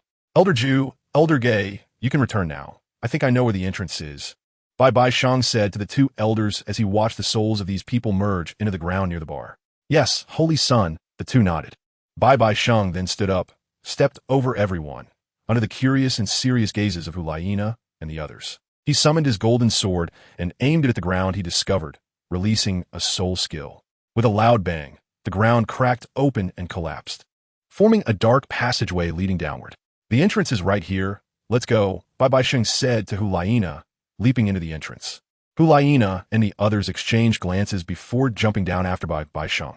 Chapter 137. Entering the city of slaughter after jumping into the hole and falling several meters. BibiSheng landed on solid ground and opened his eyes to see a long passageway with a majestic city of slaughter at the end. Although they were still outside the city of slaughter, the endless murderous aura that could destroy one's sanity filled the air. Nana, are you okay? BibiSheng heard movement behind him. It was Hulaina landing, followed by Xieyu and Yin. Little Sheng, I'm fine. This is the city of slaughter. The violent aura is so strong that it makes my mind a bit disoriented, and I have the urge to kill, Hulaina said, holding her head with her left hand. I feel the same way. I can't help but want to pick up a knife and attack anyone. Yin immediately nodded in agreement. It's normal. This is the city of slaughter, where killing is the principle. Since it's your first time encountering the aura of the city of slaughter, you need to learn to control your willpower. The Bloody Mary the first had you drink earlier is meant to suppress the killing aura of the city of slaughter. Of course, this drink is toxic, but the toxin isn't much. It will accumulate in your body. In about 3 months, I will help you detoxify it once. And you don't need to worry, BibiSheng calmly explained to the 3. Understood, the 3 nodded. Let's go. I'll explain more as we walk, BibiSheng said, taking the lead down the long passageway. In the city of slaughter, there is a law enforcement team controlled by the King of Slaughter. There are not many of these enforcement teams, but they can use soul skills, and their strength is comparable to that of a soul Douluo. For those of us who cannot use soul skills, it feels like an ordinary person facing a soul master. After each participation in the Hell Arena, our lives are basically unharmed, so you don't need to worry about being targeted after your match, unless you encounter a fallen who might ambush you in an alley after you leave the safe zone. BibiSheng introduced as they quickly walked halfway down the corridor, where members of the law enforcement team dressed in pitch-black armor appeared on both sides, guarding the only entrance. At the city wall gate opposite BibiSheng and the others, a knight clad in black and red armor, riding a warhorse and wielding a long spear, approached them directly, pointing the spear at the 4 while shouting, I am Scott, the captain of the law enforcement team in the city of slaughter. You have violated the rules of the city of slaughter. To enter the city, you must defeat me. Kill. Yin was momentarily stunned and said, We're just trying to enter. What rules have we violated? BibiSheng replied, Let me handle this. It's a test for us. In the city of slaughter, there are no names, only numerical codes. He smiled nonchalantly and stepped forward about 5 meters, telling the others to stop. Just let one person take the challenge. Underestimating yourselves, slaughter charge. The terrifying knight looked at BibiSheng, and the long spear in his hand was enveloped in a layer of red light as he thrust it toward BibiSheng. Killing God domain, slaughter charge. BibiSheng halted, and a blood-red circle appeared around him, with a tangible killing aura taking the form of a humanoid behind him. Then, BibiSheng raised his right fist, infused with the killing aura, and struck forward. The two forces collided, and the terrifying knight was knocked off his warhorse, landing 3 meters away, while the horse was killed by the shock and fell to the ground. You are actually the killing god. Strange. I don't remember there being such a young killing god in the city of slaughter. The terrifying knight slid back 2 steps on the ground, stopping only after pushing off with his right leg, looking at BibiSheng in surprise. Huh, it's me, Knight brother. You don't remember? 14 years ago. I was the 2-year-old child who followed the messenger of death through the hell road. BibiSheng replied, looking at the terrifying knight. It's you, the death little overlord. So you succeeded. No wonder you have the killing god domain. I thought the messenger of death had brought a child who would probably perish on the hell road. Hearing this from BibiSheng, the terrifying knight remembered him. Back then, BibiSheng was a special existence in the city of slaughter because the king of slaughter ordered that BibiSheng should not be harmed. Each time BibiDong participated in a match, a member of the law enforcement team would protect him, allowing BibiDong to compete in the hell arena with peace of mind. Due to BibiDong's title as the messenger of death, BibiSheng was also referred to as the death little overlord by others. Although BibiSheng was only 2 years old at the time, he had already killed quite a few people, especially after jumping out of the blood pool, where he nearly died, and annihilated everyone around him. That's right. I'm back to play again, Knight brother. Can we enter now? BibiSheng confirmed. Hyena, Shiwe. And Yan also looked at the terrifying knight with BibiSheng. Yes, but the rules must still be followed. Here are your identity tokens in the city of slaughter. The numbers on the tokens are your code names here. The terrifying knight suddenly produced 4 tokens and tossed them to the floor. 7,777. BibiSheng read the token in his hand. 7,776. Hyena's code name. 7,775. Shiyue's code name. 7,774. Yan's code name. All right, you may pass. The terrifying knight stepped aside to let BibiSheng and the others through. Let us go in. BibiSheng led the way, with Hyena and the others following behind. As they approached the tall city gate, it slowly opened as if aware that someone was trying to enter. It was another small passage, with solid brick and stone on both sides, and a scarlet mist filled the corridor. What a heavy smell of blood. It's so thick that it's visible to the naked eye. It's terrifying. After hearing about the city of slaughter for so long, I'm finally experiencing it. Shiyue said, looking at the crimson mist with a serious expression. Yes, I knew the city of slaughter was terrifying, but I didn't expect it to be to this extent. If I hadn't come in, I would have thought my imagination was conservative. Hyena's expression was also grave. Who? Yen said nervously as a shadow appeared ahead, moving through the mist. Esteemed guests, welcome to the city of slaughter. I am here to guide you, said a figure that suddenly appeared before BibiSheng and the others, wearing a smile that was neither here nor there. It was a woman dressed in a black cheongsam that accentuated her curvy figure, adorned with decorations. And her hair was neatly styled. You managed to get past the defenses of the terrifying Night Scott, so you must have special abilities. Within 12 hours, you're safe here. Feel free to ask me anything you don't understand, the guide said slowly. Killing messenger, long time no see. I didn't expect you to be responsible for welcoming new guests as the messenger of the King of Slaughter. BibiSheng said calmly. You know me? I see a familiar shadow on your face and hair. The killing messenger fixed her gaze on BibiSheng as he pierced through her identity. Death little overlord, BibiSheng said slowly. Death little overlord? Oh, I remember now. I didn't expect so many years to have passed, and you've grown up. Back then, your adoptive mother often held you during matches in the Hell Arena and even changed your diapers. Upon hearing BibiSheng's reminder, the killing messenger recalled.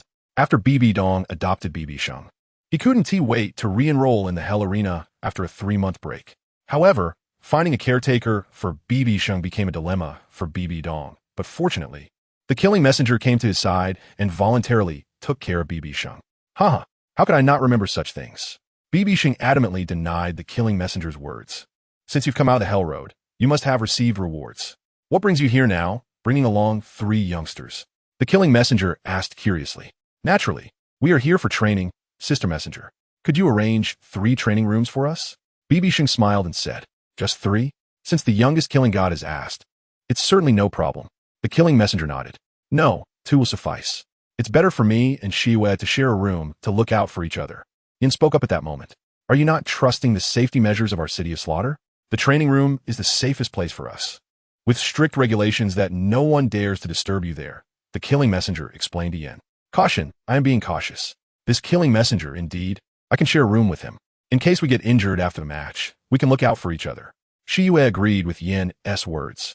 As you wish, I will lead you into the inner city and arrange your training rooms. The killing messenger did not interfere with their decision and turned to lead the four into the city. The door opened, and just as they were about to walk out, a crazed figure rushed towards the gate. However, something even faster than him, a dark red blood bat, instantly bit him to death, and then he was inexplicably disintegrated, leaving no trace behind. You also know that the City of Slaughter only allows entry but not exit. Since you've come in, the only way to get out is to become the champion of the Hell Arena and traverse the Hell Road. I believe your entry here was arranged by the forces behind you to gain the rewards of the Hell Road. As the god of slaughter in the City of Slaughter, you can come and go freely. The City of Slaughter is divided into an outer city and an inner city. In the outer city, killing is unrestricted. And in the inner city, it is the same, but every month one can offer a Bloody Mary to the King of Slaughter to ensure their safety. The slaughter messenger led the way while introducing the surroundings. Along the way, they saw many people fighting in the alleys. Hulaina and the others had a more intuitive understanding of the environment and atmosphere of the City of Slaughter. After more than an hour of walking, they finally arrived at the center of the City of Slaughter. In the center stood a tall building, a castle about 50 meters high, with a smaller building area as it rose. The first floor of the castle was naturally a huge hall, bustling with people and various services. Oh, fresh blood has come in, one remarked. Hissed that girl is quite something, but looking at her legs, she's not a novice. I bet 1 to 3 is her partner. They looked at BibiSheng and the others, clearly aware that the four had just arrived. Chapter 138. The City of Slaughter, the slaughter messenger led by BibiSheng and the others up the stairs on the side of the hall. This castle was the safest place because the ruler of the City of Slaughter, the King of Slaughter, was on the top of this castle. Outside the castle, there was no real safety. Stepping out of the hall could lead to being followed and killed by someone with ill intent. The slaughter messenger brought BibiSheng and the others to the 4th floor, where they found 2 unoccupied rooms next to each other. These 2 rooms are your training room and rest room. You can return here after participating in the Hell Arena, she explained. By the way, little overlord, do you need to sign up for the Hell Arena? That seems unnecessary for you. The slaughter messenger looked at BibiSheng with curiosity. Sister messenger, I don't need to. My mom just asked me to come along, BibiSheng replied with a smile. Well then, you all can rest, the slaughter messenger said before disappearing at the corridor's entrance. Thank you, sister messenger, BibiSheng immediately responded. Xiaoyu, Yin, you guys check out your rooms first. Tidy up if needed, and then come over to our room, BibiSheng said promptly. Okay. Xiaoyu and Yin turned and entered the adjacent room. Nana, let us check our room too, BibiSheng said, pulling Hulaina into the room and closing the door.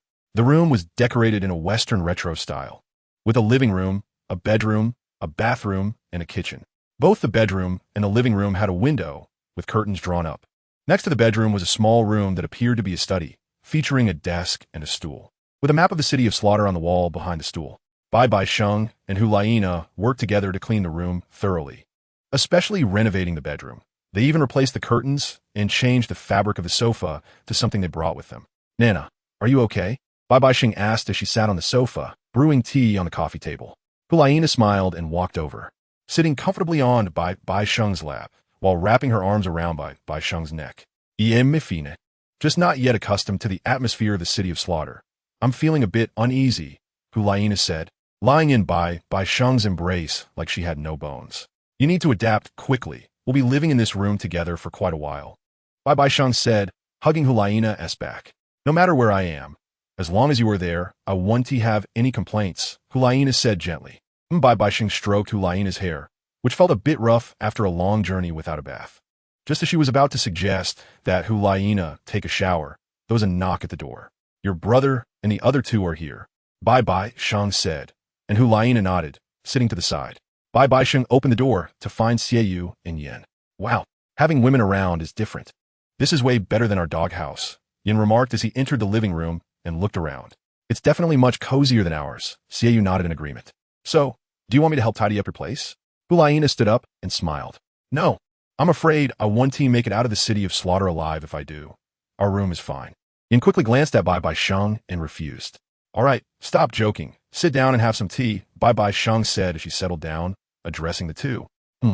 Holy son, you called us over. Is there something else you need to tell us? Xiaoyu asked as he sat across from BibiSheng. Well, after a long journey, we finally entered the city of slaughter. From the outer city to the inner city castle, you've seen the dirtiest behaviors of the city of slaughter. There's no human warmth here, so apart from us, if you encounter any provocation, just kill them. BibiSheng advised seriously. We understand. The city of slaughter is indeed extremely dangerous. We've seen all the killings along the way, and we certainly won't let our guard down. Yin nodded, his expression serious. Good, as long as you understand. However, if no one provokes us, we don't need to bother with them. Remember, our goal is to train and participate in the Hell Arena, so conserve your strength as much as possible. Although we can't use soul skills here, our martial souls and soul power can still serve as sources of strength, so meditation and cultivation methods can still be used. Our plan is to achieve 100 consecutive wins before the Continental Elite competition arrives, allowing us to break through the Hell Road and leave the City of Slaughter to obtain the domain of the God of Slaughter. According to the timeline, we have 2 years and 3 months left from now, so we need to achieve 100 consecutive wins in that time. This means we must participate in the Hell Arena every 7 days, which puts us under time pressure. Therefore, you 3 should participate in the Hell Arena roughly every 6 days, but you need to stagger your registrations, with one person competing every other day. Otherwise, if you all end up in the same match, it could be troublesome. After registration, 10 people form a group for the Hell Arena stage, and only one can survive out of those 10. Otherwise, they all die on the stage together. The reason for sending you to train is precisely this. When you kill your opponent, part of their soul power will transfer to you, while most of it will be absorbed by the City of Slaughter.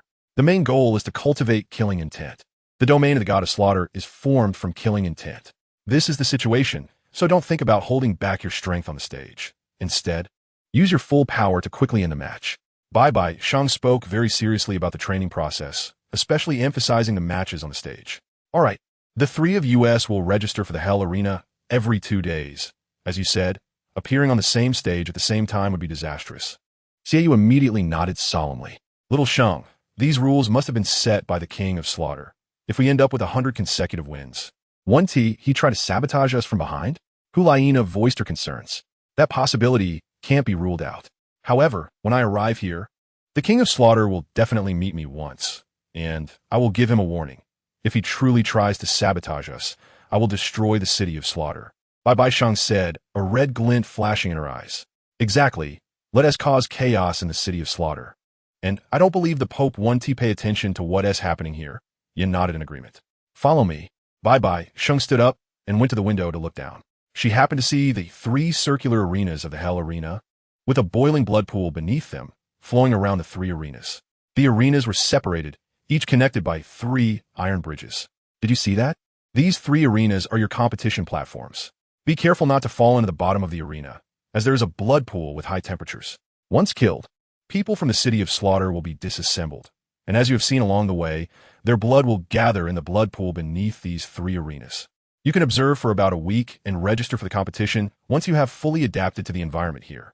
BibiSheng looked down from the window, pointing at the arena while explaining to Hulaina and the others. I understand. I found that although we can't use soul rings and soul skills here, we can use soul power to activate the abilities of soul bones. Xiaoyu suddenly said, Is that so? That's even better. Nana has a leg bone that can release healing soul skills.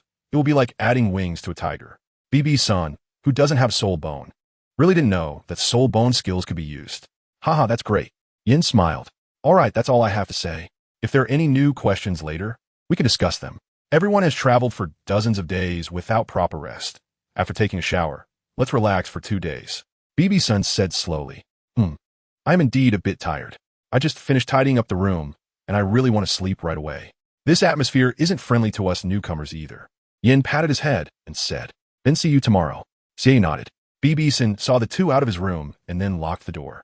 Nana, let's take a shower, eat something, and have a good rest. BibiSheng walked over and said, Hulaina nodded. Just then, after the messenger of slaughter left the 4th floor, he arrived at the highest level of the castle, the 8th floor. The 8th floor had a huge platform, like a small square, with members of the law enforcement team guarding the edges. The messenger of slaughter pushed open the massive doors. There was only one great hall inside, with a dark red tone and a blood-red carpet on the floor. Inside the hall sat a single person with closed eyes, who only opened his red eyes upon the messenger of slaughter's entrance. This person was tall and robust, sitting on a giant stone chair carved with bats, which appeared to be at least 2 meters high, with long red hair cascading down his back, dressed in intersecting black and red clothing, and wearing a black-red cloak. Respectful Slaughter King, your servant pays my respects. The messenger of slaughter knelt down and greeted from 10 meters away. This person was none other than the ruler of the city of Slaughter, the Slaughter King. Who is the incoming slaughter god? The Slaughter King asked sternly. It is the child taken away by the death messenger back then. This time he has returned to the city of Slaughter with 3 young people, and his slaughter god domain has been materialized. It seems he has grown quite well. The messenger of slaughter respectfully replied. It's him. He actually survived the bloody erosion. Strange, in these years, the city of Slaughter has not lacked newborns, but without exception, they have all perished under the brutal bloody aura, unable to survive long, with the longest living around 3 months. Where are they living now? The Slaughter King held a Bloody Mary in his hand, shaking it while asking. I have arranged for them to stay on the 4th floor. The messenger of slaughter respectfully said. Let him rest a bit. I will personally find him in a couple of days. After saying this, the Slaughter King drank the Bloody Mary in one gulp, revealing a strange look in his eyes. Chapter 139. The strength of the Slaughter King BibiSheng and the others truly rested well in their room for 2 days without stepping out. The city of Slaughter is the kind of place that never sees the sun, where the only way to distinguish day from night is the blood-red moon in the sky. As expected of the city of Slaughter, coming here was the right decision, as the environment is filled with a vast amount of blood energy. Hulaina and the others came to the city of Slaughter to cultivate their soul power, while BibiSheng used the pervasive blood energy to refine his body. I wonder if in these 2 years, I can break through to 300,000 pounds of blood energy power. Right now, it's only around 220,000 pounds. Late at night, BibiSheng sat cross-legged on the sofa, while Hulaina was naturally sleeping in the bedroom. Little Overlord Slaughter God, come out for a moment. Just as BibiSheng was cultivating his blood energy, a heavy and deep voice echoed in his ears. Finally here. Upon hearing the voice, BibiSheng opened his eyes. A flash of bloodlight crossed his eyes before slowly returning to black pupils. BibiSheng already knew who the owner of the voice was, and he had also been waiting for the Slaughter King to come to him. BibiSheng glanced at the bedroom and then walked out of the room. Come to the rooftop. As soon as BibiSheng stepped out of the room, the Slaughter King directed. Rooftop. BibiSheng ran up the stairs and quickly arrived at the small square on the rooftop. There stood 10 members of the law enforcement team, and in the center, BibiSheng saw a tall figure and the relatively petite messenger of slaughter. Respectful King. This is the infant raised by the death messenger for over a decade, the slaughter god Little Overlord. The messenger of slaughter immediately explained to the Slaughter King upon seeing BibiSheng arrive. Not bad, looks very healthy. The Slaughter King relaxed his expression, clenched his fist, and quickly moved forward. Slaughter god domain. Without saying a word, the Slaughter King directly attacked BibiSheng. A test? Slaughter god domain. Seeing this, BibiSheng was not intimidated at all and also activated his Slaughter god domain, meeting the attack with a punch. Bang, the fists of BibiSheng and the Slaughter King collided, their fists enveloped in a blood-red aura. Not bad strength. The Slaughter King retracted his right fist and quickly swung his left fist. Slaughter King, this level of strength cannot do anything to me. BibiSheng was equally unyielding, going head-to-head. BibiSheng and the Slaughter King fought from the edge of the platform to the center, then back to the edge again. The intense sounds of their clashes and the resulting waves caused the law enforcement members to step back from their battle. Has this little overlord's strength grown to this level? He can actually clash for so long with the Slaughter King. The messenger of slaughter was unexpectedly impressed by BibiSheng's strength. It should be known that the Slaughter King was in his own territory and was actually able to match BibiSheng blow for blow. Each punch from the Slaughter King reached around 100,000 pounds of force, which in the outside world would undoubtedly equate to a title Douluo at level 99, roughly on par with Qian Dalu, though the current Slaughter King might be slightly stronger in terms of raw power. Having exchanged a few blows with the Slaughter King, BibiSheng understood the Slaughter King's specific strength, but he was not surprised. As the ruler of the city of Slaughter, how could he not have some power? Why is this kid's strength so strong? Even if he has obtained the Slaughter God domain, his power shouldn't be this strong. Could it be that he awakened a power-type martial soul at 6 years old after going outside? That shouldn't be the case. If I'm not mistaken, he is only 16 years old. Even if he is a genius, even if he is a soul emperor, his strength shouldn't be able to compete with me. How strange. How strange. Too strange. The Slaughter King thought, caught in a dilemma while still bombarding with attacks. Slaughter Assault. The Slaughter King's fist displayed a sharp offensive. I could do it too, Slaughter Assault. Seeing the Slaughter King use the domain skill attached to the Slaughter God domain, BibiSheng also released it. Bang! BibiSheng and the Slaughter King each took a few steps back, with BibiSheng retreating one step more. Stop. The Slaughter King, as the master of the City of Slaughter. I admit defeat in this exchange. If we continue fighting, I will undoubtedly lose. Upon seeing that the Slaughter King wanted to keep fighting, BibiSheng immediately called for a stop. Fair enough. I underestimated you. You are indeed young and promising, little overlord. How about you stay in the City of Slaughter and take over my position as the Slaughter King in the future? The Slaughter King, seeing BibiSheng retreat one step further and hearing him voluntarily admit defeat, also withdrew his imposing aura. In fact, the Slaughter King did not want to continue the fight. However, with his subordinates watching, he found himself in a difficult position. Now that BibiSheng had offered him a way out, he naturally took it. Forget it. Although the City of Slaughter is nice, the outside world is even more colorful and interesting. BibiSheng smiled slowly and declined. Also, you must be tired. Let's have a drink. The King of Slaughter handed BibiSheng 2 Bloody Marys. Thank you. Cheers. BibiSheng took it without hesitation and drank it all at once. Cheers. Sink BibiSheng so strikt forward. The King of Slaughter laughed heartily and drank it all as well. King of Slaughter, I don't know why you call me up this time. BibiSheng spol koop. Actually, it's nothing much. Over the years, many people have been born in the City of Slaughter, just like you, but without exception, they all died young. These newborns simply cannot withstand the harsh environment of the City of Slaughter. You're the only exception, so I want to know what you felt back then. The King of Slaughter walked to the edge of the platform, overlooking the entire City of Slaughter, and spoke to BibiSheng. Feelings? I don't have any feelings. The atmosphere here is no different for me than the outside world. BibiSheng naturally couldn't say that he was not eroded by the blood and killing aura because he had the inheritance of a demon god. The aura of the City of Slaughter can make even adult soul masters lose their minds and become fallen, let alone a newborn baby who simply cannot survive. Strange. How did you survive back then? The King of Slaughter was very curious. Maybe my mother protected me well, or there could be some other reason, BibiSheng replied. That's impossible. My envoy monitors everyone who is pregnant throughout the entire process, and after they are born, they use their power to wrap the child. Yet they still die from the blood and killing aura. The King of Slaughter quickly denied. Since the King of Slaughter doesn't know, how could I know? But is there a possibility that this City of Slaughter was left behind by a powerful soul master who broke through to the 100th level? So I was noticed by this mysterious god-level powerhouse, and thus spared from being eroded by the killing aura?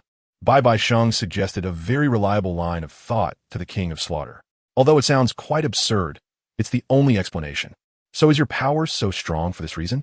What level has your soul power reached, and what powerful martial soul did you awaken after going out? The King of Slaughter asked curiously. To not hide it from you, my soul power has reached level 73, Soul Saint, and my martial soul is not bad either. With innate full soul power, which might be a blessing from the City of Slaughter, BibiSheng replied. Innate full soul power and a soul saint. How did it happen so quickly? The King of Slaughter was surprised. All right, let's not talk about this anymore. I came in this time on my mother's orders to protect these 3 who are called the Golden Generation of the Spirit Hall. So I asked the King of Slaughter not to make any moves behind the scenes. BibiSheng stated his purpose to the King of Slaughter. The Hell Arena competition is very fair. I won't give any secret advice. And you can let the Death Envoy relax, but I won't help you either. Everything depends on your own strength. However, I still want to remind you to let them stagger their registrations for the Hell Arena, just in case they end up matched against each other. That's not my business. The King of Slaughter glanced at BibiSheng and replied, With the King of Slaughter's word, that's enough. The rest is up to those 3. After hearing the King of Slaughter's assurance, BibiSheng chatted a bit more before leaving the 8th floor satisfied and returning to his room. BibiSheng pushed open the door and walked into the bedroom, and upon hearing the noise, Hulaina slightly raised her head. Xiaosheng, where did you go? Hulaina asked sleepily. I went to see the King of Slaughter. BibiSheng smiled slowly. Oh, the King of Slaughter came to see you. How did it go? Hulaina asked curiously, as if she had become more energetic. I definitely secured the deal. I don't need to give face to him. But I have to give face to the Pope of the Spirit Hall. The King of Slaughter wouldn't dare to mess around. BibiSheng answered while changing into his pajamas. That's good. That way, we don't have to worry too much. Hulaina nodded. All right, let's sleep first. it's too late. After observing for a couple of days, you all will have to go on stage, and who knows what kind of enemies are waiting for you. BibiSheng said to Hulaina as he got into bed. Hulaina encouraged herself. Finally, the two embraced and fell asleep. In the blink of an eye, BibiSheng and the others had been the city of slaughter for 6 days. The killing aura materialized. It is the killing god, a living unit of the killing god. This among the newcomers, there is actually a killing god. BibiSheng stood in the castle hall, releasing the killing god domain to demonstrate to others. These 3 people are mine. If there are any grievances, they could be resolved by signing up for the Hell Arena. But if anyone dares to have ideas, I don't mind moving a finger. BibiSheng felt it necessary to remind these people because he had seen their covetousness towards his side over the past few days. And BibiSheng had also promised the king of slaughter that as the killing god, he would not kill indiscriminately in the city of slaughter. Because for these people, once the killing god domain is activated, the killing aura they carry can amplify and lose control. After all, these people are suppressing the invasion of the killing aura with their will. Once BibiSheng activates the killing god domain, it would be a fatal blow to these people. Thus, there was the scene of BibiSheng instilling deterrence in these people. So, domineering. I can definitely achieve 100 consecutive victories. Xiaoyu thought secretly, clenching his fists. All right, it's been 3 days since you came in. You all have learned a lot. So who will sign up first? BibiSheng looked at Hulaina and the others. I'll go after all. I'm the oldest. Xiaoyu immediately said. Okay, Xiaoyu. You go first. BibiSheng nodded. Soon, Xiaoyu successfully registered in the hall, and Xiaoyu's first battle in the city of slaughter was about to begin. 7,775. Codename. Please prepare for the number 1 arena. BibiSheng and the others arrived at the center of the Hell Arena stage. I'm going. Xiaoyu's aura completely changed to a cold demeanor, flipping his bangs and walking across the iron bridge to the front of the arena. Xiaoyu, go for it. Don't make it too embarrassing for the first match. Yin immediately encouraged. Brother, good luck. Don't hold back your strength. Hulaina also cheered for Xiaoyu. 10 people quickly gathered on the number 1 arena, and the free-for-all battle among the 10 began. Everyone, the Hell Arena competition begins. Naturally, members of the law enforcement team recorded everything outside. Kill, slaughter them. Chop him, yes, just like that. The feast began. With the announcement from the law enforcement team, the spectators outside boiled over, shouting excitedly. However, in some places, there were those who thought the excitement wasn't enough and added fuel to the fire. It's so crazy. Hulaina looked at the people around her, who were in a frenzied state. You'll get used to it. Those watching the excitement don't mind the trouble. BibiSheng remained very calm. You two stop talking. I'm a bit nervous. The people on the stage are not ordinary. Yin said somewhat nervously as he looked at Xiaoyu. Pay attention and learn well. BibiSheng nodded. Xiaoyu on the stage began to act, holding his 2 moon blades. Soul Bone skill, Wind Chase. Self-created soul skill, Round Moon. Following BibiSheng's words, Xiaoyu went all out from the start, even displaying his self-created soul skill, Round Moon. The 2 moon blades combined to form a circular blade, spinning and flying towards the people around him. Xiaoyu's moon blades were sharp, directly chopping opponents in half, and he began to slaughter continuously, aided by his leg soul bones acceleration soul skill. Xiaoyu quickly traversed among the 9 people. Bloodthirsty Madblade, a fairly sturdy middle-aged man, became Xiaoyu's final opponent. It is clear that this martial spirit is a wild blade, powerful enough to repel the crescent blade with a single strike. Keat, D. The middle-aged man attacked the evil moon with a large knife in both hands. What immense power, but your speed is much slower than mine. The evil moon chose not to confront him head-on and quickly dodged the attack. Is it just speed? The winner of this match belongs to me. Ha. The middle-aged man laughed loudly and charged forward. Oh really? The evil moon quickly approached the middle-aged man, holding the moon blade, and instantly passed by him. What incredible speed! The middle-aged man turned to glance at the evil moon, leaving a red mark on his neck, followed by blood flowing as he fell to the ground.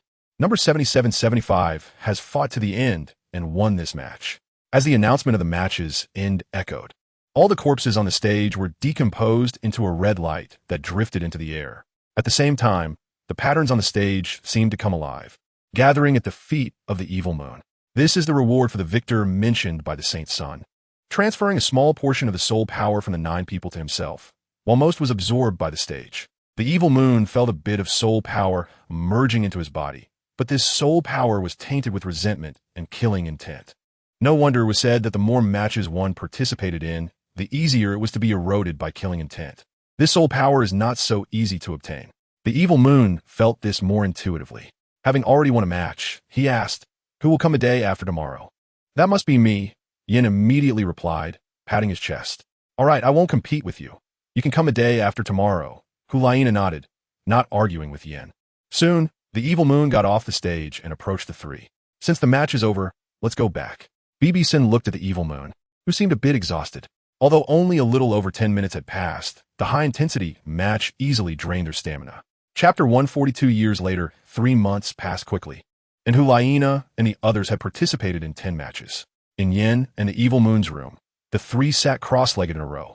Without exception, all three exuded a terrifying killing intent and a strong smell of blood, their eyes shining with a crimson light. The signs of killing eroding their bodies meant that carrying too much would cause their strength to decline.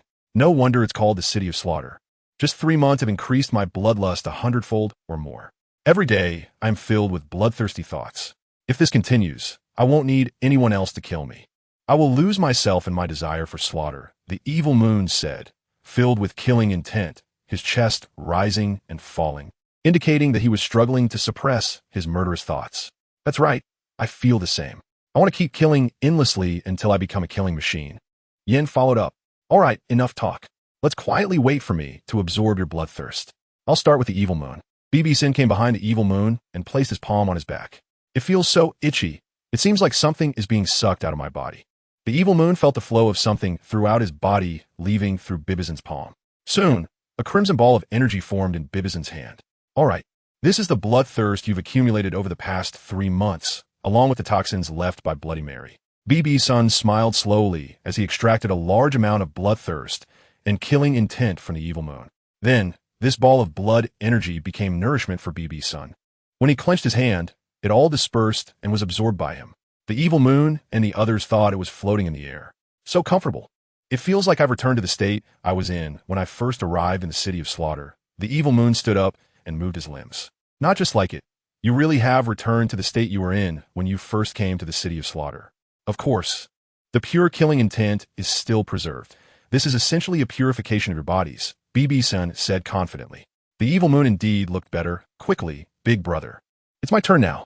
Seeing the evil moon had calmed down, Yin couldn't wait to say. Next, BibiSheng took turns to absorb the chaotic bloodthirst and killing intent from Hulaina and Yin, completing the task in a short while. Good, continue to kill everywhere. Yin stood up arrogantly. Stop boasting. In the 8th match, you almost got defeated. It made us all very nervous, Hulaina teased. That's right. Every match must be taken seriously. When facing an enemy, you must remain calm, BibiSheng reminded. Let's go, continue signing up. The three took turns competing, changing every 2 days. His number 7774 has already won over 20 matches, right? Number 7775 too. Number 7776 is the same, over 20 wins. These three have the support of the God of Slaughter, and every 7 days they sign up, clearly treating it as training, continuing nonstop. Unknowingly, 2 more months passed, and BibiSheng and the others had been there for 5 months. Your Holiness, according to the news received, the Saintess Hulaina and her 2 companions are progressing smoothly in the City of Slaughter. Now, each of their battles is becoming cleaner and more efficient, and they have gained quite a reputation, Douluo reported. Good. The championship of the Continental Elite competition is already in our hands. By the way, is Yu Xiaojiang still at Shrek Academy? BibiSheng nodded and suddenly asked about Yu Xiaojiang's whereabouts. Yes, he's still there, constantly training those 7 students in running and teaching theoretical knowledge.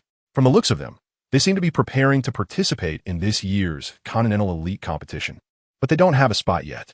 However, there is one with good talent, named Zhu Zhuqing, who has just reached the Soul Master level. Should we capture this Zhu Zhuqing?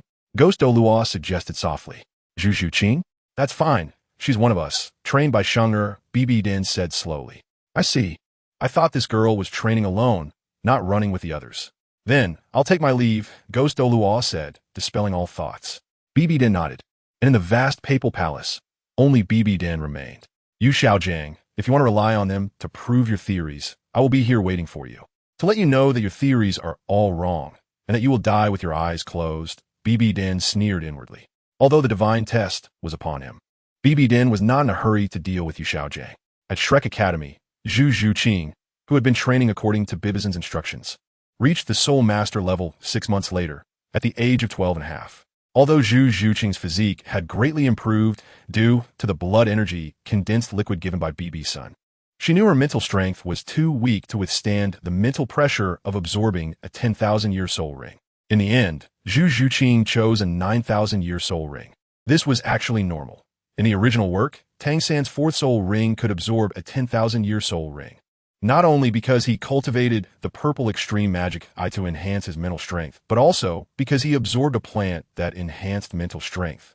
The autumn water dew fairy grass, to barely reach the mental strength needed to absorb a 10,000-year soul ring. Absorbing a 10,000-year soul ring is a significant hurdle for soul masters. Many soul masters still absorb a 1,000-year purple soul ring for their fifth soul ring. Zhao Wujing took Zhu Zhuqing back to the academy, and this time, the others did not follow. Wow, Zhuqing, did your fourth soul ring succeed? Ning Rongrong came forward enviously. Zhu Zhuqing nodded coolly. Haha, I thought among you, Dai Mubai would be the first to reach the soul master level. But I never expected the first to reach it would be Zhu Zhuqing. Flanders couldn't help but express his amazement. Indeed, Dai Mubai is only level 38 now. I told you to train with me. Look, Zhu Zhuqing has made rapid progress under my training. Zhao Wujing couldn't help but show off. Yu Xiaojiang's face darkened. In short, it meant that his training had issues. Fortunately, Xiao San had an external spirit bone. His true strength was probably not lower than Zhu Zhuqing's. Yu Xiaojiang could only think this in silence. Damn it, what method did BibiSheng use to make Zhu Zhuqing level up so quickly? Dai Mubai secretly envied. There were also those who admired Zhu Zhuqing, namely Oscar and Ma Hongjun. Among this group, they probably had the simplest thoughts and the cleanest backgrounds. Others were also curious about what method Zhu Zhuqing used to cultivate so quickly, but Zhu Zhuqing said it was all BibiSheng's method and refused to disclose it, turning down several subtle questions, especially Yu Xiaojiang, who often chatted with Zhu Zhuqing, trying to pry the method out of her. But Yu Xiaojiang was destined to be disappointed. Zhu Zhuqing didn't want to pay him any attention, and every time she was asked, she would just respond with a non-committal not wanting to say another word. However, someone like Yu Xiaojiang, because of Tang San, simply didn't understand what it meant to have a thin skin. The Spirit Master world was rarely calm. BibiDong had not taken any action because BibiSheng and the others were not present. All Spirit Masters thought it was because the Continental Elite competition was approaching and were preparing in secret, but beneath the surface, there were many undercurrents. Time quickly passed, and in the blink of an eye, 2 years had gone by. In these 2 years, BibiSheng had been honing his blood energy. After all, in the Slaughter City, given such a unique environment, BibiSheng didn't want to waste time cultivating soul power. So 2 years passed, and his soul power only grew slowly, rising by 3 levels. Meanwhile, Hulaina and the others had long reached level 60 in soul power, but they were held back by the lack of soul rings. However, even without soul rings, they had still crossed the level 60 threshold, though their soul power was slowly increasing because they had not obtained soul rings. In the middle of the night, BibiSheng sat cross-legged on the sofa, eyes tightly closed, brows furrowed, emanating a layer of red light. BibiSheng's blood energy had reached a critical moment, about to break through the threshold of 300,000 gene, a unit of weight. BibiSheng continued to cultivate until around 6 in the morning when his body shook, and red light burst forth, filling the entire room. What's going on? Hulaina, who was sleeping in the bedroom, was awakened by the powerful aura and hurriedly ran outside. Hulaina happened to see BibiSheng enveloped in a blood-red glow. It must be that Xiaosheng is at a critical moment in his cultivation. Seeing that the aura was coming from BibiSheng, Hulaina thought of something and sat quietly beside him without disturbing him. The blood-red light on BibiSheng grew weaker and eventually retracted. Xiaosheng, how are you? Hulaina asked immediately before BibiSheng could open his eyes. However, BibiSheng's eyes opened red and looked at Hulaina with a beast-like primal desire. Nana, I'm so hot, BibiSheng said, having broken through to the strength of 300,000 gene. And without giving Hulaina a chance to respond, he took her hand and pressed it against his forehead. Hulaina was instantly surprised by the heat radiating from BibiSheng's forehead. Hee, then let's rest well. BibiSheng kissed Hulaina's forehead and said, Xiaosheng, it's been 2 years. Why hasn't there been any movement? Is there something wrong with my body? Hulaina suddenly said with a hint of melancholy. Nana, don't overthink it. It will happen eventually. BibiSheng explained. How can that be? Hulaina replied speechlessly. It might be because of the environment in the Slaughter City. The killing intent and bloodiness might have an impact. BibiSheng speculated. That could be possible. Hulaina nodded, closed her eyes, and soon fell asleep due to exhaustion. In fact, BibiSheng guessed correctly. Hulaina had no issues. But rather, the quality within BibiSheng's body was too high, surpassing Hulaina's body by several levels. With BibiSheng's physique and blood energy, at least a level 99 peerless Douluo was needed to endure the quality of BibiSheng. Thus, for Hulaina and Renxue to bear BibiSheng's child, their strength must reach at least super Douluo level to withstand BibiSheng's essence. Of course, BibiSheng himself was unaware of this. A month later, with Hulaina achieving 100 consecutive victories in the Hell Arena, the three of them had reached 100 consecutive wins. After more than 2 years, achieving 100 consecutive wins was no easy feat. It's a bit numbing, Xiaoyu said. That's right, I don't even want to kill anymore. I'm numb, Yin said, slumped on the sofa. That's about right, as I expected, completing 100 consecutive wins in about 2 years. So you all need to rest for a few days before challenging the Hell Road. On the Hell Road, you can use your soul skills. But the biggest test is the Hell Road itself, BibiSheng said to the three of them. Nana, how many days do you think we should adjust? After all, you were the last to achieve 100 consecutive wins, Xiaoyu asked Hulaina. I think we should start the Hell Road on the 7th day. Hulaina thought for a moment and said, the 7th day, then it's settled. Let's rest well in a room for a few days, BibiSheng nodded. Just as he finished speaking, there was a knock on the door. I'll go open it. BibiSheng stood up, already knowing who was outside. When BibiSheng opened the door, sure enough, standing there were the King of Slaughter and the messenger. Little Overlord, this time we suffered a great loss in the Slaughter City because of you. We directly lost more than half of our numbers. Sometimes when I watch your matches, I really want to keep you all in the Slaughter City forever. The King of Slaughter said with a bitter smile upon seeing BibiSheng. With 3 people achieving 100 consecutive wins, each match required killing 9 people, meaning each of them had to kill at least 900 people, which directly halved the population of the Slaughter City. This put the King of Slaughter in a difficult position, but it also increased the production of Bloody Mary, didn't it? BibiSheng replied, that's true. Since you've completed 100 consecutive wins, you must be planning to challenge the Hell Road. What day do you plan to start? I need to gather the energy to open the Hell Road, the King of Slaughter inquired. Well, we four were just discussing this, and you arrived at the right time. We decided to challenge the Hell Road on the 7th day, BibiSheng answered. The 7th day, huh? All right, I'll open the Hell Road for you then. I can't wait for you to leave. Now, because of you, many people are voicing their complaints, just like me, hoping you leave the Slaughter City quickly. All right, no more talking. Rest well. See you on the 7th, the King of Slaughter said, taking the messenger back to his place. After the King of Slaughter left, BibiSheng didn't close the door because he intended to call Hulaina back to their room. All right, everything is settled. We'll challenge the Hell Road on the 7th day. Nana, let's go back and rest, BibiSheng said with a smile. Hulaina nodded, came to BibiSheng's side, and then the two turned to return to their room. The news of BibiSheng and the others challenging the Hell Road also reached the Spear Hall. Your Holiness, we received news that the Holy Sun and his companions are about to challenge the Hell Road, Douluo reported immediately. Oh, after more than 2 years, have they finally completed 100 consecutive wins? Call people. Let's go to the exit to welcome them, BibiDong immediately instructed. Understood, Your Holiness, Douluo said. BibiDong, along with Douluo, Ghost Douluo, and a team of people, headed to the exit of the Slaughter City. 6 days quickly passed, and the promised day for challenging the Hell Road soon arrived. BibiSheng and the others packed up everything they needed to take from their room. Is everyone ready? Ready. Let's go. Chapter 141. Before challenge the Hell Road, the trajectory of fate is so miraculous. Although there was no influence from Xuesheng and Xueben, Shrek Academy still couldn't join the Tiando Royal Academy due to the habits of Flinder and Zhao Waoqi, who could not stand the strict rules of the Tiando Royal Academy. They eventually found their way to the Shrek Academy, which they renamed generously, and Flinder was appointed as the principal while the former principal became the vice principal. In the middle of the night, a shadow emerged from a crack in Tang San's dormitory and approached him. A silvery light enveloped Tang San, and he instantly disappeared from the dormitory. When he reappeared, he was at the edge of a lush green forest outside the Sunset Forest near Tiando City. It was cold and chilly at night. A breeze blew past, and Tang San, dressed only in thin sleepwear, furrowed his brow, sensing that something was off. He slowly opened his eyes and found himself lying on the grass in the wild. Am I sleepwalking? Tang San thought as he looked around in the unfamiliar environment, initially thinking he was dreaming. Where is this? The Sunset Forest? Who are you?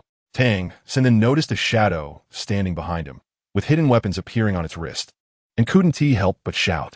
The figure before Tang San was indistinguishable, looking almost like a mass of light, if not for its humanoid outline. Come with me. A male voice emerged from the shadow. Tang San could still discern the gender of the voice, but it was devoid of any emotion, disturbingly flat. Where to? Why have you brought me here? Tang San watched the shadow warily, not moving an inch. The ice and fire yin yang eye. The shadow calmly stated its meaning. Ice and fire yin yang eye? Strange. I feel like I've heard this before, Tang San thought to himself. The ice and fire yin yang I recorded in the Xiantian treasure record. Then, Tang San immediately recalled and was inwardly astonished. Who exactly are you? Tang San asked the shadow. Don't worry, your external soul bone was also given to you by me. Come with me.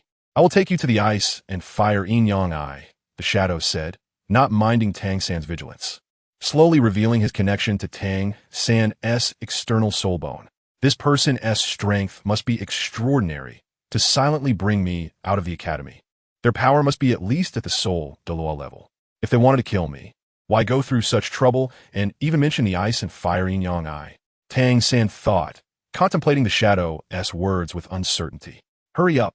I won't be here for long, the shadow urged, leading the way into the sunset forest. If it truly is the treasure place of the ice and fire yin yang eye, there must be treasures to enhance my strength. Although I don't know who this shadow is, it shouldn't mean me any harm, Tang San resolved and followed the shadow's footsteps. However, Tang San kept a few meters of distance behind the shadow as they ventured deeper. After several hours, Tang San followed the shadow to a poisonous barrier, which was precisely the protection of the ice and fire yin yang eye. The shadow looked at the barrier, suddenly raised its head, and shot a white light from its fingertips, covering Tang San with a layer of white light. Don't panic. This is to help you resist the poison barrier's erosion. These barriers protect the treasure of the ice and fire yin yang eye, the shadow explained before stepping into the barrier. At this point, Tang San trusted the shadow to some extent, so he followed it into the barrier. After passing through hundreds of meters of the poisonous barrier, the scene suddenly opened up. It truly is the ice and fire yin yang eye. Upon reaching the valley top, Tang San immediately spotted the spring water of the ice and fire yin yang eye. It has changed like this. What on earth happened? All the immortal herbs are gone. But fortunately, I was prepared. The shadow looked down into the valley, thinking to itself. Even though this is the ice and fire yin yang eye, it seems like it has been visited before, showing traces of being plucked. You called me here, but it was of no use. Tang San looked at the barren valley bottom and shook his head helplessly. Since I called you here, I naturally have my preparations, the shadow said. And suddenly 2 immortal herbs appeared before Tang San, which were the octagonal ice grass and the fire apricot flower. Top-grade immortal herbs. The octagonal ice grass and the fire apricot flower. Tang San exclaimed in surprise. I will give you the ice and fire body refinement, but unfortunately, the autumn water dew is gone. Otherwise, it could have allowed your purple extreme magic eyes to reach the mustard seed realm, the shadow said lightly. Who exactly are you? Tang San was taken aback, not expecting the shadow to know about his purple extreme magic eyes. The one who helps you. Hurry up and absorb the energies of these 2 immortal herbs for body refinement. You must know how to consume these 2 immortal herbs, the shadow said, and then completely vanished before Tang San. After waiting for a while and seeing that the shadow did not reappear, Tang San took the 2 immortal herbs in hand. Top-grade immortal herbs. It seems the shadow doesn't know who I am, but it seems to understand me very well. I'll give it a shot, Tang San thought as he began to absorb the medicinal power of the 2 immortal herbs. Soon reaching his limit, Tang San leaped into the center of the ice and fire yin yang eye. That night, Tang San refined his body in the ice and fire yin yang eye, and it was only after 5 in the morning that he emerged. He had leveled up 5 ranks, reaching level 38. The top-grade immortal herbs were indeed remarkable, and his blue-silver grass martial soul had become more resilient, even gaining immunity to both ice and fire. Tang San murmured in delight. There are still many herbs around. Although they are just ordinary spirit herbs, they can help Xiao Wu and the others increase their soul power by 2 to 3 levels. Tang San looked around the ice and fire yin yang eye and found many ordinary spirit herbs containing soul power. I wonder whose treasure this is. But it's no use for me to stay here now. Just as Tang San was about to leave the valley top, the shadow appeared again. The King of Flowers. Heartbreak parting. Tang San saw a red and white striped immortal herb in the shadow's hand and exclaimed, This is for Xiao Wu. Remember, you must give it to Xiao Wu and let her recognize it as her master. She cannot consume it, the shadow instructed solemnly. I understand. You wouldn't be a relative of Xiao Wu, would you? Tang San asked curiously. You will know in the future. Right now, you are not qualified to know. Your strength is too low, and knowing it will not benefit you. Let me take you out of the poison barrier. The shadow then covered Tang San with the same white light as before. The shadow led Tang San out of the poison barrier and tossed the heartbreak of parting to him. Remember, let Xiao Wu recognize the heartbreak of parting as her master. She must wear it at all times. The shadow instructed before disappearing once again before Tang San. I understand. Tang San accepted the heartbreak of parting, his mind considering the shadow as a relative of Xiao Wu. Because Tang San knew the effects of the King of Flowers, heartbreak of parting very well. Only a close relative would give such a precious herb to Xiao Wu. Soon, Tang San returned to the academy overnight and distributed the spirit herbs he had gathered to others, intentionally ignoring Zhu Zhuqing. He then called Xiao Wu out alone and, following the Shadow's instructions, handed the heartbreak of parting to Xiao Wu for her to recognize as her master. Oh, these 3 calamities are finally leaving. I'm teary-eyed. Yes, with those 3 around, I didn't even dare to sign up for the Hell Arena. BibiSheng, Hulaina, Xieyu, and Yin stood in the arena of the Hell Arena, surrounded by many onlookers, as their journey through hell was about to begin. Everyone be quiet. The King of Slaughter manifested a pair of blood-red bat wings behind him and stood above BibiSheng, speaking in a deep voice. This year, 3 Hell champions with 100 consecutive wins have emerged. According to the agreement, these 4 plan to venture into Hell together. Today, I will open the path to Hell for them. The King of Slaughter declared solemnly. Rise! The King of Slaughter shouted, and the blood pool beneath the arena infused a significant amount of energy into the arena. In the arena, the patterns beneath BibiSheng's feet suddenly reacted. These patterns filled with the energy from the blood pool, rising higher and higher, and soon, a massive energy enveloped the arena, covering BibiSheng and the others as well. Finally, it has come. I wonder what the terrifying hell path, which instills fear in all, is like. Yin looked at the energy surrounding him and couldn't help but say with anticipation, what strong pressure. It feels like the killing intent I've accumulated over the years suddenly surged at this moment. Xieyu said with a heavy heart. Well, fortunately, over the years, Shaoshang has been absorbing the blood and killing intent for us. Otherwise, we would probably be trapped in slaughter right now. Hulaina nodded and said, it's here. Prepare to endure the impact of the energy. BibiSheng reminded. Good luck in hell. When BibiSheng and the others disappeared from the arena, they heard the voice of the King of Slaughter. Cough, cough. Yin woke up with a start, realizing that BibiSheng and the others were looking at him. Why did I faint? Yin asked in confusion, noticing he was in a place similar to a cave, with stalactites above his head. You're too weak. Fainting like this made us wait for you. Now we are at the edge of the Hell Road. Xieyu teased him. We've arrived. What a strong smell of blood. You can get up and see for yourself. Xieyu reminded. This is... Yin stood up and came to the edge, discovering the bottom was filled with Bloody Mary, flowing and at an extremely high temperature. That's right, this is the Hell Road, the core of the city of Slaughter, the source of power for the entire city. The blood pool we saw in the Hell Arena is nothing compared to this. BibiSheng reminded. In front of them appeared a vast network of bridges, crisscrossing in a way that made it hard to distinguish which bridge led to the exit. Since there's nothing wrong, let's set off. 9-leaf, swordgrass, martial soul. BibiSheng said as he was the first to release his martial soul and stepped onto the stone bridge. Moonblade, martial soul. Flame Lord, 3-tailed demon fox. Hulaina and the others immediately released their martial souls and followed behind BibiSheng. They walked on the stone bridge for half an hour. Why does it feel hotter and hotter? Xieyu wiped the sweat off his forehead and said, indeed, the temperature is rising. Fortunately, I have the Flame Lord martial soul, which gives me some resistance to heat. Yin nodded and said, why do I feel like we're getting closer to the Bloody Mary River below? Hulaina walked to the edge and looked down, puzzled. That's normal. We've been walking for half an hour, and we've actually been going down the whole time. BibiSheng said flatly. Shaoshang, that can't be right. Why didn't I feel any slope? Hulaina asked in confusion. Actually, this is the unique construction of the Hell Road Stone Bridge. Although these bridges look like they extend flatly, in reality, it's an optical illusion. But it's fine. Just keep walking along the stone bridge. BibiSheng explained. I see. Hulaina and the others nodded. At that moment, a large number of small bats appeared ahead, all black and red, charging towards BibiSheng and the others. Here they come, our obstacles. Stay alert.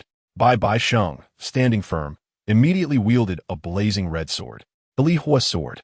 4th soul skill, Flame Burn Heaven. BibiSheng released a red sword energy that transformed into a fiery prison, attacking the bats. Many bats were shot down, falling into the Bloody Mary River. I'll clear the way. You all save your strength and just watch your backs. BibiSheng said as he continuously released Li Hua sword energy, knocking down most of the bats. Move quickly, run. BibiSheng reminded. The four of them began to run along the stone bridge. Roar! A beastly roar suddenly came from ahead. A gigantic bat stood atop a stone pillar with 3 heads, roaring and showing its claws. What a huge bat! Yin exclaimed in surprise. That's the Dark Gold Bat King. I clearly remember seeing this bat fall into the Bloody Mary River when I went through the Hell Road with my mother last time. I didn't expect it to come back to life. BibiSheng sold in astonishment. But it's okay, my mother could kill it, and so can I. 3rd soul skill. Azure Windsword. I'll hold it off. You all hurry and go. BibiSheng stepped onto the Azure Windsword and proactively approached. Xiao Sheng. Hulaina couldn't help but worry. Nana, let's go first. There's a stone tower over there. The Holy Sun will be fine. Xiaoyu quickly grabbed Hulaina's wrist. BibiSheng arrived in front of the Dark Gold Bat King, wielding the Li Hua sword, and struck down one of its heads. However, this attack was insignificant to the Dark Gold Bat King, as the other 2 heads quickly regenerated the one that was severed. No wonder it can come back to life. Its vitality is so strong, and it has regeneration ability. BibiSheng was momentarily stunned, seeing the head regrow. Roar! The Dark Gold Bat King roared with all 3 heads, then launched an energy attack at BibiSheng from its mouth. 6th soul skill, Ice Breaking Force. 6th soul skill, 1,000 miles of ice. BibiSheng calmly released his 6th 10,000-year soul ring, sending a sword energy of cold ice to freeze the energy launched by the Dark Gold Bat King. Soon, the Dark Gold Bat King became a delicate ice sculpture. 2nd soul skill, Tiger Roar Heavenly Strike. BibiSheng immediately released another soul skill, attacking the center of the Dark Gold Bat King, instantly shattering it into several ice pieces that fell into the Bloody Mary River.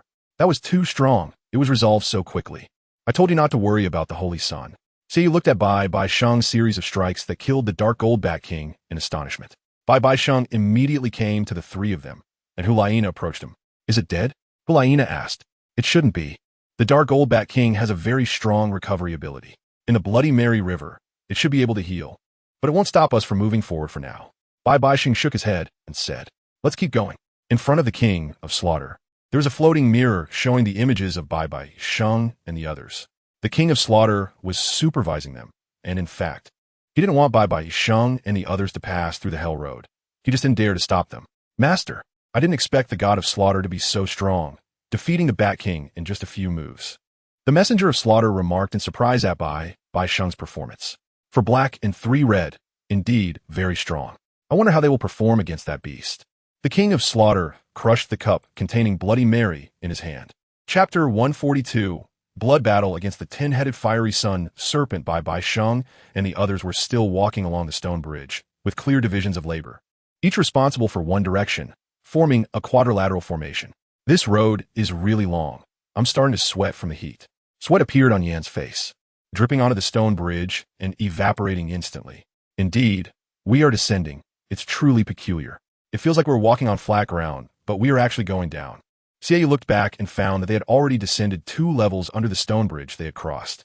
Xiao Sheng, how much longer? I'm too hot. Hulaina said, drenched in sweat. God of Slaughter's domain. Open. Seeing that the 3 were increasingly affected by the rising heat, BibiSheng activated the God of Slaughter's domain to isolate the heat wave. BibiSheng, however, felt no impact, so he couldn't sense the discomfort of the 3. Much better, right?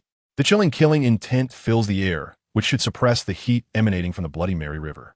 BibiSheng turned back to say, the temperature is ridiculously high. If we fall in, we might be dissolved instantly, like falling into the sun.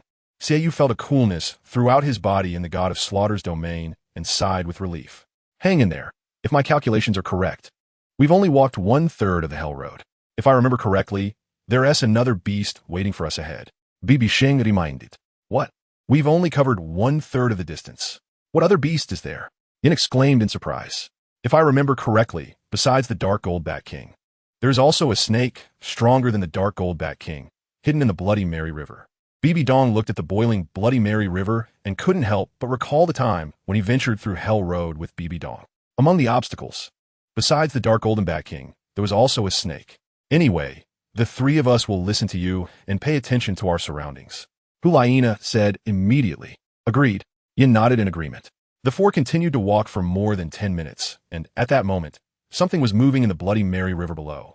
Possibly a massive body, causing the river to boil even more.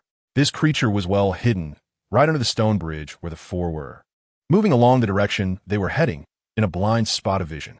Soon, they arrived at a stone pavilion, a transfer station. We should take a break since we've covered half the distance, BibiDong said, looking at the stone pavilion. Just as the four were about to sit on the stones to rest, suddenly, a blood-red giant snake leaped out from the Bloody Mary River, faintly rising to the top of the cave, with a large part of its body still in the river. The snake was over 50 meters long, exerting immense pressure on Hulaina and the others. The giant snake looked at the four, opened its mouth, and spat out a blood-red beam aimed directly at the four in the pavilion. "Watch out!" BibiDong shouted, and the fast-moving Qingfeng sword shot out. "Don't linger. Hurry up and leave. The pavilion isn't safe anymore," BibiDong said while defending against the attack. "Yes." Hulaina and the others quickly got up and left the pavilion.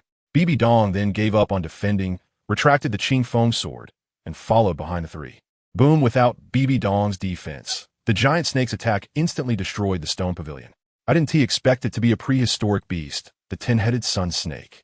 After so many years, I only knew there was a snake, BibiDong said while running.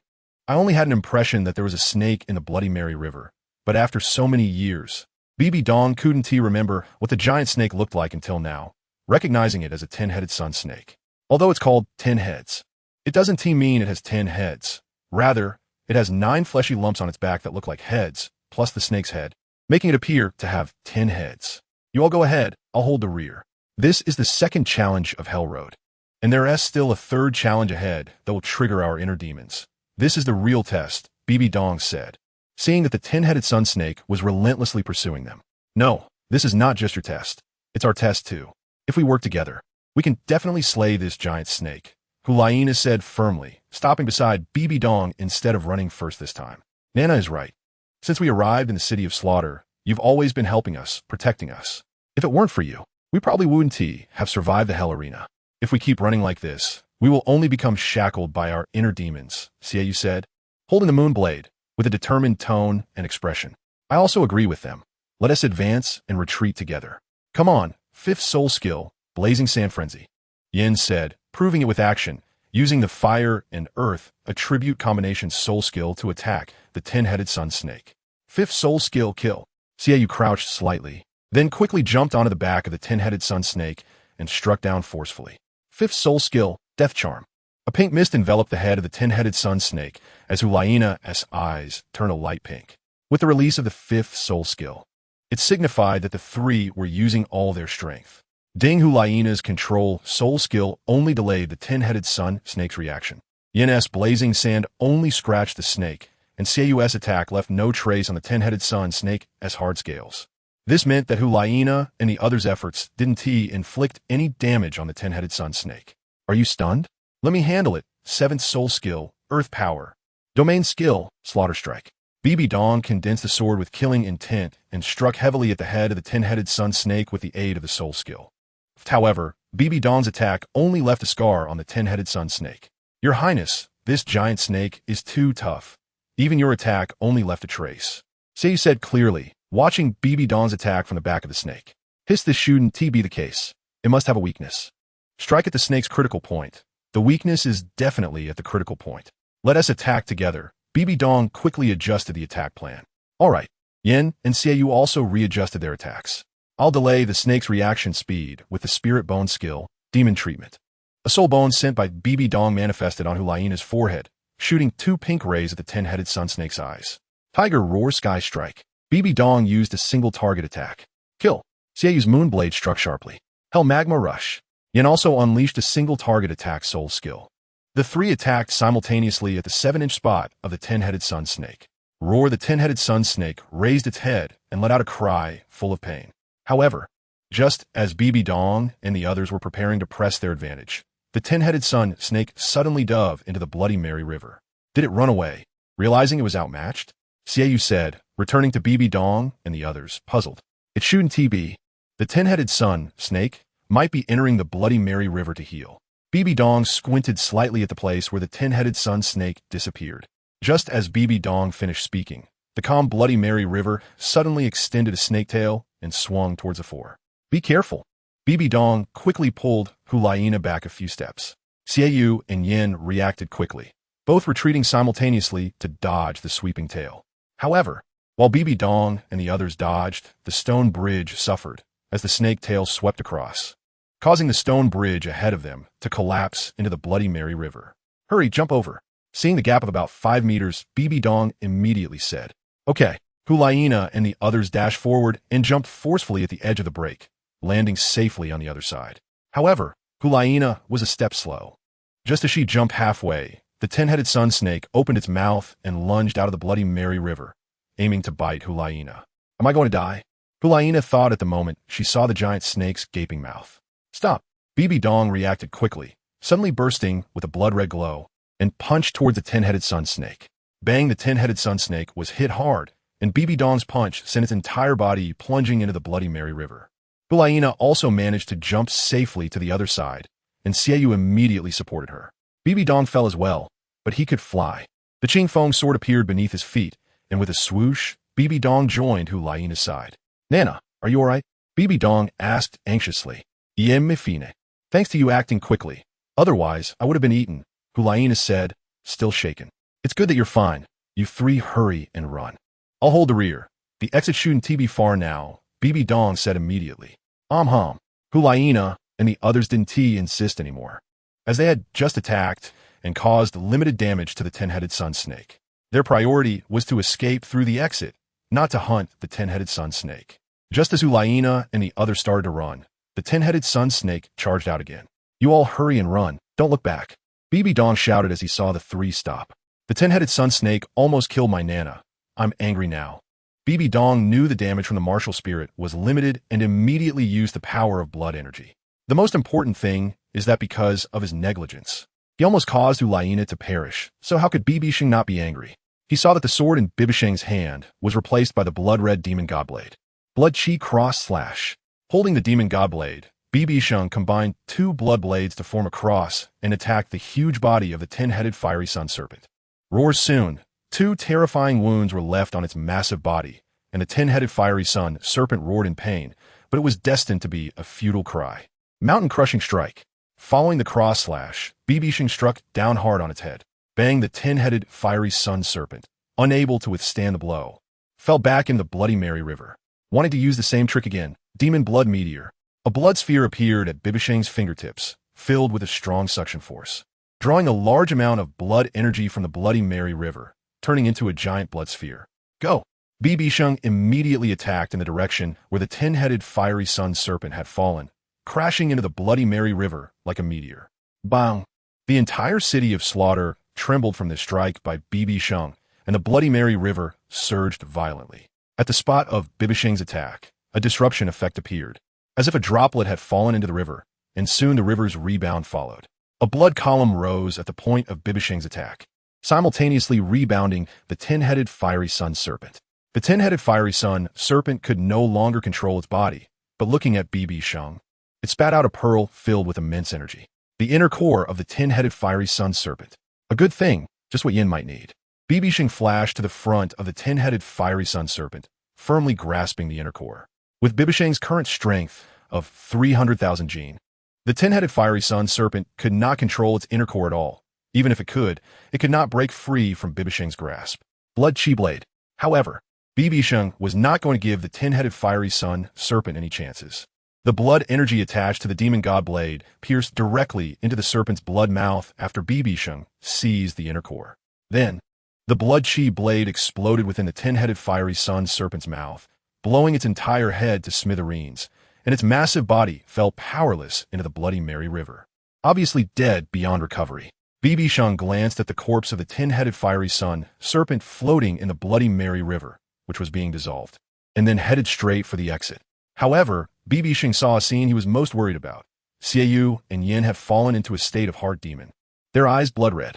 Hulaina, who might have absorbed the head soul bone, had stronger mental power than Xiaoyu and Yin, and was trying to dissuade the 2 unconscious individuals.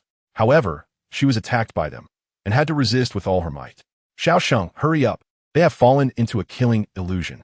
Hulaina immediately shouted when she saw BibiSheng coming over. I'm here.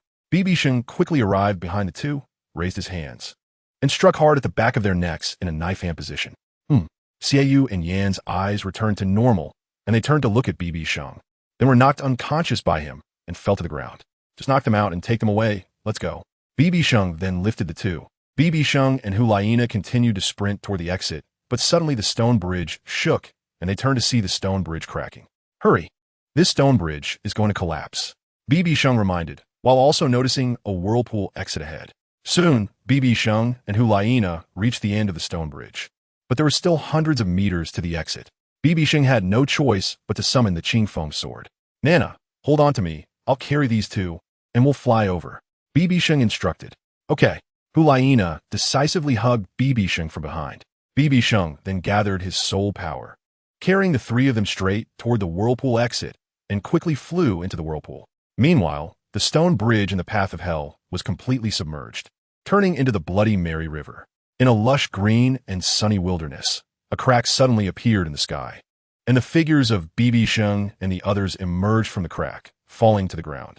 Fortunately, the ground was a grassy meadow, and BibiSheng stood up, noticing that Hulaina had also fainted at some point. But BibiSheng noticed the murderous aura emanating from the three, which quickly coalesced into a blood-red halo. This was the process of condensing the god of killing domain with murderous intent.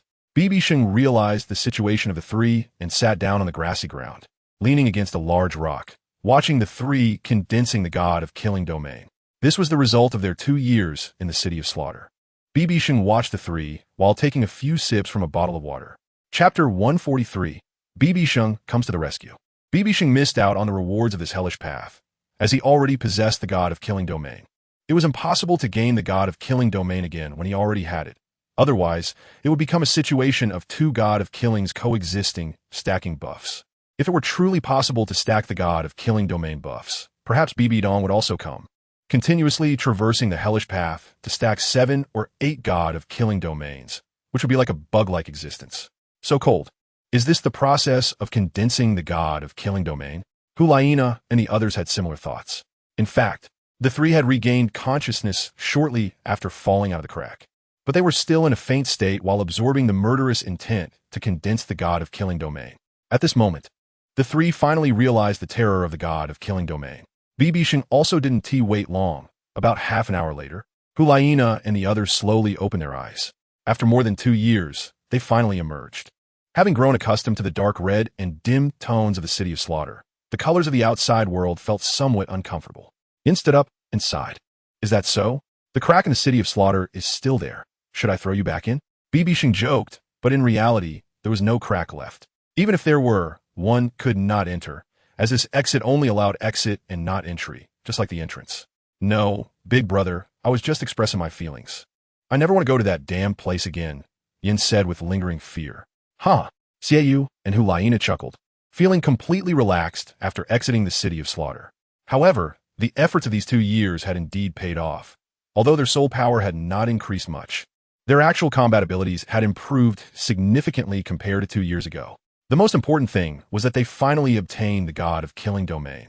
Xiaoyu said, releasing the god of killing domain they had just obtained. That's right, this kind of practical experience is precious. Soul power can be improved at any time, but the god of killing domain is hard-earned, Hulaina said, also releasing her god of killing domain. But I have to complain about this. The City of Slaughter is really hellish. Every time we win in the hellish arena, we only get a little soul power, while the vast majority is absorbed by that Bloody Mary River. Yin complained, then also released his god of killing domain. The three of them formed a triangular god of killing domain to confront each other, and their momentum rapidly surged within the domain. I feel like you guys are showing off your god of killing domain in front of me. Don't forget, I obtained the god of killing domain earlier than you. Let me show you that your god of killing domains are just the beginning, BibiSheng said, also releasing his god of killing domain, directly confronting the three's domains without being at a disadvantage. After all, BibiSheng's god of killing domain had reached the stage where murderous intent could be materialized. Murderous intent materialization. Big brother, you're still amazing. Yin looked at BibiSheng's god of killing domain in its materialized state, immediately feeling envious. Bang! BibiSheng's momentum instantly overwhelmed the three, breaking through their god of killing domains. So strong. It seems our domains are quite a bit lacking compared to yours, Xiaoyu said in astonishment. Practice slowly. and you will reach the stage of murderous intent materialization soon. Now you all have the greatest role of the god of slaughter domain, right? BibiSheng said with a slow smile. The greatest role of the god of slaughter domain is still the momentum, Hulaina replied with a smile.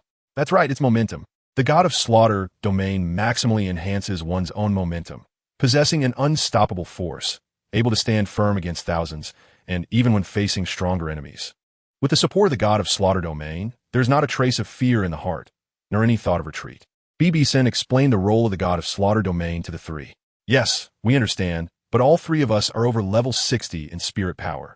How about we directly leave for the Star Doe Forest now to obtain the 6th spirit ring, and then return to the spirit hall? Hulaina suggested at this time. Sure, I can't wait to get the 6th spirit ring and see how many levels I've reached. Yin agreed. No, let us return to the spirit hall first. We've been in the city of slaughter for over 2 years, and we don't know exactly what time it is. What if the Continental Elite competition has started? Obtaining the 6th spirit ring is not something that can be done in a day or two. If the Continental Elite competition really has started, the Spirit Hall team will be waiting for you to save the day. BibiSheng opposed. That makes sense. Let us go back to the Spirit City first. Anyway, the Stardow Forest is not far from the Spirit City. Yin immediately nodded. No need. You all go get the 6th spirit ring first. At this moment, a unique voice entered the ears of BibiSheng and the others. Upon hearing the voice, the four looked over and saw 3 figures appearing 10 meters away from them. That's right. There are still 3 months until the Continental Elite competition starts. Not to mention there are 5 months until the finals, so there is plenty of time. Another voice, somewhat cold, explained. These 3 were naturally BibiDong, Ju Douluo, and Gue Douluo, who had come to pick up BibiSheng and the others. Yo, Mom, you came to pick us up? I've missed you so much. Seeing this, BibiSheng thought of BibiDong, who was standing in front of the 3. Upon reaching BibiDong, BibiSheng happily hugged her. Ugh, you smell so bloody, it's awful. BibiDong said this, but did not push BibiSheng away. Greetings, teacher. Hulaina also approached BibiDong. Greetings, your holiness. The 2 elders, Yin and Renxue, immediately knelt on one knee to pay their respects. Nana, did anything happen to you in the city of slaughter? Has Xiaosheng bullied you in these 2 years? You tell me, and I'll spank him as soon as we get back. BibiDong nodded in satisfaction at Hulaina and then jokingly said, Teacher, Xiaosheng didn't bully me. He took very good care of me these 2 years. Hulaina said, her face slightly flushed. Renxue and Yin, looking at your spirits, it seems the training over the past 2 years has been quite effective. Well, good. After we return, make sure to control that killing intent. Otherwise, it will be troublesome if it gets out of hand. BibiDong then spoke to Renxue and Yin. Thank you for your guidance, your holiness. We will remember that. And we owe it to His Highness, the Holy Sun, that we were able to pass the trials in the city of slaughter smoothly. Renxue and Yin replied simultaneously. Well, get up. BibiDong nodded. At this time, a group of knights from the Knight Order that BibiDong brought arrived, indicating that she placed great importance on the return of the few and brought many people to welcome them. Let us go. We'll leave here first. BibiDong patted BibiSheng, who was still hugging her, on the head. Ouch. BibiSheng rubbed the spot where he was patted. Soon, the group made their way to the main road, where several horse-drawn carriages were parked. BibiDong, BibiSheng, and Hulaina got into one carriage, while Renxue and Yin took another. Nana, sit beside me. BibiDong looked at Hulaina and suddenly pulled her to sit next to him. BibiSheng sat opposite the 2. Okay, teacher. Hulaina obediently nodded and sat beside BibiDong. Nana, let me see. It's been 2 years. Are you pregnant? BibiDong said, eagerly placing his hand on Hulaina's belly, but felt no signs of life. Not yet. Hulaina's delicate face turned red, stammering. Xiaosheng, what is the matter with you? It's been 2 years, and Nana hasn't shown any signs at all. I thought that after 2 years, she would at least be pregnant, but look at this. Where's my grandchild? BibiDong then looked at BibiSheng, who was enjoying the spectacle, and began to scold him. The more BibiDong thought about it, the angrier he became, raising his hand and slapping it forcefully on BibiSheng's thigh. Mother, it's unfair. I've been trying hard, but there has been no response at all. I can't help it. I'll keep trying when we get back. BibiSheng said, wanting to cry without tears. Teacher, I think it's still too early to have a child. Besides, we are soul masters, and Xiaosheng's martial soul is quite powerful. So it may not be that easy to conceive. The more Hulaina spoke, the redder her face became as she explained. Too early? It's not early at all. Forget it. This kind of thing cannot be forced. After all, I can still live for a few more years. I can wait. Bibi Dong said with a face full of disappointment. Oh, Mom, it turns out you didn't come to pick us up. You came to pick up your future grandchild. That's so disappointing. BibiSheng suddenly realized, looking as if he had seen through her intentions. What else would it be? You're already so big. Why would I come pick you up? I'm here to pick up Nana. Bibi Dong rolled her eyes. Wow, did you forget your son when you got a daughter-in-law? How cruel. BibiSheng said with a look of great sadness. Huh. Hulaina couldn't help but laugh at BibiSheng's expression. Nana, let us ignore him. Bibi Dong comforted Hulaina. Meanwhile, the bored BibiSheng gradually became drowsy from the bumping of the carriage and soon fell asleep. He didn't know how long it had been when he was shaken awake. Xiaosheng, you're awake. It was Hulaina shaking BibiSheng. Nana, what's wrong? BibiSheng opened his eyes in confusion. We're already near the Stardo forest. Teacher and the two elders aren't going with us. They plan to separate here. Hulaina explained. I understand. BibiSheng sat up and stretched his arms. Where's Mom? BibiSheng asked Hulaina upon not seeing Bibi Dong. She's outside. We've been in the carriage for too long, so she stopped to rest. Hulaina said. Okay. BibiSheng exited the carriage and looked east in the distance. The tall trees of the Stardo forest appeared on the horizon. Mom, elders, aren't you going into the Stardo forest with us? BibiSheng asked. Sheng, no. Since I see you're safe, I'm relieved. I've been out of the spirit city for several days. We'll head back first. After all, you don't know how long it will take to find your spirit rings. Besides, with you here, finding spirit rings for the three of them is a piece of cake. Bibi Dong smiled slightly at BibiSheng. All right then, let's part ways here. If we're lucky, we'll be back in the spirit city in 10 days to half a month. BibiSheng nodded in understanding. Then, BibiSheng and Renxue regrouped and separated for Bibi Dong, walking towards the Stardo forest under Bibi Dong's watchful gaze. By the way, do you three have any target spirit beasts for your 6th spirit ring? BibiSheng asked as they reached the outskirts of the Stardo forest. Of course, my Moon Blade martial soul aims for extreme attack, so my 6th spirit ring will be an attack-type spirit skill or a spirit ring that enhances other attack spirit skills. Renxue was the first to speak. Well, our direction is basically determined. I will continue with the charm control direction. Hulaina said with a slow smile. That's right. I'll focus on enhancing fire attribute attacks, or dual fire and earth attribute attacks. Yin followed with a smile. All right, it was my mistake to ask. BibiSheng said, looking dumbfounded. You can't say that. We all know you're knowledgeable. You should know the most suitable soul beast. Hulaina said, linking her arm with BibiSheng's. If I encounter a suitable one, I'll remind you. BibiSheng nodded, and then the four of them stepped into the Stardo forest. Strange, it seems I've forgotten something. After walking for a while, BibiSheng stopped, looking puzzled. Forgotten something? What did you forget? Is it important? It wouldn't be left in the city of slaughter, would it? Hulaina said, noticing BibiSheng's expression. The city of slaughter. That's right, Yin, you don't need to look for your 6th soul ring anymore. I have something very suitable for you. BibiSheng slapped his forehead, recalling the inner core of the 10-headed sun serpent. Do I have my soul ring now? What is it? Yin looked around, puzzled. You remember the 10-headed sun serpent on the Hell Road, right? BibiSheng said. Of course, it's quite memorable. Xiaoyu sighed. That's an exotic beast. Although it didn't produce a soul ring upon being defeated, it has an essence similar to a soul ring called an inner core. This is a powerful and violent fire attribute inner core. If Yin absorbs the energy of the inner core, he should be able to generate a soul ring. Most of the 10-headed sun serpent's power is contained within this inner core. BibiSheng took out the inner core of the 10-headed sun serpent and showed it to the three. The 10-headed sun serpent, such a powerful exotic beast, it seems extraordinary. It's decided, my 6th soul ring will be the inner core of the 10-headed sun serpent. Yin declared decisively. Here. BibiSheng tossed the inner core to Yin. Yin quickly caught it, feeling it was a bit hot, and he became even more optimistic about this inner core. Then we'll protect you, Xiaoyu said with a smile. Then, under the watchful eyes of BibiSheng and the others, Yin nodded, sat down cross-legged, summoned the flame Lord Martial Soul, and used his soul power to control the inner core, making it float in front of him. He then began to absorb the energy from the inner core using meditation. Time passed slowly, and the inner core became smaller and smaller as Yin absorbed it. BibiSheng and the others guarded him for about an hour until it was completely absorbed. Yan's martial soul transformed from 5 soul rings to 6, gaining a new black soul ring, and he opened his eyes with satisfaction. How was the effect?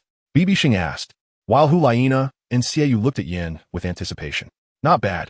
The inner core has granted my soul ring a lifespan reaching the limit for my 6th soul ring, around 60,000 years. And my soul power is currently at Soul Emperor level 64. The sixth soul skill is called Explosive Flame Ball, a long-range attack.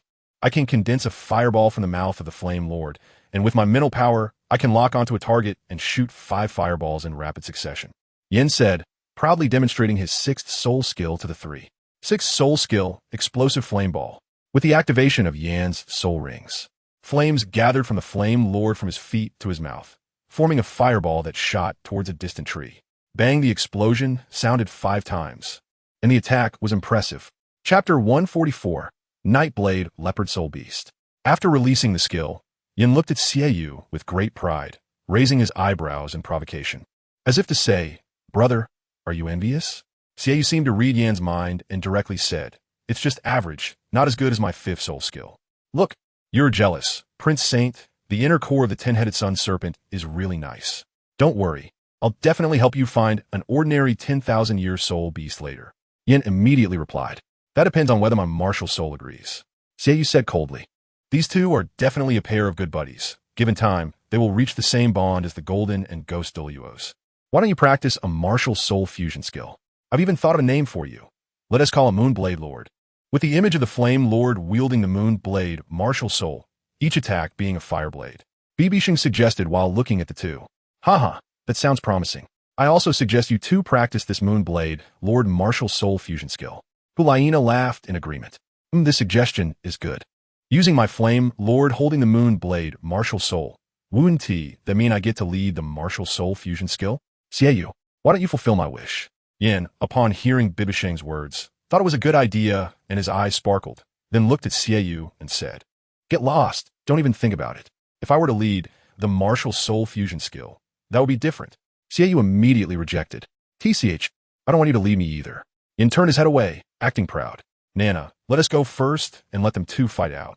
BibiSheng shook his head helplessly and pulled Hulaina deeper into the forest. Hulaina also looked at Xiaoyu and Yin with amusement.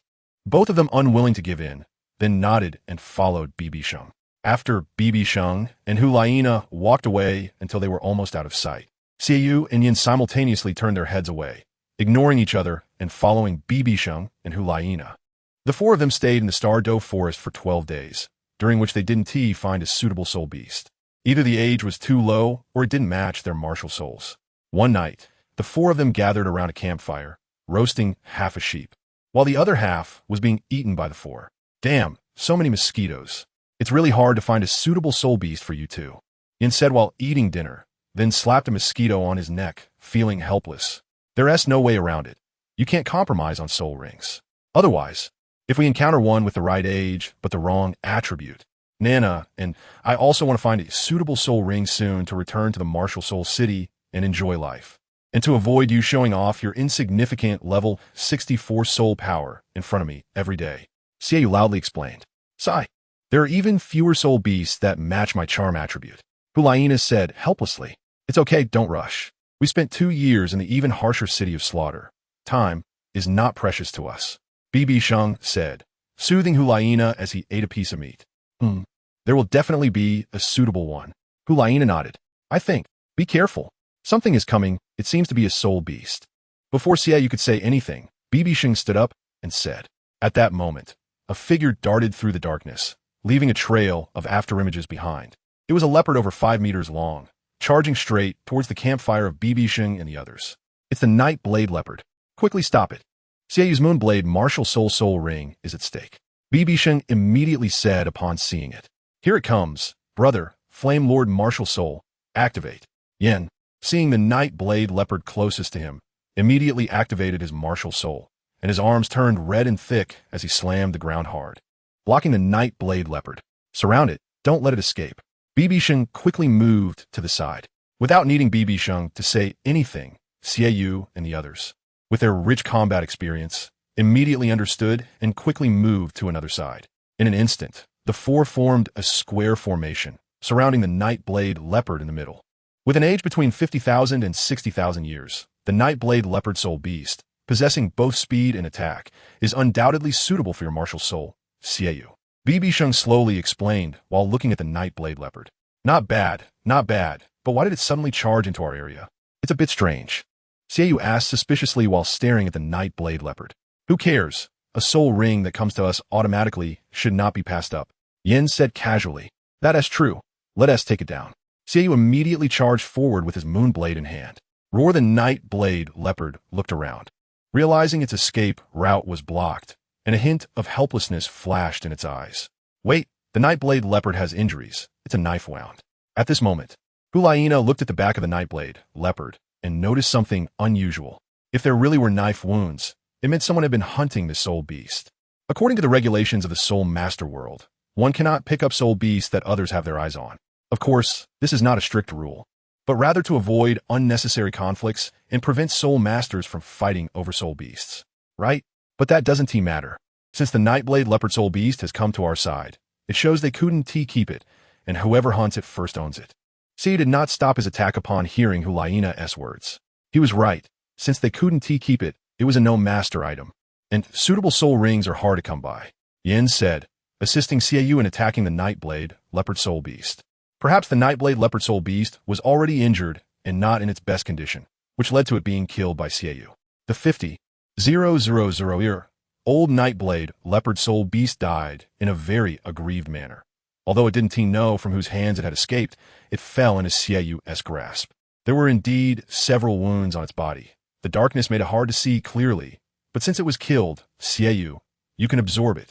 BibiSheng came over to check the wounds on the Nightblade leopard soul beast and noticed injuries inconsistent with Xiaoyu's moonblade martial soul and spoke up.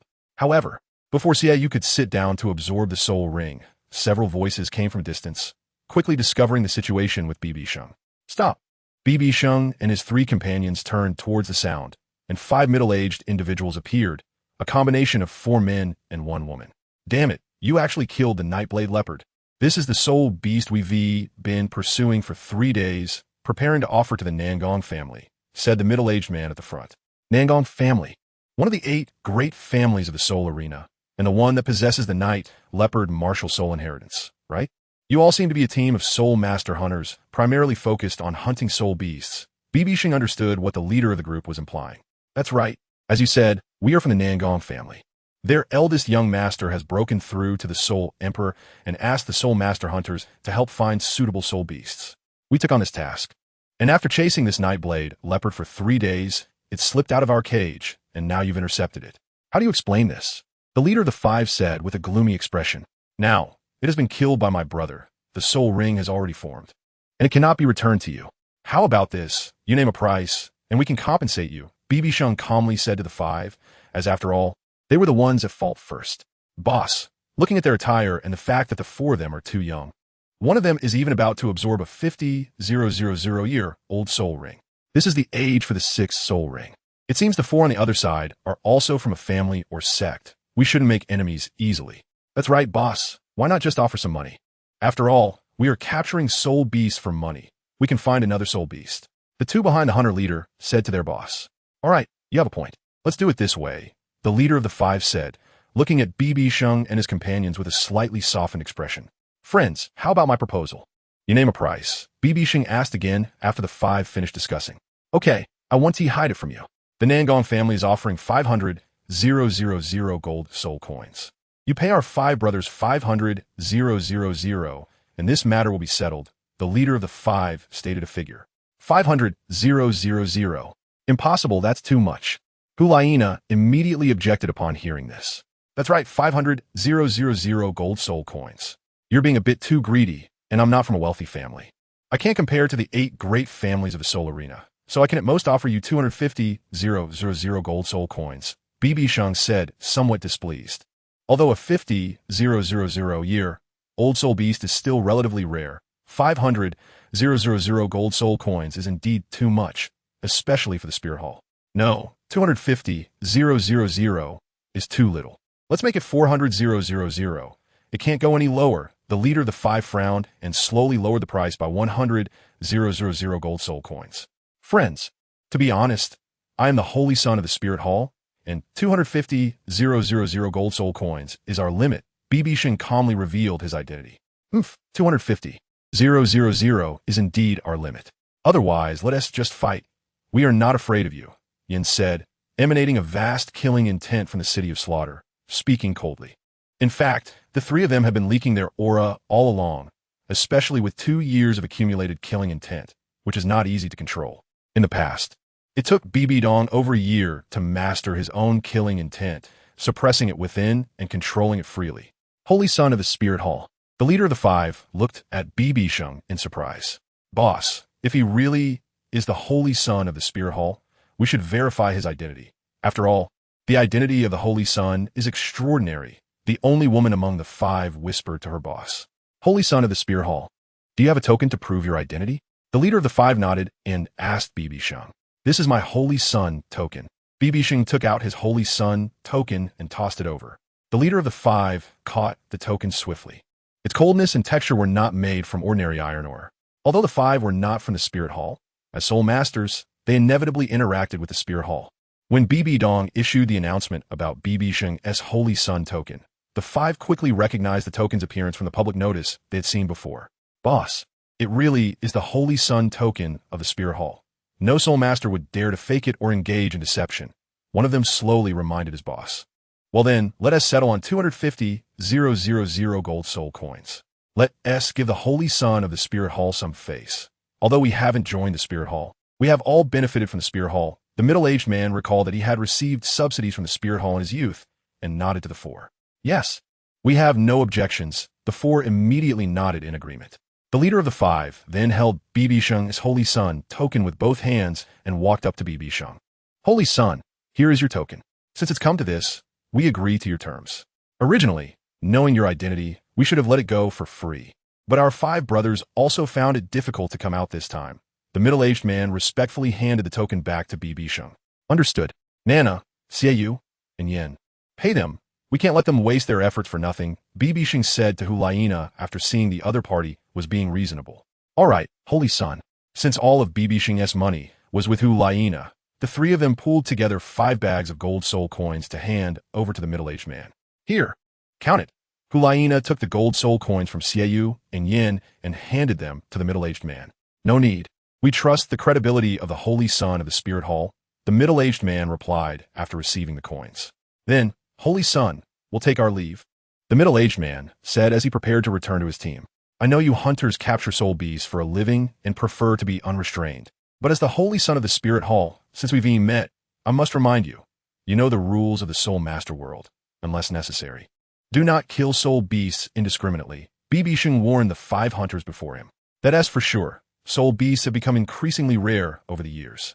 We hunters know the rules. Unless commissioned by major families to find and capture soul beasts, we rarely come to the Douluo forest, as this profession is not easy. Soul beasts are not so easily caught, and there are unpredictable dangers. The middle-aged man nodded in response.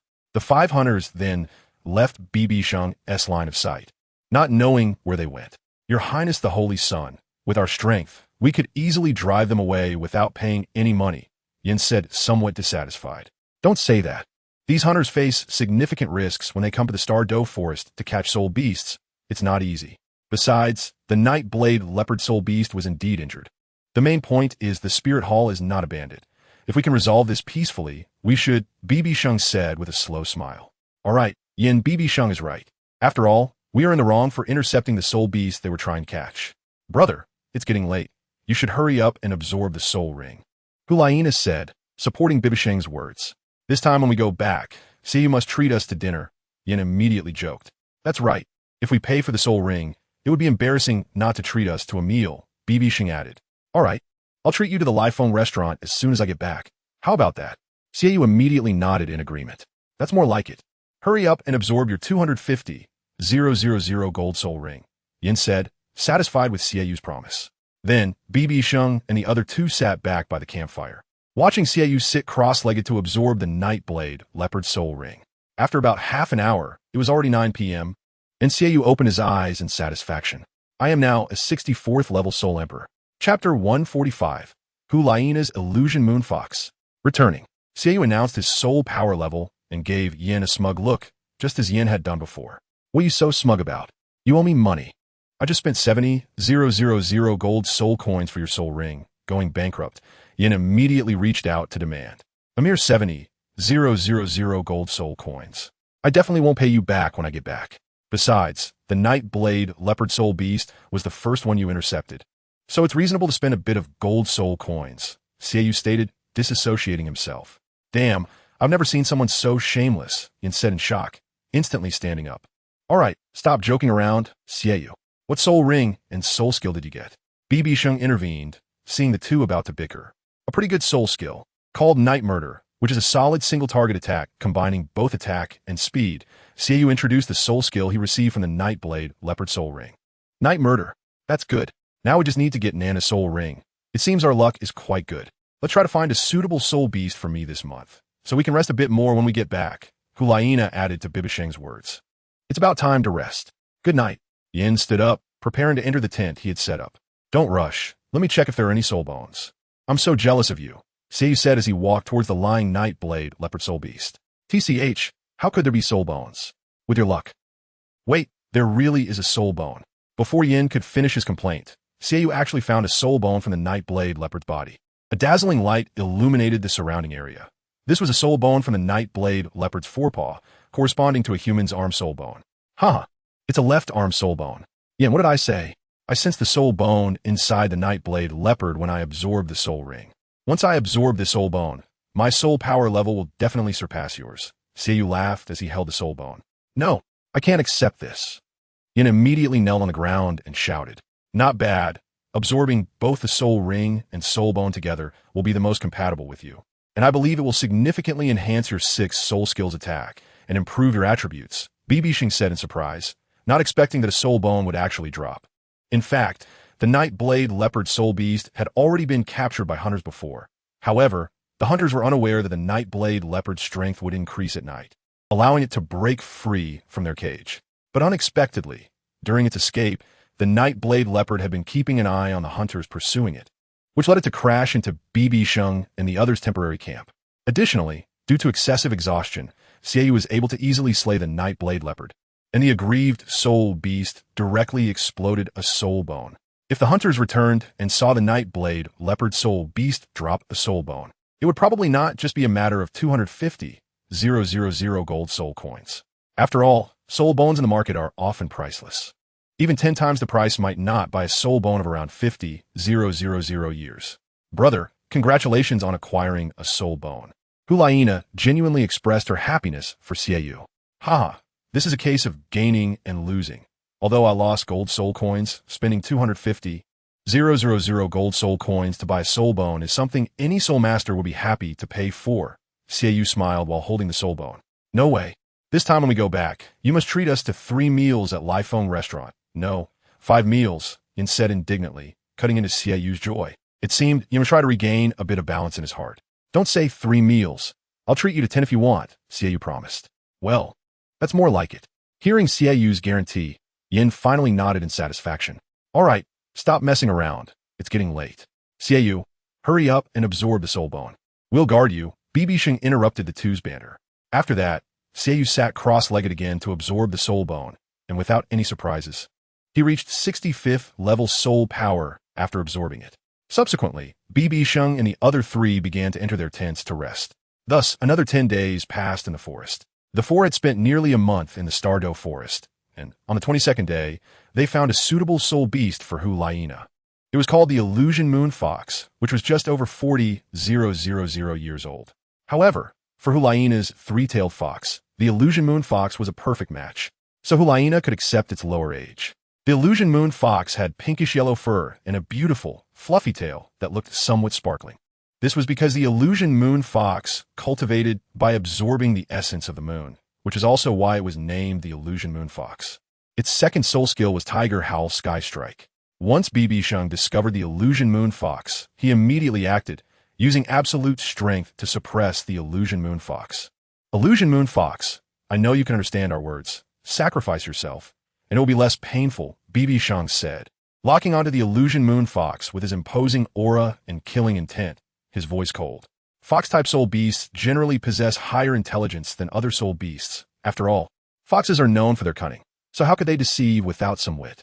Therefore, BibiSheng believed that the Illusion Moon Fox, being just over 40,000 years old, would definitely understand his words. Even if it couldn't fully comprehend, it could grasp the general meaning. That's right, you have no chance of escaping in our hands. Xiaoyu added. BibiSheng, Xiaoyu, and Yin formed a triangular formation surrounding the illusion moon fox, standing ready, while Hulaina stood beside BibiSheng. The illusion moon fox lay on the ground, blood dripping from its sharp mouth. Upon hearing BibiSheng and Xiaoyu's words, its sharp ears twitched slightly, clearly understanding what they meant. The illusion moon fox didn't roar, but glared at BibiSheng, who had injured it, with hatred. The meaning in the illusion moon fox's eyes was clear. It wanted to sacrifice itself. Dream on, Nana. It's up to you to take action. Seeing that the illusion moon fox was unwilling to sacrifice itself, BibiSheng said to Hulaina, "Then I won't hold back. Three-tailed fox martial soul, activate." Hulaina's whole demeanor became more enchanting, and her three fox tails began to wrap around the illusion moon fox. Roar before Hulaina's tails could wrap around it. The illusion moon fox struggled to get up, staring intently at Hulaina's three tails.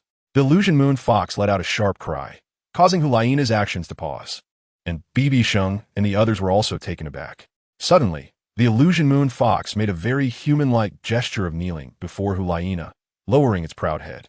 Before the four of them could react, a strong pink-yellow light appeared around the illusion moon fox. Except for Hulaina, the other three took a step back. Soon, the light enveloped Hulaina within its pink-yellow range. "Your Highness, what's going on?" Xiaoyu said anxiously for Hulaina. "This is the sacrifice of a soul beast," BibiDong exclaimed in surprise. Just now, the illusion moon fox was reluctant to sacrifice, and now, when Hulaina was about to take action, it suddenly sacrificed. Quickly, BibiDong looked at Hulaina's three-tailed fox martial soul and thought of a possibility, which was that the illusion moon fox realized that the three-tailed fox bloodline was of a higher level than itself. Therefore, BibiDong speculated that the illusion moon fox changed its mind upon seeing Hulaina's three-tailed fox. Thinking of this possibility, BibiDong was genuinely happy for Hulaina. After all, what she hunted was always not as good as a soul beast sacrifice. It can be said that a sacrifice can attach its maximum cultivation to the sacrificial object, naturally enhancing the soul power significantly, and there is even a high chance of obtaining soul bones. This is a sacrifice. It's my first time seeing a soul beast sacrifice. I didn't expect the energy field generated to be so powerful, Xiaoyu said in astonishment. But why did the illusion moon fox suddenly start the sacrifice? Yin curiously asked. I'm not sure either. Maybe it has something to do with Nana's three-tailed fox martial soul. After all, they are the same kind. BibiDong shared his speculation with Xiaoyu and Yin. That makes it interesting. I didn't expect Nana's martial soul mutation to have this effect, Xiaoyu sighed. Soon, the three of them stopped talking and focused on protecting Hulaina. The energy field generated by the soul beast sacrifice gradually weakened over time. Half an hour later, the energy field completely disappeared, and Hulaina's figure appeared before BibiDong and the others. She still had 6 soul rings pulsating around her, while the illusion moon fox's figure had completely vanished. Oh, why has it turned into 4 tails? And why does one of the tails look so much like the illusion moon fox's tail? Xiaoyu looked at Hulaina's martial soul tails, which indeed had turned into 4. It really is. Nana, has your martial soul evolved again? BibiDong asked in surprise. My soul power is already level 65. Damn it. I'm now the one with the lowest soul power, Yin said tearfully. It's not 4 tails.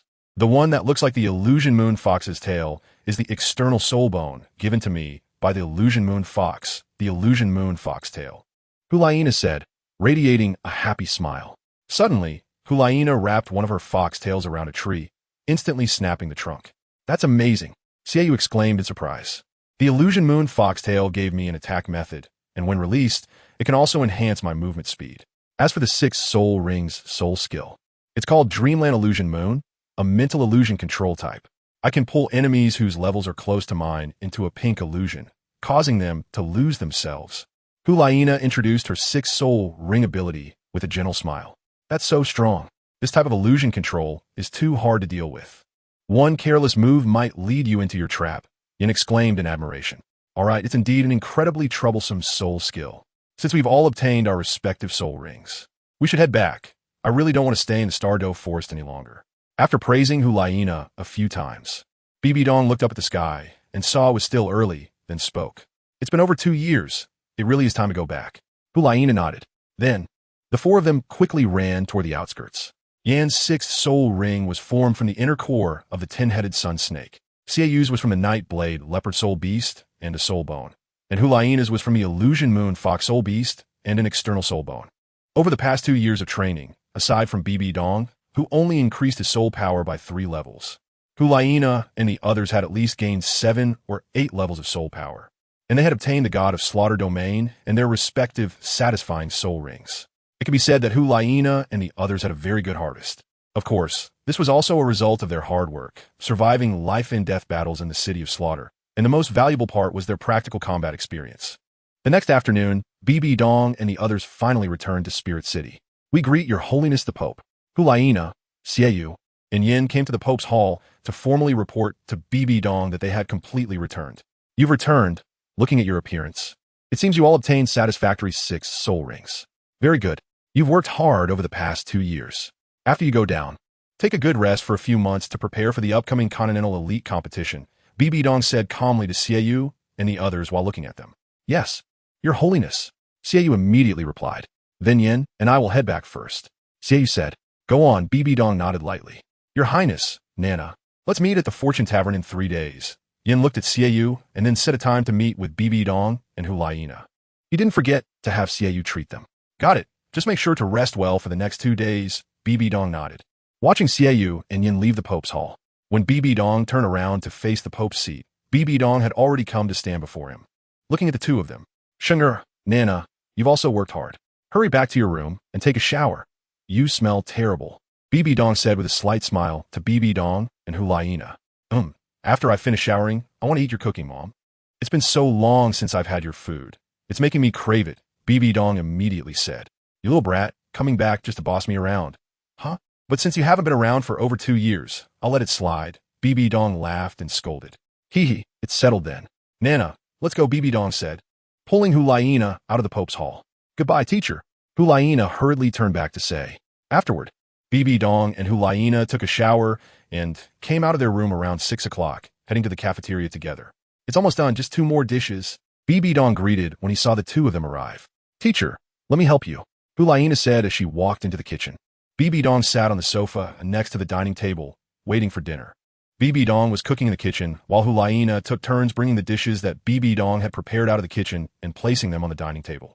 "Dinner's ready," Bibi Dong said with a smile while holding the last dish. Coming, I'm starving," Bibi Dong rushed over and said. Soon, the 3 of them began to eat dinner. "Sheng'er, how has your divine position inheritance been after 2 years in the City of Slaughter?" Bibi Dong suddenly asked Bibi Dong about the blood chi power before he had eaten more than a few bites. After all, before going to the City of Slaughter, Bibi Dong's excuse was that he returned to the City of Slaughter to cultivate the divine position inheritance power. "Of course, there has been progress. Currently, my true strength can rival a super Douluo at levels 96 to 97, Bibi Dong answered while eating. He had just downplayed his strength a little bit. "You can rival the super Douluo level. That's good. Then I can rest assured," Bibi Dong nodded in satisfaction. In the next 2 days, Bibi Dong and Hulaiina rested well in their yard. On the 3rd day, they came to the Pope's hall to inform Bibi Dong that they were ready to find Xiaoyu and Yin, but unexpectedly, upon arriving at the Pope's hall, they saw the Academy's president, Yu Qingwen. At this moment, he was respectfully facing Pope Bibi Dong. "Director Yu, long time no see. What brings you here today?" Bibi Dong curiously asked as he walked into the Pope's hall. "Sheng'er, something happened. Xiaoyu and Yin lost control of their killing intent and injured quite a few students this morning," Bibi Dong said to Bibi Dong and Hulaiina.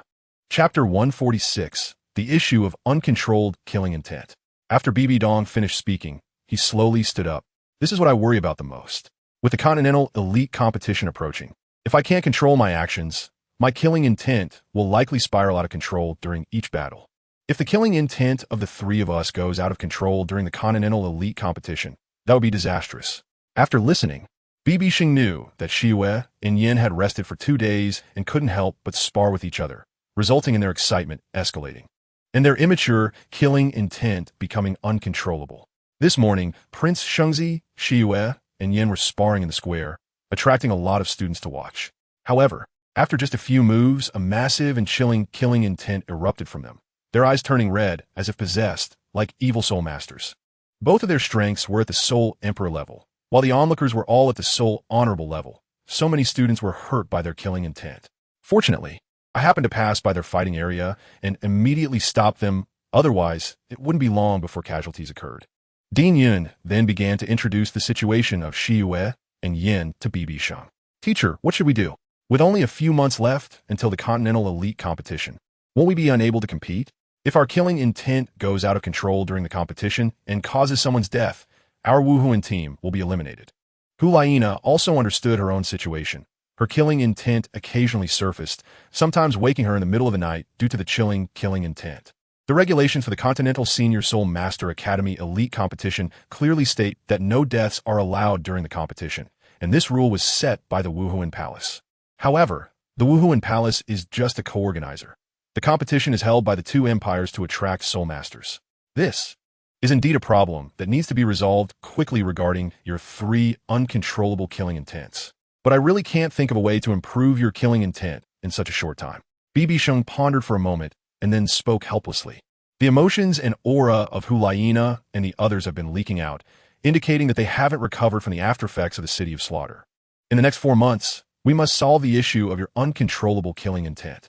I am relieved about Nana, but Shiyue and Yin, being assault-type soul masters, are the most prone to triggering killing intent. Dean Yun, you are the head of the Wuhuan Academy, with rich knowledge and experience. Do you have any methods to help Shiyue and Yin control their killing intent? Even if we can't control it perfectly, we need to ensure they don't trigger uncontrollable killing intent during the finals of the competition. Bibi Dong said seriously and then asked Dean Yunqingwen. Although Dean Yunqingwen's soul power is not particularly strong within the Wuhuan Palace, being the dean for 2 dynasties means his knowledge is naturally extensive, ranking among the top 3 in terms of knowledge among the personnel of the Wuhuan Palace. Therefore, Bibi Dong asked Dean Yunqingwen if there was a way to help Shiyue and Yin calm down and avoid triggering their uncontrollable killing intent. The top priority is to ensure they can participate smoothly in the Continental Elite competition. Indeed, the City of Slaughter is quite mysterious on the continent, but I believe it cultivates killing intent, and combined with the characteristics of the Killing God domain, it should be a place that fosters one's own killing intent, forming a unique domain through sufficient killing intent. Although I don't know the specific effects of the Killing God domain from observing Shiyue and Yin, as well as the Saintess, I think they should not be focused on fighting right now, but rather on cultivating their state of mind. The issue of uncontrollable killing intent is simply a matter of an unsettled mind, perhaps a remnant of the City of Slaughter. Therefore, while I don't know the specific method, I suggest letting the Saintess and the others calm down by reading, enjoying flowers, learning music, etc. to help them settle down. Hearing Bibidong's question, Dean Yunqingwen thought for a moment, and then spoke with a confident tone, testing out his thoughts in the Great Hall, while Bibi Dong and BibiSheng chatted away. Dean Yun, you are correct. The City of Slaughter is indeed the best place to cultivate killing intent. Over the past 2 years, each of the 3 has killed at least 1,000 people. Your suggestion has some merit. Nana has been enjoying flowers in the courtyard with me these past 2 days and hasn't had any issues with uncontrollable killing intent. BibiSheng agreed with Dean Yunqingwen's words. Yes, that's true. Although I occasionally wake up in the middle of the night due to killing intent, I haven't experienced a blinding of the mind that leads to uncontrollable killing intent. Hulaina then shared her situation from the past 2 days. Killing intent is a special existence. To treat it, one must rely on precise control of one's own actions. Then let's follow Dean Yun's suggestion and have the 2 of them read at the academy. Then arrange for musicians to let them listen to music at night. Note that with their personalities, they might resist this, so Dean Yun, please arrange for a teacher to supervise them. Bibi Dong immediately made up her mind to arrange everything for Shiyue and Yin. By the way, after a month, test them for uncontrollable killing intent again and supervise them at all times. Nana, you should do the same. Bibi Dong sat down and once again instructed Dean Yunqingwen. Teacher, I understand. I will definitely enhance my control over my killing intent before the Continental Elite competition. Hulaina nodded. Yes, Your Holiness. I will return to the academy to give orders right away. Dean Yunqingwen said respectfully. Mom, then Nana and I will go to the academy to educate Shiyue and Yin. BibiSheng said at that moment. Go ahead, tell them both what we discussed. Bibi Dong nodded. Then BibiSheng and the others left the Wuhuan Palace and headed toward the Wuhuan Academy. Dean Yun, where are Shiyue and Yin now? BibiSheng couldn't help but ask. I've sent Shiyue and Yin back to their dormitory and also assigned a Soul Sage teacher to watch over them. There are too many students in the academy. If they lose control of their killing intent again, it would be troublesome. Dean Yunqingwen said somewhat helplessly about the 2. That's how it should be. They should be supervised like that. They can't even control a little killing intent. BibiSheng shook his head and smiled. Soon, BibiSheng and Hulaina arrived at the academy's accommodation. Greetings, holy son, holy maiden. The teacher standing at the door immediately said upon seeing BibiSheng and the others. Dean Yun, this afternoon I will watch over them. With me here, they won't dare to reveal their killing intent. BibiSheng then spoke to Dean Yunqingwen. All right, then I will go find the musician group and make some arrangements. Dean Yunqingwen remembered BibiDong's request to find musicians. He also knew that BibiSheng's strength was even greater than that of Shiyue and the others, so he dismissed the teacher at the door. BibiSheng and Hulaina pushed the door open and entered the room, only to see Shiyue and Yin with their heads down, as if they were too embarrassed to look at them. Oh, what is wrong? Why the long faces? BibiSheng walked into the room and closed the door. Ugh, don't mention it. It was so embarrassing. Yeah, we made fools of ourselves in front of so many people. The two sat facing each other with expressions of helplessness. All right, these are all minor matters. The Pope has already arranged your training for the upcoming finals of the Continental Elite competition. Then BibiSheng and Hulaina took turns discussing the matters they had talked about in the Pope's hall with Shiyue and Yin. Ah, just let me die. Yin, with the most carefree personality, found reading to be like hell for him, saying with an expression of despair, just take it easy. If you still can't control your killing intent before the competition starts, you won't be able to compete. Hulaina also spoke helplessly to Yin. Okay, let us go out and clear our heads. Shiyue still hasn't treated us yet. Let's go to the Falu restaurant. BibiSheng smiled and patted the shoulders of the two. Exactly. Eating can relieve stress. Shiyue, you haven't forgotten about the incident in the Star Forest, right? Yin said with a smile. Of course not. Let us go. It's on me. BibiSheng and the others chatted as they arrived at the Lai Fu restaurant, ordering their favorite 8 treasure duck.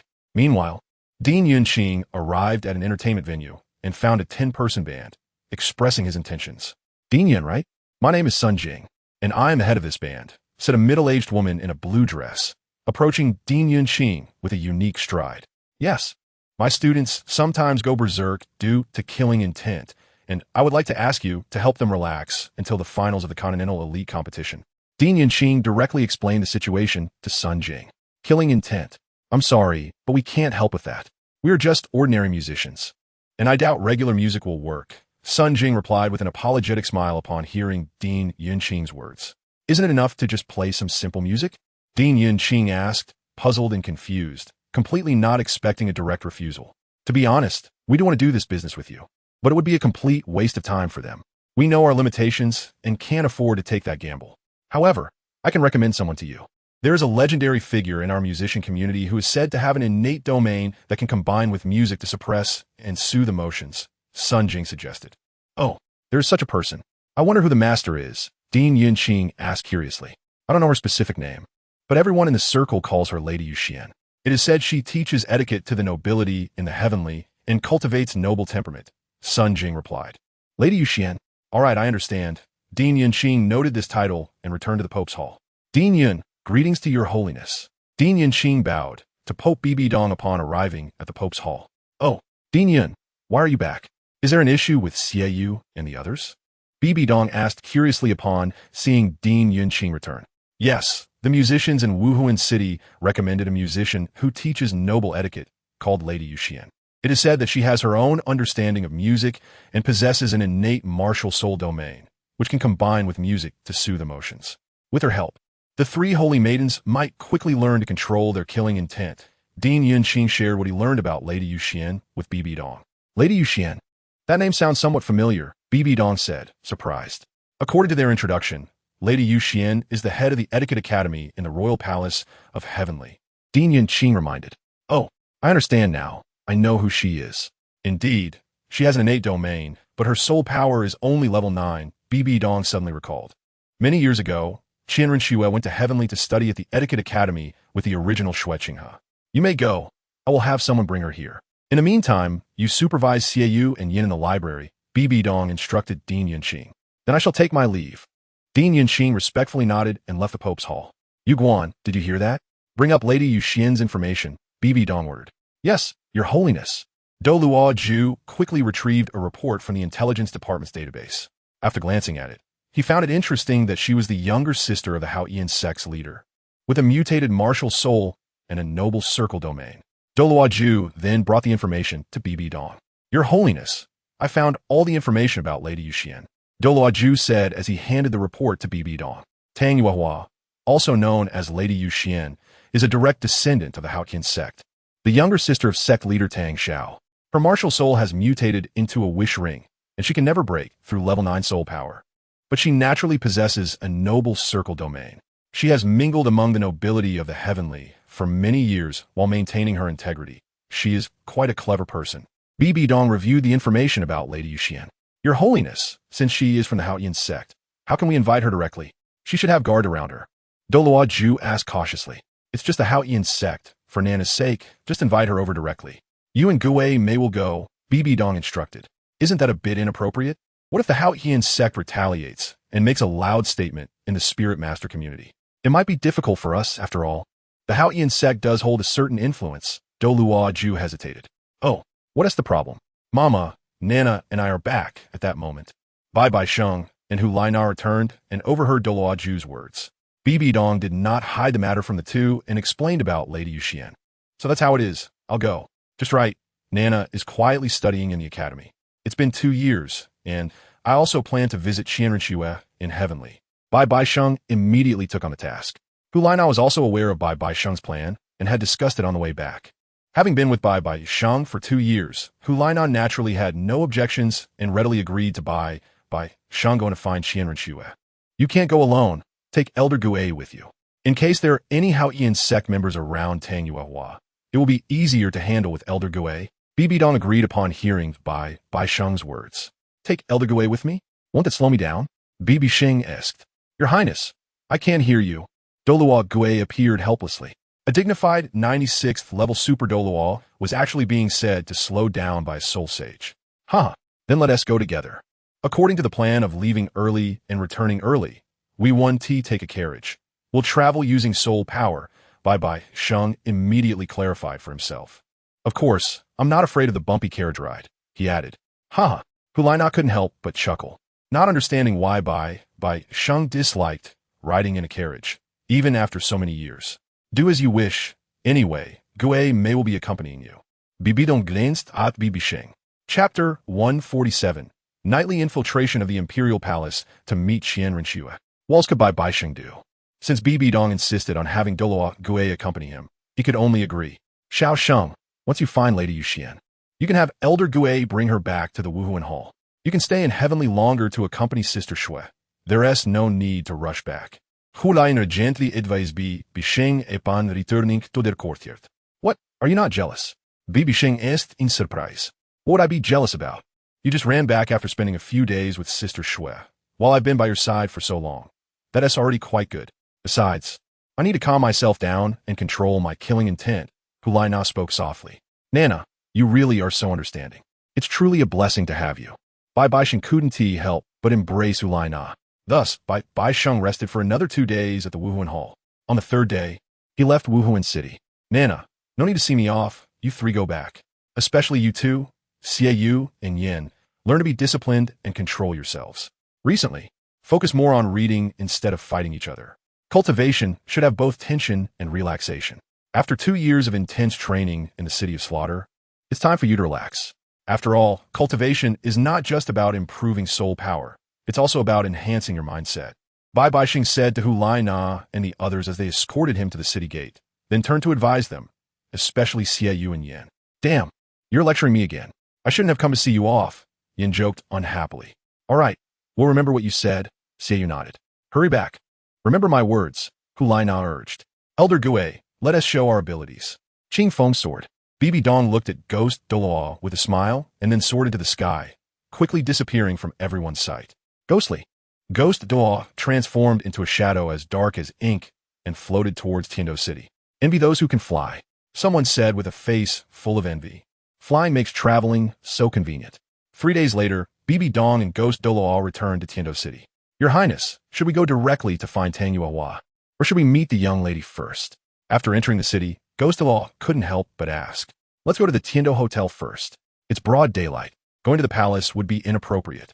As for Tang Yuehua, we can only look for her at night. Besides, we don't even know what she looks like. Let's ask Xiaoxue when nighttime comes. She knows Tiando Empire best, BibiSheng replied. This time, they came to find Tang Yuehua for a secret mission. If it were an ordinary person, it wouldn't matter, but since Tang Yuehua is from Haoyin clan, once Bibi Dong reveals her identity, she could imagine Tang Yuehua would never go to Wuhuan Hall.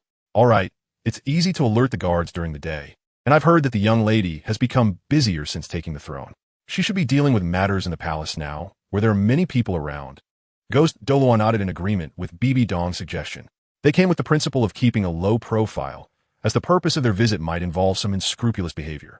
Finally, Bibi Dong and Ghost Douluo arrived at the largest hotel in Tiando City, Tiando Hotel, and booked 2 rooms on the 3rd floor. Fortunately, they arrived around 3 in the afternoon, and after a hearty meal, they went to sleep due to fatigue from their journey. Until around 10 at night, Bibi Dong and Ghost Douluo appeared outside the Tiando Hotel. Let's go. Their target was naturally the Tiando Imperial Palace. The two concealed themselves in the darkness and leaped over the wall to enter. At this moment, it could be said to be the most relaxed time on the Douluo continent, but the vast palace had countless patrol teams, especially in the back garden of the palace. There were patrolling squads of no less than 10 people on each path.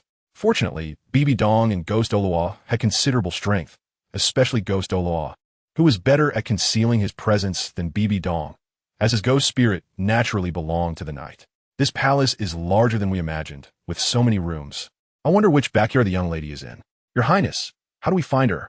Bibi Dong and Ghost Douluo stopped in the shadow of a fake rock and rested for a moment, and Ghost Douluo couldn't help but transmit a message to Bibi Dong. It's indeed difficult. I expected the palace would be heavily guarded, but I didn't expect it to be so well prepared, having encountered no less than 10 patrol squads. How about this, Elder Ghost? Your presence is elusive, and these patrol teams won't be able to detect you. You go to the backyard and search for Xiao Xue and the 2 elders, while I wait for you here, Bibi Dong quietly suggested, nodding in agreement. Ghost Douluo did not reply, but nodded to Bibi Dong, then blended into the night, quickly traversing the back garden. Bibi Dong remained in place, making every effort to hide her body in the darkness. The two had underestimated the situation. They did not expect the area of the Tiando Imperial Palace to be even larger than the Wuhuan headquarters, especially since it was their first time invading the palace. In an unfamiliar place, the difficulty of searching for the young lady increased significantly. Following Bibi Dong's instructions, Ghost Douluo began to search room by room. No peeking. The most numerous rooms in the palace were those of the concubines, and Ghost Douluo saw many people bathing. Soon, he found a central palace in the deep courtyard. This should be it. Ghost Douluo quickly approached this palace room. He soon sensed a familiar aura, that of the elders Shimiao and Siju. He then noticed that 2 guards stood at the entrance of the palace, who were none other than the Douluo Shimiao and Siju, who had been accompanying Renxue. Elder Ghost. Ghost Douluo landed in the shadow of a stone pillar beside the palace room and transmitted a message to the 2 elders. It's Elder Ghost. The 2 quickly recognized the familiar voice, and Ghost Douluo slightly released his aura for them to feel. Immediately, Shimiao and Siju exchanged glances, and the closest to Ghost Douluo, Shimiao Douluo, walked over to the stone pillar and saw Ghost Douluo in the shadow. Elder Ghost, what brings you here suddenly? Shimiao Douluo asked in confusion. We are under the command of His Holiness the Pope to bring someone back to Wuhuan City from Tiando City. Is the young lady in this room? Ghost Douluo quickly replied. Your Highness is here too. She is still in the back garden. Ghost Douluo said quickly. Yes, the young lady is in this palace now. She should be in the study. Fortunately, you came late. Otherwise, there would still be people in the room. Shimiao Douluo nodded and quickly said, Okay, I'll go back to the back garden and bring the young prince over. Ghost Douluo nodded and disappeared into the night again. Renxue naturally did not trust anyone else guarding her room door, so generally, it was Shimiao and Siju guarding the entrance at night. During the day, it didn't matter as there were plenty of guards around, allowing Shimiao and Siju to rest. Of course, at midnight, the 2 also took turns keeping watch. Why hasn't the Elder Ghost come yet? Bibi Dong looked at the bright moon in the sky, realizing it was almost midnight. However, Bibi Dong quickly sensed Ghost Douluo's aura approaching her side. Your Highness, I found her. She is in the deep courtyard. Follow me. Ghost Douluo said quickly. Finally found her. Lead the way, Bibi Dong said, following Ghost Douluo's steps. Soon, Ghost Douluo brought Bibi Dong to the entrance of the palace. Your Highness. Shimiao and Siju quickly greeted in low voices. Your Highness, we told the young lady. She's in the living room. Siju quickly added. Only then did Bibi Dong notice that the door was ajar and understood it was not appropriate to linger at the door. With a swoosh, Bibi Dong quickly entered the room and then swiftly closed the door in one motion. What should I do? Ghost Douluo was taken aback. Go next door. This is our room. Shimiao Douluo said. All right. Ghost Douluo nodded and went to the room of the two Douluos. After all, being seen lingering at the door of the emperor's room by strangers could lead to unnecessary trouble. As expected of the emperor's palace, it's truly grand and magnificent. As soon as Bibi Dong entered the room, she found herself in the living room. Oh, where did this sneaky little thief come from? Where are my guards? Renxue gracefully stepped out from the study, wearing a half-smile. Upon hearing that Bibi Dong had arrived, an excited Renxue naturally reverted to her feminine demeanor. Xuya, long time no see. You're becoming more mature. Have you missed me? Bibi Dong immediately smiled and opened his arms, waiting for Renxue to rush over. Stop it. I didn't miss you at all. I've been working hard here. Who has the time to think of you? You, on the other hand, have been living so freely these past 2 years. Renxue rolled her eyes. Despite saying that, Renxue still rushed over. It was impossible for Renxue not to miss Bibi Dong over the past 2 years. At first, she thought she could suppress her longing shortly after Bibi Dong left. But as time passed, Renxue's yearning for Bibi Dong reached a point of neglecting food and sleep. Now, seeing Bibi Dong standing right in front of her, Renxue couldn't control her emotions and directly sought a kiss from Bibi Dong. For both of them, the brief separation felt like a new marriage, and they didn't even need to speak as they communicated through their souls. Has Nana been pregnant in these 2 years? Renxue lay in BibiSheng's arms, a satisfied smile on her face, and suddenly asked, "This? Not yet. And in these 2 years in the city of slaughter, I haven't done much. I have only been out for less than a month, during which I helped them look for the 6th spirit ring." BibiSheng sighed in response. "I don't have it, and neither does Nana. Is there something wrong with you? Speak boldly. The palace has the best imperial physicians. Do you want me to have you checked?" "Huh? What do you think?" Renxue teased BibiSheng playfully. BibiSheng had nothing to say. Clearly, he and the two women had not taken any precautions. But it was strange that neither of them had become pregnant after such a long time. "Are you out of words? If it were just me, I would suspect there's something wrong with my body, but since Nana doesn't have it either, then it must be your problem," Renxue said again. "Sigh. I suspect that my body has been modified by the gods, and even my genes have been altered, so your mortal bodies can't handle my quality. Of course, this is just a guess. Otherwise, how could I absorb a 10,000-year spirit ring level at the first ring?" BibiSheng then shared with Renxue the guess he had told Hulaina back then. "So according to what you said, only gods can become pregnant." Renxue quickly understood BibiSheng's words. In fact, BibiSheng suspected that when he was modified by the blood energy, his genes were also altered. Simply put, BibiSheng's power was not on the same level as Renxue and Hulaina, making it very difficult for him to have offspring. "All right, you do have a point. But you didn't come here just to find me, did you?" Renxue said helplessly. I really came just to find you. After all, we haven't seen each other for 2 years. However, Ghost Douluo is also here, carrying out a task for my mother to bring someone back." "Who?" "Lady Yuexian from the Tiando Palace Etiquette Academy, Tang Yuehua." "Lady Yuexian?" Renxue was taken aback, not expecting to see this ordinary woman. Although she is from the Haotian sect, she is just a level 9 spirit master. There's no need to make such a fuss to send Ghost Elder over. Renxue questioned in confusion, wondering why the spirit hall would go after a woman who was completely defenseless. Yes, it is indeed her, because Nana, Shiyue, and Yin just came out of the city of slaughter. They sometimes lose control of their killing intent, especially when they take action, which is when it is easiest to lose control. We heard that this Tang Yuehua has the ability to combine her domain with music, which can help calm emotions. So, we plan to bring her back to Spirit City to help Nana and the others solve their killing intent problem, as the elite competition of the entire continent is approaching. And if they can't control their killing intent, we can't let them compete, BibiSheng slowly explained. "You're right, this Tang Yuehua does have some skills. She has managed to mingle among the nobility for so many years, relying on her ability to combine the noble circular domain with music." Renxue, having a contact with Tang Yuehua, knew that she did indeed possess this calming ability. "So, are you planning to directly storm Yuexian and bring her back?" Renxue asked. "We plan to approach her during the day, but since none of us knows Tang Yuehua, we came to find you first, and then storm Yuexian at night. If we can't get in, we may have to take a hard approach," BibiSheng said slowly, intending to use coercion regarding Hulaina and the others. "Understood. Actually, Yuexian Tower is not far from the north side of the palace, but is the Tiando Empire's Etiquette Academy. It is a place for nobles to learn etiquette, so there are guards. I will take you there tomorrow, but you must not act recklessly during the day." Renxue immediately stated, "As you command, my lady. But can you get away?" You could just send someone instead, BibiSheng asked doubtfully. I can get away. Have you forgotten what I told you 2 years ago? Qian Renxue countered. Chapter 148. Yuexian Tower. Lady Yu Qian Renxue remembered that 2 years ago, when they parted, she had told BibiSheng that after taking the throne, she would train someone to replace her. This replacement naturally needed to be cultivated with the corresponding temperament and behavior. All of this was to prepare for Qian Renxue's return to the Spirit Hall to undergo the Angel God's test.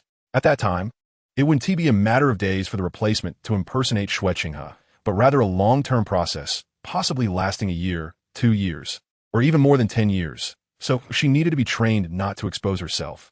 It should be noted that previously, Qian Renxue had specially followed someone for several years to learn how to impersonate Xue Qinghe, waiting for the right moment to strike.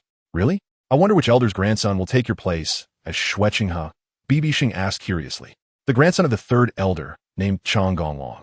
He has a physique similar to Xue Qinghe's and can disguise himself easily. Ordinary people wouldn't be able to tell the difference. He is 27 years old and a level 68 spirit emperor, with a martial soul radiant bow, Qian Renxue introduced. Oh, his strength and talent are quite impressive, BibiSheng remarked, somewhat surprised. Of course, after all, the third elder is a 97th level super Dalu, so it's destined that his descendants will have extraordinary talent. Chang Gonglong has been cultivating at home all this time. If it weren't for the third elder's request, he might not have come. Qian Renxue provided some basic information. Well, you handle it. After all, these intrigues are for you to deal with, and I'll just quietly go with the flow. By the way, since it's been over 2 years, if I remember correctly, you recruited a few fake consorts. None of them are pregnant, right? BibiSheng suddenly thought. Of course not. 2 women are pregnant, both with their lovers, disguised among the Imperial Guard. Qian Renxue smiled slightly, having anticipated this. Especially since Chang Gonglong's wife had already given birth several months ago. All right, you don't need to worry about the Tiando Empire matters. After all, in these 2 years, I have secretly replaced many people in the Spirit Hall. It's too much to explain, Qian Renxue said with a helpless shake of her head. However, that child is really adorable. Then Qian Renxue hinted, our future child will definitely be very cute. BibiSheng caught on. Didn't you say that Nana and I can't handle it? Qian Renxue rolled her eyes. I was just speculating. Maybe we haven't communicated enough. I don't believe it. Let us try again. BibiSheng turned over. The 2 souls connected once more. Then at 6 in the morning, there were a few more people in Qian Renxue's room. Chang Gonglong pays respects to the young lady and the Holy Son. At this moment, 3 elders were in the room, and the Snake Douluo had called over the grandson of the third elder, Chang Gonglong, as per Qian Renxue's instructions. He was a handsome young man with yellow hair and a dignified demeanor, but at this moment, he respectfully addressed BibiSheng and Qian Renxue.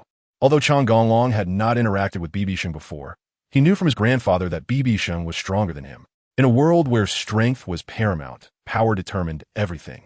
So even though Chang Gonglong was somewhat proud, he couldn't afford to be arrogant in front of Qian Renxue and BibiSheng.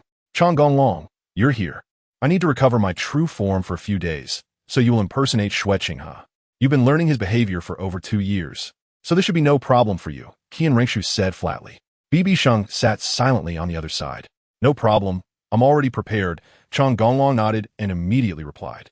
You can now use your head spirit bone to transform and disguise yourself as Xue Qinghe.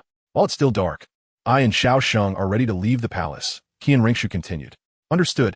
The longbow dragon stood tall. A soul bone appeared on its forehead, shimmering with light, brushing over itself, and soon the appearance of Xue Qinghe emerged before everyone. The mental transformation bone had a history of 80,000 years.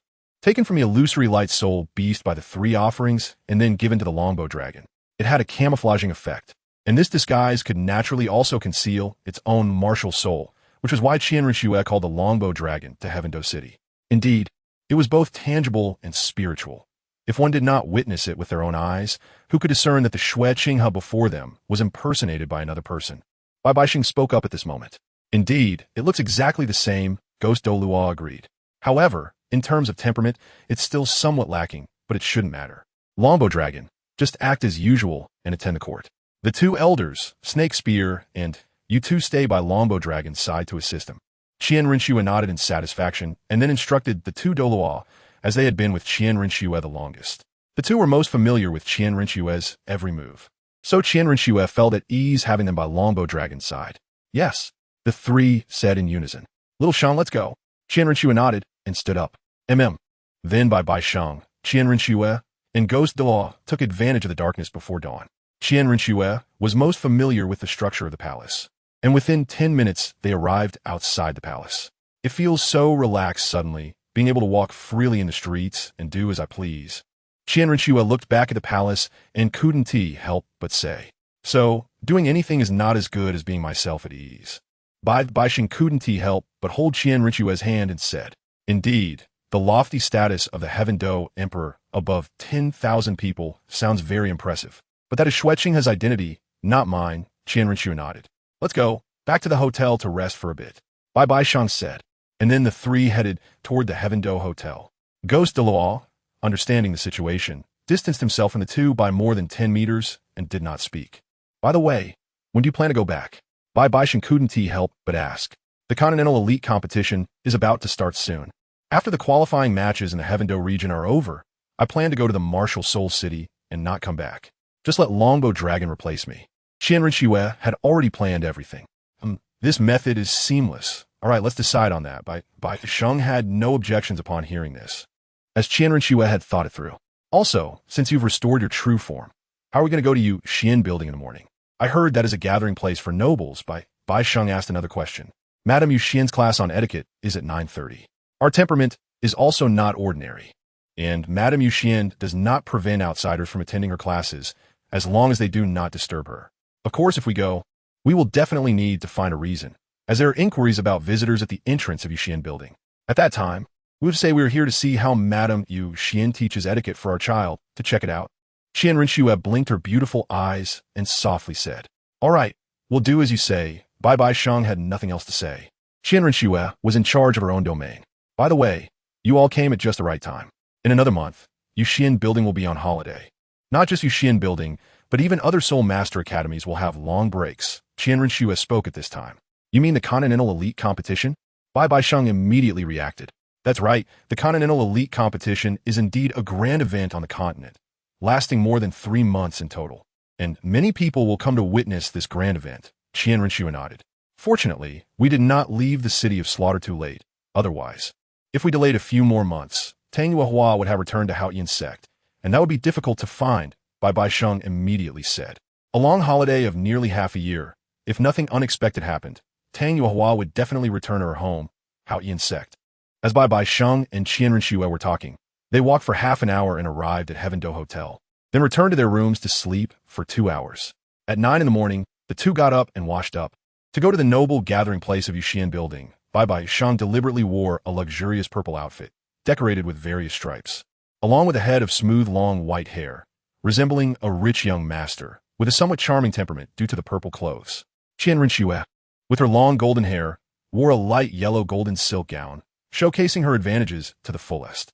Then, Renxue linked arms with BibiSheng and walked out of the room, while Ghost Dalu followed behind them with a cold expression, looking like their bodyguard. After a simple meal in the hotel cafeteria, Renxue led BibiSheng toward the north of Heaven Do City.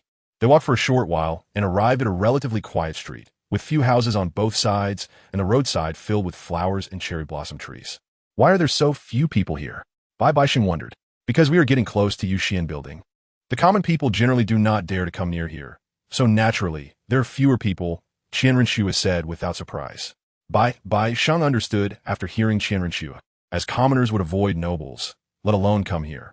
They continued to the end of the street and reached an open area. There was only one tall and magnificent building, which was obviously Xian building, the location of the Heaven Do Royal Court Etiquette Academy. BibiSheng also saw quite a few people along the way, dressed in luxurious clothes, clearly like him, coming to Xian building. After turning right at the street corner, they saw the main entrance of Xian building, where many people lingered. BibiSheng noticed that most of the visitors here were young people, with graceful women being the majority, clearly a gathering place for wealthy beauties. After all, compared to men, women should learn etiquette more. Then, Renxue and BibiSheng, arm in arm, walked towards the main entrance. "Please hold on. You two look unfamiliar. May I ask what brings you to Xian?" The guard at the entrance stretched out his hand to stop BibiSheng and the other, but he was very polite and slightly bowed to inquire. "Oh, it's like this. We are from another province, and we heard that Madame Xian teaches etiquette very well. We specially came to experience it today, and, if possible, I would like to send my children here to learn a bit, as they are too naughty at home." and it really gives both me and my wife a headache, BibiSheng explained calmly with a hint of authority. I didn't expect you two to be so young and already have children. Madame Yu Xian's teaching is indeed very good. All children are naughty. And finding a good teacher for careful teaching is very important. The guard smiled upon hearing this. He was a bit surprised that BibiSheng and Renxue were so young, yet had children, but the guard did not think too much about it, as nobles often appeared young, and soul masters could maintain their appearance. So the guard assumed that BibiSheng might be in his 30s, while the two of them looked to be around 20. I can see from your etiquette that I must have come to the right place, BibiSheng replied calmly. You two, please enter. The class is about to begin. The guard nodded and then let BibiSheng and Renxue in. Guard, please stay. The guard then stopped Ghost Douluo. Old Ghost, you stay here. We are fine. I believe that no one would dare to cause trouble in Yuxian. Renxue also spoke at this time. All right. Ghost Douluo could only stay at the entrance. BibiSheng and Renxue walked into the hall, which was quite large. There was an open area in the middle, and along the walls of the hall were chairs and tables. At this time, quite a few people were seated in the chairs, seemingly in groups like BibiSheng, while the middle of the hall was clearly reserved for students. Little Sheng, let us sit over there, Renxue whispered in BibiSheng's ear. BibiSheng looked around the hall, where most people were whispering and engaging in quiet conversations. BibiSheng understood that it was not appropriate to speak loudly here, so she nodded and followed Renxue to a table by the window. Through the glass window, she noticed that it was the back garden of Yuexian building, filled with various flowers and plants, along with a pond planted with lotus flowers, which also had a pavilion in the middle. This meant that Tang Yuehua was likely staying in the main hall upstairs tonight. BibiSheng observed her surroundings and found that there were no other buildings besides Yuexian building. So if Tang Yuehua lived in Yuexian building, it could only be on the second or third floor. Swear, does Tang Yuehua live here? BibiSheng leaned closer to Renxue and whispered. Well, I haven't heard of Tang Yuehua living outside, so it's possible she's upstairs. Renxue nodded and replied softly. Got it. BibiSheng nodded and stopped talking. At that moment, 5 men walked out from behind the curtains at the back of the hall. The leader appeared to be in his 30s, flanked by 4 young men dressed in the same light yellow clothing as the guards outside. Everyone be quiet. Class is starting. Anyone who dares to disturb Madame Yu's lesson will be thrown out, the leading man announced in a deep voice. That was the chief steward outer, who guarded Yuexian building, indicating that Tang Yuehua was about to come out. Tonight, be careful to avoid these people or knock them out, Renxue quietly explained to BibiSheng. Okay, understood. BibiSheng nodded and then looked toward the curtains, where she saw a few shadows. Madame Yu, it's ready, Chief Steward Outer said, looking at the silent hall and slightly bowing toward the curtains. In the empty space in the middle, there were more than 30 people waiting. Only 5 were men, and the rest were women, all wearing the same uniform. As soon as Outer finished speaking, 2 women pulled the curtains apart. BibiSheng looked over and couldn't help but be stunned. The woman sitting on a round platform was indeed incredibly beautiful. No, it was her elegant demeanor that was striking. BibiSheng noticed that this woman's grace was not inferior to that of Bibi Dong, as her eyes seemed to see through everything as they swept across the hall. She wore a tight-fitting silver palace dress and had long light blue hair, with a small part of it styled with a headpiece. Most of it flowed down her back. She then elegantly sat in front of a Konghome musical instrument. She was Tang Yuehua, also known as Madame Yu. Chapter 149. Creating chaos to test Renxue looked at Tang Yuehua and introduced her to BibiSheng. Wow. BibiSheng nodded, unable to take her eyes off Tang Yuehua. Is she pretty? Renxue noticed BibiSheng staring at Tang Yuehua and couldn't help but ask. She's okay. BibiSheng continued to nod. His Renxue looked at BibiSheng's unusual gaze and pinched her waist, causing BibiSheng to yelp in pain. Sure enough, men are all the same. Holding on to one woman while thinking of another, Renxue said with mild anger. No, I was just surprised that Madame Yuehua is so young. Before I saw her, I imagined her to be a kind and gentle old lady. I knew she had a good temperament, but I didn't expect her to be so elegant. BibiSheng hurriedly explained to Renxue. Really? Renxue asked skeptically, clearly not believing BibiSheng's words. Of course, she looks only about 25, with all the advantages of a young girl, and some that shouldn't be there. Could it be that Tang Yuehua is the daughter born late to the former sect master of Haoyan sect? I've seen Tang Hao, and they don't look like siblings at all, BibiSheng explained in surprise again. BibiSheng indeed felt somewhat amazed. Unlike the tall and strong figure of Tang Hao, Tang Yuehua, who was about 165 centimeters tall, appeared delicate and gentle. Her demeanor looked noble and elegant, yet this nobility was different from Bibi Dong's imposing and dignified aura. Tang Yuehua seemed more approachable. No matter who a woman is, everyone hopes to maintain their youth. Tang Yuehua looked like a woman in her 20s who had just gotten married, yet she was actually over 40. However, it must be said that Tang Yuehua was indeed a remarkable woman, with a mutated martial soul and innate level 9. It was unexpected that she had managed to navigate the vast Heaven-Do city so smoothly. In such a decadent noble circle, I had never heard of her being close to any of the nobles. With her beauty, I don't believe those nobles wouldn't be tempted, but over the years, nothing has happened, which can only mean one thing. Chief Steward Outer is just the surface protector, and there must be experts from Hao Ian's sect secretly protecting Tang Yuehua. So tonight, you should be cautious. As Renxue spoke, she ended up mentioning BibiSheng's mission plan.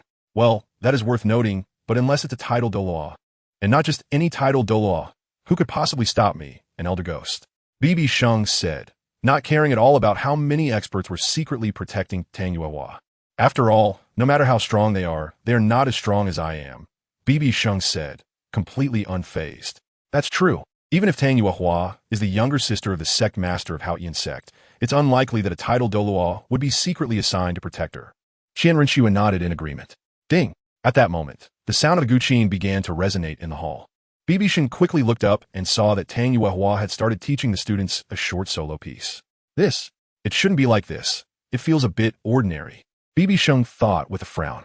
After listening to this segment, it sounded no more impressive than what an ordinary musician would play. BibiSheng looked at Tang Yuehua, squatting on the round platform, questioning whether coming to find Tang Yuehua was a mistake. Perhaps it wouldn't solve the issue of uncontrolled killing intent at all. At this moment, after Tang Yuehua finished playing a small melody, the students began to imitate her, trying to learn. Xiaosheng, why do you look like you're not satisfied? Renxue noticed that BibiSheng's expression had changed and couldn't help but ask. I just think it's a bit ordinary. Could it be that the melody is too simple? BibiSheng said slowly. I think it's great. The echo lingers beautifully in the hall. And look at them. They're all entranced, Renxue responded. By the way, what kind of music have you listened to that you dare to say Tang Yuehua's playing is ordinary? BibiSheng replied, should I tell you about the music I've heard? Like high mountains and flowing water, or spring the air, or ambush from 10 sides? No, I just think, can this kind of music really suppress the fluctuating emotions? I don't want to waste time and delay Nana and the others' chance to compete. BibiSheng quickly defended herself. Isn't that just right? Anyway, you're only 18, and you can still participate in the Continental Elite competition, Renxue teased quietly. Me on stage? Forget it. My slightest move is already the limit of humanity. I'm not interested in such childish competitions, BibiSheng said with a pout. Oh, you sound quite arrogant. What do you want to do? Just go back like this? Renxue laughed helplessly. I'll test it out first before deciding. The best method is to fill the hall with cold killing intent and see if Tang Yuehua can resolve it, BibiSheng said, her expression suddenly serious. Don't mess around. This is the Royal Academy of Etiquette, and there are so many people here. Renxue quickly stopped BibiSheng from taking any further action. Don't worry. I want to make a move. With my killing intent, how could a single Tang Yuehua possibly resolve it? I just plan to use a small trick. BibiSheng slowly explained, which eased Renxue's worry. That's true. Renxue stopped talking and quietly waited for BibiSheng's next move. BibiSheng glanced around and then looked at a man and a woman sitting at the table in front of her. BibiSheng could sense a considerable amount of soul power from a man, probably at the soul zone level. A small ball of killing intent materialized at the fingertips of BibiSheng, about the size of a glass bead. With a flick, it was sent flying and hit the back of a man who was deeply engrossed in thought. The man shuddered, immediately shouted, and stood up, flipping over the table in front of him. Windstorm Demon Wolf. His eyes turned blood red as he unleashed his martial soul.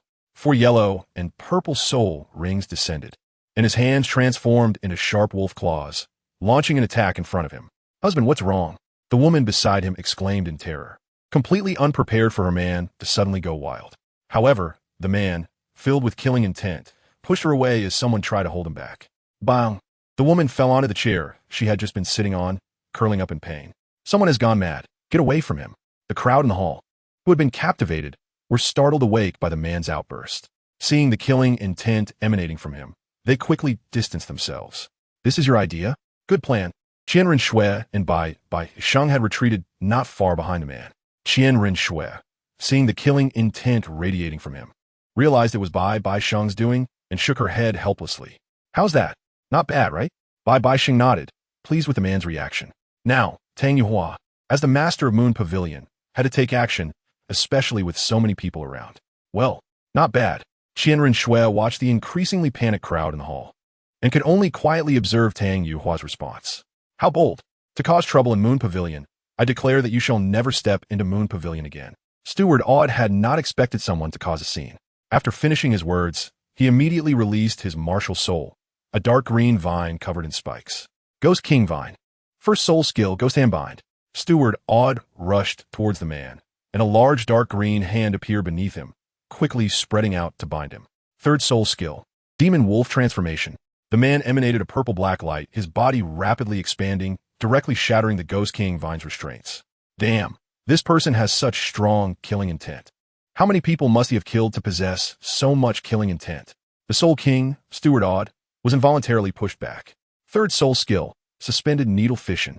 Steward Odd thought, activating his purple soul ring, once again encircling the man as the spikes on the vines attacked him.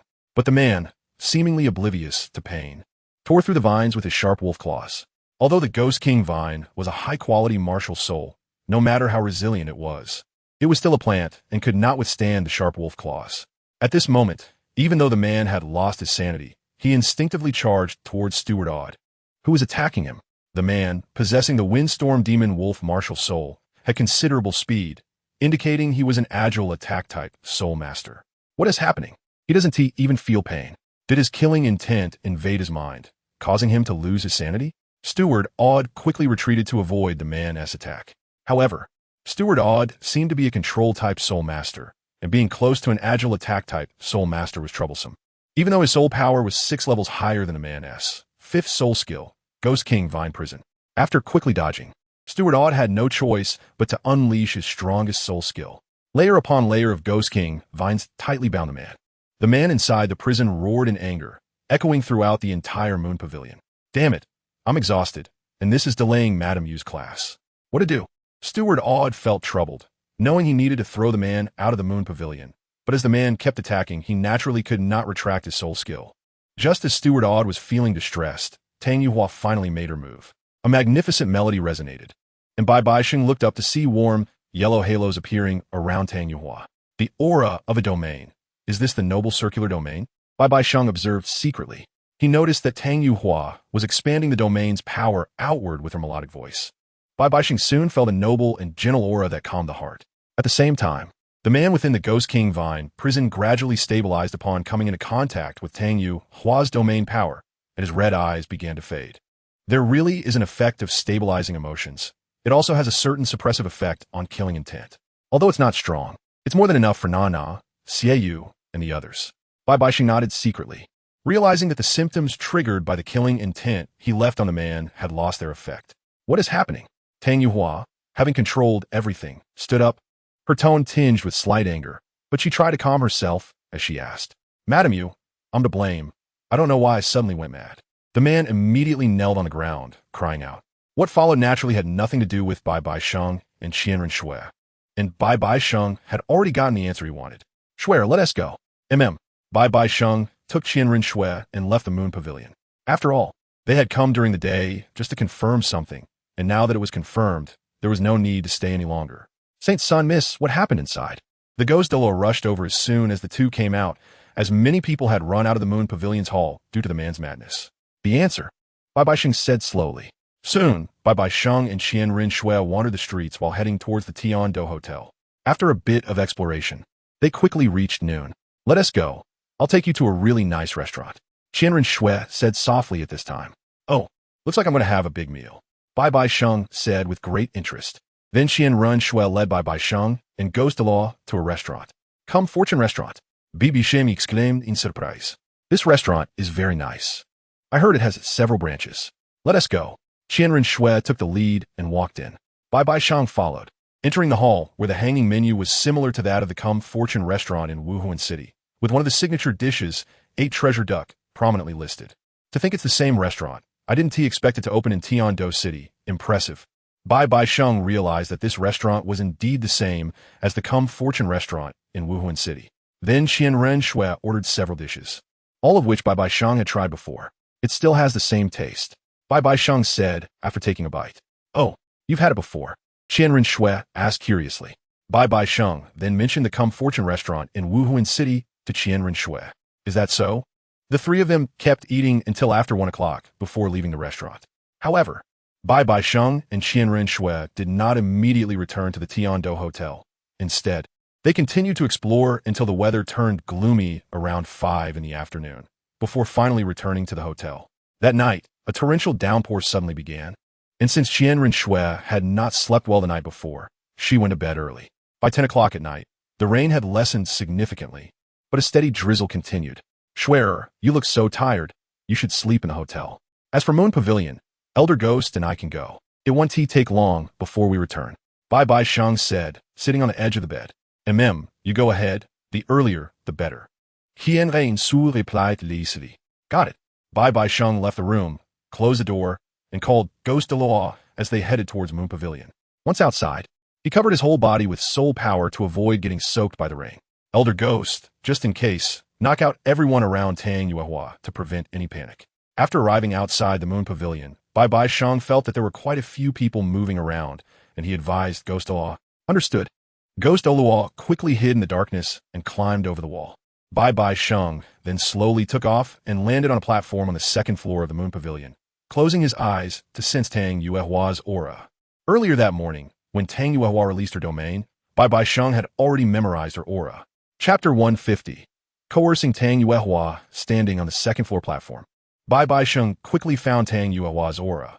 After all, the Moon Pavilion was just a small building, and especially since BibiSheng knew Tang Yuehua's aura, it was easy to locate her. BibiSheng then opened the window, walked down the corridor on the second floor, and headed straight to the end. He discovered that Tang Yuehua's door was closed and noticed that her room's windows faced the sides of the building, while the back faced the mountain. This was a miscalculation. It seemed he would have to take a detour and quietly enter through the window. BibiSheng was certain that Tang Yuehua was inside. Just as he was preparing to take the long way around, he heard Tang Yuehua's elegant voice from inside. It's getting late. You two should go back and rest. No need to accompany me. Yes, madam. Good night, madam. Besides Tang Yuehua's voice, BibiSheng also heard two other girls, reminding him of the two maidservants he saw with Tang Yuehua that morning. Perfect. BibiSheng slowly walked to the middle of the door, waiting for the two maidservants to open it. Ghost Douluo should have taken care of the guards by now, BibiSheng thought. Suddenly, the two doors were pulled open from the middle. Who are you, The two maidservants only just realized someone was standing at the door and immediately wanted to scream, but BibiSheng grabbed their necks, choking them so they couldn't speak, only able to look at him with terrified eyes. BibiSheng quickly pulled the two into the room and used his soul power to close the doors again. Who are you? Let them go. Tang Yuehua, who was turning back to her bedroom, heard the commotion and looked over, just in time to see BibiSheng entering her room with the two maidservants. Madam, we meet again. We only saw each other this morning, but perhaps you didn't notice me. As BibiSheng spoke, he hurriedly released the two maidservants' necks. Before they could make a sound, he swiftly struck the back of their necks with his hand, causing them to collapse to the ground, unconscious. No matter who you are, leave immediately, and I won't hold you accountable for your rudeness. Otherwise, I'll call for help. Seeing her two maidservants faint, Tang Yuehua's expression hardened, her emotions slightly fluctuating. Call for help if you want. Let's see if your guards will respond to you, because my people have probably already dealt with your guards. Moreover, when I entered the room, I used my soul power to create an invisible soundproof barrier, so even if you scream your throat raw, no one will come to save you. BibiSheng assessed Tang Yuehua and then chuckled lightly as he introduced himself. BibiSheng was somewhat puzzled. According to the information, Tang Yuehua was unmarried and had always been single, yet she was referred to as madam. Perhaps it was due to her age. BibiSheng thought to himself. Tang Yuehua indeed had some impression of BibiSheng. That morning, when she scanned the hall, she noticed the composed BibiSheng, along with his confident demeanor and indifferent gaze. A person of remarkable poise, Tang Yuehua naturally took a few more glances at him. What do you want? You seem to be a soul master. Are you really going to act against a defenseless woman? That would be rather unbecoming of you. Tang Yuehua's expression changed slightly, but she quickly regained her composure. After all, she wasn't a naive girl. Upon hearing BibiSheng's words and realizing he had intruded into her room in the dead of night, she was clearly prepared for this situation. Thus, although Tang Yuehua felt a bit panicked inside, she understood that shouting in this moment would clearly indicate her fear. With just one smile, 100 charms are born. The beauty of the 6 palaces pales in comparison. To be honest, the first time I saw you this morning, I was somewhat taken aback. So, In the middle of the night, with just a man and a woman. What do you think I want? Of course, I want to savor Madame Yu's charm. BibiSheng looked at Tang Yuehua's curvaceous and maturely alluring figure and suddenly said, I don't see what you claim in your eyes, and besides, I can't compare to the woman who was with you this morning. A hint of panic flashed in Tang Yuehua's eyes, but she forced herself to remain calm. You've been mingling with various powers in Heaven-Do City for so long. I don't believe you don't understand the principle that the flowers in a home are not as fragrant as wildflowers. BibiSheng grinned wickedly as he stepped closer to Tang Yuehua. Stop right there. Do you know who I am? Tang Yuehua panicked and shouted. I know. You're the owner of the Moon Pavilion, Madame Yu. But that's not all. Mainly, you are a member of the Haotian sect. The younger sister of the sect master Tang Xiao and the so-called Haotian Da, Tang Hao. Am I right, Tang Yuehua? BibiSheng continued walking toward her without stopping, revealing Tang Yuehua's identity. Since you know I'm from the Haotian sect, aren't you afraid my two brothers will retaliate against you? Tang Yuehua stood her ground and did not retreat in panic as BibiSheng approached. She knew that the calmer she was in such a situation, the better. Seeing Tang Yuehua so composed, BibiSheng couldn't help but think, as expected of a woman who has seen the world, someone whom Renxue called a remarkable woman. She was indeed different from a naive girl. In truth, Tang Yuehua was also quite nervous, contemplating various countermeasures, especially as BibiSheng drew closer. Her heart grew increasingly anxious. BibiSheng soon approached within about a meter of Tang Yuehua, staring into her beautiful eyes for a few seconds. Tang Yuehua slightly raised her head, also gazing into BibiSheng's eyes, trying to discern his true intentions. Suddenly, BibiSheng broke into a smile and sat down on a nearby sofa. All right, no more jokes. My name is BibiSheng, the Holy Son of the Spirit Hall. I traveled thousands of miles from Spirit City to Heaven-Do City just for you.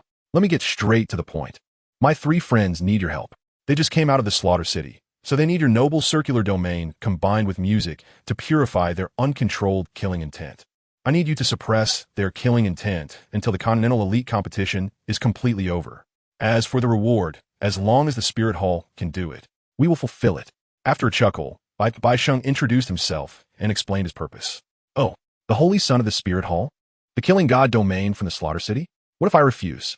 Upon hearing BibiSheng's words, the anxious Tang Yuehua felt somewhat relieved. If you refuse, that's simple. I will destroy the entire Moon Pavilion and throw you into the brothel. I'm not joking right now, and don't think your Haotian sect will come to avenge you. Because in my eyes, the Haotian sect is just a relatively powerful ant. BibiSheng sat on the sofa, his right fingertip producing a blood-red sphere the size of a ping-pong ball, which was the prelude to activating the Demon Destruction Bloodfall. The threat was evident. What a strong killing intent. What kind of ability is this? Tang Yuehua looked at the blood sphere on BibiSheng's fingertip and felt an immense sense of oppression, something she had never experienced before. Seeing that Tang Yuehua remained silent, BibiSheng unleashed another wave of blood-red light, expanding outward from himself, enveloping Tang Yuehua's small room in the killing god domain. The killing intent is materialized. Tang Yuehua was startled again when she saw a blood-red shadow behind BibiSheng. So, your choices now are either to come with me to Spirit City to help cleanse the killing intent of my three friends, or I will destroy this Moon Pavilion, kill everyone around you, and then throw you on the bed to violate you before sending you to the brothel to sing. Although you are a bit older, with your looks, becoming the courtesan of the brothel should be easy. BibiSheng said, applying pressure on Tang Yuehua. Despicable, shameless lewd. Is this the style of the Spirit Hall? Aren't you afraid that I will expose your actions and ruin your reputation as the Holy Son? Tang Yuehua couldn't help but be angry. It's evident how helpless and furious she felt, even cursing. How naive. Between me, a Holy Son of the Spirit Hall, and a singing courtesan, who do you think people would believe more? So, save yourself the trouble. Besides, I don't consider myself a good person. So please tell me your choice. It's getting late, and I don't want to drag this out any longer. Life or death. The blood sphere on BibiSheng's fingertip grew larger, now the size of a soccer ball. The pressure in the room intensified, making Tang Yuehua's body sway, and she let out a muffled grunt. Damn it. The person in front of her was unyielding and wanted to send her to the brothel to sing. Tang Yuehua gritted her teeth, her hands clenched tightly, suddenly feeling a sense of powerlessness. All right, since he said he could give me any reward, I'll reveal my martial soul defect and let him retreat. If he can really solve it, then it will be considered trade. At least until the end of the Continental Elite competition, Tang Yuehua thought, recalling her own failed martial soul mutation. Just then, as she was about to speak. A shadow interrupted her. Your Highness the Holy Sun, it's all taken care of. Ghost Douluo came to BibiSheng's side and said, What did you do to them? Tang Yuehua asked angrily upon hearing this. Don't worry, I just knocked them out. But if your choice is to refuse, then their lives will be of no concern to me the next moment. BibiSheng explained slowly. And this person beside me is a 96th level title Douluo, so don't think about any tricks. So, Madam you wouldn't want to see rivers of blood in the Moon Pavilion, would you? BibiSheng retracted his skills and killing field, continuing to threaten in a calm tone. Fine, I will go with you to Spirit City. But didn't you just say that the Spirit Hall would provide me with a reward within its capabilities? Tang Yuehua gritted her teeth and said, Clever, what do you want? BibiSheng smiled slightly upon hearing Tang Yuehua's words. Since you know my identity and came specifically for me, you must have investigated me and know about my failed martial soul mutation. Therefore, my reward is to solve my martial soul defect issue. Can you do it? Tang Yuehua stated her request in a deep voice. Solve the martial soul defect. Tang Yuehua, you really have a good idea.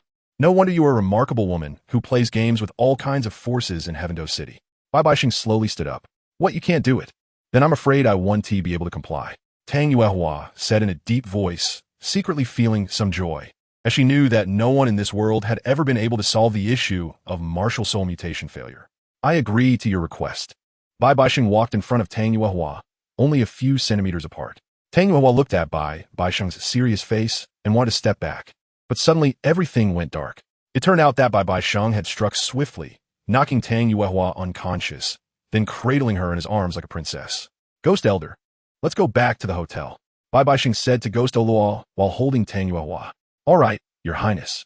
BibiSheng flew out of the window with Tang Yuehua, while Ghost Douluo closed the doors and windows behind him and followed closely. As for knocking Tang Yuehua out, BibiSheng did it to prevent any potential trouble in case she shouted and attracted the attention of the city defense forces when they reached the street. Soon they arrived at the Tiando Hotel, and BibiSheng flew into the third floor and entered his room. Ghost Elder, why not put Tang Yuehua in your room? BibiSheng suddenly heard Ghost Douluo say, Your Highness, let's not. It would be problematic if there were misunderstandings. Ghost Douluo quickly declined. All right then. BibiSheng then laid Tang Yuehua on the sofa in the living room and covered her with a blanket.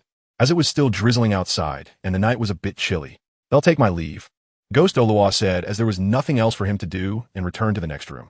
BibiSheng nodded, then walked to the door, leaving his soul power to seal it, and went to the window to seal it as well. After finishing everything, BibiSheng nodded in satisfaction. Now Tang Yuehua can't escape, and he can sleep peacefully. Looking at the soundly sleeping Tang Yuehua, BibiSheng returned to the bedroom. How did it go? Did you capture Tang Yuehua? Renxue, hearing the noise, raised her head and found BibiSheng had returned, then leaned on the pillow to ask. Captured her.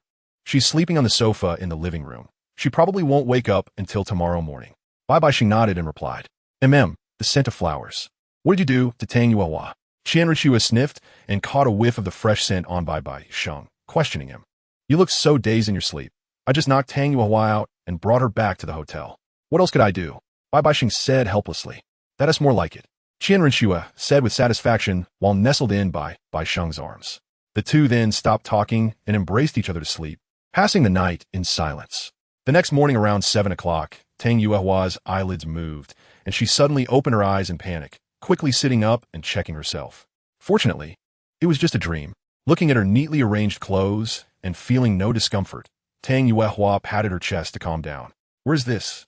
Last night, Tang Yuehua realized she had been knocked out suddenly. Looking around the unfamiliar room, she slowly lifted the blanket, stood up, and observed the room's decor. This decor looks like a hotel. How did I end up here? He must have brought me here. Tang Yuehua walked to the door, tried to open it but found it wouldn't budge, so she had no choice but to sit back down on the sofa. Chapter 151. Bringing Tang Yuehua back to Spirit City. Tang Yuehua sat on the sofa, then turned to look at the curtains and walked over, pulling them open with a slight tug. This street looks somewhat familiar. Could it be the Tiando Hotel? She thought. I can't push the window open. It's clearly done on purpose to prevent me from escaping. How infuriating, Tang Yuehua said angrily, her stunning face showing a mix of anger and helplessness. The noise Tang Yuehua made was naturally heard by BibiSheng and Renxue in the bedroom. It seems Tang Yuehua is awake. It's about time. Let's go out. The two quickly got dressed and left the bedroom. Hearing the commotion, Tang Yuehua turned around. Madam Yu, did you rest well last night? We have a long journey ahead. BibiSheng said, looking at Tang Yuehua, standing by the window. What do you think? Tang Yuehua replied, speechless. You knocked me out and caused me to have nightmares. How could I rest well? Tang Yuehua thought to herself, filled with resentment. Well then, it's good to hear you rested well. Em relieved. I wouldn't want others to say I mistreat women. BibiDong nodded and then walked toward the door, stepping outside. Tang Yuehua, hearing a somewhat thick-skinned tone, was so angry that she wanted to hit BibiDong. Madam Yu, please come and sit down. I apologize for bringing you here in this manner. After all, there are some grievances between the Spirit Hall and the Haotian sect. We had to take a tough approach since you might not agree to our visit. Renxue greeted from a sofa. Tang Yuehua looked at Renxue's otherworldly face and demeanor and could only sit down not far from her. BibiDong arrived at the door of the Ghost Daluo's room and knocked a few times. Your Highness, the Saint's son. Ghost Daluo opened the door and said, Elder Ghost, go to the hotel cafeteria and get a few breakfasts. We need to hit the road after eating. We can't delay any longer, BibiDong instructed. Understood. Ghost Daluo nodded, closed the door, and then headed to the cafeteria. BibiDong returned to his room. I've already asked Ghost Daluo to get breakfast. Madam Yu, let's set off for Spirit City right after we eat, BibiDong said as he sat down on the sofa opposite Tang Yuehua. Wait, how can I be sure that your Spirit Hall can really solve the problem of spirit defects caused by spirit mutation failures? All these years, although my soul power isn't great, I've never heard of anyone who can solve the problem of spirit defects. Tang Yuehua hurriedly asked about the unfinished conversation from last night. You don't need to worry about that. When the time comes, I will naturally have a way to solve your spirit defect problem. Do you doubt the reputation of our Spirit Hall? With my name as the Saint's son, and besides, you are accompanied by the Holy Maiden of the Spirit Hall. With both of our guarantees, what else do you have to worry about? BibiDong assured. After all, given Tang Yuehua's age, even if she broke through the limitations of her spirit, she wouldn't achieve much. At most, she would reach the level of a Soul King. So BibiDong was not worried at all. That's right, Little Shun wouldn't say that without a reason. I can assure you that once this is over, our Spirit Hall will definitely solve it for you. Renxue added to BibiDong's words. I really don't trust your reputation. At this point, Tang Yuehua spoke without reservation. But since you are the Holy Maiden of the Spirit Hall, I will trust you once, Tang Yuehua added. It doesn't matter whether you trust me or not. The result will be the same, BibiDong shrugged. Tang Yuehua was infuriated by BibiDong's attitude. Fine. Since I agreed to go to Spirit City with you, I have one more request. I want to inform a few people at BibiSheng that I'm safe before I leave. Is that okay? They must be very anxious seeing me suddenly disappear, and it might even lead to the situation being reported back to the Haotian sect. Tang Yuehua took a deep breath and requested. Indeed, at that moment, there was chaos in BibiSheng due to Tang Yuehua's sudden disappearance. Combined with the statements from the two maids, and someone had even barged into BibiSheng at night. They reported Tang Yuehua's disappearance to Long Baolong, requesting royal assistance in finding her. Although Long Baolong was aware of the situation, BibiSheng, as the Royal Court Etiquette Academy of the Heaven Do Empire, had no choice but to send troops to search the streets. This request isn't excessive, but it can't be done now. You can only send your message once you reach Spirit City, and your letter must be checked by our people before it can be sent out, BibiDong said lazily. Tang Yuehua was once again angered and glared at BibiDong, wanting to say something, but stopped. All right, what else could Tang Yuehua do, after all? She was in enemy territory. However, Tang Yuehua had never encountered a man like BibiDong. From last night until now, she felt that BibiDong was too relaxed, too indifferent, filled with an inexplicable confidence. This person seemed young, but his state of mind was extraordinary. It was as if she was facing an old monster who had lived for many years. Tang Yuehua was secretly curious. Just as the three fell into silence, there was a sudden knock on the door. Come, BibiDong said, and Ghost Daluo opened the door, pushing in a dining car, then closed the door. Your Highness the Saint's son. Miss, I heard some news in the cafeteria. The Heaven Do royal family is sending people to inquire about Tang Yuehua's whereabouts. Ghost Daluo said as he approached. As expected, after we finish breakfast, Elder Ghost, you go find a carriage to rent, then leave the city. Schwerer and I will take Madam Yu outside the city to find you, and then you too can return to Spirit City. I will stay in Heaven Do City for a few more days and won't go back with you, BibiDong said with a smile, showing no surprise at Ghost Daluo's words. Understood. I will ensure Madam Yu returns to the Spirit Hall. Ghost Daluo nodded in agreement upon hearing BibiDong's plan. Tang Yuehua felt a bit resentful, but could only vent her frustration on the food. After about 10 minutes, Ghost Daluo left the room and went outside. Fortunately, The Heaven-Do Hotel was busy with many guests and quite luxurious carriages were available. Ghost Douluo quickly rented a carriage and drove towards the outskirts of Heaven-Do City. After another 10 minutes, BibiDong slowly stood up. Swear, let's go. You take Madame Yu. Qian Renxue nodded, and golden wings slowly appeared behind her. Madame Yu, let's go, Qian Renxue said as she supported Tang Yuehua. BibiDong opened the window, and Qian Renxue immediately moved ahead. What a holy aura. What kind of light spirit is this? Tang Yuehua was secretly astonished as she sensed the aura emitted by Qian Renxue's six-winged angel. BibiDong followed closely behind, riding the Qingfeng sword, flying behind Qian Renxue and Tang Yuehua. In just a few minutes, they flew to a high altitude outside Heaven-Do City, and then slowly descended near a few trees by the roadside. Ghost Douluo sensed the fluctuation of soul power and knew that BibiDong and the others had come out. So he slowly drove the carriage to their side. Madame Yu, the carriage has arrived. Please get in. I hope you can behave. Otherwise, even if you run away, you can't escape. Think about what consequences may arise for BibiSheng and the Haotian sect, BibiDong said. He initially wanted to say a monk can run, but the temple can't, but then thought that there were no monks or temples in Douluo continent, so he had to give up. If I understand, Tang Yuehua said with a somewhat cold tone as she slowly walked into the carriage. BibiDong didn't mind. After all, anyone who was captured wouldn't show a good face.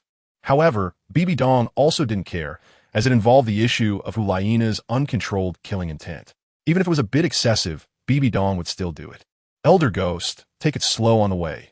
Don't neglect our esteemed guests from the Spirit Hall, BibiDong instructed. Understood. Ghost Douluo nodded. Madame Yu, you should feel honored. As a title Douluo is serving as your coachman for a few days, BibiDong said to Tang Yuehua in the carriage. If you were the one driving, I think I would be even happier, Tang Yuehua said, rolling her eyes. Let's go, Elder Ghost, BibiDong said with a slight smile to Ghost Douluo. Yes, drive. Ghost Douluo nodded and began to steer the carriage towards Spirit City. I think, madam, you will have an unforgettable impression of you in the days to come. Qian Renxue teased BibiDong as she watched the carriage depart. As far as I know, Tang Yuehua has been highly praised by the nobility in BibiSheng for years, especially by those women. This recent experience can be said to be her first. Qian Renxue then shared what Tang Yuehua knew. There's no way around it. Although it's not the only solution, if Nana and the others can't participate in the Continental Elite competition, it would be a huge regret for them, as all their efforts over the years have been for this moment. Time is running out, so I can only resort to this last option. Besides, I promised to solve her martial soul defect problem, which is actually a big gain for her.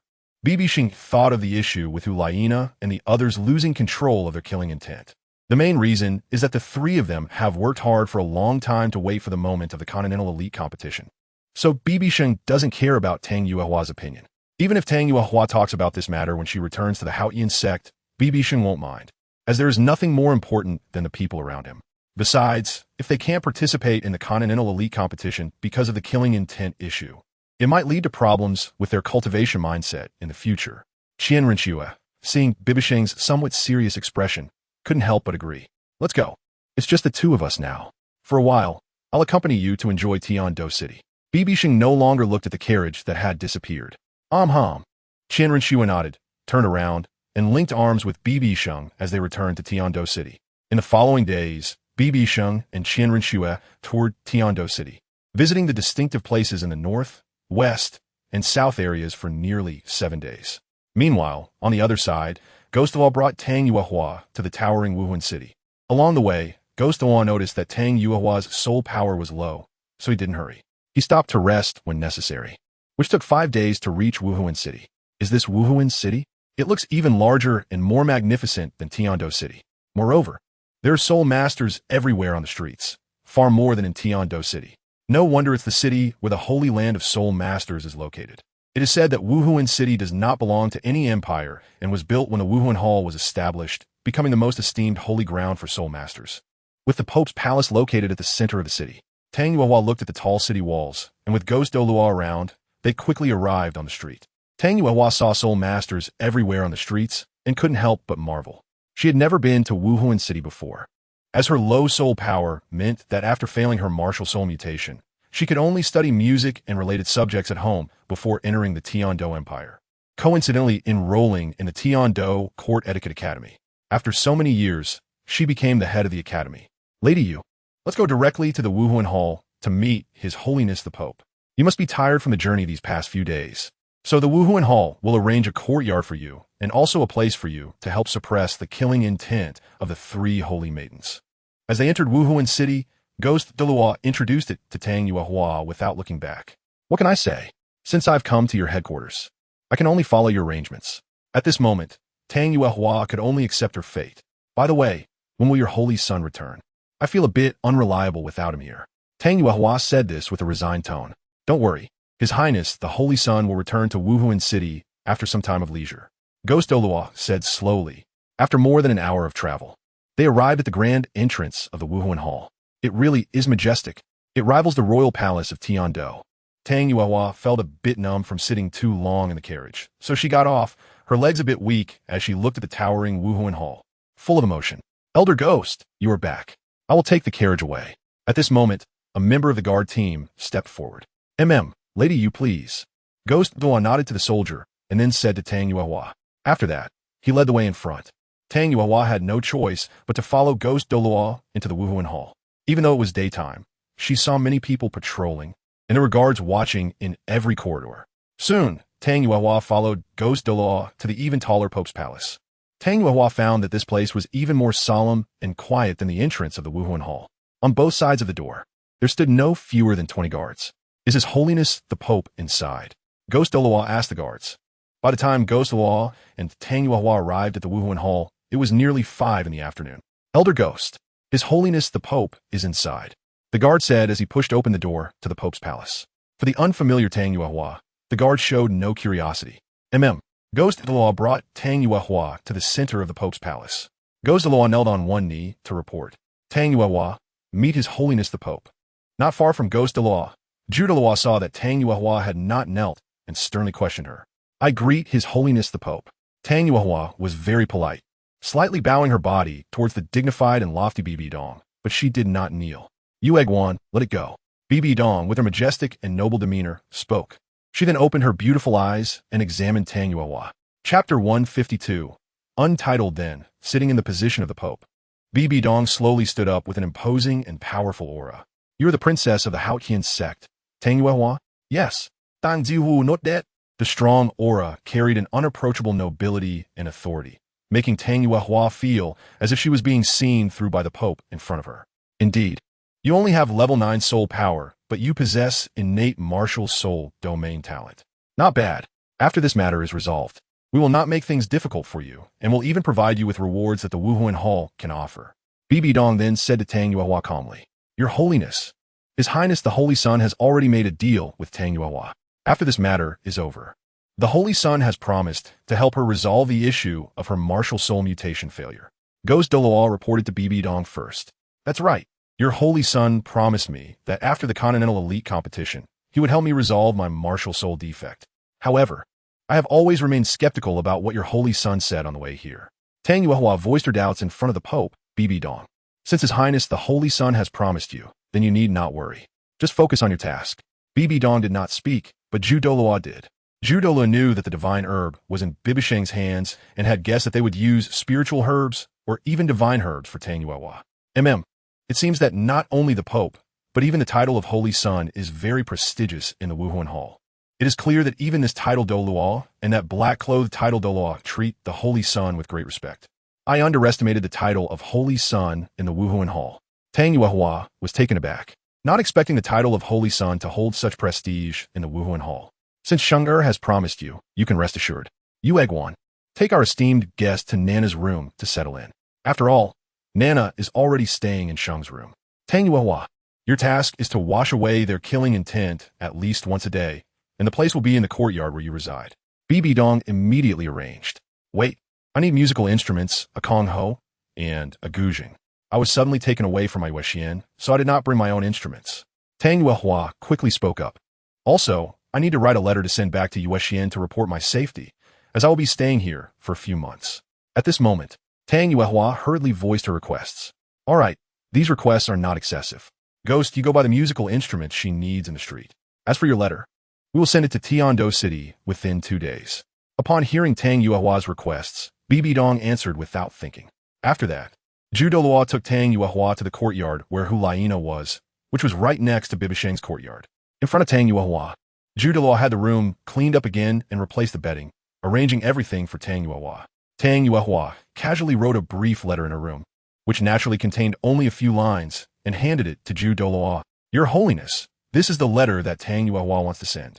Please have a look. Douluo gave the letter to BibiDong for inspection. There's no problem. Just send someone to deliver it to the BibiSheng in Tiando City. BibiDong said after reading the letter and handed it back to Douluo. Understood. Douluo nodded and left the Pope's hall, heading to the nearby intelligence department to send the letter. Gui Guo also returned to the Wuhuan hall with the musical instrument that Tang Yuehua mentioned, handed the instrument to her, and then went back to his own courtyard to rest. After sending the letter, Douluo went to the Wuhuan Academy and called Hulaina and the others. Elder Ju, is there something the teacher wants us to do?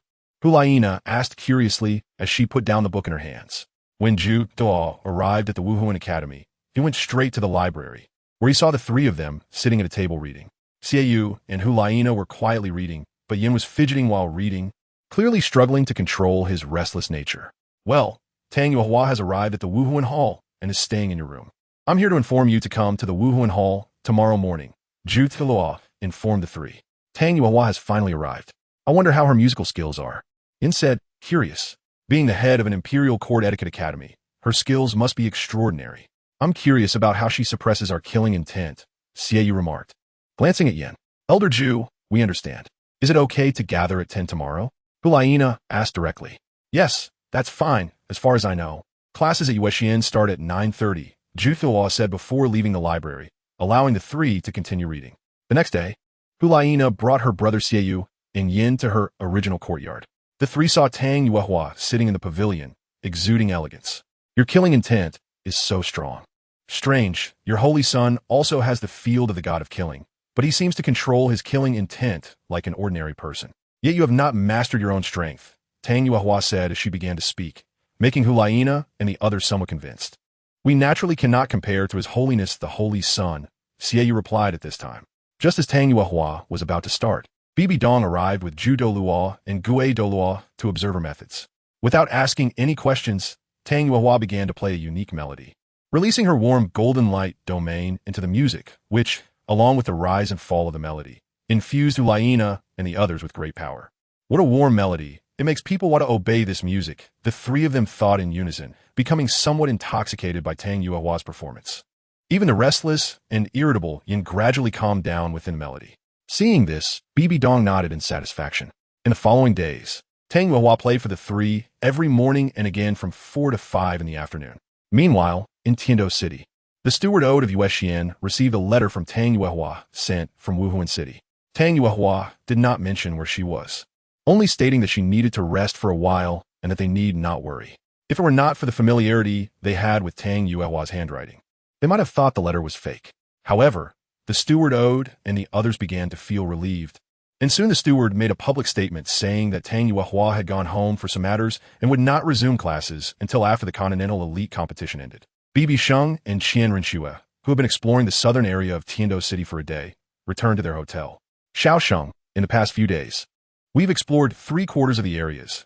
Only the eastern area is left, Renxue said, feeling a bit tired as she leaned on BibiSheng's shoulder. In the past few days, I have indeed seen the customs and manners of the Tiando Empire. So, what are the characteristics of the eastern area? BibiSheng asked. The eastern area? The biggest feature is youth, because most of the Soul Master Academies in Tiando City are located in the eastern area. This is because the Sunset Forest is 100 miles east with various sceneries, and the Tiando Royal Academy is located on a mountain not far from the East Gate.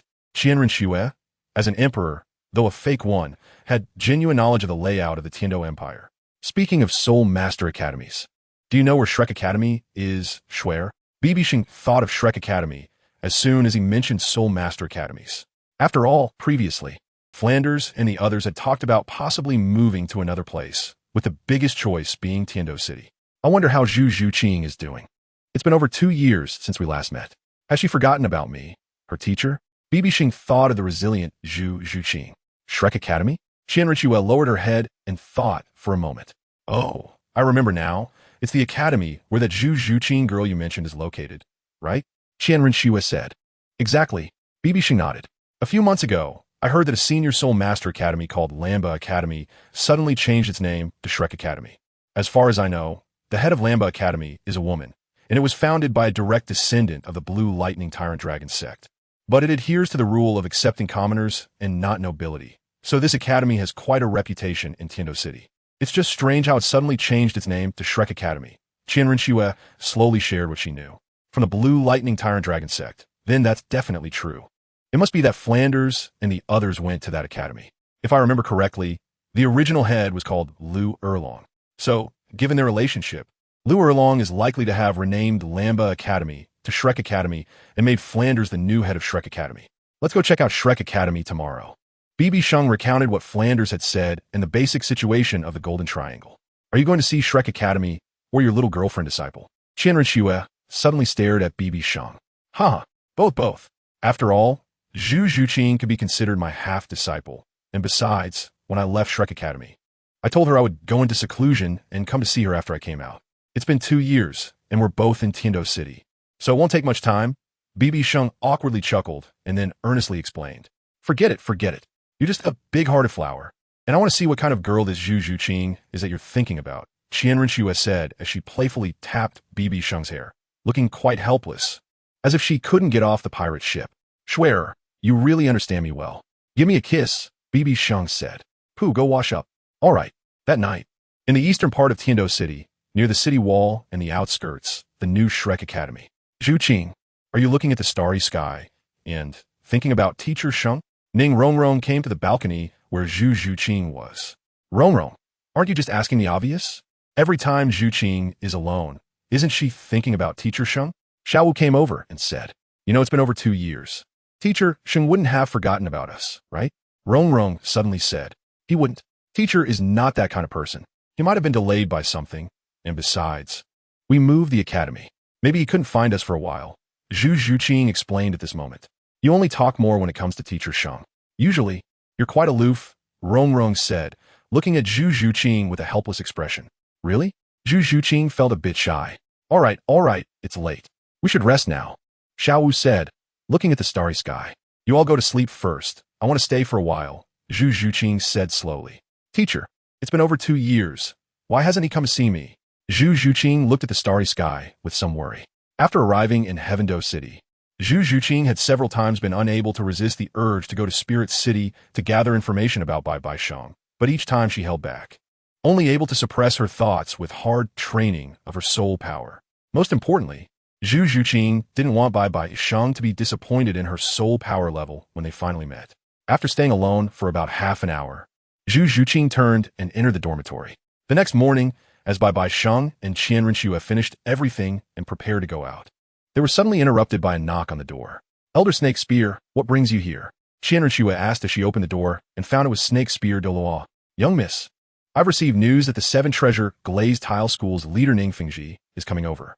More importantly, we have received intelligence that someone is preparing to trade slaves. Chang Gonglong has no experience in this area and intends to have you restore your identity as Shui Qinghe to handle the matter. Snake Spear Douluo explained as he quickly closed the door and spoke to Renxue. Trading slaves? Such audacity. Don't they know that the entire continent prohibits the trade of slaves? Renxue frowned upon hearing this. Shui, you go about your business. I can go to Shrek Academy myself, or we can go together tomorrow. At this time, Chang Gonglong seeking your help clearly shows he has no confidence. And such a mindset is more likely to reveal flaws in front of the shrewd Ningfengji. You must know that this is a critical moment for you. You cannot afford to falter, BibiSheng said as he looked at Renxue's conflicted expression. Young miss, what the Holy Sun said is correct. Chang Gonglong is indeed a bit unstable. And furthermore, you know very well what kind of person Ningfengji is, and he is also very familiar with Shui Qinghe.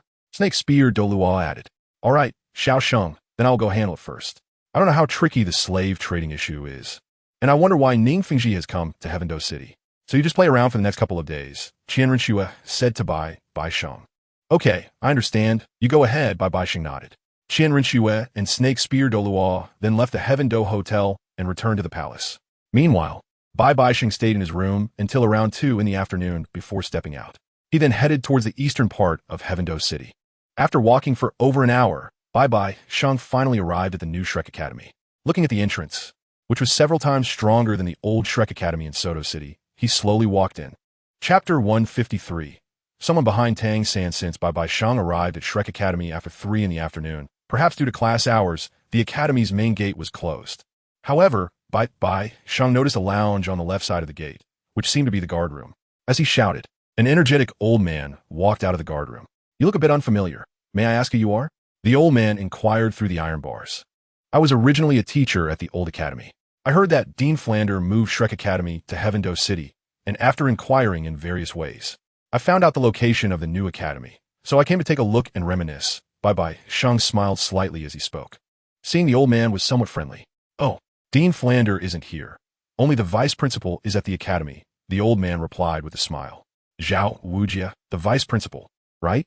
BibiSheng noticed the old man hesitated to mention Zhao Wujie's name, clearly testing him.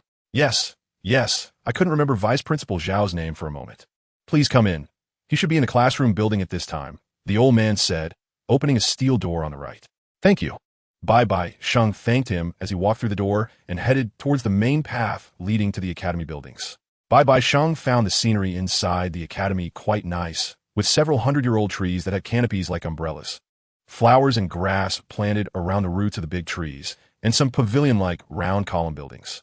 Perhaps due to class time, a few people were seen moving around in the academy. However, when BibiSheng walked for a few minutes and arrived at the academy square, several young students rushed out, both boys and girls. "Quick, Tyron's grandpa is said to be coming to find Tang San. The whole family really protects each other. Tyron's dad just came this morning, and now the grandpa has come for the 3rd time. Anyway, there's going to be a show to watch." The students ran towards the side of the academy. "Someone is looking for trouble with Tang San. Maybe others are over there too. Let's go take a look." Upon hearing their conversation, BibiSheng followed the direction the students were heading. He soon followed them to a spot near the backside of the classroom building. There was also a 100-year-old tree here, with several stone columns nearby, a few stone benches at the bottom, and some flowers and plants behind them. In the middle, surrounded by the stone columns, was a small circular area paved with stone bricks, resembling a fighting arena. Tang San, dressed in blue, stood with his back to the classroom building, facing an old man with white hair and beard, who was tall and robust, his body full of muscles, similar to Zhao Wujie's build. Undoubtedly, BibiSheng recognized this person as a power-type soul master, and behind him were 2 people, one big and one small. Perhaps these were the Tyren and his father mentioned by the students. It turned out they were from the Haoyan sex-affiliated family, with their inherited martial soul being the great strength gorilla. However, why was only Oscar beside Tang San? Were the others training? BibiSheng stood beside a tree not far from the students, secretly analyzing the situation in front of him. "Zhao Laoshi, hurry up." Suddenly, a familiar female voice entered BibiSheng's ears. Looking over, he saw Xiao Wu pulling Zhao Wujie towards Tang San and the others. However, before Xiao Wu and Zhao Wujie could reach, the patriarch of the power family, Tata, stomped his foot, releasing his soul power and beginning to pressure Tang San. Immediately, a thick and powerful soul power erupted in the small arena, creating a shockwave that forced the surrounding students and Oscar to retreat. Tang San's right hand manifested his martial soul, Blue Silvergrass, to counter the pressure from this 86th level soul Douluo. Before Tata's soul power pressure reached its peak, an image of himself, about 3 meters tall, formed behind him, and a gigantic hand came crashing down towards Tang San. At this point, Tang San, with only 38 level soul power, knelt on one knee and expanded the blue Silvergrass to cover his entire body. Their bet has been made. Let them finish it before we discuss anything else. But why is it Tang San who is facing this? Zhao Wujie also arrived, shaking his head helplessly at the atmosphere that had formed in the arena. "Zhao Laoshi, what should we do?" "Tang San definitely can't hold out for even an incense stick's worth of time," Xiao Wu said anxiously, her tone laced with concern. "Zhao Laoshi, do you know him?" Oscar asked curiously. "I know him very well. It was I who accidentally injured their clan's younger brother, and I was chased across half the continent. In the end, I came to Soto City with Flander to open Shrek Academy. His strength is over level 80. If it were any other soul Douluo, I would be confident to fight, but he is a pure power-type soul master. In terms of pure strength, he is at the level of a title Douluo, so they refer to themselves as the single attribute power family. However, I didn't expect this power family to be so protective. They beat the younger ones. And now the older ones are coming too." BibiSheng listened to Zhao Wujie's introduction to Xiao Wu and Oscar. However, These were not the things BibiSheng was concerned about. What he was concerned about was that he sensed a familiar aura from Tang San. The sense of the eight-angled mysterious ice grass and the fire apricot blossom, two great herbs he had consumed, were present. This only shows that Tang San, like himself, has refined his body with the ice and fire yin-yang eye. However, what BibiSheng finds puzzling is that even if the root of the immortal herb left by Douluo could still grow, it has only been a few years. And logically, there shouldn't even be a sprout yet, let alone reach the quality of an immortal herb. Interesting. Could there be other ice and fire yin-yang eyes on this vast continent? But that shouldn't be the case. And Xiao Wu's soul beast aura is also concealed within herself, indicating that there is also an immortal herb covering her aura. Does this mean that besides Tang Hao, there are other people hidden behind Tang San that I don't know about? It can't be the Haotian sect, nor can it be the title Douluo. After all, they completely don't know what an immortal herb is. This means that the person hidden behind Tang San might be a deity from the upper realm. I want to see how long this Tang San can struggle. Even if he is a god, he can't escape from my grasp. BibiSheng stared at Tang San, pondering secretly, while also speculating about the identity of the person hidden behind Tang San. Could be the Shura god and the sea god? In the previous life, the forums were clamoring that these two helped Tang San cheat, and even resurrected him after he was killed, which was widely recognized as cheating. BibiSheng then recalled what he had heard his previous life. After all, the Douluo canon anime was so popular, and the fact that two deities resurrected Tang San was a hot topic. It could be said that it was completely against martial ethics. Losing is losing. Just as BibiSheng was lost in thought, Tang San was torn apart by the pressure from the Titan after holding on for 2 minutes. Chapter 154. Ning Fengji and Bone Douluo arrive. Is he going to lose? Is he really going to lose like this? Tang San was half squatting. Under the immense pressure from the Titan, his chest was almost touching the ground. Sweat beads were densely covering his forehead, and then they dripped onto the stone slab. At that moment, Tang San supported himself with both hands, slowly lifting his left hand with great effort, palm open, and a deep blue mist appeared in his palm. Flickering with lightning, a blue metallic hammer appeared in the center of his palm. An overwhelming aura of a top-tier martial soul erupted, the kind of aura that only a supreme martial soul possesses. Tang San, with an indomitable gaze, looked at the Titan clan leader exerting pressure on him. This is the Haotian hammer. The Titan also noticed this change and saw the Haotian hammer in Tang San's left hand. His eyes widened involuntarily. The Titan looked at Tang San and inexplicably thought of a person, someone he admired immensely. Oh no, I think I've stirred up the Dragon King's temple. A family not recognizing its own family. This person is young, not only possessing an external soul bone, but also has twin martial souls. Could he really be his descendant? As the Titan looked at Tang San, he thought of the worst-case scenario, and the longer he looked, the more he felt that Tang San bore some resemblance to himself.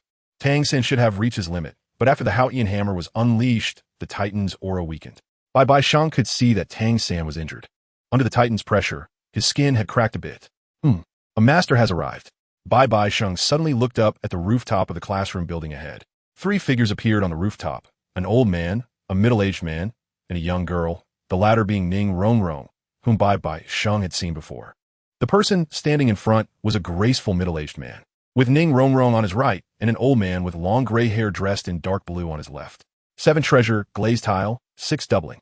The middle-aged man produced an ice blue, crystal-clear 7-layered pagoda, and 6 different colored beams of light instantly covered Tang San. At the same time, the old man suddenly moved at an extremely fast speed to stand in front of the Titan, interrupting the Titan's pressure. Caught off guard, the Titan took several steps back, then realized the identity of the newcomers. I wondered who it was. Turns out it's the Bone Douluo and Sect Master Ning's arrival. The old man saluted respectfully. From this order of address, it can be seen that the title of Title Douluo is more powerful than that of a Sect Master. It turns out to be Ning Fengji, the Sect Master of the 7-treasure glazed tile school, and Bone Douluo, who should have been by Su Er's side at this time. Did they not see Ning Fengji and the others all day? BibiSheng observed their arrival and, with the Titan clan leader's words, already knew their identities. Old gorilla, give my brother some face. Let's call off this bet. Bone Douluo stepped forward a couple of paces and spoke, though his tone carried a hint of jest. Fine, I'll give you some face. Let's call off this bet. The Titan smoothly followed up, giving himself a way out. Oh, so generous, old gorilla. This isn't like your style. Bone Douluo said in surprise, clearly aware of each other's personalities. Old Bone, see clearly what he's holding in his hand. Sure enough, as the Titan clan leader spoke, BibiSheng's guess was confirmed. The relationship among the few of them was quite good. Perhaps this family of strength is stationed in Heavendoe City, BibiSheng thought to himself. This is the Haotian. Douluo looked over at Tang San, who was still sitting cross-legged and had not yet put away the Haotian hammer. In fact, Zhao Wujin and Oscar were also looking at Tang San in astonishment, completely not expecting that Tang San actually possessed twin martial souls. It's good to know. I've stirred up the Dragon King's temple, and I'm afraid you all will be in for a hard time. The Titan laughed heartily as he spoke. At this moment, Tang San also slowly put away the Haotian hammer, and then stood up. It's you, Secmaster Ning. Tang San said in surprise, looking at Ning Fengji. We do have a connection. Just call me Uncle. Ning Fengji looked at Tang San with an appreciative gaze. Tang San, your father's name is Tang Hao. However, the Titan hurriedly came to Tang San and asked, How do you know? Tang San asked in surprise. Old servant pays respects to the young master. Immediately, the Titan clan leader's action shocked Oscar and the others. Even the Titan's son and grandson stared wide-eyed at the Titan before them. What a scene for Tang San. However, Ning Fengji had met Tang San before. For some unknown reason, could it be because of the hidden weapon in Tang San's hand? BibiSheng looked at everyone and couldn't help but feel a bit interested. Everyone, I am Zhao Wujin, the vice president of Shrek Academy. Why don't we enter our academy's conference room to talk? Zhao Wujin realized that there were too many people and it wasn't a good place for conversation. So he invited Ning Fengji and the Titan's people to speak. So it's you. We will discuss that matter later. First, find us a quiet room. I want to have a detailed talk with the young master. The Titan clan leader recognized Zhao Wujin, but decided not to hold a grudge over past events. That's reasonable. We will take you to the conference room first. Tang San should change his clothes. What are you all doing here? Hurry up and go to class. Zhao Wujin shooed away the onlooking students and then led a few people toward the teacher's building. Soon, the place became quiet. BibiSheng returned to the position where everyone had just been. He then secretly followed the direction of a few people. Before long, he arrived at a 5-story building and heard Zhao Wujin's voice. Tang San, go change your clothes first, then come to the 4th floor conference room. BibiSheng saw Tang San turn to a nearby building, while Zhao Wujin continued to lead the two to the 4th floor, arranging separate rooms for Ning Fengji and the Titan. BibiSheng arrived at the back of the building, standing on a branch of a tree at the treetop level, hiding his figure with the leaves. However, BibiSheng could sense the movements and conversations of Ning Fengji and the others. Fengji, I didn't expect he is the son of the Haotian Dalu. Originally, the Haotian sect was already pressing us down, and now with another remarkably talented Tang San from the Haotian sect. Once Tang San rises, we will have no chance of turning the tables. I feel that we cannot allow this child to grow up unchecked. Otherwise, once he becomes a title Douluo, he could pose a significant threat to us. Uncle Bone, there is no need to say such things in the future. The 3 major sects are like branches of the same tree, and we have no reason to become enemies with them. As Ning Fengji and Douluo entered the conference room, Douluo couldn't help but say to Ning Fengji while Ning Rongrong stepped out. Moreover, compared to the situation on the continent, sect grievances mean little. Ning Fengji said in a somewhat serious tone, Sectmaster, are you saying? Douluo speculated in his heart. At this moment, Ning Fengji walked over to the window with a somewhat melancholic expression. Chapter 155. Preventing the deal. Ning Fengji looked out at the scenery, overlooking the land from the 4th floor. In our youth, the continent was tumultuous, with battles among soul masters everywhere. But in the past 20 years or so, these conflicts have disappeared, and the entire continent has become frighteningly quiet. Ning Fengji continued in a serious tone. You mean? Douluo continued to speculate. Although I've only found a few clues, these signs indicate that the situation on the continent has reached a critical point. Perhaps they are waiting for an opportunity, just like 2 years ago, to pin the blame for the destruction of the Puff family on the 7 treasure glazed tile sect. Therefore, at this moment, the 7 major sects must unite, which is why Tang San's hidden weapons are a good means of protection for our direct disciples, Ning Fengji said slowly. Douluo fell into deep thought, and Ning Fengji also calmed down, causing the room to fall silent. After a while, Ning Rongrong entered, carrying tea. Dad, Grandpa Bone, please have some tea. Tang San may have gone to meet the Titan clan leader first. When Ning Rongrong came in, Ning Fengji and Douluo returned to their seats. Indeed, they are preparing to trade hidden weapons. It seems I must sabotage the transaction between Tang San and Ning Fengji. Bibidu, who was outside, listened to their conversation clearly and began to think about how to disrupt their deal without exposing his identity. Soon, a smile crept onto Bibidu's lips. and his white hair gradually transformed into blood-red long hair, while his clothes took on blood-red stripes. Bibidu took out a mask from his soul guide, which covered at least 2/3 of his face. At this moment, due to the blood-red hue caused by his blood energy, Bibidu appeared somewhat cold and enchanting. His demeanor changed drastically, as if he had become a different person. Then, Bibidu waited for more than 10 minutes until he heard Tang San leave the room where the Titans were and walk toward Ning Fengji's room. After Tang San left, the Titans also exited the room and left the academy. Secmaster Ning, Rong, sorry to keep you waiting. Tang San entered the conference room, gently closed the door, and greeted Ning Fengji and Douluo with a polite smile. I apologize. I wanted to satisfy my curiosity urgently, so I went to see the Titan Elder first. Tang San explained, feeling a bit awkward. No problem. I didn't expect you to be the son of an old acquaintance. I originally came here to invite you to join the Seven Treasure Glazed Tile sect, but you're even more outstanding than I imagined. And I didn't expect you to possess the Haotian hammer, Ning Fengji said casually, his warm tone giving Tang San a good impression. Secmaster Ning, do you know my father? Tang San asked curiously. Most soul masters on the continent have heard of your father's name, but he didn't tell you about his situation, and we have no right to disclose it. It's better for him to tell you himself. Ning Fengji slightly shook his head, not revealing any details about Tang San. All right, why does everyone only say half the story? Tang San thought helplessly. By the way, we came here to purchase the complete set of hidden weapons that Rong demonstrated to us in the morning. We need a total of 500 sets, and I'll offer 10,000 gold soul coins per set, Ning Fengji said at this time. You also know that we auxiliary system soul masters lack combat capability. And since I saw the hidden weapons on Rong, I think we should get some protective gear for the other auxiliary soul masters in the sect. Ning Fengji added with a slight smile. I understand, but it does not include the Flying God Claw.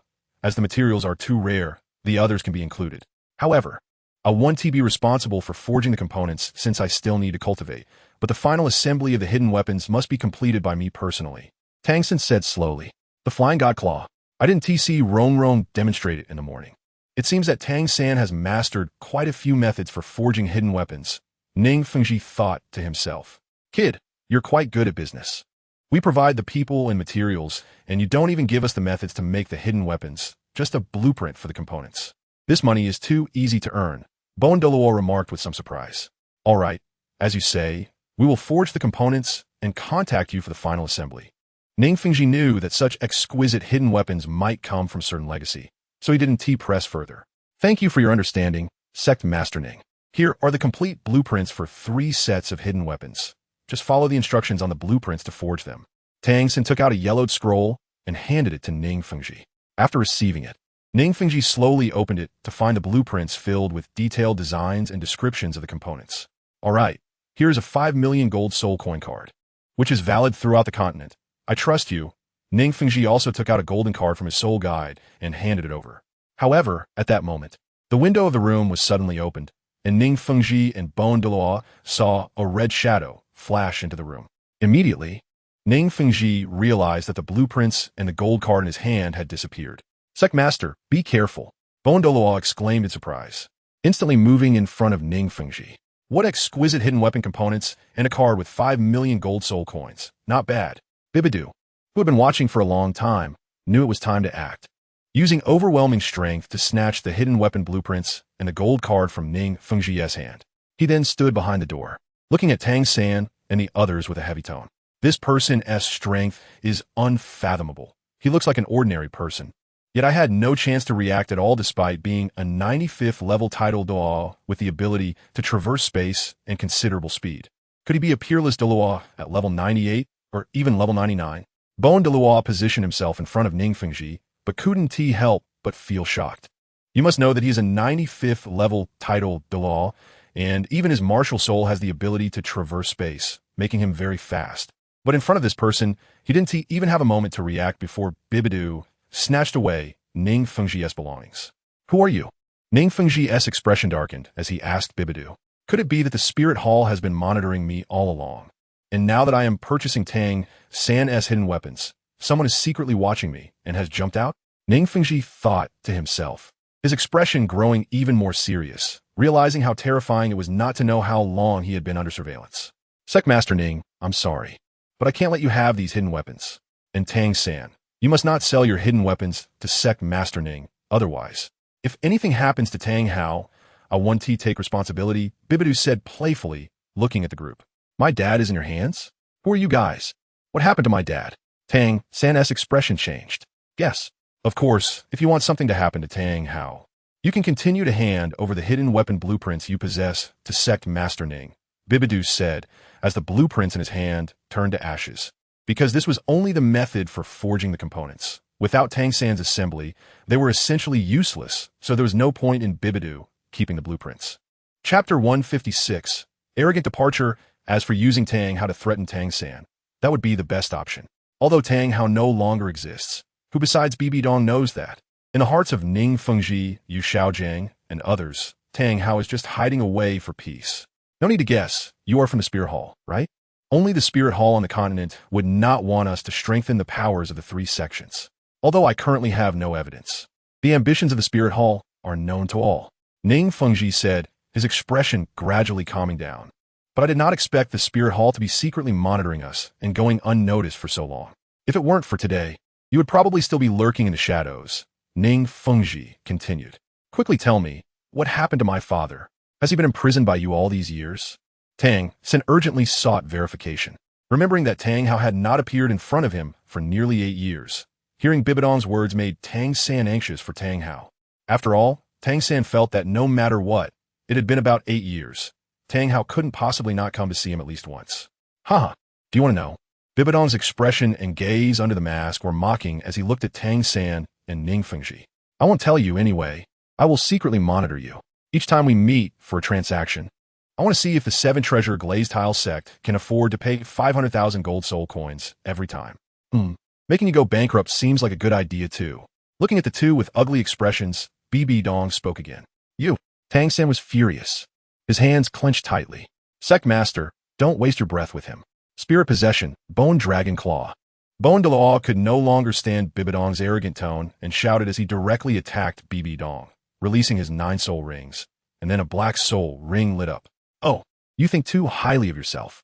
Bibidong scoffed, slightly raising his hand, and with a palm, he effortlessly caught the bone claw transformed by Bone Douluo. What? Bone Douluo was shocked. The attack he released in anger, although it was his full power, was still about 90% of his strength. But what did Bone Douluo see? With one strike, he couldn't even shake Bibidong at all. It merely caused the fluctuations of soul power to ripple his clothes. So this is the title Douluo. With a forceful push, Bone Douluo's entire arm began to twist from his palm to his shoulder. Uncle Bone, 7-treasure, glazed tile, 6-fold enhancement. Ning Feng Ti Octet instantly. Emitting 6 colors from the top of the tower to enhance Bone Douluo. Grandpa Bone. At this moment, Ning Rongrong shouted. Bone Douluo was instantly struck in the chest by Bibidong's palm, and in a daze, he seemed to fly backward. With a bang, the wall of the conference room was broken through by Bone Douluo, who fell outside the building. During this time, Bone Douluo spat out a perfect arc of blood. What? Uncle Bone. Ning Fengji was shocked. His enhancement had not yet reached Bone Douluo when he was instantly sent flying. Looking at this situation, it seemed that with one hit, he would be severely injured if not dead. You are a soul master of evil. Ning Fengji looked at Bibidong, who was engulfed in blood flames, and he appeared more like an evil soul master. Ning Fengji then glanced at Ning Rongrong, feeling a bit terrified. If he really was an evil soul master with such strength, defeating the highly defensive Bone Douluo with one palm, if he suddenly attacked, neither he nor Ning Rongrong would be able to escape. Remember my words, if there's a next time, it won't be as simple as today. Your 500,000 gold soul coins will be considered the fee for this Bone Douluo who foolishly attacked me. Bibidong left a calm statement, and then transformed into a burst of bloodlight, disappearing from the conference room. Soon, Bibidong's figure vanished from the conference room, as if he had never existed. If it weren't for the hole in the wall of the conference room telling the story, the three would have thought they were dreaming.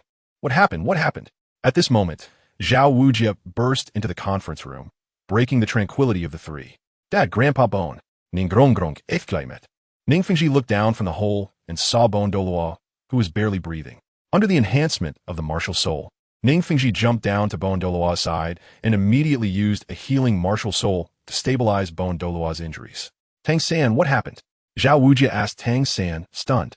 I don't know either. Just now a mysterious person broke into the conference room, interrupted our conversation, and then severely injured the titled Dalu with one strike. Tang Sin also introduced in shock. Mainly, it happened too quickly. Tang Sin did not expect that the titled Dalu known as Bon Dalu would be defeated in one blow. What? Defeated a titled Dalu with one strike? What level of power is that? Zhao Wujie was also astonished, while the few were silent. BibiSheng had already arrived outside Shrek Academy, returning to his true form. For Bon Dalu, BibiSheng had shown restraint, perhaps not even releasing 1/10 of his power. Moreover, BibiSheng did not sense Zhu Zhuqing's aura, so there was no need to stay in the academy. She should be in the mimicry training room, isolating her aura. It's getting late. I'll come back at night. BibiSheng thought as he walked down the street, heading back to the hotel. Soon, he arrived at the Tiando Hotel, and it was already past 5 o'clock. BibiSheng went to the cafeteria to eat a little, and after finishing, he returned to his room and took a nap. It wasn't until nearly 9 o'clock that BibiSheng opened his deep-set eyes. He then walked out of his room, heading towards Shrek Academy. It's so late. Even if Zhu Zhuqing is hard-working and diligent in her training, she should be resting by now. After seeing Zhuqing, I should return to the Spirit City. BibiSheng thought as his figure disappeared into the night. Arriving at the academy, he went to the back of the girls' dormitory building, which he had inquired about in the afternoon. Could it be that the teacher really forgot about me? It was agreed upon for 2 years, but she has not appeared. Could it be that something went wrong during her training or experience? Zhu Zhuqing, as usual, came to her dormitory balcony before bed, resting her hands on the railing and propping her chin while gazing at the sky. Zhu Zhuqing, come out. BibiSheng felt Zhu Zhuqing's aura and saw her somewhat melancholic expression. So he transmitted his voice to her from behind the dormitory building. Who? Zhu Zhuqing was startled. This voice interrupted her thoughts. I don't want anything to happen to the 2 girls in your dormitory. You should come out from the nearby forest, BibiSheng reminded. Zhu Zhuqing's face tightened as she focused on the nearby forest. Could it be that my sister has found out about me and sent a powerful person over?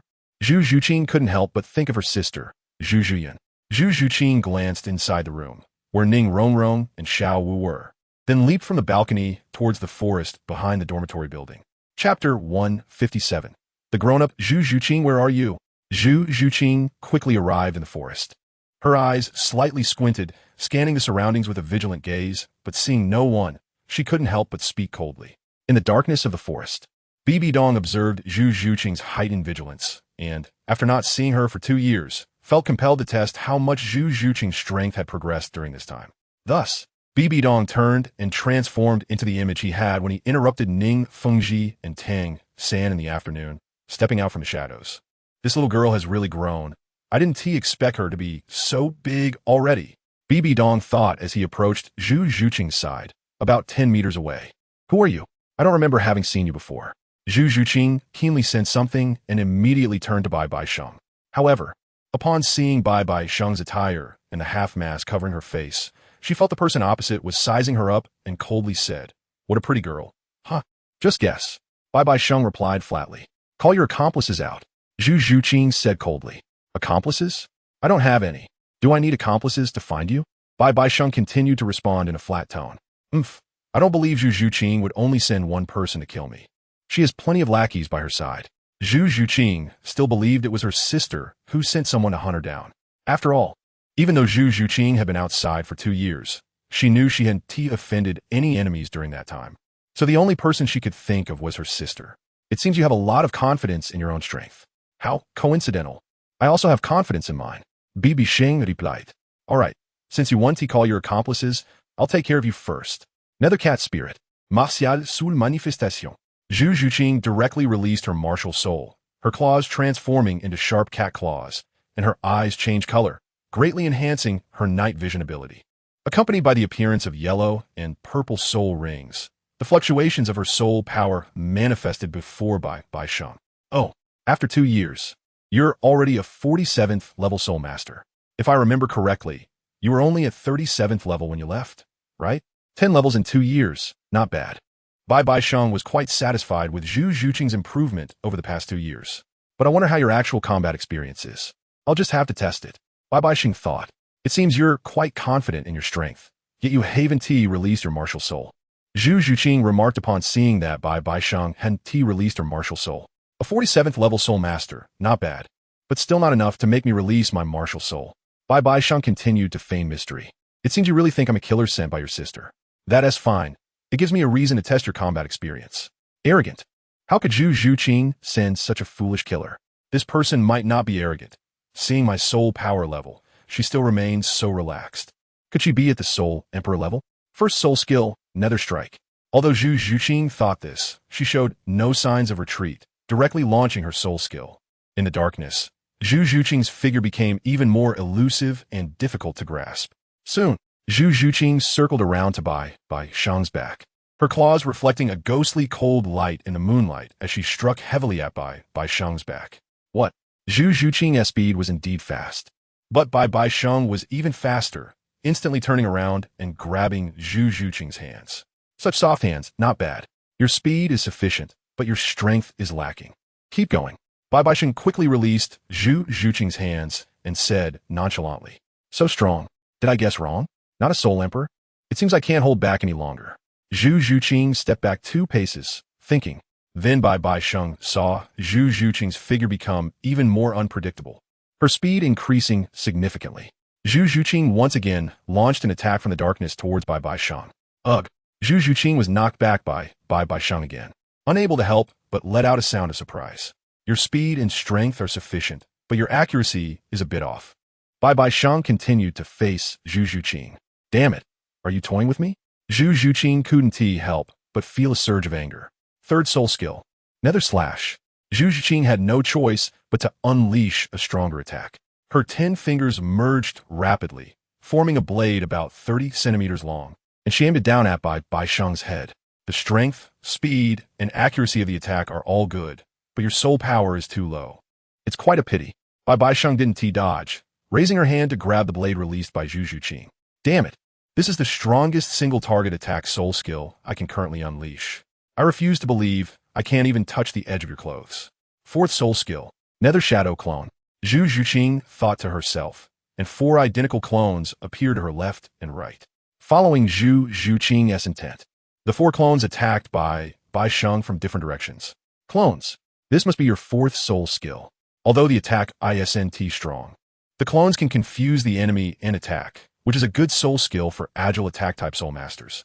BibiSheng quickly moved from her original position, dodging the intersection of Zhu Zhuqing's clones and her main body, and nodded slightly. But is this all you can do?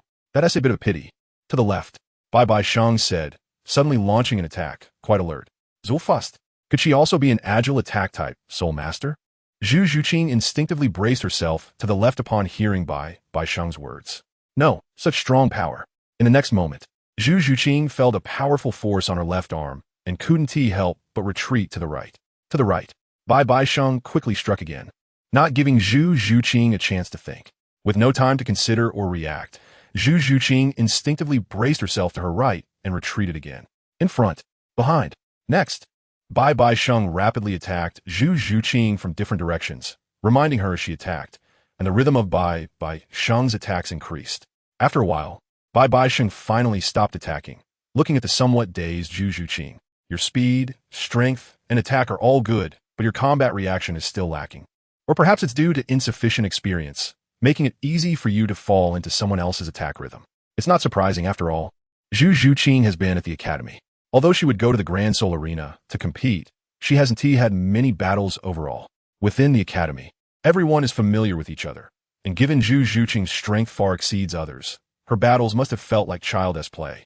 However, combat experience isn't currently her main focus. At their age, it's the time to enhance soul power. BibiSheng was somewhat satisfied after testing Zhu Zhuqing, noting that her combat experience was somewhat lacking, but everything else was fine. Chapter 158. Revealing herself, BibiSheng looked at Zhu Zhuqing and secretly gave her a candid evaluation. As for combat experience, BibiSheng wasn't disappointed. Moreover, Zhu Zhuqing, who was just over 14 years old, is, according to the standards of her past life, just a middle school student, so it's very normal. Just like students in school, they don't need to know too much about social knowledge. Knowing basic common sense is enough, and the rest should focus on their studies. Then, BibiSheng looked at the somewhat out-of-breath Zhu Zhuqing and couldn't help but sigh inwardly. She is truly grown up. Who are you? Why are you toying with me in the middle of the night? You are definitely not a killer sent by my sister. Zhu Zhuqing regained her composure, her expression growing even colder. At the same time, she realized that the mysterious man before her was no simple soul emperor or soul sage. She had completely lacked any ability to retaliate or react. A 47th level soul master at 14 years old. Although she seems somewhat inexperienced in combat. Zhu, it's been over 2 years, and you've really grown quickly. BibiSheng returned to Zhuqing's familiar voice. And with a flash of red light on her body, she removed her disguise. Upon hearing this, Zhuqing was stunned, and her pupils couldn't help but gradually widen. Her body slightly trembling, her breath becoming disordered. Zhuqing, long time no see, how have you been? BibiSheng molked uptozfink. Raised her hand to brush aside Zhuqing's bangs by her ear. Teacher, is it really you? Am I dreaming? Zhuqing paused, reaching out to touch BibiSheng's arm, tears streaming down her face. It's me. Sorry for taking so long to come see you. BibiSheng smiled affectionately. Woo-woo. Teacher, you finally came. I thought something happened to you. Only then did Zhuqing feel the real body temperature coming from BibiSheng's arm. Knowing she was not dreaming. As she spoke, she suddenly lay into BibiSheng's chest, crying with hot tears streaming down her face. BibiSheng knew that staying silent was the best choice at this moment, just gently patting Zhuqing's back to comfort her. After a long while, Zhuqing's sobs gradually weakened. Enough crying. The dignified, ghostly spirit cat has now turned into a little kitten. Aren't you afraid your companions will laugh at you? Only then did BibiSheng speak, slowly pulling Zhuqing out of his embrace. Teacher, you're laughing at me. Zhuqing felt embarrassed, her pretty face flushed, and her voice naturally became softer. Fortunately, BibiSheng's strength was extraordinary. Otherwise, she wouldn't have been able to hear what Zhuqing was saying. All right, I know you're a bit emotional, but my shirt is wet now. It's time to calm down. After not seeing you for 2 years, you really didn't disappoint me. Your strength has progressed quickly, and, as your teacher, I'm very happy for you. BibiSheng straightened Zhuqing up and seriously praised her. Over the past 2 years, thanks to the medicinal baths from my teacher and the daffodil jade skinflower herb you gave me, I can clearly feel that my cultivation has progressed much faster than before. I feel that the medicinal liquid has enhanced my power and physique, while the fairy herb has increased my soul power cultivation speed. Zhuqing immediately shared her feelings about her cultivation over the past 2 years. As long as it's effective, you're going to participate in the Continental Elite competition soon, right? Let's take a break for now, BibiSheng said slowly. Okay, teacher, and just recently, the medicinal liquid you left for me has run out. My current strength is comparable to that of a power-type soul king. They all say I've become a well-rounded soul master. Zhuqing nodded obediently. That's good. I came here so late, mainly to see where you are in Shrek Academy. Now that I've seen you're doing well, I can rest assured. It's getting late. Let's head back to the dormitory to rest. I also need to return to the Tiando Hotel to rest, BibiSheng said, planning to go back to the hotel since he only came to see Zhuqing. How've you been these 2 years? How's your strength progressing? This teacher is leaving so soon after just arriving? I still have many questions and things I want to talk to you about, Zhuqing said, feeling reluctant. After all, Zhuqing had only seen BibiSheng for a short while and was naturally very reluctant. So am I, but it really is a bit late today. Then, teacher, let me accompany you to the hotel for a heart-to-heart talk. It's not too late to rest at midnight, and the Tiando Hotel is so big. It should have extra rooms, Zhuqing suddenly suggested. That might not be good, BibiSheng said helplessly. Whether it's good or not, teacher. Otherwise I won't be able to sleep if I go back to the dormitory now, Zhuqing said, shaking BibiSheng's arm with a bit of a spoiled action. All right then, but I'll say it in advance. Once it's past midnight, we must return to our rooms to rest. If you remember, your teacher loves to sleep the most, BibiSheng agreed with Zhuqing. Thank you, teacher. Let's hurry up. We still have more than an hour. Zhuqing nodded. Then, seeing Zhuqing agreed, BibiSheng took her toward the Tiando Hotel in the center of Tiando City. In a certain manner in Tiando City, the Titan clan leader sat in his great hall, holding a letter. According to what the young master said, the master has not appeared for 8 years, and I haven't heard any news about him in the Soul Master world. Could it be because of that incident? The master returned to the Haotian sect and was placed under house arrest. The Titan pondered while holding the letter, hesitating whether to send the letter to the Haotian sect. Never mind, since the young master has come out to the academy, then the master must be safe and sound. Someone, ultimately, unable to contain his curiosity about where Tang Hao was, the Titan clan leader handed the letter to his intelligence personnel to be delivered to the Haotian sect. When BibiSheng brought Zhuqing to the entrance of the Tiando Hotel, it was nearly 10:30 at night. Let's go, it's upstairs. Upon arriving at the room upstairs, BibiSheng opened the door only to find that someone was inside, and it was the presence of Renxue, who was currently in the shower. Teacher, is there someone else in your room? Zhu Zhuqing asked curiously. Your teacher's wife must have come over. It's strange. She clearly had to leave for a few days. Yet she came. BibiSheng shook his head helplessly. Teacher's wife. Zhu Zhuqing was taken aback, not knowing what to think. Will I disturb the teacher's wife? Zhu Zhuqing then asked helplessly. You won't, don't worry, she's very nice. Just come and sit on the sofa, BibiSheng said to Zhu Zhuqing as he closed the door. Oh, all right. Zhu Zhuqing walked cautiously into the living room and sat on the sofa. I wonder what kind of person the teacher has taken a liking to. Zhu Zhuqing thought awkwardly and curiously. In fact, BibiSheng thought Renxue would be busy for a few days and wouldn't come to the hotel, which is why he brought Zhu Zhuqing there, but unexpectedly, Renxue had time to come over late at night. Chapter 159. The two women meet. BibiSheng didn't care much and fell at ease.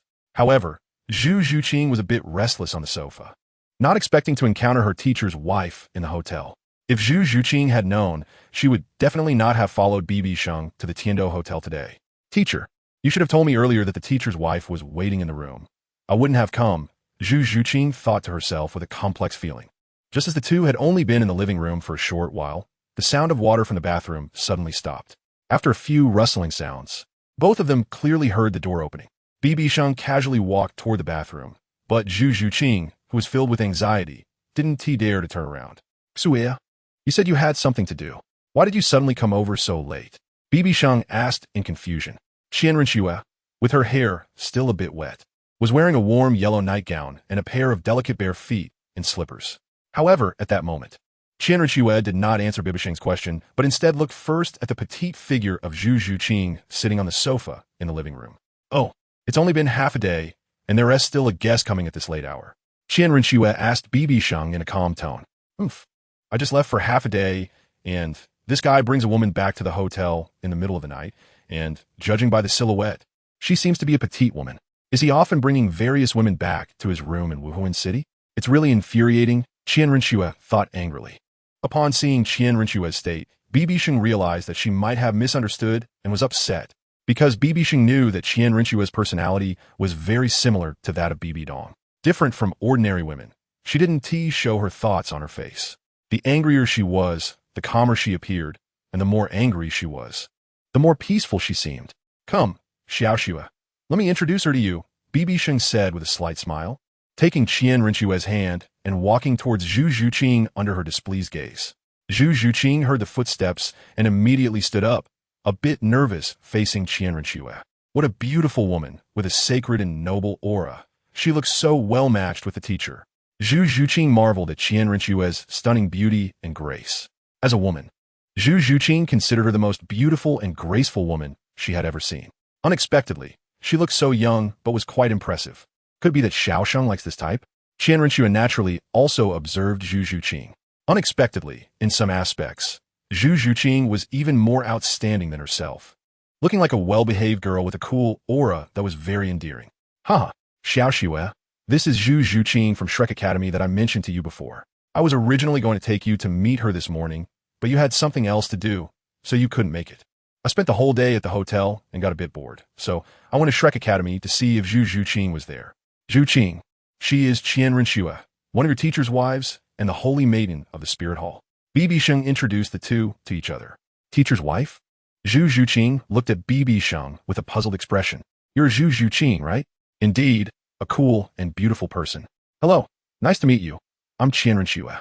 Don't call me teacher's wife, just call me Sister Shui. Upon hearing BibiSheng's introduction, Renxue came back to her senses and stopped her wild thoughts. After all, BibiSheng had mentioned Zhu Zhuqing's name to her more than once, and upon seeing her today, Renxue didn't expect Zhu Zhuqing to be quite delicate and pretty. Sister Shui. Hello, I'm Zhu Zhuqing. I came over late at night and disturbed you. I just hadn't seen my teacher for over 2 years, and it was my own insistence to come. Zhu Zhuqing immediately explained. Seeing the somewhat nervous Zhu Zhuqing, Renxue understood that she was just a 14-year-old girl. Zhuqing, have a seat. Originally, I planned to go to Shrek to see you with your teacher during the day, but I had something come up and couldn't make it. I didn't expect Xiaosheng to come looking for you at night. When I came back, I didn't see him and thought he had gone somewhere. Qian Renxue smiled like an older sister and explained as she pulled the somewhat nervous Zhu Zhuqing to sit on the sofa. Sister Shui. I also didn't expect the teacher to come find me late at night, disguising herself and testing my progress and strength over the past 2 years, which was quite exciting for me, so I came along. Zhu Zhuqing immediately replied, her expression gradually calming down. Xiao Xue, you haven't answered me yet. BibiSheng looked at the two with some frustration. It's nothing. Your teacher came to Tiando City this time, likely not to find me, but to handle some matters. In the end, things didn't go as expected, and she returned to her sect with a somewhat unpleasant expression. As for the other things, they were resolved in the afternoon. All right, don't interrupt my chat with Zhu Qing. Go take a shower and sleep. After explaining, Qian Renxue sent BibiSheng away. Right, Zhu Qing?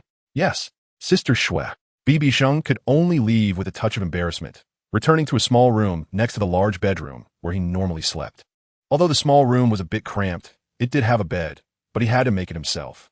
After making the bed, BibiSheng went to the bathroom to take a shower.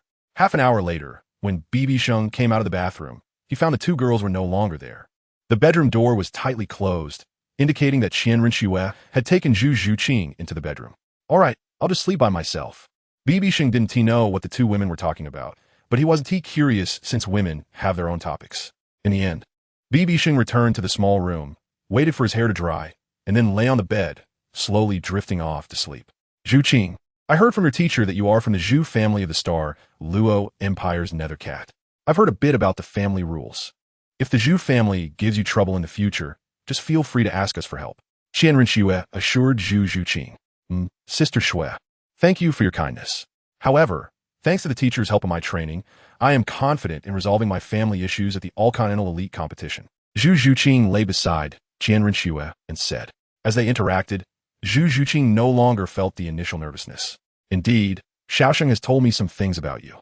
I heard that you crossed most of the continent alone while being chased, arriving at the Tiando Empire. Can you tell me about it? Qian Renxue couldn't help but ask. Yes, it was during this time that I met my current teacher. Looking back, it's thanks to the teacher's help that I had the opportunity to solve my own problems. The story of how I met the teacher actually starts when I arrived in the Stardow Forest. Qian Renxue and Zhu Zhuqing talked until very late, stopping only after 1 o'clock in the morning, and both fell asleep together. The next day, when the lazy BibiSheng got up, he didn't see the two girls. When he reached the bedroom door, he realized that both were still sleeping. What time did they talk until? They haven't woken up yet. Chapter 160. The Ranks of the Shrek 7 Monsters. Knock knock. Xiao Xue, Zhu Qing, get up. The sun is shining on your backs. BibiSheng had no choice but to knock on the bedroom door and call out. Soon, without waiting to see if the two were awake, he went to the bathroom to wash up. A few minutes later, seeing that the two still hadn't gotten up, he had no choice but to go to the hotel cafeteria and order 3 breakfasts to bring back to his room. You guys aren't waiting for me to bring breakfast back, are you? BibiSheng entered the room and found both girls sitting on the sofa. No, we just had a great conversation last night and accidentally stayed up too late. Qian Renxue smiled and explained. So quickly calling her sister, what were you two talking about? BibiSheng asked curiously. It's better not to pry into women-esque conversations, right, Sister Zhuqing? Qian Renxue glanced at her. Good morning, teacher. Zhu Zhuqing immediately greeted.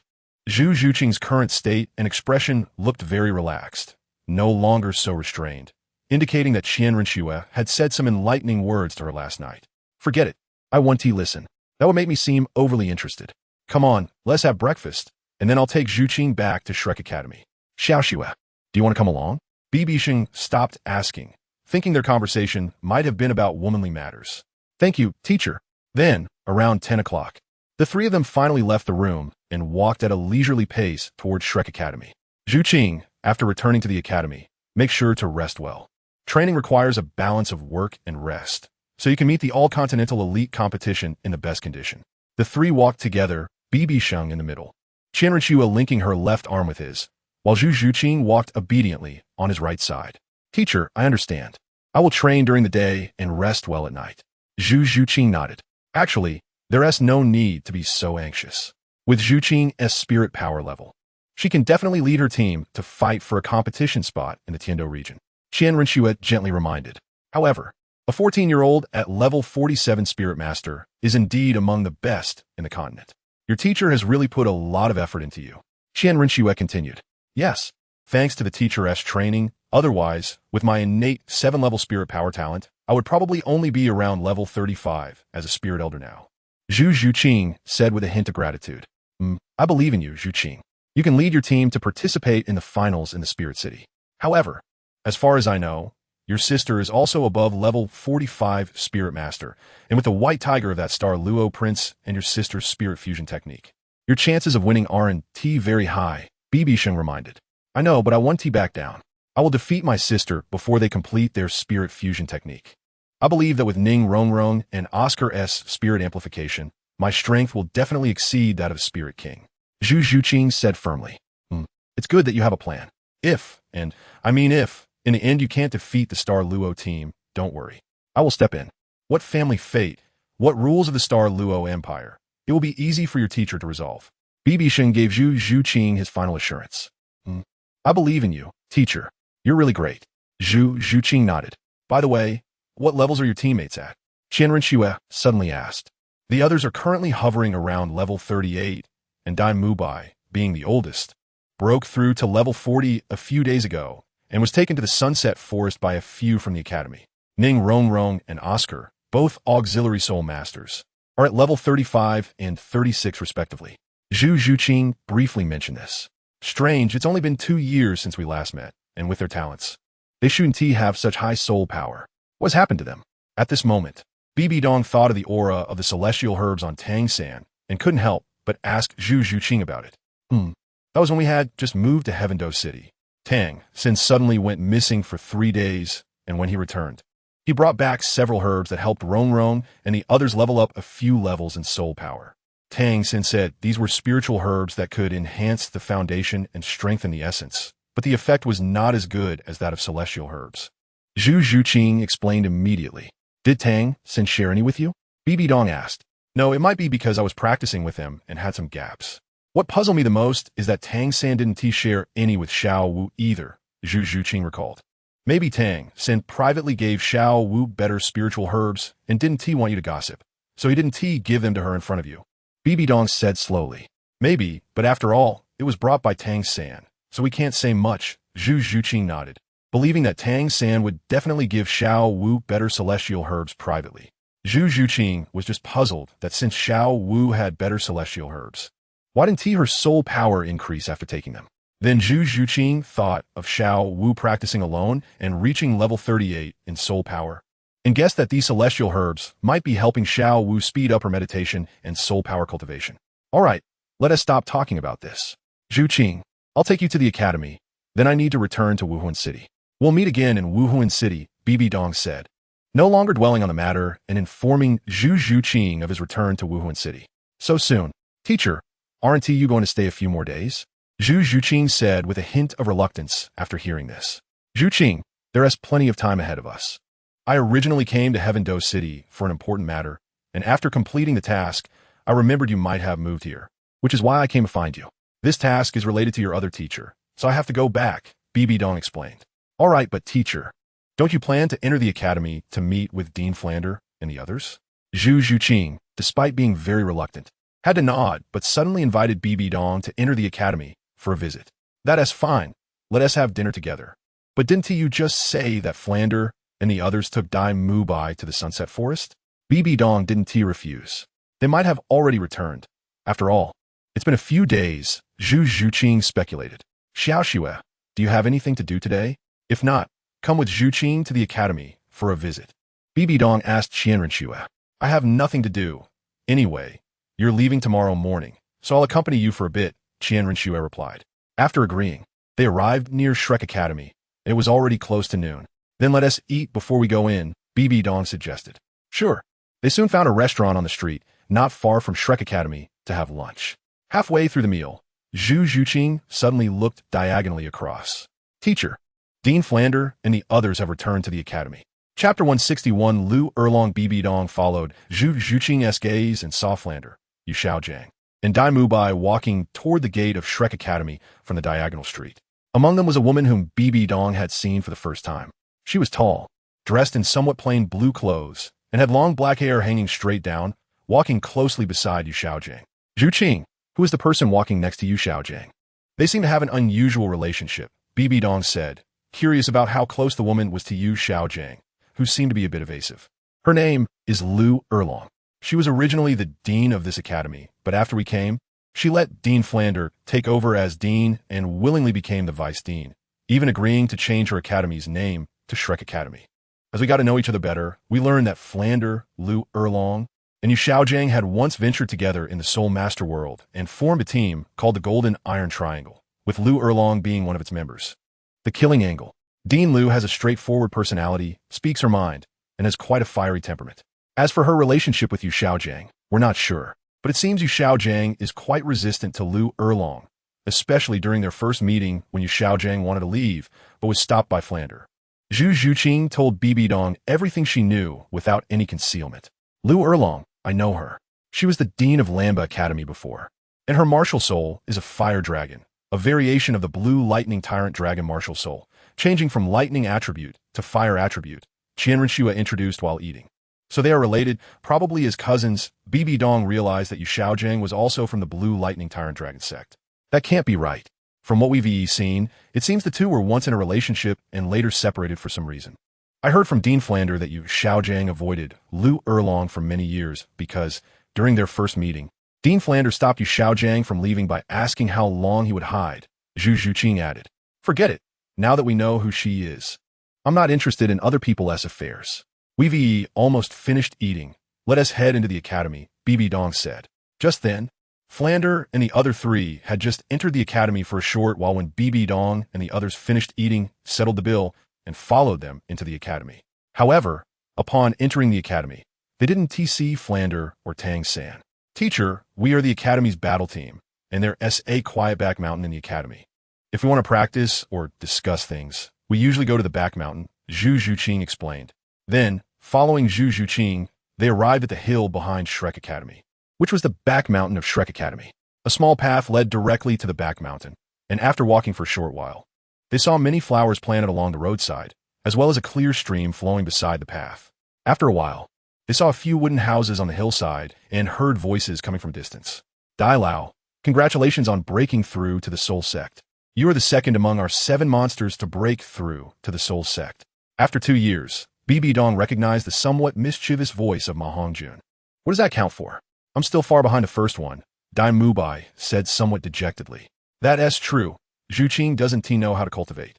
But she is younger than us, and unexpectedly, she is the first to reach the Soul Sect. She is probably already above level 45, Tang Sen said, somewhat perplexed about Zhu Zhuqing's cultivation. I wonder what kind of cultivation secret Bibi Dong gave Zhu Zhuqing when she left. Zhu Zhuqing was tight-lipped about this matter. Yu Xiaojiang was somewhat indignant at this moment. Why does Bibi Dong need to be so concerned? You have mentioned this Bibi Dong to me more than once since coming here. Lu Erlong curiously inquired. He is someone who is indescribable in words. It feels to me that his strength and talent are monstrous, and even in terms of knowledge, he surpasses the master. The main thing is that Bibi Dong is not much older than Dai Mubai, Zhao Wujin interjected. I don't have any objections to the first part of that statement, but if you say he has more knowledge than Xiaojiang, then I do not agree. Lu Erlong argued. All right, let's not talk about him here. Yu Xiaojiang hurriedly concluded the topic. At this moment, following Yu Xiaojiang's words, the atmosphere fell into a brief silence. By the way, where's Zhu Zhuqing? Flander spoke up to lighten the mood. Since Flander saw that the other 6 had gathered, only Zhu Zhuqing had yet to arrive. Oh right, last night, Zhu Zhuqing suddenly disappeared while enjoying the night view on the balcony. Xiao Wu and I thought Zhuqing was just taking a walk around the academy, so we went to sleep first. But when we woke up this morning, we still hadn't seen Zhuqing. I hope nothing happened to her, Ning Rongrong said worriedly. Yes. Rongrong and I thought Zhuqing was just in a bad mood because of BibiSheng and was walking around the academy. But when I touched Zhuqing's bed this morning, it was cold, Xiao Wu also chimed in. Although Zhu Zhuqing had been communicating less with Xiao Wu and Rongrong due to the influence of BibiSheng, the 3 of them were still good sisters, and they understood Zhu Zhuqing's personality well enough to know she wouldn't just not come back for a night without reason. Could something really have happened? Even though Zhu Zhuqing rarely practiced with us, she doesn't have the habit of going out alone at night. Flinder frowned and spoke. As the dean, Flinder had been secretly observing everyone, and he considered Zhu Zhuqing to be the most worry-free student he had, just as everyone was at a loss. A voice came from afar. I heard you talking about me from a distance. It seems I arrived at an inopportune time. The voice belonged to BibiSheng. BibiSheng walked ahead, flanked by Zhu Zhuqing and Qian Renxue, striding towards Flinder and the others. You are BibiSheng. Teacher Sheng. Although BibiSheng had changed from short hair to long hair and looked more mature, his general appearance hadn't changed much, so everyone recognized him at a glance. Tang-san, this is the BibiSheng you mentioned. He doesn't seem that impressive, so young.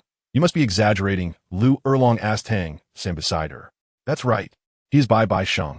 He was a soul sage when he left, and I don't know how much stronger he has become now, Tang-san replied.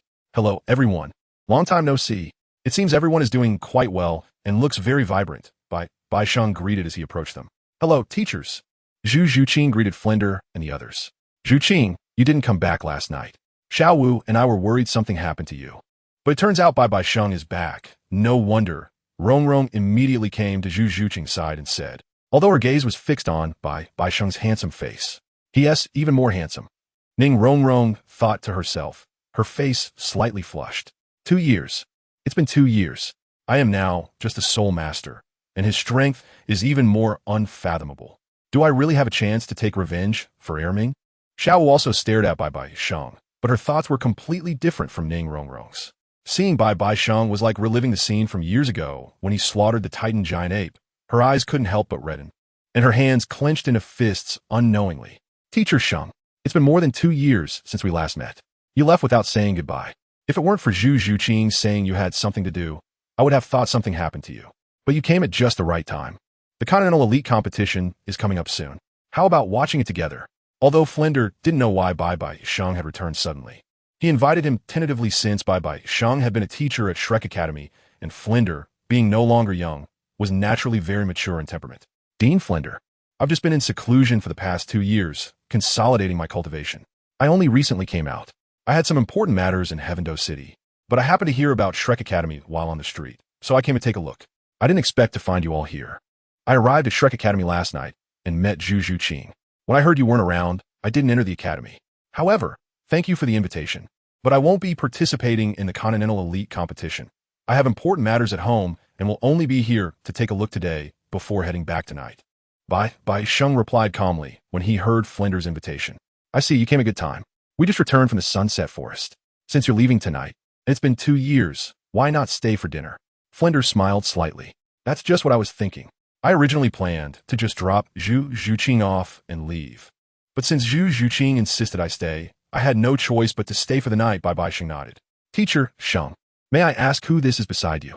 At this moment, Yu Xiaojiang was staring intently at Qian Renxue. As soon as Qian Renxue arrived, Yu Xiaojiang felt a sense of familiarity and thought he had seen her face somewhere before, but he was sure he had never seen such a stunning woman. Teacher Sheng, don't get me wrong, I just feel like she looks familiar, but I'm certain I've never met her, which is why I'm curious. Yu Xiaojiang explained awkwardly when he saw everyone looking at him. She is indeed very beautiful, exuding a sacred and noble aura. With a hint of royal majesty in her eyes, Tang-san marveled quietly as he looked at the tall Qian Renxue. Oh, this is my wife, my lady. Her surname is Qian. BibiSheng introduced Qian Renxue proudly to Flinder and the others. Hello, Qian Renxue nodded in greeting and then said no more. Surname, Qian. Yu Xiaojiang's expression changed slightly. BibiSheng is from the Spirit Hall, and with the surname Qian, could she be from the Qian family of the Spirit Hall? Yu Xiaojiang speculated in his heart. Master Yu, what's wrong? Do you know the Qian family? BibiSheng noticed the change in Yu Xiaojiang's expression and guessed that he might have figured it out. Especially since BibiSheng knew Yu Xiaojiang had spent some time in Spirit City.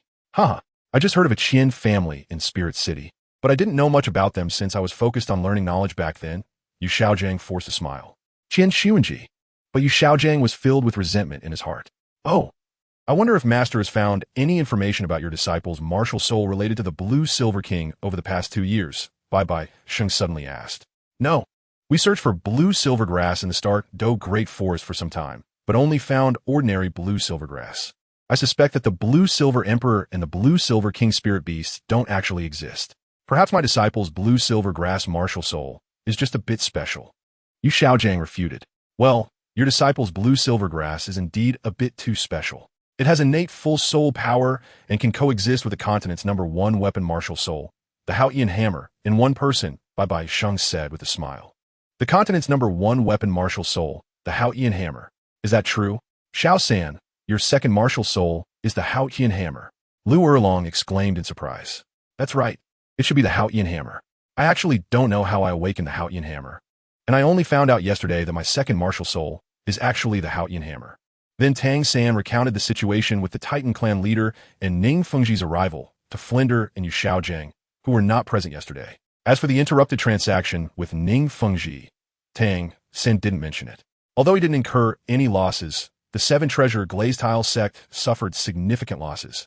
After all, 500,000 gold soul coins is no small amount. Ning Fengji had talked with Tang San before leaving, and even Ning Rongrong had asked Tang San not to disclose it. What? I didn't expect you to be the son of Haotian Douluo? Lu Erlong sighed after hearing this. Haotian Douluo, Tang Hao. Qian Renxue's expression slightly changed, but everyone was looking at Tang San, and no one noticed her.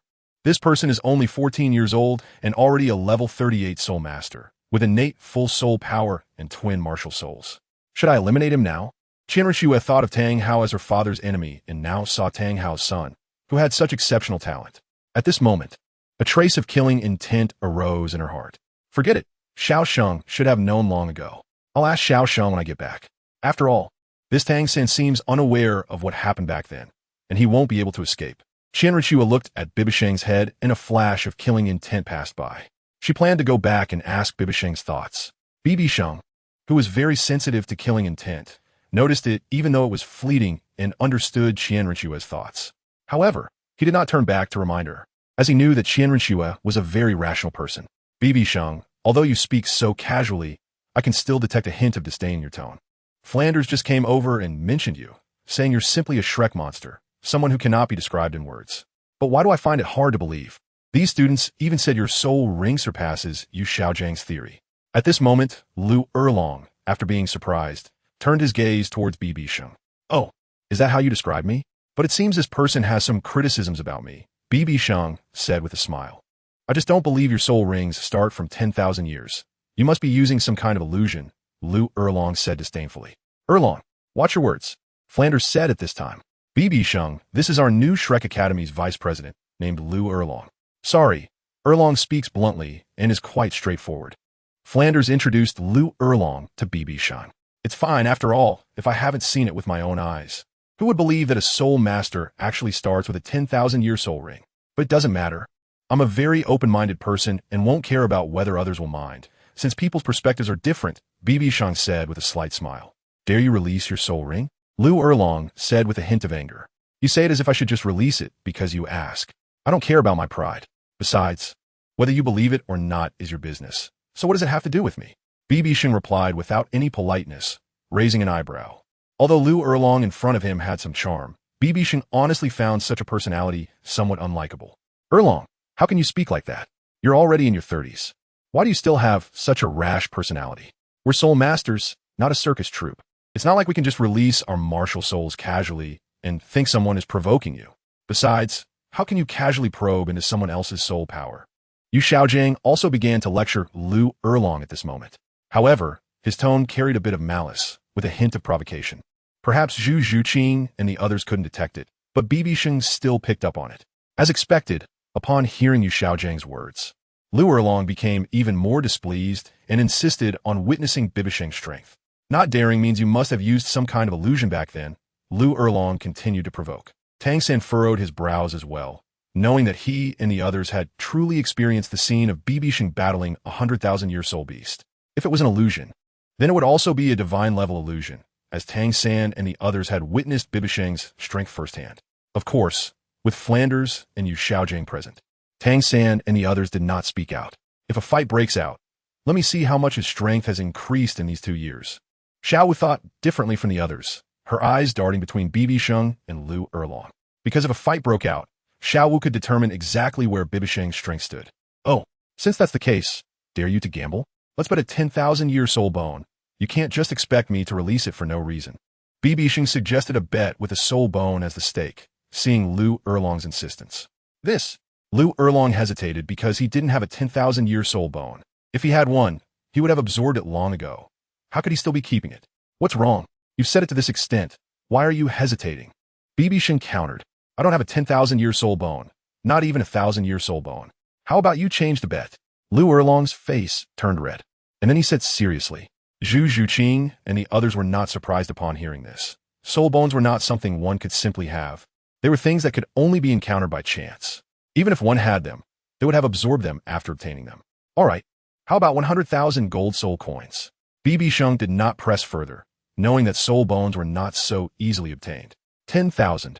How about betting 10,000 gold soul coins? Lu Erlong proposed.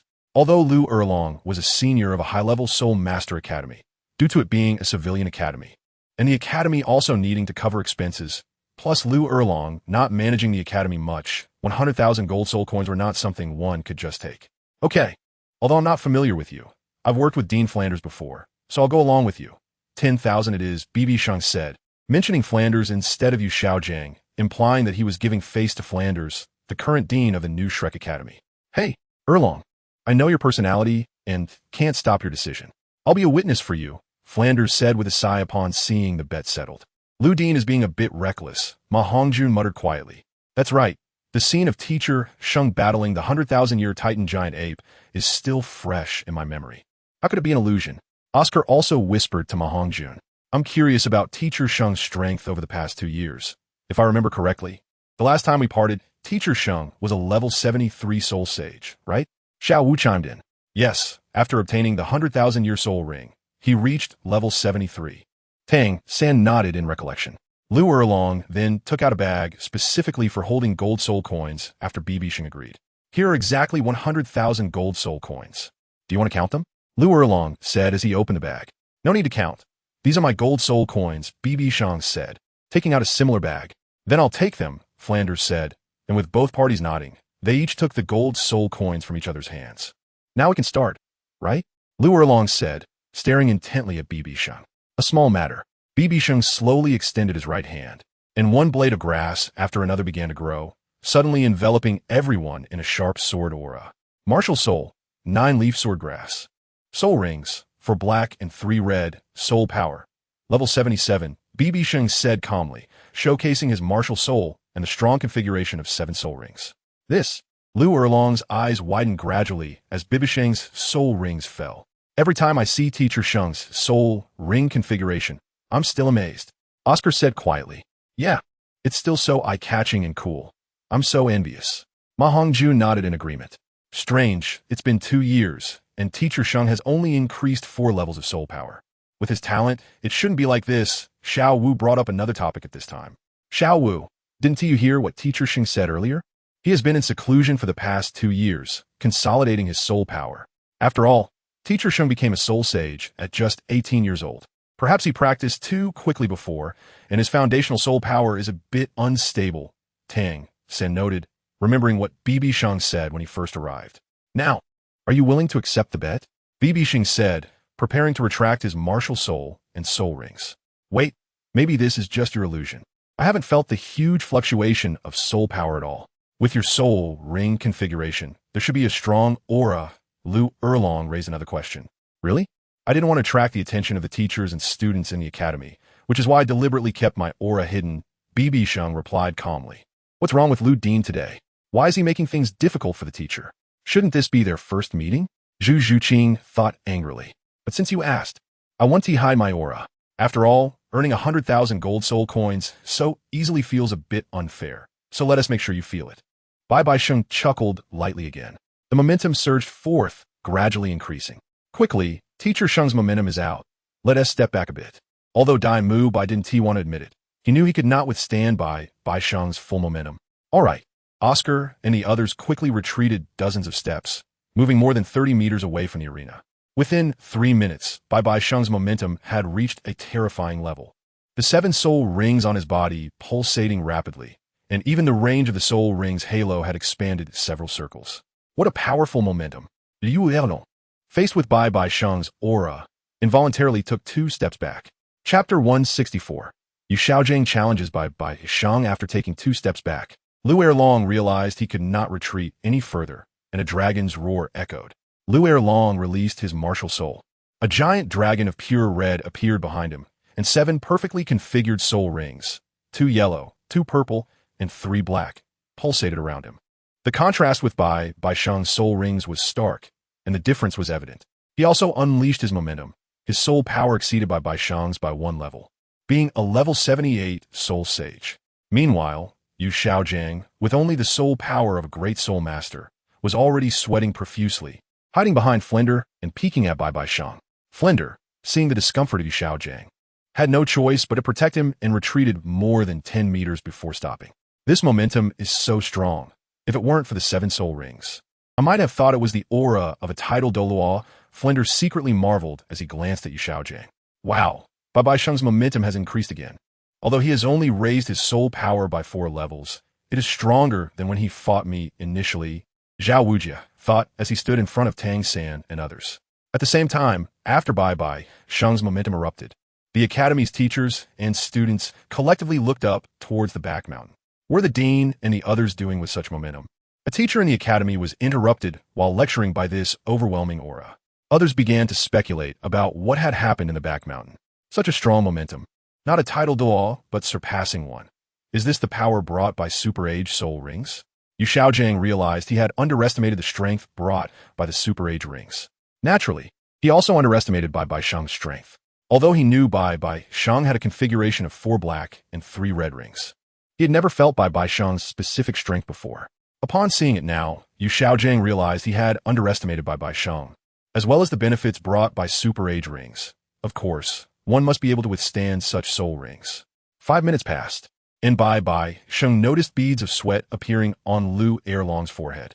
So, Dean Lu, do you still want to confirm whether I'm using some trick? BibiSheng calmly looked at Lu Erlong and asked. All right, I accept my defeat. Lu Erlong fell silent. A level 77 soul sage, and my momentum is even stronger than that of this soul sage. I really do look like a fake. Is this really an 18-year-old? Are you sure he isn't an old monster rejuvenated? Lu Erlong thought to himself, feeling even more despondent. That 100,000 gold soul coins.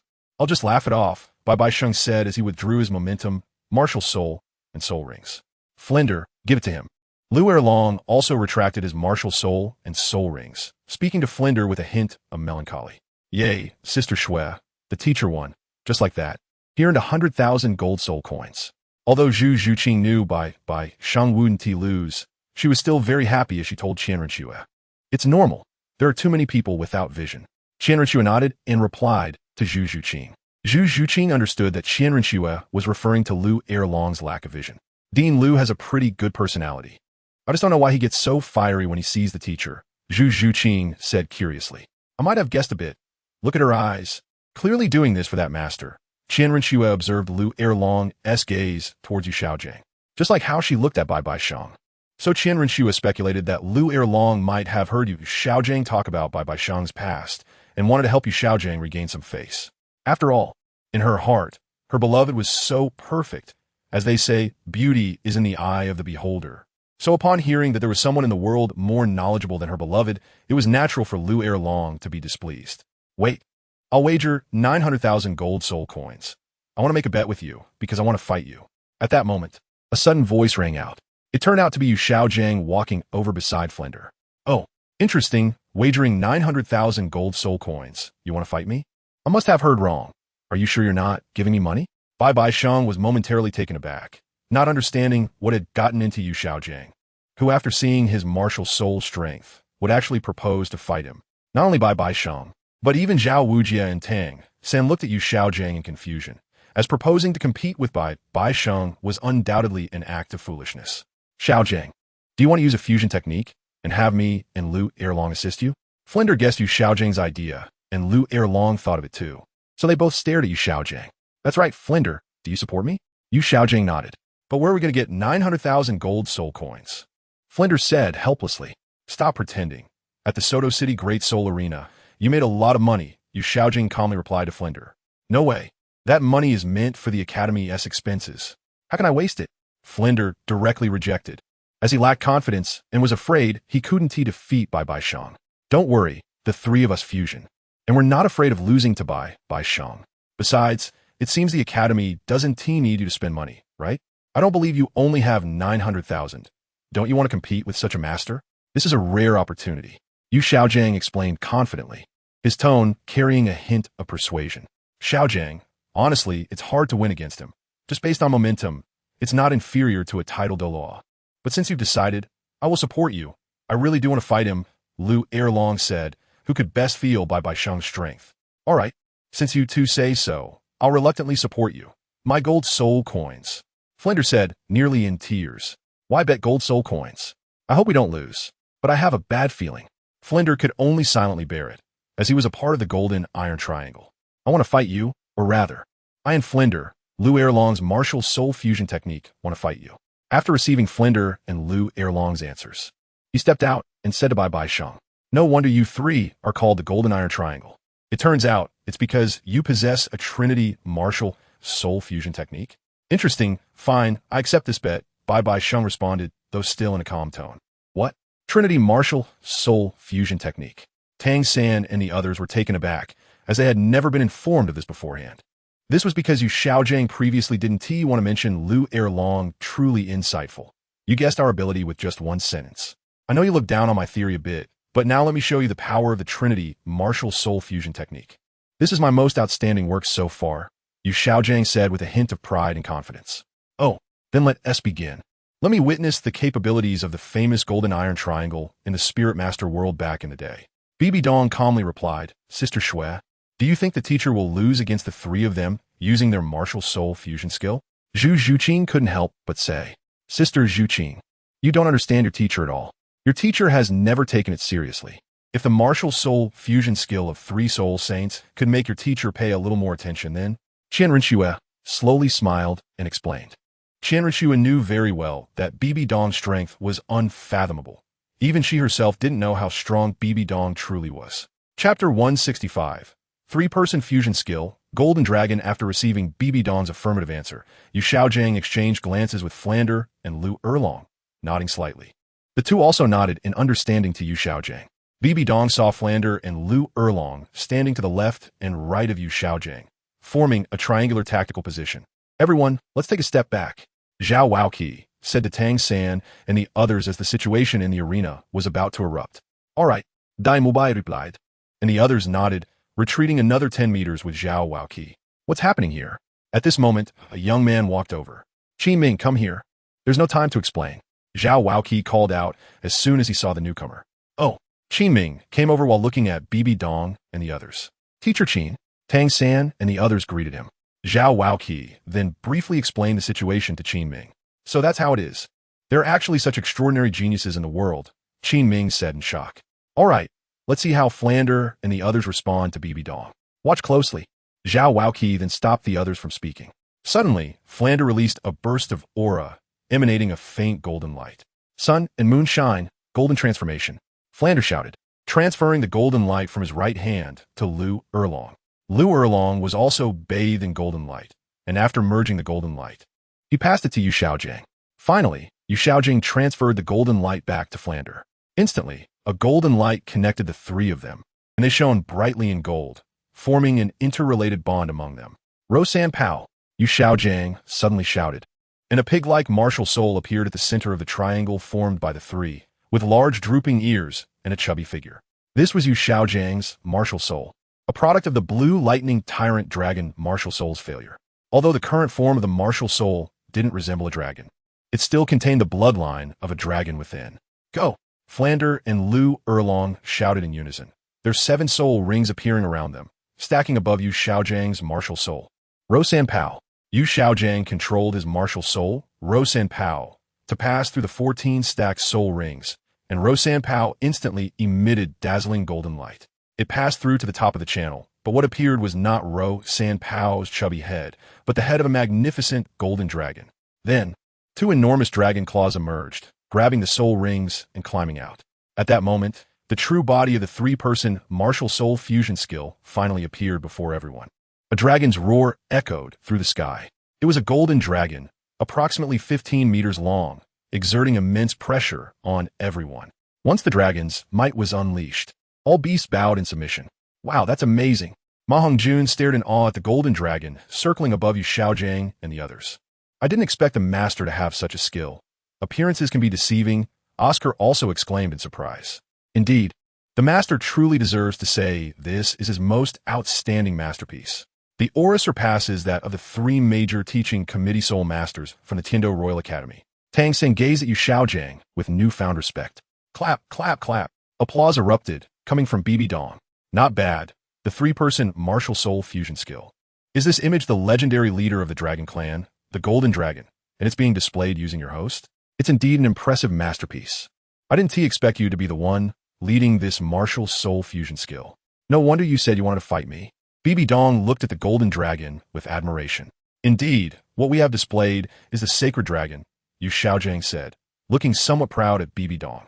In the state of martial soul fusion, their eyes turned golden, while Flander and Lu Erlong closed their eyes tightly but could still observe the situation outside. You seem very proud. Why don't I guess the process of how this martial soul fusion skill was formed? Bibi Dong suddenly said, looking at Yu Xiaojiang, who was brimming with pride. Go ahead. Yu Xiaojiang replied, unhurried. If I guess correctly, Flander granted the Golden Dragon the ability to fly, and Lu Erlong, with her Fire Dragon martial soul, endowed the Golden Dragon's body. As for why you could be the leader of this three-person fusion skill, besides being the host, you also contributed the Golden Dragon's bloodline and wisdom, Bibi Dong said, a glimmer of sharpness in her eyes. Correct. You guess well. That's basically it. Release your martial soul. Yu Xiaojiang said, somewhat surprised at Bibi Dong's insight, but smiled easily and said eagerly, let me show you what true attack looks like. You look down on my theory, and today, in front of everyone, I will defeat you, this genius, to honor my reputation. Yu Xiaojiang thought to himself, a smile creeping onto his lips. Ha! Bibi Dong suddenly burst into laughter at Yu Xiaojiang. What are you laughing at? Yu Xiaojiang was taken aback. You're getting a bit too proud too quickly. The essence of martial soul fusion skills still lies with the soul masters. This three-person martial soul fusion skill is indeed good, but with your strength as the leader. Your soul power is a bit too low, so there's a very obvious flaw here. You're dragging Flander and Lu Erlong down. As long as I attack your real body, I can easily win, even though you have the passive skill of the Golden Dragon's Golden Light Protection. Do you really think that Golden Light Shield can withstand my attack? Bibi Dong pointed out the biggest flaw in the three-person martial soul fusion skill with a disdainful tone. Impressive, you can instantly spot our weakness. But do you really have a way? And do you think you will have a chance to attack our real bodies? Just know that the Golden Dragon is still above us. Yu Xiaojiang admitted the flaw in Bibi Dong's analysis. However, he did not believe Bibi Dong could break through his Golden Dragon's attack. Unfortunately, you picked the wrong opponent. Why challenge me? 9-leaf sword grass. Bibi Dong didn't engage in more verbal sparring and released her 9-leaf sword grass martial soul and soul rings again, instantly transforming the leaves into swords, with 7 leaves turning into 7 swords of different colors, swirling around Bibi Dong. That's so cool. Ning Rongrong admired Bibi Dong's flowing white hair and robe-like clothing, the edges also fluttering. Teacher, Zhu Zhuqing gazed at Bibi Dong's heroic figure, murmuring in admiration. This little brat. Qian Renxue looked at Zhu Zhuqing's infatuated gaze and shook her head helplessly. Don't worry, I won't attack your real bodies.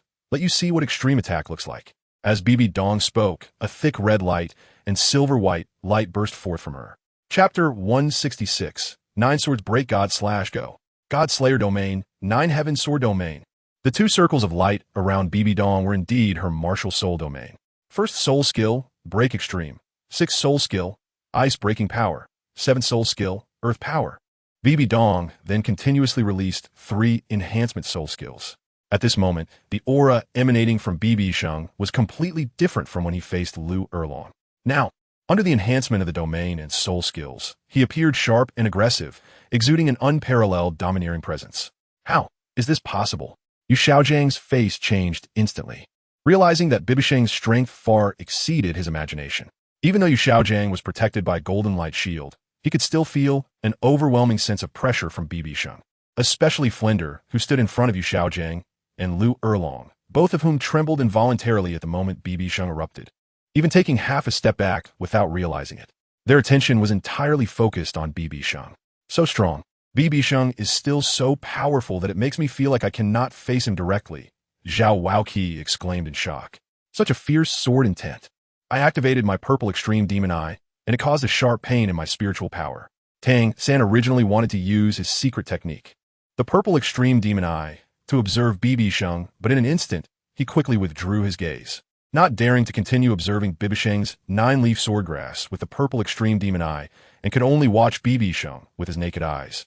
Use your strongest skills. Or else, when the Trinity Martial Soul Fusion technique comes out, there won't even be a chance to perform because I don't want to waste time. BibiSheng said casually, with his hands behind his back, as the sword body slowly rose into the air, reaching the same height as the golden dragon while looking down at Yu Xiaojiang and the others below. How dare you look down on us like this? Flinder, Erlong, use your strongest move. Yu Xiaojiang felt a surge of anger rise from the depths of his heart as he looked at BibiSheng's condescending gaze. Fine. Ordinary skills might not be able to effectively attack him. It's better to save some soul power and unleash our strongest move. Flinder communicated with a tone filled with regret to the two. We are in a difficult position now, but since we issued the challenge, we can only accept it. Lu Erlong said with a frustrated tone. What are you two talking about? Until the last moment, it's not certain who will lose. Yu Xiaojiang was somewhat dissatisfied with their tone. Flinder and Lu Erlong did not say anything more. With blood as the sacrifice, the three of them suddenly spoke in unison. A drop of essence blood appeared from each of them, quickly converging at the center of the triangle, transforming into a golden light ball the size of a soccer ball, which then rapidly ascended and fused into the deep blue gem located between the two horns of the golden dragon. The ultimate secret of the sacred dragon, the true form of the holy dragon. With Yu Xiaojiang's loud shout, the golden light shield shattered instantly, and all the power merged into the golden dragon. At the same time, with this one move, the golden dragon seemed to become more slender, and golden lightning crackled around it, especially densely between its two horns. This is something. I hope it can hold up. Seeing this, BibiSheng calmly raised his hand. Domain skill, 9 swords breaking the divine slash. BibiSheng articulated as he unleashed the 9 heavens sword domain skill, 9 swords breaking the divine slash. As BibiSheng activated it, the 7 swords surrounding him paused, and with a whoosh, they aligned to form a giant sword longer than the golden dragon, accompanied by the fusion of 7 soul rings. Slash. BibiSheng held his left hand behind his back, controlling the giant sword with his right hand, and swung it down towards the golden dragon. The golden dragon roared, unsure if it was out of fear, as the lightning from its body surged towards BibiSheng. However, the lightning was instantly shattered upon contact with the giant sword, and the lightning that touched the sword's edge was split into 2 segments. The collision was so dazzling that everyone outside, including Zhao Waoqi, couldn't help but close their eyes. Fast and slow, or rather, in almost an instant, the sword edge struck between the golden dragon's horns, as if cutting a piece of white tofu, splitting the golden dragon's body in half. BibiSheng, Yu Xiaojiang, Flinder, and Lu Erlong simultaneously spat out a mouthful of old blood, unable to maintain the martial soul fusion technique any longer, and collapsed to the ground. Boom, as the 3 of them were heavily injured and fell unconscious. Zhao Waoqi and the others, who were closing their eyes, felt the ground shake violently. After a long time, the aftershocks of this shaking finally subsided. Was there an earthquake? It seems to have come from the back mountain. The teachers and students in the academy thought in confusion.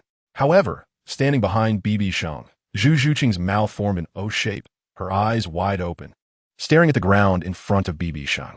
Renxue appeared to be more composed than Zhu Zhuqing, but the shock in her eyes was evident on her face. This was because the ground where BibiSheng's giant sword landed had formed a gully over 100 meters long.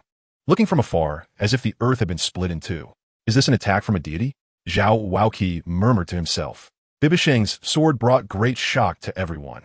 The originally lush green grass had become barren. This is not an attack from a deity. I am just a level 77 soul sage. Teacher Zhao, Flinder, and the others are severely injured and unconscious. It seems this dinner is off the table. When they wake up, tell them that the bet of 900,000 gold soul coins can be given to Zhuqing. BibiSheng withdrew all his power, looking like an ordinary person as he approached Zhao Waoqi and reminded him. Oh, what else could Zhao Waoqi say? He was still in shock. Zhuqing, see you at the final of the elite competition in Wuhuan City. BibiSheng then walked over to Renxue and Zhu Zhuqing, instructing Zhu Zhuqing. Oh, okay. Teacher, see you in Wuhuan City. Zhu Zhuqing replied in a daze. Although BibiSheng seemed like an omniscient deity in her heart, she didn't expect him to truly be a deity. Zhu Zhuqing's shock was no less than that of Zhao Waoqi and the others. Little Shui, let us go. BibiSheng took Renxue's delicate hand, bringing her back to her senses.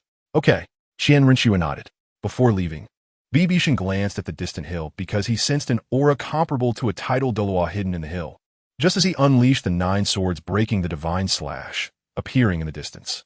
He found me, for black and 3 red soul sages, and with this attack. How can such a person exist in the world? Chapter 167. The Arrival of Tang Xiao, the Master of Haoyan School. After putting on a show, BibiSheng quickly left Shrek Academy with Renxue, leaving the rest to take care of themselves. As they left Shrek Academy and walked down the street back to the hotel, Renxue kept her beautiful eyes fixed on BibiSheng. Wow, Schwerer, you've been sizing me up since Shrek Academy to the Tiando Hotel. If you have any questions, just ask. BibiSheng said knowingly. Tell me, what is your true strength right now? That last attack was comparable to the 9th soul skill of a level 96 Super Douluo. Renxue questioned, pointing at BibiSheng's face with a tone that demanded honesty. How would I know what level my true strength is? The last attack was my innate domain skill of the 9-leaf swordgrass. You saw it too. It was a powerful strike that fused my soul rings together. And after releasing this move, I consumed at least 9/10 of my soul power. Luckily, the 3 of them couldn't withstand it. Otherwise, I would have lost in the end.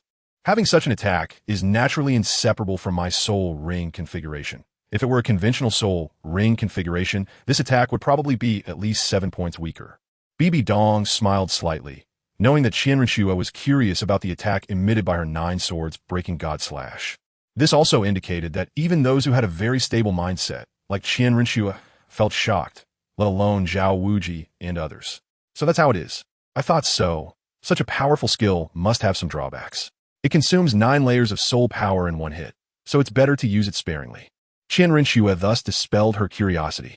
But you're still here, and I don't want to waste time with them. Their martial soul fusion technique is indeed good. If they're not above the level of a high-level soul Douluo, it's not easy to defeat them. After thinking it over, I decided to use my martial soul domain technique to defeat them in one move, Bibi Dong explained. In fact, Bibi Dong exaggerated a bit. It wasn't that 9 layers of soul power were drawn away, but there were still 7 layers left. Otherwise, there wouldn't have been a deep trench left by her sword energy attack on the ground. Alright, I'm not curious anymore. I also have a martial soul domain technique. But compared to yours, it's probably like heaven and earth.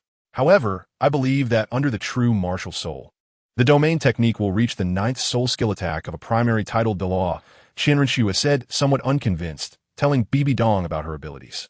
My Schwerer is amazing. I believe our child will be even better. Bibi Dong couldn't help but embraced Renxue's waist and said softly, You have to leave early tomorrow morning. Renxue said gently. Stay with me tonight. Bibi Dong nodded. On the other side, after a long time, Tang San and the others finally carried Yu Xiaojiang and the others back to their dormitory, with Qi Ming responsible for calling a healing soul master. After the healer treated the 3 of them, Yu Xiaojiang and the others remained unconscious until nearly midnight before waking up. Teacher, you're awake. Are you alright? Tang San walked over to help Yu Xiaojiang up. Yu Xiaojiang looked at Tang San in confusion, recalling the events of the day, and fell silent for a moment, nodding lightly with a sense of desolation. Xiao San, you should go rest. I'm fine, cough cough. Yu Xiaojiang said somewhat dejectedly. Alright. Tang San understood that Yu Xiaojiang was a proud person, and the events of the day had hit him hard, especially in front of all the students. Yu Xiaojiang watched Tang San's back as he left the room, unconsciously clenching his fists, the veins in his arms bulging.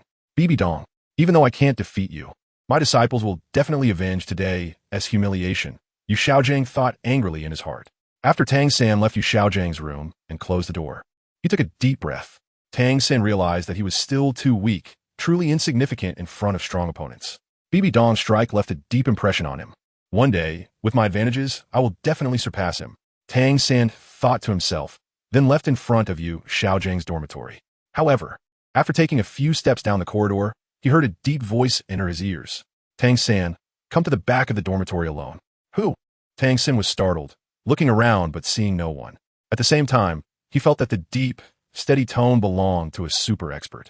However, this voice felt somewhat familiar. After thinking for a moment, Tang San still walked out of the dormitory and went to the back. Purple Extreme Demon Eye. Tang San arrived at the back, looking at the small forest ahead, and activated his Purple Extreme Demon Eye in the darkness. Soon, he saw a tall figure next to a tree. Dad! Tang San discovered that this tall figure was extremely similar to Tang Hao and couldn't help but shout excitedly. Ghost Shadow Mysterious Steps. Excited, Tang San used his Tang Sect Lightness skill, Ghost Shadow Mysterious Steps, and quickly rushed toward the figure. However, when he arrived in front of the tall figure, he realized it was not Tang Hao, although the figure's shape and face resembled Tang Hao at least 7 parts. Who are you? Tang San asked in confusion. So, similar, too similar. This hair, these eyebrows look just like your mother, the burly man said, his expression showing nostalgia and excitement. You knew my mother? Tang San asked with more confusion. This person resembled his father so much that they looked like brothers. Wait, could he really be my father's brother? Tang San speculated inwardly. I'm sorry, the moment I saw you, it was as if I saw an old friend. My name is Tang Xiao, the elder brother of your father, which makes me your uncle. After Tang San spoke, Tang Xiao quickly adjusted his mindset and formally introduced himself to Tang San. Dad's brother. Uncle? So it's true. Tang San's internal doubts were resolved. But another question arose. Why had this person suddenly come to find him? It's been over a decade. I didn't expect you to have grown so big. Time flies. Dan Xiao Sai. Tang San, where's your father? Tang Xiao then asked. Wait, how do I know if what you're saying is true or not? Although the man before him looked extremely similar to his father, Tang San still asked cautiously. Right, very cautious. It seems I need to prove myself to you. Tang Xiao said approvingly upon hearing Tang San's words. He slowly extended his right hand, opening his palm, and a deep blue small hammer appeared in his palm. Haotian hammer. Tang San recognized that the weapon soul hammer in Tang Xiao's palm was identical to his own, confirming that this person was indeed his uncle. After all, with such a similar figure and appearance, and an identical weapon soul, Tang San couldn't help but believe. Chapter 168. Tang Xiao search for Tang Hao. Dan Xiao, the sect master of Haotian sect, a super Douluo in strength. Not long ago, Tang Xiao heard that his sister, Tang Yuehua, had gone missing in the Moon Pavilion for no reason. He waited in the sect for 3 days but received a reply stating that his sister Tang Yuehua had gone home due to family matters because she was in a bad mood. However, while in the sect, Tang Xiao had not seen his sister, realizing that something was amiss. Feeling anxious, Tang Xiao left the mountain alone to search for Tang Yuehua in Heavendo City. Unexpectedly, on the way, he received a message from the Titan clan leader, saying that he had discovered news about Tang Hao and Tang San. The Titan clan leader was asking Tang Xiao whether Tang Hao was in the sect. Tang Xiao had met the Titan in the morning, and the Titan had told him everything about himself and Tang San, which led Tang Xiao to come to Shrek Academy in the afternoon. Tang Xiao's choice was to set aside his sister's matter for now and first meet Tang San to understand the situation regarding Tang Hao. Little did he expect to witness a shocking scene. BibiDong's 4 black and 3 red soul ring configuration and the scene of shattering the golden giant dragon. Afterwards, Tang Xiao noticed that Tang San was busy with Yu Xiaojing's matters, so he waited until deep into the night, until Tang San left Yu Xiaojing's room. Nice to meet you, Uncle, Tang San politely greeted after confirming Tang Xiao's identity. Tang San, you can call me Xiao San. No need to be polite, Tang Xiao nodded. I heard from the Titan clan leader that you haven't seen Hao brother in recent years. Is that right? Tang Xiao asked again about Tang Hao's whereabouts. Uncle, that's true. After my martial soul awakened at the age of 6, I went to study at the primary academy, and since then, I haven't seen Dad. I don't know where he went. When I first saw you, I thought Dad had come to see me. Tang San sighed with a hint of melancholy. Xiao San, can you tell me about your life with your father before you turned 6? Tang Xiao casually sat down on a nearby stone and spoke heavily to Tang San. All right. Tang San slowly began to recount the years he had lived with his father. Unknowingly, Tang San had spoken to Tang Xiao for about 3 hours. Unexpectedly, her death had such a huge impact on Hao Di. The once-spirited twin star, Hao Di, was living in such a disheveled manner, drinking all day to numb himself.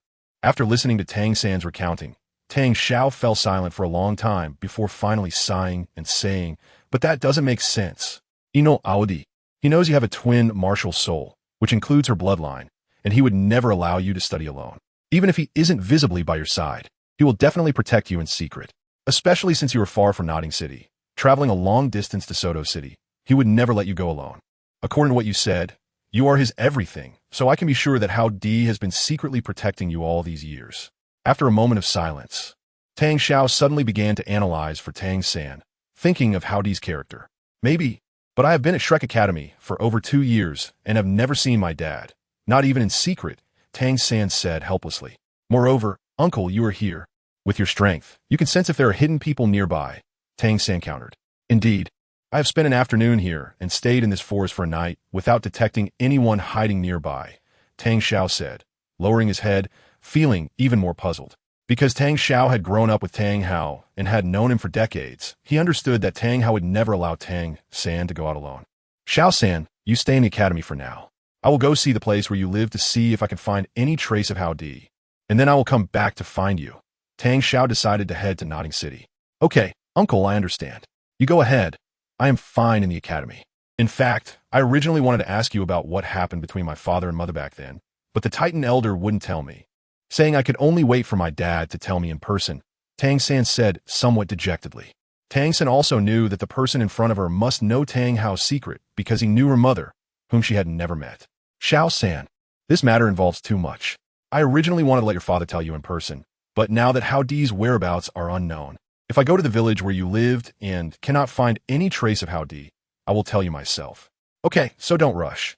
You should prepare well for the Continental Elite competition. Tang Xiao patted Tang San's shoulder to comfort her. All right. Tang San nodded. Tang Xiao looked deeply at Tang San and then disappeared into the night. Tang San gazed up at the starry sky as Tang Xiao left. Father, where are you? Tang San murmured as she looked at the starry sky before returning to her dormitory to rest.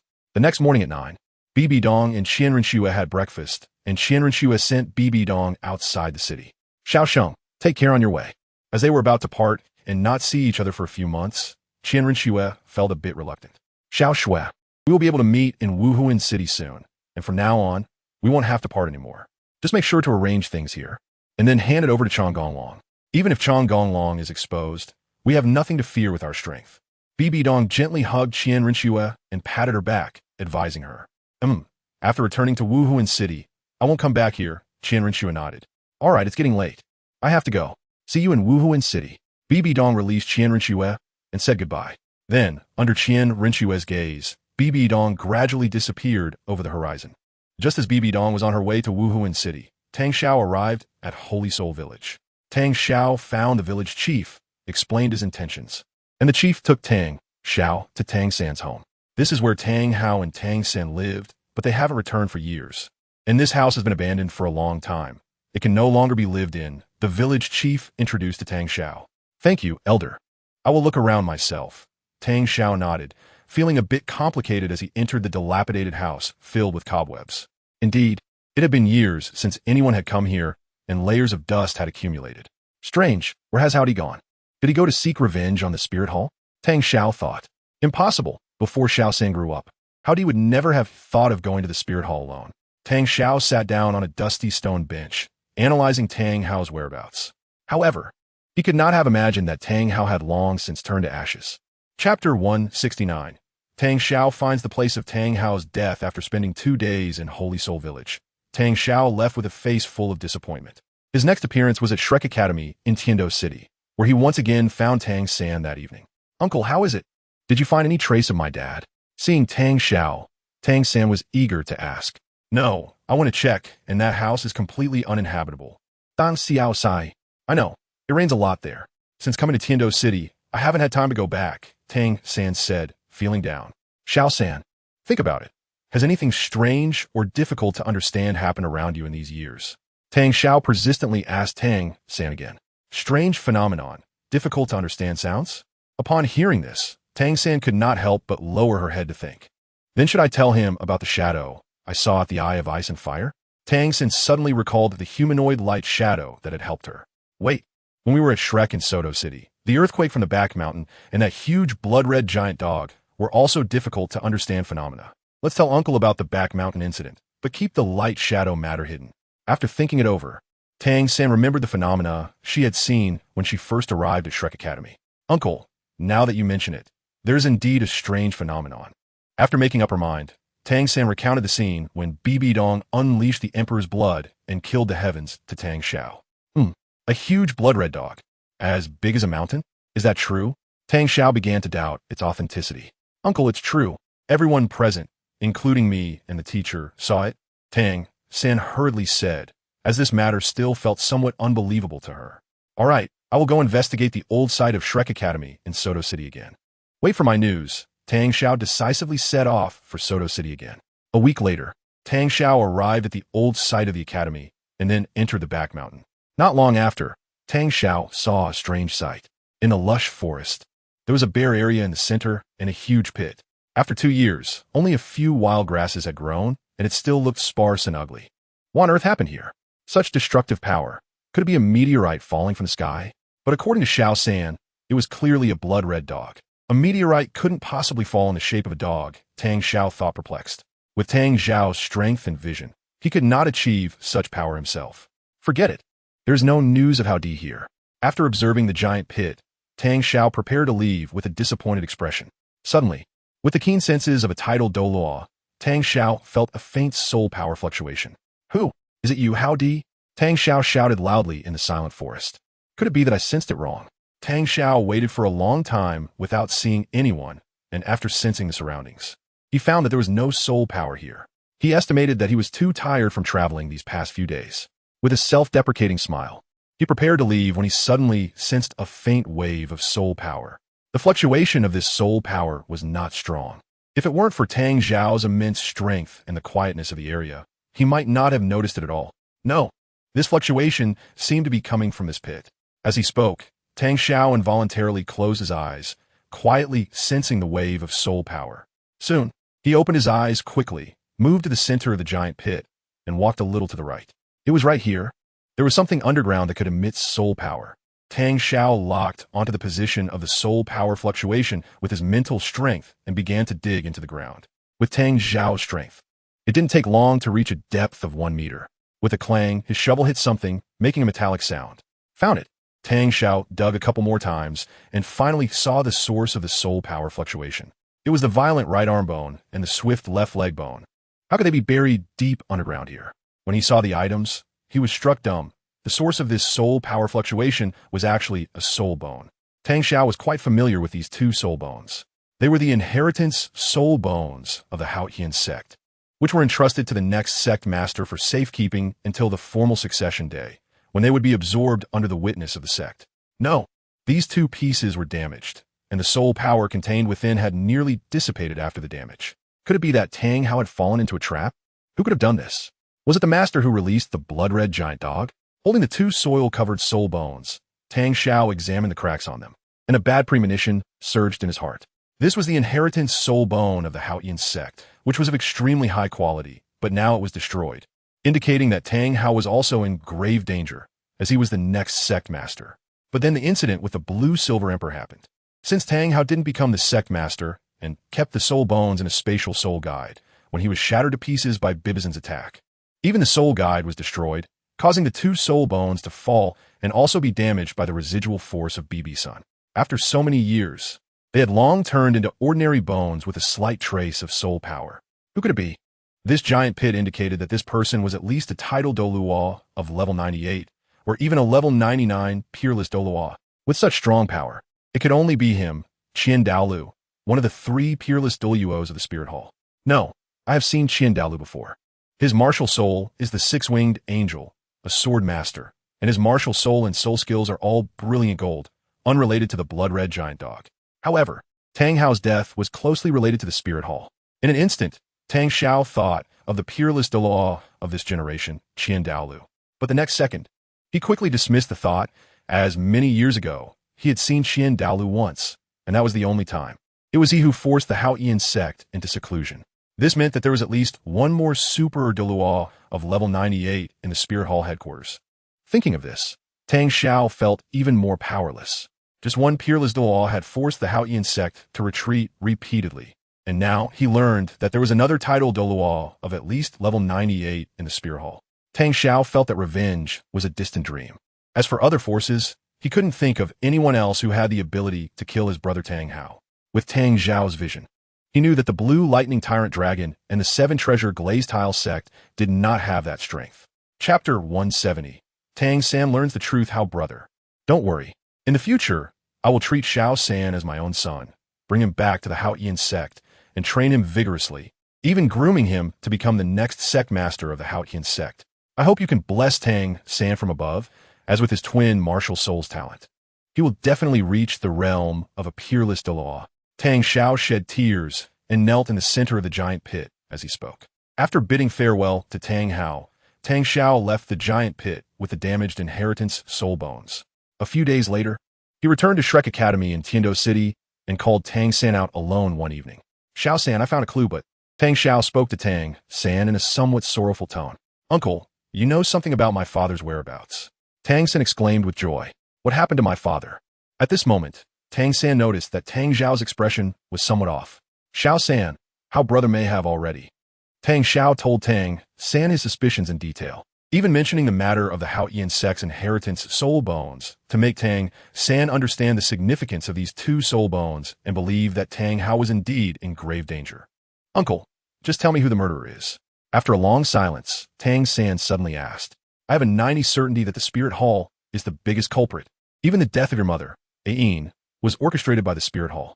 If it weren't for the Spirit Hall chasing your mother back then, she wouldn't have died, and how brother wouldn't have been so despondent for so many years. Tang Xiao also told Tang San about the incident with the Blue-Silver Emperor back then, but didn't mention that it happened 100,000 years ago. So, the deaths of my parents were all caused by the Spirit Hall. Why didn't you take revenge? Isn't the Haotian sect one of the top 3 sects? Tang San questioned Tang Xiao loudly, as rationality was temporarily clouded by emotion. Xiao San, be rational. Don't let hatred blind your eyes. Do you think I don't want revenge? It's just that I can't. Otherwise, your father wouldn't have protected you and raised you in Holy Soul Village. Tang Xiao supported Tang San's arms. Why? Is the Spirit Hall that strong? Tang San shook off Tang Xiao. Yes, very strong. So strong that the Haotian sect had to go into hiding to avoid destruction. Dan Xiao Sai. Xiao San, let me tell you, the Spirit Hall has at least 5 titled Douluos on the surface, and there's also an Elder Hall. It is conservatively estimated that the Spirit Hall has no less than 15 titled Douluos, not to mention Soul Douluos and Soul Saints. Most importantly, one of the former Spirit Hall popes, although no one in the Soul Master world knows him now, he is one of the 3 peerless Douluos. 14 years ago, it was he who forced the Haotian sect into hiding with his strength alone. The strength of a level 99 peerless Douluo can rival, at least me, a super Douluo of level 96. So, Xiao San, the more critical the moment, the more you need to be rational. I may not have the chance to reach the realm of a peerless Douluo, but you do. You have twin martial souls, and when the time comes, with your twin martial souls, you have a great chance of surpassing the 7th level and avenging your parents. Dan Xiao Auses de Liat Vis Dang San, a level 99 peerless Douluo. Damn it, I hate it. Right now, I'm just a soul master. How many years must I endure to reach the level of a peerless Douluo? Tang San crouched down, holding his head in pain. Sigh. Xiao San, I know your heart is filled with hatred right now, but you must pull yourself together. Hatred will cause you to lose your mind and affect your soul power cultivation. Tang Xiao warned. Tang San crouched on the ground, not responding for a long time. Why did the Spirit Hall chase my mother? Tang San asked in a somewhat hoarse voice. What? Tang Xiao didn't quite hear clearly. Why did the Spirit Hall chase my mother? At this point, Uncle, are you still going to hide it from me? Tang San immediately looked up and asked. All right, do you know the origin of your blue-silver grass, martial soul? This is not just any blue-silver grass. It is the blue-silver emperor, the ruler of all blue-silver grass on the Douluo continent. All blue-silver grass are your subjects. This is all because you inherited your mother's bloodline from the 100,000-year soul beast, the blue-silver emperor. Your mother was transformed into a human from the 100,000-year soul beast blue-silver emperor. When your mother was pregnant with you, she leaked the aura of a soul beast and was discovered by a passing expert from the Spirit Hall, which triggered a series of events. Tang Xiao slowly spoke about Tang San's mother, the blue-silver emperor, and told Tang San everything without any concealment. 100,000 years of soul beast. So that's how it is, no wonder. Tang San understood everything now. He realized why his father, Tang Hao, was so excited when he awakened the blue-silver grass. No wonder Dad said to protect the grass in his right hand with the hammer in his left hand. It was for this reason. But why couldn't I cultivate the Haotian hammer first, and then the blue-silver grass? Wouldn't that give the Haotian hammer more power to protect the blue-silver grass? Tang San couldn't help but question. Because you have twin martial souls, one martial soul usually awakens in the right hand. If you cultivate the Haotian hammer in your left hand, wouldn't that clearly tell others you have twin martial souls? At that time, the Haotian sect was in seclusion, and the Haotian hammer was also known as Full Heaven. If the Spirit Hall knew about you, they would definitely not let you go, Tang Xiao explained. I see, Tang San murmured. Little San, I've decided to take you back to the Haotian sect tonight for cultivation. Your current strength is too weak for the Spirit Hall. Staying in the academy poses a risk of exposure, and the Spirit Hall will definitely not let you go then, Tang Xiao said seriously to Tang San. Don't worry. At the Haotian sect, I will do my utmost to cultivate you, help you grow quickly, and learn the ultimate skills of the Haotian hammer. Not now. Teacher has trained me for so many years for the Continental Elite competition to gain recognition for his theories. If I leave now, it would be a betrayal of his teachings. So even if I go back to the Haotian sect, it must wait until the Continental Elite competition is over. Tang Sen quickly refused. No, this final competition is held in Spirit City. Going to Spirit City is like a sheep entering a tiger's den. Tang Xiao immediately opposed. Uncle, I'm not exposed yet. Not only do I have the teacher, but I also have my classmates waiting for me. I can't leave at this time, otherwise, I won't be able to live with myself. Even if I go back to the Hao Ian sect, I won't be focused on cultivation, Tang Sen said firmly, his tone and gaze resolute. All right, since that's the case, I'll protect you in secret. Once I bring the soul bones back to the sect, I'll come over. Tang Xiao sighed, looking at Tang San. Thank you, uncle, Tang Sen nodded. Then go back and rest. Remember not to do anything foolish. Wait for me to come back. Tang Xiao instructed before leaving. Watching Tang Xiao leave, Tang San's expression turned fierce again. Spirit Hall. One day, I will make you pay in blood for your debts. Chapter 171. BibiDong returns to Spirit City. BibiDong, who had been traveling leisurely for 3 days, naturally knew nothing of Tang Xiao's matters. It was also unknown whether it was because the Continental Advanced Soul Master Academy elite competition was approaching, but Spirit City had clearly become more crowded. Those doing small businesses were doing their trade, while those coming to play were mostly soul masters. The small businesses were run by nearby commoners and villagers from surrounding villages. After all, the Continental Elite Competition was a grand event in the Soul Master world. Yueguan, be sure to pay attention to the city's security measures recently. And don't let any mistakes happen, BibiDong instructed Douluo, who was high up. Your Majesty, I understand. I will increase the number of personnel to maintain order in the city, Douluo respectfully replied. How was the killing intent of Nana and the others? Have they listened to the music seriously? BibiDong inquired again. Well, the results are good. The aura on the 3 of them is gradually becoming subtle, and they will have no problems when they participate in the Continental Elite Competition, Douluo nodded. That Tang Yuehua's musical talent is truly exceptional. No wonder she's been able to navigate among the nobles of the Tiando Empire for so many years, Douluo said during his leisure time, also listening to Tang Yuehua. To be honest, he really didn't want to let Tang Yuehua go. Mom, I'm back. Come out and welcome your precious son. BibiDong entered the Pope's palace without any hesitation and called out to BibiDong loudly. BibiDong's face stiffened. It was becoming increasingly audacious, which was unacceptable. Your Majesty, I will take my leave first, Douluo immediately said. Without waiting for BibiDong to respond, Douluo quickly turned and left. Oh, Elder Ju is busy now. Yes, Your Highness the Holy Son. Douluo left the gate and wisely closed the door of the Pope's palace. In an instant, BibiDong appeared next to BibiDong, using her special move to pinch his ear, accurately and very skillfully. You've grown bold, still daring to let your mother come out to welcome you. Yes, it hurts, Mom. You've become addicted to pinching. I'm the Holy Son of the Spirit Hall. If someone sees this, well, I put my face. And I'm still the Pope of the Spirit Hall. You wanted to welcome you? I don't care about face, BibiDong said. Hee, I want to dare again. I just missed you too much. A day apart feels like 3 autumns. How many days has it been since I last saw you? How many autumns have passed? I'm a bit impatient, BibiDong quickly explained. That's more like it. BibiDong lightly huffed and released her jade hand, then walked up to the high platform and took her seat. Mom, how's the Tang Yuehua I found? Did it have any effect on Nana and the others? BibiDong asked as he sat beside BibiDong. Not bad, quite good. Moreover, Nana and the others have become somewhat infatuated with Tang Yuehua's music, which has quieted them down a lot, BibiDong nodded. And you? How is Schwenner's plan arranged? BibiDong countered. Well, Xiao Shui has talked to me. Taking advantage of this Continental Elite competition, she plans to come to Spirit City and not go back, focusing instead on cultivation.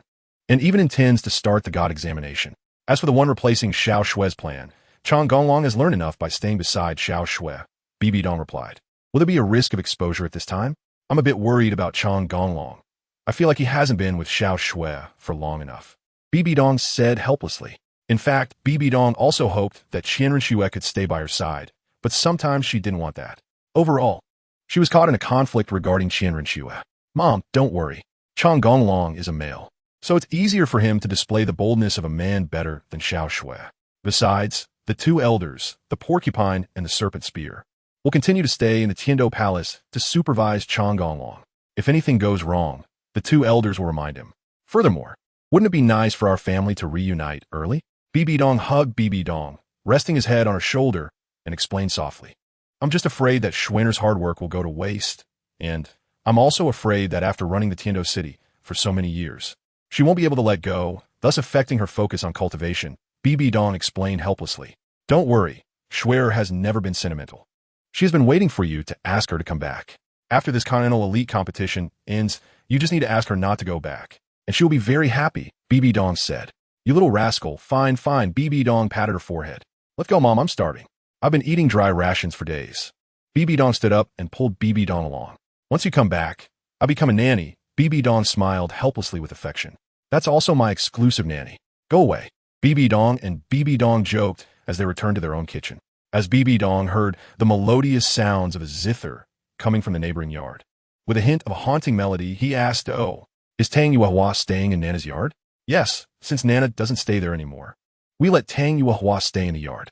It's not good for her to be going in and out from outside," BibiDong replied from the kitchen. "Well, that works. I'll go take a look." BibiSheng got up and ran out of the cafeteria. After a while, he arrived outside the courtyard. In order not to disturb Tang Yuehua while she was playing the piano, BibiSheng leaped over the wall and silently landed in the courtyard. He saw Hulaina and the others sitting in a semicircle in front of Tang Yuehua, who was playing the piano in the pavilion of the courtyard. The three of them appeared to be in a state of rapture, completely unaware that another person had entered the courtyard. It seemed that Tang Yuehua harbored some resentment. Her piano music contained her dissatisfaction, yet it was a helpless melody. No wonder Tang Yuehua had been in the courtyard for a long time, almost like being imprisoned. Staying there for too long could become tiresome.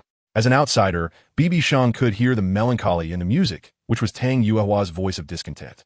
He stood quietly for a while, and gradually the piano music came to a stop. Tang Yuehua removed her hands from the piano, and BibiSheng heard a faint sigh, while Hulaina and the others remained entranced by the music and naturally did not hear Tang Yuehua's sigh. Clap, clap, clap. Indeed, still so elegant and melodious. Though there was a slight flaw that disrupted the overall atmosphere, BibiSheng said aloud, applauding. "It's you, shameless person." Tang Yuehua turned her head and saw BibiSheng, exclaiming without thinking, "You're too kind, too kind." BibiSheng immediately replied, "Yuehua. Little Sheng, you're back." Hulaina exclaimed, quickly standing up and running to BibiSheng to hug his arm. "I've met the Holy Sun." Xiaoyu and Yin immediately greeted BibiSheng. "It seems my efforts were not in vain. I have indeed taken on the title of a shameless person. After not seeing you for over 10 days. Your killing intent and aura have both diminished quite a bit." BibiSheng observed the three of them and understood their situation. "This is largely thanks to you bringing in a musical expert. I must say this is the best music we've heard in recent days," Hulaina replied. "Yes, Holy Sun." Even the normally restless Yin was as quiet as a cat in front of Master Tang. Xiaoyu teased Yin immediately. "Oh, if I'm as quiet as a cat, then you must be a mouse, pinned down and forced to be quiet," Yin retorted, unwilling to lose out. All right. You two hurry up and go outside to have a duel. Let's see who's the cat and who's the mouse. I need to close the door and eat." BibiSheng joked with the two. "Just what I was thinking. Little you, let's go outside for a duel. Little fire, who's afraid of whom? Let's go for a duel." Xiaoyu and Yin said as they left the courtyard, but once outside, it became quiet again. Only when they exited the spirit hall's main door did they start to make noise, as they didn't dare to be loud inside the spirit hall. "Damn, these two haven't changed at all," Hulaina said speechlessly as she watched their backs. "Wait, have you finished your classes?" BibiSheng suddenly asked. "Of course we have. Thanks to you. I play for him for 2 hours every day from 2 to 4 in the afternoon," Tang Yuehua said irritably. "Oh, that really is hard work for you. No wonder your music carries a hint of sorrow and resentment." BibiSheng chuckled. "You can tell." Tang Yuehua was taken aback, as she thought BibiSheng was a rough person. Of course, true strong individuals know a bit about everything. "Do you think I haven't heard anyone else play besides your music?" BibiSheng smiled slowly. "It really is true. You were the most idle in the spirit hall, especially when you were a child, just sitting in the courtyard all day long," Hulaina commented. "Everyone has their grievances. Try playing the piano for 2 hours every day while repeating the same few melodies," Tang Yuehua said discontentedly. "Is that so?" BibiSheng was surprised, which indicated that there are too few good pieces on the Douluo continent. "Indeed," Hulaina confirmed. "Then why not go to the city and ask other musicians for sheet music?" BibiSheng wondered. Are you underestimating my musical knowledge?" "I've heard all kinds of melodies with some popularity," Tang Yuehua said with a slight huff, becoming a bit proud when it came to musical matters. "Then there's nothing we can do. Anyway, there's still about 3 months left, so just keep going." BibiSheng shrugged, indicating he was helpless. "Forget it. Weren't you talking about a trade? Can you help me solve the issue with my martial spirit now? You have so many experts in the spirit hall. I can't run away." Tang Yuehua then brought up their previous agreement. "We agreed that it would be after the Continental Elite competition ends. And that's still a long way off," BibiSheng corrected. Then you must at least tell me how you plan to help me solve the martial spirit problem. What if you don't keep your word? Alright, I'll show you something. BibiSheng said as he took out a 9th grade purple medicinal herb from his storage pouch. What is this? It smells so strong, with a hint of cooked meat. Tang Yuehua looked curiously at the 9th grade purple herb in BibiSheng's hand. This is a medicinal herb intended to help you eliminate the defect in your martial spirit. Now, what do you believe me? BibiSheng said, retracting the 9th grade purple herb. I thought it was some human method. Turns out it's an external substance. Alright, I understand now. I will fulfill my promise until the Continental Elite competition ends. Tang Yuehua nodded, finally speaking with a tone that had some hope. Nana, let's go. BibiSheng then decided not to linger any longer and took Hulaina out of the courtyard. The charm of Soul Masters is really great.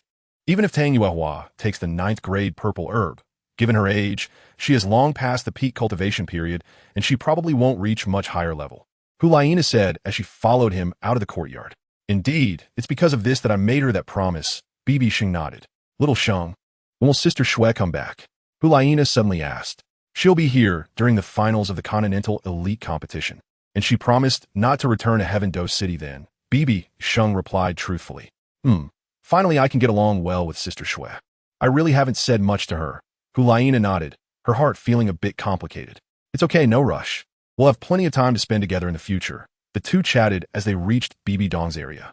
As soon as Hulaina entered the cafeteria, she immediately went to greet Bibi Dong. BibiSheng sat comfortably on the sofa, rarely relaxing, and after closing his eyes to rest for a while, Bibi Dong and Hulaina brought the food to the table. Sheng, it's time to eat. After rushing around, it can be tiring for both body and mind. Bibi Dong smiled.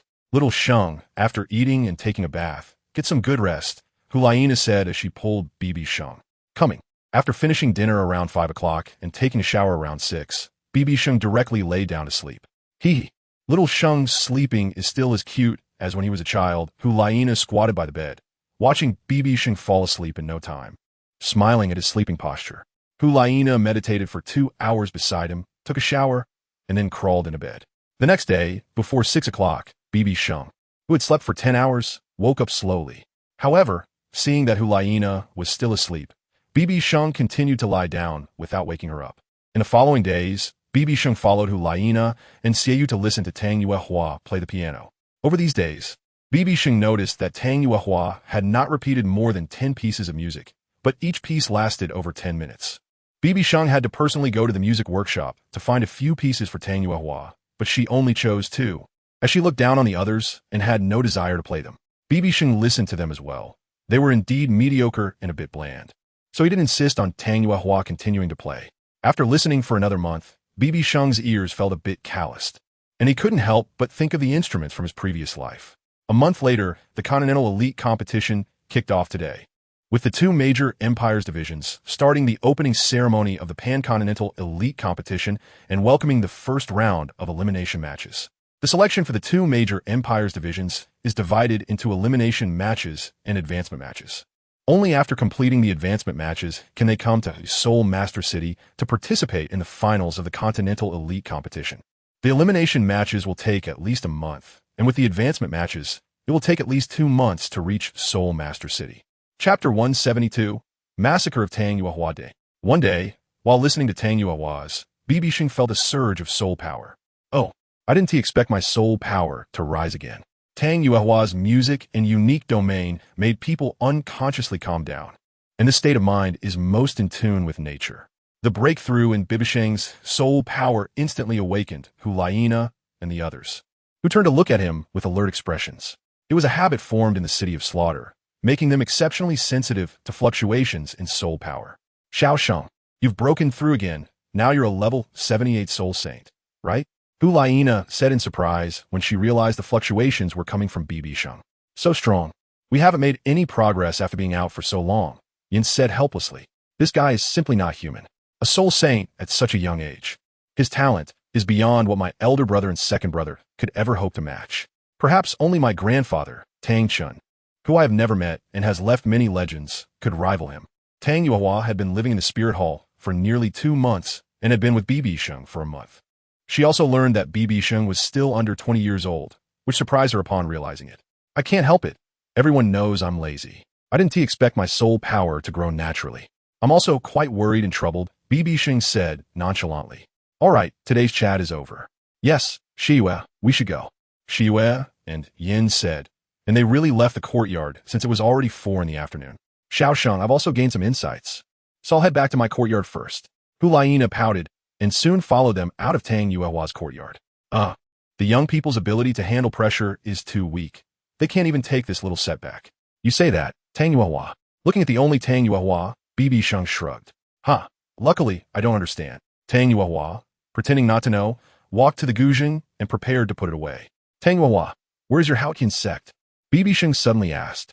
What do you want? Tang Yuehua looked at BibiSheng warily, just chatting casually. After this is over, we have to send you back safely. Your strength is too weak. What if you die on the road?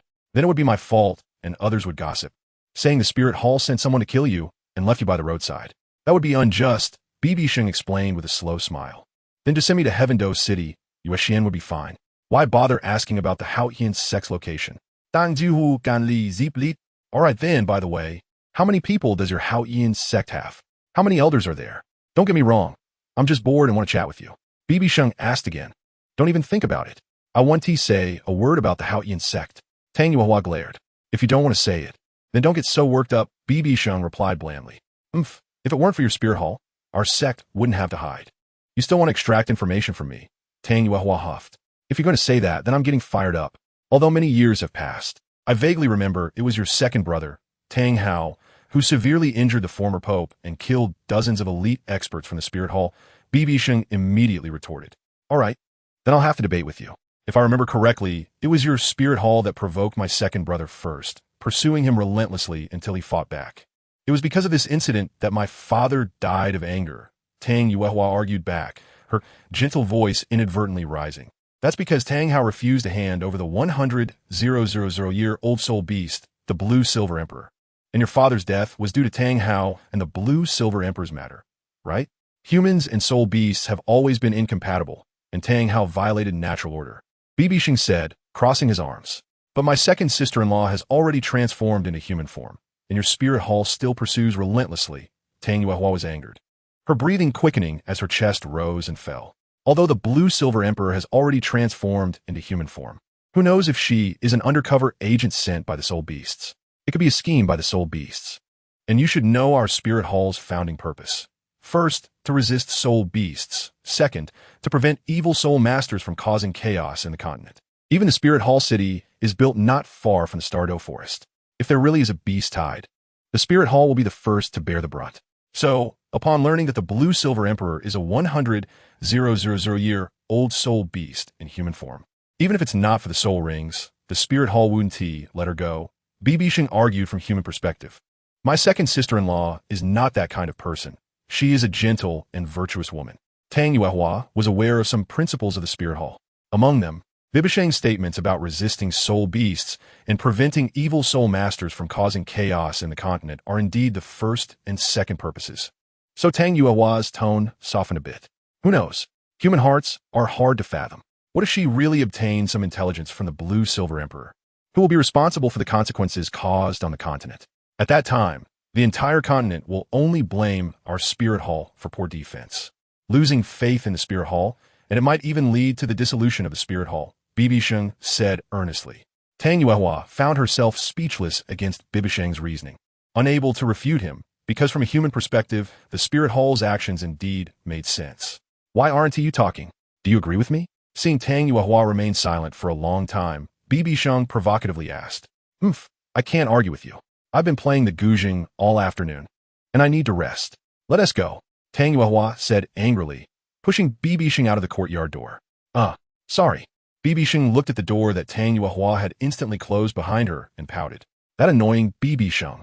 Every time I finish playing, he makes me unhappy. Tang Yuehua leaned against the door, her chest heaving with anger, and then unhappily walked into her room. Seeing that Hu Laina was also in the room practicing, BibiSheng had nowhere to go, so he went to find BibiDong to play. Your Highness the Saint.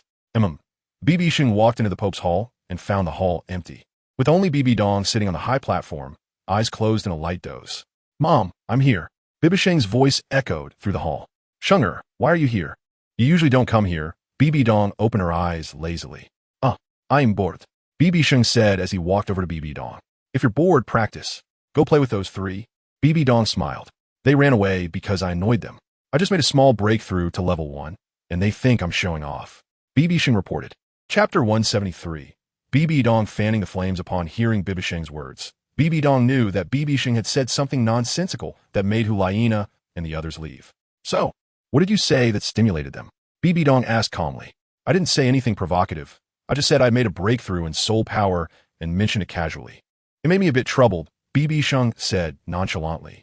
Are you serious? If it were me, I would walk away too. Bibi Dong fixed her gaze on BibiSheng. I'm just stating the facts. BibiSheng said helplessly. Forget it, forget it. What about Tang Yuehua? Didn't you like to keep forcing her to play the piano? Why did you come over today? Bibi Dong glanced over and said. She cried after I spoke to her, and when she couldn't argue with me. She pushed me out of the yard, daring to debate the issue between the spirit hall and the Haoyan sect with me. BibiSheng said with an invincible look. You're so impressive. Bibi Dong was speechless.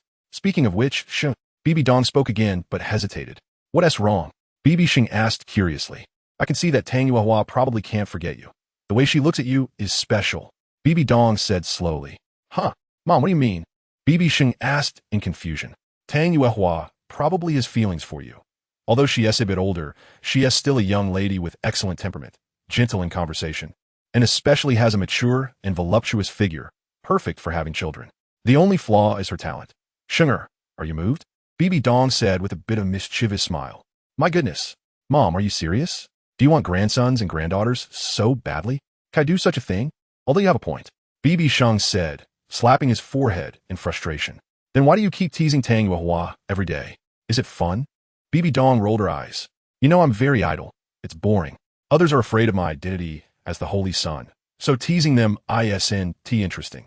Only teasing Tang Yuehua is a bit fun, BibiSheng explained seriously. I don't think so. Bibi Dong stared at BibiSheng with a knowing look. All right. Let us not talk about Tang Yuehua anymore.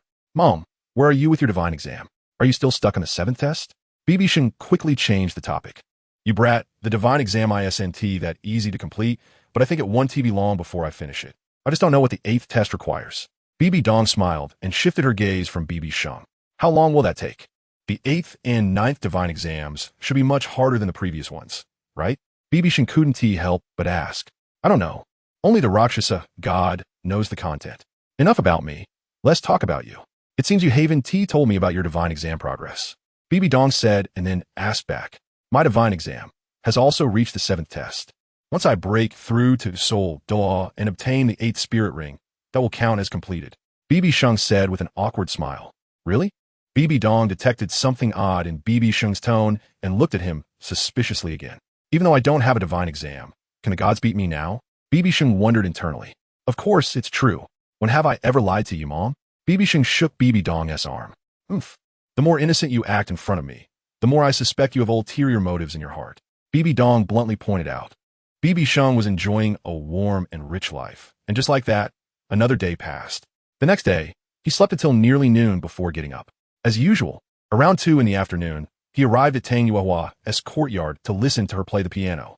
However, when Tang Yuehua saw BibiSheng come in, her playing slowed for a moment, but she quickly adjusted. Hulaina and the others might not have noticed, but BibiSheng did. Tang Yuehua, playing the piano, was a completely different person. In the state of playing, her demeanor was more graceful and elegant. BibiSheng thought to himself as he sat next to Hulaina. Soon, 2 hours passed amidst several pieces of music, and the trio of Xie returned to their room, as usual, to digest the day's gains. Tang Yuehua didn't return to her room immediately either. Instead, she took out a silk scarf and carefully wiped her instrument. Aren't you leaving yet? After wiping a couple of times, Tang Yuehua saw that BibiSheng was still sitting there and couldn't help but speak up. Sigh. Although your piano skills are excellent and can be said to be among the best on the continent, listening to the same few pieces every day is a bit tedious. BibiSheng said. Then what should I do? You don't have any new pieces, and if you're tired of listening, I'm even more tired of playing. However, since you're bored, why don't you let me rest for a few days and give me a break? Tang Yuehua said lightly. No way, time is tight. Thinking that you'll be leaving in 2 months, you won't be able to listen to it then. Just because you're tired of it now doesn't mean you want to listen in the future. BibiSheng smiled and declined. Oomph. If you became a businessman, you would definitely be an unprecedented swindler a black-hearted merchant. Tang Yuehua knew BibiSheng would say that. Don't say that. In fact, after listening to your piano skills for so long, I now have a melody in my mind. I just don't understand the notes. If I hum it to you, can you write it down? BibiSheng's word surprised Tang Yuehua. Really? It wouldn't be some off-key, messy tune, would it? Tang Yuehua asked skeptically. How about I hum it for you first? BibiSheng said. All right, I want to hear what you can hum. Dan Duhu Ziplit Gan Li. Clearly not believing that BibiSheng could hum any melody. Okay, just listen. BibiSheng quickly adjusted himself, recalling the famous melody of high mountains and flowing water he had heard before. This was also because BibiSheng had listened to Tang Yuehua's piano sound, which reminded him of some melodies, but he definitely didn't know the sheet music. The ability to recall melodies had a significant impact, and it was still due to BibiSheng's past life, where he enjoyed listening to tranquil pure music while playing games. Allah BibiSheng slowly began to hum, raising his volume during the high notes, fluctuating up and down. Originally somewhat dismissive, Tang Yuehua stopped wiping the piano after half a minute of BibiSheng humming, listening in a daze. This melody seemed a bit different. It sounded like a melody created by nature, transitioning from stillness to motion, then reaching a climax, and finally calming down again, becoming more and more stunning as it progressed. Tang Yuehua looked at BibiSheng with a gaze of newfound respect, as if she had found a kindred spirit. How was it? It was my first time humming, so it might not be good. Can you write it down? After about 10 minutes, BibiSheng stopped humming. This is the first time I've heard such a melody. It seems feasible. However, I feel like your humming is not standard, so it might be a bit difficult to write it into music. Tang Yuehua said honestly. Is that so? No problem. Since you think it's good, we can research it together. Chapter 174. The mysterious person reappears in the city of slaughter. King, ever since the 4 little tyrants left, the prosperity of the city of slaughter has greatly diminished, and the population has decreased by half. The messenger of slaughter knelt before the king of slaughter to report on the situation in the city of slaughter.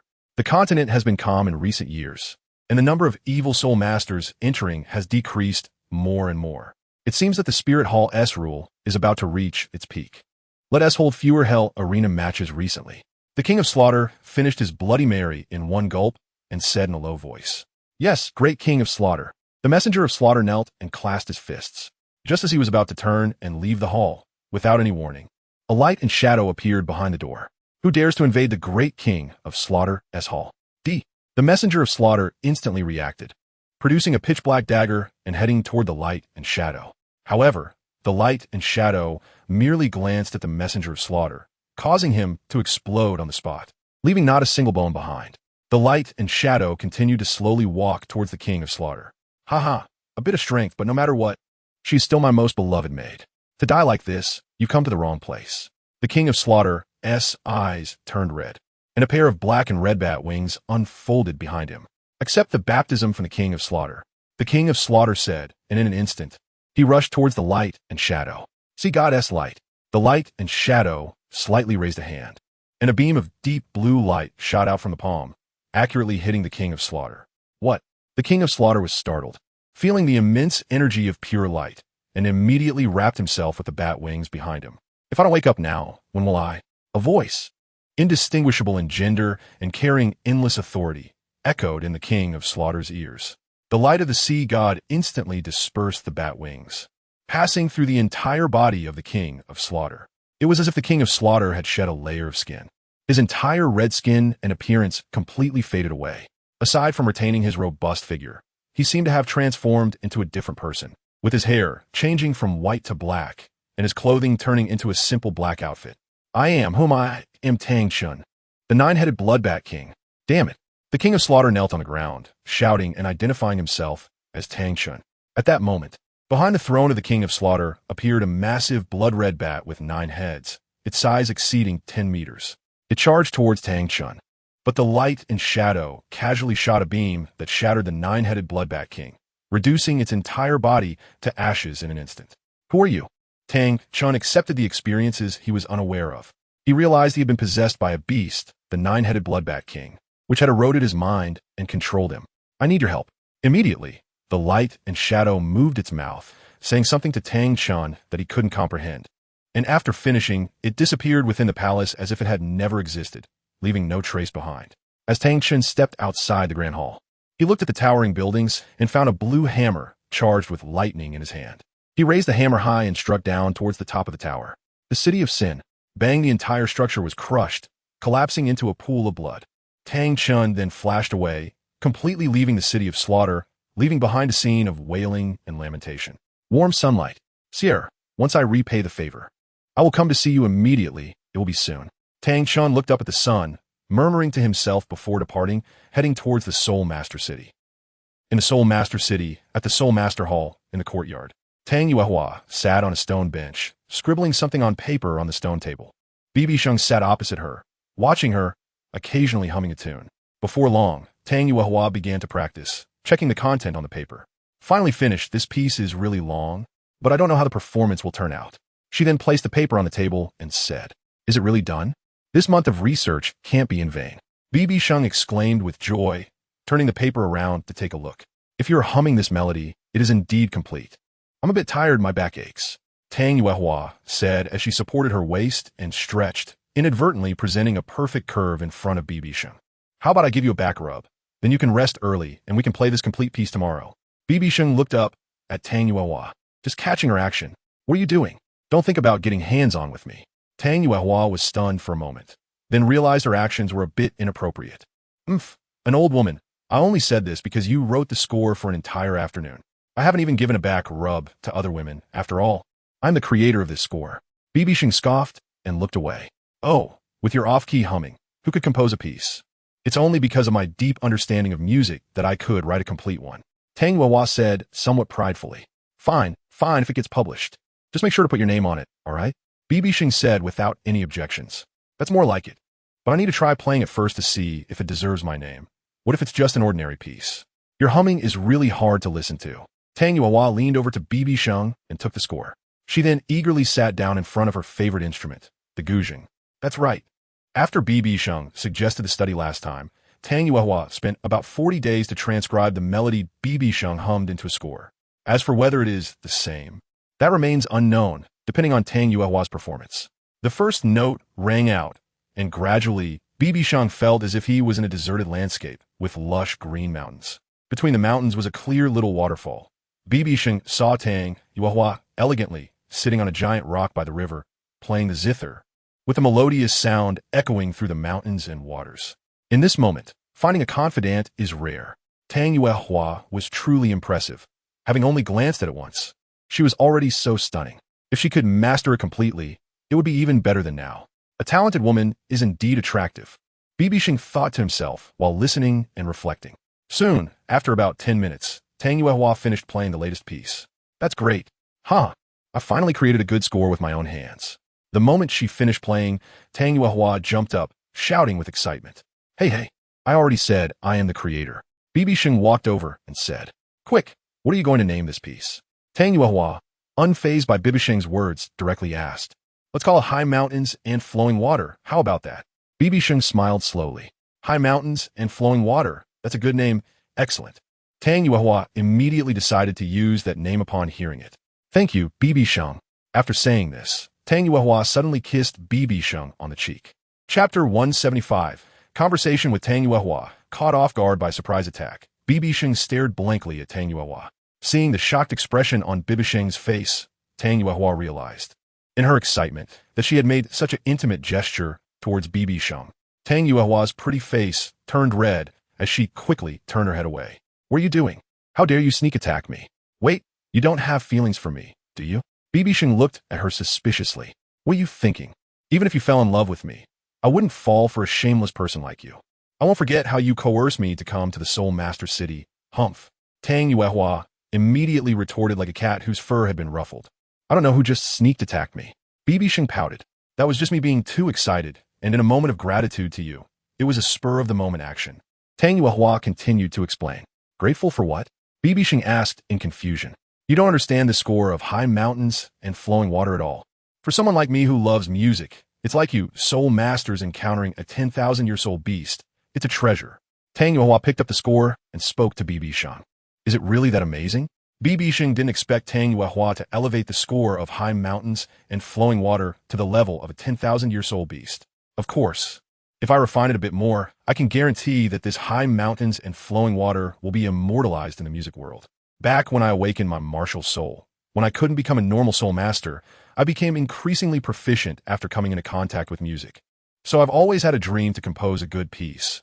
Even if it can't be passed on for 100 years, I would be happy.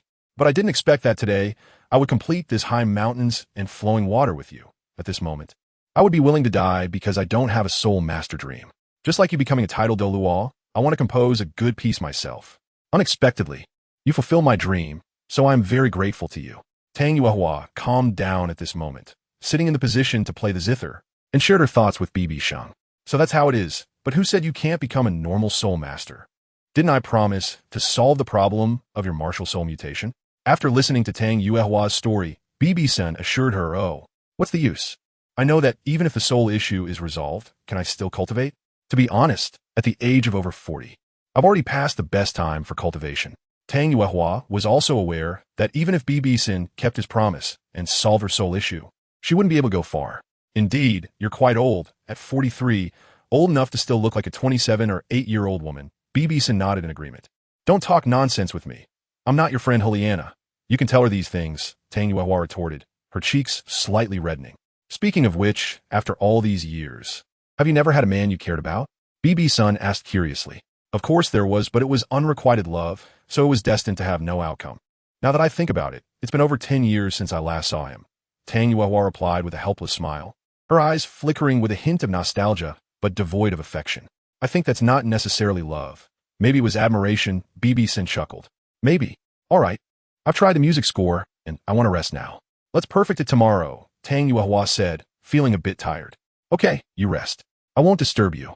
BibiSheng nodded and left Tang Yuehua's yard, closing the door behind him. High mountains and flowing water, rare to find a confidant. Seeing BibiSheng close the door, Tang Yuehua sighed and picked up the music score before going inside to rest. Mom, I'm back. The food isn't cold, is it? BibiSheng walked into the dining room and saw BibiDong preparing to clear the bowls. The food isn't cold, but Mom's heart is, BibiDong replied irritably. Speak nicely. I've been getting close to Tang Yuehua recently because of the high mountains and flowing water, so BibiDong has been a bit sarcastic, BibiSheng retorted, feeling a bit annoyed. I heard an unfamiliar melody from here. You've been getting so close to Tang Yuehua lately. Did you finish the song you hummed? BibiDong asked, patting BibiSheng's head. Yeah, it's finished, but Tang Yuehua still needs to refine it a bit. You'll definitely hear the song I created in a couple of days, BibiSheng nodded. You? With no knowledge in your head, you can create? It's still Tang Yuehua who painstakingly wrote it out completely. BibiDong rolled his eyes. Mom, which side are you on? BibiSheng asked in dissatisfaction. Still trying to hide it from me. Huh? I just heard your surprised voice. So, during this time together, did you win over Tang Yuehua? BibiDong asked gossipingly. What are you talking about? Tang Yuehua just kissed my cheek in a moment of excitement. It's not what you think, BibiSheng replied speechlessly. Good job. BibiDong praised. Hearing this, BibiSheng rolled his eyes at BibiDong. The two weren't even on the same wavelength. By the way, it's already past 7. Tang Yuehua has been busy all afternoon and hasn't eaten. With Nana not here, she probably doesn't even have the mood to cook for herself. I'll bring her some food. BibiSheng slapped his forehead. He then took 3 bowls and some dishes to bring to Tang Yuehua. As for Juliana, she returned to the academy a few days ago to get familiar with her teammates ahead of the Continental Elite Competition Finals. Sounds good. BibiDong had no objections. Soon, BibiSheng arrived at the yard. Not hearing any response, he walked into the yard, approached the door, and knocked again. Dan Jihu, Dan Jihu. Strange. Did she fall asleep so quickly? No, I need to wake her up to eat first. After waiting a few minutes without a response, BibiSheng pushed the door open. Dan Jihu. He entered the room, but didn't see Tang Yuehua, so he headed to the bedroom. Unexpectedly, Tang Yuehua was in a daze while taking off her clothes, completely unaware that the bedroom door was not closed. Tang Yuehua. BibiSheng couldn't help but remind her. Tang Yuehua turned her head slightly and found BibiSheng standing at the doorway, quickly covering herself up. Fortunately, she had only taken off half of her clothes and was just a bit disheveled. How did you barge into my room? Tang Yuehua's face turned red, but she quickly questioned him. It's a misunderstanding. I thought you might be asleep since you didn't respond when I called for a long time. I just wanted to wake you up to eat, BibiSheng explained with an innocent tone. Seeing the plate BibiSheng was holding, Tang Yuehua realized he was telling the truth. All right. I was a bit distracted and didn't hear you. But why did you think to bring me food? Tang Yuehua walked over and asked. Aren't you tired? I thought you hadn't eaten, so I brought some over. I didn't know what you liked to eat, BibiSheng replied as he handed the plate to Tang Yuehua. Thank you. I really didn't feel like cooking tonight. I just set the hot water to take a bath and fell asleep, Tang Yuehua said, not being polite and accepting the food. Eat first, then rest. It was originally my fault for making you work so late, BibiSheng smiled apologetically. Just knowing is good. Tang Yuehua rolled her eyes. Then I'll leave. I haven't finished eating either. BibiSheng awkwardly smiled and left Tang Yuehua's yard. Chapter 176. Relaxation. Tang Yuehua watched BibiSheng leave the room and sat at the table, savoring the food slowly. Occasionally, a smile appeared on her face, perhaps without her realizing it. After finishing her meal, Tang Yuehua took a bath and, before going to bed, glanced at the music score of high mountains and flowing water before falling into a deep sleep. The next day, Tang Yuehua woke up with a flushed face and hurried into the bathroom. Why did I have such a lingering dream? She thought shyly as she stepped out of the bathroom. She then sat on the bed, trying to calm her emotions. After a long time, Tang Yuehua finally put on her formal attire, revealing a court dress that showed half of her calves in a reddish color. She even took a moment to slightly beautify herself. Dan Duhu. At that moment, she heard BibiSheng's voice from the yard and felt it was about time. So she stood up. It's nearly 9. Why haven't you gotten up yet? You usually don't sleep this late. BibiSheng thought as he prepared to go out when he heard the sound of the door opening. Why are you up so early today? Tang Yuehua walked out of the room calmly. Oh, Tang Yuehua, you seem a bit different today. Is it because you're wearing a dress I've never seen before? You're quite radiant, BibiSheng observed curiously. Usually, Tang Yuehua only wore clothes of the Yueshin style, so it was BibiSheng's first time seeing her in a different dress. Really? I don't remember. I just threw something on. Maybe it's because I completed high mountains and flowing water yesterday, so I'm in a better mood. Tang Yuehua tried to remain calm, but her eyes were evasive, as if she didn't dare to look at BibiSheng. Ugh, it's all because of that strange dream last night. Tang Yuehua thought helplessly. That's right. Being happy is important. Come on, let's bring out the music score to continue refining it, and also make a copy. That way, one copy can stay at the Soul Hall, and you can take the other with you, BibiSheng said with a cheerful smile. Okay, it was still in my room. I'll go get it. Tang Yuehua nodded without objection and turned to enter her room. BibiSheng had already brought paper and pen with him. He went to the stone table in the yard, took out the paper and pen from his soul guide necklace, and waited for Tang Yuehua to come out. It wasn't long before Tang Yuehua came out holding the music score in both hands. You are such a person, preparing paper and pen, making me work hard early in the morning, right? Tang Yuehua complained when she saw that everything was ready on the stone table. Because I want Mom to listen to the song I created as soon as possible. Yesterday at dinner, she actually dared to look down on me, saying I had no talent. All right, Yuehua, you can work hard for a bit. BibiSheng quickly explained. Fine. Anyway, I'm in your territory now, so I'm at your mercy. Tang Yuehua helplessly smiled and sat on the stone bench, taking the paper and pen. By the way, you haven't had breakfast yet, so you keep copying and I'll go get you some porridge. BibiSheng suddenly thought of something and said to Tang Yuehua. After saying that, BibiSheng hurriedly walked out of the courtyard. No good deed goes unpunished, either a thief or a trickster. Tang Yuehua thought to herself as she watched BibiSheng's back. Wait, that's not right. Did he just call me Yuehua instead of Tang Yuehua? Tang Yuehua suddenly realized something was off. However, she didn't think too much about it and started copying while improving the music score, which made her seem a bit slow in her copying. A few minutes later, BibiSheng came back with a bowl of clear porridge and 2 side dishes. How is it going? Drink the porridge first. BibiSheng placed it aside and said. Tang Yuehua put down her pen. You eat first. I'll take a look. BibiSheng nodded and took Tang Yuehua's original stone bench to check it out. BibiSheng checked both copies together. Initially just casually looking, but unexpectedly found something was off. Some of the pitches were slightly off. Yuehua, come over and take a look. Did you improve it? Or did you copy it incorrectly? BibiSheng quickly called Tang Yuehua over check. Really? That's impossible. Tang Yuehua was taken aback and hurried over to compare. Tang Yuehua then realized that she had indeed copied the pitches incorrectly.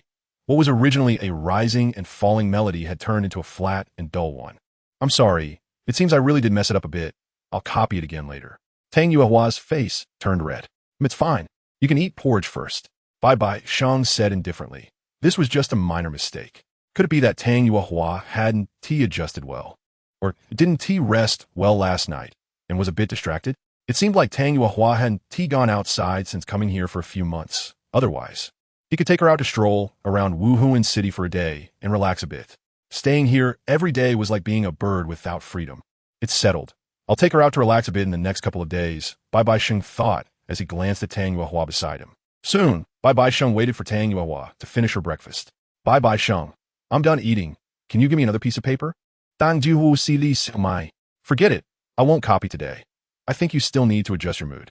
You haven't been out since coming to Wuhuan City, right? I'll take you to the park to stroll around and relax. BibiSheng smiled slightly. Isn't that inappropriate? Tang Yuehua was taken aback. There's nothing inappropriate about it. Let us go.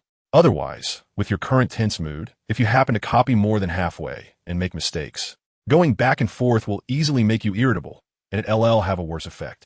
BibiSheng stood up and said to Tang Yuehua in an unquestionable tone, Okay, I've never seen Wuhuan City, the top city in the continent. I wonder what unique scenery it has. Tang Yuehua said without holding back. That's the spirit. Let us go. BibiSheng turned around and walked ahead, and Tang Yuehua pursed her lips but still followed BibiSheng out of the courtyard. When they arrived in front of the Pope's hall, they unexpectedly ran into Douluo, who was about to enter the Pope's hall. Your Highness the Saint's son, where are you planning to go? Douluo glanced at Tang Yuehua before speaking to BibiSheng. The weather is nice today. We're going to stroll around Donan Park. By the way, if Mom asks about me, just say that. BibiSheng said plainly. Understood. Douluo nodded and then didn't pay any more attention to BibiSheng. Your Highness the Saint's son. As they passed by, the patrolling guards all saluted BibiSheng, but they didn't kneel, as BibiSheng had specifically instructed. All right. Soon, they exited the main gate of the Wuhuan Hall, and at that moment, Tang Yuehua finally spoke. No wonder you're the saint's son of the Wuhuan Hall. You have such authority. Those soldiers look at you with such respect. It's fine. I'm a simple person and don't like complicated formalities. Let us go. It's still a bit of a distance to Donan Park. Should we walk or take a carriage? BibiSheng smiled softly. Since we came out to relax, let us walk. Tang Yuehua chose to walk. All right. Scene 177. Strolling in the park. Yueguan greets His Holiness the Pope. Douluo walked into the Pope's hall and greeted BibiDong. How are the promotion matches on both sides? BibiDong est blindly. The Star Luo Empire side hasn't changed much from last time, but the Heavendo Empire side has a dark horse, a new academy, Shrek Academy. Achieved first place in the promotion matches. It's largely thanks to the Saint's son's female, disciple Zhu Zhuqing, and another notable performer is Tang San, the son of Tang Hao, who possesses twin martial souls. This Tang San has some unknown self-created soul skills, and not just one. It seems he's not using the Haotian sect's unique skills, showing some talent. However, neither side has a soul king.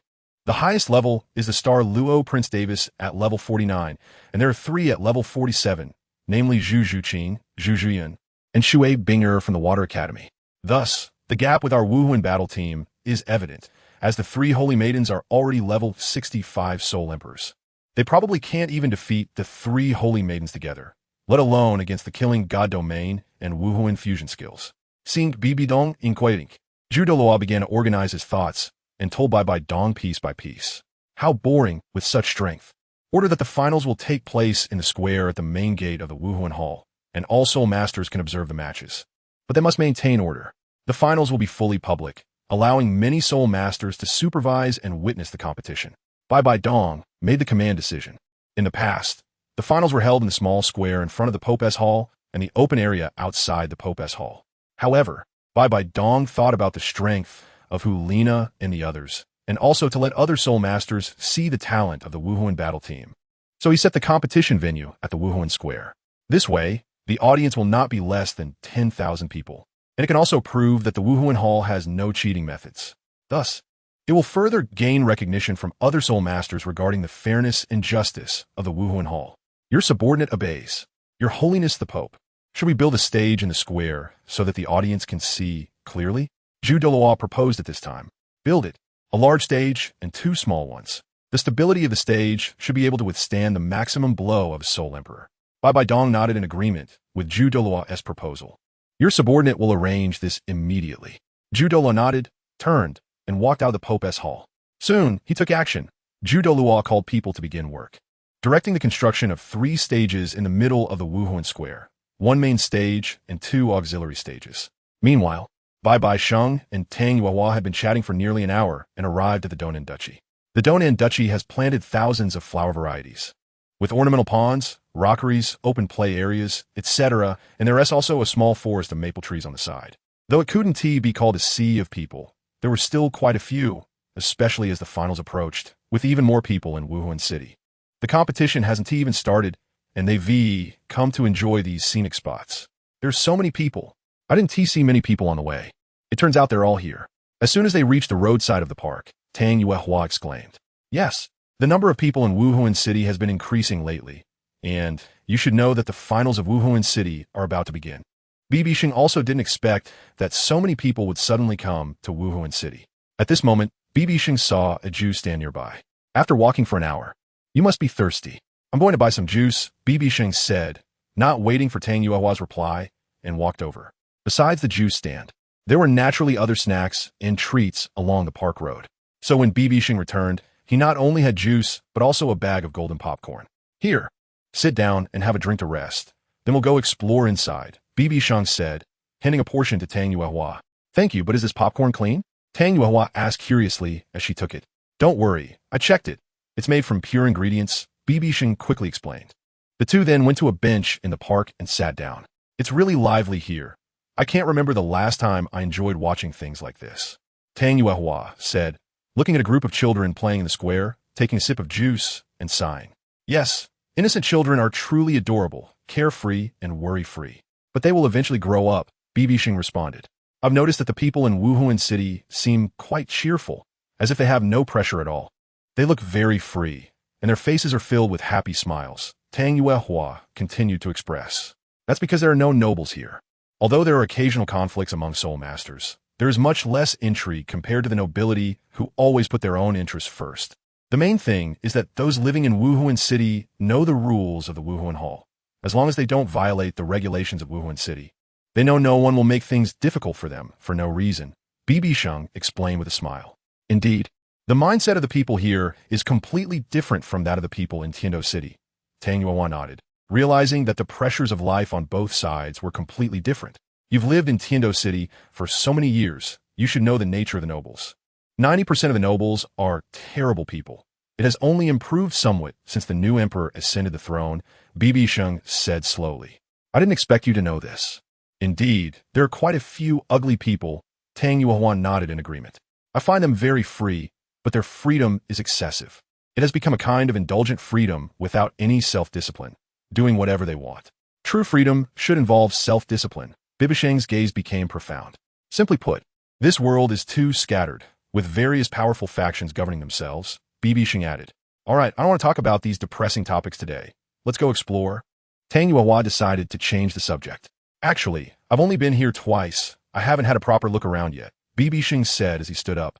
The two then headed deeper into the park, but they had only walked halfway when, in the middle of the square, some playing children, while playing and not paying attention, bumped into BibiSheng. "Ah!" Tang Yuehua suddenly cried out and fell forward. BibiSheng quickly reached out his hand to grab one of Tang Yuehua's hands. But perhaps he pulled too hard and ended up pulling Tang Yuehua into his embrace, while his other hand wrapped around her waist. "Yuehua, are you all right?" BibiSheng quickly asked.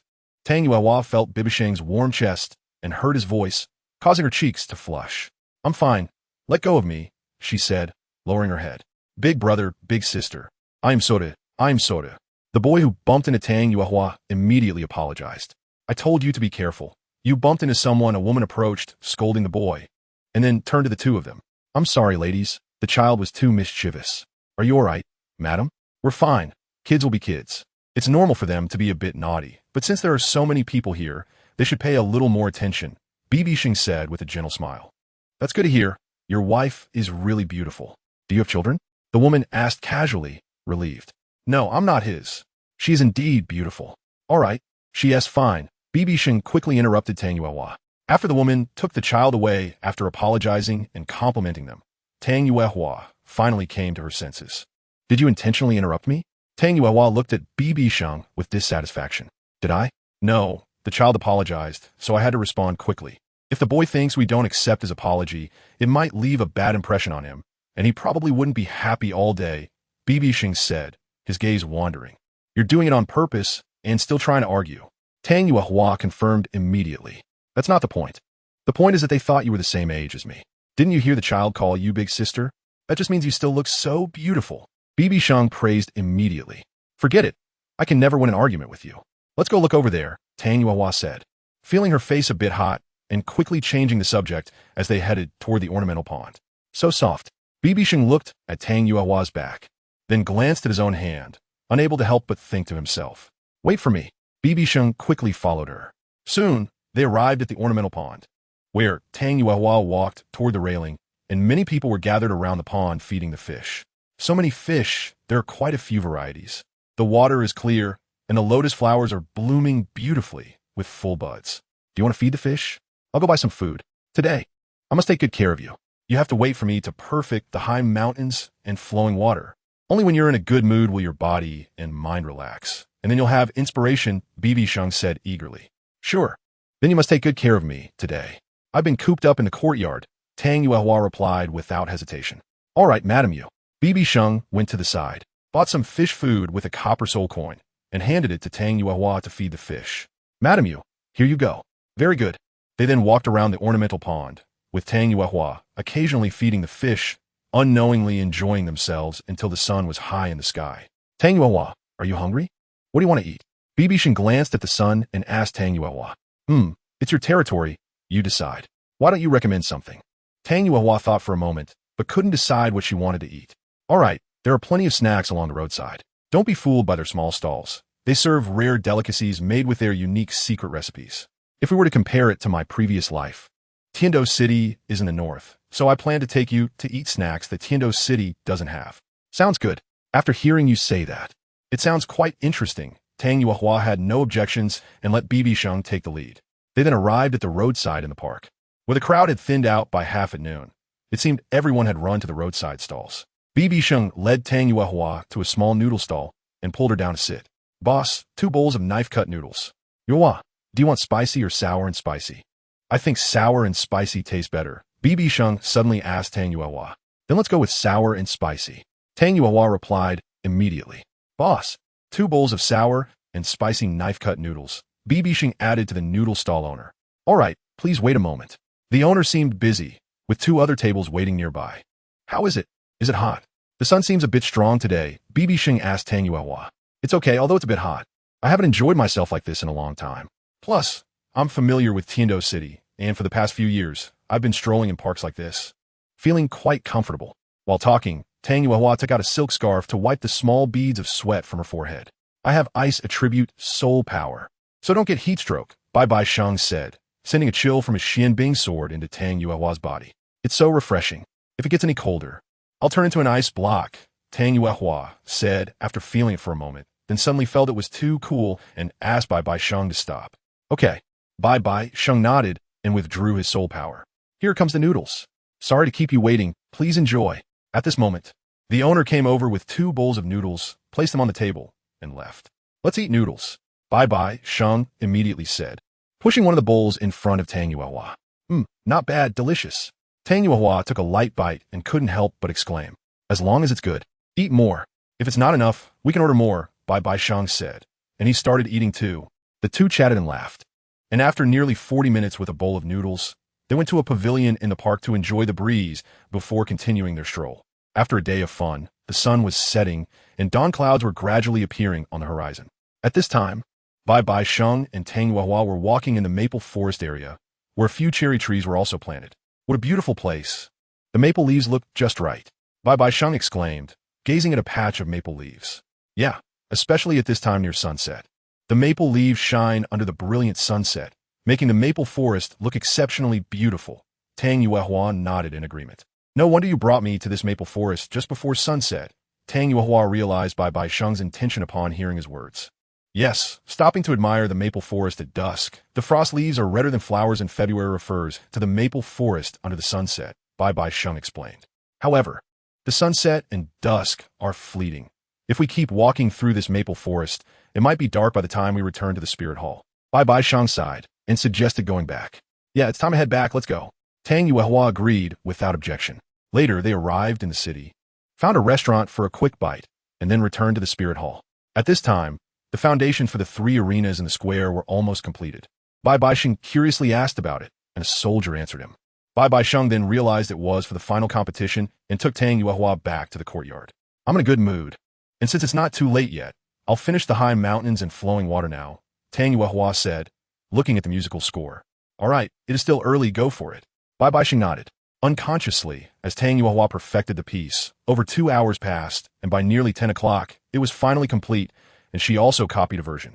Finally done, BibiSheng had been watching Tang Yuehua the whole time, and was suddenly awakened from his dozing by her. It's finished. Do you want me to play it again for you? Tang Yuehua asked, nodding. Forget it, playing the piano in the middle of the night would disturb others. Let's do it tomorrow. BibiSheng refused, noticing the late hour. True, it's south already close to midnight. Overall, today felt like it went by too quickly. Tang Yuehua put down the score. In a few days, the finals will start, and I might be a bit busy then, so I plan to fulfill my promise tonight and help you with your soul problem.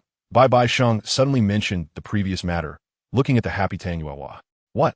The Continental Elite competition hasn't ended yet. Is it really necessary to be in such a hurry? You can help me after the competition is over. Tang Yuehua was taken aback.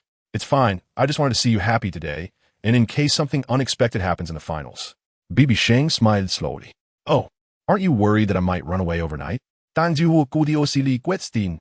to our agreement, your special training with Nana and Xie Yu has already ended.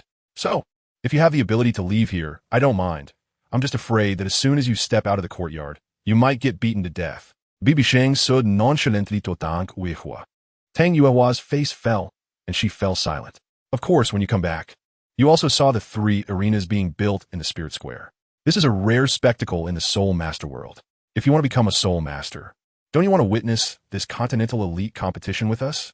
At that time, 33 teams will gather in the square, and the battles of these young people will be very intense, and you will better understand the battles between different Soul Masters, BibiSheng said again.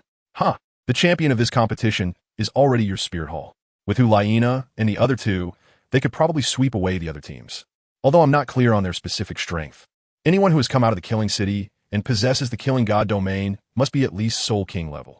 As for the students from high-level Soul Master academies, having even 1 Soul King would be impressive. Tang Yuehua shook her head. Although Tang Yuehua was not aware of the specific strength of Hulaina and the others, she had spent a few months with them. As a member of Haotian clan, she had also experienced the aura of those above Soul King level, and could guess a thing or two just from the aura of Hulaina and the others. There is nothing you can do about it. It all depends on your own opportunities.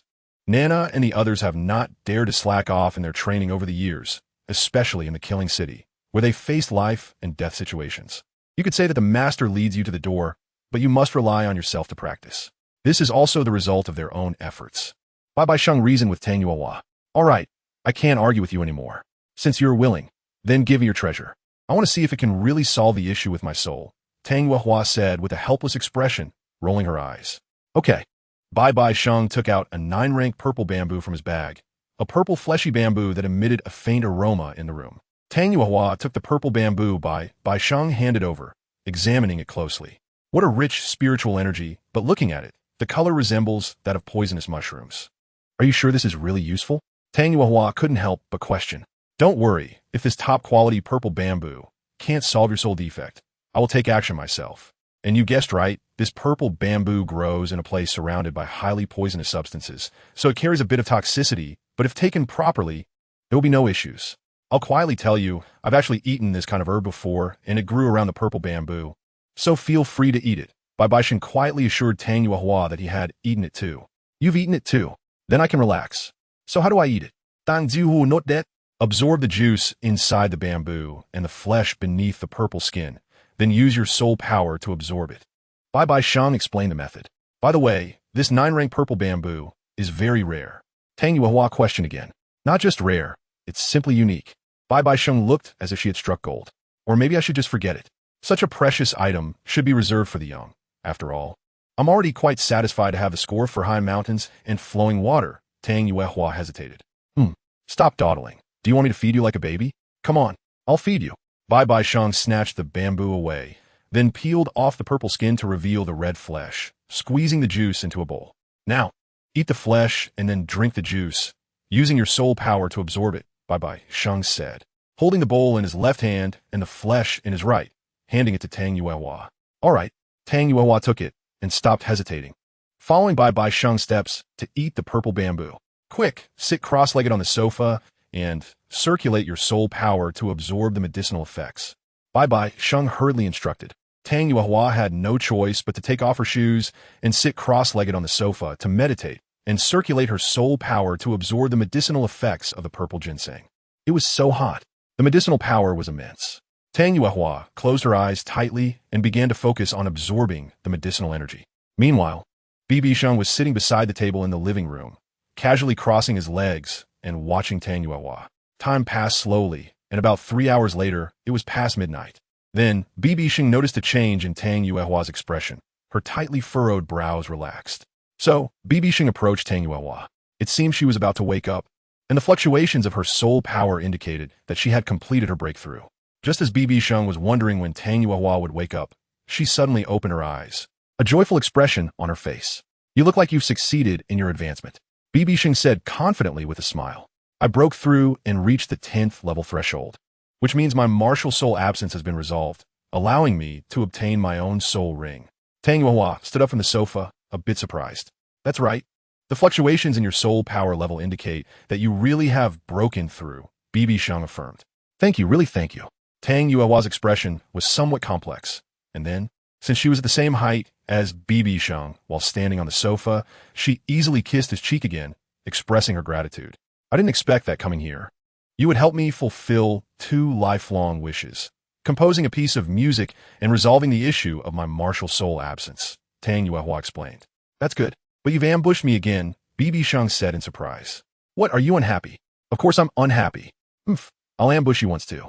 BibiSheng suddenly leaned in closer, but he stopped near Tang Yuehua's face. Just as she was about to breathe a sigh of relief, her cheeks flushed, BibiSheng directly kissed her. "Dan Zuhu Fode." She did not expect BibiSheng to kiss her lips directly. She felt herself soften and couldn't help but close her eyes, also feeling hands on her back. BibiSheng was also surprised that Tang Yuehua did not push him away, growing bolder as his hands roamed. Before long, a somewhat dazed Tang Yuehua felt herself being lifted, and only then did she slightly awaken. "No, don't do this, we can't." Tang Yuehua looked around and saw she was already in the bedroom, hurriedly speaking weakly to BibiSheng. "It's too late." BibiSheng did not give up and did not stop his actions. Tang Yuehua became even more flustered, her body too soft to refuse BibiSheng's gentle treatment. Slowly, Tang Yuehua stopped resisting, squinting slightly at the handsome BibiSheng, her heart surprisingly yielding. "Just treat it like a dream. It will be the same when I wake up," Tang Yuehua thought to herself. Chapter 179. Yu Shaojiang arrives at the papal palace the next morning. BibiSheng woke up first. Seeing that Tang Yuehua was still asleep beside him, he smiled, got dressed, and walked out. He arrived at the dining hall, just in time to see Bibi Dong having breakfast. "Shenger, well done. After you finish eating, take the porridge to her," Bibi Dong said knowingly. "Okay, I got it," BibiSheng replied a bit shyly. About 10 minutes later, Tang Yuehua slowly woke up, blinking in confusion as she looked at the ceiling. She turned her head and noticed BibiSheng was not there, so she tried to get up but felt a lot of soreness. "I'm really foolish.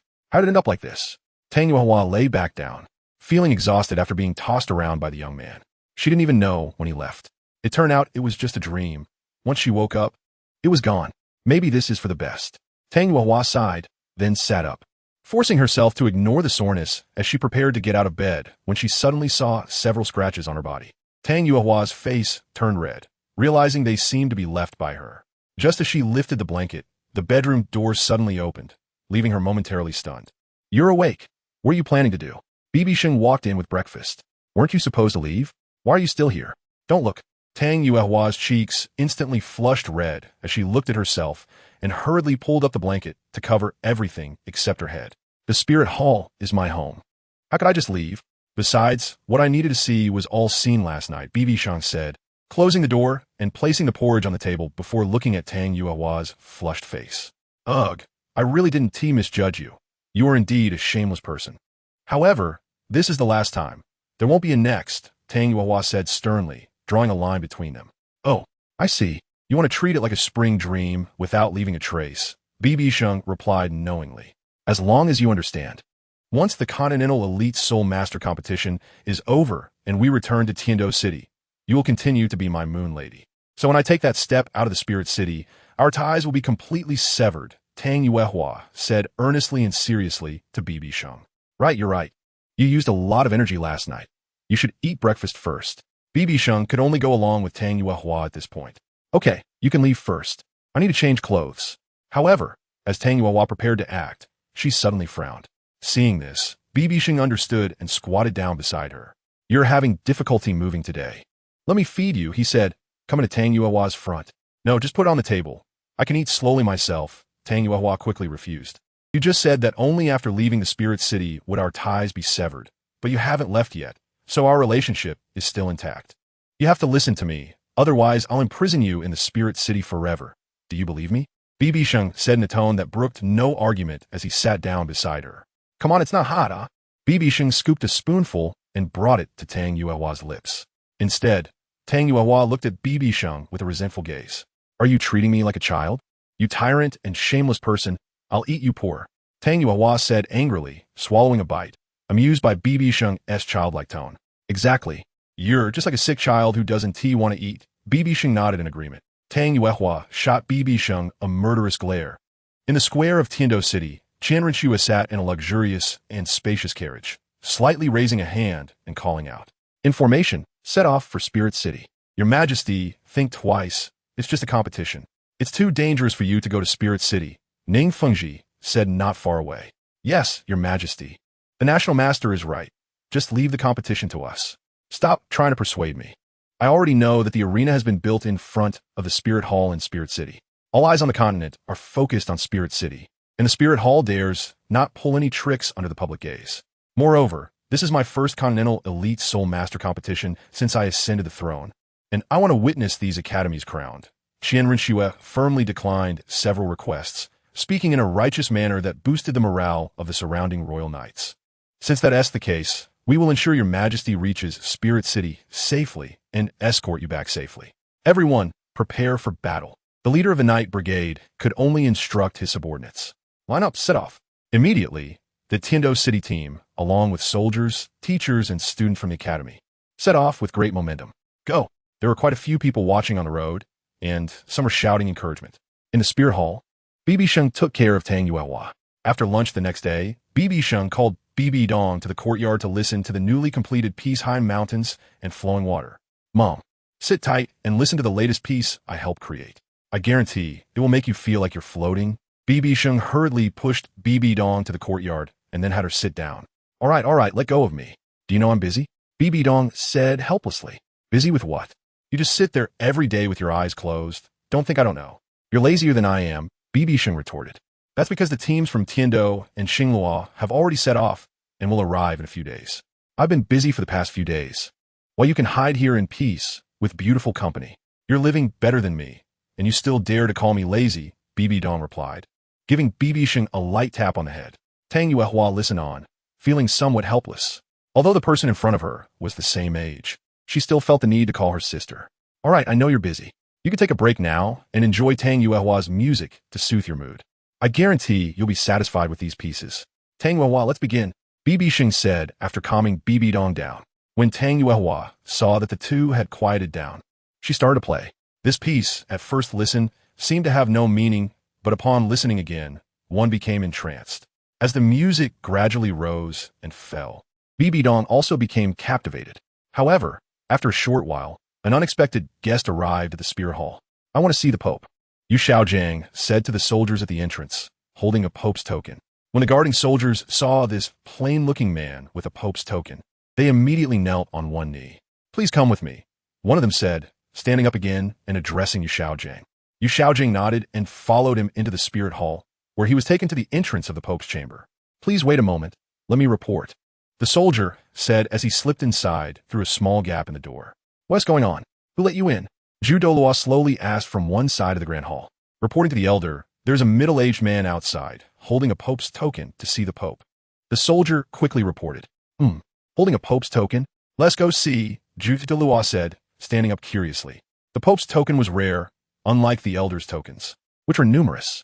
Douluo was naturally curious that someone had come to see Bibi Dong with a Pope's token today. Yes, elder. The two of them walked out of the Pope's chamber. Douluo spotted Yu Shaojiang, who was facing away from the door, dressed in plain clothes. Hearing the door open, Yu Shaojiang turned around with a serious expression. He looks a bit familiar. Douluo stared at Yu Shaojiang, momentarily unable to remember. Oh, right, it's Yu Shaojiang. Douluo thought for a moment and quickly recognized him. Douluo. Where's Bibi Dong?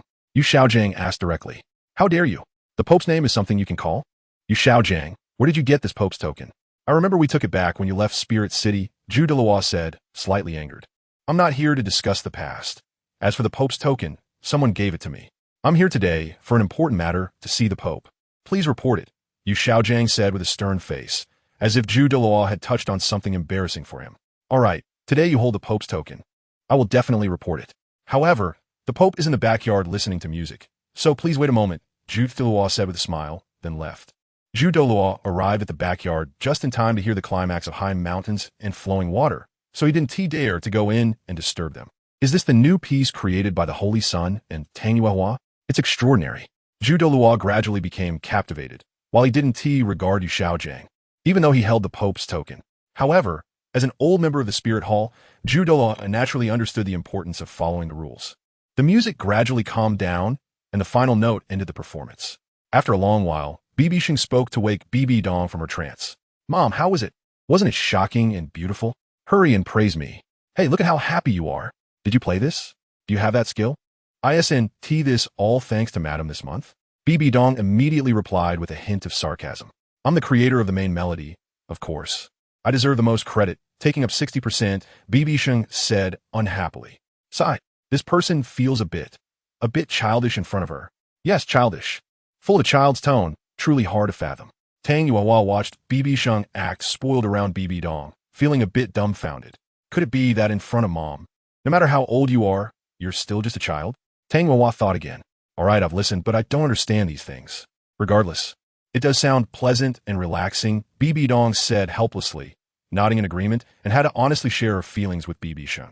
No way, just looking at you. I can tell you Haven T had enough. Yuehua, play it again, BibiSheng said, somewhat dissatisfied with Bibi Dong's indifferent reaction. Yu Egwan pays respects to the Pope. I have something to discuss. Hearing this, Zhu Douluo immediately stood outside the door and spoke loudly. See, I told you, Mom, I've been busy these days. Even Elder Zhu is coming to find me. All right, after the Continental Elite competition, I'll listen properly, Bibi Dong stood up and said. Fine, I won't delay you, busy person.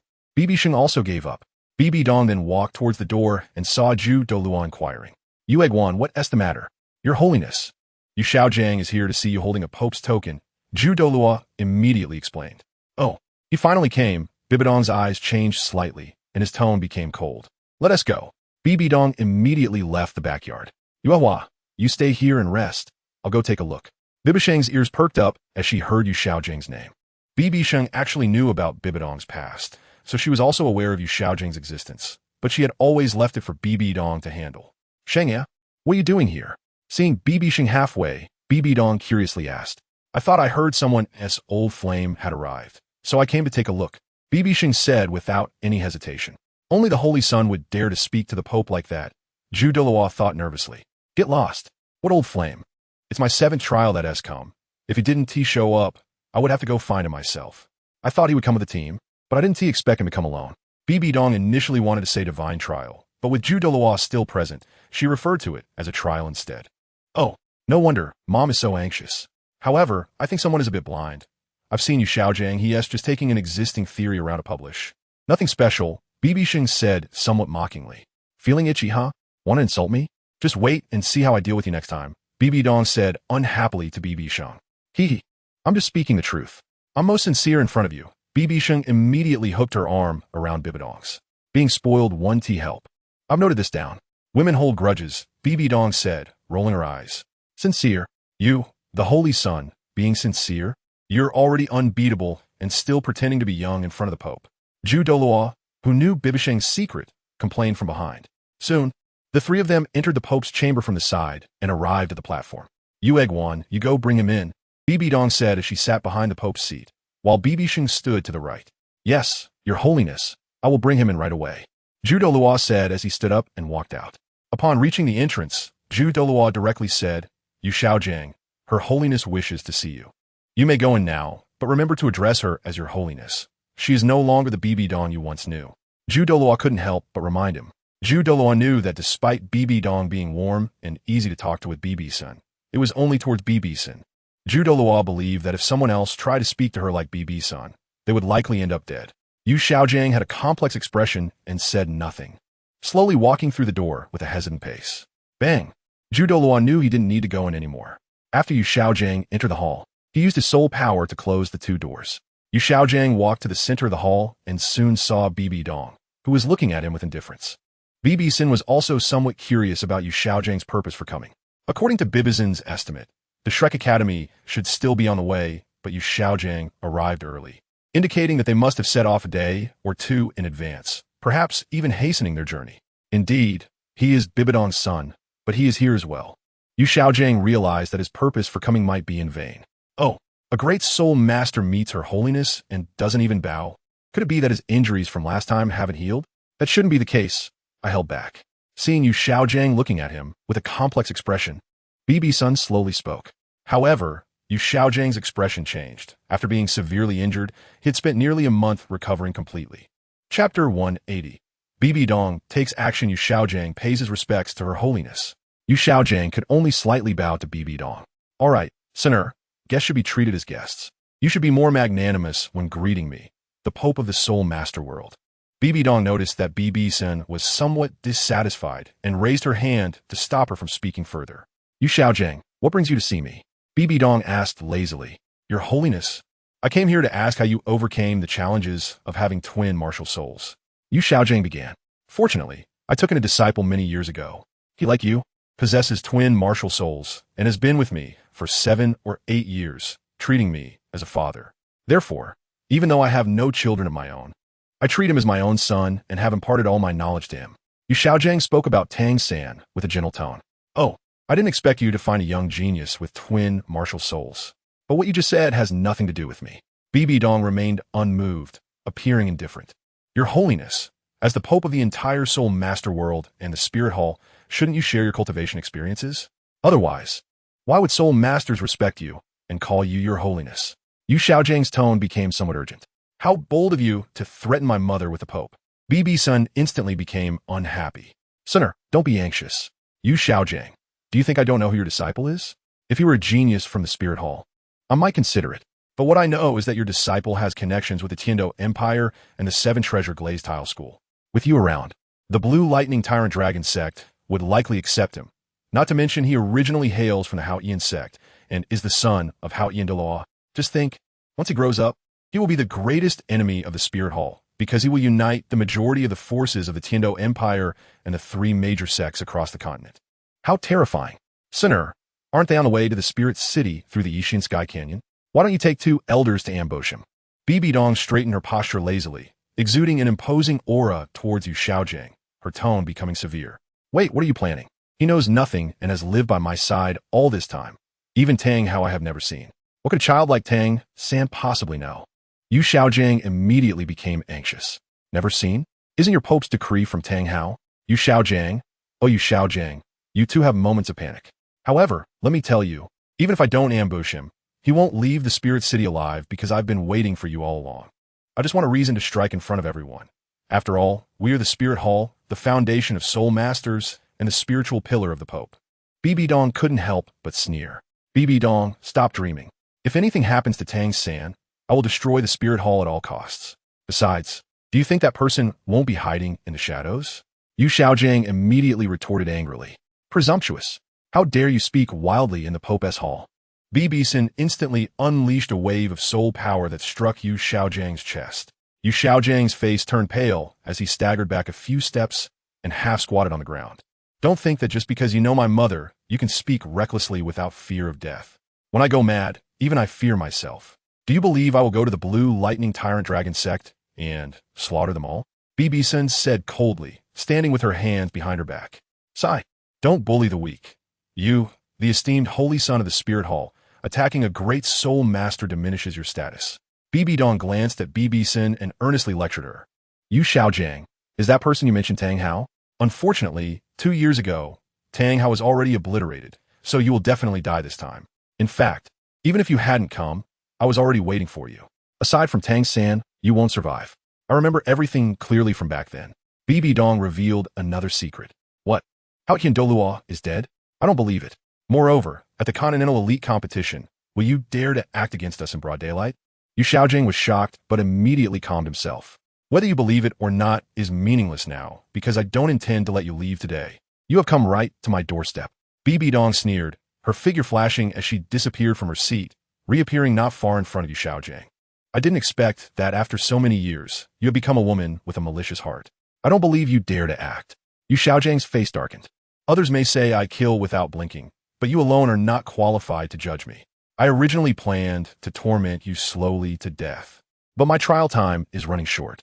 I want to eat your flesh, absorb your soul, and make you fall into hell without rebirth. Haha, Rakshasa domain.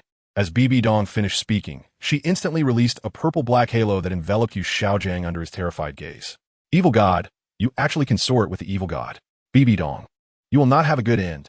Yu Xiaojing yelled, realizing his skin was being corroded by the purple-black energy. After holding on for 2 seconds, Yu Xiaojing couldn't help but scream in agony. Even if it is the evil god, I know she saved me. Let me go. BibiSheng sneered as she completely vanished from the Pope's hall. Space transfer. BibiSheng was stunned, returning to her original position, and followed BibiSheng into a purple-black space. What is this place?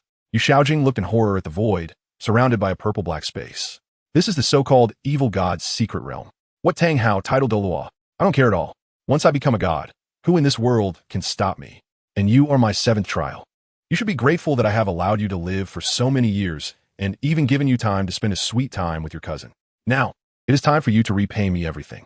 BibiSheng slowly walked towards Yu Xiaojing, with the 8 spider lances appearing behind her, emanating a purple-black soul power, making her look extraordinarily enchanting. You, don't come any closer. Yu Xiaojing was terrified, his eyes wide open as he kept retreating. Suddenly, he felt a chill and fell into a water pool, a purple and eerie water pool. Is that the Rakshasa god that Mom mentioned? It looked completely devoid of emotions. A heartless deity. BibiSheng saw a tall statue by the water's edge, lifelike, and guessed it was the Rakshasa god statue that BibiSheng often spoke of. After Yu Xiaojing fell into the water, he screamed in terror while splashing around chaotically. Suddenly, after a scream, his voice abruptly cut off. BibiSheng saw BibiSheng also fall into the water, with the 8 spider legs piercing through Yu Xiaojing's entire body. How tragic, it's unbearable to watch. BibiSheng stared intently at the scene, slightly intrigued. Chapter 181. The 8th trial of the Rakshasa Yu Xiaojing, in a state of despair, saw a purple-black spider appear before him, revealing its ugly mouth. Yu Xiaojing recognized this spider. It was the soul-eating Spider King, and he never expected to die in the mouth of this Spider King. BibiSheng closed his eyes and, without hesitation, absorbed all of Yu Xiaojing's flesh, blood, and spirit. Was it beautiful? Just as BibiSheng was focused on BibiSheng's actions, a dignified female voice suddenly rang in his ears. Who are you? BibiSheng was startled by the sudden voice and instinctively took a step back. Turning around, he found a woman floating beside him, a woman difficult to describe, dressed in purple silk garments that seemed somewhat transparent, revealing her fair skin except for the important parts. A small part of her hair was pinned up with a hairpin stuck on top, making her look like a delicate woman. You are in my domain. Who do you think I am? The woman scrutinized BibiSheng and asked. Your domain. BibiSheng recalled something and quickly glanced at the statue nearby, then at the woman, noticing their similar outlines, but the person beside him was more vivid. You are the Rakshasa god. BibiSheng's mind suddenly went blank for 2 seconds. To be precise, I am the divine consciousness guarding this secret realm, the divine consciousness of the Rakshasa god, here to find a successor for the divine position. The Rakshasa god consciousness introduced seriously. No wonder, I was wondering why there was suddenly another person. You scared me. BibiSheng nodded, realizing it. You still haven't answered my question. Is it beautiful ahead? The Rakshasa god consciousness continued to ask. It's okay. Mom's hidden resentment has all erupted at this moment. It's good, finally no longer pent up. I was worried that if it was held in too long, it would cause damage, BibiSheng said slowly, looking at BibiSheng, who was motionless in the water, absorbing the energy. It seems you care about her, but is there a possibility that the next person to be absorbed in the water will be you? The Rakshasa god consciousness said coldly. Oh, what do you think? BibiSheng glanced and retorted. I actually know you and your secrets. The Rakshasa god consciousness inexplicably said. Oh, what secrets do I have? BibiSheng was taken aback. Could it be that this Rakshasa god consciousness can see the demonic blood power I contain? BibiSheng wondered as he looked at the Rakshasa god. I know your thoughts, your deepest desires hidden in your heart. Don't forget, I am a god, and your desires are like transparent glass to me. There are no secrets in your desires. The Rakshasa God consciousness continued. Forgot to introduce myself. My name is Rakshasa God, and I govern the most evil powers of all wicked thoughts in the world. The Rakshasa God suddenly introduced itself. Oh, sounds impressive, but so what? I'm not inheriting your divine position, BibiSheng said nonchalantly. All right, my successor is about to complete the 7th trial, so I won't talk to you anymore. You'll know soon enough.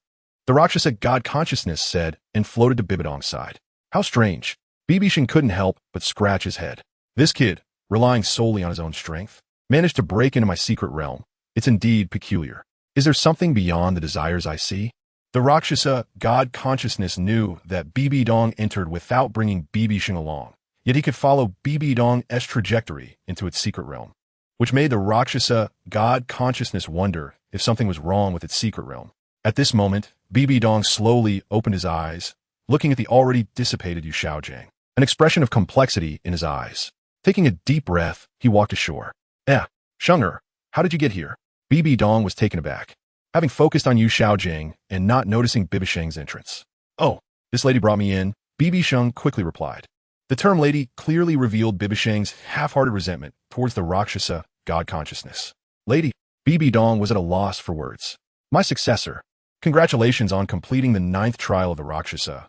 The 7th trial, the Rakshasa God consciousness addressed BibiSheng without any concern. Great, just 2 steps away from the divine realm. The next 8th trial is a test of the heart, which is actually quite simple, but it may be a bit difficult for you. The Rakshasa God continued. So, what is the 8th trial? BibiDong immediately inquired. Don't rush. First, here is the reward for your 7th trial. It can elevate all your soul bones to the level of 100,000 years. Once you complete the 9th trial of the Rakshasa, they will transform into divine armor. The Rakshasa God consciousness said. As soon as the words fell, a purple-black power enveloped BibiDong. BibiSheng watched as 6 soul bones on BibiDong's body emitted light. After a flash, the external soul bone, 6-winged purple light wing, which BibiSheng had seen before, became even larger, radiating a dreamy purple glow. With the end of the reward, the 6 soul bones erupted with a strong wave, then merged into BibiDong. Unfortunately, BibiDong's soul power had already reached its peak. Otherwise, the soul power gained from the promotion of the 6 soul bones would be enough to elevate a level 96 title Douluo by 2 levels. Alright, can we talk about the content of the 8th trial now? I want to complete the divine trial, BibiDong said after opening his eyes. My successor, you are a bit impatient, the Rakshasa God consciousness suddenly said. BibiDong's expression darkened. He had not forgotten that the Rakshasa God had previously reminded him that the content of the 8th trial might relate to his Sheng. Are you going to say it or not? BibiDong continued to inquire. Alright, the content of the 8th trial is... BibiSheng was also curious to listen to their conversation, more curious about the content of the divine trial. But the Rakshasa God consciousness seemed to intentionally withhold part of the content and directly transmitted it to BibiDong. The 8th trial, the test of the heart, is to allow the successor to fully accept the divine position of the Rakshasa God, facing the most terrifying scenes deep within the heart, breaking and then standing, achieving the perfection of the heart. Rakshasa, what do you mean by this? BibiDong frowned. Isn't the explanation enough? I want you to recreate the experiences in the secret room from back then and destroy your most cherished BibiSheng. The Rakshasa God consciousness blandly hinted. BibiSheng didn't hear their conversation but saw BibiDong frown, then tremble again, making BibiSheng very curious about the content of the divine trial. Rakshasa God, don't go too far. Don't even think about it. Sorry, but if you continue like this, I'll tell you now that this task cannot be completed, even if it means death. BibiDong clenched his fists and firmly and angrily rejected the Rakshasa God. Are you sure? The Rakshasa God still wore a calm expression, showing no emotion whatsoever. Chapter 182. BibiDong's resolve. My heir, I have reminded you long ago that perhaps the 8th trial is related to your adopted son. After all this time, I thought you would be prepared, the Rakshasa spirit said faintly again. I thought it would at most be a spar with Sheng, or just to make things difficult. I didn't expect your demands to be so excessive. I will never agree to such a thing. BibiDong's tone showed no signs of wavering. What are you afraid of? He has no blood relation to you. He is just an adopted son. Perhaps you can knock him out, or use some aphrodisiac. It might even enhance your relationship afterward. The Rakshasa spirit couldn't help but add a hint of seductive power in a low voice. Who says it doesn't matter? I am his adoptive mother, with the grace of nurturing and raising him. Not to mention, my daughter is also his. Do you know? When I heard about the relationship between Sheng and Renxue, I almost prepared to kill him. but I thought about it and decided against it. After all, I feel too guilty toward Renxue. So, Rakshasa spirit, you don't need to persuade me. It is absolutely impossible, BibiSheng replied firmly. Really? You've been cultivating for so many years just to become a god and take revenge. You alone know the hardships you've faced along the way. Now, you're just one step away from becoming a god. The 9th trial poses no difficulty for you at all. Are you really willing to give up this hard-earned divine position for him? The Rakshasa spirit maintained a confident tone. The tone of the Rakshasa spirit seemed to see through everything about BibiSheng, remaining entirely calm. Rakshasa spirit, you misjudged me. If I had to choose between the divine position and Renxue, I would rather choose Renxue. Do you think I care about eternal life? You should know what I've been working so hard for, but it is certainly not to become a god devoid of emotions, BibiSheng said coldly. Fine. You know the consequences of giving up the divine position. Anyway, there's a year left. During this year, think it over. Once the year is up, you'll either lose everything and become an old woman with no cultivation and filled with wrinkles, or worse, you may die and vanish. Think carefully. The Rakshasa spirit said flatly before disappearing into the Rakshasa secret realm and returning to the statue. BibiSheng silently watched for a while, perplexed, noticing the deep anger in BibiSheng's brows, while the Rakshasa spirit only spoke without making any sound. After seeing the Rakshasa spirit say the last sentence and disappear, BibiSheng turned around. Mom, what are you discussing? You didn't even let me listen. Quickly tell me about the 8th trial, BibiSheng asked curiously. Shengya, sorry to keep you waiting. The content of the 8th trial is actually nothing much. It's just about improving cultivation and entering an illusion to temper one's heart. BibiSheng smiled gently, seeing BibiSheng's curious look, and patted his head. Just an illusion? It seems Mom will soon pass the 8th trial. I need to work hard too. Otherwise, I won't be able to keep up with Mom. BibiSheng nodded, not doubting BibiSheng's words. Yes, you should indeed work hard. You're only a soul saint. When I ascend to the divine realm, I'll want to take you with me since you've been slacking off. But there's no rush.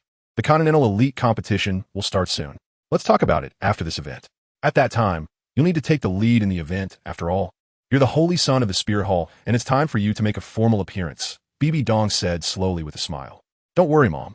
With me here, who dares to make trouble? Just watch me slice them with my sword, BibiSheng assured. That's good. Let's go out, BibiSheng nodded. Saying this, as she took BibiSheng out of the Rakshasa secret realm, returning to the spacious Pope's Hall. Sheng'er, you go back to the courtyard first. I still need to say a few words to Elder Ju. Sitting back on the Pope's throne, BibiSheng smiled affectionately at BibiSheng. Okay, Mom, you take your time. I won't disturb you. I'll go find Tang Yuehua to play, BibiSheng said, not minding, and left the Pope's Hall, calling out to Douluo, who was standing outside the door as he left. A year, huh? It seems the plan must be advanced. This way, I can also take the opportunity of this competition, BibiSheng thought secretly after watching BibiSheng leave. Your Holiness, I'm here. Where's Yu Shaojiang? Douluo entered the hall, puzzled, looking left and right, but not seeing Yu Shaojiang. He's gone. He is not important. The important thing is to remind the members of the guarding team who have seen Yu Shaojiang to say they have not seen him at the Spirit Hall. BibiSheng said slowly. It seems Yu Shaojiang is already dead, Douluo replied. The subordinate understands. I will pass this on. Your Holiness, is there anything else? Douluo understood, but didn't care much. Yu Shaojiang was inconsequential to him. Whether alive or dead had nothing to do with him. Nothing for now.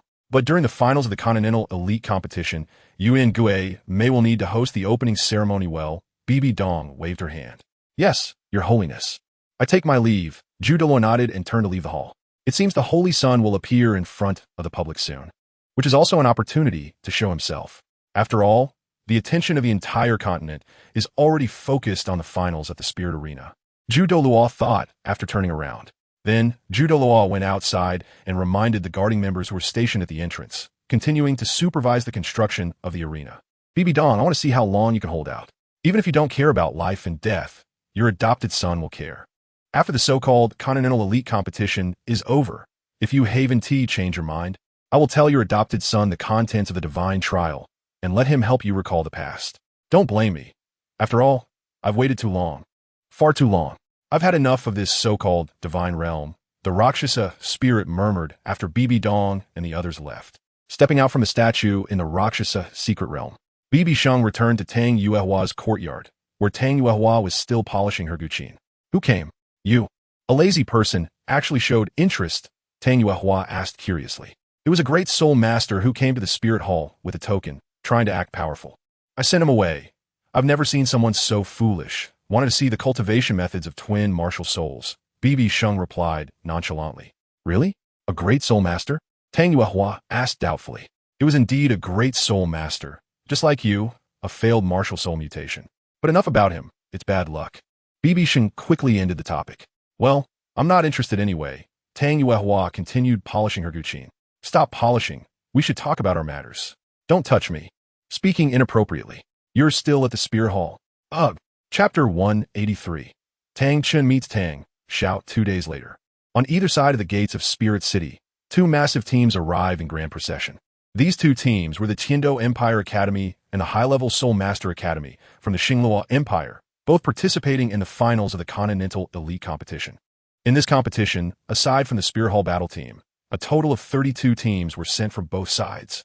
All elite teams that had emerged from a selection rounds of over 100 high-level Soul Master Academies. How magnificent! It's no less than the Tiando Arena, and the aura it exudes seems to surpass Tiando City.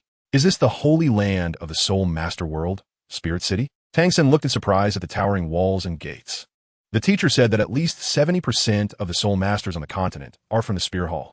If we want to take revenge, it might be a bit impossible relying solely on the Haotian sect.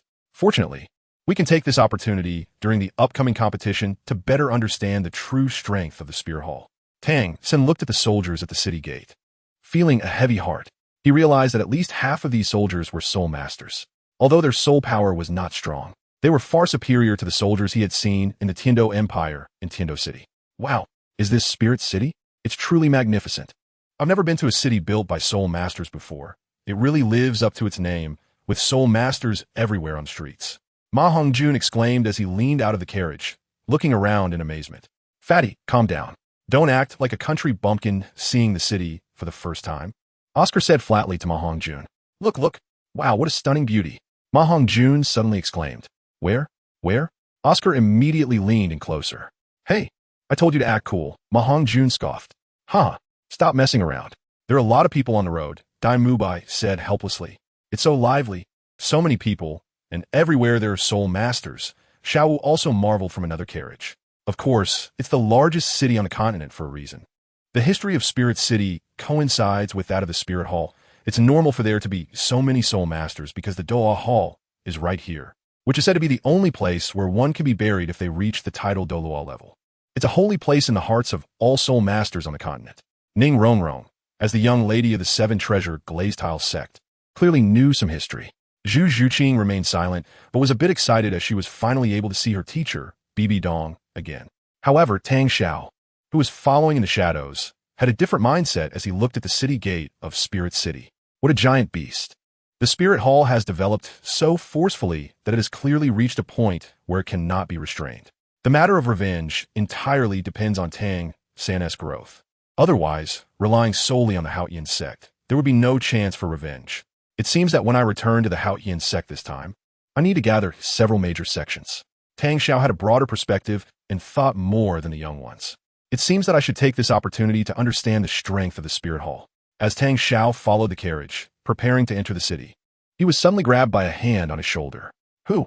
Tang Xiao was startled, realizing that he hadn't even sensed a hint of presence before being caught. Could it be that I've exposed myself right after arriving? Tang Xiao prepared to use his soul power, but found that he couldn't even summon his martial spirit. Don't move, come with me. A deep and heavy voice reached Tang Xiao's ears. He found that after the person said this, his vision blurred, and he was transported to a small grove not far from the city. You must be Xiao. The person slowly turned around, and Tang Xiao was surprised to find that the person looked even younger than him. Who are you? Tang Xiao felt a sense of familiarity and couldn't help but ask. I didn't expect that so many years have passed in the Slaughter City, and that child who was only a few years old back then has actually taken up the banner of the Haotian sect. Tang Chun turned to face Tang Xiao, tossing a token to him. Tang Xiao quickly caught it, and upon closer inspection, his eyes widened in shock. The first generation Haotian order. You are. Tang Xiao's body trembled with excitement, and his speech became disjointed. What happened to Jingfeng? Tang Chun asked with a hint of melancholy in his tone. Grandpa Chun, it really is you. Your unfilial descendant Tang Xiao, have finally found you. The entire Haotian sect has searched for you so hard. We, the the younger generation, have never given up on finding you. Tang Xiao confirmed Tang Chen's identity and immediately knelt on the ground, expressing his pain like a child. The Jingfeng Tang Chen mentioned was his son, Tang Jingfeng, who was also Tang Xiao's father. Get up. As a sect leader, you've done well over the years. Actually, I have been in the Slaughter City all this time, but I was controlled by an evil spirit beast there and underwent a significant change in appearance, falling into depravity for a long time. Fortunately, a mysterious person awakened my consciousness, and I arrived at Spirit City 3 days ago. Hearing some rumors about the Haotian sect retreat back then, I want to know what exactly happened. Did Qiandao Lu take action against you? Tang Chun recounted his experience and then inquired again. Alas, the death of my father was partly due to Hao Dai. Back then, Hao Dai was with a 10,000-year transformation woman, which led to a series of events. Qiandao Lu's son, Qiu Xuanji, captured Hao Dai, during which that 10,000-year soul beast offered a sacrifice to him, severely injuring Qiu Xuanji. Later, it was said that Qiu Xuanji died from his injuries, and Qiandao Lu, in anger, came after the Haotian sect, killing 2 elders and many disciples, forcing the Haotian sect into hiding. I know that Qiandao Lu held back at that time. Otherwise, with the state of the Haotian sect back then, they would not have been able to withstand his attack. Tang Xiao slowly recounted the events of that year to Tang Chun. It seems that Qiandao Lu remembered what I said before leaving. I told him not to take action against the Haotian sect, but he only killed a few people, indicating that he indeed held back. Qiandao Lu is an upright gentleman. I know his strength. If he were to unleash his full power, I would be helpless against him, as his martial spirit is the 6-winged angel, which can continuously replenish soul power with the power of the sun in the air. After hearing Tang Zhao's explanation, Tang Chun recalled some memories and slowly said, "But who is Tang San?" Tang Chun then inquired again. "Tang San, he is Hao Dai's only son. But I didn't expect that Hao Dai had died, and yet he insisted on coming to Spirit City to participate in the competition. I have been secretly protecting him. This child has good talent, inheriting the martial spirits of both his parents, making him a twin martial spirit." Tang Xiao said with a hint of hatred. "Twin martial spirits are indeed good, but when you reach my level, you'll find that twin martial spirits are just that. They merely accelerate the soul power level a bit when adding soul rings during later cultivation," Tang Chen said flatly. After witnessing the divine, Tang Chen understood that the concept of twin or triple martial spirits was fundamentally insignificant, as martial spirits were optional for gods. Chapter 184.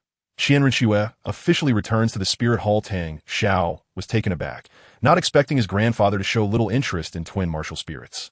"Grandpa Chun, have you seen a god? Or have you reached level 100? Tang Xiao wondered, recalling how he had no room for resistance earlier. "Alas, I have seen a god, but it was also a failure. Let us not discuss that. I came this time to protect Tang San at someone else's request. He is the one who awakened me from the control of the evil spirit beast, and he might also be a powerful god." Tang Chun smiled helplessly, not mentioning the matter of the divine test. "A god-level expert wants you to protect Tang San?" Tang Xiao couldn't help but question. It seems that Tang San has some things we do not know. He has been targeted by gods so early on, which likely isn't just because of his twin martial spirits. Tang Xiao lowered his head and pondered for a moment. "All right, since you're also here to protect Tang San, let's go together. This is the headquarters of the Spirit Hall, so we should act discreetly. We'll only take action if we encounter danger.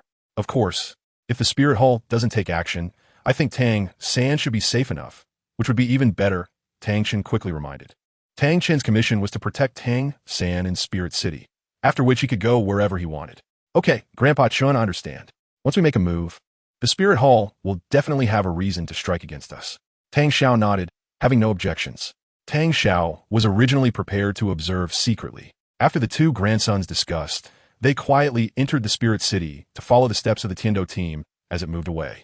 However, the soldiers from both the Tiando and Xinglua sides did not allow them to enter.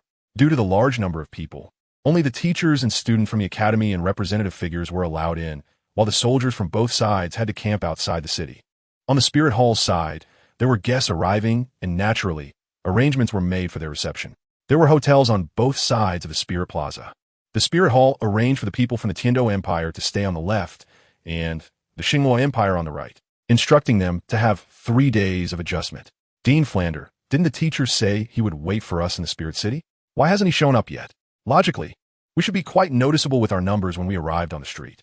Tang San asked Flander as they reached the hotel entrance and got off the carriage. Feeling a bit strange, Xiao San, don't be anxious. He might come to the hotel to find us later, Flander said. Although he was a bit puzzled, he remained calm. Yes, Xiao Gang might still be handling matters, or he might not have arrived yet. Lu Erlong comforted, noticing Tang San's anxious expression. Everyone, before Tang San could say anything, a bishop from the spirit hall, dressed in a silver-white uniform, arrived at the hotel entrance, standing on the steps and speaking loudly. You have traveled a long way.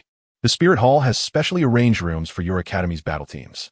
The second and third floors of this hotel will be your accommodation during your stay at the spirit hall. The specific room arrangements will be handled by your Tiando royal representative. After the bishop finished his instructions, he left the hotel with several soldiers. Although the bishop of the spirit hall had left, the 16 battle teams did not move because the emperor of the Tiando Empire, Renxue, was still present. Everyone, after a few days of travel, you must be tired. During these 3 days, please rest well in your hotel rooms. Boys will share one room, girls will share another, and teachers will have separate rooms for now. Therefore, each academy's battle team will need at least 3 rooms, selected in order from left to right. Renxue stood in the position where the bishop had just been, beginning to arrange the rooms. Xiao San, let's go up and set up our rooms. Perhaps by the time we finish arranging, Xiao Gang will have arrived at the hotel. If he hasn't, we can wait for him at the hotel entrance. Flander told Tang San.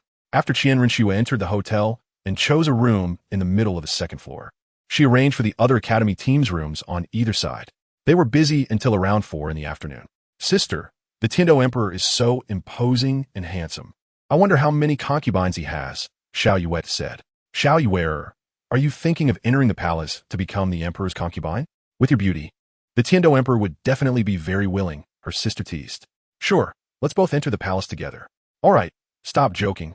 And don't gossip about the Tiando Emperor behind his back. The competition starts in 3 days. Shui Binger, standing at the door, couldn't help but say to everyone. Years had passed, and Shui Binger had grown into a graceful young woman, her water blue hair cascading down her back. Sister, isn't your dream lover in Spirit City? Shouldn't you take this opportunity to meet him or bring him to introduce to us sisters? Shui Binger's younger sister, Shui Yuer, was the most lively among the crowd. After sitting in a carriage for days, how could you not be tired? Besides, after so many years, maybe he has already forgotten about someone as insignificant as me. Shui Bing smilet helplessly. That's true. All right, take a good rest, said a female teacher leading the group. On the other side, Tang San, seeing that the rooms were arranged but still not seeing Yu Xiaojiang arrive, sat on a bench outside the hotel, with Xiao Wu naturally by his side. Xiao San, don't worry about the master. Maybe he got delayed, or perhaps he doesn't even know that we arrived in Spirit City today, Xiao Wu comforted, leaning on Tang San and wrapping her arm around his. I don't want to either, but I have this inexplicable bad feeling. Logically, given the master's thoughts. You should have been waiting for us at the entrance, Tang San said with a hint of melancholy. Strange shower. Don't you think the girl beside Tang San seems a bit off? Tang Chun, hidden in the shadows, frowned as he spoke to Tang Xiao. Grandpa Chun, really? I know her. She and Xiao San can be said to have grown up together, and their relationship is very good, Tang Xiao introduced. Hard to say, but I feel that her aura is mixed with something else, like a disguise. Yes, it feels like she is pretending, Tang Chun said, his strength indeed extraordinary. Even if Tang Chun had not reached the 100th level of godhood, having been in contact with deities, he had at least reached the demigod level, far surpassing a 99th level unparalleled Douluo. Thus, he could vaguely sense the soul beast aura of the red heartbreak grass from Xiao Wu, creating a chaotic aura of half-human, half-beast. Grandpa Chun, you're overthinking it. Even if she has disguised her aura, it won't harm Xiao San. Not to mention, she is a naive girl. Tang Xiao said with a smile, showing no concern. Perhaps I am indeed overthinking it. Since you are familiar with her, I won't pay attention to her anymore. Tang Chen said slowly. Meanwhile, Tang Sen was still waiting for Yu Xiaojiang, but he waited until sunset without seeing him. It was not until Flander and Lu Erlong came to call him that he returned to his room. Qing He, this time the Spear Hall's actions are a bit strange. They actually set up a ring in the plaza openly. In past years, it has always been held within the Spirit Hall, and no unrelated personnel were allowed to observe. Ning Fengji said, sitting beside Renxue to discuss. I don't know, teacher. You know that the Spirit Hall's development has been rapid recently. Perhaps they have already reached a level where they are not afraid of the two great empires, where the Spirit Hall battle team possesses absolute strength.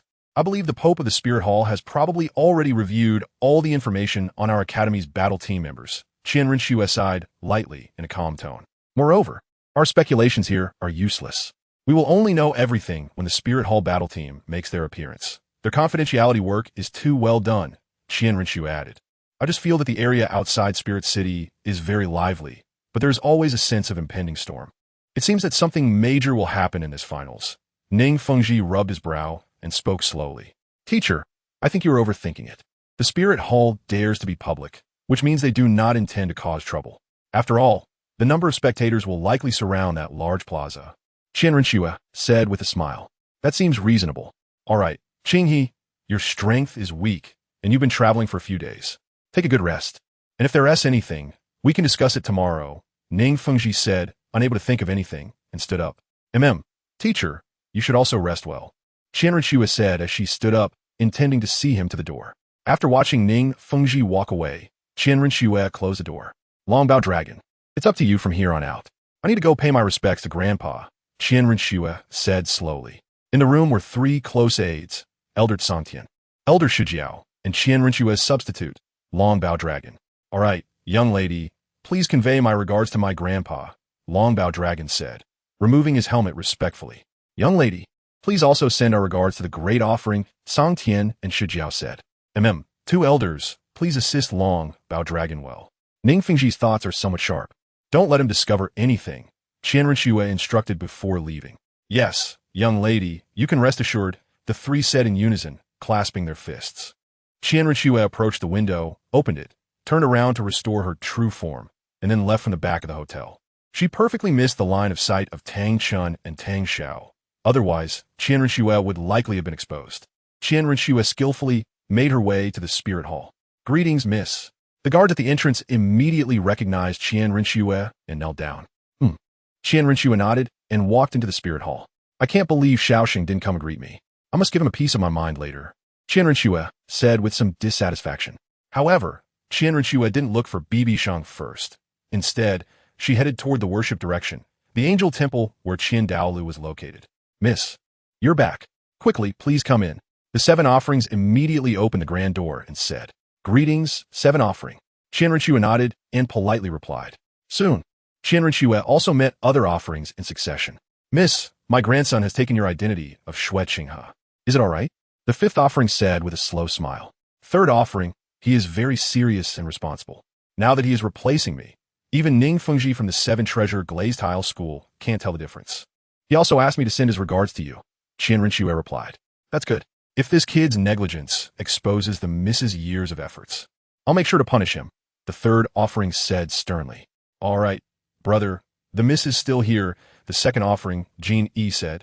Then I'll see Grandpa first and greet all of you later. Renxue nodded and then went to the back of the main hall, where she saw Dalu sitting in front of the angel statue. Schwer pays respects to Grandpa and wishes you well. Renxue immediately knelt before Dalu. It's good that you're back. You want to return to the Heaven Do Empire again, will you? Dalu slowly opened his eyes and said, Schwer has entrusted everything in Heaven Do to Chong Gonglong and will focus on cultivating in the Spirit Hall from now on. Renxue nodded and said, That's good. Given your aura, your soul power has reached level 78 Soul Sage. That means, once the Continental Elite competition is over, Grandpa will arrange for you to take the Divine Examination. Is that okay? Dalu then arranged. Grandpa, no problem. Schwer is fully prepared. But no matter how difficult the test is, Schwer will do her best to complete the Divine Examination, Renxue immediately stated. You came back just in time. With my help, you will surely become a god faster than your mother. Her aura is becoming more divine. I suspect she has already passed at least 6 Divine Examinations. At that time, the title of the first person to become a god in the continent for thousands of years will fall on her. Dalu seemed to care about the angel's matters. Really? What about Xiaoxing? Renxue couldn't help but ask. Him? I don't know. To be honest, Grandpa can't see through him either. However, since you are connected with him, heart to heart, I have arranged for him to enter the angel's secret realm with you to assist you in completing the Divine Examination. That way, the angel will also reward him, Dalu said slowly. I understand, Renxue nodded. After a while, Renxue stayed a little longer and then went to BibiSheng's yard. Passing by Hulaina's yard, Renxue heard the sound of a zither. Tang Yuehua's zither playing. Xiaoxing must be inside, Renxue thought as she pushed open the yard door. Hearing the noise, BibiSheng quickly turned his head and saw Renxue standing at the door. "Swear you're back." BibiSheng immediately exclaimed in surprise, interrupting Tang Yuehua's zither playing. "Big flower-hearted radish." Tang Yuehua thought, somewhat displeased. "Get away. Don't you know I'm back today? I didn't expect you to be so leisurely here. You seem to be living quite comfortably," Renxue said unhappily. "Huh." BibiSheng laughed awkwardly. "I was originally going to pick you up tomorrow, but I didn't expect you to come here now," BibiSheng quickly explained. "Forget that. In the past few months since I returned, I have composed a classic piece. Let's listen to it together," BibiSheng said while taking Renxue's hand and sitting down in the yard. "You composed a piece? Is it true? Do you have such an interest?" Renxue questioned. "Of course it's true. Tang Yuehua, play high mountains and flowing water again," BibiSheng instructed Tang Yuehua with a smile. Although Tang Yuehua felt a bit jealous, she had no choice but to play high mountains and flowing water. Chapter 185. Bibidong tells Renxue the truth. As Tang Yuehua's zither music began, Renxue entered a quiet mode, seriously appreciating it. This wasn't the first time Renxue had heard Tang Yuehua's zither. During her time in Heaven-Do City, she frequently visited Yuexian. Although she couldn't say she had heard every piece Tang Yuehua played, she had listened to most of the beautiful ones. However, the sound of Tang Yuehua's zither now felt unfamiliar to Renxue and somehow exceptionally pleasing. Thus, in the yard, only the sound of Tang Yuehua's zither filled the air, and Renxue and BibiSheng quietly spent over 10 minutes. "How was it? Were you surprised?" "Sigh. A genius is still a genius no matter the field." BibiSheng woke the entranced Renxue, looking distressed. "TCH, you must have just hummed a few notes for Yuehua to create this piece." Renxue rolled her eyes. "As expected. You know me well. It was indeed me humming, and Tang Yuehua composed this high mountains and flowing water based on my humming, so ultimately, it's still my credit," BibiSheng said proudly. Hee. Renxue still didn't believe it. "All right, enough of this. After I returned, I first went to see Grandpa. It would be rude not to visit her. So you must come with me," Renxue suddenly said seriously. "Oh, she's in the Papal Palace. What's wrong? Are you afraid to go alone?" BibiSheng was taken aback. "Whether you go or not, if you don't, I will tell her you forced me," Renxue said, slightly angry. Yes, let's go." "Mom, isn't that scary?" BibiSheng had no choice but to nod and followed Renxue out of the yard. Shortly after, they arrived at the entrance of the Papal Palace and encountered the two elders, Zhu Thuo and Gui Duo. "Miss, you're back so soon." Zhu Douluo immediately saluted. Gui Dalu also paid his respects but didn't speak. "Hello, two elders. Where's she?" Renxue returned the greeting and asked. "Yes, inside. We just finished discussing some matters and are resting." Zhu Douluo nodded in response. Renxue stepped into the Papal Palace, and BibiSheng closed the door behind them. "I pay my respects to His Holiness the Pope." Renxue knelt on one knee in the center of the hall, her expression somewhat complicated as she addressed Bibidong. "Oh, get up. I didn't expect you to return so quickly.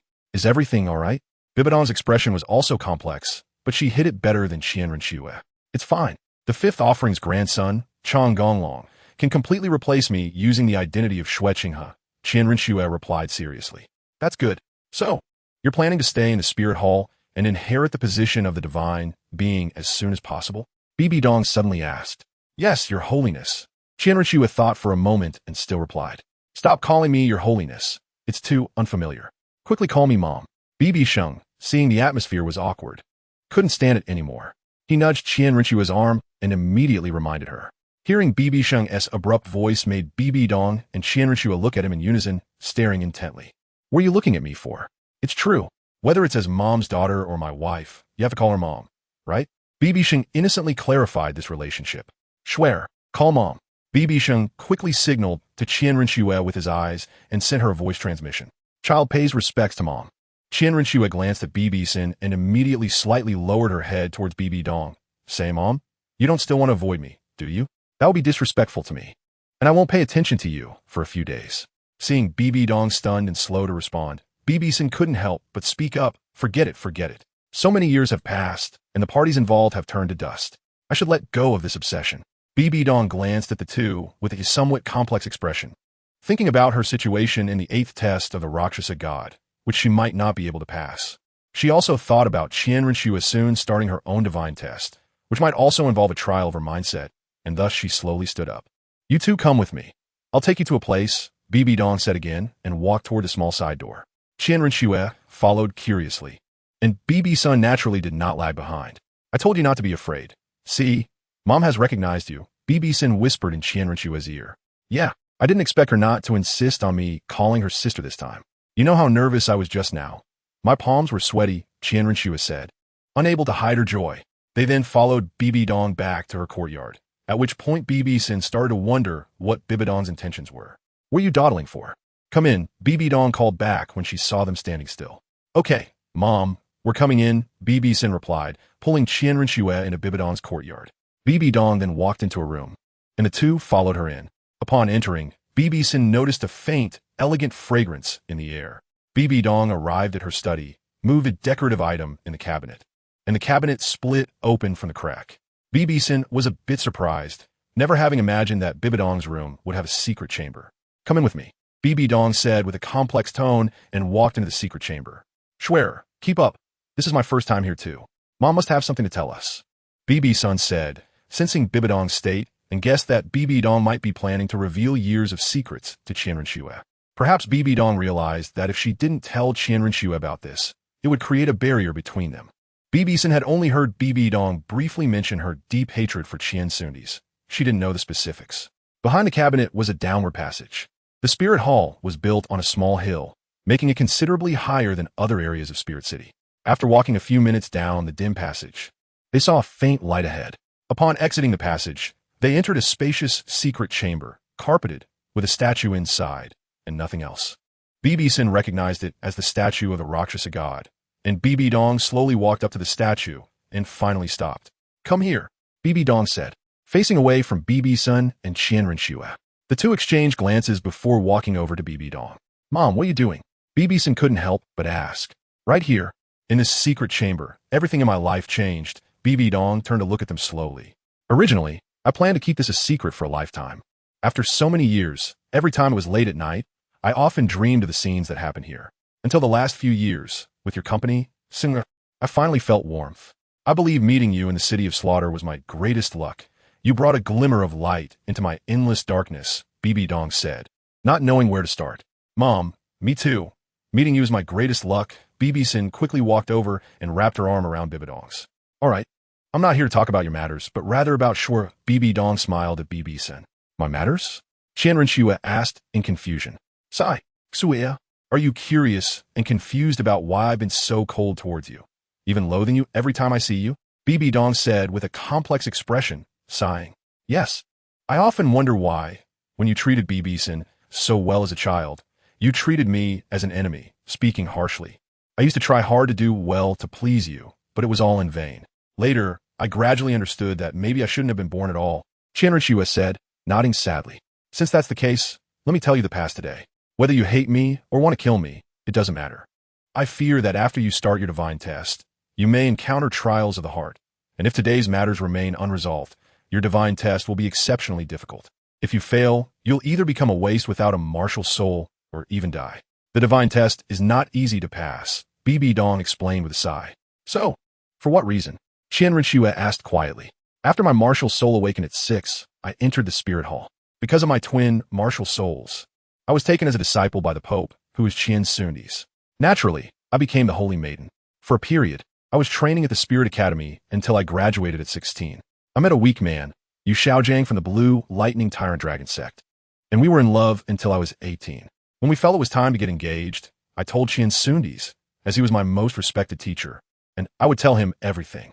However, Yu Xiaojiang was just a waste who couldn't even break through to Soul Sovereign. Although he had some knowledge, I was the Holy Maiden of the Spirit Hall. How could Renxue agree to my engagement with a waste? Especially since Yu Xiaojiang was from the Blue Lightning Tyrant Dragon sect? Later, when I desperately declared that I would elope and leave the Spirit Hall to be with Yu Xiaojiang, Renxue laughed and knocked me out. Even though I was a soul sage at the time, I stood no chance against the title Douluo, especially since I didn't expect Renxue to strike suddenly.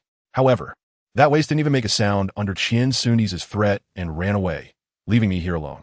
That was when I finally saw what kind of person Yu Xiaojiang was, BibiDong said bitterly. But at that moment, I was already out of my mind, thinking he must have run back to the Blue Lightning Tyrant Dragon sect to find his father. I never expected he would end up with a woman, his own cousin. At that moment, I was utterly despaired, but what made me even more desperate was yet to come. BibiDong's hands involuntarily clenched. Because the true purpose of Qian Sundi's taking me as a disciple was finally revealed right here, when I was left alone in the secret chamber. BibiSheng's body trembled as if she couldn't bear to recall it, closing her eyes to compose herself. What was my father's true identity? What happened?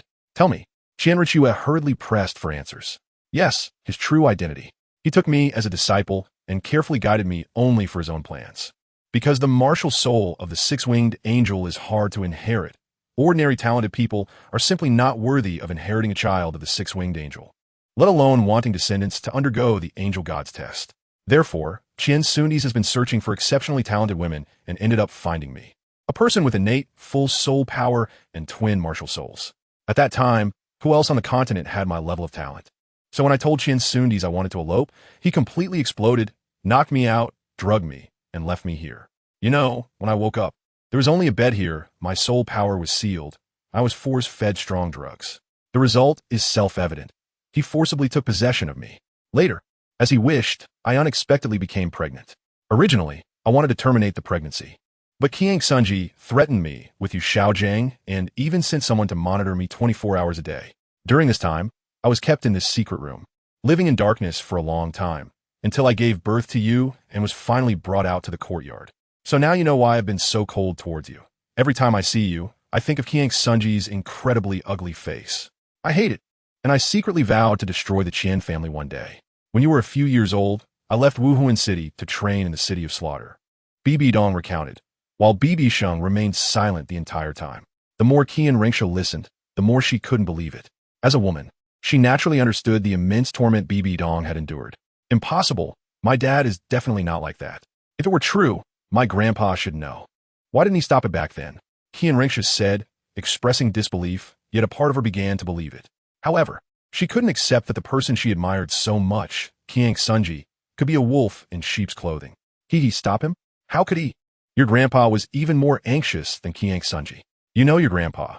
His dream was for the Qian family to have a descendant who could inherit the angel god. This was his greatest dream, and this time was the best opportunity, a combination of a six-winged angel and a twin martial soul. Just think how exceptional that descendant would be. In the end, you didn't disappoint him, awakening a six-winged angel even more sacred than theirs, and the angel god even granted you a level 10 soul power, reaching an unprecedented innate soul power of level 20. BibiSheng coldly retorted, "This is impossible, absolutely impossible. Grandpa, how could Dad be that kind of person?" Qian Renxue took 2 steps back in disbelief, tears welling up in her eyes and streaming down her exquisite face. I have always been waiting for the chance to take revenge. After coming out of the City of Slaughter, I stayed in Wuhuan City waiting for an opportunity. The diligent will eventually find their chance, and I finally found it. For a 100,000-year soul beast, the Blue-Silver Emperor, I was severely injured by Tang Hao and returned to the Wuhuan Hall, already on the brink of death. Our people could have saved Qian Sunji's life, but how could I let such a great opportunity slip away? So I brought him here and initiated my revenge in the secret room. I made him suffer immensely from my poison for 2 days. And then I devoured his martial soul and flesh, starting my own divine trial, the Rakshasa, God's trial. BibiSheng then revealed the truth about Qian Sunji's death without holding back from Qian Renxue. Chapter 186. Did BibiSheng become a god? Upon hearing that Qian Sunji's death was caused by BibiSheng, Qian Renxue trembled, her tears ceasing to flow. Now you understand why I despise you so much. Speaking of which, I should thank Tang Hao for creating this opportunity for me, BibiSheng said as she noticed Qian Renxue pausing. BibiSheng couldn't help but touch her nose, realizing that Qian Sunji's severe injury was also partly her doing. Of course, BibiSheng couldn't say this out loud like BibiSheng did. Fortunately, neither of them noticed BibiSheng's actions. Why? Qian Renxue was stunned, incredulously asking, not expecting that Qian Sunji's death would be caused by the person before her. Why?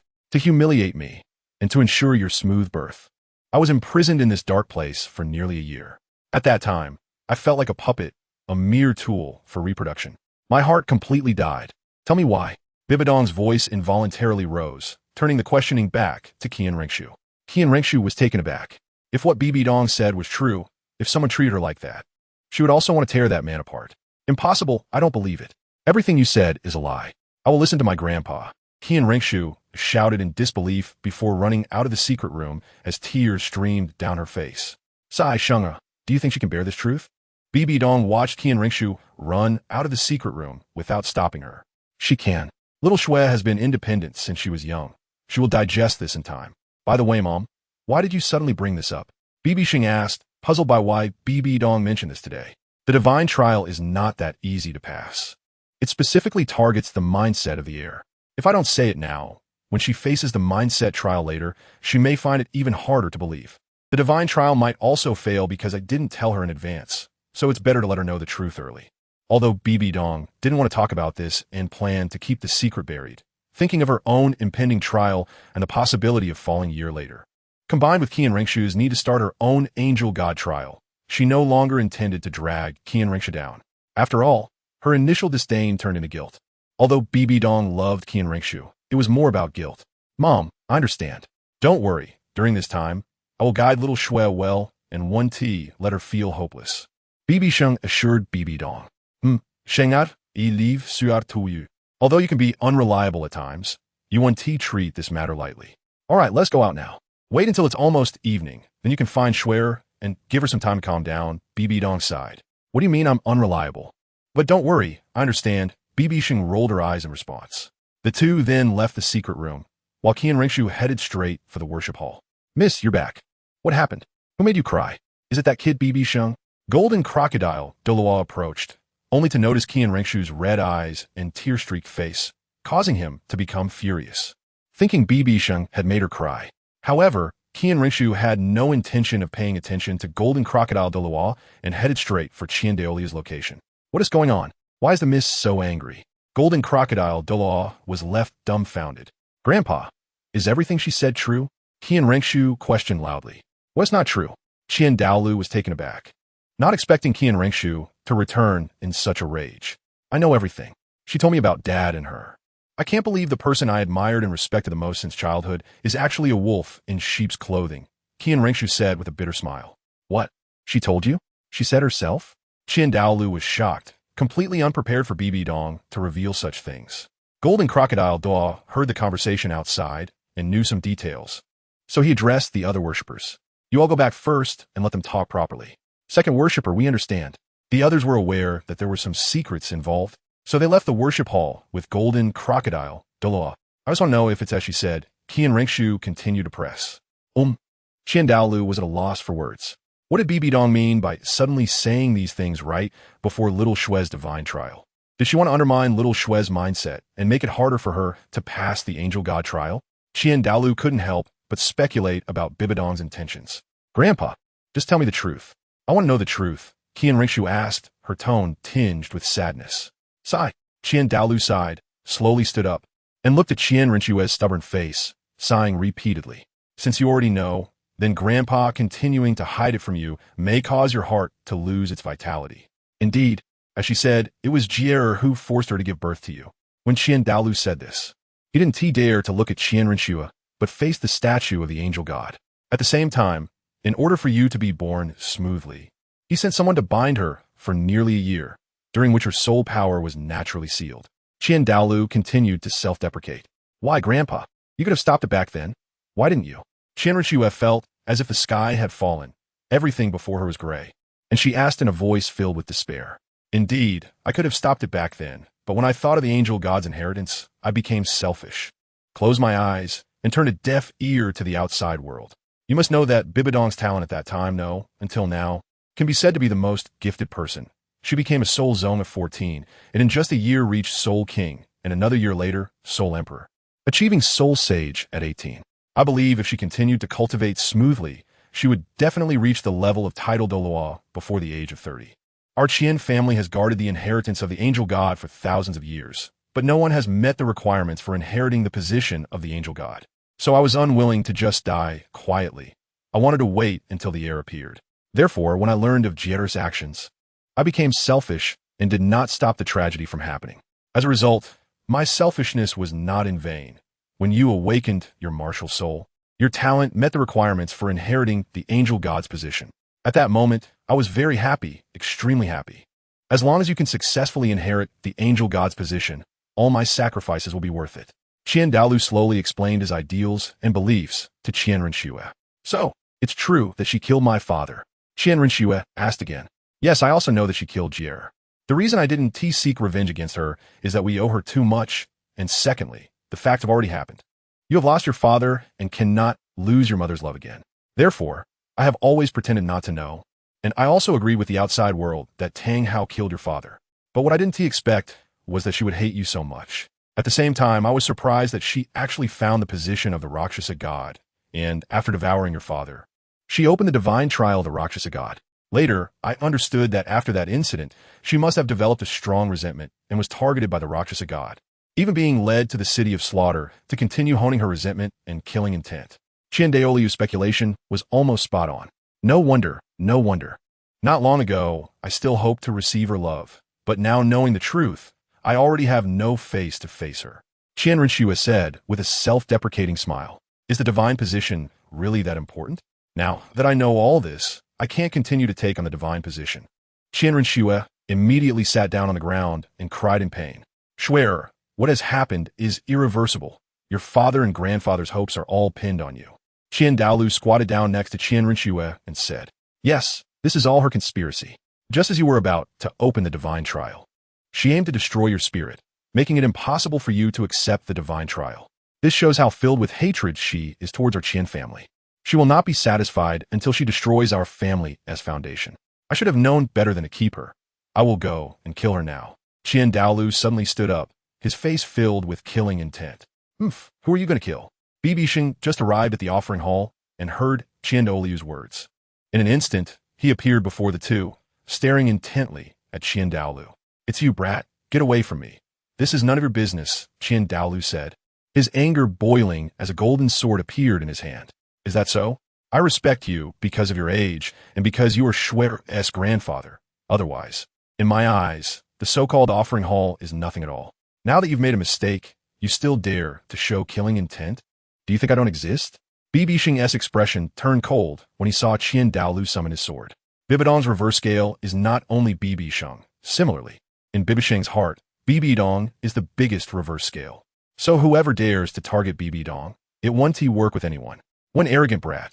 I suddenly realized that agreeing to let you and Xue participate in the angel god's divine trial was a wrong decision. Fine, today I will see you. Just how much confidence you have. Qian Daolu was angered to the point of laughter, and after saying that, he slashed his sword towards BibiSheng. "Grandpa, stop." Qian Renxue quickly raised her head, not expecting Qian Daolu to really dare to make a move. "I have no intention to play with you right now." BibiSheng slowly raised his hand, seemingly indifferent, although Qian Daoliu's attack appeared to be very fast. But in BibiSheng's eyes, it was nothing more than that. No different from other soul masters.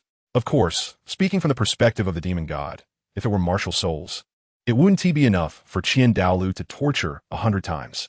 Therefore, BibiSheng's left hand was enveloped in a faint blood-colored glow, and he steadily caught Qian Daolu's attack without moving an inch. What? Impossible. Qian Daolu had not used all his strength, after all. His martial soul and soul rings had not been released. But with his strength, it was not something a soul sage could easily handle, let alone BibiSheng's calm and relaxed demeanor. "What impossible? Do you really think I'm a soul sage?" BibiSheng said, and under Qian Daolu's astonishment, he exerted a little force and directly crushed the golden sword that Qian Daolu had condensed into the shape of the angel holy sword, turning it into a stream of light that dissipated in the room. "No, your strength is not right. I refuse to believe it, six-winged angel." Qian Daolu, unwilling to admit defeat, directly summoned his martial soul. "Hey, old man, the noise is too loud. There are quite a few people outside the spirit hall watching closely. Behave yourself." However, before Qian Daolu could fully awaken his martial soul, BibiSheng suddenly pressed down on Qian Daoliu's left shoulder with his right hand, interrupting Qian Daoliu's actions. "Impossible. This is impossible. Even Tang Chen's power is not greater than yours. Could it be?" Qian Daolu thought in shock. "Who is Tang Chen? Is he strong?" BibiSheng asked curiously. "Oh, I remember now. Your old rival. One of the three unparalleled Douluo, Tang Chen." BibiSheng suddenly recalled and understood Tang Chen's significance. "Have you already become a god?" Qian Daolu stared heavily at BibiSheng. This made Qian Renxue also look towards BibiSheng. "Stop talking nonsense. Who has become a god?" "I just have innate divine power," BibiSheng said. Seeing that Qian Daolu would not erupt again, he released his grip. However, Qian Daolu felt that BibiSheng's words leaned more towards the fact that BibiSheng had already become a god. As for the so-called innate divine power, it was all nonsense. Now that it's quiet, The situation is already bad. Do you want Schwer to accept the divine trial? As for my mother, you also know she has accepted the Rakshasa goddess trial. Let me tell you, my mother's trial has already reached the 8th test. However, the 8th test is a test of the heart. I think you understand her greatest inner demon, which is not only her hatred for Qian Xuanji, but also her guilt towards Schwer. Therefore, my mother told Schwer the truth to prepare for her 8th test, and also to help Schwer smoothly pass the heart test after inheriting the angel god. BibiSheng slowly explained BibiDong's thoughts to the two. Also, it was my momentary confusion and impulsiveness. Otherwise, if I had really rushed out of the offering hall to find her, it would have made things worse. I didn't expect she has already reached the 8th test, but I didn't expect the first to become a god would actually be you. Dalu reflected on himself, but also mentioned BibiSheng. I already said I just have innate divine power. BibiSheng couldn't help but roll her eyes. Xuya, I understand that you can't accept this truth right now, but the truth is just that cruel. However, since Mom has told you the truth, it means she has officially accepted you, so you shouldn't have any psychological burden. What's happened in the past is in the past. You need to calm down and open your heart to accept the divine examination. This is not only your grandfather's wish, but also your mother's wish. And it's the dream you've been working hard to achieve for a long time.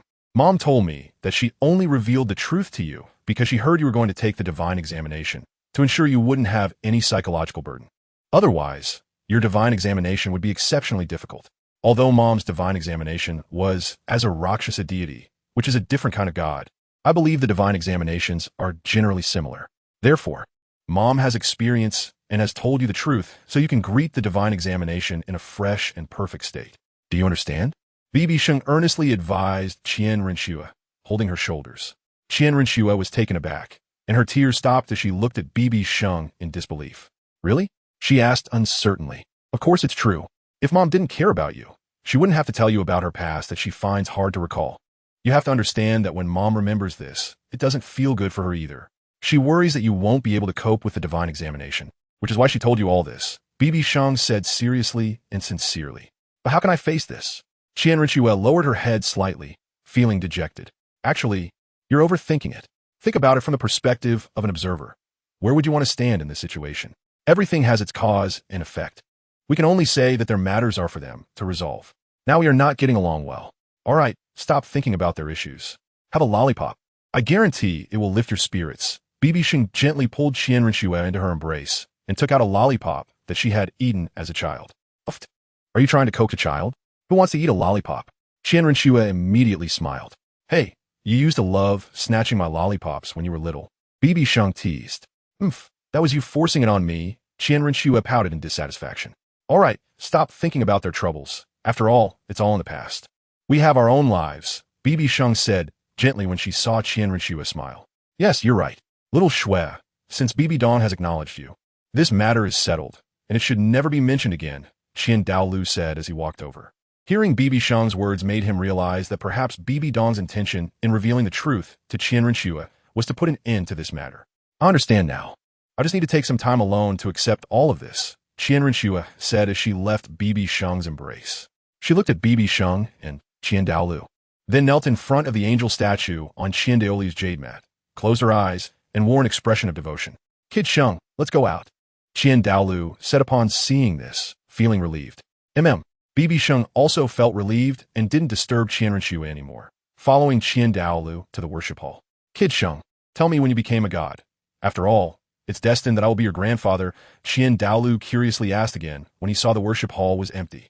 I won't tell you. BibiSheng glanced at him and quickly left the worship hall.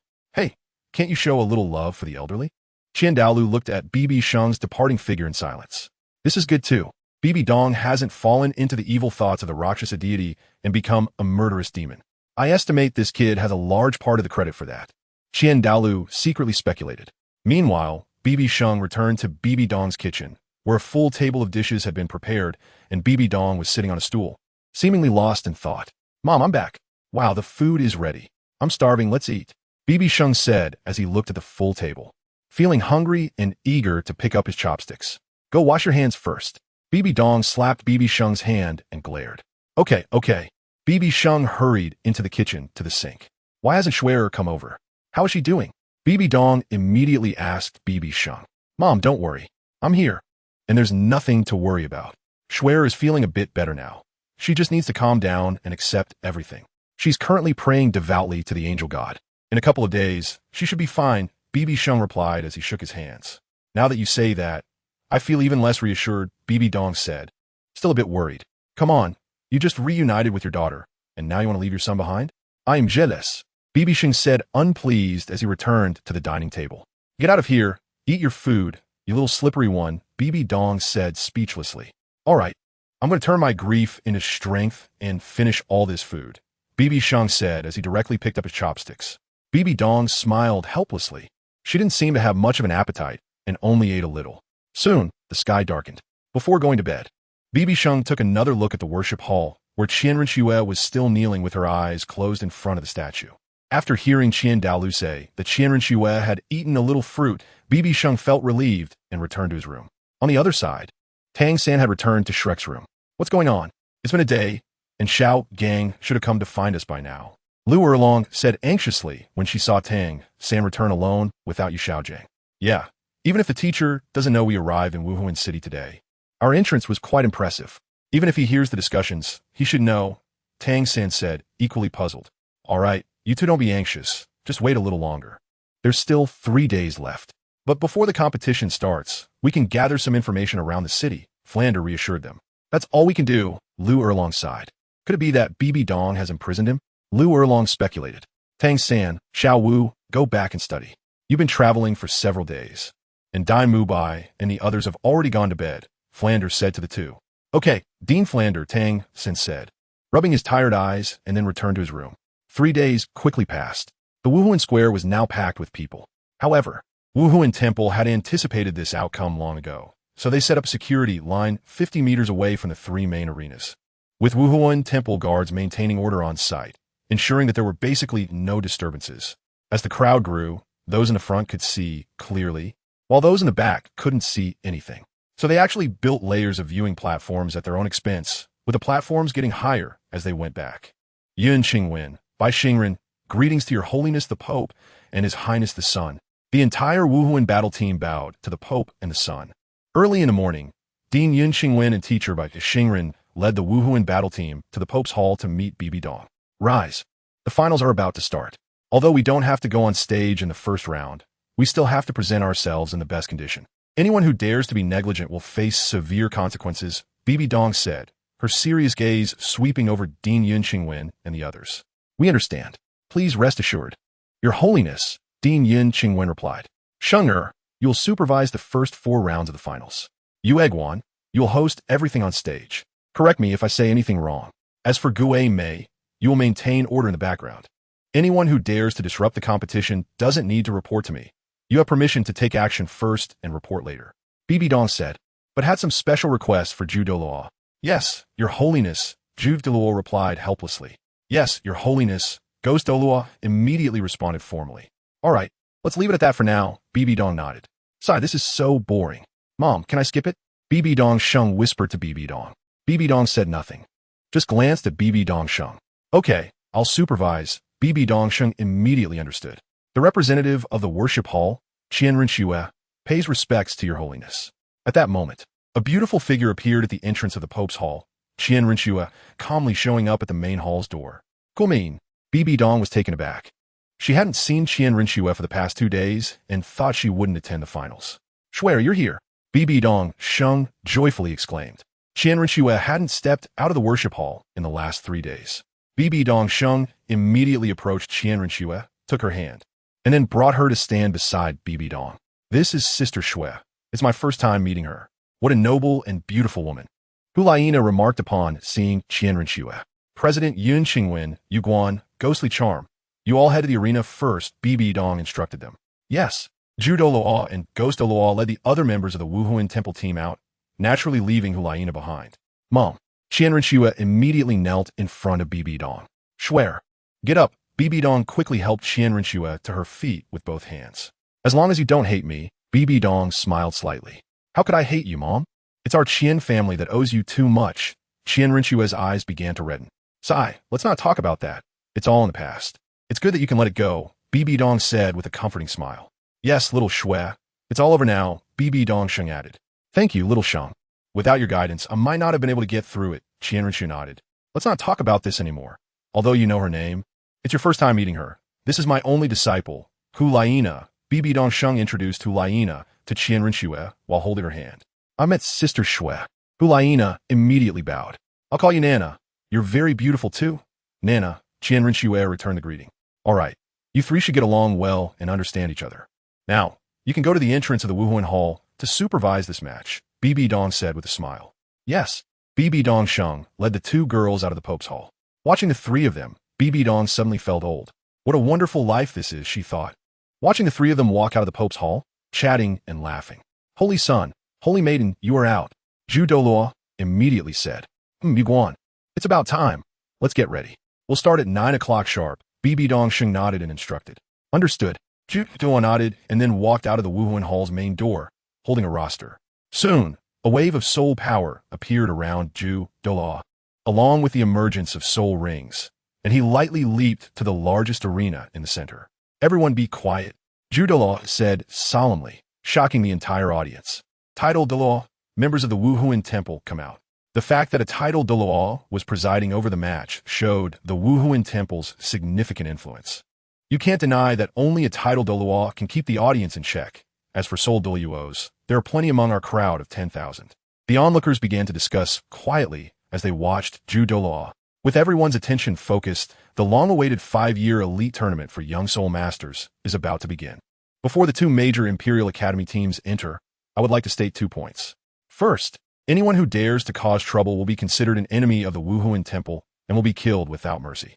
Second, during the competition, no one is allowed to make noise or interfere with the normal proceedings. Otherwise, they will also be killed without mercy. Douluo solemnly surveyed the audience. Next, the names of the academies I call will stand in front of the arena. Seeing that everyone had quieted down, Douluo opened the roster and spoke. First, from the Star Luo Empire Academy, the first place in the qualifiers, the Renxue Academy team. Second place, the Zixing Academy team. Third place, the Xylas Academy team. Finally, the seed team from the Star Luo Empire Academy, the Star Luo Royal Academy. As Douluo announced each academy's name, the 16 teams from the Star Luo region appeared on the left side of the Wuhuan Temple. The Star Luo Royal Academy team stood directly opposite Douluo. Next is the teams from the Heaven Do Empire Academy. First place in the qualifiers, the Shrek Academy team. Second place, the Tianxue Academy team. Third place, the Chihua Academy team. Finally, the seed team from the Heaven Do Empire, the Heaven Do Royal Academy. Douluo continued until the end, with 32 teams standing neatly in front of him. The Heaven Do and Star Luo Royal Academies faced each other across the arena. Lastly, the seed team from the Wuhuan Temple Academy, the Wuhuan team. Douluo finally announced the Wuhuan Temple team. Little Sheng, Sister Shue, I'm going first, Hulaina said to the two. Nana, good luck. Renxue cheered. After Hulaina returned to her team, she led the members out of the Wuhuan Temple. The Wuhuan Temple team came out looking very strong. Their aura was stable, especially the three at the front. Indeed, they're the seed team of the Wuhuan Temple. They are formidable opponents. Tang San observed Hulaina and the others, knowing they had encountered strong competitors. Hulaina, Xiaoyu, and Yin, along with the other members, lined up between the two royal academies. All right, the teams for this elite tournament final are now present. Please cheer for these promising young talents of the Soul Master world. Douluo announced loudly as all teams had arrived. Just as Douluo's voice fell, the audience, who could no longer contain their excitement, erupted into cheers that were deafening enough to be heard outside Wuhuan City. This cheer lasted for nearly 10 minutes, and when Douluo felt it was enough, he said loudly, "Now, let us invite the witnesses and supervisors of this elite tournament, the Holy Son and Holy Maiden of the Wuhuan Temple. Let's give a warm applause to welcome the Holy Son and Holy Maiden of the Wuhuan Temple." After announcing, Douluo was the first to applaud. The guards of the Wuhuan Temple immediately cheered for the Holy Son and Holy Maiden. Have you seen the Holy Son and Holy Maiden of the Wuhuan Temple? No, they are too mysterious. We don't know their strength. I think at least they are no lower than Soul Emperors. Many people at the scene talked about it while applauding. The Holy Son and Holy Maiden of the Wuhuan Temple are finally making their appearance. Yes, I wonder what they look like. Are the teacher and the teacher's wife coming out? Zhu Zhuqin clapped with great anticipation. Amid the applause of thousands, BibiSheng and Renxue walked out side by side from the Wuhuan Temple, facing the thousands of spectators and 33 teams in the Wuhuan Square. Chapter 188. The finals begin with a pair of golden boys and jade girls. I didn't expect them to be so young. Yes, and their demeanor is extraordinary. They look so refined, just like ordinary people. That can only mean that their strength is very strong. As BibiSheng and Renxue appeared, the crowd began to discuss. Isn't that teacher Sheng? He is actually the holy son of the Wuhuan temple. Ma Hongjun exclaimed in surprise, realizing it too late. I didn't expect that. And there's the girl I saw last time beside him. Oscar nodded. We should have thought of this earlier. Teacher Sheng is so young, yet possesses such strength. Which sect, aside from a spirit hall, can nurture someone like this? Ning Rongrong commented. Tang Xin said nothing, but his gaze flashed with intense hatred. The deaths of his father and mother were related to the spirit hall, and now the disappearance of his teacher was likely also connected to them. This BibiSheng definitely knows about all this, Tang Xin speculated in silence. Damn, how are we supposed to play? If teacher Sheng comes on stage, what are we supposed to do? Ma Hongjun immediately complained as he thought of something. Don't worry, fatty. He must have graduated a long time ago. Besides, the members of the Spirit Hall's battle team standing with us are already complete, which means he won't come on stage, Dai Mubai said to the others behind him. Xiaoya? Tang San and the others can only compete for second place, but I hope they can give up. Tang Chen looked at BibiSheng and Hu Liena at the entrance of the Spirit Hall. Grandpa Chen, why is that? I told Tang San not to come to Spirit City, but he insisted on coming, so I followed him, Tang Xiao asked in confusion. I have seen the Holy Son of the Spirit Hall and the 3 people standing in front of the Spirit Hall's battle team. I can say that even if all 32 teams came together, they might not be a match for those 3 from the Spirit Hall. Tang Chen recalled the 4 of them in the City of Slaughter. Grandpa Chen, really? The Spirit Hall battle team is that strong? I know those 3, the so-called golden generation of the Spirit Hall, the youngest to receive the purple record medal. Their soul power might already be around level 55 Soul King. I wonder where Grandpa Chen has seen them. Tang Xiao asked, somewhat puzzled. The City of Slaughter, Tang Chen said slowly. What? The City of Slaughter? They have all passed through the City of Slaughter? Tang Xiao was shocked, realizing he had underestimated these 3. That's right. Just a little over 2 years to break through the City of Slaughter with extremely rich combat experience. Their soul power is at least that of a soul emperor. And they possess the unique killing god field from the City of Slaughter. They are not comparable to Tang San and the other students who have been following the standard training in the academy. I think when their killing god field is unleashed, many academy teams will be scared out of their wits. Tang Chen spoke from genuine experience, having spent about 2 years in the City of Slaughter, knowing how tyrannical the killing god field is. I will go meet with them tonight to explain the situation of the Spirit Hall battle team. Tang Xiao said seriously. The killing god field. After hearing Tang Chen's words, Tang Xiao believed it, but his heart was filled with disbelief. Meanwhile, the highly anticipated BibiSheng casually glanced around, seemingly unconcerned. Enough with the nonsense, let's get started. BibiSheng said calmly. Although his voice was not loud, everyone noticed they could clearly hear him. Elder Ju announced the rules for the finals, and then start the draw ceremony. Renxue also spoke plainly. BibiSheng called a soldier to bring 2 seats, and then he and Renxue casually sat on the thrones. Uncle Jian, what do you think about the strength of the Holy Son and Holy Daughter of the Spirit Hall? Ning Fengji asked Douluo as he looked at the calm demeanor of BibiSheng and Renxue. I don't know. Their aura is very stable, but they definitely have the strength of a soul emperor, and possibly even higher, Douluo whispered. The 2 were facing away from the main entrance of the Spirit Hall, and Long Gonglong, disguised as Xue Qinghe, was among them. Teacher, the Spirit Hall has done a great job keeping these 2 under wraps. We didn't even know their names before, Long Gonglong replied helplessly. Sigh, not to mention those 2. I see that the golden generation of the Spirit Hall battle team is also extraordinary. This year's Spirit Hall is indeed a talent-filled event, Ning Fengji said somewhat sadly. Douluo and Long Gonglong did not respond this time, but looked towards the stage. All right, indeed, enough with the small talk. The finals must not involve deliberate actions that lead to others' deaths. The finals are divided into 6 rounds, with the following rules. First round, 3 seed teams will have a bye, while the other teams compete for the remaining 15 qualification spots. Second round, the top 2 teams from the qualifying rounds will have a bye, while the other 16 teams compete for 8 qualification spots. Third round, the 2 higher-ranked teams that did not have a bye can have a bye, while the other 8 teams compete for 4 spots. Fourth round, the 6 strongest teams will compete for the top 3 positions. The 5th round will adopt the individual competition format of the qualifying rounds to determine the first place among the top 3. The 2 losing academies will decide the second place. The final round. The first and second places will compete in a team battle. Aside from the teams that have a bye, the opponents for the other teams in each round will be drawn by lot, overseen by our academy's president, Yun Qingwen. Everyone can supervise the draw results. Following Renxue's instructions, Douluo began to announce the competition schedule while walking around the stage. And President Yun Qingwen took the nameplates of all the academies onto the stage, coming to Douluo's side. If there are no objections to the rules of the finals, please send a representative from each team to the stage to draw lots. Douluo then spread his hands to the row of academy teams in front of him. The academy teams at the bottom of the stage discussed among themselves, and after about 10 minutes, each team's representative came to the stage. Flander, the dean of Shrek Academy, went on stage. Soon, under everyone's anticipation, the draw results were quickly revealed. According to the first round of team qualification spots, 15 battles will be held today. Fortunately, there are 3 stages, so we can finish completely in the morning and afternoon. Shrek Academy had good luck, drawing an academy from the Douluo Empire in the first round. If all goes well, they can advance in the first round and have a bye in the second round, going directly to the third round. Good luck. According to our information, the opponent is a team that ranked 10th in the Douluo qualifying rounds. So we can book our place in the third round in advance and watch the Spirit Hall strength in the second round, Flander said, returning to the team with a sigh of relief. Indeed, Dean, your luck is quite good, Ma Hongjun immediately exclaimed, and the others couldn't help but feel happy as well. Great, the draw results have been announced. I will post them on the bulletin board for everyone to supervise.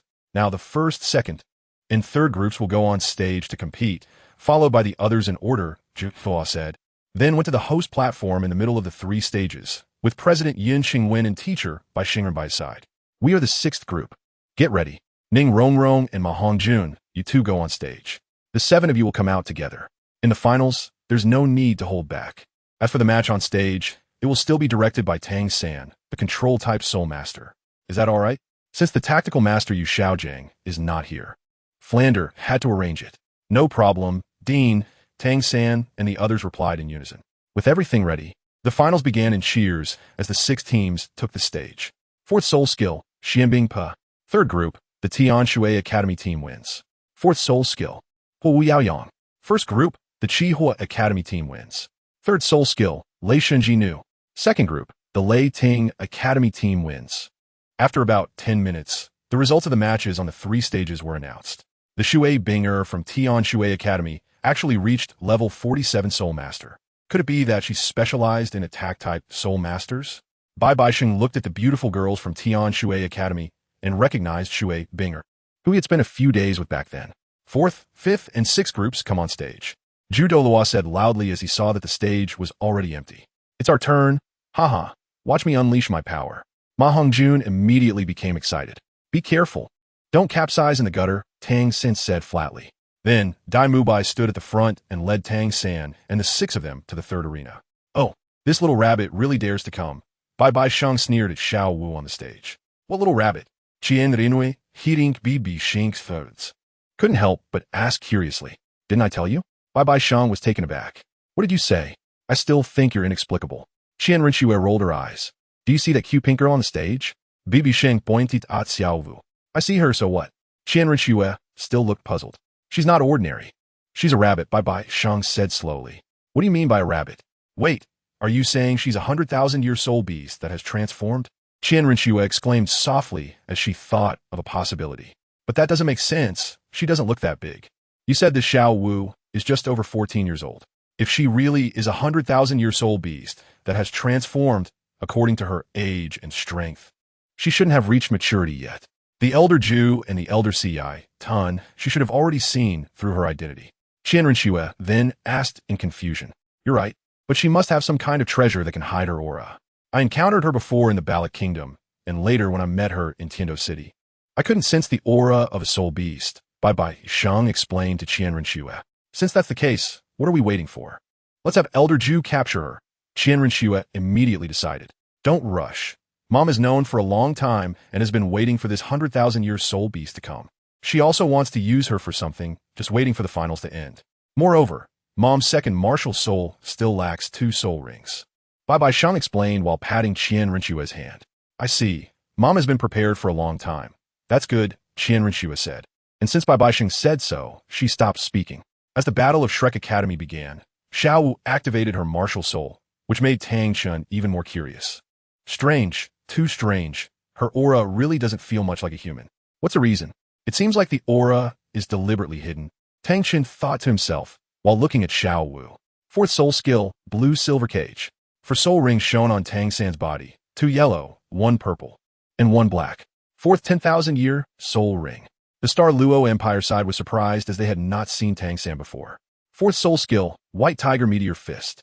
With Tang San's full control, Dai Mubai also unleashed an all-out attack, and with Ning Rongrong support, they eliminated their opponent in 1 blow. Group 6, Shrek Academy team wins. Elder Ju announced, looking at Tang San for a moment. Fourth 10,000-year soul ring. Tang San's talent is indeed impressive, Tang Chun said, somewhat unexpectedly. Yes, Grandpa Chun. He can absorb a 10,000-year soul ring, which is quite shocking. But this isn't anything. The soul ring configuration of the Holy Son of the Spirit Hall is even more outrageous. Tang Xiao was about to tell Tang Chun about BibiSheng's situation. But Tang Chun spoke first. I know him. A soul sage with 4 black and 3 red soul rings. There's really nothing to be surprised about. This is a small matter for the gods, Tang Chun said heavily. Grandpa Chun, what do you mean by that? Tang Xiao was taken aback. Because the gods can bestow a type of soul ring called a divine bestowed soul ring, which allows soul masters to have soul rings without hunting soul beasts. At the same time, the gods can also enhance the original soul ring's age, for example, from 100 years to 10,000 years, Tang Chun said helplessly. Are you saying that this holy son has such a configuration because of the gods, and there is very likely a god behind him? Tang Xiao was shocked by his own speculation. Not certain, but there is that possibility. Sigh, this year's Spirit Hall is too strong, Tang Chun nodded. This? Tang Xiao didn't know what to say and fell silent. Soon, in the morning, 15 groups of teams finished 10 groups, and by 12:30, Elder Ju announced a 2-hour break for lunch and self-adjustment. After observing all morning, BibiSheng found that only Shui Binger's soul power surprised him a bit. Let's go to the cafeteria for lunch, BibiSheng stood up and said. Renxue nodded and followed him into the Spirit Hall's main entrance. They quickly arrived at BibiDong's exclusive cafeteria, where they found that BibiDong had prepared a full table of dishes. Wow, Mom. Why did you cook so many dishes in the middle of the day? BibiSheng exclaimed happily. Schwerer, you all are back. We can eat soon. BibiDong turned around and saw Renxue had also arrived, saying happily. BibiSheng. Why didn't you call me? So love can be transferred, right? Thank you, Mom, for making such a large table of dishes. You've worked hard, Renxue said, somewhat touched. In BibiSheng's memory, it was the first time Renxue had eaten BibiDong's cooking. Great, there's good food, but you didn't call me. Also, Xiaosheng and sister Shui didn't wait for me. Hulaina walked in dissatisfied and said to the two, Nana, you also came. It's fine, just eat something for lunch. After all, you all have to be busy in the afternoon, and I'll make more dishes later tonight. BibiDong said as she brought out 2 dishes from the kitchen. BibiSheng. 3 women and 1 drama. No one cares about me. Ladies, how about I just hold the bowl and squat in the corner to eat? I won't interrupt, BibiSheng said helplessly, shrugging his shoulders. Good, that's just what I mean. BibiNong nodded seriously. Ooh, I have suffered violence that I shouldn't have suffered, BibiSheng said, almost in tears. Ha! Hee. Chapter 189. Tang Xiao appears all right. You can wash your hands and eat now. BibiDong brought out the last soup and smiled knowingly at the 3. Wow. Nana, you and I are in luck because of Xiao Shui. After mashing their hands, BibiSheng praised BibiDong's cooking. Indeed, it's good that I don't have a match this afternoon. Otherwise, I wouldn't dare to eat freely, for fear of getting too full and unable to move. Hulaina agreed. Sitting next to BibiSheng. Qian naturally sat between BibiDong and BibiSheng. You two stop bickering, Schwerer, you should eat more. BibiDong called out to Renxue and placed a piece of meat in her bowl. Noticing that Renxue seemed a bit reserved, BibiDong naturally took extra care of her. Thank you, Mom, Renxue said, somewhat choked up. You should eat, don't just sit there. Let's dig in. BibiDong then called to BibiSheng and Hulaina. Soon, the 4 of them began to eat. At first, there was a bit of silence, but gradually they started chatting while eating. Once they had eaten most of their meal, BibiSheng brought up Xiao Wu's matter. Mom, the 100,000-year softbone rabbit I told you about before has arrived in Spirit City. In one of the battle teams, the Shrek team, BibiSheng reported to BibiDong. Oh, she really came. Does she think we Spirit Hall are a bunch of idiots? She truly doesn't know how to die. BibiDong was taken aback, not expecting her to deliver herself right to them. Xiaosheng also told me. She was seen participating in the preliminaries in Tiando City, and neither Elder Ci, Tun, nor Elder Ximiao sensed any aura. Xiaosheng speculated that she used some treasure to hide her soul beast aura. Qian Renxue immediately chimed in. No wonder she is so fearless. However, since she has come, she shouldn't leave. Bye-bye Dong couldn't help but laugh. Teacher, won't this lead to undesirable results? Hulaina suddenly asked. It's nothing. 90% of soul masters on the mainland have no good feelings towards soul beasts. If they knew that Xiao Wu is a 100,000-year soul beast, they would probably be more proactive than us. BibiDong calmly explained the situation. By the way, since there is a 100,000-year soul beast here, which of you three wants her soul ring? BibiDong suddenly asked. I have the 9-leaf sword grass martial soul. A rabbit is not suitable for me, so I don't want it. BibiSheng immediately voted. I am a 6-winged angel, a light martial soul. Moreover, I will participate in the divine examination, and there will surely be a divine bestowed soul ring. Qian Renxue shook her head. Teacher, you know my strength. Even if I reach soul sage now, I only have 1 martial soul true body, and I'm not sure I can absorb it. So teacher, you should absorb her soul ring. Hulaina also shook her head helplessly. All right, then I will take her soul ring. As for the soul bone, let you absorb it. I don't lack soul bones anyway. BibiDong had no choice but to distribute it this way. Poor Xiao Wu. Her fate was decided before she could even be captured. I wonder if she would immediately run back to the Stardow Forest after hearing the conspiracy of BibiSheng and the others. I can confirm that the teacher has encountered misfortune, but I don't know if he has been secretly imprisoned by the Spirit Hall or has already died. Tang San and Xiao Wu arrived at the location of Flander and Lu Erlong, speaking with heavy expressions. I know, but now we have no evidence. Even if we confront the Spirit Hall face to face, no one will believe us. Flander also had no joy, even though the battle team had made it to the 3rd round. Damn BibiDong, if we had known. We shouldn't have agreed to let Xiao Gang go to the Spirit Hall alone to find her. BibiDong didn't show up for the finals, otherwise we could have questioned her face to face. Now, charging into the Spirit Hall is not a wise move. Lu Erlong slammed the table in frustration, indignantly saying, 2 deans. Xiao-san, we are already confronting the Spirit Hall, so we can only wait until the final match. The Pope of the Spirit Hall will definitely appear then. Xiao Wu said after some thought. It can only be this way. Tang San, bear with it for now. Everything will wait until the competition ends. After all, there is still Ma Hongjun and a few other partners who are unaware. Although they might stand on your side, we can't selfishly let them take risks. Flander looked at Tang San's expression and slowly comforted him. Dean Flander, I understand, I will bear with it. Tang San could only say, and then he left Flander's temporary office with Xiao Wu. Soon, a lunch break passed, and BibiSheng and Qian Renxue returned to their thrones at the entrance of the Spirit Hall. Welcome everyone back to the finals. Next is the 5 groups of matches that have not yet finished the 1st round.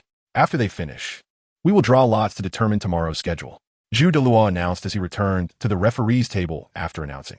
BibiSheng was once again observing the competition arena out of boredom when he suddenly noticed Ning Rongrong leaving the crowd and coming to Ning Fengji's side. Daddy, Grandpa Jian, Your Majesty the Emperor. Ning Rongrong immediately greeted. Rongrong, come over here to Grandpa Jian. Jian Douluo looked at Ning Rongrong with affection and said, Teacher, Princess Rongrong is really growing up beautifully. I wonder which boy will benefit from her. Chang Gonglong joked. Yes, she's grown up. Dean Flander has educated her very well. Ning Fengji nodded. I won't let any boy benefit from me. I want to stay in the 7 treasure glazed tile school for life, with Daddy and Grandpa Jian by my side. As Ning Rongrong spoke, she couldn't help but glance towards BibiSheng's position. Oh, Rongrong, have you met the Holy Son of the Spirit Hall? Ning Fengji noticed Ning Rongrong's gaze and couldn't help but ask. I know him. He used to be a teacher at Shrek Academy in Soto City for a few months. But I only found out this morning when he appeared that he is the Holy Son of the Spirit Hall, which surprised me. Ning Rongrong nodded in response. He was even your teacher. Ning Fengji was taken aback. Yes, his strength is extraordinary. Daddy, you know the golden iron triangle, right? The 3 of them, Dean Flander, Dean Lu, and the Master, used their martial soul fusion technique and surprisingly couldn't match him in a single move. At that time, he was only at level 77 soul power. His soul rings are also far beyond ordinary people, with a configuration of 4 black and 3 red. Although the Holy Son of the Spirit Hall is only at level 77 soul power, conservatively estimating his real combat power is probably close to a super Dalu. After all, Teacher Sheng uniquely hunted a 100,000-year soul beast. The more Ning Rongrong spoke, the more dreamlike it sounded. What? Super Douluo? For black and 3 red? Ning Fengji, Jian Douluo. And Chang Gong Long exchanged glances. Daddy, Grandpa Jian, you must find it hard to believe, but I witnessed all of this with my own eyes. Ning Grong Grong, sight broadly. Terrifying. Ning Fengji's mind was filled with ominous thoughts, and he no longer knew how to evaluate such a prodigy as BibiSheng. The 5 groups of matches soon finished, taking less than an hour, and it was only around 3 in the afternoon. The first round of the finals ended perfectly. I'm sorry, the losing teams have been eliminated, but they can continue to stay and watch the matches or return to the academy now. According to the rules, the top 2 teams of the second round will have a bye, which are the first-place teams from the 2 competition areas. The remaining 16 teams will soon draw lots to determine tomorrow's schedule, and the 3 seed teams will also participate in the second round. Let's wait and see. As the matches concluded, Zhu Douluo announced, "Now, please send a representative from the 16 teams to the stage to draw lots." After Zhu Douluo finished speaking, he began to announce again. Soon, 16 people came to the stage. Dean Yun Qingwen took out the academy's nameplate, and the representative sent by the Spirit Hall battle team was Xie Yu, who calmly drew a nameplate. Very well. Tomorrow the 3 seed teams will face the following opponents: the Spirit Battle Team against the Divine Wind Academy team, the Xinghua Royal Team against the Thunder Academy team, and the Tiando Royal Team against the West Silas Academy team. Dean Yun Qingwen announced tomorrow's schedule one by one.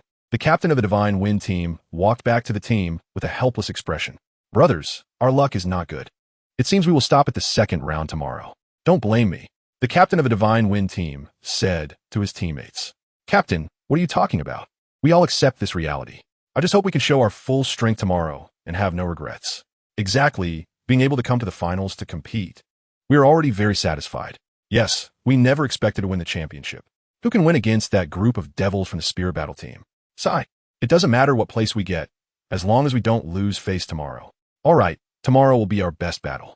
Everyone, give it your all and leave no regrets. The captain of the Divine Wind team nodded.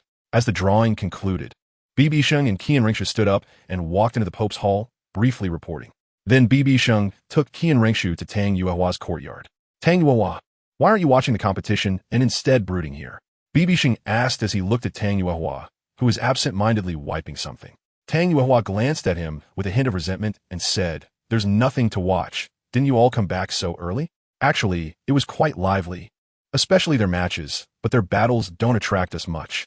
Qian Renxue also spoke up. "Yes, Yuehua, come watch the matches with us tomorrow. Moreover, I have an idea. How about you play high mountains and flowing water on stage during the finals?" BibiSheng suggested to Tang Yuehua. "Do you think everyone is like you, interested in everything? They're just a bunch of kids and soul masters, a bunch of rough people who wouldn't understand high mountains and flowing water," Tang Yuehua replied helplessly. "Is that so? Isn't it better not to understand? It gives a sense of awe and mystery. But if you don't want to go, that's fine. After all, you have a point. However, let's go watch the match together tomorrow. You're also a soul master now. During the match, I can explain things to you, and it won't be so boring for me." BibiSheng didn't force Tang Yuehua to go on stage to play the piano, but he did insist that she accompany him to watch the match. What novice? Tang Yuehua rolled her eyes in silence. "Well, fine. I can hear the cheers from outside even here." Tang Yuehua reluctantly agreed to BibiSheng's invitation. "That's more like it. It's still early, so let's play a piece. I've been so busy these past few days, I miss your piano skills," BibiSheng said with a slight smile. Once BibiSheng and Qian Renxue sat down quietly, Tang Yuehua began to play, but it wasn't high mountain and flowing water. Meanwhile, back at the hotel, the Shrek group returned to their temporary meeting room, only to find a tall, middle-aged man sitting on the sofa. "Who are you?" Flanders and Lu Erlong asked warily, as if facing a formidable enemy. Thinking he was from the Spirit Hall. "Uncle, what are you doing here?" Tang Sen asked in confusion. He had expected Tang Xiao to remain hidden, but he didn't anticipate Tang Zhao's sudden appearance. Tang Xiao hadn't wanted to come out, but after encountering Tang Chun, all plans changed, and he had to reveal himself, allowing Tang Chun to stay hidden. "Uncle?" The others looked at Tang San in surprise. The leader of Hao Ian School. Flanders realized the man's identity and looked at Tang Xiao in astonishment. "Everyone, I hope you're all well." Tang Xiao stood up seriously. "Dang Zhongzhu, may I ask why you're here today?" Flanders had to close the door and ask. "I didn't want to come out, but this matter must be explained by me personally. Little San, Dean Flanders, I hope you can forfeit the upcoming matches and leave the Spirit City tonight." Tang Xiao stated directly. "This? Tang Zhongzhu, why do you say this?" Flanders asked in confusion. Yes, uncle. Why have you suddenly changed your mind? Tang Sin inquired, thinking of something. Because there is no point in staying here any longer. I know you are looking for Yu Xiaojiang, but I fear he may be dead. As for the match, the championship is likely already in the hands of the Spirit Hall team, Tang Xiao said immediately.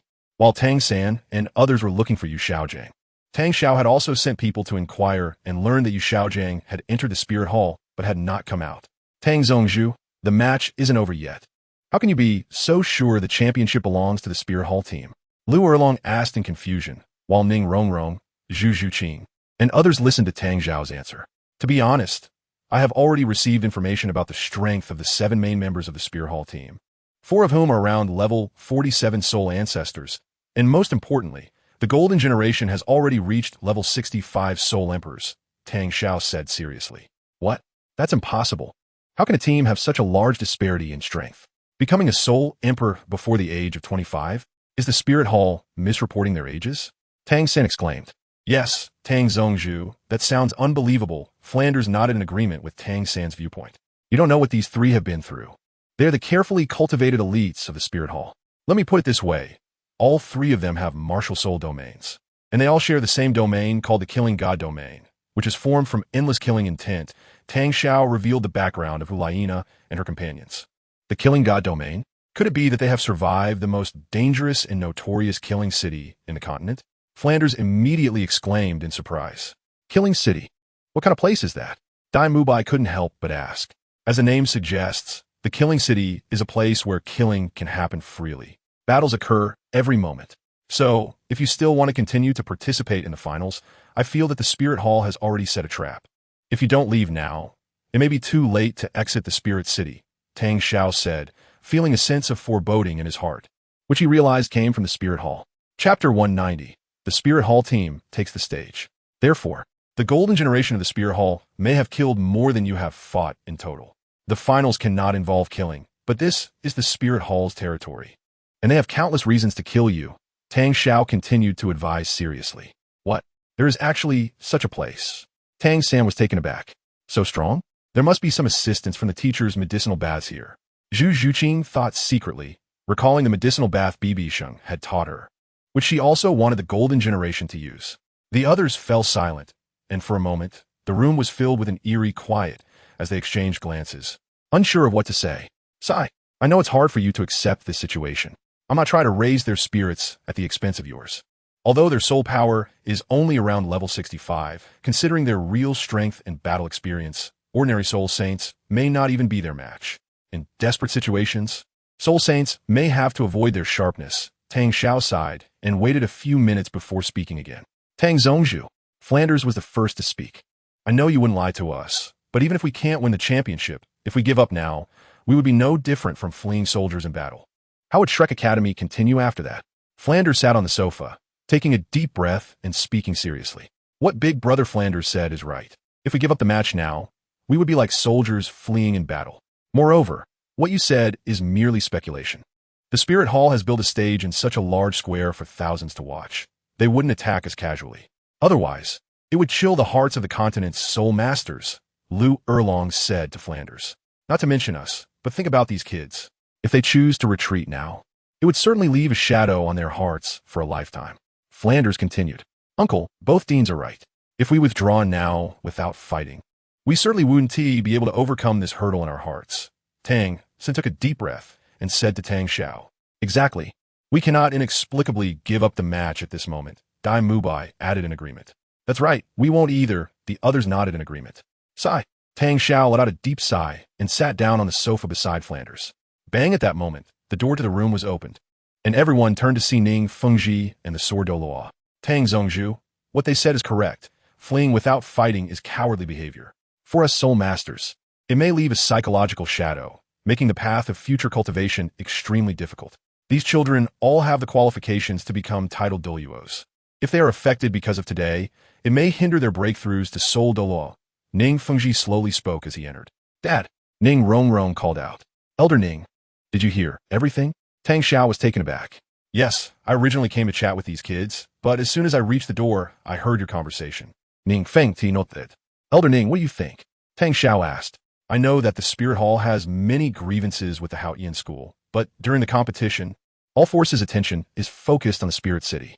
I think even if the Spirit Hall wants to cause trouble, they wouldn't choose this time during the Continental Elite competition.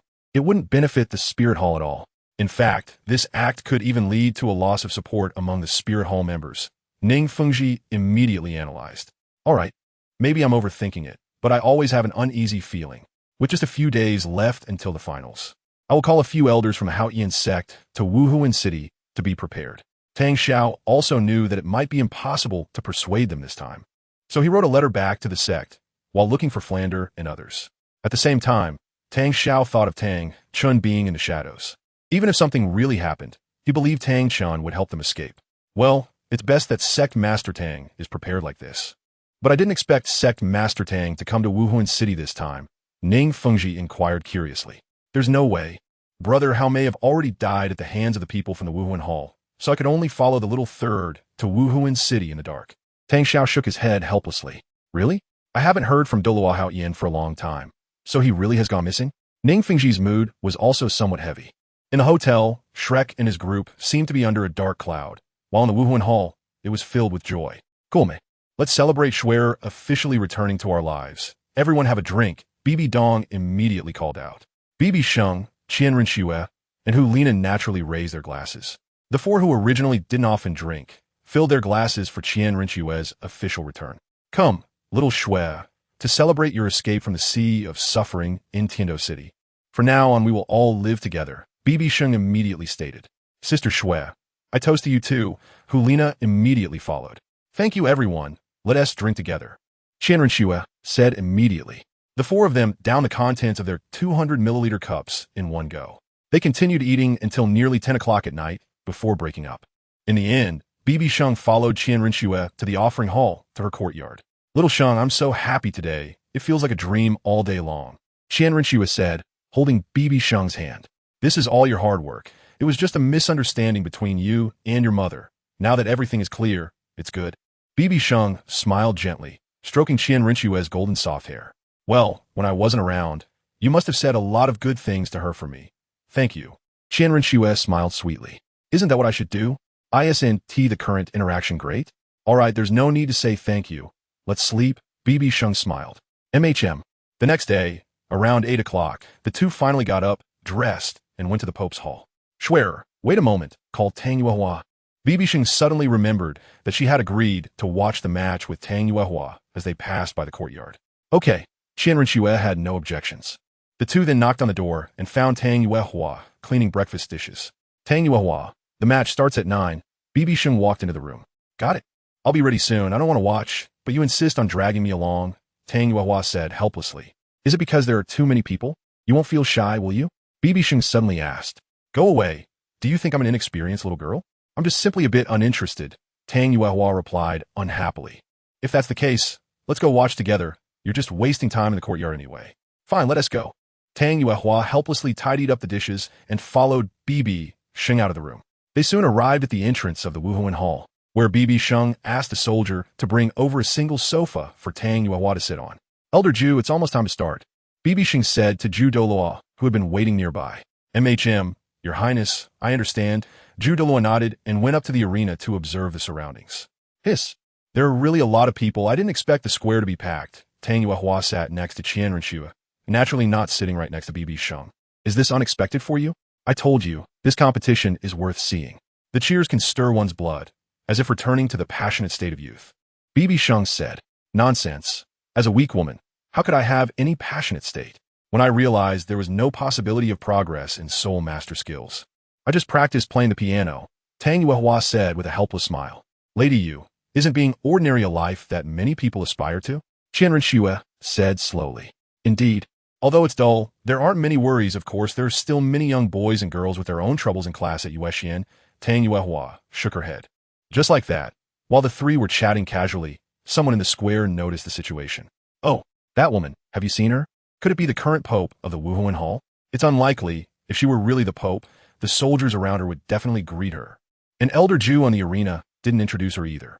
That's right, the pope holds a scepter and wears a golden crown, said to be inlaid with 9 gemstones of different colors.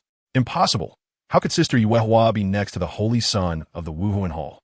Tang Xiao looked at Tang Yuehua walking out of the Wuhuan Hall, chatting and laughing with BibiSheng, and immediately spoke out in confusion. No, I know Yuehua may have been captured by the Wuhuan Hall, but this doesn't look like a capture situation.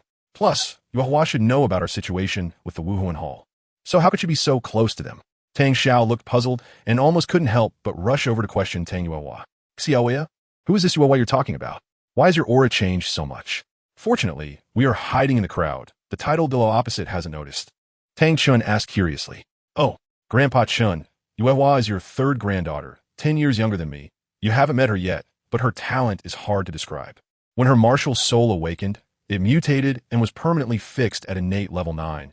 But it seems that heaven, in an attempt to compensate Yuehua, gave her an innate martial soul domain, which has some effect for nobles. She has been in Tiando City, serving as the head of the royal court's ceremonial department.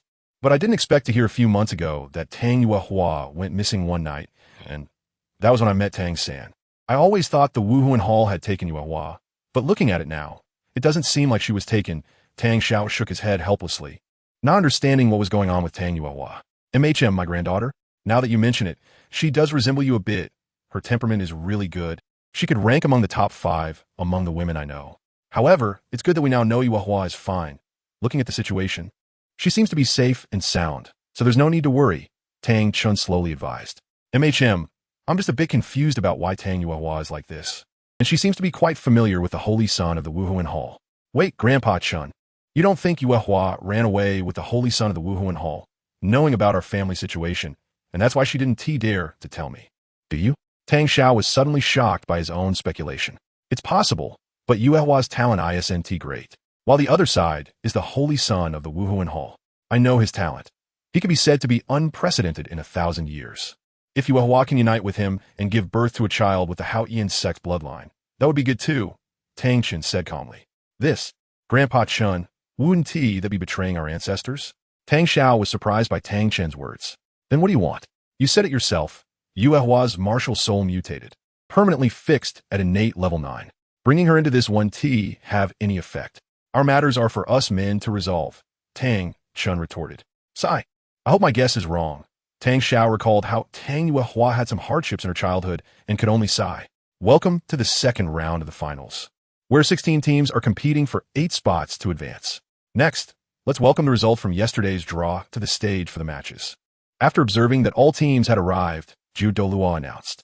In the second round, there are only 8 matches, starting with 3 arenas, where 6 matches will take place until the Wuhuan Temple team is up. The audience shouted for the Wuhuan Temple team to have a match of their own. So, let's welcome the Wuhuan Temple team to face the Kamikaze team. Douluo glanced at BibiSheng, and after BibiSheng nodded, he announced, Brothers, it's our turn to go on stage. Let's do our best and execute the tactics we've practiced. Captain understood. The Kamikaze team encouraged each other. You guys don't intervene. Let me handle this, Xiaoyu said coldly. No way. Why can't I take action? Just watch, Yin replied unhappily. All right, you two can both go for it, Hulaina said, feeling a headache and patting her forehead. Look, since Nana said so, among the 7 on stage, whoever takes down more opponents wins. How about that? Yin immediately proposed a bet to Xiaoyu. You said it. You're just asking for trouble. Can your speed compare to mine? Xiaoyu decisively replied. Damn, I got carried away, forgot about that. Yin was taken aback and immediately regretted it. Is the strength of the Wuhuan team finally going to be revealed? I wonder if it's the same as what Uncle said, Tang San remarked beside Flender. It should be fine. Let's pray we don't encounter them too early. If we face them in the 5th round, with our strength, we should be able to secure 3rd or 2nd place. There's no substantial reward, but there are honor titles, Flender said slowly. Soon, as everyone anticipated, Hulaina and the others began facing the Kamikaze team on the arena. Brothers on the opposite side, how about you concede? That way, I want to lose my bet, Yin said with a smile to the Kamikaze team. Impossible. Even if we lose, we want to lose convincingly. The Kamikaze captain replied with a laugh.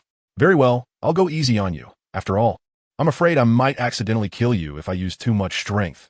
Yin coldly laughed at the Kamikaze captain's lack of understanding. Please maintain silence. The match is about to begin. Both sides, please release your soul rings. Shingren glanced at Yin and immediately glared at him. Brothers, unleash your martial souls. The Kamikaze captain instructed the 6 people behind him, forming a combination of 4 soul ancestors and 3 soul kings. Moonblade, Xiaoyu said coldly, and under everyone's gaze, soul rings appeared, 2 yellow, 2 purple, and 2 black. Flame Lord Martial Soul Possession. Yin also released his Martial Soul and Soul Rings. Three-Tailed Fox Martial Soul Possession. Hulaina charmingly released her Martial Soul and Soul Rings. Hiss, the Holy Maiden Goddess is so beautiful. Yeah, so beautiful. A visual treat. Students from the Wuhuan Academy screamed at Hulaina and the others. Hiss, 3 Soul Emperors, and they're all at level 65 soul power. How can we fight against that? Other student teams gasped in shock, their eyes wide open. The other 4 members also released their martial souls. But under the brilliance of the Golden Generation, no one noticed them. After all, to the 3 of them, those 4 seemed somewhat insignificant. Chapter 191. During the match, the other teams that had not been eliminated looked at Hulaina and the others, suddenly feeling an increase in pressure. Although they knew the Wuhuan team would be strong, they never expected them to be this strong. Even the academy teachers might not be as strong as the 3 of them. Teacher, am I seeing things? Do they really have 6 soul rings? Yes. I thought I was seeing things too. I'm only a 62nd level soul emperor. Really? How can we fight against this? If I had known, I would have participated in this finals. These teams began to question their lives, feeling no fighting spirit against the Wuhuan temple. 2 deans, is there any chance of winning? Tangsen asked somewhat unwillingly. There is absolutely no possibility. How can they be so strong? Their momentum after releasing their martial souls has completely turned murderous. What your uncle said is right. They must have wandered in the city of slaughter. Such killing intent, even if I faced the 3 of them directly, my strength would probably be affected. Flinders shook his head with a bitter smile. He had held some hope after hearing Tang Xiao, but now seeing it firsthand, he realized Tang Xiao had been conservative in his assessment. Terrifying, too terrifying, Oscar and Ma Hongjun murmured. For these students, Hulaina and the others had become an insurmountable mountain. Hiss, as expected of the Wuhuan temple, I feel a bit sorry for the other academies now. Yeah, 3 soul emperors, directly crushing all teams. I can't imagine how the Wuhuan temple could lose. The onlookers marveled at Hulaina and the others as they discussed. This, the kamikaze team, facing the Wuhuan team, was directly intimidated back by the overwhelming pressure. Captain, what are we going to do? The vice captain of the kamikaze team said in shock. Don't panic, stay calm. Let's hold on for a few minutes. The kamikaze captain shook his head helplessly, never expecting the situation to be like this.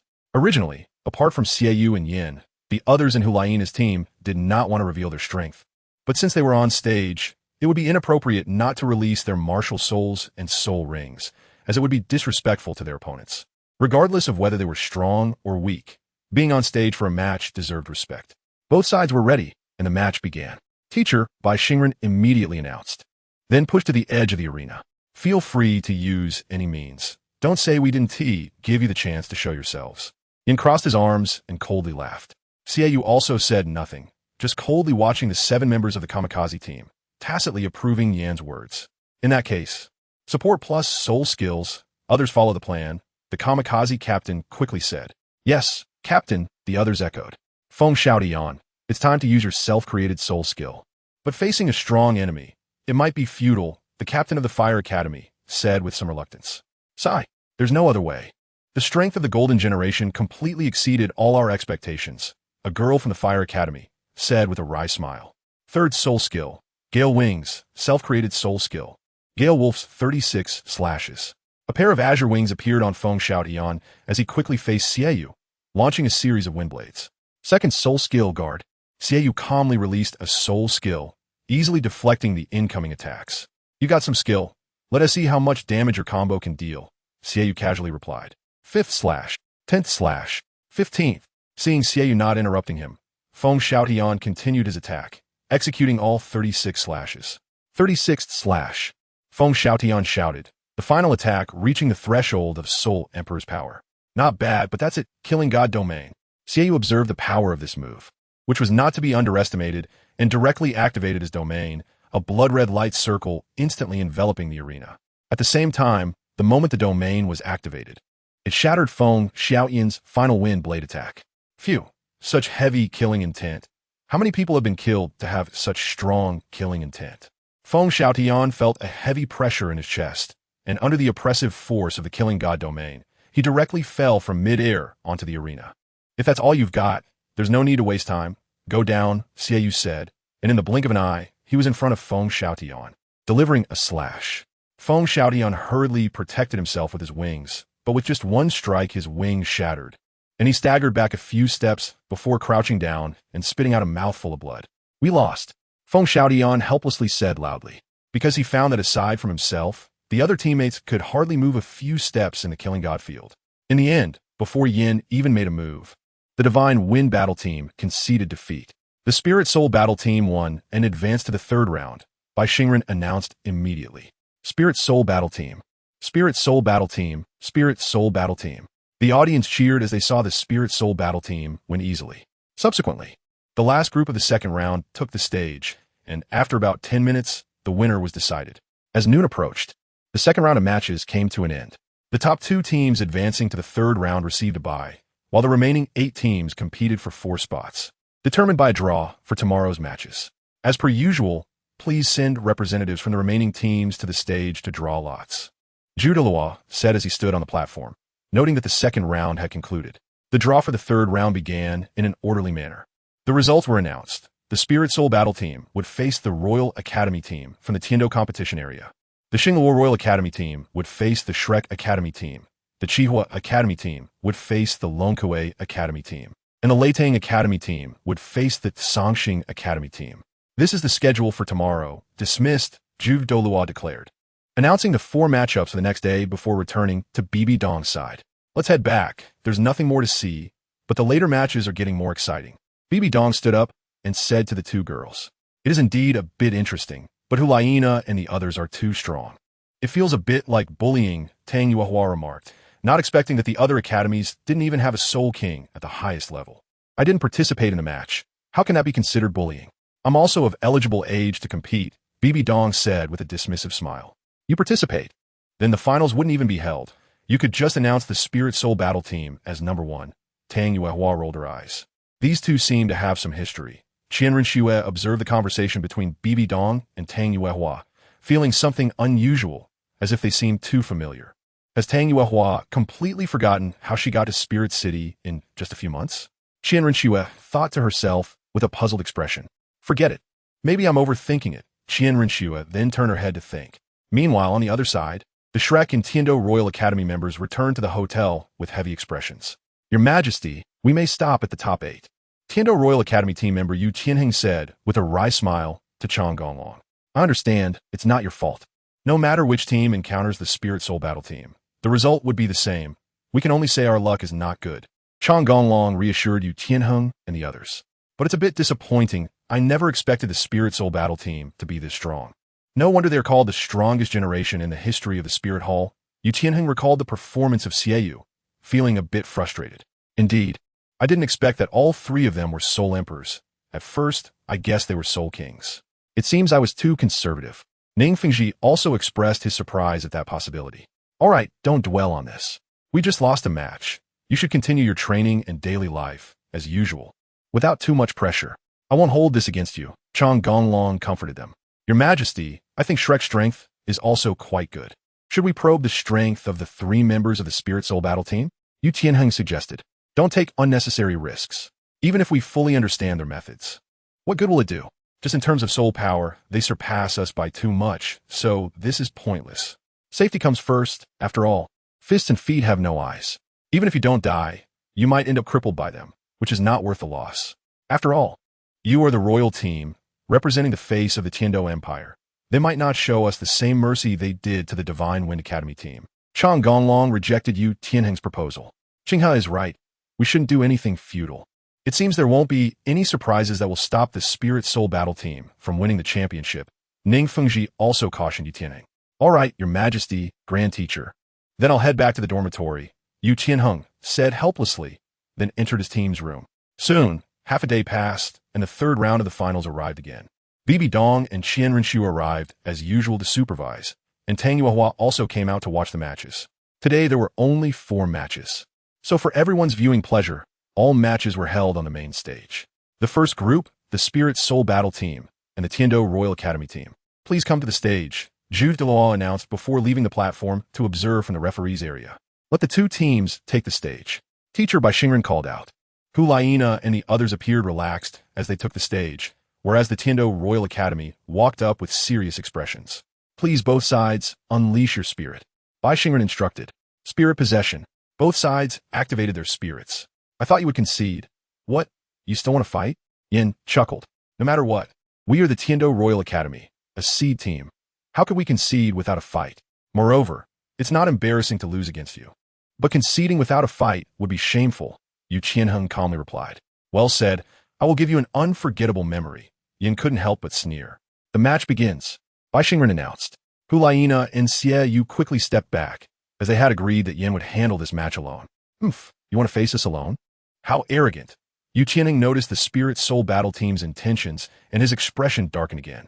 Blue Electric Tyrannosaurus, Dragon Transformation, Third Soul Skill, Dragon's Fury. Yu Qianheng unleashed his full power and anger. Even using Dragon Transformation, his arms turning into dragon arms, and his third soul skill amplifying his own abilities. Second soul skill.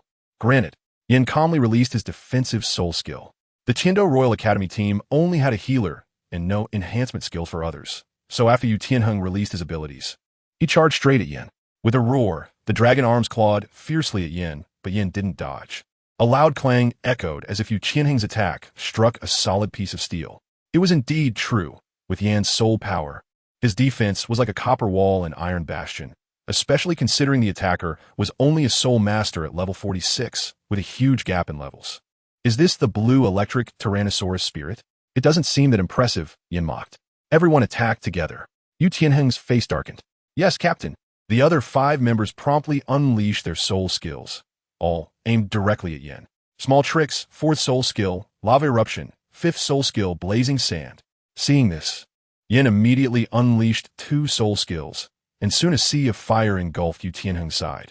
Full group healing. The team's healing support stepped in, but then retreated from the stage with the other teammates. 4th soul skill, blue electric divine dragon charge. Yu Qianheng, with the support of healing, rushed out of the sea of fire, a thunderous lightning dragon charging straight at Yin. Still trying to struggle? Killing God Field, Killing Strike. Yin instantly activated the Killing God Field, shattering the lightning dragon. He then appeared in front of Yu Qianheng and simply punched him in the stomach. Thoof! Yu Qianheng spat out a mouthful of blood from the single blow. Yin seemed unwilling to let Yu Qianheng off the hook, delivering several more punches, each one landing hard. Sigh. Qianheng tried his best, but still couldn't touch the opponent's hair. Lu Erlong said from below the stage, feeling a bit pained. This should go off in the spirit hall. We concede. Chang Gonglong knew that Yu Qianheng might not be able to speak anymore, so he addressed Douluo. The Tiando Royal Academy team is defeated. The Spirit Soul Battle Team wins. Douluo immediately announced. Yin also sensibly stopped his movements, and Yu Qianheng's teammates immediately came on stage to take him off the field. It was completely one-sided slaughter, too powerful, especially when their domain was activated. Like a god of death. Even without facing them directly, it made my heart race. Ma Hongjun couldn't help but speak up. Yes, it's truly unsolvable. All right, enough talk. It's your turn to go on stage. The opponent is the Xingluo Royal Academy team, Flanders said, shaking his head helplessly. Xingluo Royal. Dai Mubai clenched his fists involuntarily. Zhu Zhuqing, I know you look down on me, but if you can help me defeat them, I won't interfere with anything you want to do in the future. Dai Mubai said to Zhu Zhuqing. You don't need to say it. I've been waiting for this moment for a long time. My fate is in my own hands. Zhu Zhuqing replied coldly, staring at the other side.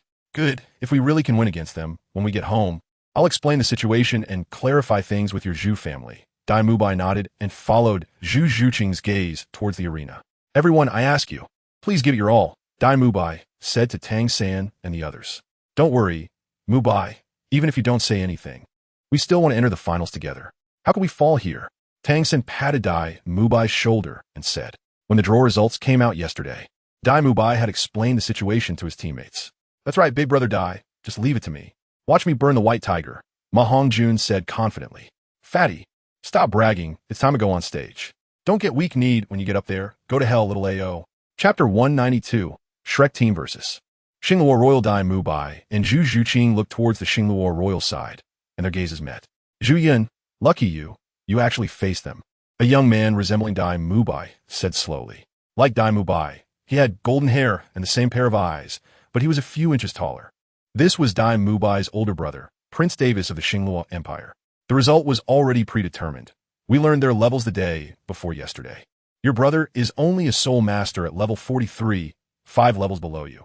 However, Zhu Zhuqing found it strange that her soul power was so much higher than Dai Mubai's. With her talent, it was unreasonable for her to have level 47 soul power. Zhu Zhuqing's companion, Zhu Zhuyun, was surprised when she mentioned Zhu Zhuqing. Could it be because of him? Isn't that white-haired one the mysterious youth you told me about after you returned from the Stardow Forest?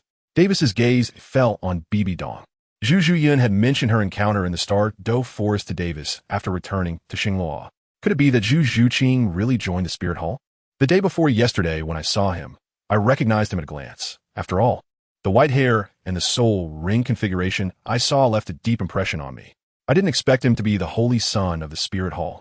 Zhu Zhuyin followed Davis's gaze to look at BibiSheng. Sigh. It's good that she can enter the Spirit Hall. We are still controlled by our families.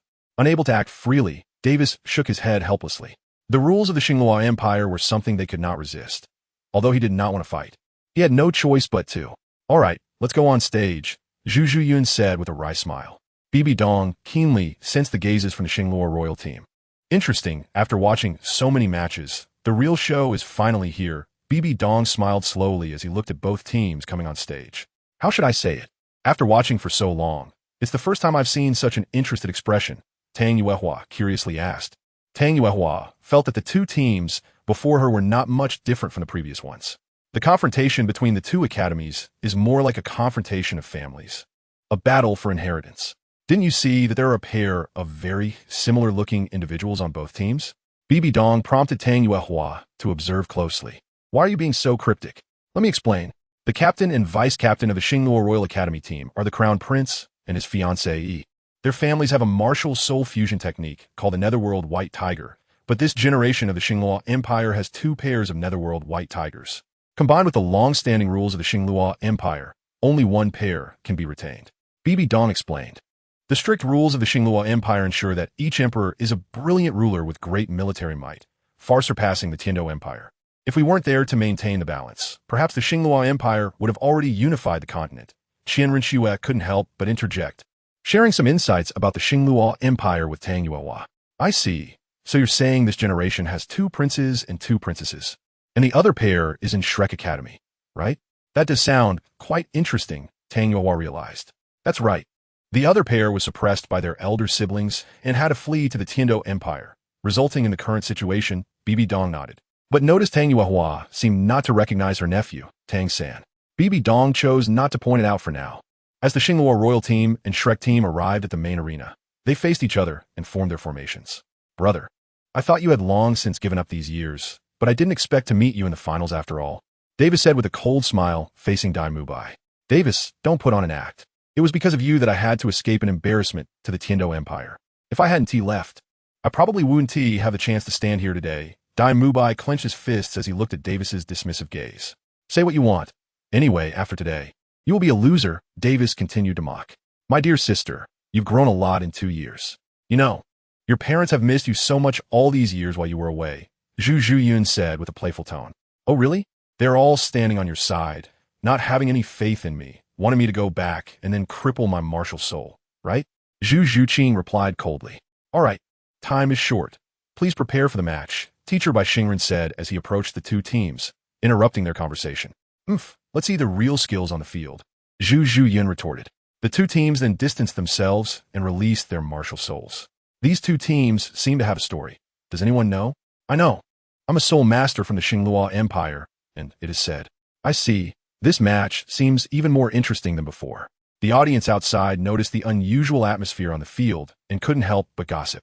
White Tiger Martial Soul activated. Davis was the first to release his Martial Soul and Soul Rings, revealing his soul power of level 49 without reservation. White Tiger Martial Soul activated. Dai Mubai did not back down, and though his aura was not weak, it was still inferior to Davis's. Netherworld Spirit Cat Martial Soul activated. Zhu Zhuqing and Zhu Zhuyin simultaneously activated their martial souls, both at soul power level 47. Mubai, don't be impulsive. Our soul power is weaker than theirs, especially since they have the Netherworld White Tiger. We can only rely on clever tactics in this match, Tang Sin quickly reminded Dai Mubai when he saw his anger. I understand, Dai Mubai said, keeping his eyes fixed on Davis. Zhu Zhuqing, Your speed is unparalleled. Although your soul power equals your sister's, I believe your speed and strength surpass hers. So your primary target should be their backline. Even if you face your sister, you must find a chance to deal with their rear. Tang Xin quickly instructed Zhu Zhuqing. Ning Rongrong, boost Dai Mubai's strength and defense. Let him hold off Davis. And increase your speed for Zhu Zhuqing.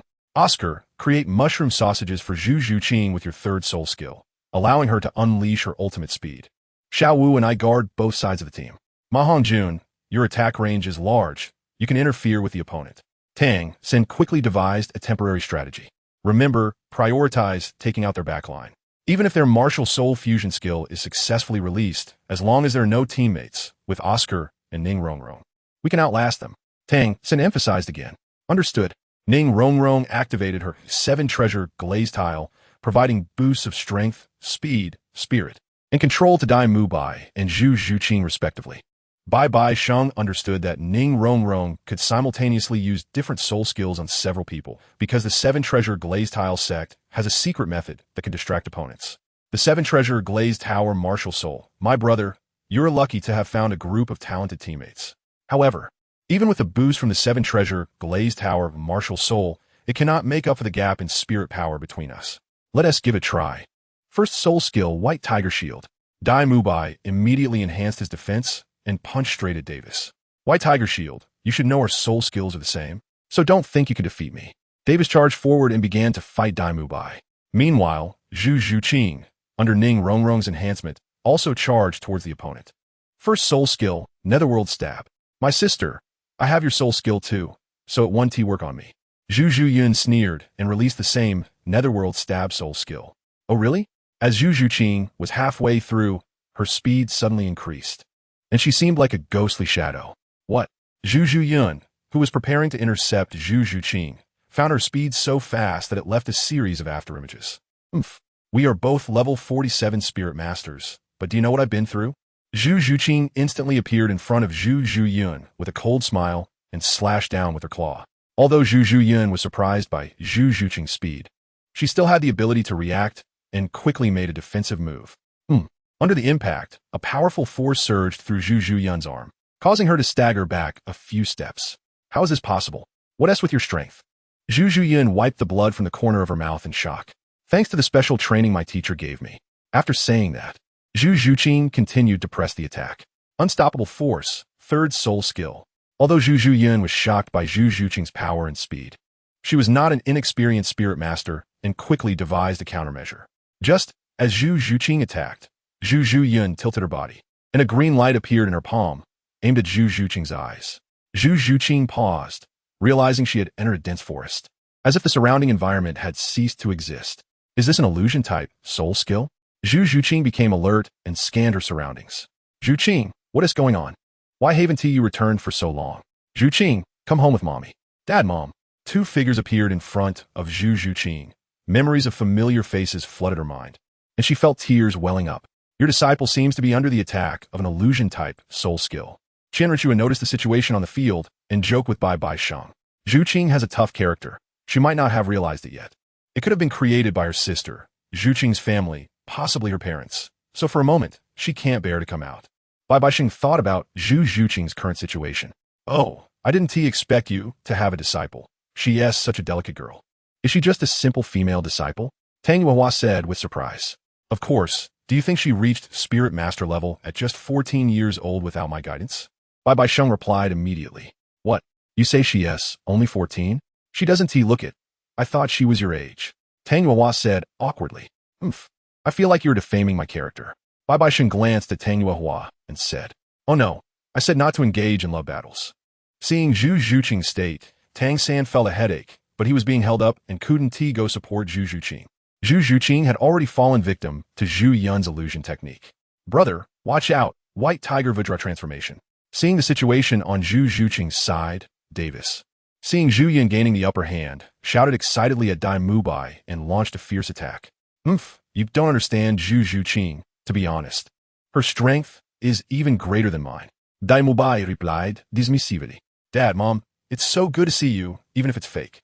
Zhu Zhuqing shook her head and then struck, the two figures turning into two leaves. Fourth soul skill, Netherworld Slash.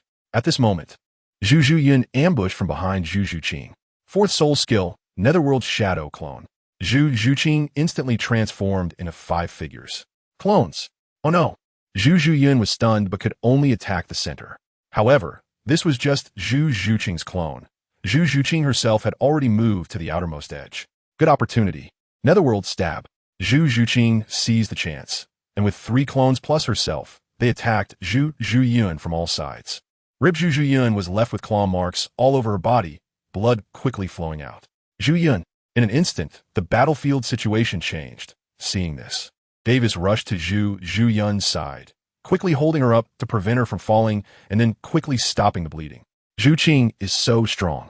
Her speed and power are several times greater than mine. Zhu Zhuyin said weakly. All right, no more holding back. There are 2 support spirit masters on the opposite side. One of whom has a 7-treasure, glazed tower, martial soul, wanting to wear me down. Netherworld White Tiger. Davis decided and immediately unleashed the unique Netherworld White Tiger of the Star Luo Empire. Roar, a 7 to 8 meter tall, purple-black White Tiger appeared on the stage. Second soul skill, Netherworld 100 Claws.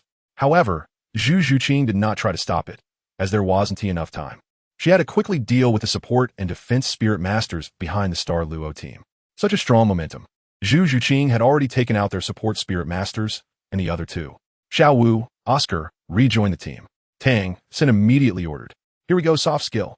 Xiao Wu unleashed a powerful strike, eliminating her opponent, and immediately returned to Tang San's side. Phoenix crying in the sky strike. Hearing Tang San's words, Ma Hongjun also didn't hold back and unleashed a strong blow, knocking out his opponent and returning to Tang San's side. At this point, the Star Luo royal team was left with only one Netherworld White Tiger. Davis, seeing his teammates defeated in an instant, roared angrily towards Tang San and Dai Mu Bai, and then pounced towards them. Third soul skill, Spiderweb Bind. Seeing this, Tang San immediately summoned Spider Silk to bind the 4 legs of the Netherworld White Tiger. However, the power of the 2 Spirit Masters' Netherworld White Tiger fusion skill reached the level of a Spirit Emperor, and within a few seconds, they broke free from the spiderweb's restraint. Fourth soul skill, White Tiger Meteor Shower. At this moment, Dai Mu Bai's attack also followed. Roar. A light orb gathered in the mouth of the Netherworld White Tiger and shot towards Dai Mu Bai. Puff! Dai Mu Bai's counterattack ended in failure, and he was instantly sent flying, landing on the ground and spitting out a mouthful of blood. Chapter 192. The match enters the 4th round.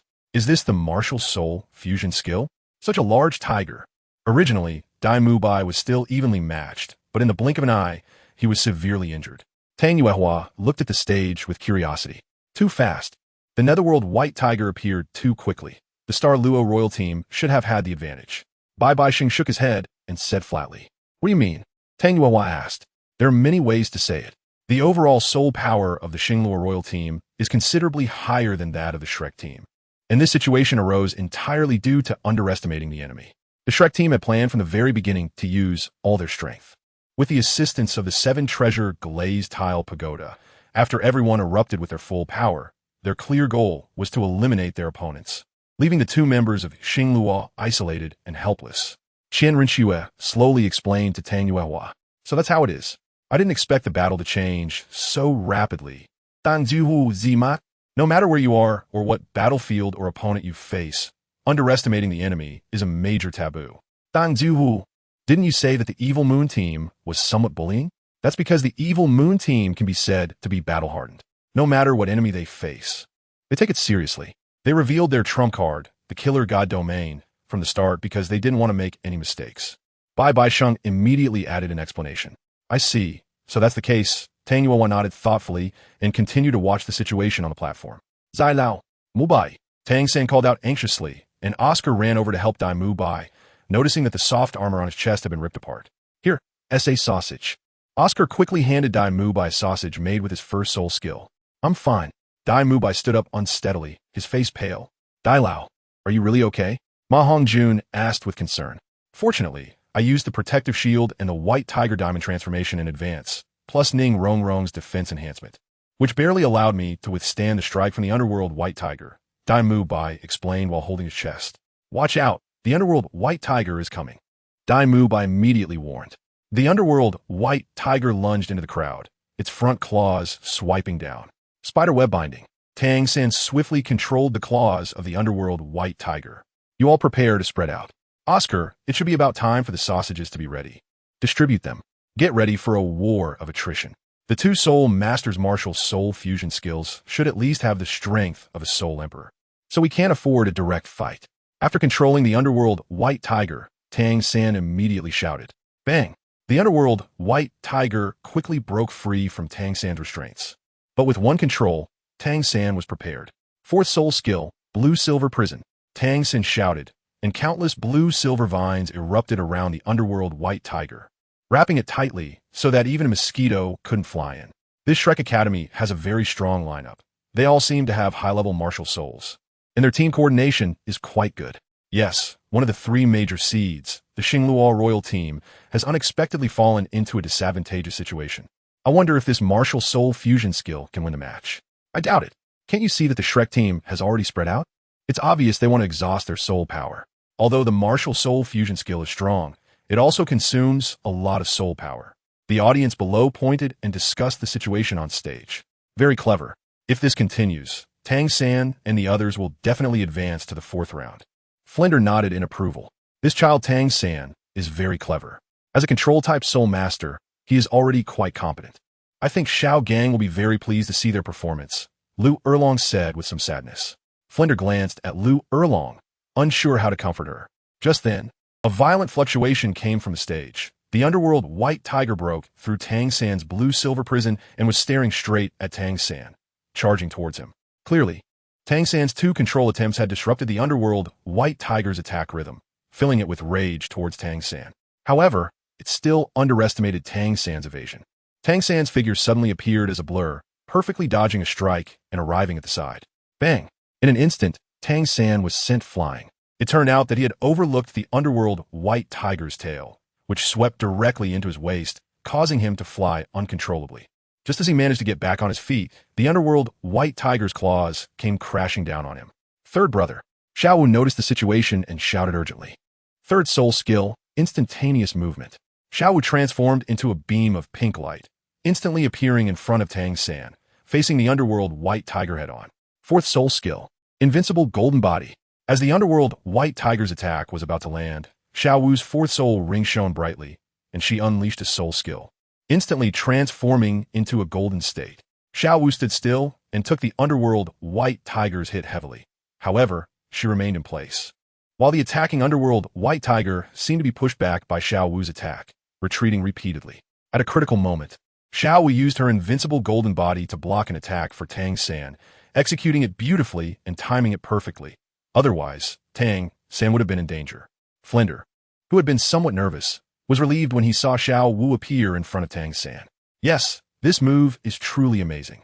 It has a 3-second invincibility effect and can immune most attacks. Lu Erlong nodded, praising Xiao Wu's fourth soul skill. Xiao Wu, are you okay? Tang San reacted and immediately grabbed Xiao Wu's hand with concern. Third brother, I'm fine. This move not only allows me to immune attacks, but also reflects the attacker's force back, Xiao Wu said, somewhat proudly. Fortunately, just don't do that next time. Even if I take a little damage, I wouldn't want to see you get hurt, Tang San sighed in relief and said with concern.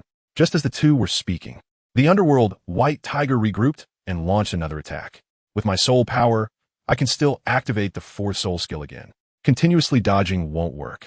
Since his soul power hasn't been exhausted yet, I'll speed up his consumption, Tang San thought as the underworld white tiger charged at him again. Fourth soul skill, blue-silver prison. Following the underworld white tiger's path, Tang San once again unleashed his strongest control. Fortunately, there was only the underworld white tiger left, so he didn't have to divide his attention, allowing Tang San to execute it smoothly, exerting maximum effort to control the underworld white tiger. Ma Hongjun now. Tang San immediately called to Ma Hongjun. Okay, fourth soul skill, Phoenix crying in the sky. Under the influence of the evil fire phoenix, Ma Hongjun leaped into the air and aimed at the prison controlled by Tang San, unleashing a fierce line of fire. Second stage attack. After releasing his attack, Ma Hongjun immediately approached the prison, and a pillar of fire soared into the sky, striking the underworld white tiger into the air. Second soul skill, White Tiger's Radiant Wave. Daimu Bai also used the last bit of his soul power to unleash a soul skill, hitting the airborne underworld white tiger. Bang!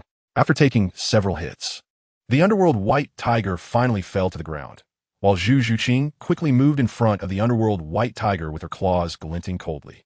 Second soul skill, Underworld 100 Claws. In an instant, Zhu Zhuqing unleashed dozens of claw strikes, leaving numerous scratches on the massive body of the underworld white tiger.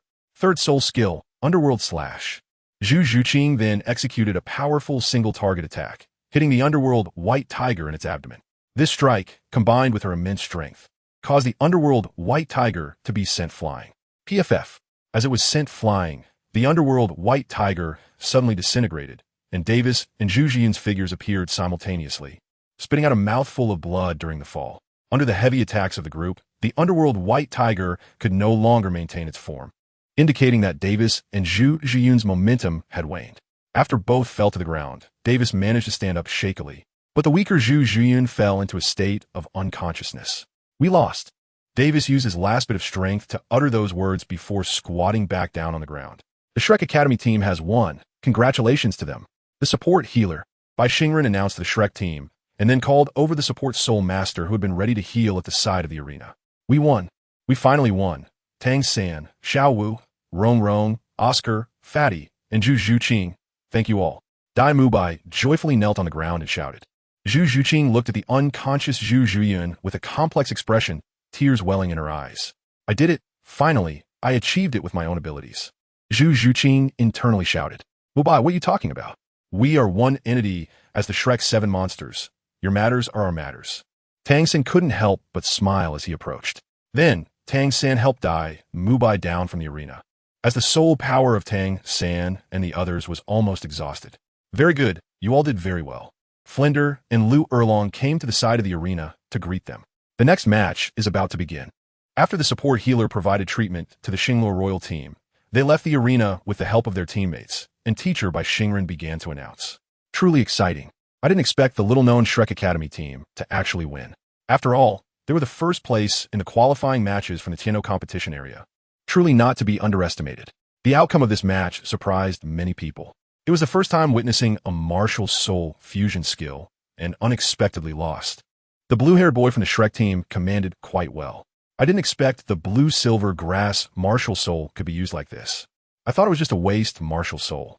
Tang Yuehua witnessed the whole process and had a significant impression of Tang San. The name blue-silver grass is known to everyone on Douluo continent. It is considered a standard waste martial soul. However, today Tang San's use of blue-silver grass made many people exclaim it as a spectacle. Indeed, it was played quite well, especially with the special enhancements. BibiSheng agreed and said a word. In the following matches, the Tiando competition area continued to win, with Chihua Academy and Thunder Academy defeating their opponents.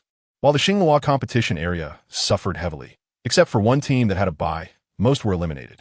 Very good, the top 6 have been determined. Entering the 4th round of matches, 6 into 3. As per the old rules, before leaving the arena, we will draw lots to determine tomorrow's schedule. Zhu Douluo came to the arena to host the proceedings and slowly announced, please send representatives from the 6 academies to the stage to draw lots. Zhu Douluo said as the Dean of Yin Qingwen walked over with the nameplates of the remaining 6 academies. Soon, the opponents of each team were revealed. The Wuhuan team faced the only academy team from the Xingluo Empire. Shrek Academy against Chihua Academy, and Renxue Academy against Thunder Academy. The top 3 can already be predicted. The Wuhuan team will undoubtedly enter the top 3, and the other 2 are likely to be Shrek and Renxue Academy. I think the same. After BibiSheng and the others finished drawing lots, they turned and entered the Wuhuan Hall. Mom, today's matches are over. Tang Yuehua returned to the courtyard alone, and BibiSheng and Renxue came to report. Oh, how was the battle? BibiSheng casually asked. Not bad. Shrek has entered the top 6, and the top 3 should be no problem. BibiSheng said. It was quite surprising. The Xingluo royal team actually lost. BibiSheng smiled and shook his head. Yes, they didn't even force out Tang San's external soul bone and Haoyan hammer. The Xingluo team underestimated Shrek too much. BibiSheng couldn't help but smile. All right, you all go back. They're destined not to win the championship anyway. BibiSheng nodded and then said, okay. BibiSheng nodded. Goodbye, Mom. Renxue greeted and left the Pope Hall with BibiSheng.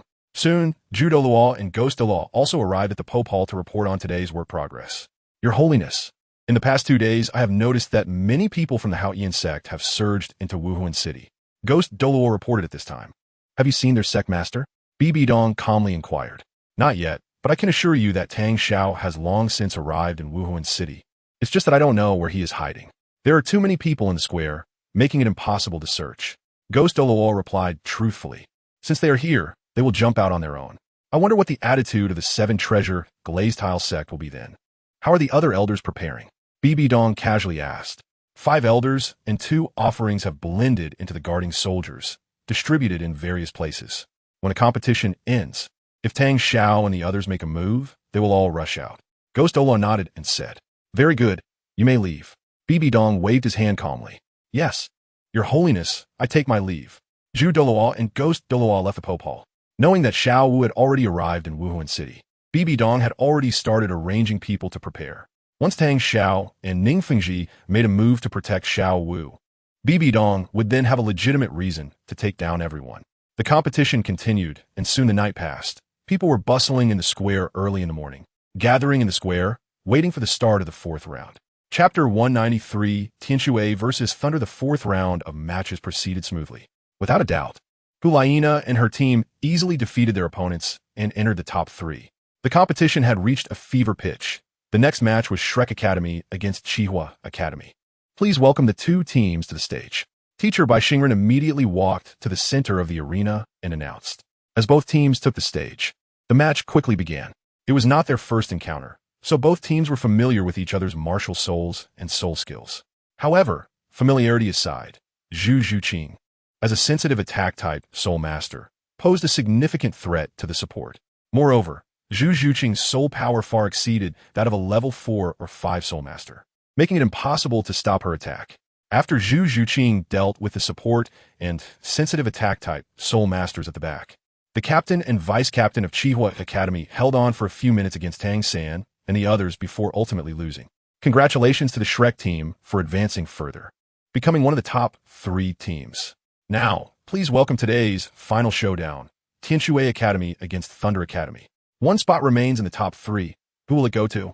Let's wait and see together. Teacher BibiSheng announced on stage with an impartial expression. Here it comes, another duel between the 5 Elements Academy. A match that is evenly matched is always exciting.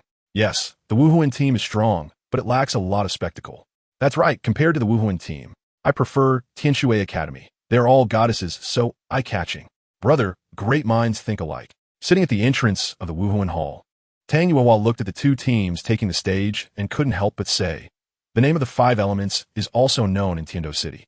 They're all top academies.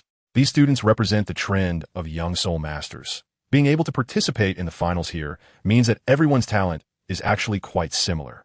The differences lie in their relentless efforts. Dong smiled slowly and added, Indeed, but the soul master levels in this session are higher than in previous years. The members of the last Wuhuan team didn't even have a soul king, mostly around level 40, while this year's contestants are generally above level 43. Renxue also joined the discussion, but her gaze remained on the arena. While Dong was talking, she watched Renxue Academy and Thunder Academy walk onto the arena and soon face off. Please prepare both sides. After Teacher BibiSheng finished speaking, he moved to the side. At this moment, 2 loud beast roars sounded, one a dragon and one a phoenix. Ice Phoenix, Martial Soul activated. Blue Electric Tyrannosaurus, Martial Soul activated. The captains of both sides released their martial souls simultaneously, and then their teammates followed suit. The Blue Lightning Tyrant Dragon sect indeed has 2 good heirs, both of whom are outstanding individuals. BibiSheng looked at the captain of the Thunder Academy team. Knowing from the data, he had seen that this was another heir of the Blue Lightning Tyrant Dragon sect, Yu Qianxin. The soul power levels of the other teammates were similar, with only Shui Binger, who had a full innate soul power, being 2 levels higher than Yu Qianxin. They both referred to themselves as the twin stars within the sect, and the sect behind the Thunder Academy was indeed the Blue Lightning Tyrant Dragon sect. However, it was unexpected that Yu Qianheng would go to the Heaven Do Royal Academy. If the 2 joined forces, apart from the Martial Soul team, the Thunder Academy could at least secure 2nd place. Renxue nodded and began discussing. As they were speaking, Teacher BibiSheng announced the start of the match on the arena. Lei Jiuqiong, Lu Chun, take the front. Lei Mia, Lei Tian, you 2 flank and attack. Lei Dong, protect Xiao Yun, and use your methods to control any agile attackers that come close. The Captain Yu Qianxin quickly arranged the tactics. Be careful of Shui Binger on the opposite side. Her instant freeze can be quite troublesome, he added. Understood, Captain. However, the arrangements on the side of the Heaven Water Academy were similar, but they lacked a power-type defensive soul master. However, Shui Binger had a soul skill that could increase her teammates' defense, which was the second soul skill, Ice Ring Armor, that BibiSheng had helped her obtain. When released, it could add a layer of ice blue armor to her teammates, enhancing their defense. Attack according to the agreed tactics, second soul skill, Ice Ring Armor. Shui Binger quickly ahangit. Then released a soul skill. Centered on herself, she created a cold ice area, which formed blocks of ice to compose armor for her teammates. The two agile attack-type soul masters in the team, Shui Wearer and Guqingba, immediately released their soul skills and charged out for both sides of the team, with Shui Binger and the strong attack-type soul masters following closely behind. At this time, Yu Qianxin sensed a large number of snowflakes appearing above, which slowed down her teammates. Their auxiliary soul master took action, looking for an opportunity to eliminate the threat first. Yu Qianxin immediately recognized that it was the auxiliary soul master of the Heaven Water team who had acted. Second soul skill, Thunderstrike.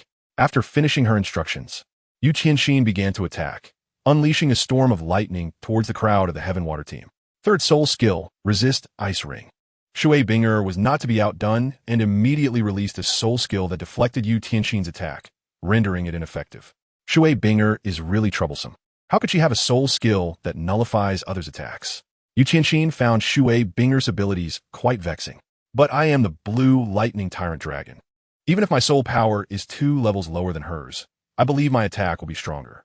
If she has Resist Ice Ring, then I'll have to attack up close. Yu Qianxin resolved silently and charged towards Shui Binger. First soul skill, Thunder Dragon Claw. Try to get close to attack me? Shui Binger observed Yu Qianxin and quickly grasped her intention. First soul skill, Ice Seal. Shui Binger's mental power instantly locked onto Yu Qianxin. Yu Qianxin looked at the ice blocks rapidly forming at her feet, immobilizing her, and felt helpless. Captain, I'm coming. Third soul skill, Thunder Shield. The auxiliary soul master behind her quickly cast a protective shield around Yu Qianxin, while simultaneously dispelling Shui Binger's freezing effect. Third soul skill, Thunder Fury. To avoid being frozen again, Yu Qianxin did not dare to be careless, directly enhancing her attack power and physical attributes, regrouping and charging towards Shui Binger again. Ice Seal. Shui Binger attempted to release her first soul skill once more, but because Yu Qianxin had received the third soul skill, Thunder Fury, and the assistance of her teammates, Thunder Shield, the Ice Seal was completely ineffective. Out of moves, huh? Thunder Dragon Claw. Yu Qianxin was now within 2 meters of Shui Binger, who said I have no moves. Fourth soul skill, Ice Soul Spear. Shui Binger replied coldly. As she spoke, with the shining of her fourth soul ring, she manifested a crystal-clear spear in her hand, immediately launching it towards Yu Qianxin with an icy chill. Yu Qianxin's eyes widened in shock as she hurriedly crossed her arms to block, stepping back 2 paces. Isn't your fourth soul skill called Ice Break? Yu Qianxin asked in confusion. That's my second attack. Shui Binger did not hide it. She then wielded her Ice Soul Spear to attack Yu Qianxin. Chapter 194. Frost Phoenix looking at Shui Binger on stage with a spear, she exuded a valiant aura that excited the audience below. This captain of the Heaven Water team is inexplicably handsome. Indeed, if it weren't for the Ice Phoenix behind her, one might mistake her for a weapon soul master. BibiSheng slightly nodded in approval of Shui Binger's performance. Hidden in the shadows, Ghost Douluo recognized the little girl from back then, Shui Binger. She is really intending to pursue the path of a strong attack type. On the stage, Yu Qianxin caught off guard, adjusted her strategy, and engaged in combat with Shui Binger. For a while, the battle on the arena was evenly matched. More than 10 minutes passed, and no one could break the deadlock. In fact, both sides on the arena had consumed half of their soul power and stamina. As expected of the 5 Elements Academy, after 2 years of evenly matched battles, they might be somewhat familiar with each other. So after more than 10 minutes, they are just exchanging moves, countering each other's attacks. It's uncertain which team will break the deadlock first, but whoever does will have the chance to win this match. Teacher by Shingren explained from the edge of the arena. Another 3 minutes passed, and Yu Qianxin felt a bit anxious. After receiving a spear thrust, she stepped back 2 paces. Dragon Transformation. Yu Qianxin finally unleashed a unique ability of the Blue Lightning Tyrant Dragon Martial Soul, Dragon Transformation, and it was a double-arm transformation, raising her attack once again. Fourth soul skill, Blue Lightning Divine Dragon Charge. A roar of a dragon echoed as a dragon made of lightning elements quickly charged towards Shui Binger. Chirp! Seeing this, Shui Binger quickly retreated 2 steps, and with a phoenix cry, The icy gleam of her ice soul spear intensified. Ice break. Xue Binger infused her soul power into the ice soul spear and launched it. Upon contact with the lightning dragon unleashed by Yu Tianxin, the ice soul spear suddenly shattered. No, it didn't just shatter. The entire spear exploded. Boom! Both Xue Binger and Yu Tianxin were pushed back a few steps by the explosion of soul power. Just then, before Xue Binger could stabilize her footing, a loud voice rang out. Fourth soul skill, God Locking Ring. It was Lei Dong, the vice-captain of the Thunder team. A control-type soul master who had received Yu Tianxin's signal earlier and had been preparing in the shadows. So in the brief opening created by the clash between Xue Binger and Yu Tianxin, the long-prepared control-type soul master Lei Dong took action. Nice timing. Teacher Bai Xingren couldn't help but exclaim as the situation finally changed. Captain! Captain! The other teammates, seeing Xue Binger locked in place by Lei Dong, couldn't help but feel worried. However, they were held back by their opponents and couldn't break free for the moment. Xue Binger, you go down. Seeing the opportunity, Yu Tianxin quickly moved and soon stood before Xue Binger, slowly raising her dragon claw to attack. Third soul skill, Crocodile Flip. At this critical moment, one of Xue Binger's teammates, Shen Luyu, left her opponent and came to their side. After releasing her soul skill, her target was not Yu Tianxin, but the locking ring on Xue Binger. More precisely, it was the God Locking Ring, which she aimed to destroy, while Shen Luyu used her back to block Yu Tianxin's attack on Xue Binger. Snap! At the moment, the God Locking Ring was shattered. Shen Luyu pushed Xue Binger to her teammate's side, but she herself was heavily injured and fell unconscious from Yu Tianxin's strike. Teacher Bai Xingren immediately called for someone to carry Shen Luyu off the arena for treatment, naturally eliminating her from the match. Little Yu. Others were startled, but when they saw the Spirit Hall members starting to heal, they breathed a sigh of relief. The vice-captain of the Heavenly Water Team, the support-type Soul Master Xue Wu, quickly stepped forward to support Xue Binger, who had been pushed over. Captain, are you alright? Xue Wu asked quickly. I'm fine, thanks to Xiaoyu. Everyone's soul power is low now. If we want to end the match, we can only use that move, Xue Binger said immediately after steadying herself. But Captain, your soul power is almost depleted. Can you still control it? What if it goes wrong? Xue Wu said worriedly. It's okay. I just have a lot of soul power consumed, but I used my first soul skill less today, so my mental strength is still enough, Xue Binger explained right away. Alright, even if it goes out of control, there are so many experts here, and the referees are watching, so it should be fine. Xue Wu nodded in agreement after glancing at Douluo. After discussing it, Xue Binger and Xue Wu stood back to back, and their spirits appeared in the air. A flurry of snowflakes and an ice phoenix. The snowflakes merged into the heart of the ice phoenix, which immediately let out a joyful and high-pitched cry. This is a spirit fusion skill. The Heavenly Water Team actually has a spirit fusion skill. They've hidden it so well. Yu Tianxin, as a disciple of a major sect, wouldn't have low insight and quickly realized the situation of Xue Binger and Xue Wu. Quick, the agile attack type. Interrupt them. Don't let them complete it. Yu Tianxin hurriedly said to the agile attack type soul master beside her.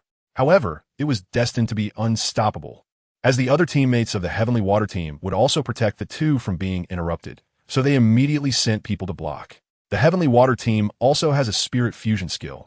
It seems that Thunder Academy is in trouble, Flinders said with some surprise. Spirit fusion skills are extremely rare on this continent, and others naturally know this, and Flinder and Lu Erlong, who have a spirit fusion skill, also understand its power. There was nothing to be done. During the previous matches, the Heavenly Water Team had not unleashed it. Otherwise, they would not have allowed Shrek to claim the first place in the Tiendo competition area. Lu Erlong could only feel a bit regretful for Yu Tianxin. Captain, there's no way to stop it. The agile attack type Soul Master said helplessly to Yu Tianxin after their attacks yielded no results. Let's see how long they can last. Even if they temporarily avoid the sharp edge, I hope their soul power can't last 3 minutes. Yu Tianxin knew they couldn't be stopped and instructed her teammates to spread out a bit. Understood. However, it can only be said that Yu Tianxin's strategy was flawed. Wanting to conduct guerrilla warfare was unrealistic. If there were no arena, they could still fight guerrilla style, but the arena limited their range. Because Xue Binger and Xue Wu's spirit fusion skill was completed, a giant ice phoenix appeared on the arena, just like the true form of Xue Binger's 7 spirit skill. The phoenix, 7 meters long, spread its wings and occupied a large part of the arena, and as this frost phoenix appeared, a thin layer of ice formed on the ground of the arena. The other teammates of the Heavenly Water Team, seeing this, had already arrived behind the frost phoenix. Hiss! Is this a spirit true body level? The arena is that big, and the wings are that long. How can we dodge? Yu Qianxin's teammates exclaimed in amazement. Yu Qianxin was speechless. Spirit fusion skill, Frost Phoenix. Shui Binger stood on the back of the Phoenix and spoke from a higher position. Ice and Snow Wither. Yu Qianxin and the others used their remaining soul power to resist the freezing power with great difficulty. However, as time passed, the arena grew colder and their soul power dwindled, and after about 2 minutes, the 7 of them collectively turned into ice sculptures. We won. The Heavenly Water team won. Spirit fusion skill, amazing. The Thunder Academy team also did their best, standing until the last moment, a worthy opponent. The Heavenly Water team is victorious. Securing a spot in the top 3, congratulations to the Heavenly Water Academy, teacher BibiSheng announced as he walked out. Chapter 195, Top 3 teams seeing this. Shui Binger and Renxue will also release their spirit fusion state, retracting their spirits. Shui Binger appeared soft and was breathing heavily, clearly exhausted from releasing the spirit fusion skill. Captain, Vice Captain, we made it to the top 3. When we go back, the Dean will definitely be very pleased with our current results.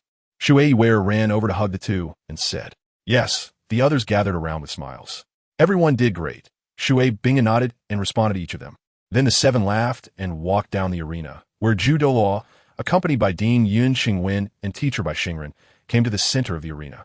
Congratulations to the teams that made it to the top 3, the Spirit Battle team, the Shrek team, and the Heavenly Water team. This meant that the competition had reached the 5th round. Since there were 3 teams, the format would no longer be a team match, but rather individual matches. Each side would send 1 person to compete, and the losing side would leave the stage, while the winner would continue to face another challenger until the team with the most victories enter the finals. The losing teams would enter the losers bracket and compete in a team format, with the winners advancing to the finals to contend for the championship of this continental elite competition. As soon as Douluo came up, he immediately announced the rules for the 5th round of the competition. And tomorrow, the Great Pope of the Spirit Hall will attend to announce the championship rewards for this session, Douluo added, then walked over to BibiSheng and the others. The audience immediately began to discuss upon hearing Douluo's words. Is the Pope finally going to show up? I've never seen the Pope before. Me neither. Although I've heard a lot about her, I still don't know what she looks like, just that she's a woman. It's incredibly exciting, according to rumors. The championship reward this time will be a 10,000-year soul bone. I wonder how many the Spirit Hall will offer. Soul bones, especially 10,000-year ones.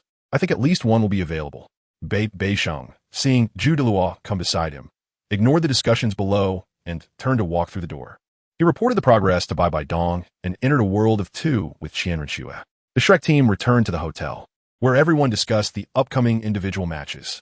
Feel free to share your thoughts on how to reasonably arrange who will go on stage, Flender said, looking at Tang San and the other students. Dean, are you joking? Individual matches? Don't mention individual matches. Even if all 7 of us went up together, we might not even be able to defeat one of the 3 Soul Emperors from the Spirit Hall, Ma Hongjun said helplessly. I don't think we stand a chance. Their spirits are not weak, and they also have a terrifying domain with murderous intent. Even if we all go up together, we won't gain any advantage. Oscar rarely agreed with Ma Hongjun's words. Hearing what the 2 said, Tang San and the others fell silent. Just thinking about facing Hulaina and her companions brought an invisible pressure from all directions, making it hard for them to breathe. Flender, it's indeed a bit difficult for them. If we want to win the championship from the Spirit Battle team, there's not even a 1% chance. Lu Erlong also realized that the Shrek Academy's journey in the Continental Elite competition was coming to an end, and we can only aim for 2nd place. But today, you all saw the strength of the Heavenly Water team. They actually have a spirit fusion skill, and they even held back when they fought us in Tiando City. Ning Rongrong said at this moment. It's really frustrating. We've come this far with so much effort, Dai Mubai said, deeply leaning back against the sofa. If only Xiao Gang were here. With his intelligence, he would definitely have a perfect tactical plan. Tang San, you're Xiao Gang's direct disciple, and also the commander of the Shrek team. Since you formed the team, every battle's tactics have been arranged by you. I believe you must have your own plan. Flender then looked at Tang San, who had been silent. Tang San slightly raised his head and glanced at the others, noticing that they were looking at him as Fran spoke. Then I'll say a few words. Tang San had no choice but to speak up. My idea is that we concede in the individual competition and actively enter the loser group. If everything goes as expected, the Renxue team will also enter the loser group. It won't be difficult for us to defeat the Renxue team. At that time, I will unexpectedly use my 2nd martial soul, the Haotian Hammer, to defeat their captain. Shui Binger in one blow. That will give us the chance to advance to the finals and face the Spirit Hall team. Tang San expressed his thoughts. The Haotian hammer? No way. The sect master definitely won't agree. Is there another way? Fran immediately rejected Tang San's suggestion to use the Haotian hammer. That's right. The sect master has always been reluctant to let you come to Spirit City and has been hiding in the dark for some reason. Why don't we use the 7-in-1 fusion technique that Xiaojiang trained you in at Tiando City? Lu Erlong also did not agree with Tang San's words. The Haotian hammer.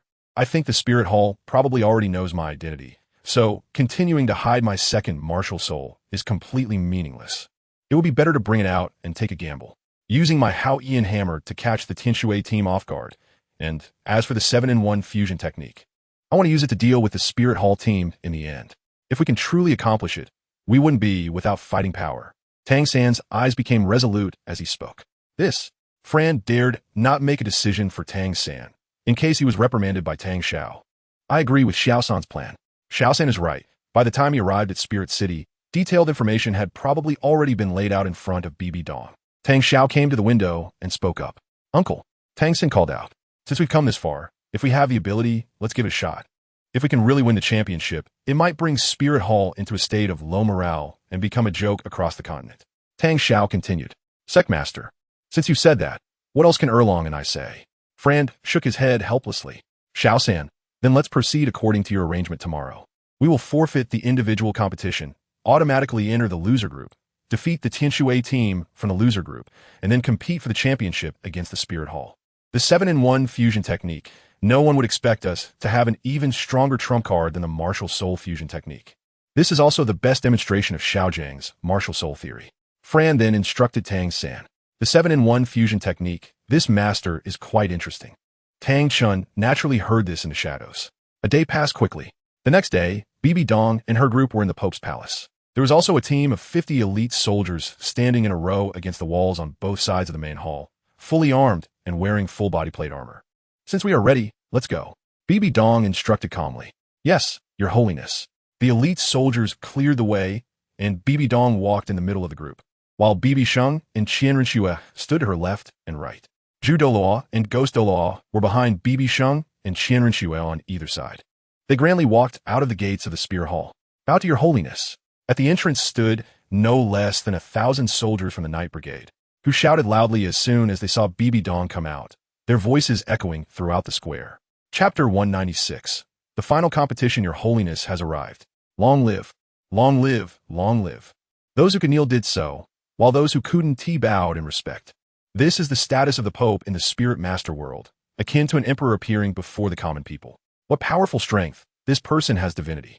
Tang Chun said to Tang Xiao. That means this Bibi Dong has reached the 99th level of the ultimate Douluo, if I remember correctly. She is probably around 50 years old.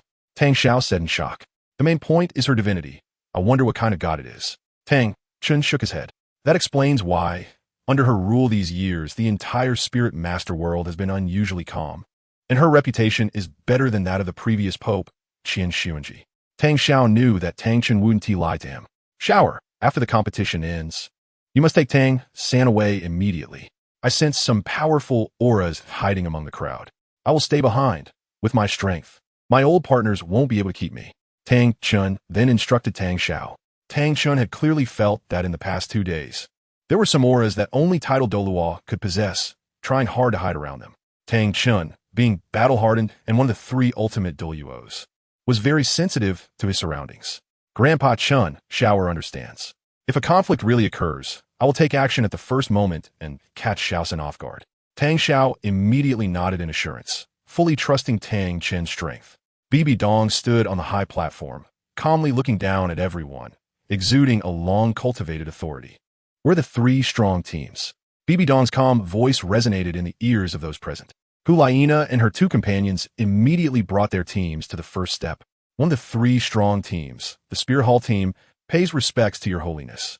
Seeing this, Shui Binger from Renxue Academy also led her team members to the side of the Spirit Hall team. Renxue team pays respects to Your Holiness. Shui Binger walked in the front, forming a line and kneeling on one knee in respect. Dai Mubai, Tang San, you all go over too. Fran reminded. Understood. Dai Mubai stepped forward, followed by Tang San and then Xiao Wu. Shrek team pays respects to Your Holiness. However, the Shrek team did not kneel like the other two teams, merely bowing slightly. How bold, daring to be disrespectful to your holiness. The leader of the Knight Brigade pointed his sword and shouted loudly when he saw that the Shrek team did not kneel. Bibi Dong merely raised her hand slightly, signaling that it was fine, and the leader of the Knight Brigade had no choice but to lower his sword. Mom. The girl in pink who is third is Xiao Wu. BibiSheng whispered a reminder.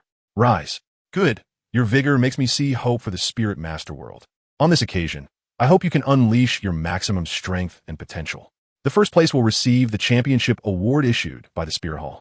Of course, in the Spirit Master world, strength speaks for itself, so this reward can only be obtained by the sole victor. I hope you will strive for honor and seize the championship of the Continental Elite Competition. After Bibi Dong finished speaking, she lightly tapped the ground with the staff in her right hand, and the gem in the center of the staff emitted colorful light, shooting out 3 different beams of light, and 3 soul bones appeared before everyone, radiating dazzling brilliance. This light, soul bones are soul bones. The colors, the aura, are clearly over 10,000 years old. Hiss, how tempting. What, do you want to rush up and snatch it? With the appearance of the soul bones. The atmosphere at the scene quickly became lively, with people chattering and occasionally gasping in astonishment. Ghost Douluo stepped forward 2 steps and introduced the 3 soul bones, which were the right arm bone, left leg bone, and head soul bone. The older the soul bone, the greater its effective ability. 3 10,000-year soul bones. What a huge investment. Qin Ming said beside Frand and the others. 1 fire attribute soul bone, 1 wind attribute soul bone, and 1 wisdom head soul bone. Clearly prepared for the Spear Hall team, or rather for the Golden Generation. Frand thought for a moment and made the connection. Indeed. Lu Erlong nodded in approval. All right, now let's draw lots to decide which 2 teams will send someone to compete in the individual match first. The team with the most wins will enter the finals, while the remaining 2 will enter the loser group, determining the final spot in the finals through a team match. Bibi Dong said as she put away the soul bones. Your Holiness, the Renxue team knows that we are not the opponents of the Spirit Hall team in one-on-one matches, and we voluntarily forfeit the competition to enter the loser group. Shui Binger respectfully clasped her hands and requested Bibi Dong. The idea of the Renxue team was similar to that of Shrek Academy. They directly gave up the individual competition. In fact, there was nothing hard to understand about this. Your Holiness, our Shrek team also voluntarily gives up the individual competition and enters the losers group. Dai Mubai stepped forward after glancing at the Renxue team. What is going on with these 2 teams? They actually gave up the individual competition. It seems that the pressure from the 3 Soul Emperors of the Wuhuan team was too great. Indeed, it is not surprising. In a one-on-one match, a Soul Master facing a Soul Emperor has no chance of winning. I also decided to give up the individual competition, which is a wise choice for both the Renxue team and the Shrek team. Bibi Dong glanced at the 2 teams and said, all right, I respect your choice. Therefore, the Wuhuan team automatically enters the finals. At the same time, the originally planned individual competition in the morning and the team competition for the losers in the afternoon will now be adjusted. You will maintain your best condition. The match time will be moved up, with the losers group competition held in the morning and the finals at 3 o'clock in the afternoon. Do you have any objections? Bibi Dong agreed to the request of the 2 teams, but also moved the match time up, which was originally scheduled for the next morning. We have no objections, said the 2 captains, Shui Binger and Dai Mubai. In that case, under the eyes of the public, the match time is moved up. Everyone, get ready. The losers group team competition will start at 10 o'clock in the morning. Zhu Douluo stepped forward and announced loudly. The match schedule was thus decided. At 10 o'clock in the morning, the 2 prepared teams were ready to take the stage. Dai Mubai, you pretend to be the main attack. Zhu Zhuqing, Xiao Wu, and the others will feign attack from the side, making Renxue think we have fallen into their tactics.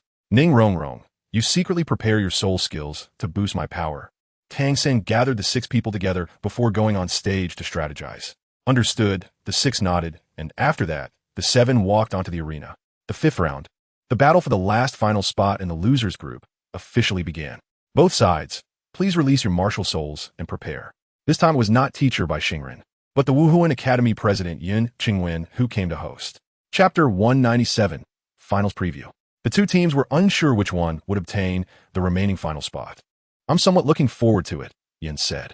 With the martial soul fusion skill displayed by the Renxue team, there is at least a 60 chance we will encounter them. I just wonder if Shrek Academy has any other trump cards. Xiaoyu calmly replied. I feel that Shrek Academy still has trump cards. Looking at their expressions, although they seem serious, There is a hint of disdain in their eyes. Bulaina sensed Tang San and the others' gazes with some acuity. Sheng'er, what do you think? Bai Dong casually asked BibiSheng beside her. I feel that Tang San from Shrek is going to use his second martial soul, the Haotian hammer, to take this match by surprise, BibiSheng casually replied. Wait, Haotian hammer? Did you just say Haotian hammer? That kid has the Haotian hammer? Although Tang Yuehua was 2 positions away, the tone of their conversation was casual, so she still heard clearly. Bai Dong glanced at BibiSheng, implying, didn't you mention Tang San's situation to Tang Yuehua? Dang Zuhu. According to our Wuhuan Temple's investigation these days, the blue-haired youth from Shrek Academy is named Tang San and is a genius with twin martial souls. Besides the blue-silver grass martial soul, he also possesses the unique martial soul, the Haotian hammer, and we don't know whose descendant he is. BibiSheng explained to Tang Yuehua. Blue-silver grass, Haotian hammer, could it be? Tang Yuehua was secretly startled, thinking that Tang San might be the child of her second brother. She couldn't help but look at Tang San on the arena, her gaze fixed on him. Now that you mention it, the child's features do resemble my second brother a bit, Tang Yuehua compared in her mind. With the spiritual power of the purple extreme demon eye, Tang San keenly sensed the gaze coming from BibiSheng's direction, but he did not look back. He simply released his blue-silver grass martial soul along with everyone else. It seems I'm really being targeted, Tang San thought, believing that it was the people from the Wuhuan Temple watching him. White Tiger possession, martial soul possession.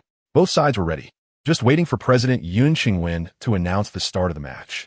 Seeing that both sides were prepared, President Yun Qingwen came to the edge of the arena and announced loudly, the match officially begins. Brothers, go all out. Dai Mubai pretended to be rash and charged forward directly. Ma Hongjun, Zhu Zhuqing, and Xiao Wu also attacked from his side, while Tang San, Ning Rongrong, and Oscar did not move.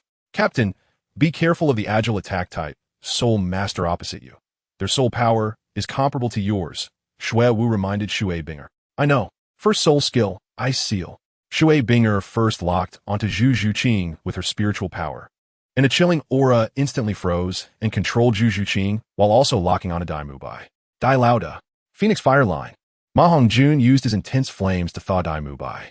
Third soul skill, White Tiger Diamond Transformation.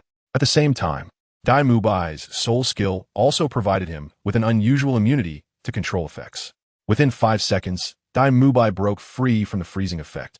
Second soul skill, White Tiger Radiant Wave. The moment he broke free, Dai Mubai charged towards Xue Binger. Third soul skill, Resist Ice Ring.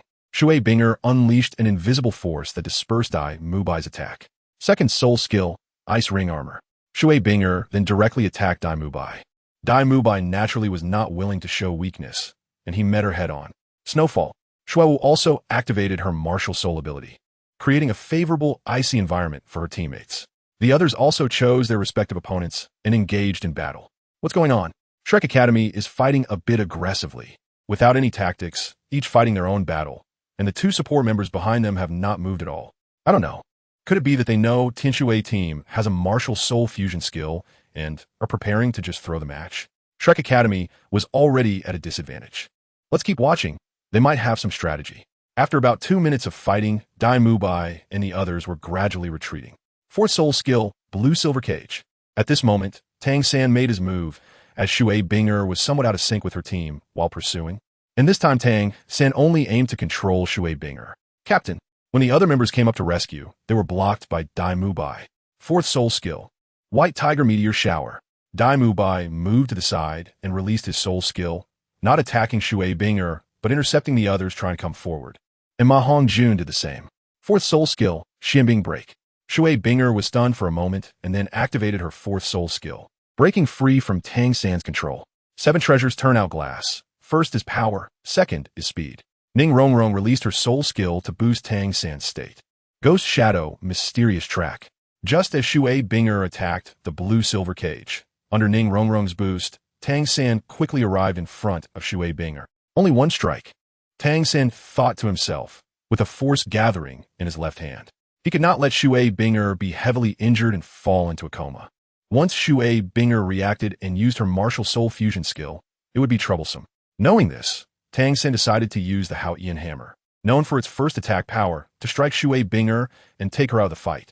What is Tang San doing? Xue Binger thought in confusion, but she gathered the ice spear in her hand. A crackling sound rang out as he arrived in front of Shui Binger, and he also summoned the Haotian hammer in his left hand, presenting it to everyone. Twin martial souls. That seems to be the Haotian hammer, known as the #1 weapon martial soul in the continent. Am I not mistaken? You are not mistaken. The blue hammer, filled with a power similar to thunder, is indeed the Haotian hammer from the Haotian sect, one of the 3 major sections. It really is the Haotian hammer. Sure enough, it's the Haotian hammer. It seems he has also used the chaotic wind hammer technique. Tang Yuehua looked at the Haotian hammer in Tang San's hand and couldn't help but stand up. Tang San swung the Haotian hammer, infusing it with his maximum soul power, and struck down from above. This is the Haotian hammer. Shui Binger couldn't help but raise her ice spear to defend. But at the moment of contact, Shui Binger felt a tremor throughout her body. Her ice ring armor shattered, and the ice spear she was holding also broke apart. Puffed. Shui Binger half-squatted and spat out a mouthful of blood, her breath weakening, her eyes going dark as she fainted on the arena. The Haotian hammer, Captain, Shui Wu exclaimed in shock. But she too felt a sharp pain as she saw Zhu Zhuqing attacking her. The 2 members of the Heavenly Water Team, one fainted and one injured, had no ability to unleash their martial soul fusion skill. The situation changed instantly, tilting the balance of victory toward the Shrek team. Congratulations to the Shrek team for securing a spot in the finals, competing against the Martial Soul team for the championship of this Continental Elite competition at 3 p.m. The Shrek team unexpectedly defeated the Heavenly Water team, securing the last spot in the finals. Chapter 198. The finals begin. Dual Haotian hammers and blue silvergrass. Interesting. Xiaoyu looked at Tang San's back and couldn't help but sneer. Xiaoyu had always wanted to find an opportunity to clash his Moonblade martial soul with the so-called #1 weapon martial soul, the Haotian hammer. It is indeed interesting, but you are a soul emperor. Even if he possesses the Haotian hammer with his soul power, how can he be your opponent? If you want to prove your Moonblade, it's probably a case of bullying the weak. Yin immediately saw through Xiaoyu's thoughts. There's nothing I can do. After all, I am a soul emperor, and he is only a soul master. Why not go to the Haotian sect and find a soul emperor for me to spar with? Xiaoyu glanced at Yin and said, all right, you have a point. Yin had nothing to say in response. Hulayina smiled and remained silent. Accustomed to the banter between the two, I want to go back to the hotel. Can I go see this Tang San? Tang Yuehua looked at Tang San preparing to leave with Flanders and the others and couldn't help but stand up to speak to BibiDong. Tang Yuehua, don't be anxious. Their team still has a match this afternoon. They have just fought and consumed a lot of energy, so don't disturb him. You can see them after the finals. BibiDong stood up and gently stopped Tang Yuehua's thoughts. Tang Yuehua was taken aback and said, I was too anxious. Tang Yuehua was dissuaded from looking for Tang San by BibiDong's words and followed BibiDong and the others into the Martial Soul Hall. After returning to the hotel, Tang San and the others gathered in the conference room. How much soul power has everyone consumed? Can we adjust to our best condition before the competition? Flanders asked the 7 people. The Martial Soul Hall is also only giving us this little time. The competition starts at 3 p.m. Lu Erlong couldn't help but complain. Our soul power consumption isn't big. After meditating for about 2 hours, we can return to our best condition. However, Tang San released his second martial soul, the Haotian hammer, and he's the main force in this match, so his consumption is the largest. I wonder if he can recover before the competition starts, Dai Mubai said. Looking at Tang San, what do you say? Flanders couldn't help but ask. Everyone can rest assured. Although the consumption is a bit too large, I am confident that I can recover all my soul power before the competition starts, Tang San said slowly. Really?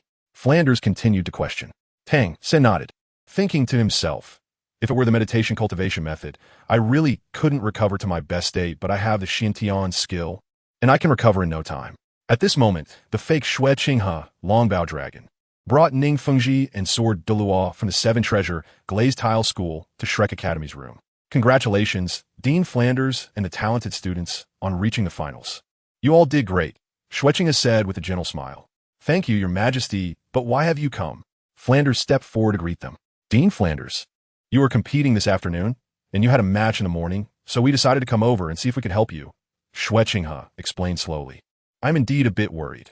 Although it is highly unlikely we can win against the Martial Soul team, Tang San's soul power consumption is quite large, and I don't know if he can recover before the competition starts, Flanders said. That's easy to handle, although my Martial Soul doesn't have a true healing soul skill. With my cultivation level, I can still do a bit of healing and accelerate soul power recovery, Ning Fengji said as he produced his Martial Soul, a treasure tower. He then enlarged it above Tang San and the others, emitting a colorful light that enveloped them. So comfortable. Rongrong, when can you do this? Oscar asked Ning Rongrong with a look of enjoyment. Probably when I reach Soul Sage. Ning Rongrong thought for a moment and said. Just like that after about a minute. Except for Tang San, who was still slightly behind. The others found that their soul power had mostly recovered. Thank you, Dad. Ning Rongrong immediately ran over, wrapped her arms around Ning Fengji's arm, and smiled sweetly. Thank you, Sect Master Ning, for your help. Now, before the competition starts, they will definitely be able to recover their soul power to their best state.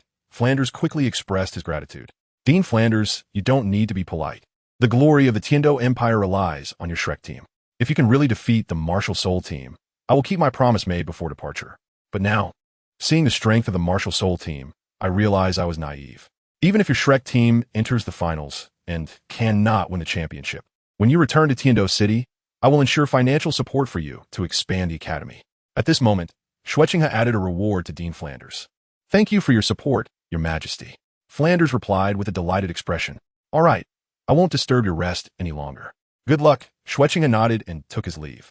You all go rest and adjust well, Flanders said to Tang San and the others after Xueqinghe and the others left. Understood. After lunch and a short rest, it soon became afternoon. The Martial Soul Square was already packed with people by around 2 p.m. Soon, amidst everyone's anticipation, the Shrek Academy team appeared in the square. Around 2:50 p.m., BibiDong and BibiSheng also arrived at the front of the Martial Soul Hall and took their seats. Meanwhile, Hulaina and the others waited at the steps, with only a few minutes left until the match. The Chrysanthemum Douluo personally presided over the venue and came to the arena. Welcome everyone to the Continental Elite Competition. After several days of pursuit, the two strongest teams have emerged, and we are about to witness the most exciting showdown for the championship. Who will claim victory? Let's wait and see. Now, please welcome the home team, and give a warm welcome to the Martial Soul Hall team. Chrysanthemum Douluo shouted loudly as Hulaina and the others walked onto the arena amidst the enthusiastic crowd. Very good. The Martial Soul team state is filled with a resilient attitude towards winning the championship. Next, let me introduce the biggest dark horse of this competition, the Shrek Academy team from the Tiando Empire. We have all witnessed their journey, and we hope they can defeat the Martial Soul team in one go and claim the championship, Chrysanthemum Douluo said to Tang San's side. Next, it's up to you. At this point, I have nothing more to say. Good luck. You're the best group of students I have ever taught. Flanders encouraged Tang San and the others as he turned to them. Tang San, just follow your method in the competition. Good luck, Lu Erlong also encouraged. Yes, Dean Flanders. Dean Lu, Tang San, and the others replied in unison. Dai Mubai took the lead and walked up to the arena, arriving at the edge of the platform facing the Spear Hall team. However, what confronted him was a triangular formation of Hulaina and her two companions, who looked coldly at Tang San and the others. The strong and sharp aura they exuded made Tang San and his companions feel the gravity of the situation. Very well. The time is up. Please prepare, both teams, said Zhu Douluo, stepping to the side of the arena. Chapter 199. Enchanting Lord vs. Hao Ian True Body with Zhu Douluo's announcement. Hulaina's 7 members released their respective spirits and soul rings, forming a formation of 3 and 4. However, Tang San's team did not release their spirits or soul rings. Instead, they exchanged glances and then lined up with Tang San at the front and Oscar at the back. The 6 members behind Tang San then released their soul rings, unleashing their soul power and transmitting it to the person in front of them. What kind of tactic is this from Shrek? I don't know. I've never seen anything like it before. On the sidelines, Flinder watched nervously as Tang San's team prepared to use the 7-in-1 fusion technique. It has to succeed. It must succeed, Flinder silently chanted. What does this mean? Even Zhu Douluo, who was well informed, was somewhat perplexed by Tang San's team. They had never seen such a method before. Fusion ring. At this moment, the key figure Ning Rongrong shouted, merging the 6 people's soul rings together, and then controlling everyone to merge into Tang San. I think I understand a bit, but can this method succeed? Ning Fengji thought of something when he saw his daughter's actions. Oh, teacher, what did you notice? Xueqinghe asked curiously. Do you remember the fusion ring used by the Fire Dance of the Blaze Academy, as well as the 7-in-1 fusion technique from the Zhonghue Academy?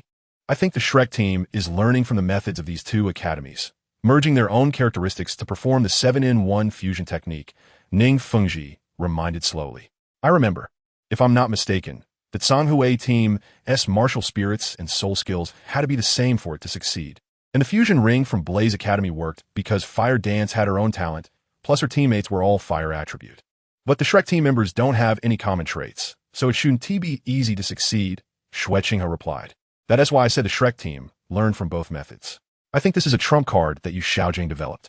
I have to admit, his talent is average, but he is quite clever. Now it depends on whether the Shrek team can complete it. If they do, they might have a chance to defeat the Spirit Hall and take the championship. A hint of expectation revealed in Ning Fengji's eyes.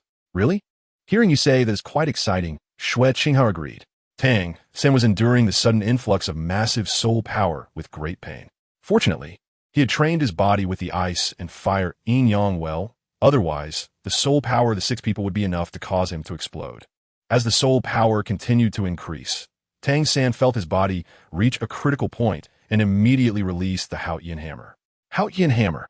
However, the Haotian hammer had transformed from a small blue hammer into a large golden hammer, with a hammerhead larger than Tang San himself. What is this?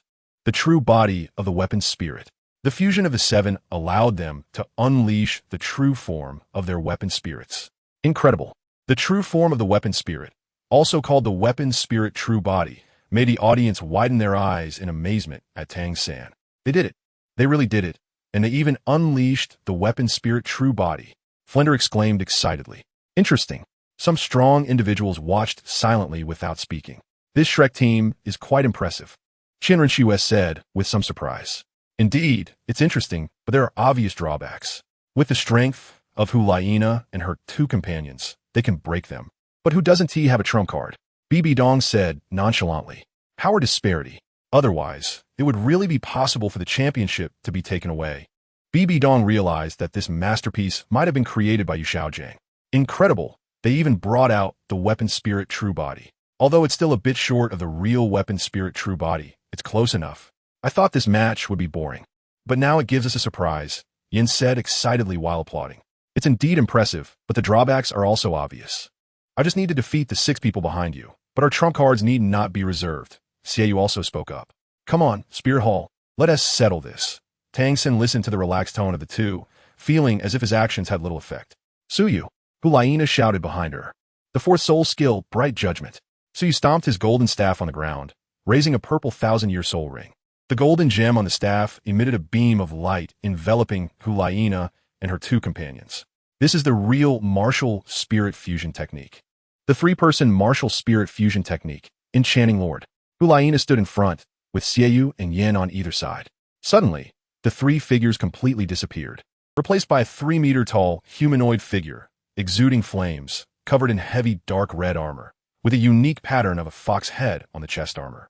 The figure was similar in size to Yin as Fire Lord, but much taller and more imposing, fully armored and wielding 2 blades of the moon from Xiaoyu, now burning with fire. There are many martial spirit fusion techniques for 2 people, but we've never seen a 3-person martial spirit fusion technique besides us. The martial spirit fusion technique of 3 soul emperors. I'm afraid even the Soul Daw would have to avoid battle. Flender was astonished, wondering what kind of power the martial spirit fusion technique of the 3 soul emperors would have. The main point is how their martial spirit fusion technique was completed so smoothly. In an instant, Lu Erlong pondered. It's the auxiliary spirit master from the Spirit Hall team. I think his auxiliary type should reduce chanting time and preparation time. This soul skill is usually quite useless. But for preparation types like the martial spirit fusion technique, it's a divine level auxiliary soul skill. Ning Fengji and the others came to Flender's side. Xiaoya, I told you not to have any delusions. The Spirit Hall's trump cards are unfathomable. Tang Chun shook his head at Tang Xiao. Just as Tang San released the weapon spirit true body, Tang Xiao was overjoyed, but at this moment, he felt a huge drop in his mood. It's tough.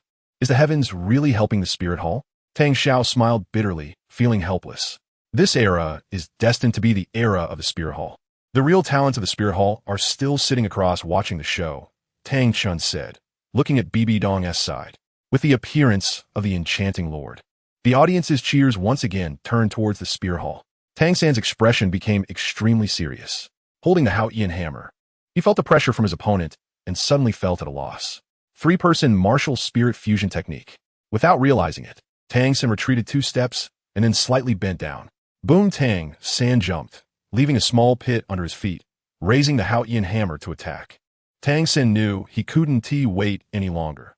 The longer he delayed, the greater the pressure and the more helpless he felt inside.